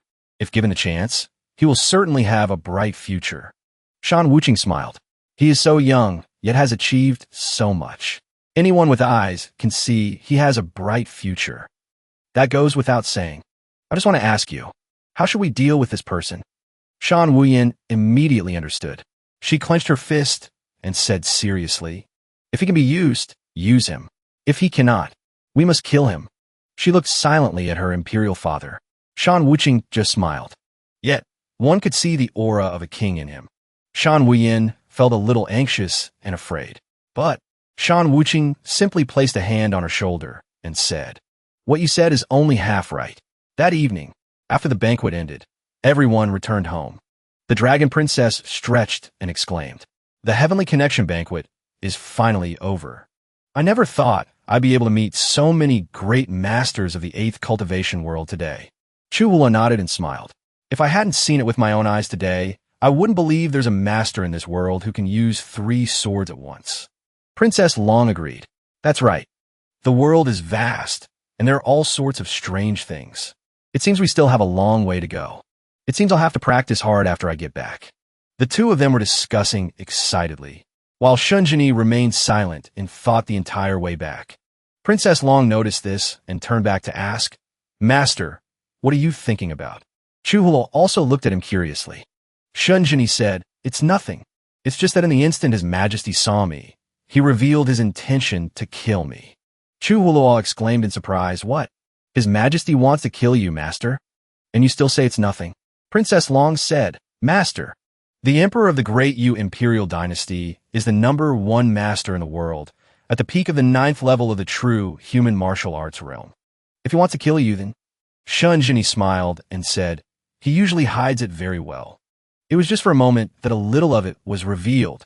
Shunjini spoke so casually, as if he could take on that Shan Wuqing with one eye closed. As for Shan Wuyin, she naturally had no hostile attitude towards him. After hearing this, Chuhuo, from who knows where, pulled out a pair of sunglasses. She concluded mysteriously, Could it be that because the princess has taken a liking to you, Master, it has angered His Majesty, so he wants to kill you to vent his anger? Wow. Shunjini was speechless. He was stunned for a few seconds after hearing that. This disciple of his really knew how to make him speechless. Shunjini walked over. He patted Chu Huolua's head and smiled. You're talking nonsense.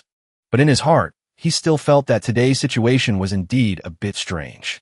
As the royal family of the world of 8 desolations, it wasn't strange for them to worry that the rise of individuals would affect their power, but the current royal family already controlled the resources of the 8th cultivation world. They had countless resources. Logically, they shouldn't be afraid. If they were afraid of the rise of martial artists, why would they hold the 9 heavens celestial arena? All right, let's hurry back. Your cultivation for today isn't finished yet, Shunjini said with a smile. Chu Huolua was stunned. She looked at him and asked, No way, Master. We still have to cultivate today. Shunjini said, I just heard you clearly say that you would practice hard after you get back. Chu Huolua said again, But today isn't a special situation. Princess Long, walking ahead, reminded Chu, Don't struggle. Let's go back and cultivate. After all, there was no point in struggling. The next day, at Shunjini's resting place, it was just morning, and Chu Huolua already had a very dissatisfied and annoyed expression on her face. Her hair hadn't even been combed yet. It was a mess. No matter how you looked at it, it was funny. But what was even more outrageous was that Wu Meng kept jumping around, looking at her, and holding back his laughter. Chu Huolua said angrily, If you want to laugh, just laugh. And so, Wu Meng laughed until his whole body shook. He laughed and said, Miss Chu, your hairstyle is killing me. At this moment, Princess Long walked in from outside and smiled. I'm sorry to have made a fool of myself in front of you, great master. Huolua just stayed up all night to finish yesterday's cultivation. She's a little tired now. After hearing this, Wu Meng gave a thumbs up. He praised her happily. So that's how it is. What a diligent young lady. Your spirit of cultivation makes this humble monk admire you greatly. Shunjini said as he sipped his tea. Get to the point. Wu Meng rubbed his bald head and said, Sorry, I almost forgot the main point. The results of a draw for today's arena match are out. Chu Huolua asked excitedly, How is it? How is it? Who is Master's opponent this round? Wu Meng smiled and replied, I'm afraid I'll have to disappoint Miss Chu. Third young Master Shun is truly a lucky person. This arena match is a bye. Shunjini placed his teacup back on the saucer. He smiled faintly. Wu Meng said, Now outsiders have given young Master Shun a nickname. It's Lucky Fellow. As he spoke, he rubbed his 2 fingertips together. This time, this humble monk doesn't have to worry that the betting odds for third young Master Shun won't increase. The 5th day of the 9 heavens competition. Another day, and that group of people was noisy again. I heard that today's match features the Poison Lord, Wan Shenwang. He's the strongest person to have become famous in the last 300 years. I heard he always uses strange poisons. He had a fortuitous encounter and cultivated a body of poison skills that terrifies many people. His poison lotus dark cicada can take a person's life within 10 zhong as easily as turning over one's hand. I heard that he once single-handedly destroyed tens of thousands of brave cavalrymen with his poison skills. He didn't even fight fiercely, just a light brush past. And those true human realm cavalrymen died without even knowing how. He can be said to be a top master of the world of 8 desolations. He has the heaviest hand in slaughter. He's also one of the most terrifying people. Shunjini is unlucky for 8 lifetimes to meet him. It's better to concede early. Otherwise, even if he doesn't die, he'll be bedridden for a few months. Wu Ming suddenly dropped to his knees. Those people were still discussing excitedly. They said Shunjini's foundation was not as good as others. If he insisted on not conceding, he might not even have a place to be buried when he died. That's right. If his true chi can't suppress the poison lord won't even have time to get the antidote. Wu Ming, without any regard for his dignity, knelt on the ground and cried out, "Third young master, you absolutely must not be foolish. This poison lord is ferocious. Absolutely do not fight him." Then, very professionally, he pulled an onion out of his sleeve. He took a bite of the onion, and tears streamed down his face in 2 rows. He wailed loudly, "If you lose to others, you just lose. If you lose to this person, you lose your life." He cried very dramatically. Chu Huoluo watched, feeling helpless for him. This guy could really do anything. Princess Long, beside him, just smiled secretly. The others who saw this scene whispered to each other, "What a loyal servant." Strongly advising him is the only way to save his life. It's just a pity that this Shunjini is young and arrogant. He won't listen to this monk. Shunjini is sure to lose this match. I wonder if he'll even be able to keep his life. The effect was quite good. Shunjini turned and smiled at Wu Ming, who was hugging his leg and crying. "All right, I'm going on stage first." Wu Ming cooperated perfectly. He weakly reached out towards Shunjini and said, "Third young master. Don't be rash. Third young master." Seeing Wu Ming crying like that, Chu Huoluo felt embarrassed for him. She went up to him and whispered, "Monk, you're overacting a bit." Wu Ming immediately stopped crying. He giggled and explained, "Miss Chu, you don't understand. By making such a scene, everyone who bet on the third young master to win will give up. Now everyone is betting on the poison lord, Wan Shenwang." Those people still didn't know anything. They were still hoping to make a lot of money. Wan Shenwang walked up. He looked at Shunjini and smiled. "Handsome, if you value your life, you should give up early. After the top 16, you'll already have the qualification to go to the chaotic secret realm. Why do you want to seek death here?" Shunjini smiled calmly. "Poison Lord, just make your move. I can handle it all." Wan Shenwang gave a cold smile. "Braggart, under my poison lotus dark cicada, I don't know how many famous masters have died. A junior like you who has ascended by slaying the moon for less than 10 years. How many levels of my power can you withstand?" Shunjini calmly said, "Your poison lotus dark cicada's power has greatly increased because you obtained the In Luo white lotus. It's just that you can't control this poison yourself, and it has even affected your temperament. You are capricious and moody. Your temperament is violent. How long have you had the In Luo white lotus? How many people have you killed?" Wan Shenwang smirked. "If not 10,000, then at least 1,000. Who cares about that?" Shunjini frowned. "But some were innocent. People who are not proficient in martial arts. Women, the elderly, and the weak." Wan Shenwang threw his head back and laughed loudly. "I've already killed them. Why should I care if they're innocent or not? Whether they have martial arts or not has nothing to do with me. Today, I'm in a bad mood. I've already killed the people of an entire town. Why should I care?" Wu Ming clasped his hands together and said, "Umipa." And Shunjini clearly had no intention of showing mercy or sparing this man's life. He said, "Then good. You can die in peace." The poison lotus dark cicada was originally a technique. It was the only martial art of the poison lord in the world of 8 desolations. Cultivating it required using the most poisonous things in the world until every muscle and hair on the body was more poisonous than the most poisonous thing. And the In Luo white lotus was said to grow in the lake of the underworld. It accumulated tens of thousands of corpse poisons. It was known as the sacred product of poison. And Wan Shenwang, when he was young, obtained this item by a fortunate coincidence. From then on, his strength increased, and he became a grandmaster of a region. He made the martial artists of the world tremble at the mere mention of his name. And this man, after hearing Shunjini say he was ready to die, laughed loudly. He had been at the top for too long. He didn't think a junior could kill him. He covered his mouth and laughed. "Hey kid, by the time the grass on your grave grows long, I still won't be dead. Since you've spoken so arrogantly, be prepared to accept a pitiful result. Dark cicada, poison mist." As he spoke, he released a deadly poison towards Shunjini to use his ultimate move right from the start. It seems Wan Shenwang really wanted to kill third young Master Shen.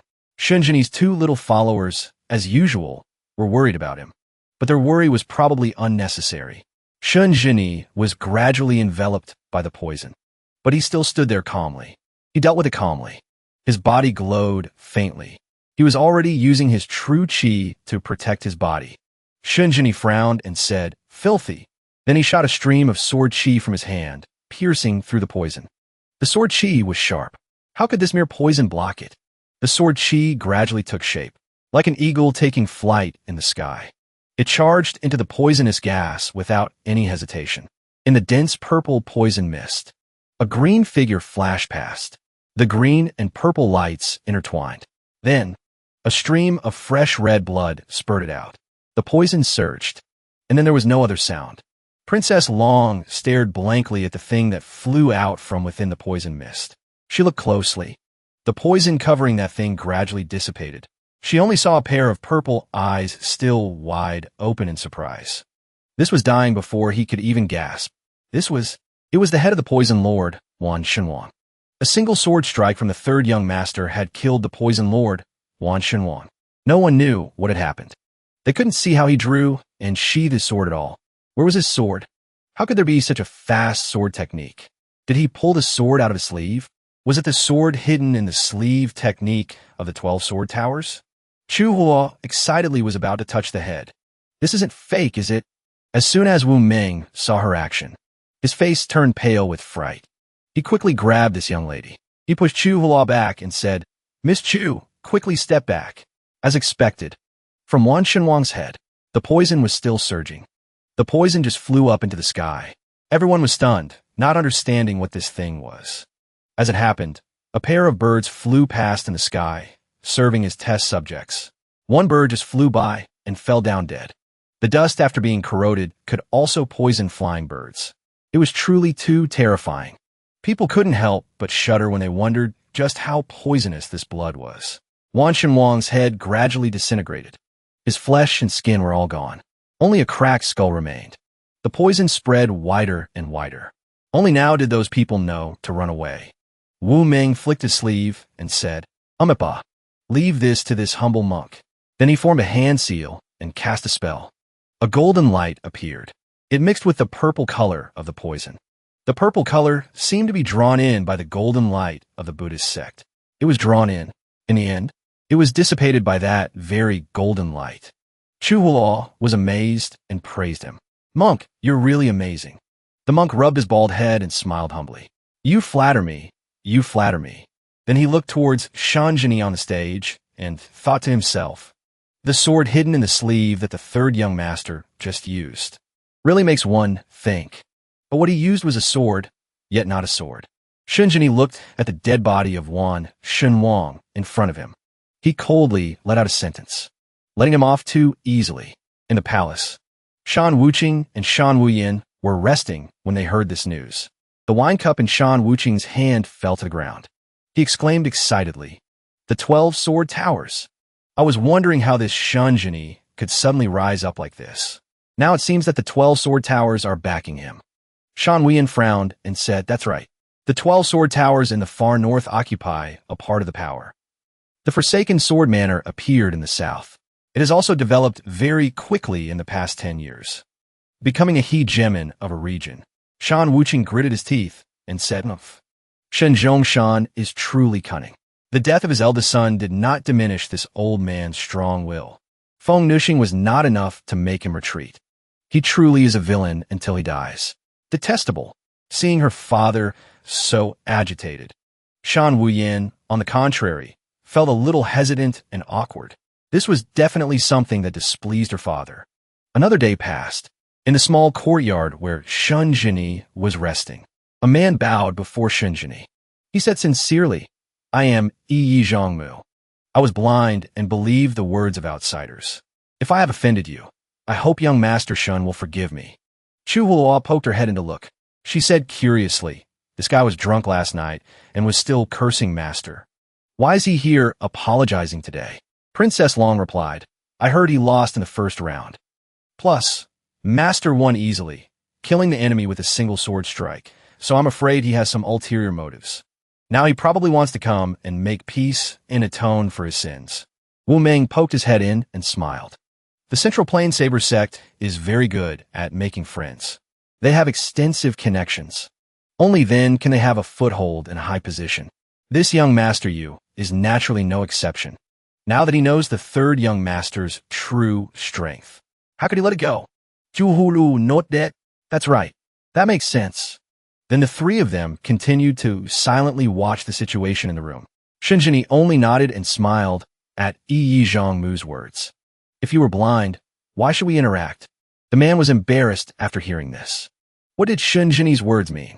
Was he angry or not? He sounded angry, but his expression was so calm. He thought for a moment.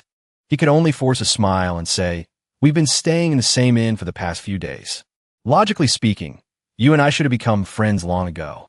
I came today to invite third young master Shun to be a guest at my Central Plain Saber sect after the Nine Heaven Celestial Arena ends.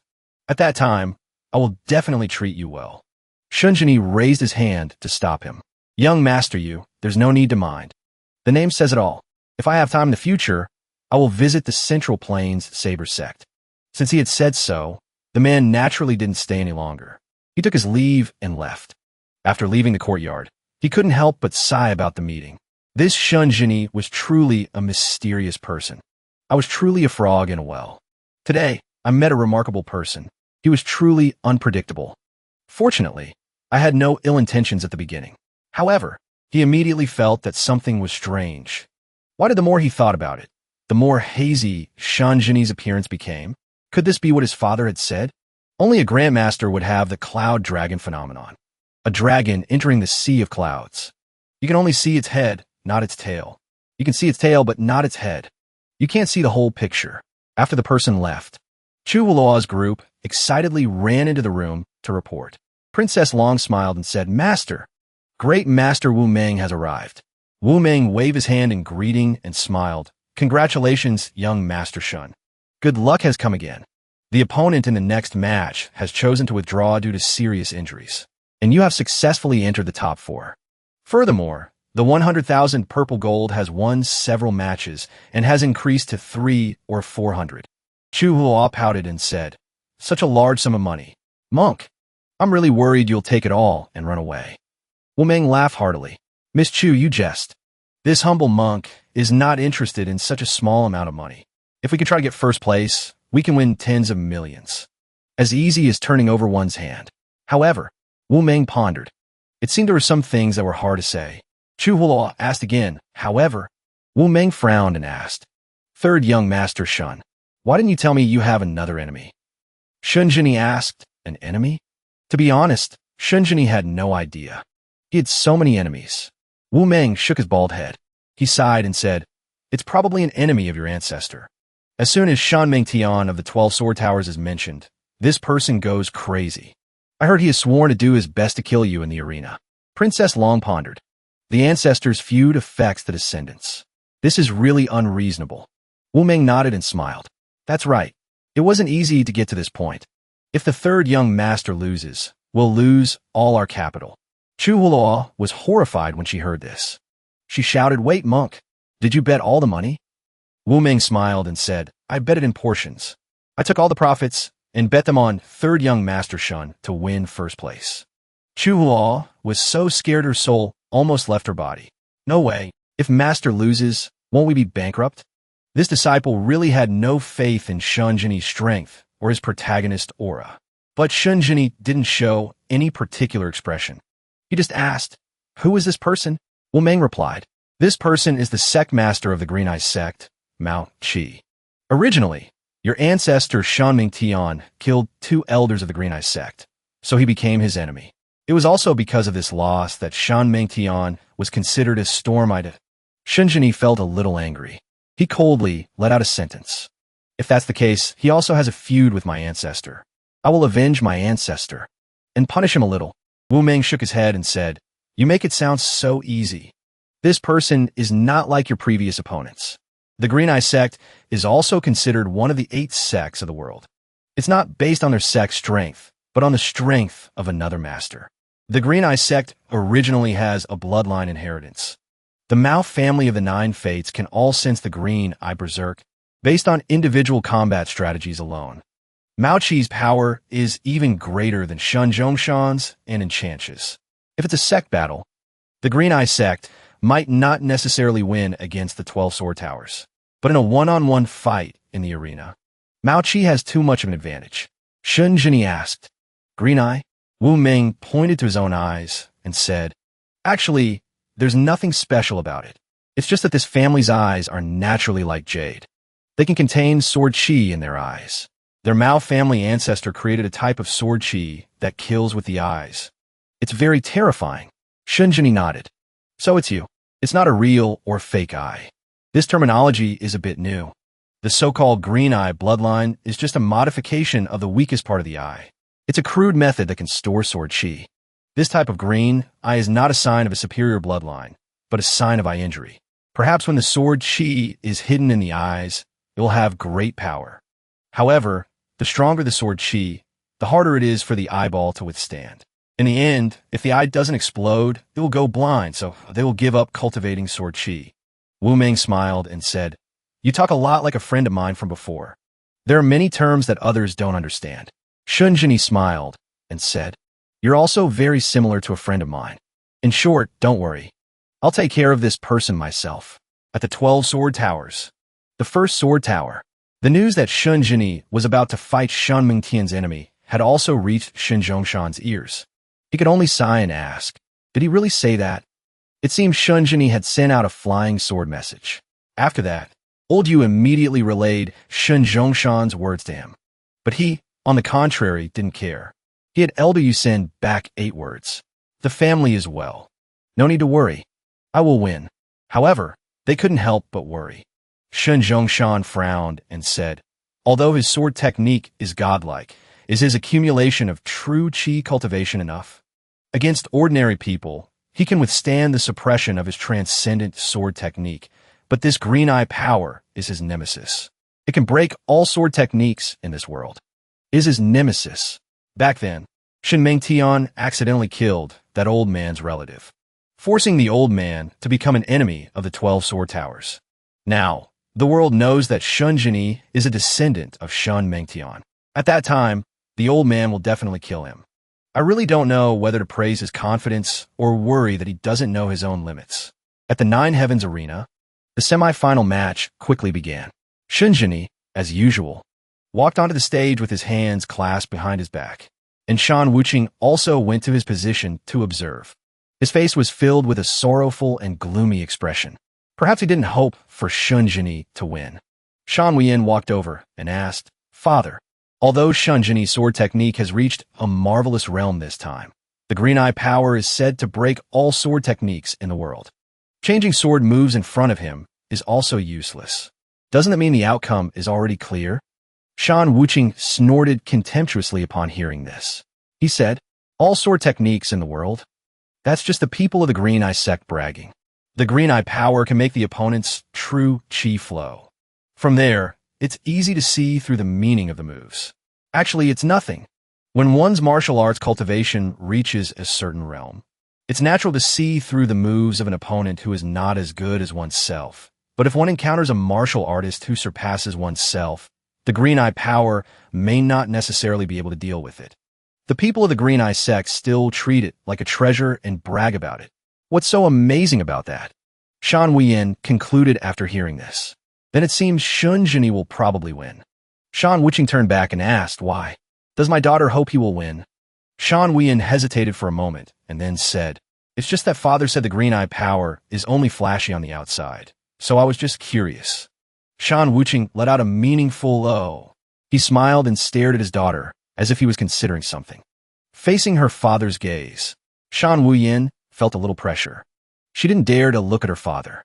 Shan Wuqing smiled again. He turned around. He looked towards the arena and said, "It's good that you understand. No matter how outstanding they are ultimately not like our royal family. Don't misunderstand. I see you as my successor. You absolutely must not disappoint me." Behind her father, Shan Wuyin obediently said yes. However, she bit her lip and frowned. She was clearly in a difficult position. On the arena stage, Mao Qi had also come up. He narrowed his jade-colored eyes at Shunjini and asked, "You with the surname Shun. Everyone with the surname Shun must die." The old man clasped his hands behind his back. He said with a superior air, "If you kill yourself in front of me now, I will keep your corpse intact." Shunjini showed no expression on his face. He just asked, "Old sir, what if I don't want to die today?" Mao Chi's eyebrows shot up. He shouted. He looked at Shunjini and said, "Then you just wait. Go and pick up your own corpse." With that, he released his true chi and rushed towards Shunjini to attack him. When Shunjini turned his head, he saw Mao Chi's hand behind him, about to reach for his shoulder. He frowned. His body seemed to have a reflex. He immediately retreated with lightning speed. Mao Chi only managed to grab an afterimage. It seemed the old man was surprised that Shunjini could escape this move. Shunjini clasped his hands behind his back. His posture was relaxed, but his expression was somewhat serious. He looked at the old man and asked, "Nether Ghost Claw? The more people you kill, the stronger it becomes. Looking at that dense true chi makes one's skin crawl." Shunjini asked in a serious tone, "How many people did you kill to cultivate such a martial art?" Mao Chi said, "I've said before, you with the surname Shun. As long as you practice martial arts, I won't spare a single one of you." Shunjini was a little annoyed. He frowned and said, "Although your words are arrogant, they are very vicious. You are indeed not a kind person. You rely on the power of your green eye to harm countless people. Today, I will not kill you. I will only take your eyes." The nether true chi spread out even more. The nether true chi claw seemed to be able to take a person's life at any moment. The old man laughed arrogantly. "My eyes are right here." Ha! With that, he controlled the true chi to spread throughout the arena, surrounding Shunjini. Shunjini looked up and observed for a moment. Mao Chi said, "Kid, let me see what skills you have that can injure me." Nether Ghost Claw, Ultimate Transformation. Silent Yellow Springs. The Ghost Claw reached towards Shunjini with the delusion of killing him, just as he had killed many others. However, Shunjini couldn't even be bothered to show any expression. He just stood still. He looked at the Nether Ghost Claw with indifference. On the stage, the Nether Ghost Claw almost covered everything. Nothing could be seen clearly. Only two hazy figures were cast. Shan Wuqing turned to look at Shan Wuyin and said to her, "You can't underestimate these old fellows. It's clearly a flawed technique. Relying on hundreds of years of hard cultivation, he was able to combine the power of the green eye and cultivate the Nether Ghost Claw to this level." Shan Wuyin frowned and asked, "Is this move very powerful?" Shan Wuqing said, "Before you have stepped into the peak of the true human martial arts realm, it's hard to understand the changes of the mind. He has now approached the infinite unity of mind of the 9th level of the true human realm. Although this paper window can never be pierced, the move Silent Yellow Springs already has some of that aura. You must remember, only by comprehending mental martial arts can one mobilize the power of heaven and earth and truly touch the 9th level of the true human martial arts realm. Now, in the world of 8 desolations, apart from the royal family's 8 desolations spirit transformation, the secrets passed down by the other major sects have never had true mental martial arts. To break through to the 9th level of the true human realm, one can only rely on one's own perception and enlightenment. I used to think that the Green Eye sect, being immersed in the power of a flawed bloodline, would not progress and would have little chance of breaking through. But now, even this old ghost Mao Chi can comprehend such a realm. Such sects really cannot be underestimated." After hearing this, Shan Wuyin took a step forward. She looked down at the arena and asked worriedly, "Then can Shunjini withstand it?" Shan Wuqing seemed a little annoyed, but then he adjusted his attitude. He explained, "A martial art without a spirit is ultimately nothing. Shunjini's sword technique is extremely exquisite, but it cannot erase this kind of top-level martial art. Under the Silent Yellow Springs, he will surely die." After hearing this, Shan Wuyin felt extremely sad and regretful. A young man as white as snow. Would he just die like this? Inside Mao Chi's mental space, Shunjini calmly dodged here and there. He looked as leisurely as if he were taking a stroll, not heading to his death. Suddenly, the nether true chi gathered. It surrounded and attacked him from multiple directions. Shunjini made a very quick decision. He leaped into the air. He just managed to escape Mao Qi's malicious attack. Veins popped out on Mao Qi's forehead and around his eyes. He gritted his teeth and continued to control the nether true Qi. It was clear that he was the one with the upper hand, but this appearance seemed to be unavoidable in its struggle and hardship. The nether true Qi once again surrounded Shunjini. This time, Shunjini did not dodge, but chose to face it. He stretched out his hand. The spiritual power on his body gradually formed a sword. Creating a sword was as easy as nothing. Shunjini gently dodged through the nether true Qi. Sometimes he would use the sword in his hand to fight back. He was as graceful as if he were dancing with the sword. He stepped on the ground and the void. It was as if something had just shot up from under his feet. Shunjini looked around. He nodded in admiration. All right, let's do it like this. His eyes looked towards where Mao Qi was standing. Mao Qi shouted, "It's not over yet." With that, he stubbornly continued to attack Shunjini. Shunjini tightened his grip on the sword in his hand. Mao Qi rushed towards him, roaring, "A promise is a promise. Everyone with the surname Shun must die. Especially you, the descendant of Shun Mengtian." On the arena stage, although the battle inside seemed fierce, the aura outside was even more exaggerated. It was as if sword Qi was escaping from within the nether true Qi. Blue light mixed with the nether true Qi. However, the people below the stage had no way of knowing what was happening inside. They asked each other. There are even cracks on the ghost hand. It turned out that inside the ghost hand, Shunjini was no longer playing around and directly used his own sword. He found the weak point of the ghost hand and attacked it accordingly. Mao Qi spat out a large mouthful of blood. It seemed it had been a long time since he had been beaten to the point of spitting blood like this. The hand that had cast the nether ghost claw was also covered in blood. His fingertips were bruised. The streaks of blood made it seem as if this arm had been crippled. Mao Qi's nether ghost hand had been broken. Fresh blood flowed all over the ground. This hand was probably not going to be saved.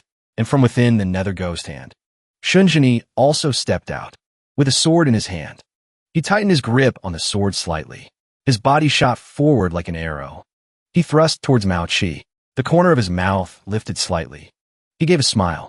This smile seemed to be mocking Mao Qi. Mao Qi looked at the sword rushing towards him. He clutched his crippled arm. He still had the strength to shout, "You brat! How dare you!" But it was too late. Shunjini's sword got closer and closer to his jade-like eyes. A trace of fear appeared in Mao Qi's heart. The moment he saw the sword stop right in front of his eyes, Mao Qi already felt that he would lose. The sword Qi from that sword struck. It entered Mao Qi's eyes. It spread throughout his body. Shunjini said indifferently, "I already said, I would take your eyes." 2 streams of red blood flowed down from Mao Qi's eye sockets. He squeezed his eyes shut. He clutched his eyes and screamed. The scream echoed throughout the arena. It was filled with pain. Mao Qi probably never expected that one day his eyes would be taken away. And up in the observation area, Shan Wuqing was so agitated that he had crushed the railing without even realizing it. A single sword strike from Shunjini has crippled the power of his mental comprehension. He was infinitely close to the 9th level of the true human martial arts realm. But how can there be such a young 9th level true human martial arts realm expert? How can his cultivation speed be so fast? Shan Wuyin looked at Shan Wuqing in surprise. At this moment, he was so agitated that he had revealed his own true Qi.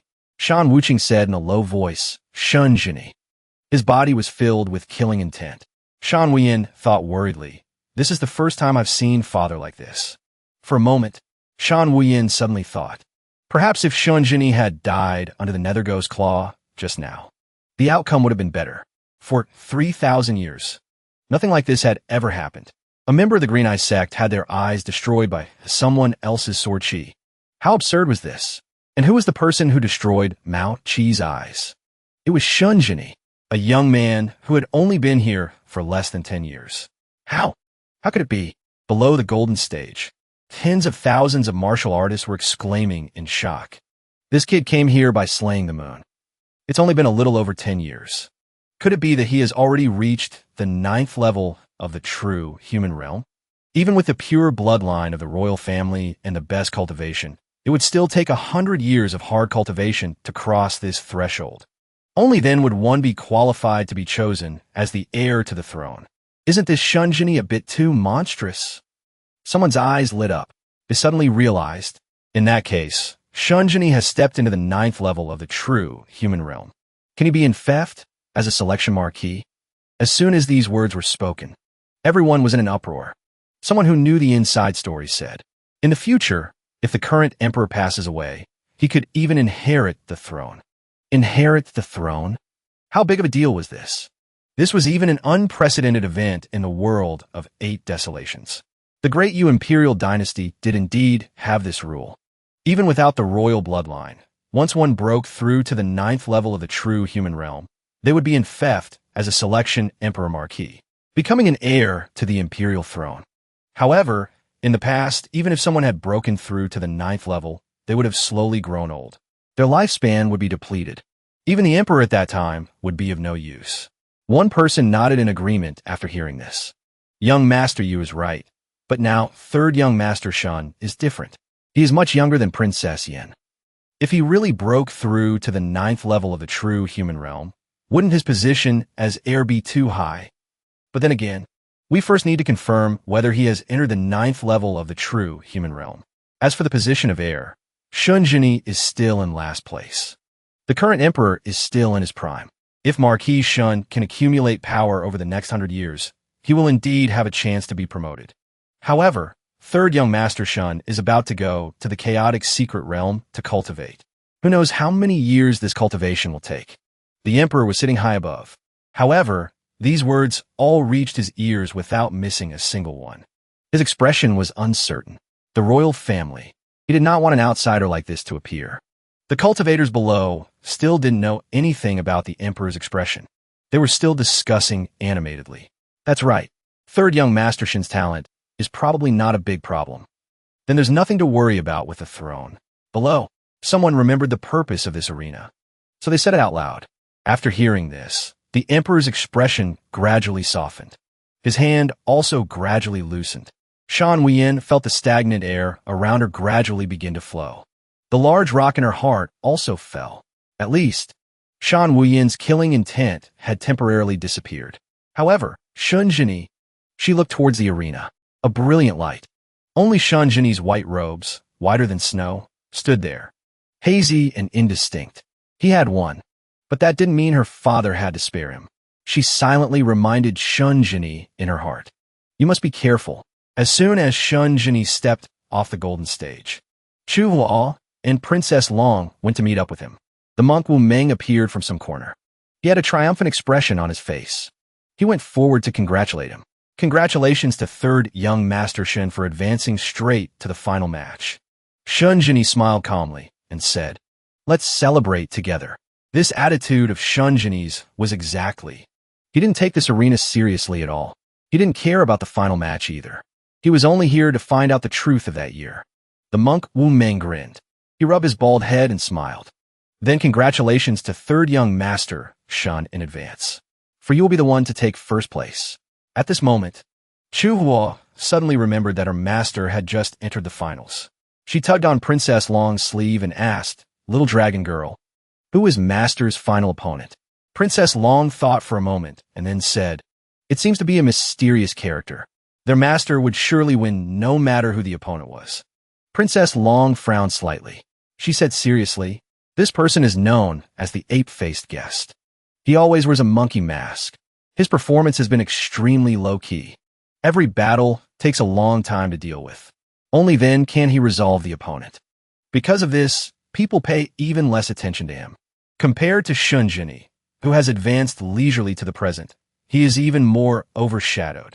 After hearing this, Chu Huo concluded, Master, the 2 people competing for first place will probably be beyond many people's expectations, but this ape-faced guest is not an ordinary person. He has appeared frequently in the last 200 years. Princess Long suddenly remembered. She brought up an old story. I heard that he has challenged the elders and sect masters of various sections. He can be considered a powerful reclusive master. Chu Huo was surprised and amazed. This ape-faced guest is that powerful. Shunjini glanced at Wu Meng, who was standing behind him. He nodded slightly. Then he turned back to look at Wu Meng and asked, his cultivation is not bad. What kind of battle do you think tomorrow's will be? Wu Ming gave a fawning smile. If the eight-faced guest met someone else, he might have a chance to win, but if he met third young master Shun, I'm afraid he would be at a disadvantage. Shunjini had brought him a lot of money, so it was natural for him to express such an attitude. Shunjini just nodded slightly after hearing this. He didn't say anything more and left with everyone. A few days later, at an inn, Zhang Xiongwu was sitting and drinking tea. He was so shocked by the news Wu Yi brought that his jaw dropped. The water he had just drunk was all spat out. He shot to his feet. He asked excitedly, "His Majesty has confirmed that third young Master Shun is already at the 9th level of the true human realm?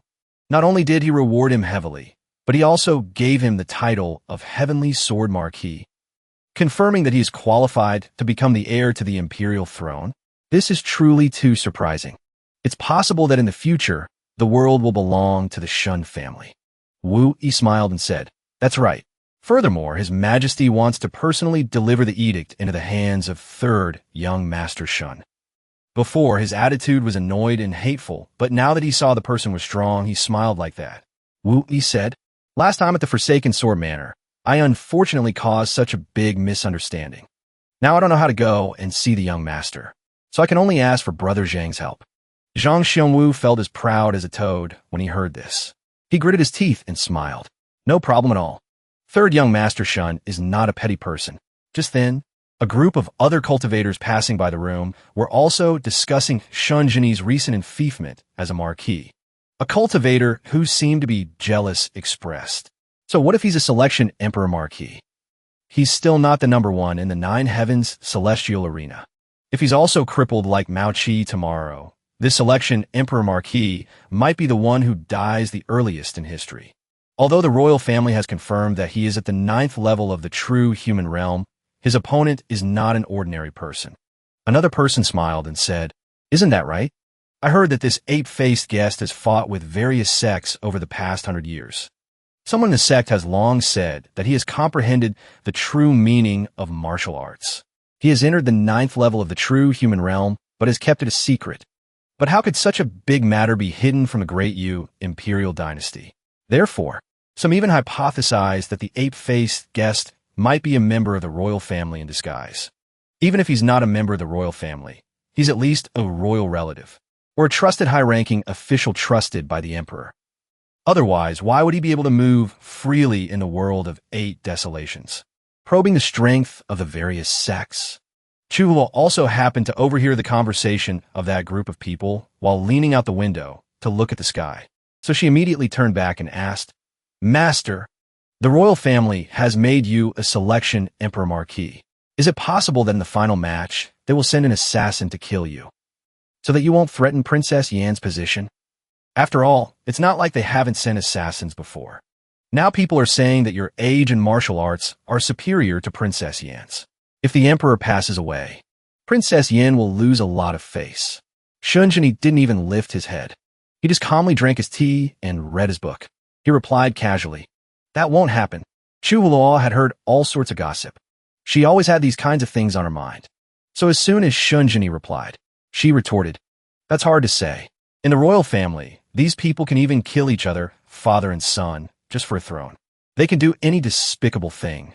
Master, although you are a selection Emperor Marquis, you are still an outsider. Who knows if they will be ruthless to you? Didn't you say before that the emperor has killing intent towards you? Is it because of this? Did he see through Master's cultivation of the 9th level of the true human realm back then? Only then did Shunjini put down the book in his hand. He shook his head. He said indifferently, "No, even Shan Wuqing cannot see through my cultivation. As for where his killing intent comes from, I don't understand it for the time being. It's just that in tomorrow's battle, the royal family will have absolutely no chance to act, because the ape-faced guest is definitely not a member of the royal family. He has absolutely nothing to do with the great Yu imperial dynasty." Although Chu Huoluo was half believing and half doubting Shinjini's words, hearing her master's confident tone, she could only believe what her master said. What else could she do? The next day, the final arena match finally took place. Around the floating spectator stands, whether they had participated in the previous competitions or not, everyone could come here to conveniently observe this final match. Even Mu Shou was standing in a corner, observing the battle. As for the heavenly connection Jade Palace from before, the golden mist that had enveloped it all day had disappeared. The people of the royal family were openly observing this final match this time. This final match was likely to be a battle between a dragon and a tiger, because both sides were likely to be at the 9th level of the true human realm. Therefore, everyone who came to watch wanted to learn something, perhaps. Shunjini had appeared on the arena stage early on. As always, he just calmly closed his eyes. He waited calmly. Chu Huoluo was a little impatient. Seeing her master alone on the stage for so long, she muttered, "Really? They all say that ape-faced guest is a 9th-level master of the true human realm. Why hasn't he appeared yet? He's made master wait all day." Princess Long turned to look at Chu Huoluo and nodded in agreement. "That's right. This is a big deal. You can't joke around. At least he should show his face a little." Suddenly, Chu Huoluo's eyes lit up. Her mind was filled with gossip again. She looked at Princess Long and asked, "Little dragon girl, what do you think? Does this guy feel that he's no match for master, so he didn't come?" Princess Long smiled and said, "Probably not. To not show up at this point means losing without a fight. For a master like him, that would be a great humiliation." Below the stage, the people couldn't help but discuss among themselves. But Shunjini had no intention of paying attention. It was as if he didn't hear anything. On the golden stage, Wu Yi walked over. He frowned and said, "Marquis, the time limit is almost up. If that ape-faced guest still doesn't come, if we wait until the time is up, will you still agree to continue waiting? Or should we immediately declare you the winner of the 9 Heavens Mystic Duel?" Because now, Shunjini had been enfeoffed as a marquis. His status was different, so his attitude toward Shunjini had also changed drastically. At this moment, Shunjini slowly opened his eyes. He glanced at Wu Yi behind him. He casually glanced at the noisy crowd behind him. He just calmly stated, "He will come." Wu Yi was slightly startled. He thought to himself, I didn't expect third young Master Shun to have such confidence in that ape-faced guest. Could it be, is that the connection between masters? Since Shunjini had said so, Wu Yi naturally stepped back. Shunjini continued to wait. The waiting time grew shorter and shorter, just as the sun's shadow pointed to the hour of noon. A loud and resonant laugh came from the horizon. A man clad in golden armor flew over. He shouted, "The 9 Heavens Divine Duel is nothing special. The final duel is just so. If 2 outstanding talents can't fight, it would be a real pity." This person's tone was truly arrogant. To arrive so late and still be so brazen. However, his words also carried a hint of respect for Shunjini. Completely different from the previous arrogant fools who had fought Shunjini. This person was taller than before. Extremely imposing. He had a muscular build, but his face was hidden under a golden ape-shaped mask. Only his 2 pupils could be seen. It made people feel terrified just looking at him. The ape-faced guest. He was the mysterious master who had stirred up the world of 8 desolations for nearly 100 years. The crowd below started shouting as soon as they saw him. "Ape-faced will win. Everyone, what do you think? If he really wins, will he be enfeoffed as a selection Emperor Marquis?" The 9 Heavens Divine Duel has produced 2 such young selection Emperor Marquises for the first time. This is truly a once-in-a-thousand-years event. Shunjini paid no attention to the cheers around him. He just looked at the ape-faced Marquis. He said indifferently, "You've finally arrived." This tone was as if he already knew who his opponent was. The ape-faced guest was also startled by Shunjini's words. He asked, "Do you know who I am?" Shunjini nodded reluctantly. He said, "Of course I know. Even if you use a divine method to change your appearance, your martial arts cannot deceive me." The ape-faced guest was silent for a long time. Suddenly, he laughed and said, "I originally thought I could still hide it from you and have a good fight with you on this martial stage. Now it seems that's not possible." The ape-faced guest reached for his mask. It was as if he wanted to take the mask off. The people below exclaimed in surprise, "What? The ape-faced guest is actually going to reveal his true face?" Shunjini said indifferently, "You want to have a fight? No problem." The ape-faced guest paused. His action of removing the mask stopped there. He gestured towards Shunjini. He made up his mind and laughed loudly. "Excellent. On this martial stage, if I can't experience third young Master Shun's sword technique, it would truly be a pity. Of course, Since it's like this, I'll be shameless and go first. Shunjini clasped one hand behind his back. He looked at the ape-faced guest. He extended his right hand towards the ape-faced guest, inviting him to make a move. In a heavenly connection jade palace, Shan Wuqing's expression grew even more gloomy. He leaned forward. He slammed his hand on the wooden railing. They know each other? Shan Wuyin walked over and said, Father. Shunjini's background is clear. Although he came from a land of 9 netherworlds, he can be traced back to the 12 sword towers 12 years ago. But what kind of character is that ape-faced guest? Shan Wuqing gave her a look. He frowned and said, Don't concern yourself with this matter. Just know this. This person was originally in our hands.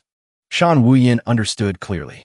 It seemed this ape-faced guest was probably a pawn that her father had placed in the world of 8 desolations. Just like the gossip that those cultivators were talking about. Shan Wuyin had once read in a secret letter. They gained a royal family's secret martial arts through accumulating merits. If their merits were great enough, and their aptitude was high enough, they could quickly become top masters. But the highest level these people could reach was probably the 8th level of the true human realm. But this ape-faced guest had a cultivation at the 9th level of the true human realm. This was a bit strange. Below the arena stage, the ape-faced guest made his move. His hands opened and then slightly cupped, like a waning moon, yet like a hook. His momentum was astonishing. It seems this ape-faced guest might be like Shunjini. He might have escaped from Shan Wuqing's control. At this moment, the ape-faced guest made another move. His hands opened, surrounded by a layer of mysterious true qi. His momentum was astonishing. The ape-faced guest stared at Shunjini, as if waiting for an opportunity to strike. When Shan Wuyin saw this move, she exclaimed in surprise, This is the waning moonhorn fist of the Great Yu imperial family. To think it could have this level of variation. Of course, if he's one of them, it's not strange for him to have learned this fist technique. But what's terrifying is that the ape-faced guest has transformed this fist technique into his own. Shan Wuyin was a little agitated. She said loudly, He has fused at least 20, 30 types of top-tier fist techniques. He simplified the complex, filling the weaknesses of the waning moonhorn fist to reach its peak.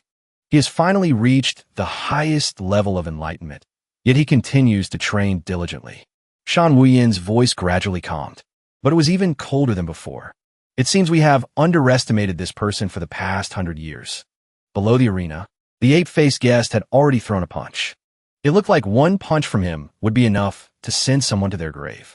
But the snow-white figure simply dodged to the side. His posture was relaxed. His hands were still clasped behind his back.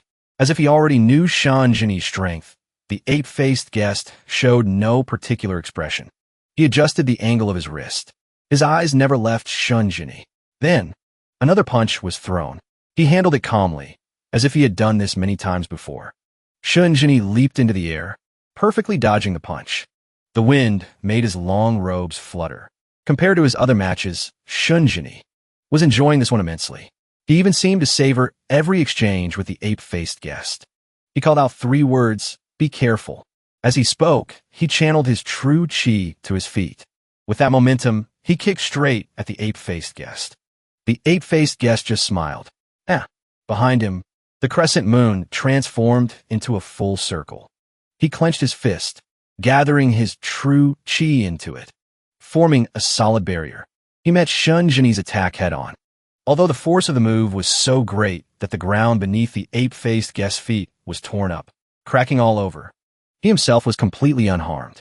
Seeing this, Shan Wuyin said worriedly, This ape-faced man has actually integrated the waning moonhorn fist from beginning to end, turning it into a fist technique that can both attack and defend.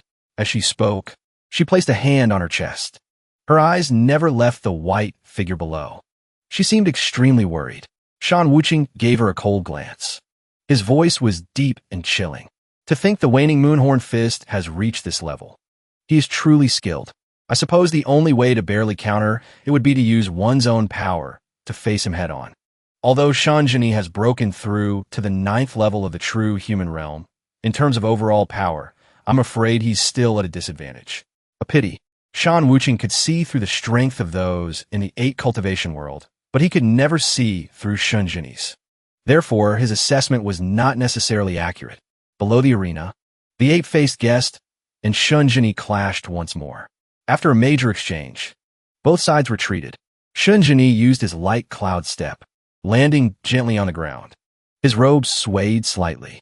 The ape-faced guest was pushed back. His feet seemed to be glued to the ground, as if using friction to stop himself from being sent flying. 2 long lines were carved into the ground beneath his feet. His 5 fingers on the ground also created 5 long marks. Yet, despite being at a slight disadvantage against Shunjini, the ape-faced guest still laughed heartily. Haha, this is fun. Shunjini seemed to give a satisfied smile. He just stood there. His gaze seemed to emit sword chi. Shunjini flicked his wrist. He used his sleeve as a soft sword. He swept around in the air, tracing a strange trajectory, winding and twisting, mysterious and unpredictable, with magical transformations.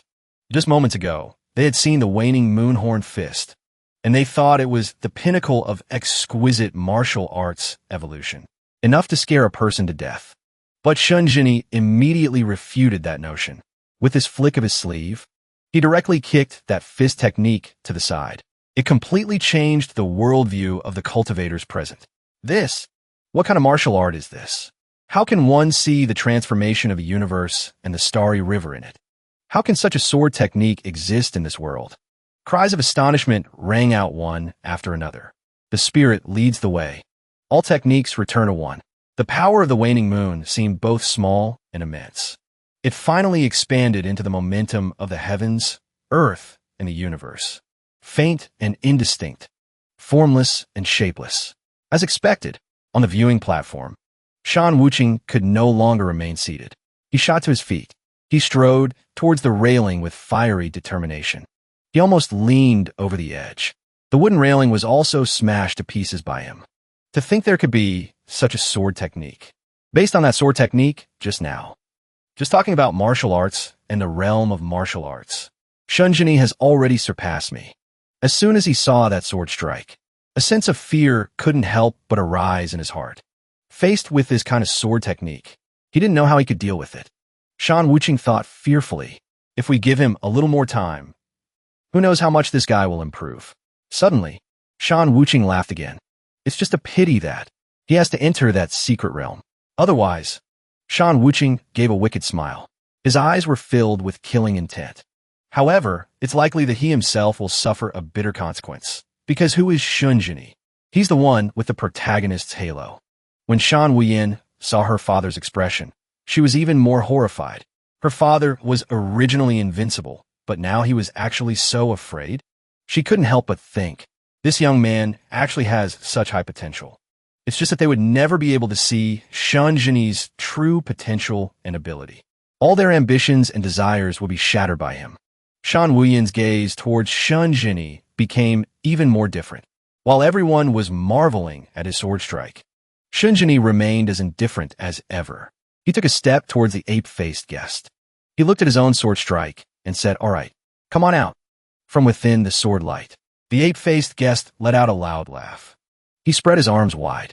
His body seemed to be covered in a faint, hazy, golden light. It's true. I still want to feel the power of the galaxy for a little longer. In midair, he let out a long laugh and then suddenly turned. He created a palm force from within that pushed upwards towards the sky. He let out a sky-shaking roar. Come on. The next move he used was a martial art of the royal family, overturning heaven and transforming sun palm. To have cultivated 2 secret martial arts to this level, this ape-faced man was not an easy character to deal with. Transforming sun, reversing heaven and earth. This martial art was indeed a marvelous answer to the power of the stars. This ape-faced man's martial arts have reached their peak. His experience is rich. It's not strange that he won. Just now, they were sure Shunjini had won. Now it seems that's not necessarily the case. The crowd below discussed animatedly. They had great confidence in this move of the ape-faced guest. But Shunjini just smiled. He didn't make any special changes to his move. The power of the star orbit was originally to respond to all changes with no change. Even if the sun and moon changed, everything would still be controlled by its invisible force. As expected, the ape-faced guest changed his move. Although he unleashed the overturning heaven palm, after Shunjini unleashed the first form of the sword light. He was still trapped inside. There was no way to escape. The emperor's face grew colder and colder. His heart was filled with even more shock and fear. Every time he judged Shunjini to be strong, Shunjini would show him even more. He was even stronger than his initial prediction. How could he be so unpredictable? The ape-faced guest suddenly laughed loudly. Even in a desperate situation, he would absolutely not admit defeat. His body spun like a top. From within the sword light, a golden light pierced through. The ape-faced guest shot up into the air. He escaped from Shunjini's sword light. He hovered in the air and laughed loudly. He said that this battle between them was a battle between a dragon and a tiger. This assessment was indeed not wrong at all. These two people's strength was too terrifying. It even faintly had the meaning of being able to surpass Shan Wuqing's strength. The power of the waning moon seemed small yet vast. In the end, it gradually displayed the momentum of heaven and earth. As if hidden, as if present. An unpredictable transformation. The ape-faced guest hovered in the air. He faced Shunjini, who was looking up at the sky with his hands clasped. This time, the move the ape-faced guest used was the highest-level secret ultimate move of the royal family. It was the overturning heaven art. At this moment, someone spoke up and asked, "Isn't there a rule that people from the royal family are not allowed to participate in the Nine Heavens martial arena?" The others nodded in agreement. That's right. However, another person offered a hypothesis. This ape-faced man is definitely not of the royal bloodline. He can't enter the chaotic secret realm. This has been the rule for hundreds of years. But the most important thing is that I didn't expect this ape-faced man to have even cultivated to the third level of this secret martial art. Even Shan Wuqing was surprised.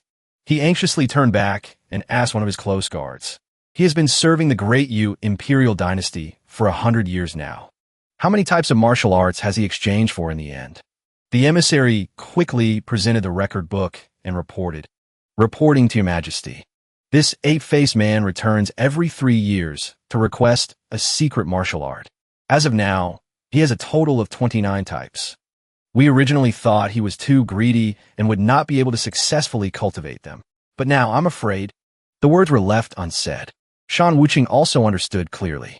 Shan Wuqing silently took the book. He read what was recorded inside. Overturning heaven art. Overturning heaven and transforming sun palm. Waning moon hanging horn fist. Birli saber. Chaotic gods chant. Heart-shaking 9 revolutions technique. Great shattering mountain 13 forms. 9 palaces purple sword. Lifeless reversal. These martial arts were all the top-tier martial arts of the world of 8 desolations. If one could successfully cultivate them, they could be compared to the sect-guarding martial arts of the 8 major sects in the world. Even compared to the 8 desolations spirit transformation, it was only half a step behind. And yet while they were discussing below, the ape-faced guest began to use other types of martial arts. More and more. Shan Wuqing couldn't help but widen his eyes. This fellow, could it be that he has cultivated all 29 types of martial arts? Below, Shan Wuqing used the great shattering mountain 13 forms again. The true chi in his body formed 2 golden hammers. He looked at Shunjini below. He smiled and asked, "Are you ready?" Third young master Shun. Shunjini clasped his hands behind his back. He looked at him and smiled calmly. "Come on." As expected, the ape-faced guest was already terrifying, but Shunjini was many times more terrifying than him. Faced with any kind of ultimate martial art, his sword technique would transform miraculously to deal with it. It was as if he had seen it thousands of times before. Shan Wuqing seemed to have unleashed his own true chi. He was like a brilliant golden ball of light rushing down from the sky. His 2 large arms bulged slightly. His whole body tensed backwards. He gathered momentum and prepared to strike. This move of the ape-faced guest, if anyone else were to take it head-on, they would surely die. It wouldn't be wrong to say they'd be smashed to pieces. However, his opponent was Shunjini. Shunjini's expression tightened slightly. His smile was also gone. However, he was just seriously fighting, not showing any signs of struggle. The sword light struck. The ape-faced guest suddenly shouted to build up his momentum. Shunjini flicked out a sword light. It was mysterious and contained the energy of the universe. An unpredictable transformation. On the arena stage, in a flash, The golden light disappeared. Only Shunjini's sword light continued to expand. It covered the scene inside. The observers were all anxious for a moment. They tried to open their eyes wide to see, searching for some figure inside. What happened? No, it seems something came out. The battle probably can't end here. Inside Shunjini's sword light, the ape-faced guest used another move called the blooding spear. His whole body was like a red flame. In his hand, he held a spear formed from true chi. He used it to pierce through Shunjini's sword light. This guy didn't even lose a single hair. It was truly terrifying. Faced with this, Shunjini flicked his hand lightly. The sword light transformed under his command to block the ape-faced guest. The ape-faced guest was not flustered at all. He just continued to change his moves. Countless blood-red spheres shot out from his body, striking forward. A blazing red flame was trying to resist a fierce whirlpool. It was truly a precious image in classic anime. The main character's intellect was not the ape-faced guest, but Shunjini. Shunjini flicked his hand again. The sword light transformed according to his command. Just a moment ago, the sword light was still in front of the ape-faced guest, blocking his attack, but now it suddenly circled behind the ape-faced guest, wanting to attack him from behind. The ape-faced guest glanced at it. He once again unleashed another move. One hand holding a spear, he transformed into two hands holding swords. This move was called the Chaotic God's Chant. He used it to neutralize Shunjini's sword strike. After that, he once again unleashed another move called Lifeless Reversal. Under the ape-faced guest control, large spike balls rushed towards Shunjini. Shunjini still stood in the same spot. His white robes fluttered in the wind. His expression was indifferent. Every time the ape-faced guest changed his move, he would similarly transform his own sword technique. The sword light struck. It surrounded the spiked mace, preventing it from continuing its attack. The ape-faced guest was no slouch either. He used his true chi again. He transformed the spiked mace into a staff. His hand reached out. He gripped the handle of the staff tightly. His large body shot forward. Shunjini saw that the ape-faced guest had circled behind him at some point. The sword light had been surrounding him from beginning to end. It was under his control, along with the transformation of the ape-faced guest's move. They fought together. The ape-faced guest continued to change his moves. His true chi would sometimes transform into this, sometimes into that. Every time he changed his move, it was a new weapon. To be able to use it so skillfully, he was truly a rare talent. Shan Wuqing would probably cough up blood and die. The ape-faced guest held a golden sword in one hand and a purple sword in the other.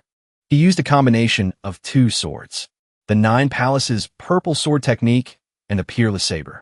The golden and purple lights merged. Sharp, destructive. Two sword techniques that seemed to be opposites were now merged into one, creating a terrifying destructive power. Shunjini raised his eyebrows slightly. He seemed very satisfied with this move. The young man's long hair flew in the wind. His sword light transformed once again. And yet, the golden and purple lights passed right through Shunjini's body. They surrounded him in the middle. It was as if it had been planned from the beginning. Faced with such a terrifying move, Shunjini was not injured at all. He didn't even break a sweat. He calmly looked up at the ape-faced guest. Behind him, the two sword lights of the ape-faced guest had just fallen to the ground. They plowed up the ground. Since its establishment, the Great Yu Imperial Dynasty had once caused a stir in the world because all the 9th-level secret martial arts of the true human realm were in its hands. There were 13 types in total. 8 other types were added at the same time, but were also discarded. After that, they were spread to the outside world. This was also the origin of the 8 major sects in the world. But among the 13 secret martial arts in the Imperial Palace, there was no star orbit sword technique that Shunjini used. This sword technique had already reached a profound and divine level. This was definitely a secret martial art of the 9th level of the true human realm. In this world, there were countless brave and resourceful warriors, but then again, for Shunjini to be able to create a 9th level true human realm martial art in 10 years, and to be able to cultivate it to such a high level was truly unbelievable. There was still much that Shan Wuqing didn't know. For now, this was enough to make him worry and guess that the Forsaken Sword Manor, as rumored by the people of the world, had long since obtained an ancient inheritance. If he knew Shunjini's true strength, who knows how shocked he would be. At this moment, his close guard said, "Your Highness." It is rumored that the Forsaken Sword Manor was passed down martial arts from the Purple Flame sect by Xiningjuan. But even if it was Xiningjuan, she couldn't have broken through to the 9th level of the true human realm at that time. Of course, this name, Xiningjuan, was very familiar. 400 years ago, she was praised by the world as a cultivation genius. The number one beauty of the world of 8 desolations. The emperor frowned slightly. He remembered that at the 9 Heavens martial arena 400 years ago, Xiningjuan entered the top 4. She was allowed to set foot in the chaotic secret realm. From then on, she never returned. Some said she had become an immortal and ascended to the heavens. Some also said they had seen her immortal footprints, but no matter what, when she left, the Purple Flame sect quickly declined. Shan Wuyan then asked, then did she leave behind a secret manual for future generations? Xiningjuan's lifebound martial art is the Purple Flame Heart Fire. It is a ferocious martial art transformed from an endless sea of fire. This martial art is inherently flawed. Basically, it's probably impossible to cultivate to the 9th level of the true human realm. Before, this seemed a bit vague, but it wasn't entirely without information. It was said that at that time, Xiningjuan had an encounter with someone. Relying on her own aptitude, she overcame the most difficult hurdle of this martial art. She had reached the extreme realm that Shunjini was currently at. The realm of martial arts was probably even higher than Xiningjuan's at that time. Shan Wuqing frowned. He quickly gave an order. Continue to investigate. The Forsaken Sword Manor definitely has other inheritances. You must investigate this clearly for me. One Shunjini was not scary. After all, he wanted to enter the chaotic secret realm. However, if the entire Forsaken Sword Manor had inherited this kind of martial art, then it would be really troublesome. However, it's likely that the old emperor was once again worrying too much. Shan Wuqing carefully restrained his internal qi from above. Below the stage, not a single one of the tens of thousands of people felt anything unusual. They were all focused on watching the match on the stage. On the contrary, only Shunjini, who was fighting the ape-faced guest, glanced at the heavenly palace and snorted. It seemed he had sensed something. The corner of his mouth lifted slightly. It was like a smile that wasn't a smile. The ape-faced guest had been fighting Shunjini for so long. It was so difficult, yet Shunjini still had time to pay attention to other things. The gap was truly unfathomably deep. At this moment, the ape-faced guest retreated. He withdrew his palm.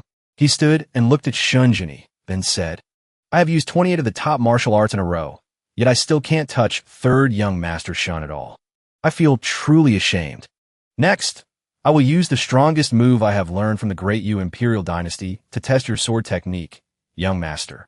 If I still can't force you to change your move, then there's no need to continue the competition. The crowd below heard this and started discussing among themselves. Most of them were dissatisfied and angry. This ape-faced man, I originally thought he was a good person. I didn't expect him to be a lackey of the imperial court. Fortunately, I didn't say anything treasonous in front of him. Otherwise, if he turned on me and reported me, I wouldn't know where to go to cry for justice. Solaki, Solaki. Shunjini heard the ape-faced guest's words. He just glanced at him indifferently. He asked a question, but it sounded more like a sigh. Is this all you can do today? But then he nodded slightly. That's fine too. In a situation like this, we can't go all out. Go ahead and make your move. The ape-faced guest didn't want to say much more. He just shouted good and then shot up. His arms and legs bent continuously. A faint golden light appeared on his body. The golden light gathered. Then it suddenly erupted like the power of God. In a flash, the ape-faced guest's entire body transformed. His black hair turned golden and stood on end. Energy poured out of his body. Extremely powerful. Musho, who was watching from nearby, raised his eyebrows slightly. How could he not recognize this move? Below, those who knew, of course, also recognized this move. It was the martial art of the great Yu royal family. Fengshan honoring heaven art. They, of course, knew. But what terrified people the most was that there could be someone in this world who could cultivate this kind of martial art. This method, if one did not have the bloodline of the previous imperial dynasty, there would be no way to cultivate it. And the bloodline of the previous dynasty had been completely wiped out, not a single person left, since the establishment of the Great Yu Imperial Dynasty. Now, someone had actually cultivated it. Shan Wuyin cautiously looked toward her father. Although she couldn't see the expression on Shan Wuyin's face, she could feel the killing intent and anger radiating from him. Originally, he didn't take it to heart because he thought no one could cultivate it. But now it seems he would have to pay attention again. In a flash, the ape-faced guest's body had expanded to a huge size. The sky also changed. Dark clouds gathered. It was as if a golden light was striking down from the sky like lightning. The ape-faced guest tensed his body and shouted, "Borrowing the power of heaven and earth to merge with myself. Third young master Shun, are you ready?" The ape-faced guest's entire body radiated golden light. This was the state of great completion. This one move could almost move mountains and fill seas. Even a 9th-level true human realm expert, faced with this move, would probably have to yield and retreat, even if it was the 8 Desolations spirit transformation. Mobilizing the primordial energy of heaven and earth to fight would not necessarily give an advantage. At a time when the opponent had transformed into their original form like the ape-faced guest, if one could avoid it, they would. There was absolutely no intention of counterattacking. However, Shunjini, on the contrary, let the ape-faced guest complete that move.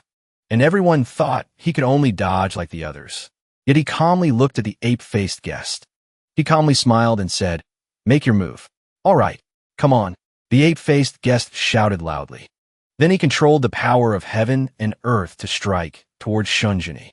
Shunjini was like he was dealing with the other 28 martial arts. He completely ignored it. He was even too lazy to lift a hand. He didn't move at all. The primordial energy of heaven and earth roared. It expanded throughout the space. Before it even hit his face, he already felt a sharp pain and fear. This kind of move was like a natural disaster. It was the powerful force of heaven and earth.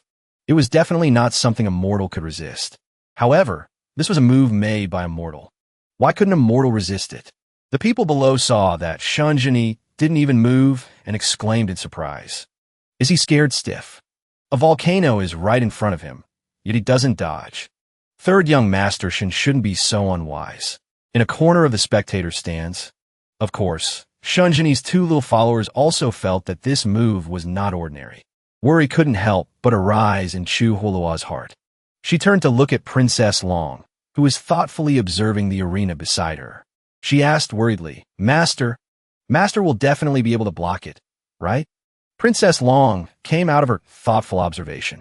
She turned to look at Chu Hulua and said, "Master is so calm. He must have a plan in mind. After all, they had encountered situations like this many times before.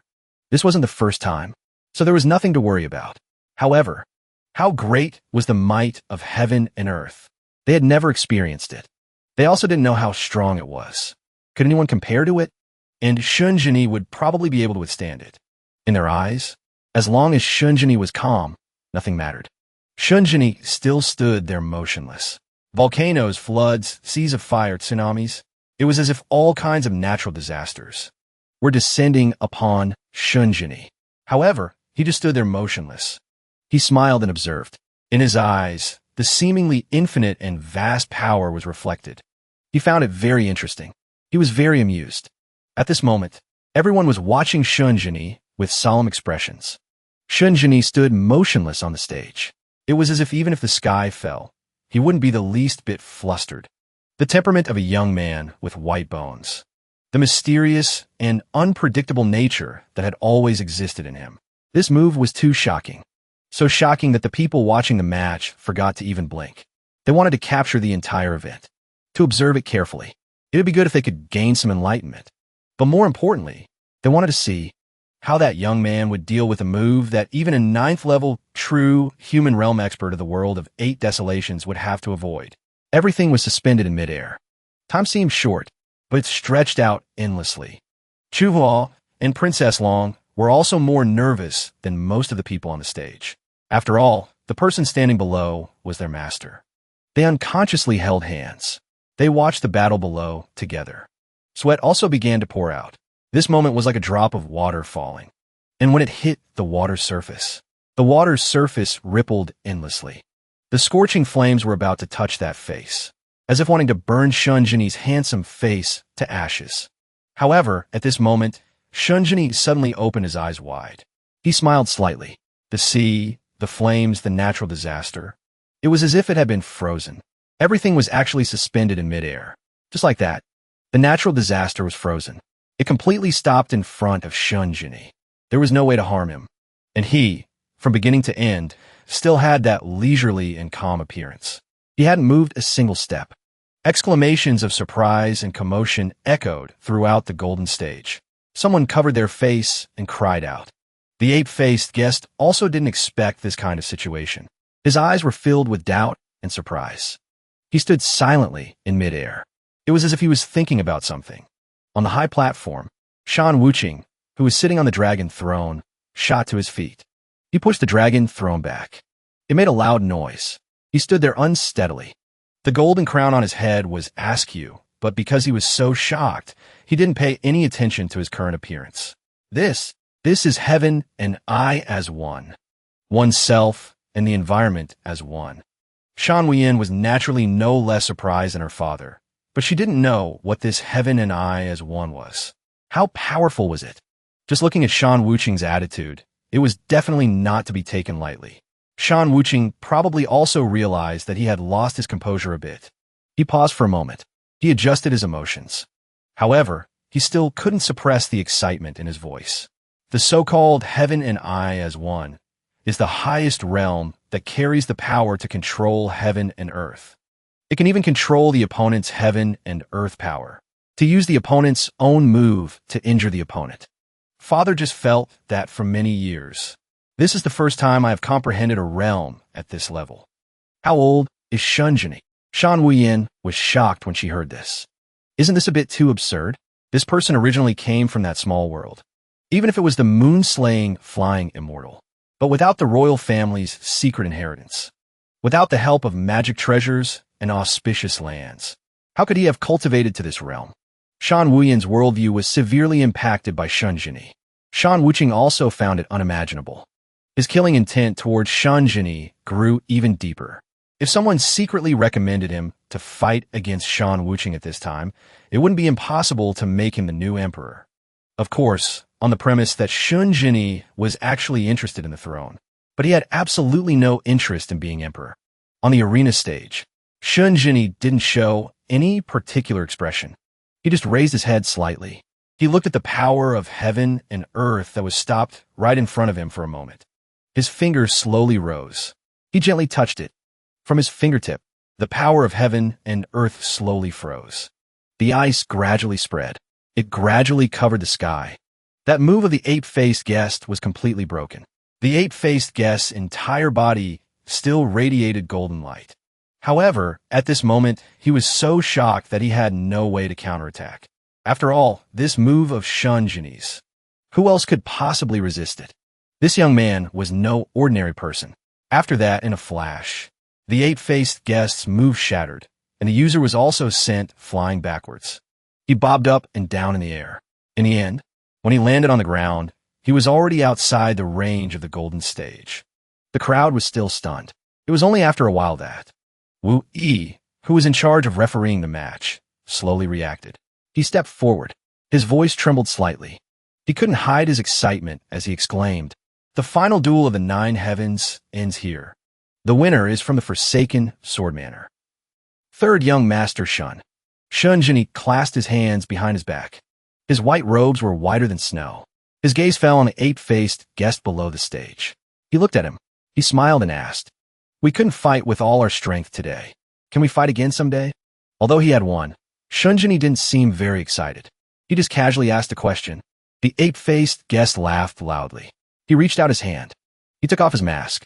"If there's a chance, we'll definitely fight." Shunjini was also a little surprised that the ape-faced guest would take off his mask at this time. But he didn't say much. It was just that Chu Hulua and Princess Long below were shocked when they saw that face. Chu Hulua's eyes widened as she shouted, "Monk, this ape-faced man is actually that carefree, foolishly smiling fellow. The stingy miser who asked Master for money to bet. The monk Wu Ming actually has such high martial arts skills." It was truly beyond their expectations. At this moment, Princess Long finally realized. No wonder Shunjini's attitude towards Wu Ming was so different. She said to Chu Hulua, "Master must have discovered it was him long ago. Otherwise, he wouldn't have agreed with him at the beginning. But the monk himself has the strength to win the top position. Why did he have to go through the trouble of doing this kind of secretive thing and then be looked down upon by others? It was really incomprehensible. A few days later, at the Heavenly Connection Jade Palace, Shan Wuqing seemed to be extremely angry. The palace maids and eunuchs were all trembling and didn't dare to breathe loudly. Even Shan Wuyin, who was standing beside him, had to be extremely careful. Shan Wuqing's cultivation had reached the state of pure fire. Every word and action could cause the four seasons to change. And now, in his angry mood, the Heavenly Connection Jade Palace had actually turned into a cold winter. White snow condensed. It fell continuously from the sky. If one's cultivation was not high enough, they would surely be frozen to death by Shan Wuqing's anger.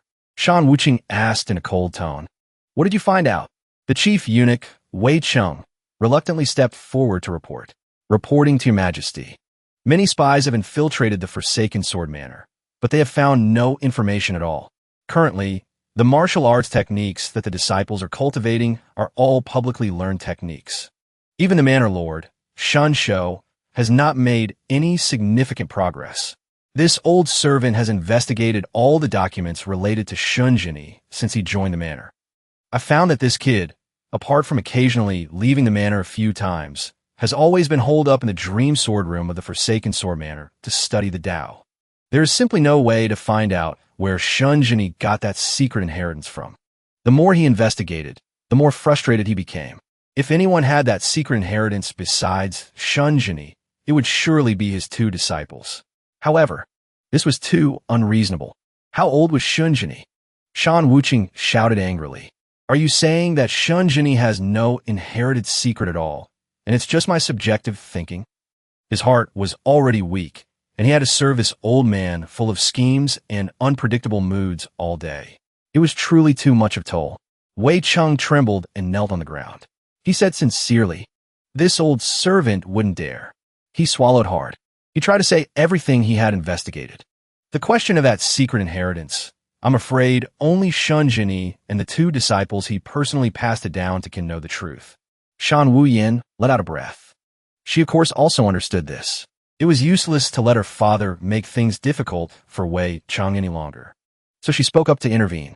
"Father, if we want to know Shunjini's secret inheritance, we can only start with him."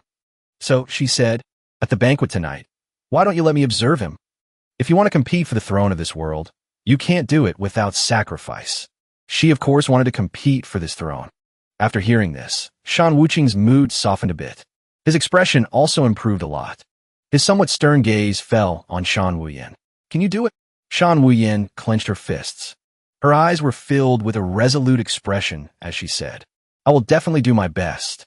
Of course, after becoming the champion of the Nine Heavens Arena, Shunjini was infeft as a selection Emperor Marquis because he had broken through to the 9th level of the true human realm. Now, he had to be given another reward. Soon, the imperial edict was issued.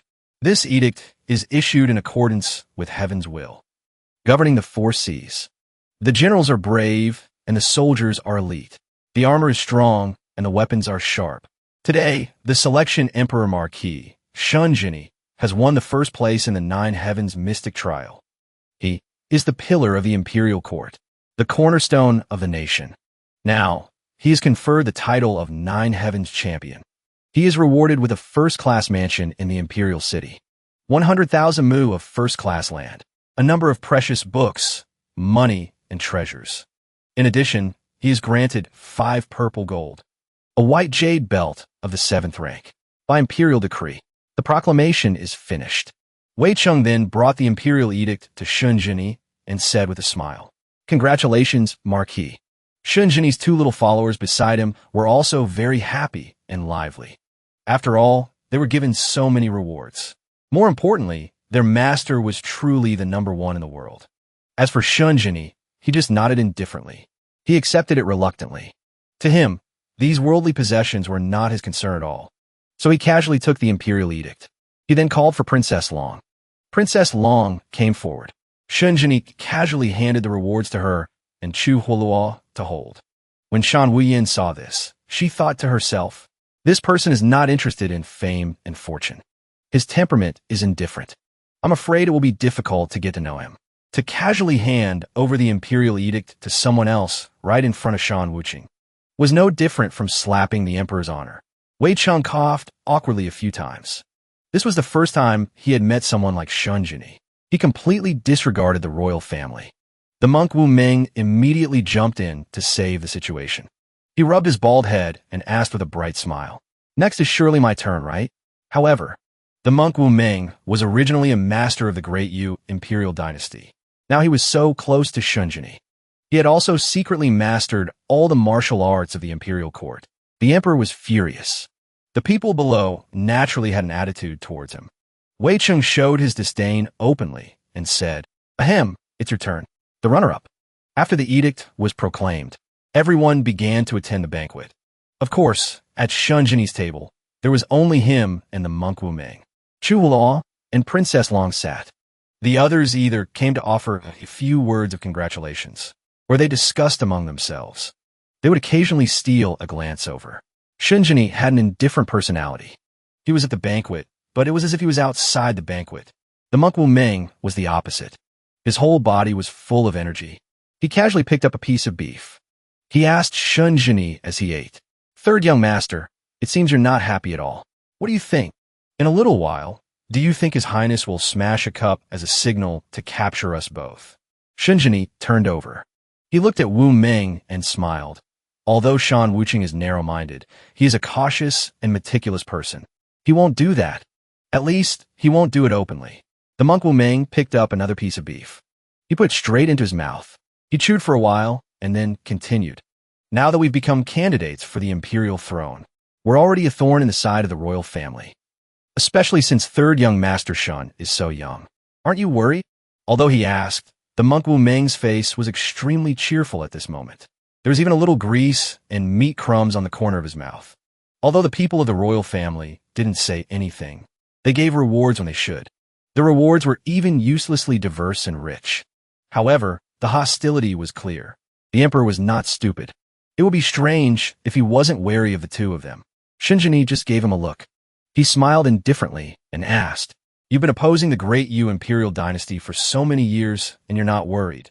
So why should I be?" The monk Wu Ming, who was chewing on the meat in his mouth, suddenly froze. He quickly swallowed the meat in his mouth. Then he shot to his feet. His eyes widened. He looked at Shunjini with an expression of disbelief. He opened his mouth to ask, but suddenly, a burst of ceremonial music rang out. Shan Wuqing, from high above, laughed loudly. Behind him stood Shan Wuyan. They were surrounded by a floating golden cloud. Shan Wuqing said loudly, "Today, it is rare for all you heroes to gather here for a while." Shan Wuyan, behind him, actually showed a shy and bashful expression, like a young girl in love. Just looking at this expression is enough to understand what is about to happen. Shan Wuyan gracefully stepped forward a little. She smiled and looked at the crowd below. Shan Wuqing said loudly, "I want to announce a happy event." Everyone stopped. They looked towards Shan Wuqing. Even Chu Hulaw and Princess Long turned to look at each other. They also felt that something was unusual. Their gossiping eyes looked towards Shan Wuyan. Shan Wuqing smiled and said, "Today is Yinner's coming-of-age day. I originally wanted to keep my daughter by my side for a few more years. However, today is a gathering of heroes. A certain young hero has caught my daughter's eye." As soon as he finished speaking, the crowd below immediately burst into an uproar like a disturbed beehive, especially those young men.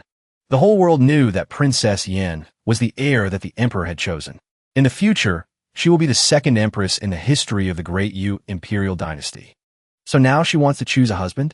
What is His Majesty trying to do? I wonder which young talent Princess Yin has taken a liking to. It must be someone who participated in the Nine Heavens competition. But all these people have to go to the chaotic secret realm. If they get engaged to the princess, will they have to give up this opportunity? One person shook his head and said, "It's not necessarily the last 10 people who made it to the final round. There are also many outstanding young people in this Nine Heavens competition. Perhaps Princess Yin just took a liking to the other party's talent and appearance." As for Shunjini and the monk Wu Ming, both of them were chosen for the list of candidates for the imperial throne. But one is too young and mysterious. The other is a monk who betrayed the royal family. They definitely don't have a chance. The other person burst out laughing and said sarcastically, "Then according to Brother Wu's words, does that mean we still have a chance?" Young Master Wu was furious when he heard this, but he had no way to refute it. Above, Shan Wuqing patted Shan Wuyan's head and smiled. In this 9-heaven competition, talents have emerged one after another. Gathering a group of outstanding talents is truly a blessing for my great Yu Imperial Dynasty. Yenner has the shy and tender heart of a young girl.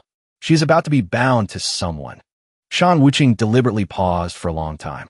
He attracted the attention of everyone except the person involved. His gaze swept around. Then it stopped on Shunjini. He smiled and said, "As a father, I also feel satisfied and happy for my daughter. Third young master Shun, please come up." The crowd below, who had been waiting with craned necks, was immediately disappointed. They fell into an uproar for the second time. They actually chose third young master Shun. The peerless third young master Shun is already the chosen one to be the emperor. His martial arts are powerful. His reputation is resounding. If he joins the royal family, then in the future, will it be Princess Yen who rules the world or third young master Shun who becomes the emperor? Could it be that because they saw that third young master Shun's rise was too out of control and could no longer be controlled, they showed goodwill?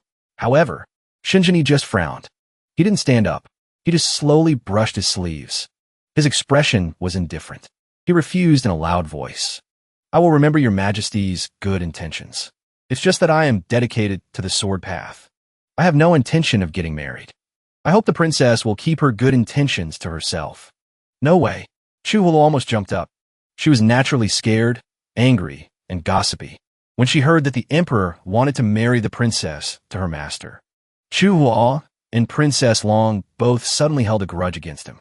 However, they never expected their master to refuse so decisively and publicly.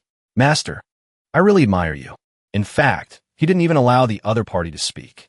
He directly pushed the emperor's words back to where they came from. Princess Long held her forehead and sighed. "Master, you really are." Who was Shan Wuqing? He was the ruler of the world of 8 desolations. No matter what, his words were law, golden words. Yet Shun Jini decisively ignored them. The emperor wanted him to be his son-in-law. He didn't hesitate at all. He just refused like that. The crowd was even more stunned. Mu Shou, who was nearby, saw this and for some reason gave a meaningful smile at Shun Jini. The monk Wu Meng, who had been standing on the side from the beginning, was still grinning. Now he quietly gave a thumbs up towards Shun Jini. Shan Wuqing's expression was uncertain. Even Princess Yen, who was always calm and decisive, was extremely embarrassed at this moment. Although they had been rejected many times before, they had never thought that they would actually be rejected so publicly on this matter. Shun Jini's words kept echoing in Shan Wuyan's mind. "My intention will never change." Shan Wuyan's expression changed continuously. Her eyes widened. She stared blankly at Shun Jini. Below the banquet, Shun Jini calmly stood up. He faced Shan Wuqing. He said again, "My intention will not change. The emperor's good intentions. I will remember them. However, I am dedicated to the sword path. I have no intention of getting married. I hope the princess will keep her good intentions to herself." In that moment, a thought flashed through Shan Wuqing's mind. Is this person crazy? Doesn't he know how many benefits, glory, and power he would gain by becoming a part of the royal family? Although this was just a probe to investigate the background of the Forsaken Swordmanor. Furthermore, Shan Wuqing turned to look at his daughter for a moment. He actually refused. This daughter of his. If he said she was as beautiful as a fairy, that would definitely not be true, but it wouldn't be wrong to say she was devastatingly beautiful. Could it be that Shun Jini was blind? Shan Wuqing frowned. He looked at Shun Jini. At this moment, after going through a series of emotions, Princess Yin seemed to have calmed down a bit on the surface. She suddenly took the initiative to step forward. Her expression was somewhat pained. She asked pitifully, "Third young master, does the young master despise me for being a weak and delicate woman, unable to serve a gentleman?" Whether it was her appearance, family background, or martial arts, Princess Yin was full of confidence. But now she was filled with the feeling of gain and loss, to the point that she even disregarded her own dignity to say such words. Shan Wuqing's gaze gradually dimmed, but when he looked at Shun Jini, his gaze was as cold as a blade. Shun Jini remained as indifferent and calm as ever. He looked at Princess Yin. He shook his head slightly and said, Princess Yin is a national beauty. Her status is noble. Who in the world is not worthy of you? It's just that I have no intention of taking a wife. Chu Huo secretly admired him in her heart. Everyone in the world is worthy of the princess alone. Only Master is not worthy. Master really speaks well. Shan Wuyin bit her lip. She said hoarsely, a man should get married and start a family. I know that third young master is dedicated to practicing the sword path, but which master in the world does not have descendants? The small and insignificant crowd finally nodded in agreement. To them, a person's strength is small. The masters of the world of 8 desolations. The Great Yu Imperial Dynasty. The 8 major sects of the world. Only a few of the most talented and brilliant have left behind descendants. Shan Wuyin's words were not wrong at all. To have a foothold in this world of 8 desolations, one usually needs to have descendants to carry on the bloodline. Only then can the family prosper for 1,000 years. She then pointed to her stomach. She said with some pride, the Great Yu Imperial Dynasty. The 8 major sects of the world all have descendants with the royal bloodline flowing in them to have the prosperity of today. I carry the royal bloodline. If I can bear you a son to carry on the family line, the future will be bright and prosperous. As soon as these words were spoken, everyone was in an uproar. Chu Luo was furious. She gritted her teeth and cursed. Shameless. She was about to shout louder, but Princess Long quickly covered her mouth. It was enough for Master to offend the royal family. If this young lady, Chu Huo, also offended them, it would be very troublesome. Chu Huo had a hot temper. It was best not to let her get angry and join in the commotion. As expected, Shunjini's mood was still stable. As always, no matter what was said, he would shake his head and refuse. He said, the princess cannot possibly bear an heir for me. As soon as these words were spoken, the whispering crowd immediately fell silent. Princess Yan's face turned pale. Even if he was going to refuse, he couldn't refuse to this extent. These words were too bold. The crowd murmured, Shunjini, you're a bit too bold. Even if you want to refuse the princess's intentions, you shouldn't be so rude. Shan Wuqing was furious. In front of so many people, he couldn't just turn hostile. He could only suppress his anger. He said coldly, Yinner, you may step down. Shan Wuyin's tears gradually fell. She looked at Shan Wuqing with pleading eyes. She said awkwardly, Father, but for the first time in history, he had to endure such humiliation and contempt. He had to suppress his anger a lot not to lose his temper here. He looked at Shan Wuyin and shouted, if that's the case, then this matter ends here. Shan Wuyin was still full of regret. Her eyes were filled with tears as she looked at Shunjini. But Shan Wuqing was already fuming with anger. He flicked his sleeve and left. He didn't attend the rest of the banquet either. Princess Yin was heartbroken. She only stole a glance at Shunjini and then slowly left. The people of the royal family all left. In the end, only those who had participated in the 9 Heavens Mystic Arena were left. They also relaxed a bit. One of them finally stepped forward to advise Shunjini. Third young master Shun. But facing Shunjini's staring gaze, he felt guilty. He coughed. He said vaguely, ahem. You were too reckless. Another person stepped forward to continue. Shan Wuyin is a golden branch and jade leaf. Her status is extremely noble. Even if you're peerless in the world, the princess's status is more than enough to match you. Why did you have to say such arrogant words? These people all had their own thoughts. Some had good intentions, but some were gloating over his misfortune. Shunjini didn't even bother to pay attention to them. Just a glance. The 8 cultivations world belongs to their Great Moon Dynasty. Offending them really isn't wise. At this moment, the tomb beast was still standing aside, watching. It hadn't left with Shan Wuyin's group yet. Facing these people, Shunjini said indifferently, if we don't fit, we don't fit. There is no need for you all to persuade me further. Monk Wuming still wore that mindless smile. He walked over cheerfully and said to Shunjini, really now? Even if you wanted to reject her, did you have to be so blunt? You could have let her down gently. Just making up an excuse would have sufficed. Saying she isn't worthy to bear your heirs really hurts a girl's self-esteem. Shunjini didn't speak. He just raised his head, looking toward Monk Wuming. Monk Wuming rubbed his bald head. You laugh, huh? Why are you looking at me? I didn't say anything wrong, did I? Suddenly, Monk Wuming's eyes went wide. as if he had just realized something. Wait a minute. I heard that after reaching the 9th level of the real human realm, once cultivation is perfected, the cultivator's physical constitution gradually condenses. The bloodline that once flowed in the body transforms into something else. Therefore, producing offspring becomes impossible. If one wants to produce a healthy heir, one must either learn forbidden techniques, sacrificing the mother to keep the child, or duel cultivate with a woman of the same realm. But what realm has Shunjini reached? How could Shan Wuyin possibly reach the same level as him? Monk Wuming shouted in panic. Don't tell me when you said she couldn't bear your heirs, you meant she literally couldn't bear them? Has your cultivation actually reached that realm? So it turns out, Shunjini wasn't humiliating her with a rejection. He was simply stating a fact. It's just that too few people know this fact. The monk fell silent. Shunjini was also silent. In response to Monk Wuming's words, he simply nodded. Monk Wuming felt like he was going crazy. Is Shunjini really that terrifying? Chu Hulao, on the other hand, was extremely curious. She leaned in and asked, Master, why can't the princess bear heirs for you? Princess Long's face turned bright red. She completely didn't expect Chu Hulao to ask so directly. She hurriedly pulled her back. You're just a child. Don't ask nonsense. Chu Hulao wasn't actually a teenage girl anymore, but she had spent the last 10 years at the abandoned sword villa, focused solely on sword practice with a pure mind. How could she understand relations between men and women? So when Princess Long said that, she became even more curious and dissatisfied, pressing for an answer. Shunjini suddenly looked at the sky. He seemed deep in thought. Heirs, huh? Meanwhile, Shan Wuqing was in the rear palace. His rage soared to the heavens.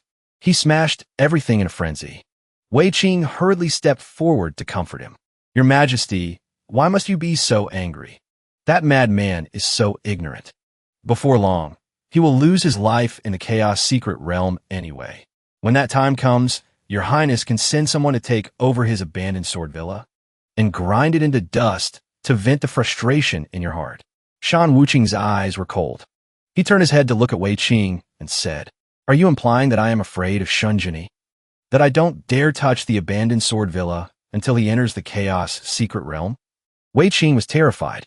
He realized his flattery had backfired. He hurriedly knelt on the ground. Trembling, he said, This lowly one wouldn't dare. Your Highness is a great emperor with supreme authority. You simply don't wish to lower yourself to haggle with them.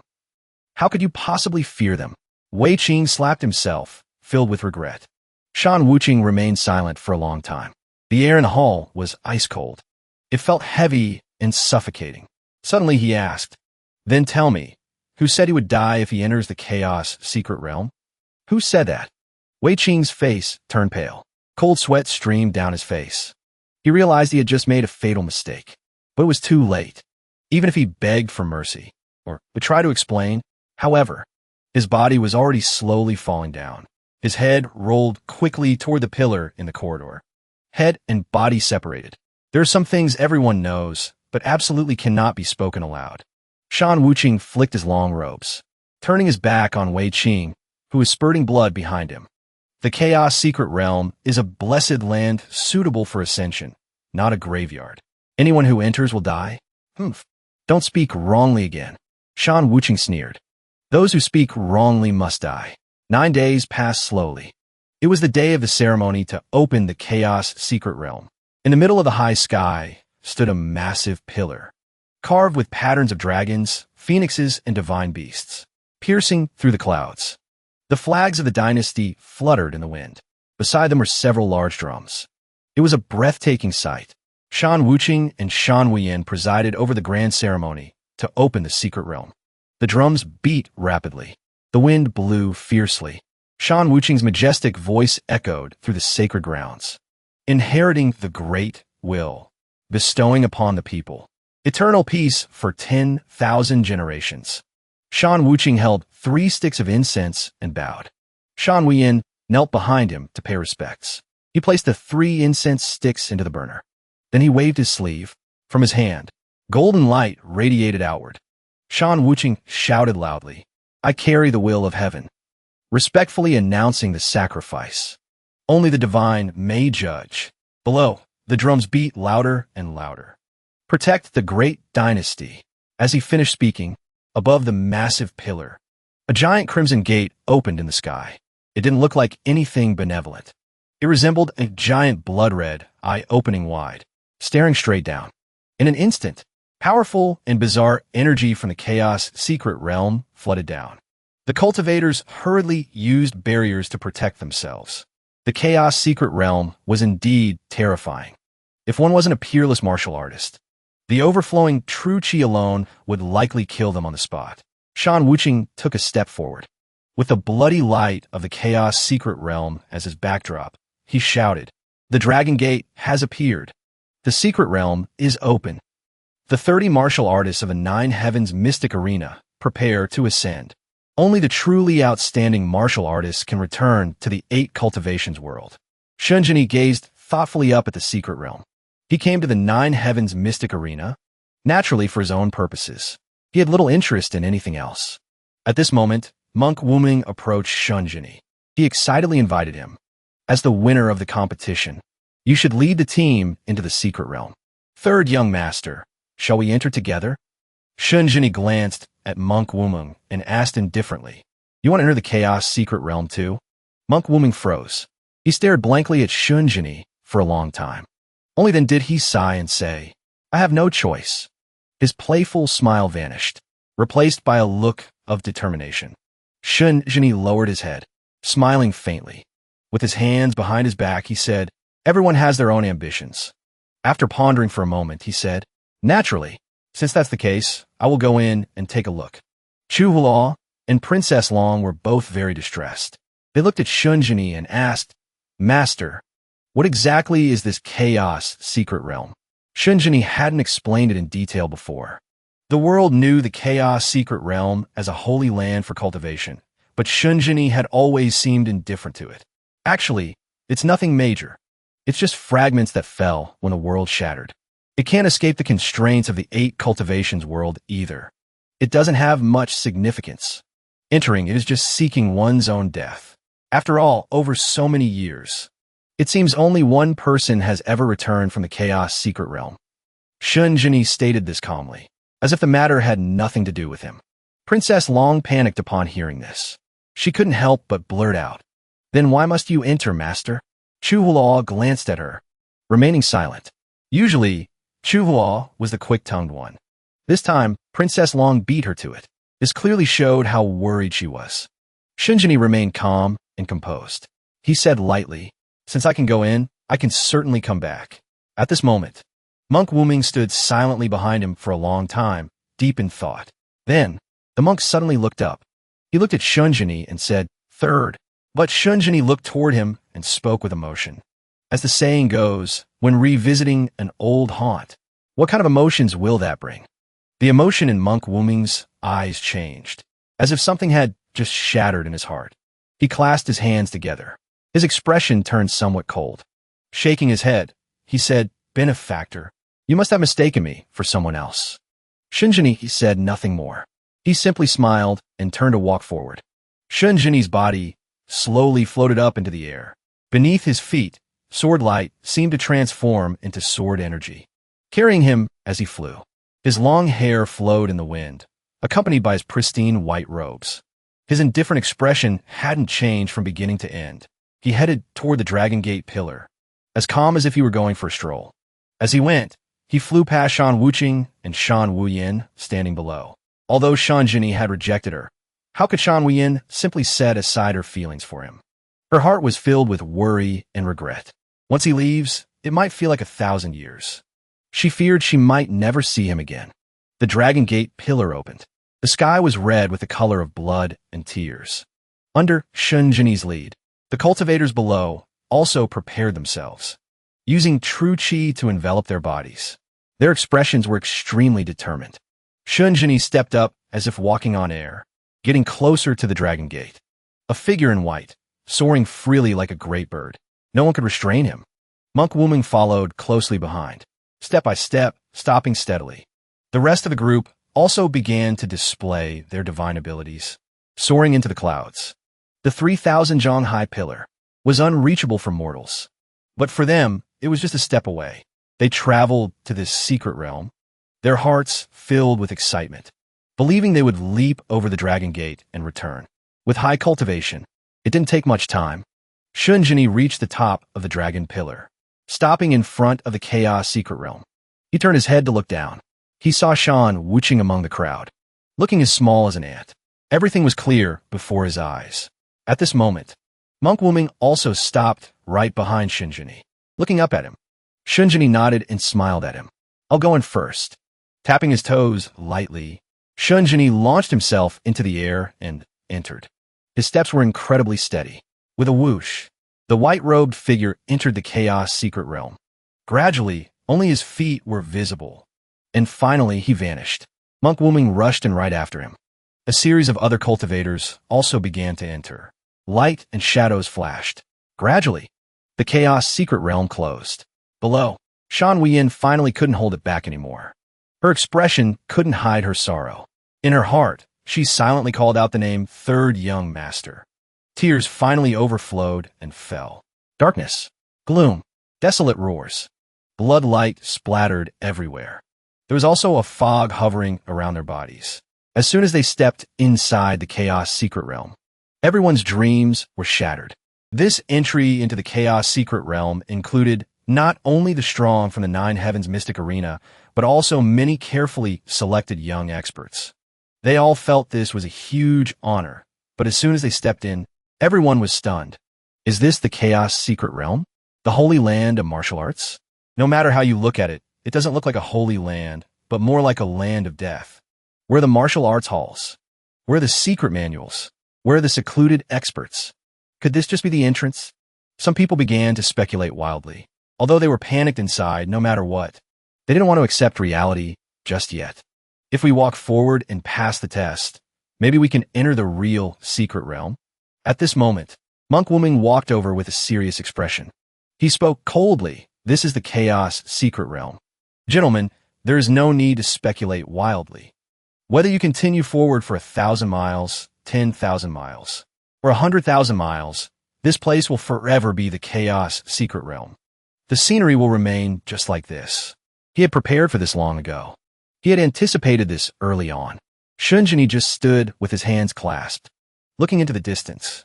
Monk Wuming directly voiced their greatest fear. This made them even more panicked. Someone even shouted angrily, "What? You monk, don't talk nonsense. If you're lying to me, even if you've reached the 9th level of the real human realm, I won't let you off." Monk Wuming laughed when he saw this. He asked, "You don't dare to oppose the Great Moon Dynasty that deceived you, but you want to trouble a well-meaning monk like me?" Monk Wuming mocked. "What a pity. Even if you kill me and grind me into dust, you will still be trapped forever in this bottomless chaos secret realm.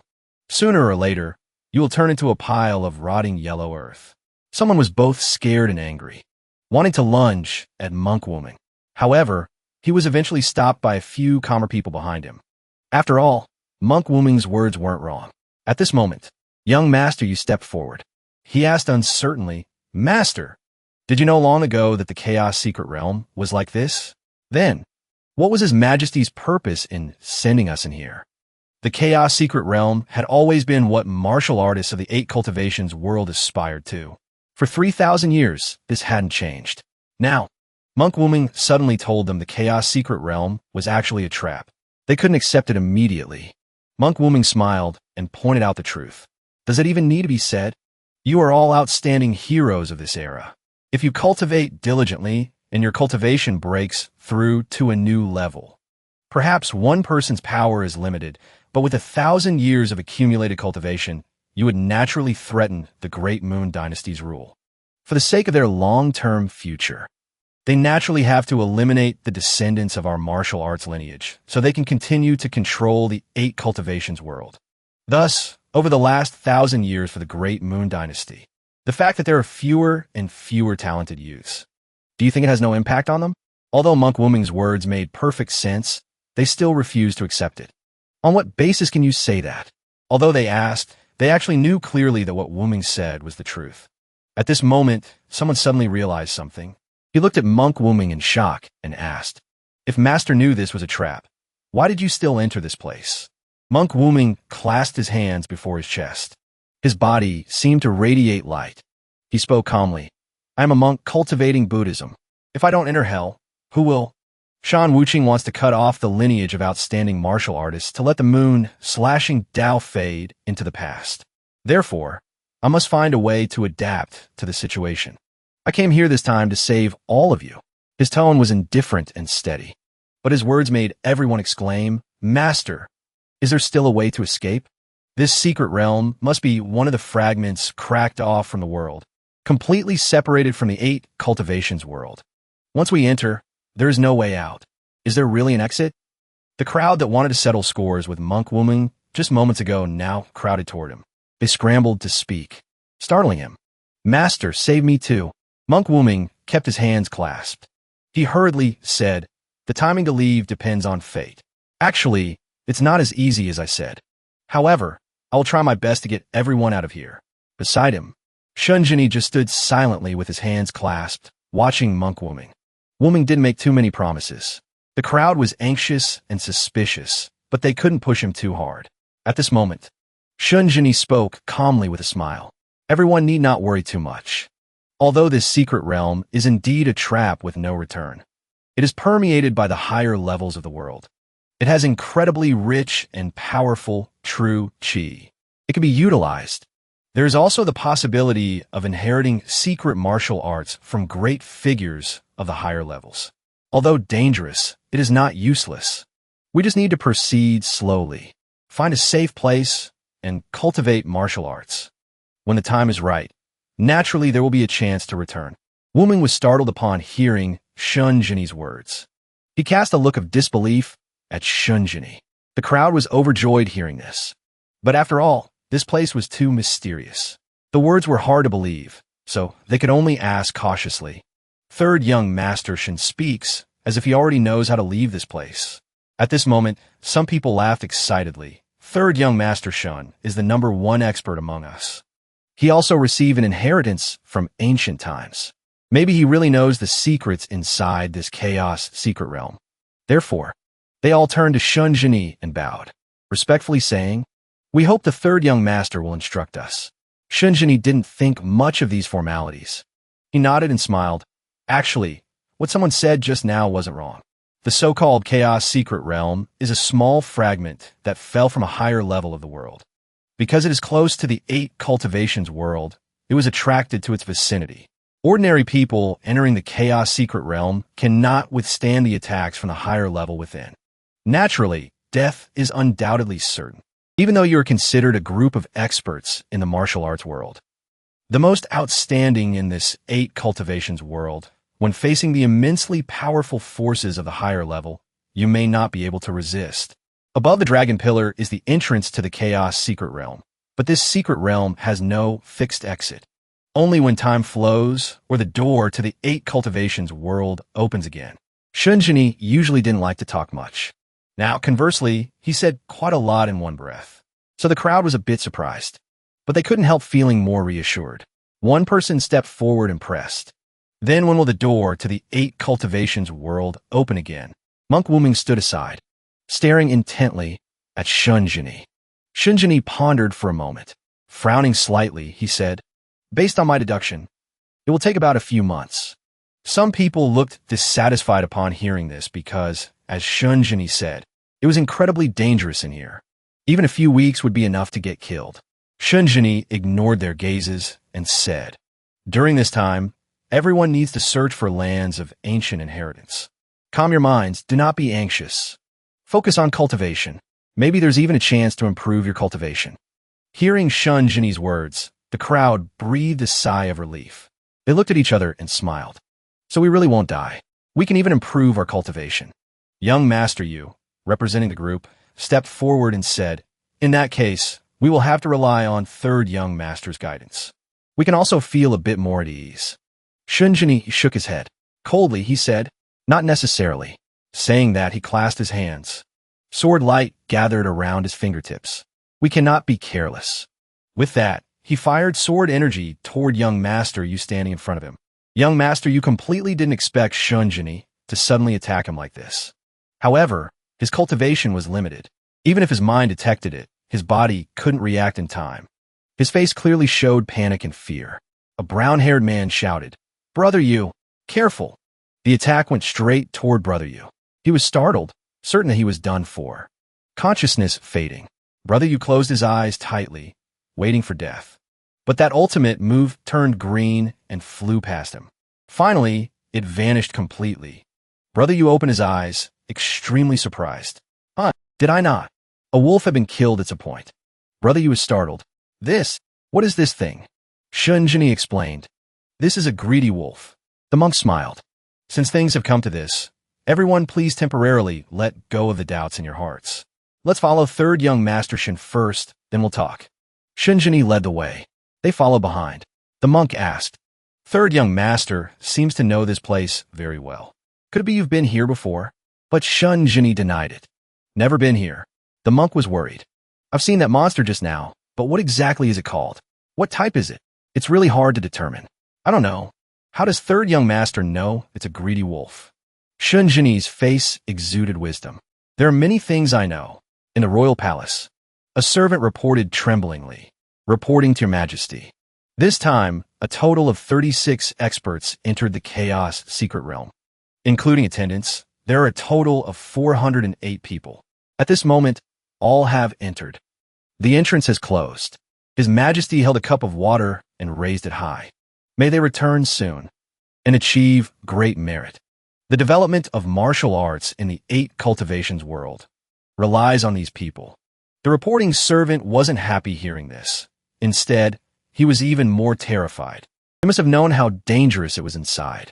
It could be a one-way trip, considered a sacrifice of these experts. A red-haired woman was holding a secret letter from third young Master Shin. She shed tears thinking of third young master, fearing he had died inside the secret realm. At this moment, the sinister majesty asked, "How is the investigation into the abandoned sword villa going?" The red-haired woman's eyes widened. She anxiously stepped back to eavesdrop. His Majesty was very pleased. Shunjini has just entered the chaos secret realm. He is a candidate for emperor. We must save face. We cannot easily move against the abandoned sword villa. Wait a few more months. No matter how strong Shunjini is, today he has left the 8 cultivations world. A storm like never before has passed. The Great Moon Dynasty will still exist for 10,000 years. The subordinate nodded repeatedly, flattering him. Yes, yes. The red-haired woman heard all of this. She took something out of her sleeve.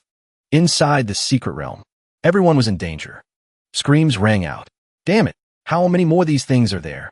Many greedy wolves attacked them. Help! Help me! The greedy wolf's eyes flashed like lightning as it rushed to attack. But luckily for that person, it was defeated by a surprise attack. In an instant, it was dealt with. The monk was the one who acted to save them. He questioned Shunjini. You knew this situation would happen, so no matter what, you didn't bring your 2 female disciples along. Shunjini fought the greedy wolves while warning the monk. Stop probing me. It is exactly as you say. But it was just to reduce trouble. He pointed his hand, creating a whirlwind. Immediately, the greedy wolf was defeated. Their martial arts are not yet mature. There's no need to rush to let them understand the cruelty of this world. The monk smiled, understanding Shunjini's meaning. Then does third young master know the origin of these monsters? How should we deal with them? Shunjini explained. These monsters belong to the strange beast species. They are an important race in the higher world, fighting for dominion alongside humans, gods, demons, and immortals. This is merely a cub. Its spiritual consciousness hasn't opened. It just has thick skin and flesh. If we encountered an adult strange beast, even the weakest one would possess terrifying power. Dealing with the top experts of the 8 cultivations world would only take a single claw. Fortunately, the chaos secret realm is small, unable to contain adult strange beasts. The monk scratched his head and laughed. Third young master is scaring me again. But inside he thought, I've never heard of the things third young master Shin speaks of. I can't understand them at all. As far as I know, he isn't a braggart. The monk took a stance. Here comes another one. Careful. Then he conjured his staff. The most important mission right now, Amitba, is to survive in this desolate place and find a safe shelter. Several days later, screams continued to ring out. Greedy wolves and people died in heaps, creating streams of blood. Everyone shouted, Kill that disgusting thing. Watch your back. The greedy wolves continued to attack. The brown-haired man was trying his best to create a protective barrier to hold the greedy wolf back. He shouted, "Brother Yu, now is the time." Brother Yu jumped up, seizing the opportunity. "Watch this." Red flame blade. Slash. The greedy wolf glared. Brother Yu's blade struck down. Just as the blade was about to touch it, it used its sharp claws to push him away. Brother Yu used his blade to stab into the ground to land safely, avoiding being thrown far away. Damn it, this thing reacts too fast. The greedy wolf hadn't given up yet. It drooled, seemingly very hungry, and advanced toward the two of them. Green energy appeared again. It was the monk arriving. In an instant, the greedy wolf vanished. Brother Yu was saved. But there wasn't just one greedy wolf. There were many other greedy wolves in this dangerous secret realm. They were increasing their speed. The monk shouted, "Third young master, now is the time." Shunjini remained incredibly calm. He stomped his foot once. Power from the ground began to rush up to attack the greedy wolves. All of them were trapped inside that green aura. Finally, they shattered like broken glass. The brown-haired man sighed in relief. Finally, we can rest. While he sat panting, Brother Yu and the monk were very happy to have escaped the disaster just now. The monk paid attention to Shunjini. "Third young master." He took out a scroll from his robes. "We have traveled forward for 3 days. We must have reached the deepest part of the chaos secret realm." It turned out to be a map of the secret realm. If we change direction and go west, there is a land of inheritance. We can avoid the attacks of the monsters. I wonder what you think. Brother Yu was surprised. This is a map of the chaos secret realm? The monk suddenly became alert upon hearing Brother Yu's words. He looked around cautiously. Everyone was treating each other's wounds. The monk folded the map. "I hope you keep your mouth shut. It's inconvenient for many people to know about this." Ahem. With so many people, it's inevitable there are spies of the royal family. I don't know if they have a way to send news outside. Brother Yu hurriedly covered his mouth. Shunjini glanced at the map. "That red X mark in the north, what place is that?" The monk pointed at the red mark. It's a large red-scaled python, head connected to body. Its mouth has deadly poison, and its body is covered in iron. I'm afraid we can't handle it." Shunjini comforted him. "It's fine. It's just a red-scaled divine python. No need to worry. We go north. The land protected by the red-scaled divine python will surely have treasures. Or perhaps there will be secret manuals inherited from the upper world, much safer than that tattered land in the west." The monk wondered, how does third young master know that the west is just a wasteland? Shunjini explained, "This place has packs of hungry wolves attacking, and the west is a land rich in water. There will surely be many hungry wolves, suffering attacks year after year. After so many years, it's already lucky if the inheritance land in the west barely managed not to collapse. Naturally, it has been heavily damaged." The monk was stunned, his eyes clearly showing surprise. Suddenly, he thought of something. Shunjini noticed this. He proposed, "Then I'll go tell everyone we're heading north." The monk hesitated. "It's just that there's still that red-scaled divine python. Is third young master sure we can deal with it?" Shunjini smiled and said firmly, "Absolutely nothing to worry about." Seeing Shunjini's confident demeanor, the monk was once again astonished. He had to force a smile and believe in it. 3 days later, a heavy rain poured down. Everyone continued to follow each other north. 5 days later, snow covered everything in white. Everyone was shivering with cold. 7 days later, they had to cross a desert. The sun was scorching. A guy in the group suddenly became suspicious. Since entering the Chaos Secret Realm, it's always been third young Master Shun and Monk Wumeng deciding where to go. "Tell me, are they still trustworthy?" The guy in green retorted. "Monk Wumeng is originally from the royal family. Perhaps there are secrets we can't know. But Shunjini is truly very strange. He's so young and comes from a 9 depths region. How could he know so many secrets? I heard he received an ancient inheritance. That's why he made such great progress. Maybe the inheritance actually contains documents related to the Chaos Secret Realm.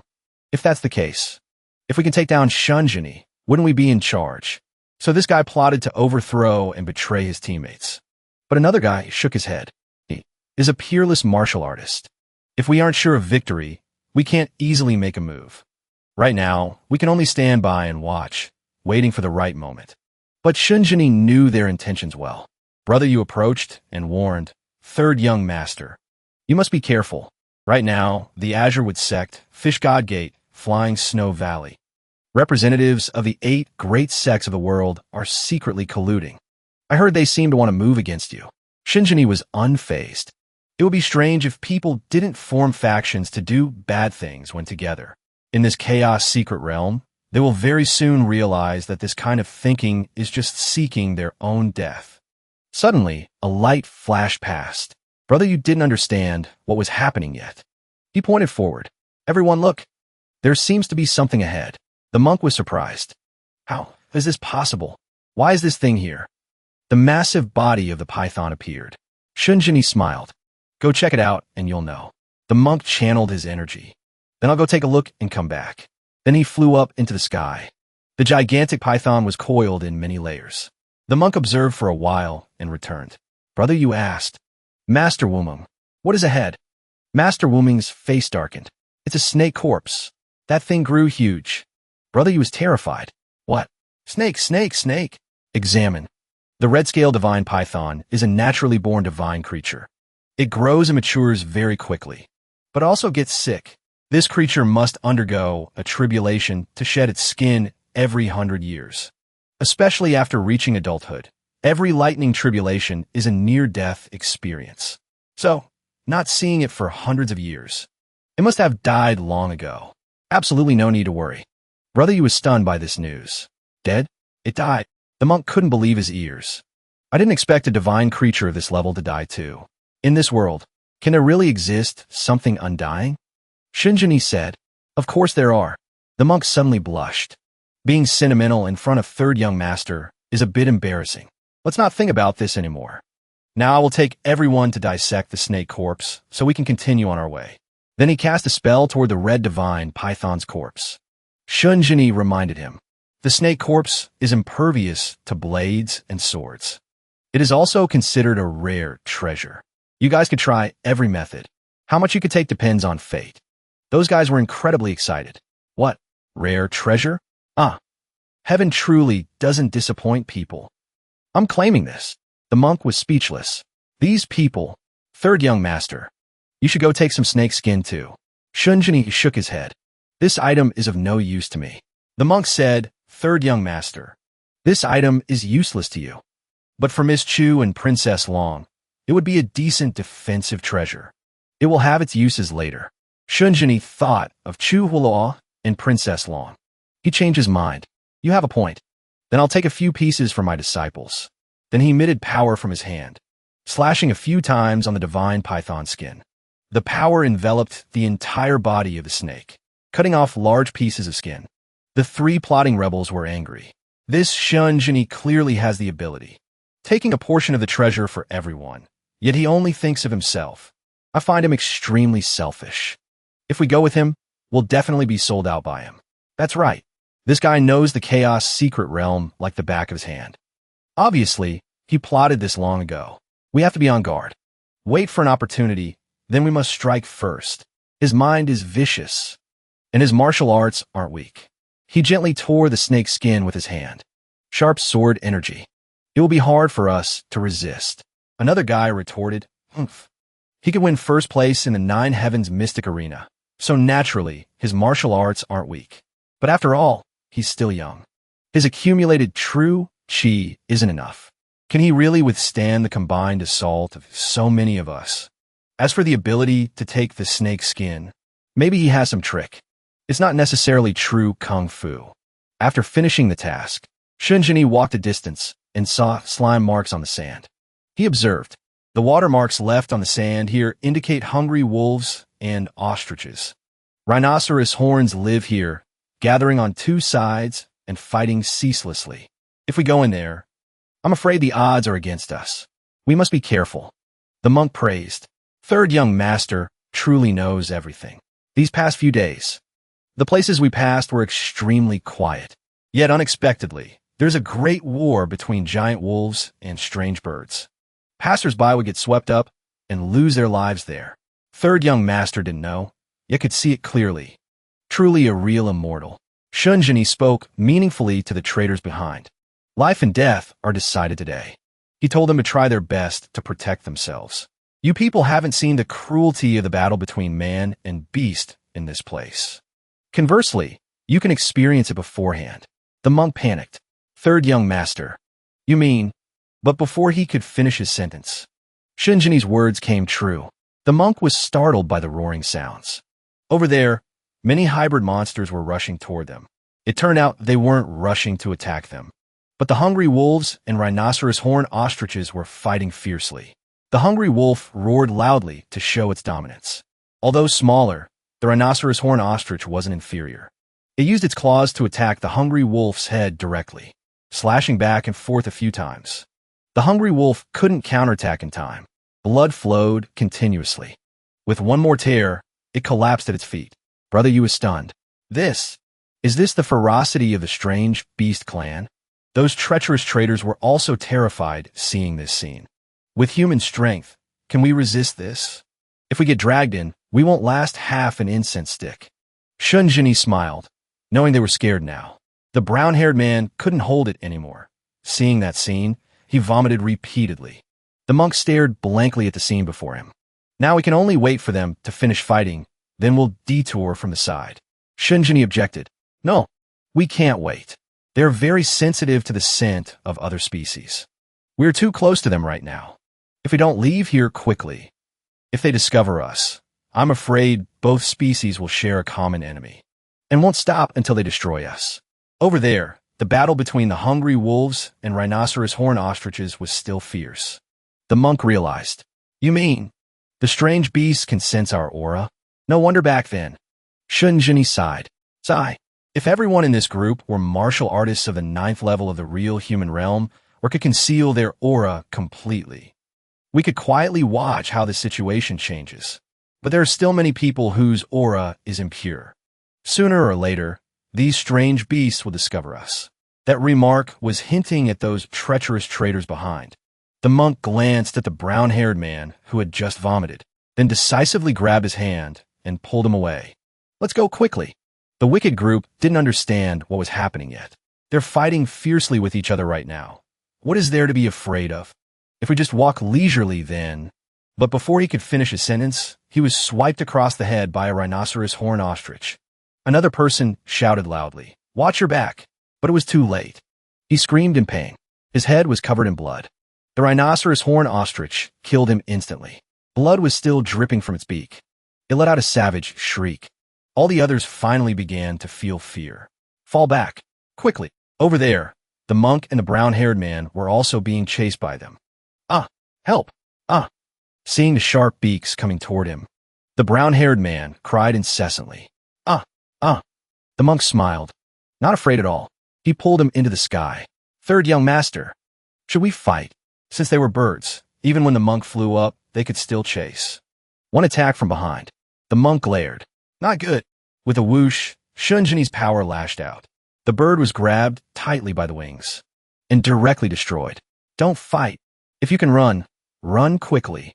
Rhinoceros horn ostriches are born with the ability to set up formations.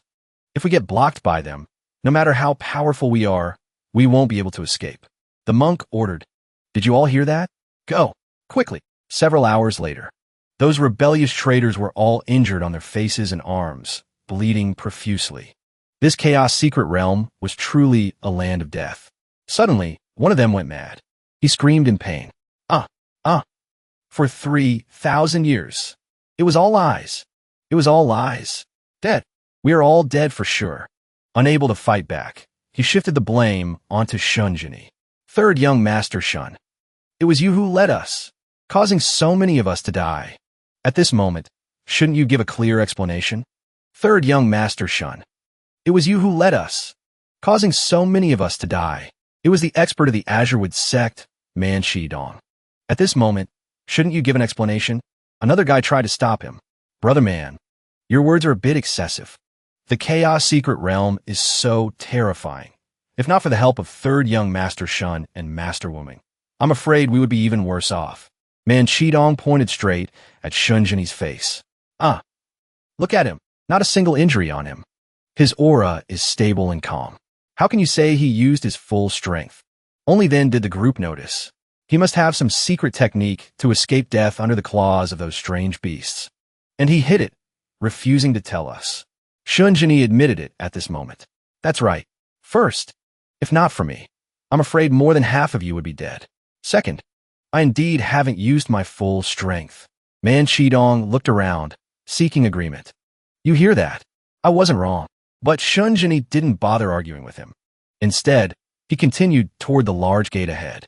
I can stabilize my aura simply because I am much stronger than you. Everyone was surprised. What is this place? Shunjini explained. 3,000 years ago, when the Kanglan sect was still one of the 3 great Orthodox sects. This sect controlled the southwest region. Other powerful sects all submitted to them. Their prestige was unmatched. 2,000 years ago, the Kanglan sect disappeared from history. Only a few surviving elders struggled bitterly, trying to regain their former glory. Waiting until now, surely even a tiny chance is gone. Brother, you asked, third young master. May I ask if we need to go in there? Shunjini frowned. This place has a great protective array that can deal with strange beasts, harmless to humans. You can walk freely within this Kanglan sect and seek opportunities to find inheritances. This place is related to the disciples of the Kanglan sect. Surely it will preserve inherited secret techniques. Secret technique. Martial arts. As long as you pass their tests, you can learn their martial arts. Wait until your martial arts realm develops. Then you can go to the back to visit the martial arts temple. The others immediately changed their attitude. Speaking respectfully, thank you for your guidance, young Master Shun. Then I will go there to ask for advice on the Immortal's martial arts. Then they flew away, wanting to comprehend the 33,000 inheritances of the martial arts temple. Based on the aptitude of that group, I'm afraid they'll suffer chi deviation before even entering the door. If it were a few hundred years later, and they could surpass the outstanding real humans of the martial arts realm, perhaps they would have a chance to visit the martial arts temple to learn. Now is a bit too early. Shunjini seemed to have guessed their outcome. The monk stepped forward at this moment. Shunjini turned his head to look. Aren't you going to find rare martial arts manuals? Even if you have been to the Chaos Secret Realm before. The harvest from last time surely cannot compare to the precious treasures of Kanglan. The monk smiled. I feel that following young Master Shun might yield more. Shunjini spoke meaningfully. You are good in every way, but you think yourself a bit too clever. All right, everyone just wait here for the time and space to shift again. I have to go ahead. The monk said loudly, third young master, are you not going to check the holy temple here? Shunjini didn't turn back. The martial arts inheritances in the Kanglan secret vault are of little use to me. Later, if fate permits, I will gift them to the descendants of friends. I came to the Chaos Secret Realm this time. First for you, and second for another enemy. The monk wondered, enemy? Where is there another enemy in this secret realm? Shunjini said, originally, I couldn't be sure. But after entering this place, I indeed sensed it. I originally thought I would never see this person again. Yet in this secret realm, a trace remains. Whether alive or dead. I must go see, so as not to fail the friendship of years past. The monk's expression changed, becoming extremely tense. The situation is becoming more favorable now. I had planned, but Shunjini remains the biggest variable. If he leaves and dies in this secret realm, it would be the best outcome for me. But the monk reached out to stop him. Third young master, everywhere in the Chaos Secret Realm is extremely dangerous. Although your martial arts are high, you shouldn't take such risks. Just wait here. A few days later, when the sun and moon eclipse together, and the 9 stars align, we will have a chance to break the boundary and escape. Shunjini stopped. His eyes were sharp. That statement of yours is quite interesting. The monk saw Shunjini's attitude was very strange.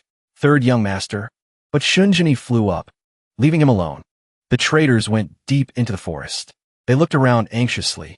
Rustling sounds echoed everywhere. It seemed they were lost. Brother, you panicked. Where exactly is this place? Just one look, and I feel a splitting headache. I can't even stand steady. Man Chidong looked around warily. Could we have been tricked? Where is the real martial arts holy land? Brother, you suddenly saw something. He pointed to the sky. Brother man, look quickly. Man Chidong remembered. Shunjini said this place was a martial arts holy land. Yet he left alone. Could it be? He wanted to trick us into staying here. Then go find more useful treasures himself? Go! Let's follow him and see. Shun Jini saw the three of them chasing. He smiled, leaving only one sentence. Idiots. Then he flew away, leaving them to fall into a dangerous secret realm. Red circles appeared continuously. Brother Yu closed his eyes. Brother man, the true chi here is too strong. I can't take it anymore. Man Qidong encouraged him. Hold on a little longer. The red python opened its mouth wide. It was spitting out a lot of true chi. Shunjini gently cut it into small pieces. Man Qidong couldn't help but be amazed seeing this scene. What realm has his martial arts reached? Another guy said, Brother man, perhaps returning to the Kanglan sect is the wisest choice now. Man Qidong encouraged. Everyone. Things have come to this, we can't go back. With Shun Jini's level of martial arts, giving up the Kanglan arsenal to continue searching surely means there's something useful. As long as we follow him closely and act when there's a chance, we will definitely gain a lot. 3 hours later, 3,000 miles away at the illusion stream, Shun Jini arrived at a place that looked very mystical. 3,000 thick dusts. The impassable illusion stream. Man Qidong observed. Look quickly. Shun Jini stopped. The guy wearing a scarf realized. That river seems to have something very strange. I don't know why.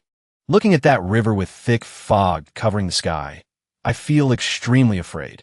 Shun Jini exposed them. You guys have followed long enough. On the road before, with me in front, the powerful strange beasts dared not approach, so you could barely protect your lives. But the illusion stream 3,000 miles ahead holds the red dust stream and endless illusions. If you take another step, you can only rely on the 2 words guard heart and your own efforts. Your minds are not steadfast. You have too many distracting thoughts. It's better to go back early. Otherwise, you're seeking your own death. Man Qidong was arrogant and dismissive. Third young master Shun. We are just going the same way, not intentionally following. Although there is danger ahead, there will surely be treasures. Why do you have to intimidate us?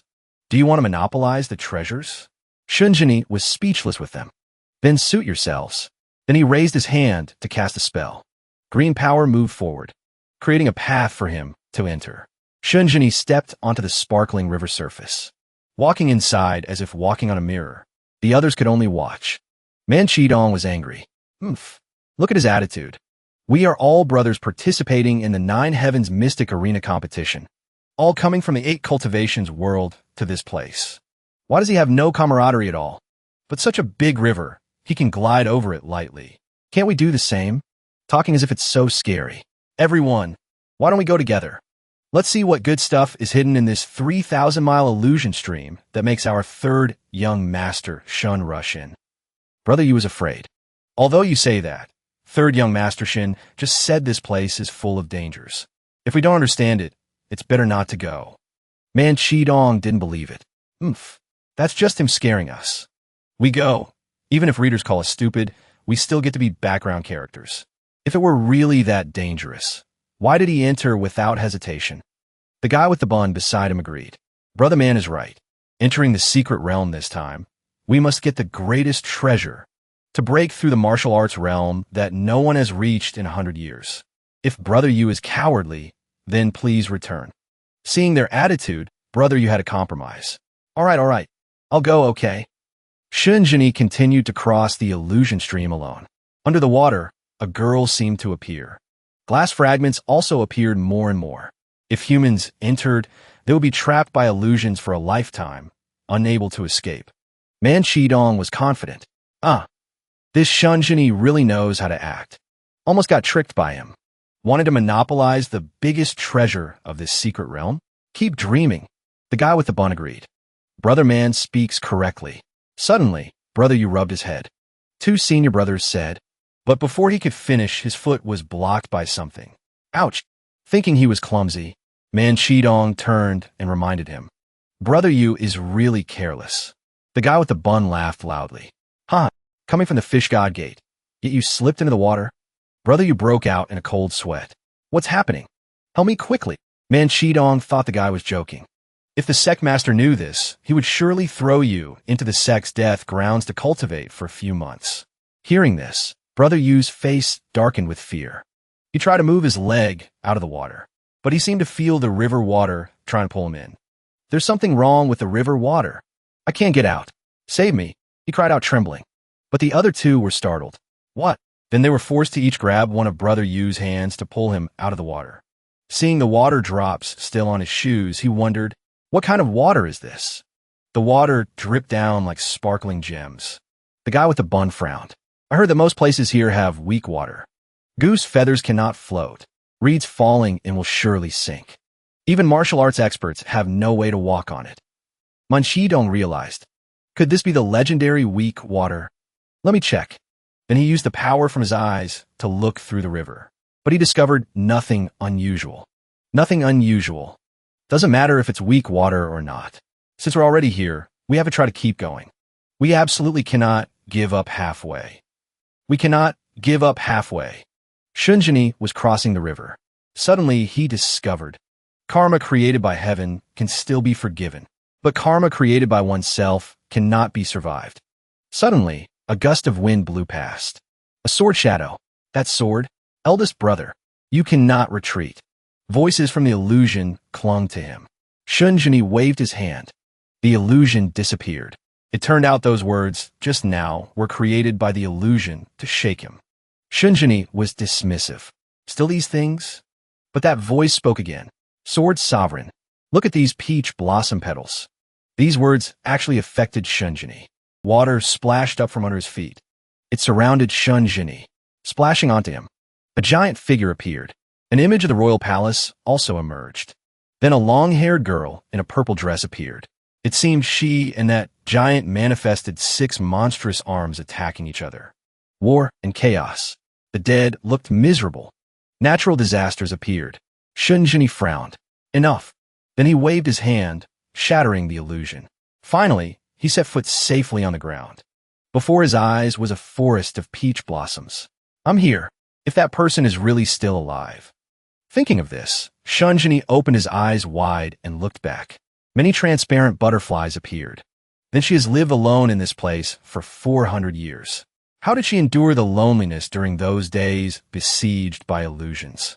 That girl saw Shunjini. At first, she was extremely surprised. Then she laughed happily. You came again today? At this moment, Manhwa's group was trapped in illusions. His sect master appeared. Manhwa, you are truly bold.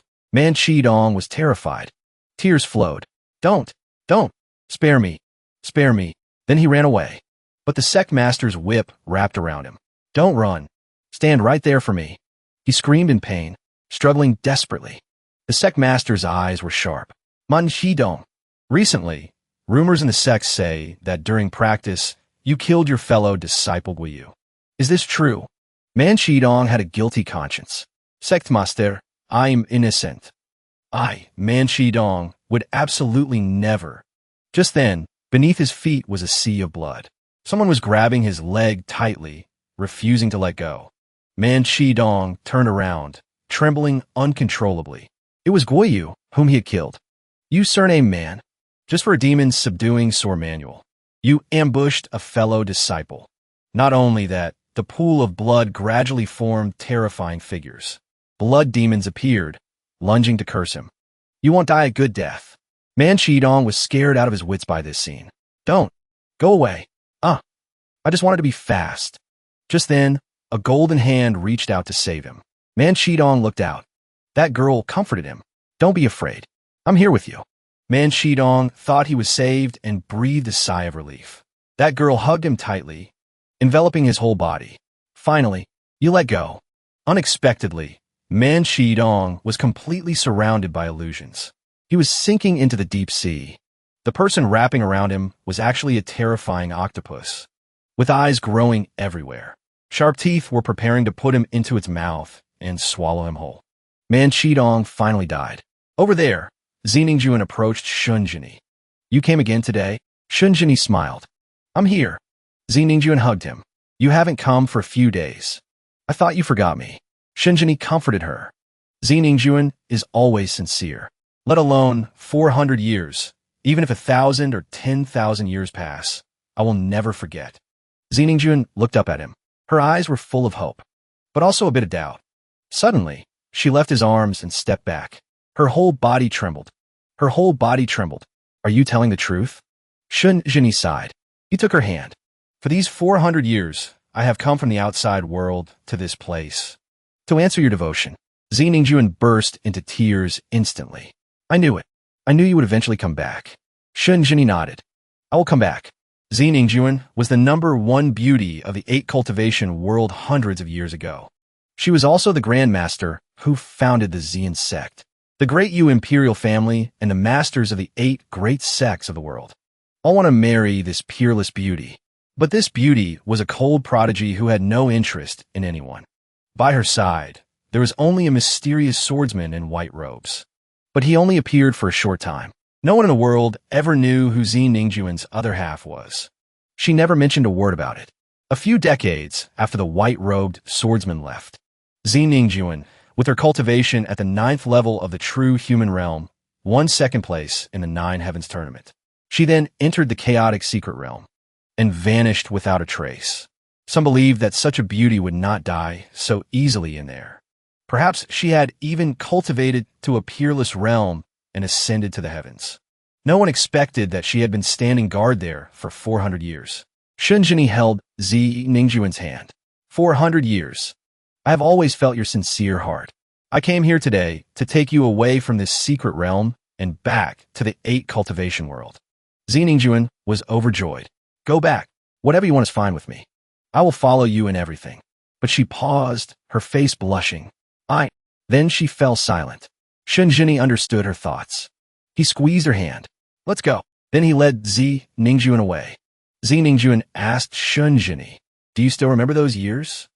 Shun Jini had not forgotten. Of course I remember. It turned out there were 4 of them back then. Like comrades who always fought side by side.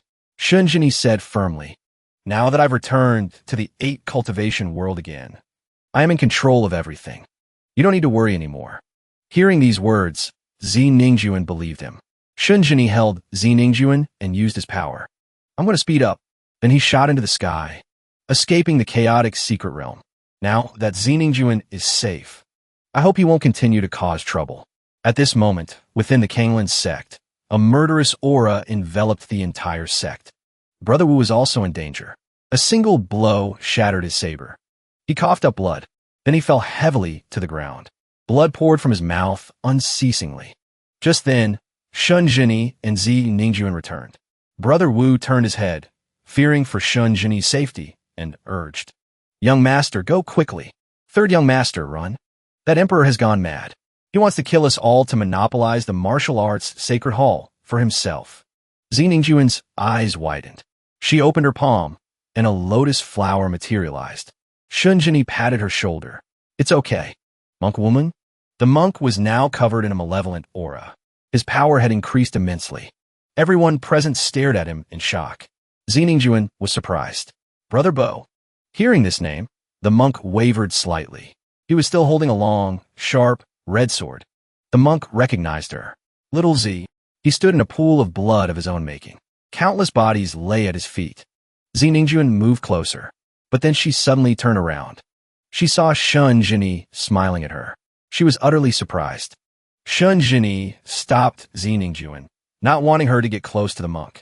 The monk stood still, not moving an inch. He sheathed his blade. Then he sighed.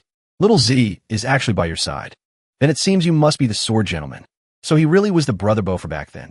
But how on earth did she recognize you and me? Shun Jini explained. She has been in the mysterious river secret realm for 400 years. She can break through the changes between illusion and reality. She has eyes that can see through all illusions.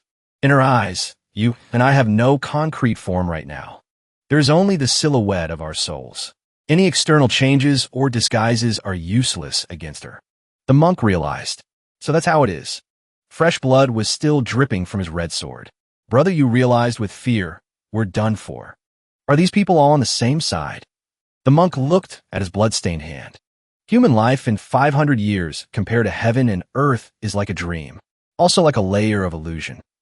Zi Ningjuan was fearful, somewhat wary of him. Brother Bai, we haven't met for hundreds of years. Why is the killing aura on you still so heavy? Where is Sister Jing? Hearing this, Brother Bai was extremely sorrowful. She passed away long ago. Brother Yu stepped forward and grabbed Shinjini's clothes tightly. What? What exactly happened? Who exactly is this monk? Third young master. I beg you to tell me the whole story. Shinjini looked at his frightened appearance. Seeing the two sides facing each other, Shinjini sighed. Sigh. It's a long story. Your blade sect in the Central Plains has ancient origins and records many historical events. You surely know that 500 years ago, there were 3 martial heroes called the 3 Heroes of the Red Dust. Brother, you realized. I think I've heard of them. Among them were the Northern King Beiwe and the world's #1 beauty, Xiningjuan, who had a great reputation. As for the remaining sword sovereign, he appeared and disappeared like a fleeting shadow. No one knew where he came from. Shinjini pointed at the monk. He is the Northern King Beiwe. She's the world's #1 beauty. And I am the sword sovereign. Brother, you fell back. What? Impossible. Legendary figures from 500 years ago appearing before me like this. The Northern King Beiwe was originally a great figure famous for his blade techniques. Although my blade sect in the Central Plains is orthodox, we greatly admire the exquisite blade techniques of this person. This monk in front of me, killing people like a mad demon, is actually the spirited Northern King Beiwe from back then. Shinjini recounted the story. Originally, after I left, it caused everyone to painstakingly search for my whereabouts everywhere. Brother Bei and Sister Jing had just gotten married, yet had to worry about me. I truly feel very guilty, especially since everyone even came to this chaos secret realm to search for my traces. This matter was truly me implicating everyone. Beiwe objected. No, little Z wanted to enter the chaos secret realm. To find you was her idea. As for us, husband and wife, it was simply because we believed rumors with malicious intent. So we fell into someone else's trap, throwing ourselves into the net, entering this land of certain death. At first, just after entering the secret realm, we knew we had been tricked. Little Z wanted to search for you personally, so she went deep into the chaos secret realm and went missing in the illusion stream for 3,000 miles. As for me, because I was too selfish, I didn't follow to protect her, but took Jingyi to find a place with a chance for enlightenment. But unexpectedly, this action harmed me and Jingyi. We were attacked by monsters in the snow cave. Jingyi was caught by the monsters. Beiwe used all his strength trying to save his woman. Let her go. In the end, Jingyi died, losing her life because of this. After that, I struggled to survive for many years in this secret realm. Finally, I found a chance to escape from here. I entered this secret realm again, this time with only one goal. That is revenge. Brother Yu was startled. Wait, if you want revenge, you should go find the Great Moon Dynasty. Why find unlucky people like us to vent your anger? The monk said, Of course I must find the Great Moon Dynasty for revenge. After leaving the Chaos Secret Realm, I tried countless times, wanting to assassinate Shan Yuqing and overthrow the Great Moon Dynasty. But regrettably, this matter exceeded my power. After that, I studied the martial arts of various forces. I even disregarded myself to become a servant of the enemy, cultivating the secret martial arts passed down by the Great Moon Dynasty for many years. But at the final step, I discovered despair in my heart. It was hard to succeed. Finally, I discovered to take one step further into the 9th level of the real human realm and surpass Shan Yuqing, I must return to the Chaos Secret Realm to fulfill my original wish. Beiwe spoke with determination. To advance one more step in the 9th level of the real human realm and surpass Shan Yuqing, I must return to this Chaos Secret Realm and fulfill my original wish. Shunjini sighed slightly upon hearing this. Then he turned to Beiwe and said, Your blade Dao is already extremely complete. Perfect. Just one final step of tempering is needed to break the cocoon and become a butterfly. It seems coming to the Chaos Secret Realm this time. You have achieved your goal. It's just that this method of yours is too domineering, arrogant, shaking the foundation. Even if you can achieve the strongest power in the end, you will lose 10 for every 1 gained. It will be hard to advance further. Beside him stood Xiningjuan and Gu Cap Cap, Brother Yu, with wary postures. Beiwe laughed coldly upon hearing this, a bit disdainful. Then he said, The Dragon City martial arts. If I cannot protect my wife, isn't it useless to be a human? He reminisced as he spoke. The Great Moon Dynasty destroyed my family. If I don't kill all 300,000 of the royal bloodline, then wouldn't it be useless to be a human for a lifetime? Beiwei seemed unable to suppress the feelings in his heart anymore. Anger erupted into evil chi. Surrounding Shunjini's group of three, Brother Yu was a bit panicked by the wave of chi. Only Shunjini remained calm. With a placid expression, he said, "The sin of killing is indeed heavy, going against the will of heaven. Pazabai. This is not a good thing." He spoke up to advise him, basically wanting the other party to change his mind before it was too late. Beiwei remained steadfast in his stance. "My mind is made up. You don't need to persuade me anymore. If the Great Moon Dynasty is heaven, then I must tear a huge hole in this heaven. Besides, I changed my name 100 years ago. My name now is Bei Patian." He turned to look at Shunjini and Xiningjuan. "I just didn't expect you to return and enter the chaos secret realm together. Little Z is here too." Shunjini was slightly surprised. "I simply can't understand. A person so full of hatred for so many years can still remember the friendship from 400 years ago. I stopped blaming you long ago." Beiwei said nothing upon hearing this. He just smiled. "That is good." Saying that, he turned to leave. His face showed some satisfaction. "Based on the strength of you and Little Z, and thanks to this Kanglin's secret vault, leaving the Chaos secret realm isn't anything difficult. Since that's the case," Beiwei raised his long sword, decisively slashing a path into the void. "I'll go one step ahead." Where his sword slashed, a thunderous noise echoed. Space began to fluctuate and crack. A second later, Beiwei stepped out of the space. The ground beneath Brother Yu's feet began to shake from his force. Brother Yu asked loudly in fear, "What is this?" Under Xiningju in surprise, Shunjini gently explained, "1/cut space. Old Bei has indeed comprehended a higher realm of Blade Dao. Borrowing the power of the Kanglin secret vault, he compressed space to the limit, slashing open a path linking the secret realm and the 8 cultivations world. Now he just wants to escape the Chaos secret realm and return to the 8 cultivations world." Beiwei heard these words and turned back. "As expected, you are a person of supreme power. The 1/cut space just now was something I only recently comprehended, yet you saw through it. I truly look forward to returning to the 8 cultivations world. It will surely be a wonderful battle." As he spoke, he walked through the spatial fluctuation. A second later, he vanished into thin air. "I just hope when that time comes, you won't disappoint me." Beiyue's voice echoed back toward Shunjini. Now, only the three of them remained. Shunjini, Brother Yu, and Xiningjuan standing before the temple gate. The three stood in front of the holy temple gate. They seemed to be looking for a way inside. Brother Yu said impatiently, "Third young master, I've tried many ways. I simply cannot open the holy temple gate. Some of my companions tried to force it open and were knocked down by the recoil force. Then, that monk," recalling Beiwei with his murderous eyes. Brother Yu stopped abruptly. A second later, he shook his head vigorously and said loudly, No. It was when King Beiwei went mad, died the fastest. In a holy temple, martial arts have divine will. True chi flares up powerfully, surpassing all things in this 8 cultivations world. Wanting to force it open naturally equates to humiliating oneself. Shunjini walked up to the holy temple and said, "To obtain one of the 33,000 martial arts inheritances." He raised his hand into the air, touching the lotus flower on the temple door. Then he said, "One must use the correct method to open the holy temple." However, the temple door didn't budge at all. This made Shunjini sigh with a bit of disappointment. Xiningjuan asked curiously, "You know it?" Shunjini turned to her and explained, "A friend of mine used to carry a tattered map with him. On it was a drawing of this Kanglin snow lotus. If he were standing here, I don't know how happy he would be. It's just a pity." Shunjini hid his thoughts, leaving them unspoken. Thinking of this, he paused, sighing once.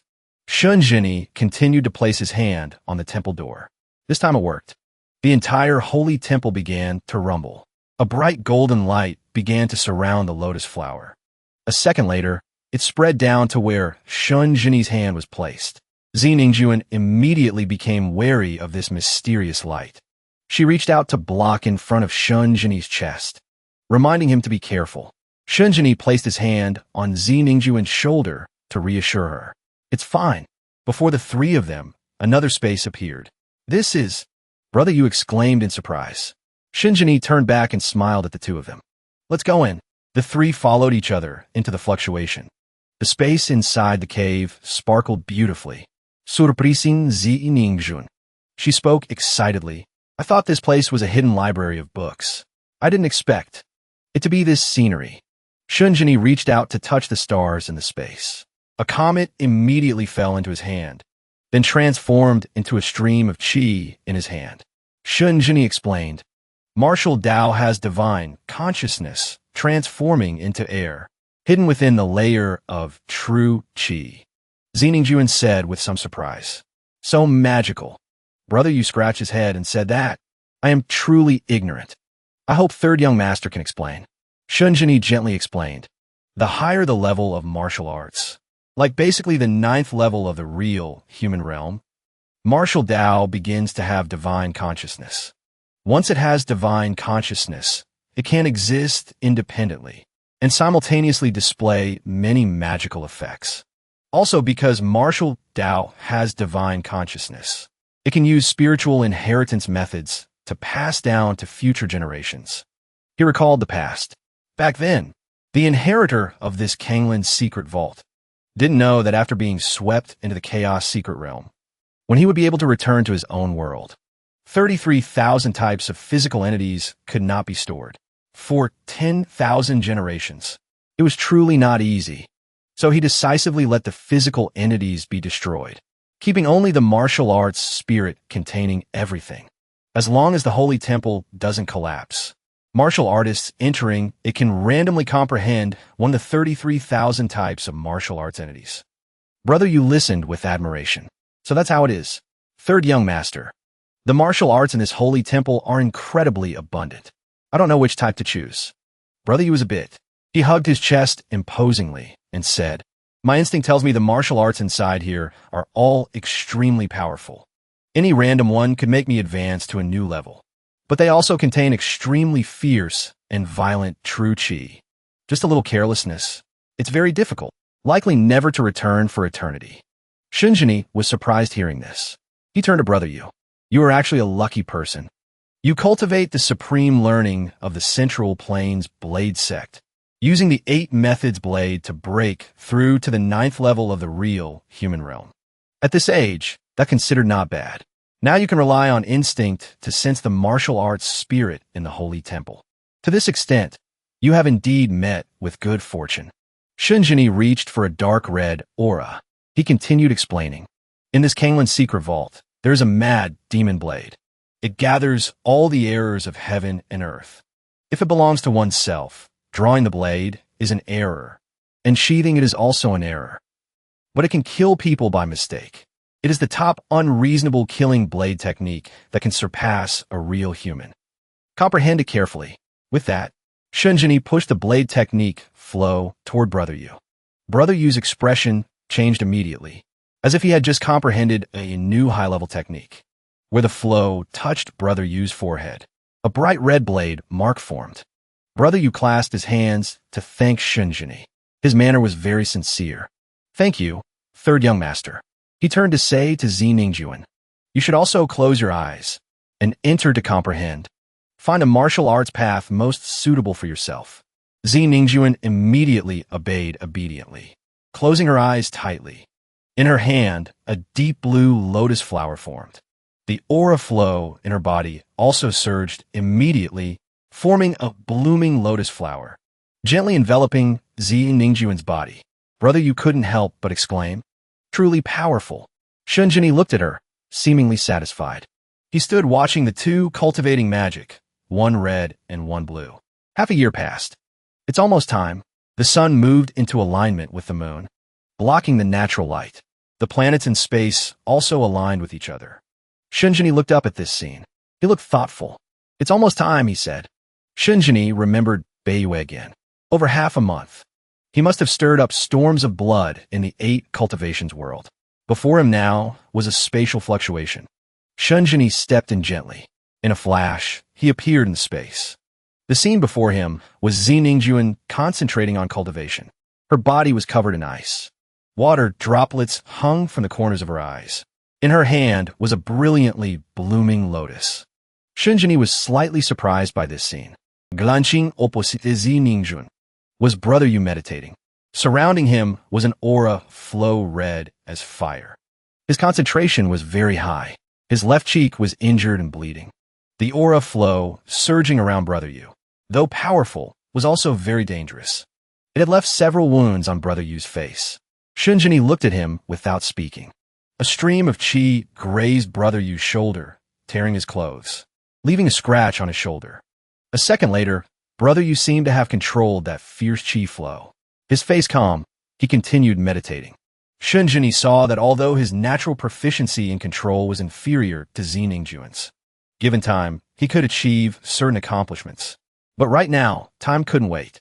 Saying that, Shunjini raised his hand to concentrate the qi flow.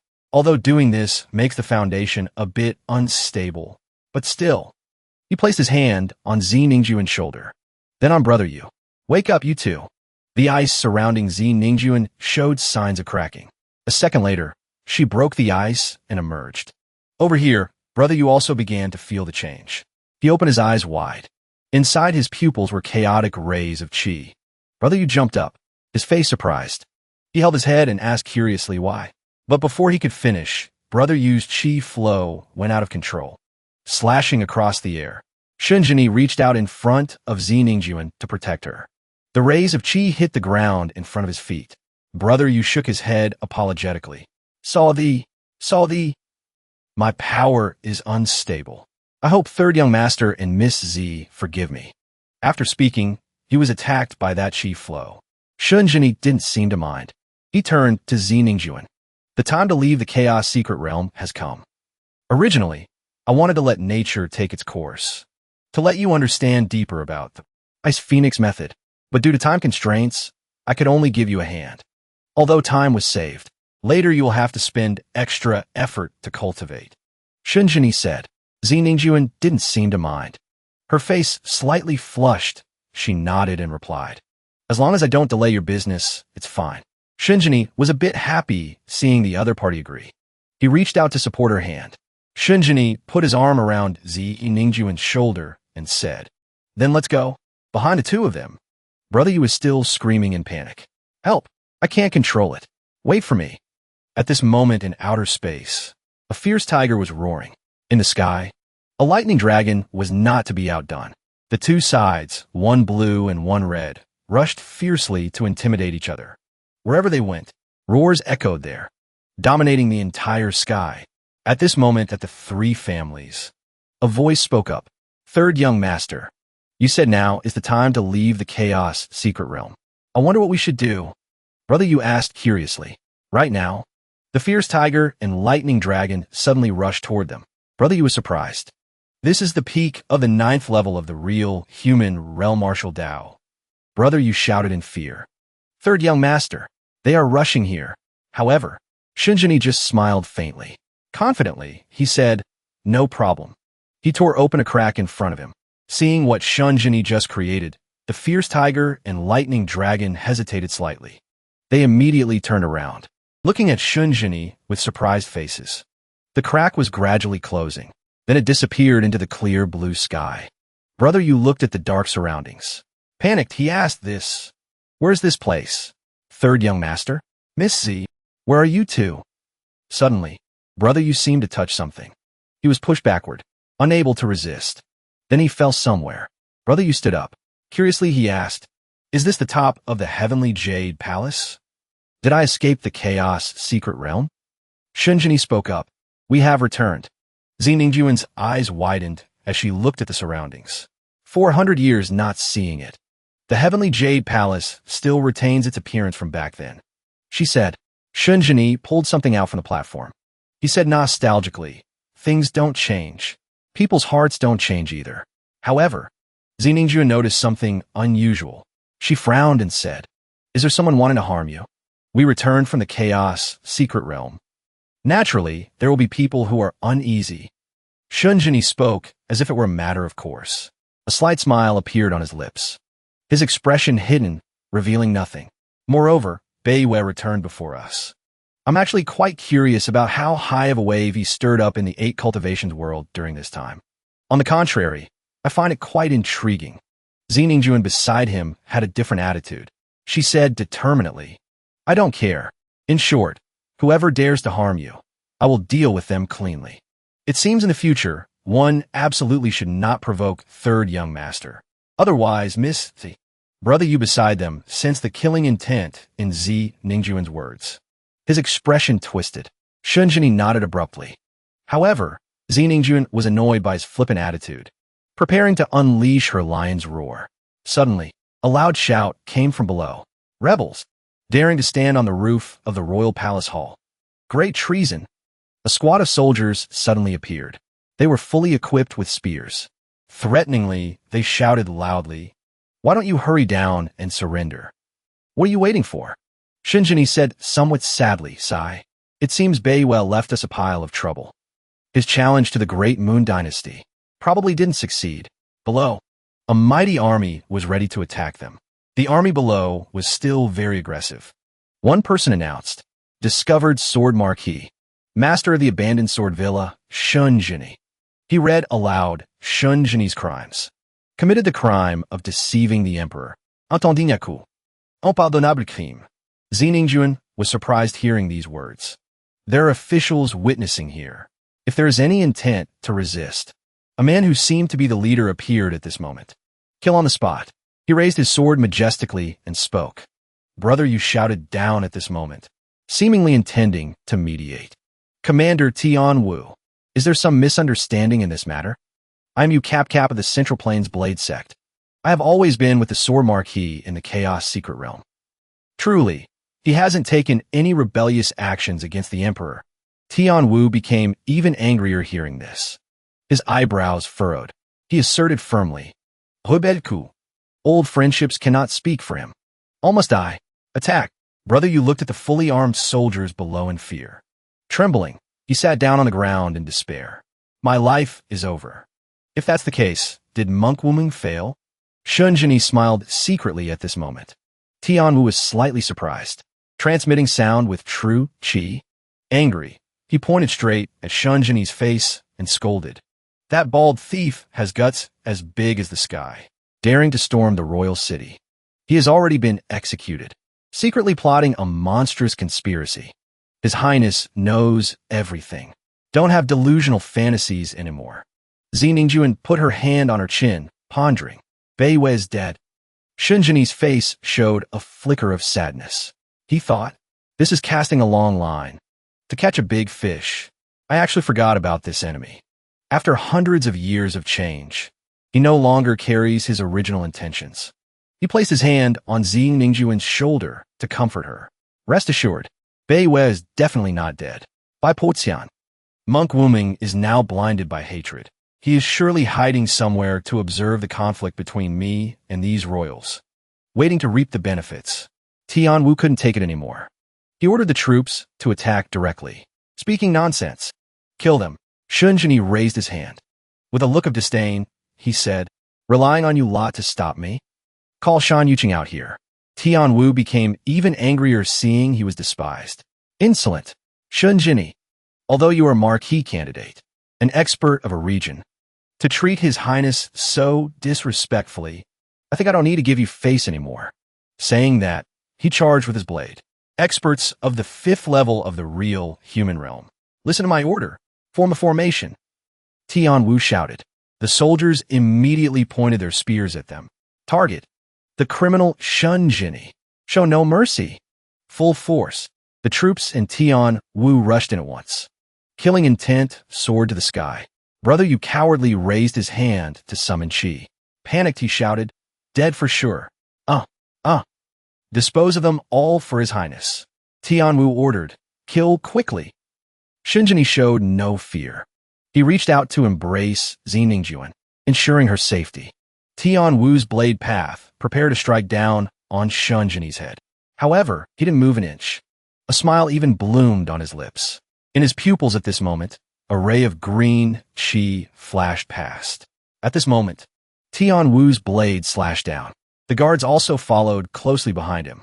A green light suddenly appeared from the soldiers' armor, exploding their internal organs, causing them to vomit blood and die. After the soldiers were knocked back, falling like caged birds, a pool of blood fell onto the stone floor. The owner of the blood pool, Tian Wu, struggled to stand up. What kind of demonic art is this? He turned to look at his subordinates, falling scattered behind him in surprise. Shinjini said coldly, "Frog in the well." Tian Wu painfully coughed up mouthfuls of blood. He remembered his father's advice. Not poisonous.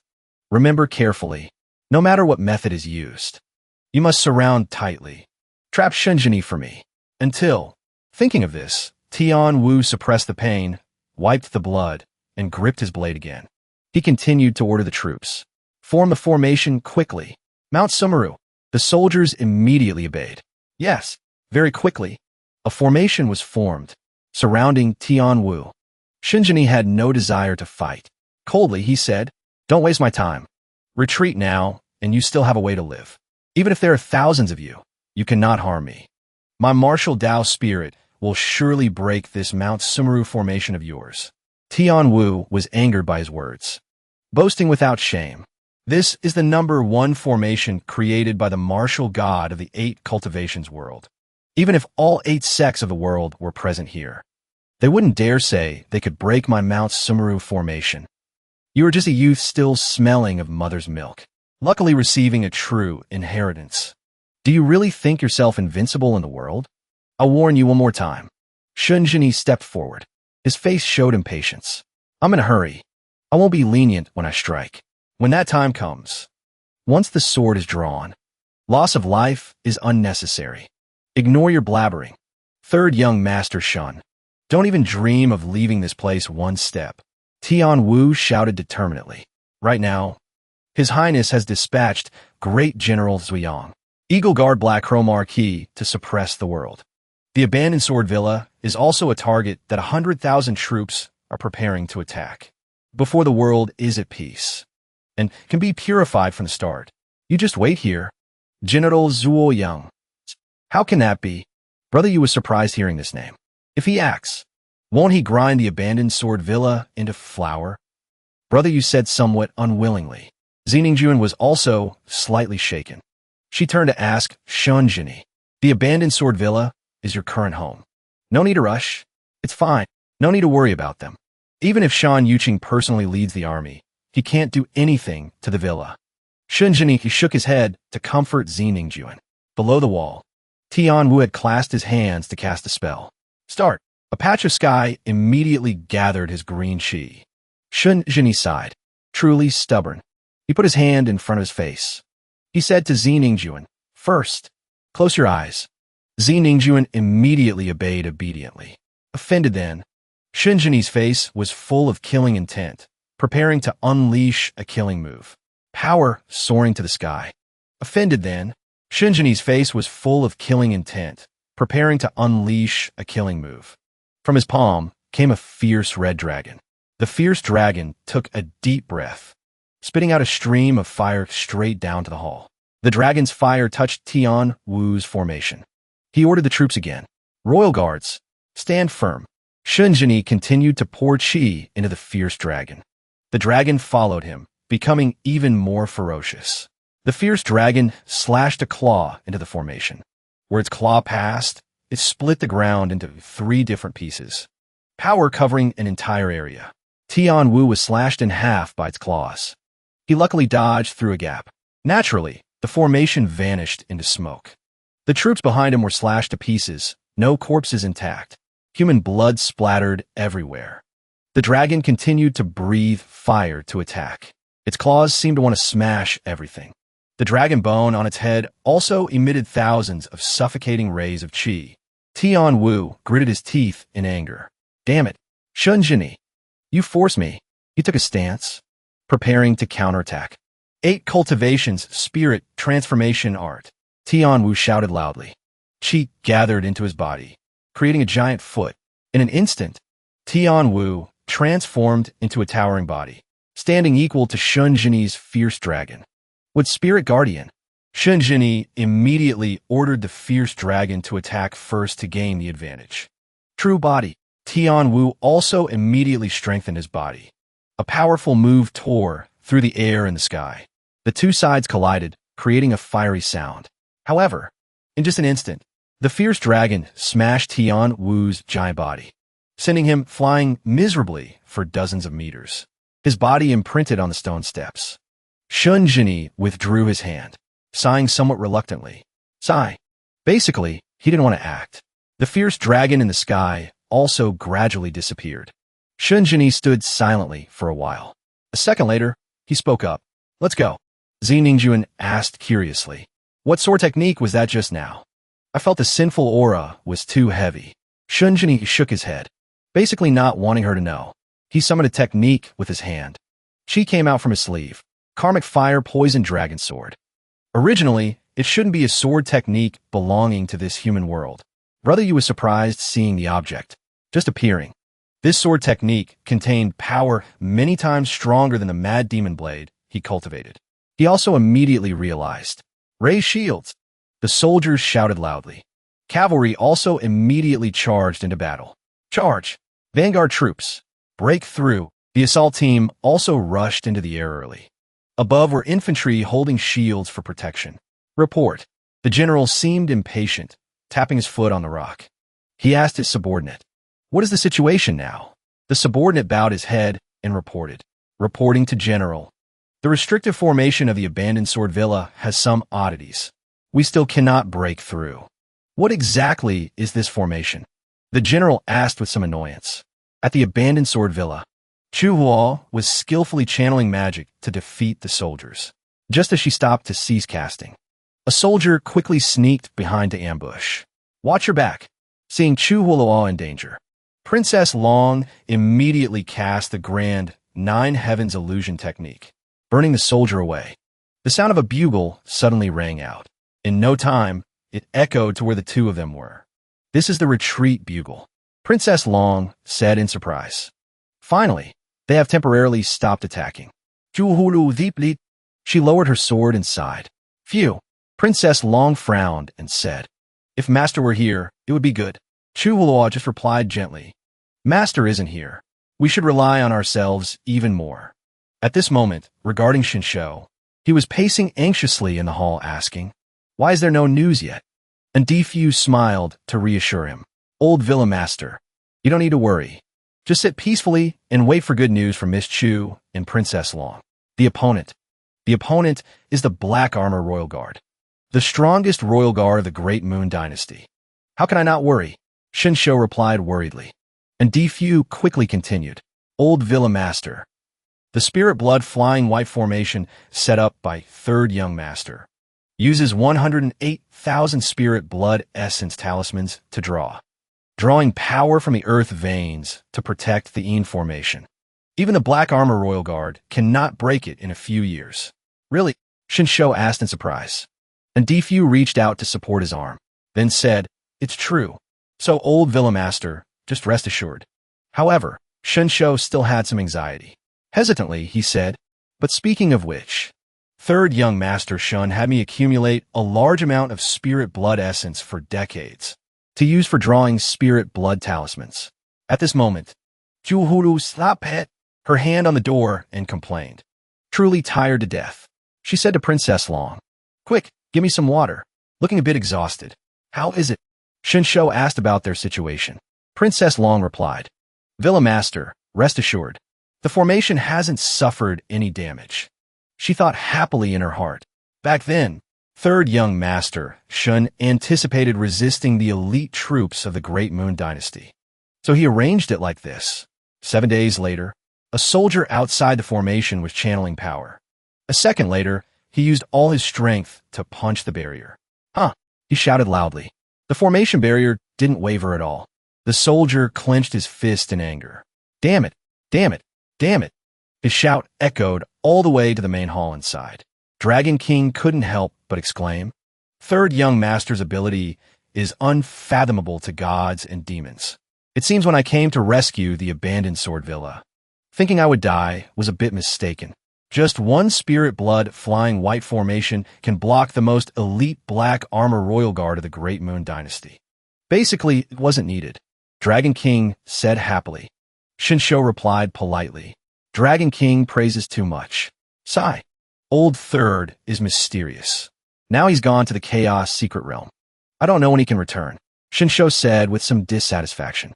A second later, he clasped his hands respectfully and said, You all are willing to advance and retreat together with the abandoned sword villa. Very noble. This old man give thanks. Sec Master Ren replied politely. Why must old villa master worry? Third young master is like a divine dragon from beyond the heavens. What is the Chaos Secret Realm to him? If he told Miss Chu and Princess Long he could return, then naturally it's only a matter of time. Now, with the protective formation he left behind, Black Crow Marquis can't do anything to us. Even if the Great Moon Dynasty accumulates 1,000 years of consumption from 100,000 troops, it's a waste. Wait until their 100,000 troops run out of ammunition and food. They can only retreat on their own. Chief Su heard this and sighed slightly. Sigh. Sec Master Ren's words are not wrong. It's just that third young master cannot determine when he can return. Black Crow Marquis leading troops to quell the chaos around Flying Blue Prefecture. We are also powerless. For the plan today, Shinsho suddenly spoke up. We can only hold the formation and defend. Both sides were quite patient. At this moment, 300 miles outside, the abandoned sword villa, there were many mages channeling magic, creating a magic circle outside. One tapped his staff on the glowing red circle. Imposingly, he shouted loudly. Next, a blurry figure appeared in the fire. A stranger with a blade at his waist appeared. The subordinates immediately knelt down and shouted, Greetings, master! Greetings, master! The stranger smiled and asked, Has the abandoned sword villa collapsed yet? The subordinates clasped their hands to their chests and reported. Reporting to Down Master, Black Crow Marquis has surrounded the abandoned sword villa. But until now, he hasn't been able to break through the villa's restrictive formation. The abandoned sword villa has not yet collapsed. After hearing these words, that person was somewhat dissatisfied. Even though Shunjini isn't here, he can still trap Black Crow Marquis. He spoke up. Third young Master Shun is indeed an extraordinary genius. A voice suddenly spoke up. If that's the case, Master, our plan seems to have changed. A young master holding a fan said. The white-haired man behind angrily slammed his staff on the ground. Pointing at the young master who just spoke, he shouted, Shut up, Punglat. How dare you be so insolent? The one who just spoke was the Down Master of the 23 Daos of Breaking Heaven. Young Master Punglai, still calm and at ease as if nothing happened. Beiwa waved his hand and said, It's fine. Listen to him. Punglai folded his fan. A second later, he spoke gently. Subordinate has 3 strategies, upper, middle, and lower. Please listen, Master. Beiwa raised his face, looking focused and ready. Punglai bowed and presented the plan. Now the abandoned sword villa and the Great Moon Dynasty are in conflict. Originally, we thought it would be as easy as turning a hand. Unexpectedly, the abandoned sword villa still has the ability to resist. Our predetermined plan was that after Black Crow Marquis attacked the abandoned sword villa, while they were unguarded, we could launch a surprise attack to wipe out the 100,000 troops at once. Therefore, the lower strategy this time is for us and the abandoned sword villa to coordinate inside and out to attack Black Crow Marquis. The subordinates immediately cheered. Young Master Punglai makes a lot of sense. That's right. Now the situation has changed. But Black Crow Marquis' situation is actually more dangerous. Attacked and surrounded on all sides, the chance of winning will be greater. The white-haired man behind gritted his teeth in anger, seeing Punglai present a good plan. Beiwa nodded, seeming satisfied, and asked further, Then what about the middle strategy? Punglai said, Middle strategy? It is for us to continue waiting. The subordinates didn't understand. They clamored to ask, What does that mean? What does that mean? Black Crow Marquis received orders to sweep the abandoned sword villa. Even if it drags on, he cannot easily retreat, considering the consumption of food. Not long after, he will definitely pay any price to launch a fierce attack. We wait until both sides are injured, then launch an attack. This is the appropriate choice. Punglai said loudly. It's just that this method is a bit passive. Don't know how long we have to wait. Therefore, it is only the middle strategy. The white-haired man behind was now convinced. He also nodded gently in agreement. The subordinates also immediately discussed. This method isn't bad. Yeah. Beiwei asked further. What about the upper strategy?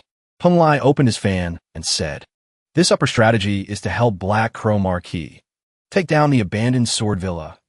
The subordinates were confused hearing this. What? The white-haired man shouted angrily. Absurd. Do you know that since Master returned, the Great Moon Dynasty has considered us their #1 enemy? How could they cooperate with us to attack the abandoned sword villa? Moreover, what benefit is there for us in taking down the abandoned sword villa? The subordinates also immediately responded. That's right. That's right. However, Beiwei waved his hand and said, let him finish. Peng Lai continued to present the plan. This move is a surprise attack. We originally thought the Great Moon Dynasty destroying the abandoned sword villa wouldn't take any effort, but now it seems that is really not the case. If so, the abandoned sword villa will also become an enemy of our Breaking Heaven Dao. Dao Master, overthrowing the Great Moon Dynasty, is indeed the goal of the Breaking Heaven Dao. But our important goal, Peng Lai pointed to the sky, is clearly these two words, replace heaven. Beiwei listened without saying anything. He returned to the body of the person lying down, then glared, his mind seemingly enlightened. A second later, he turned and said, good. Do as your upper strategy says. Young Master Peng Lai bowed in obedience. The subordinates also immediately shouted loudly, yes, yes. How is the situation on this side? And Defu asked. Princess Long replied, the spirit blood flying white formation is currently operating normally. There are no signs of weakness. And Defu heard this and said with admiration, third young Master Shun is truly formidable. He once mentioned to me, these 108,000 sets of spirit blood can withstand the highest intensity attacks in the 8 cultivations world for 3 years. And Defu closed the book and smiled, saying, now it seems I was too shallow. 10 days of fierce attacks by the Great Moon Armored Army haven't even consumed 1/10 of the spirit blood. It seems, before the spirit blood is exhausted, it really can persist for 3 years. They looked up at the formation and sighed in admiration.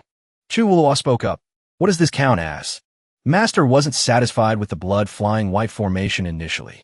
It seemed he wanted to reinforce it himself. She held a lollipop and said casually, it was just that time and cost didn't allow it, so he temporarily let it pass. And Defu was a bit speechless. He wanted to upgrade the defense to what level? Shinshou watched this scene from afar, feeling somewhat relieved. It seems, relying on the formation old third left behind, we can temporarily be stable. A second later, he sighed again. But currently, the Great Moon Dynasty has declared us traitors. The whole country attacks. How can we block that? What does Dragon King mean? Shinshou turned to ask Dragon King. Dragon King also immediately replied, can this matter be changed? His Majesty views the abandoned sword villa as rebels. I feel it implicates monk wombing. Dragon King said seriously, actually, third young master and the Breaking Heaven Dao have had many conflicts. How could he be on the same side as them? Wait for him to return and explain clearly to His Majesty. Sect Master Run appeared from behind and said, Dragon King, those words are wrong. Since ancient times, the Great Moon Dynasty has been powerful. Even if they are wrong, how could they admit fault? I think we should still wait for third young master to return and fight a battle.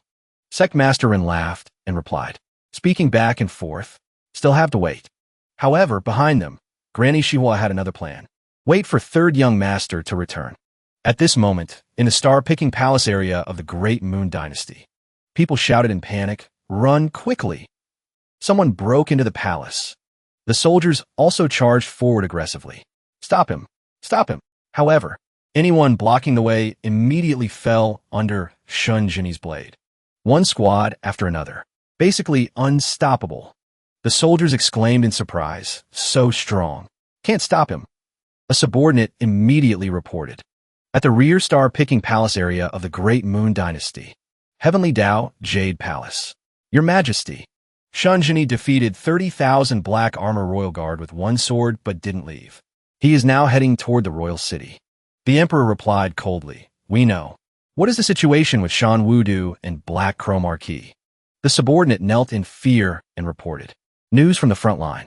General Black Crow Marquis has not yet taken down the abandoned sword villa. He stammered on. And General Shan Wudu has sacrificed himself for the dynasty. The emperor said with some surprise, "Is that so? This Shun Jinni is truly arrogant. Does he really think my Great Moon Royal City is a place he can walk into so naturally? Destroying an incompetent Shan Wudu doesn't mean he is invincible in the world." The emperor shouted angrily. However, he immediately regained his confident look of expectation. "Oomph. From the palace gate to my presence. Besides the royal guards, there are 4 checkpoints. I actually want to see if he can pass the first checkpoint. On this side, brother, you spoke up in fear to inform Shun Jinni. Third young master. The 4 people known as the 4 royal dragons are top guardians protecting the inner city. I heard that ordinary 9th level real human realm experts cannot even take a single combined strike from them. Even with thousands of troops and horses, one cannot rush past the combined defense of the 4 of them." Zi Ningjuan frowned slightly with worry upon hearing these words. Brother, you saw Shun Jinni still ignoring his words. So he hurriedly called out, "Third young master, what do you want to do?" At this moment, the 3 of them had arrived in front of the 4 royal dragons. Shun Jinni smiled confidently and said, "Excuse me. Step aside a bit. Excuse me. Step aside a bit." The 4 royal dragons looked at Shun Jinni with disdain and huffed a few times, basically not putting him in their eyes. Brother, you spoke up to dissuade him. Third young master, I'm afraid they won't yield. Shun Jinni replied gently. Then we can only barge in. Shun Jinni stood tall in front of the palace gate, not moving an inch. This person, unless he's truly crazy. 4 royal dragons. The eldest spoke up. For 3,000 years, there have always been idiots like this. 4 royal dragons. The second brother laughed and replied, 4 royal dragons. The third brother also added, even if it's the highest peak in the world, so what? 9th level of the real human realm. 4 royal dragons. The fourth brother said disdainfully, inside the city, a 9th level real human realm cultivator can only take a few steps. Haha, ridiculous. Shun Jinni stepped forward a few steps with interest. Oh, so that's how it is. He smiled contemptuously. Your 8 cultivations spirit transformation can actually connect earth, water, fire, and wind into one body. This is actually a special secret technique of the royal family. Extremely interesting. Shun Jinni examined them carefully. The 4 royal dragons were slightly surprised. He can actually see through our cultivation. This kid has pretty good eyes. His strength probably isn't weak either. Oomph. He could kill that trash Shan Wudu with 1 sword just now. Naturally, he has some skill. It's just a pity, no matter how formidable. He's just an outsider, wanting to pass the combined defense of the 4 of us to enter the city. That's still too early. The eldest crossed his arms confidently and said. The third brother immediately cheered. That's right. Shun Jinni turned his head and said to Zi Ningjuan and Brother Yu, also good. Although these 4 have limited natural talent and cannot improve, this martial art indeed has some merit. It will be of great help to breaking your limits. He said to Zi Ningjuan. Later, I will release a slow attack, letting them try their best to display it. Watch carefully. Perhaps it will be useful. Zi Ningjuan nodded expectantly. Okay. The 4 royal dragons were a bit angry, seeing Shun Jinni basically ignoring them. Oomph. Does he really think he is invincible in the world? They immediately channeled qi throughout their bodies. People outside always think like that, assuming they have grasped the exquisiteness of martial Tao just by knowing a little. Since he's so arrogant, we should just kill him quickly. Why waste breath? That's right. Their qi combined, creating a fierce multicolored pressure stream. Brother Yu exclaimed in surprise. What is this? Shun Jinni said gently. Only the highest intent of the peak 9th level of the real human realm can manifest the phenomena of heaven and earth. Martial Tao has a spirit at the 9th level of the real human realm. Have you comprehended it yet?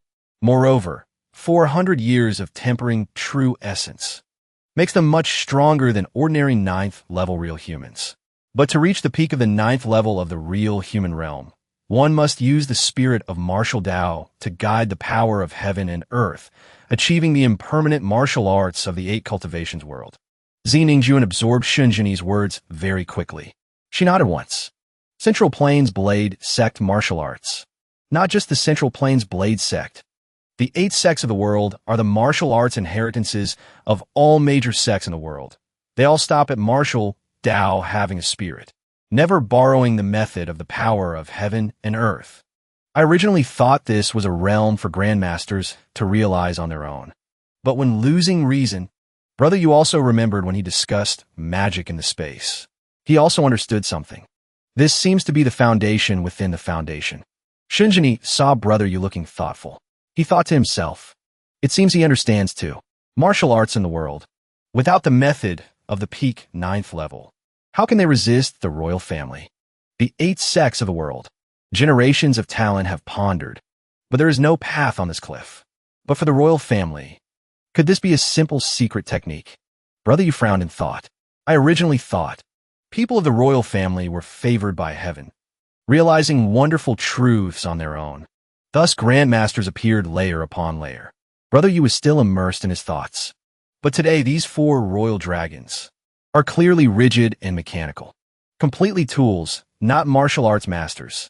They just display the results of step-by-step training, yet have surpassed the vast majority of ascetic cultivators.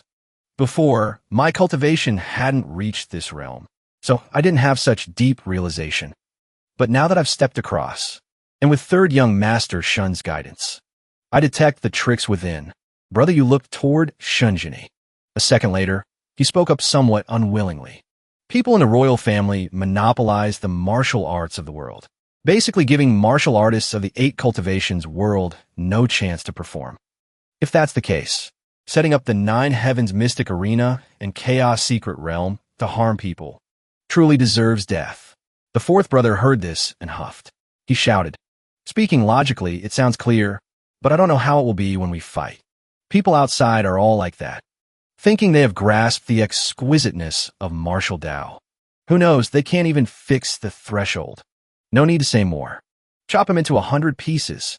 It seemed these 4 royal dragons couldn't hold back anymore. Together, they rushed in front of Shunjini, mouth shouting a killing cry.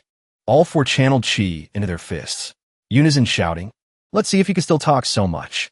3rd young master, careful, seeing the 4 royal dragons rushing in at once. Brother, you shouted in fear. Shunjini remained calm. Gently, he said, no problem. The power of heaven and earth they use seems to have quite a bit of recoil. They just missed the opportunity, unable to change flexibly. At this moment, the 4 royal dragons continuously attacked Shunjini, but basically couldn't pass through the layer of chi shielding his body. One of the 4 royal dragons shouted angrily, arrogant. He stomped his foot on the ground with force, shattering it completely. A second later, he jumped into the air preparing to strike, shouting loudly, full force attack. This person also comprehended the power of heaven and earth. Another one immediately replied, no need for you to say. Let me flatten him with one kick. However, no matter what move the 4 of them used, they couldn't break through Shunjini's shield. They panicked a little. Damn it, Shunjini said to Zeningjuan and Brother Yu. Remember, this is the difference between true chi cultivated by oneself and borrowed power of heaven and earth. Whoever realizes this realm must not be careless. Behind, Brother Yu became more and more surprised. He said loudly, how is this possible? Even if 3rd young master's martial arts realm is above the 4 of them, why are the 4 of them like madmen? Basically unable to touch him, the 4 royal dragons also became increasingly panicked. This person has a problem. No matter what, we can't touch him. For combined into one. Why is there no direction? Guard carefully. Don't let him find an opportunity. One of them realized the dangerous situation, so he ordered the remaining 3 to retreat quickly. Shunjini looked up, smiling slightly. His time to counterattack had come. Shunjini raised one hand to the sky, sucking all the chi power of the 4 royal dragons. He compressed their chi power into a bright golden ball in his hand. A second later, he released the force, blasting the 4 of them away. The 4 royal dragons immediately flew back several meters. Each one fell scattered all over the place. Shunjini looked at the scene of their defeat and said, do you see clearly? Zeningjuan clenched her fist, nodding abruptly. It seemed she had comprehended the move Shunjini just taught. Shunjini turned back and said, "Power of heaven and earth. Control with the body. If the spirit is seized, it backfires on oneself." At this moment, in front of the main hall, the 4 royal dragons were blown away, lying sprawled on the ground. One angrily struggled to sit up and said, "Just now, my power of heaven and earth didn't listen to my command. It seemed to be seized by someone." Another immediately agreed. "Me too. Since mastering martial arts, this has never happened. Could it be he can even seize control of the power of heaven and earth at our level? That's why our attacks didn't hit." The one lying on the ground opened his eyes wide, basically unable to believe it. Done for. They weren't stupid. Fighting until now, they also realized.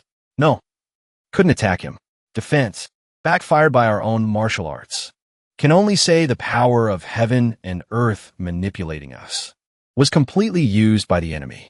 Brother, you said excitedly to Shunjini at this moment, 3rd young master, seizing martial arts to control the power of heaven and earth of others.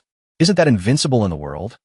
However, he just smiled and replied, "This is just a trick, called sword seizing Tao, just using a clever method to cut off the opponent's control of the power of heaven and earth.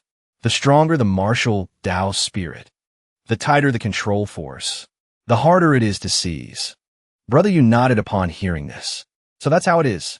Shunjini turned back to look at the 4 royal dragons behind and continued, "Those people just now were too rigid, unable to distinguish right from wrong. Basically cannot be considered to have comprehended the martial Tao spirit. Wanting to seize their control is naturally as easy as turning a hand. Brother, you thought with his mouth agape. As expected, not power comprehended through one's own cultivation. Ultimately has too big a flaw." Shunjini reached out to take Xiningjuan's hand and said, "Let's go." Seeing this, Brother, you also hurriedly shouted, 3rd young master, wait for me." The 4 royal dragons could only bitterly watch the backs of the 3 entering the palace. They couldn't even walk anymore. One spoke up in surprise. "I didn't expect the world to have such a person. Such martial arts. This character coming here, I'm afraid, is truly a great calamity for our great moon dynasty." The other 3 heard this and nodded in agreement. One painfully held his wound and said, "We must report to His Majesty quickly. Go fast." Just at this moment, a red void opened above his head like blood. A blade emerged from that void. The royal dragon sensed something unusual. He turned his head back, but it was too late. He could only shout loudly to warn his 3 brothers. "Careful." A second later, he was sliced in half by the blade. All 4 royal dragons were sliced in half in an instant. The scene was immediately covered in fresh blood, their body parts scattered everywhere. From a void, a person appeared. Fresh blood was still dripping from a long sword. The scene in front of the palace gate was a mess. The stranger raised the sword once more, opening a void, entering inside. Just a moment later, he vanished. Shunjini stopped his steps for a moment, seeming to have sensed something. He turned his head slightly. Xiningjuan asked Shunjini curiously, "What's wrong?" He said nothing, just smiled slightly and turned back. Shunjini walked on and said, "Nothing." The subordinate in the hall knelt on the ground and reported, "Your Majesty, the rebel Shunjini," hesitating to speak. A second later, he mustered all his courage to continue, "has passed the first checkpoint and entered the city. The 4 royal dragons have sacrificed themselves for duty." The emperor clenched his fist in anger upon hearing this. He raised his head and said, "For 3,000 years, he is still the 2nd person to break into the city, right? I am ashamed before the ancestors, truly unwilling. Now that the rebellious thief has entered the city, someone help me think of a way." "A bunch of trash," he shouted loudly, his tone filled with panic mixed with anger. At this moment, a noble person walked in. She was the royal sister of the Great Moon Dynasty, named Shan Wuyan. The subordinates saw the emperor angry and bowed their heads to report, "Your Majesty, quell your anger. Just now, Eunuch Shun has gone out to meet the enemy. With him, the old master. The rebel absolutely cannot take another step." The emperor turned back with glaring eyes upon hearing this. "Oh, you say Chen Fifan is gone?" His face filled with murderous intent, he said. "If I remember correctly, Chen Fifan cultivates the secret manual, sun extinguishing true scripture, specially created by the founding Emperor Taizu of the Great Moon Dynasty for castrated people. The subordinate replied immediately, "That's right, son, extinguishing true scripture. First must cultivate extreme yang. Then must destroy all yin veins to transform into an extreme yin body. This yin and yang change. The two layers of pain of spirit and flesh are not something ordinary people can endure. In 3,000 years, only he has successfully cultivated it, bringing the yang energy in his body, completely extinguishing the chance of life. In a certain sense, he can even be said to be a very cold zombie." The emperor's voice was somewhat excited as he continued, "I really look forward to him and Shunjini meeting." And at this moment outside, they indeed met face to face. Brother, you felt a chill down his spine, looking at the person in front. He whispered to Shunjini, third young master, "This person, this is the #1 expert of the inner court, Chun Fifan, freezing the world for 30,000 miles. It's him." Shunjini looked at the person in front with expectant eyes. "So if it's him, this person is the real expert. Although born with a defect, but with the domineering technique of cleansing marrow, he has reached the highest limit of the real human realm martial Tao." Shunjini commented. Chun Fifan also spoke up at this moment. "Third young master Shun." He smiled and said, "I watched those matches of yours in the Nine Heavens Mystic Arena. Indeed a hero from youth. Swordsmanship like a god. Nine Heavens Mystic Arena. Still haven't seen true kung fu. What I saw already disappointed me." Shunjini replied politely. Chun Fifan agreed and said, "Indeed so. Your swordsmanship now, compared to back then, is truly a complete transformation. But I could see back then, there was hidden mystery in your swordsmanship. This change is like a lotus flower. That is natural," Chun Fifan said. Shunjini's tone in reply was somewhat amused. "This eyesight is also considered quite formidable." He spoke up. "You are also a person with supreme natural talent. Pity this world constrains you. If given better conditions, a higher vision, I really want to see what step you could reach." Chun Fifan replied, "Constrained or not isn't important. I am constrained. Isn't third young master Shun also constrained? Today we just want to see, under constraint." Chun Fifan channeled black magic on his palm as he spoke. "What step we can reach. This is the goal we martial artists pursue." His eyes were filled with killing intent. Shunjini smiled in response. Xiningjuan spoke up in surprise. "Unexpectedly, Bezitas brother Bai. This Chun Fifan also has the spirit of a martial Tao grandmaster." Shunjini replied gently, "If a martial artist doesn't have the spirit of a grandmaster, even if they gain strong power through opportunity, ultimately they cannot ascend to the peak. A person with natural talent and mindset like him, if at a higher level realm, would have a chance for higher achievements." Chun Fifan spoke politely. "Cannot compare with third young master Shun. I cultivate the sun, extinguishing true scripture, and have reached the step of changing yin and yang. Extreme yin births yin. I wonder if I use my full strength. Can I block one sword from third young master?" He clasped his hands and said. Shunjini replied without sparing words. "For a person without experience, to be able to reach this step is truly astonishing. But if I draw my sword, you will surely die. It's also a bit of pity." He turned to Xiningjuan and said, "How about inviting little Z to fight you? Is that okay? But if I draw my sword, you will surely die. It's also a bit of a pity. How about inviting little Z to fight you? Is that okay?" Brother Yu laughed abruptly, thinking to himself, third young master is a bit too arrogant, right? Clearly praised the guy so much. Resulted in saying, "If I draw my sword, you will surely die. Are you bragging about others or bragging about yourself?" Chun Fifan sighed with some dissatisfaction. Sigh. He turned to look at Xiningjuan. Xiningjuan nodded gently to greet him, her face confused, not knowing what was happening. Chun Fifan raised his hand and said, "Unable to see young master's divine sword is truly regrettable. Could it be my martial arts still don't catch young master's eye?" Shunjini replied, "Not so, but the sun extinguishing true scripture you cultivate has escaped the old ways of the ancients. In the 8 cultivations world, it can also be considered supreme. How could I look down on you?" Chun Fifan flared his nostrils confidently hearing these words. Shunjini gestured toward Zi Ningjuan and continued. It is precisely because your martial arts have reached this realm that I cannot show mercy.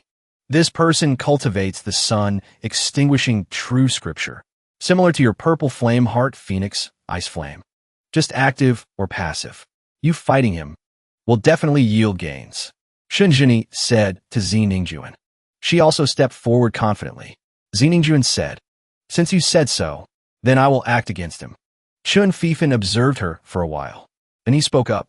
So this is Zi Ningjuan from 400 years ago, entering the chaos secret realm for 400 years. Perhaps she has also achieved great success. If young master doesn't want to give advice, then I can only test Miss Zi's martial arts realm. Zi Ningjuan channeled qi into her body. Frowning, she said come. Chun Fifan looked at the blue qi stream in front of him. Silent for a moment. His eyes were filled entirely with killing intent. Chun Fifan raised his hand, channeling black qi, smiling sinisterly. Zi Ningjuan frowned in fear, seeing the move in front of her. Shunjini behind pushed her forward, gently saying, then I will overstep my bounds. He advised Zi Ningjuan. Use the purple phoenix true mantra, concealing 24 forms, to guide the purple flame heart phoenix ice flame and see how it goes. Zi Ningjuan immediately obeyed. She recited the spell to summon the purple phoenix true mantra, chanting onto her fingertips, then spreading the qi to her entire body. The qi surrounding Zi Ningjuan pushed Chun Fifan's gathered black qi back. Brother, you recognize the move Zi Ningjuan used. He shouted in surprise. Purple phoenix true mantra? Zi Ningjuan turned back and nodded at Shunjini. It seemed she was ready to attack. Zi Ningjuan pointed her fingertip forward, knocking away Chun Fifan's gathered black qi. Chun Fifan stood still watching this scene. His face showed some anticipation, seeing Zi Ningjuan break his attack. He also immediately summoned a screen of black qi behind his back, bringing it to battle against Zi Ningjuan's barrier. Zi Ningjuan continued to channel the purple phoenix true mantra, dealing evenly with Chun Fifan. Shunjini looked satisfied watching Zi Ningjuan fight. Chun Fifan continued to attack with dark qi from below. Brother, you shouted in surprise. Miss Zi, careful. However, Zi Ningjuan quickly jumped into the air to dodge the killing blow. Brother, you couldn't help but admire her speed. He scratched his head and said, exactly like that. Can counterattack now. Both sides were still fighting tirelessly. The situation was equal. Shunjini looked up at the two of them and couldn't help but exclaim, Chun Fifan is truly an outstanding person. He has mastered the highest realm of the sun, extinguishing true scripture. His research and understanding of his martial art has surpassed everyone from ancient times to the present. In the air, Chun Fifan was still doing his best to channel the sun, extinguishing true scripture into his hands, preparing to attack. Not only possessing the power to extinguish the sun, he can even summon the dark great Sunday, devouring everything, destroying everything. If he still had 300 years of lifespan, even in the 8 cultivations world, he would have a chance to comprehend the martial Tao great way, achieving the 10th realm of real human martial Tao, and have a chance to slash the moon. Shunjini commented with his hands behind his back. Brother, you replied, as if there was fire in his heart. If you say that, isn't Miss Z in great danger? No, he still cannot win against her. Shunjini said confidently. 400 years of bitter cultivation. How could she lose to him? Zi Ningjuan's eyes were still very focused. She continuously chanted the purple phoenix true mantra to attack, along with other moves. Shunjini continued to comment. Zi Ningjuan already possesses the illusion-breaking eye and exquisite ice flame, seeming to have lost patience. Chun Fifan clapped his hands and said, offended then. Dark Great Sun method. His aura formed a circle along with thousands of arrows rushing towards Zi Ningjuan. Zi Ningjuan remained in position, doing nothing. Chun Fifan shouted loudly, seeing Zi Ningjuan standing still. She closed her eyes. He continued to shout, not good. Dark Great Sun. No one can stop it. Burning the world. If it hits her, she will definitely turn to ash. He gritted his teeth, holding back the blood flowing out, thinking pity. The Dark Great Sun method harms others and oneself. I have exhausted my primordial energy. Cannot withdraw it anymore. Chen Fifan closed his eyes tightly and continued casting. Also good. After winning this battle, perhaps I will receive special treatment under third young Master Shun's sword. Before dying, to be able to see the peerless divine sword. Also worth it. Chen Fifan looked down at Shun Jinyi's face, somewhat resigned. At this moment, Zi Ningjuan's hand reached out into the air. She channeled Chen Fifan's chi into a round ball in her hand, just like Shun Jinyi did with the 4 royal dragons earlier. Chen Fifan opened his eyes, seeing nothing strange. Wondering curiously, why is there no sound? Seeing the scene in front of him, he couldn't help but be surprised. Chen Fifan shouted loudly, "How is this possible? One of the most violent powers in this world is actually like a ball being played with in her hand." Zi Ningjuan easily controlled the black chi in her hand. She was basically still very focused, taking the cloud of chi flying around to thoroughly compress it into a sphere, using her own chi to control the dark chi in her palm. Seeing the chi ball was enough, Zi Ningjuan compressed it, making Chen Fifan's move vanish into nothingness. Needless to say, Chen Fifan was so surprised he couldn't speak seeing this scene. The story ends here. Thank you for watching my video. Like and subscribe. Sign up to watch new products on my channel. See you again in the next video. Bye-bye.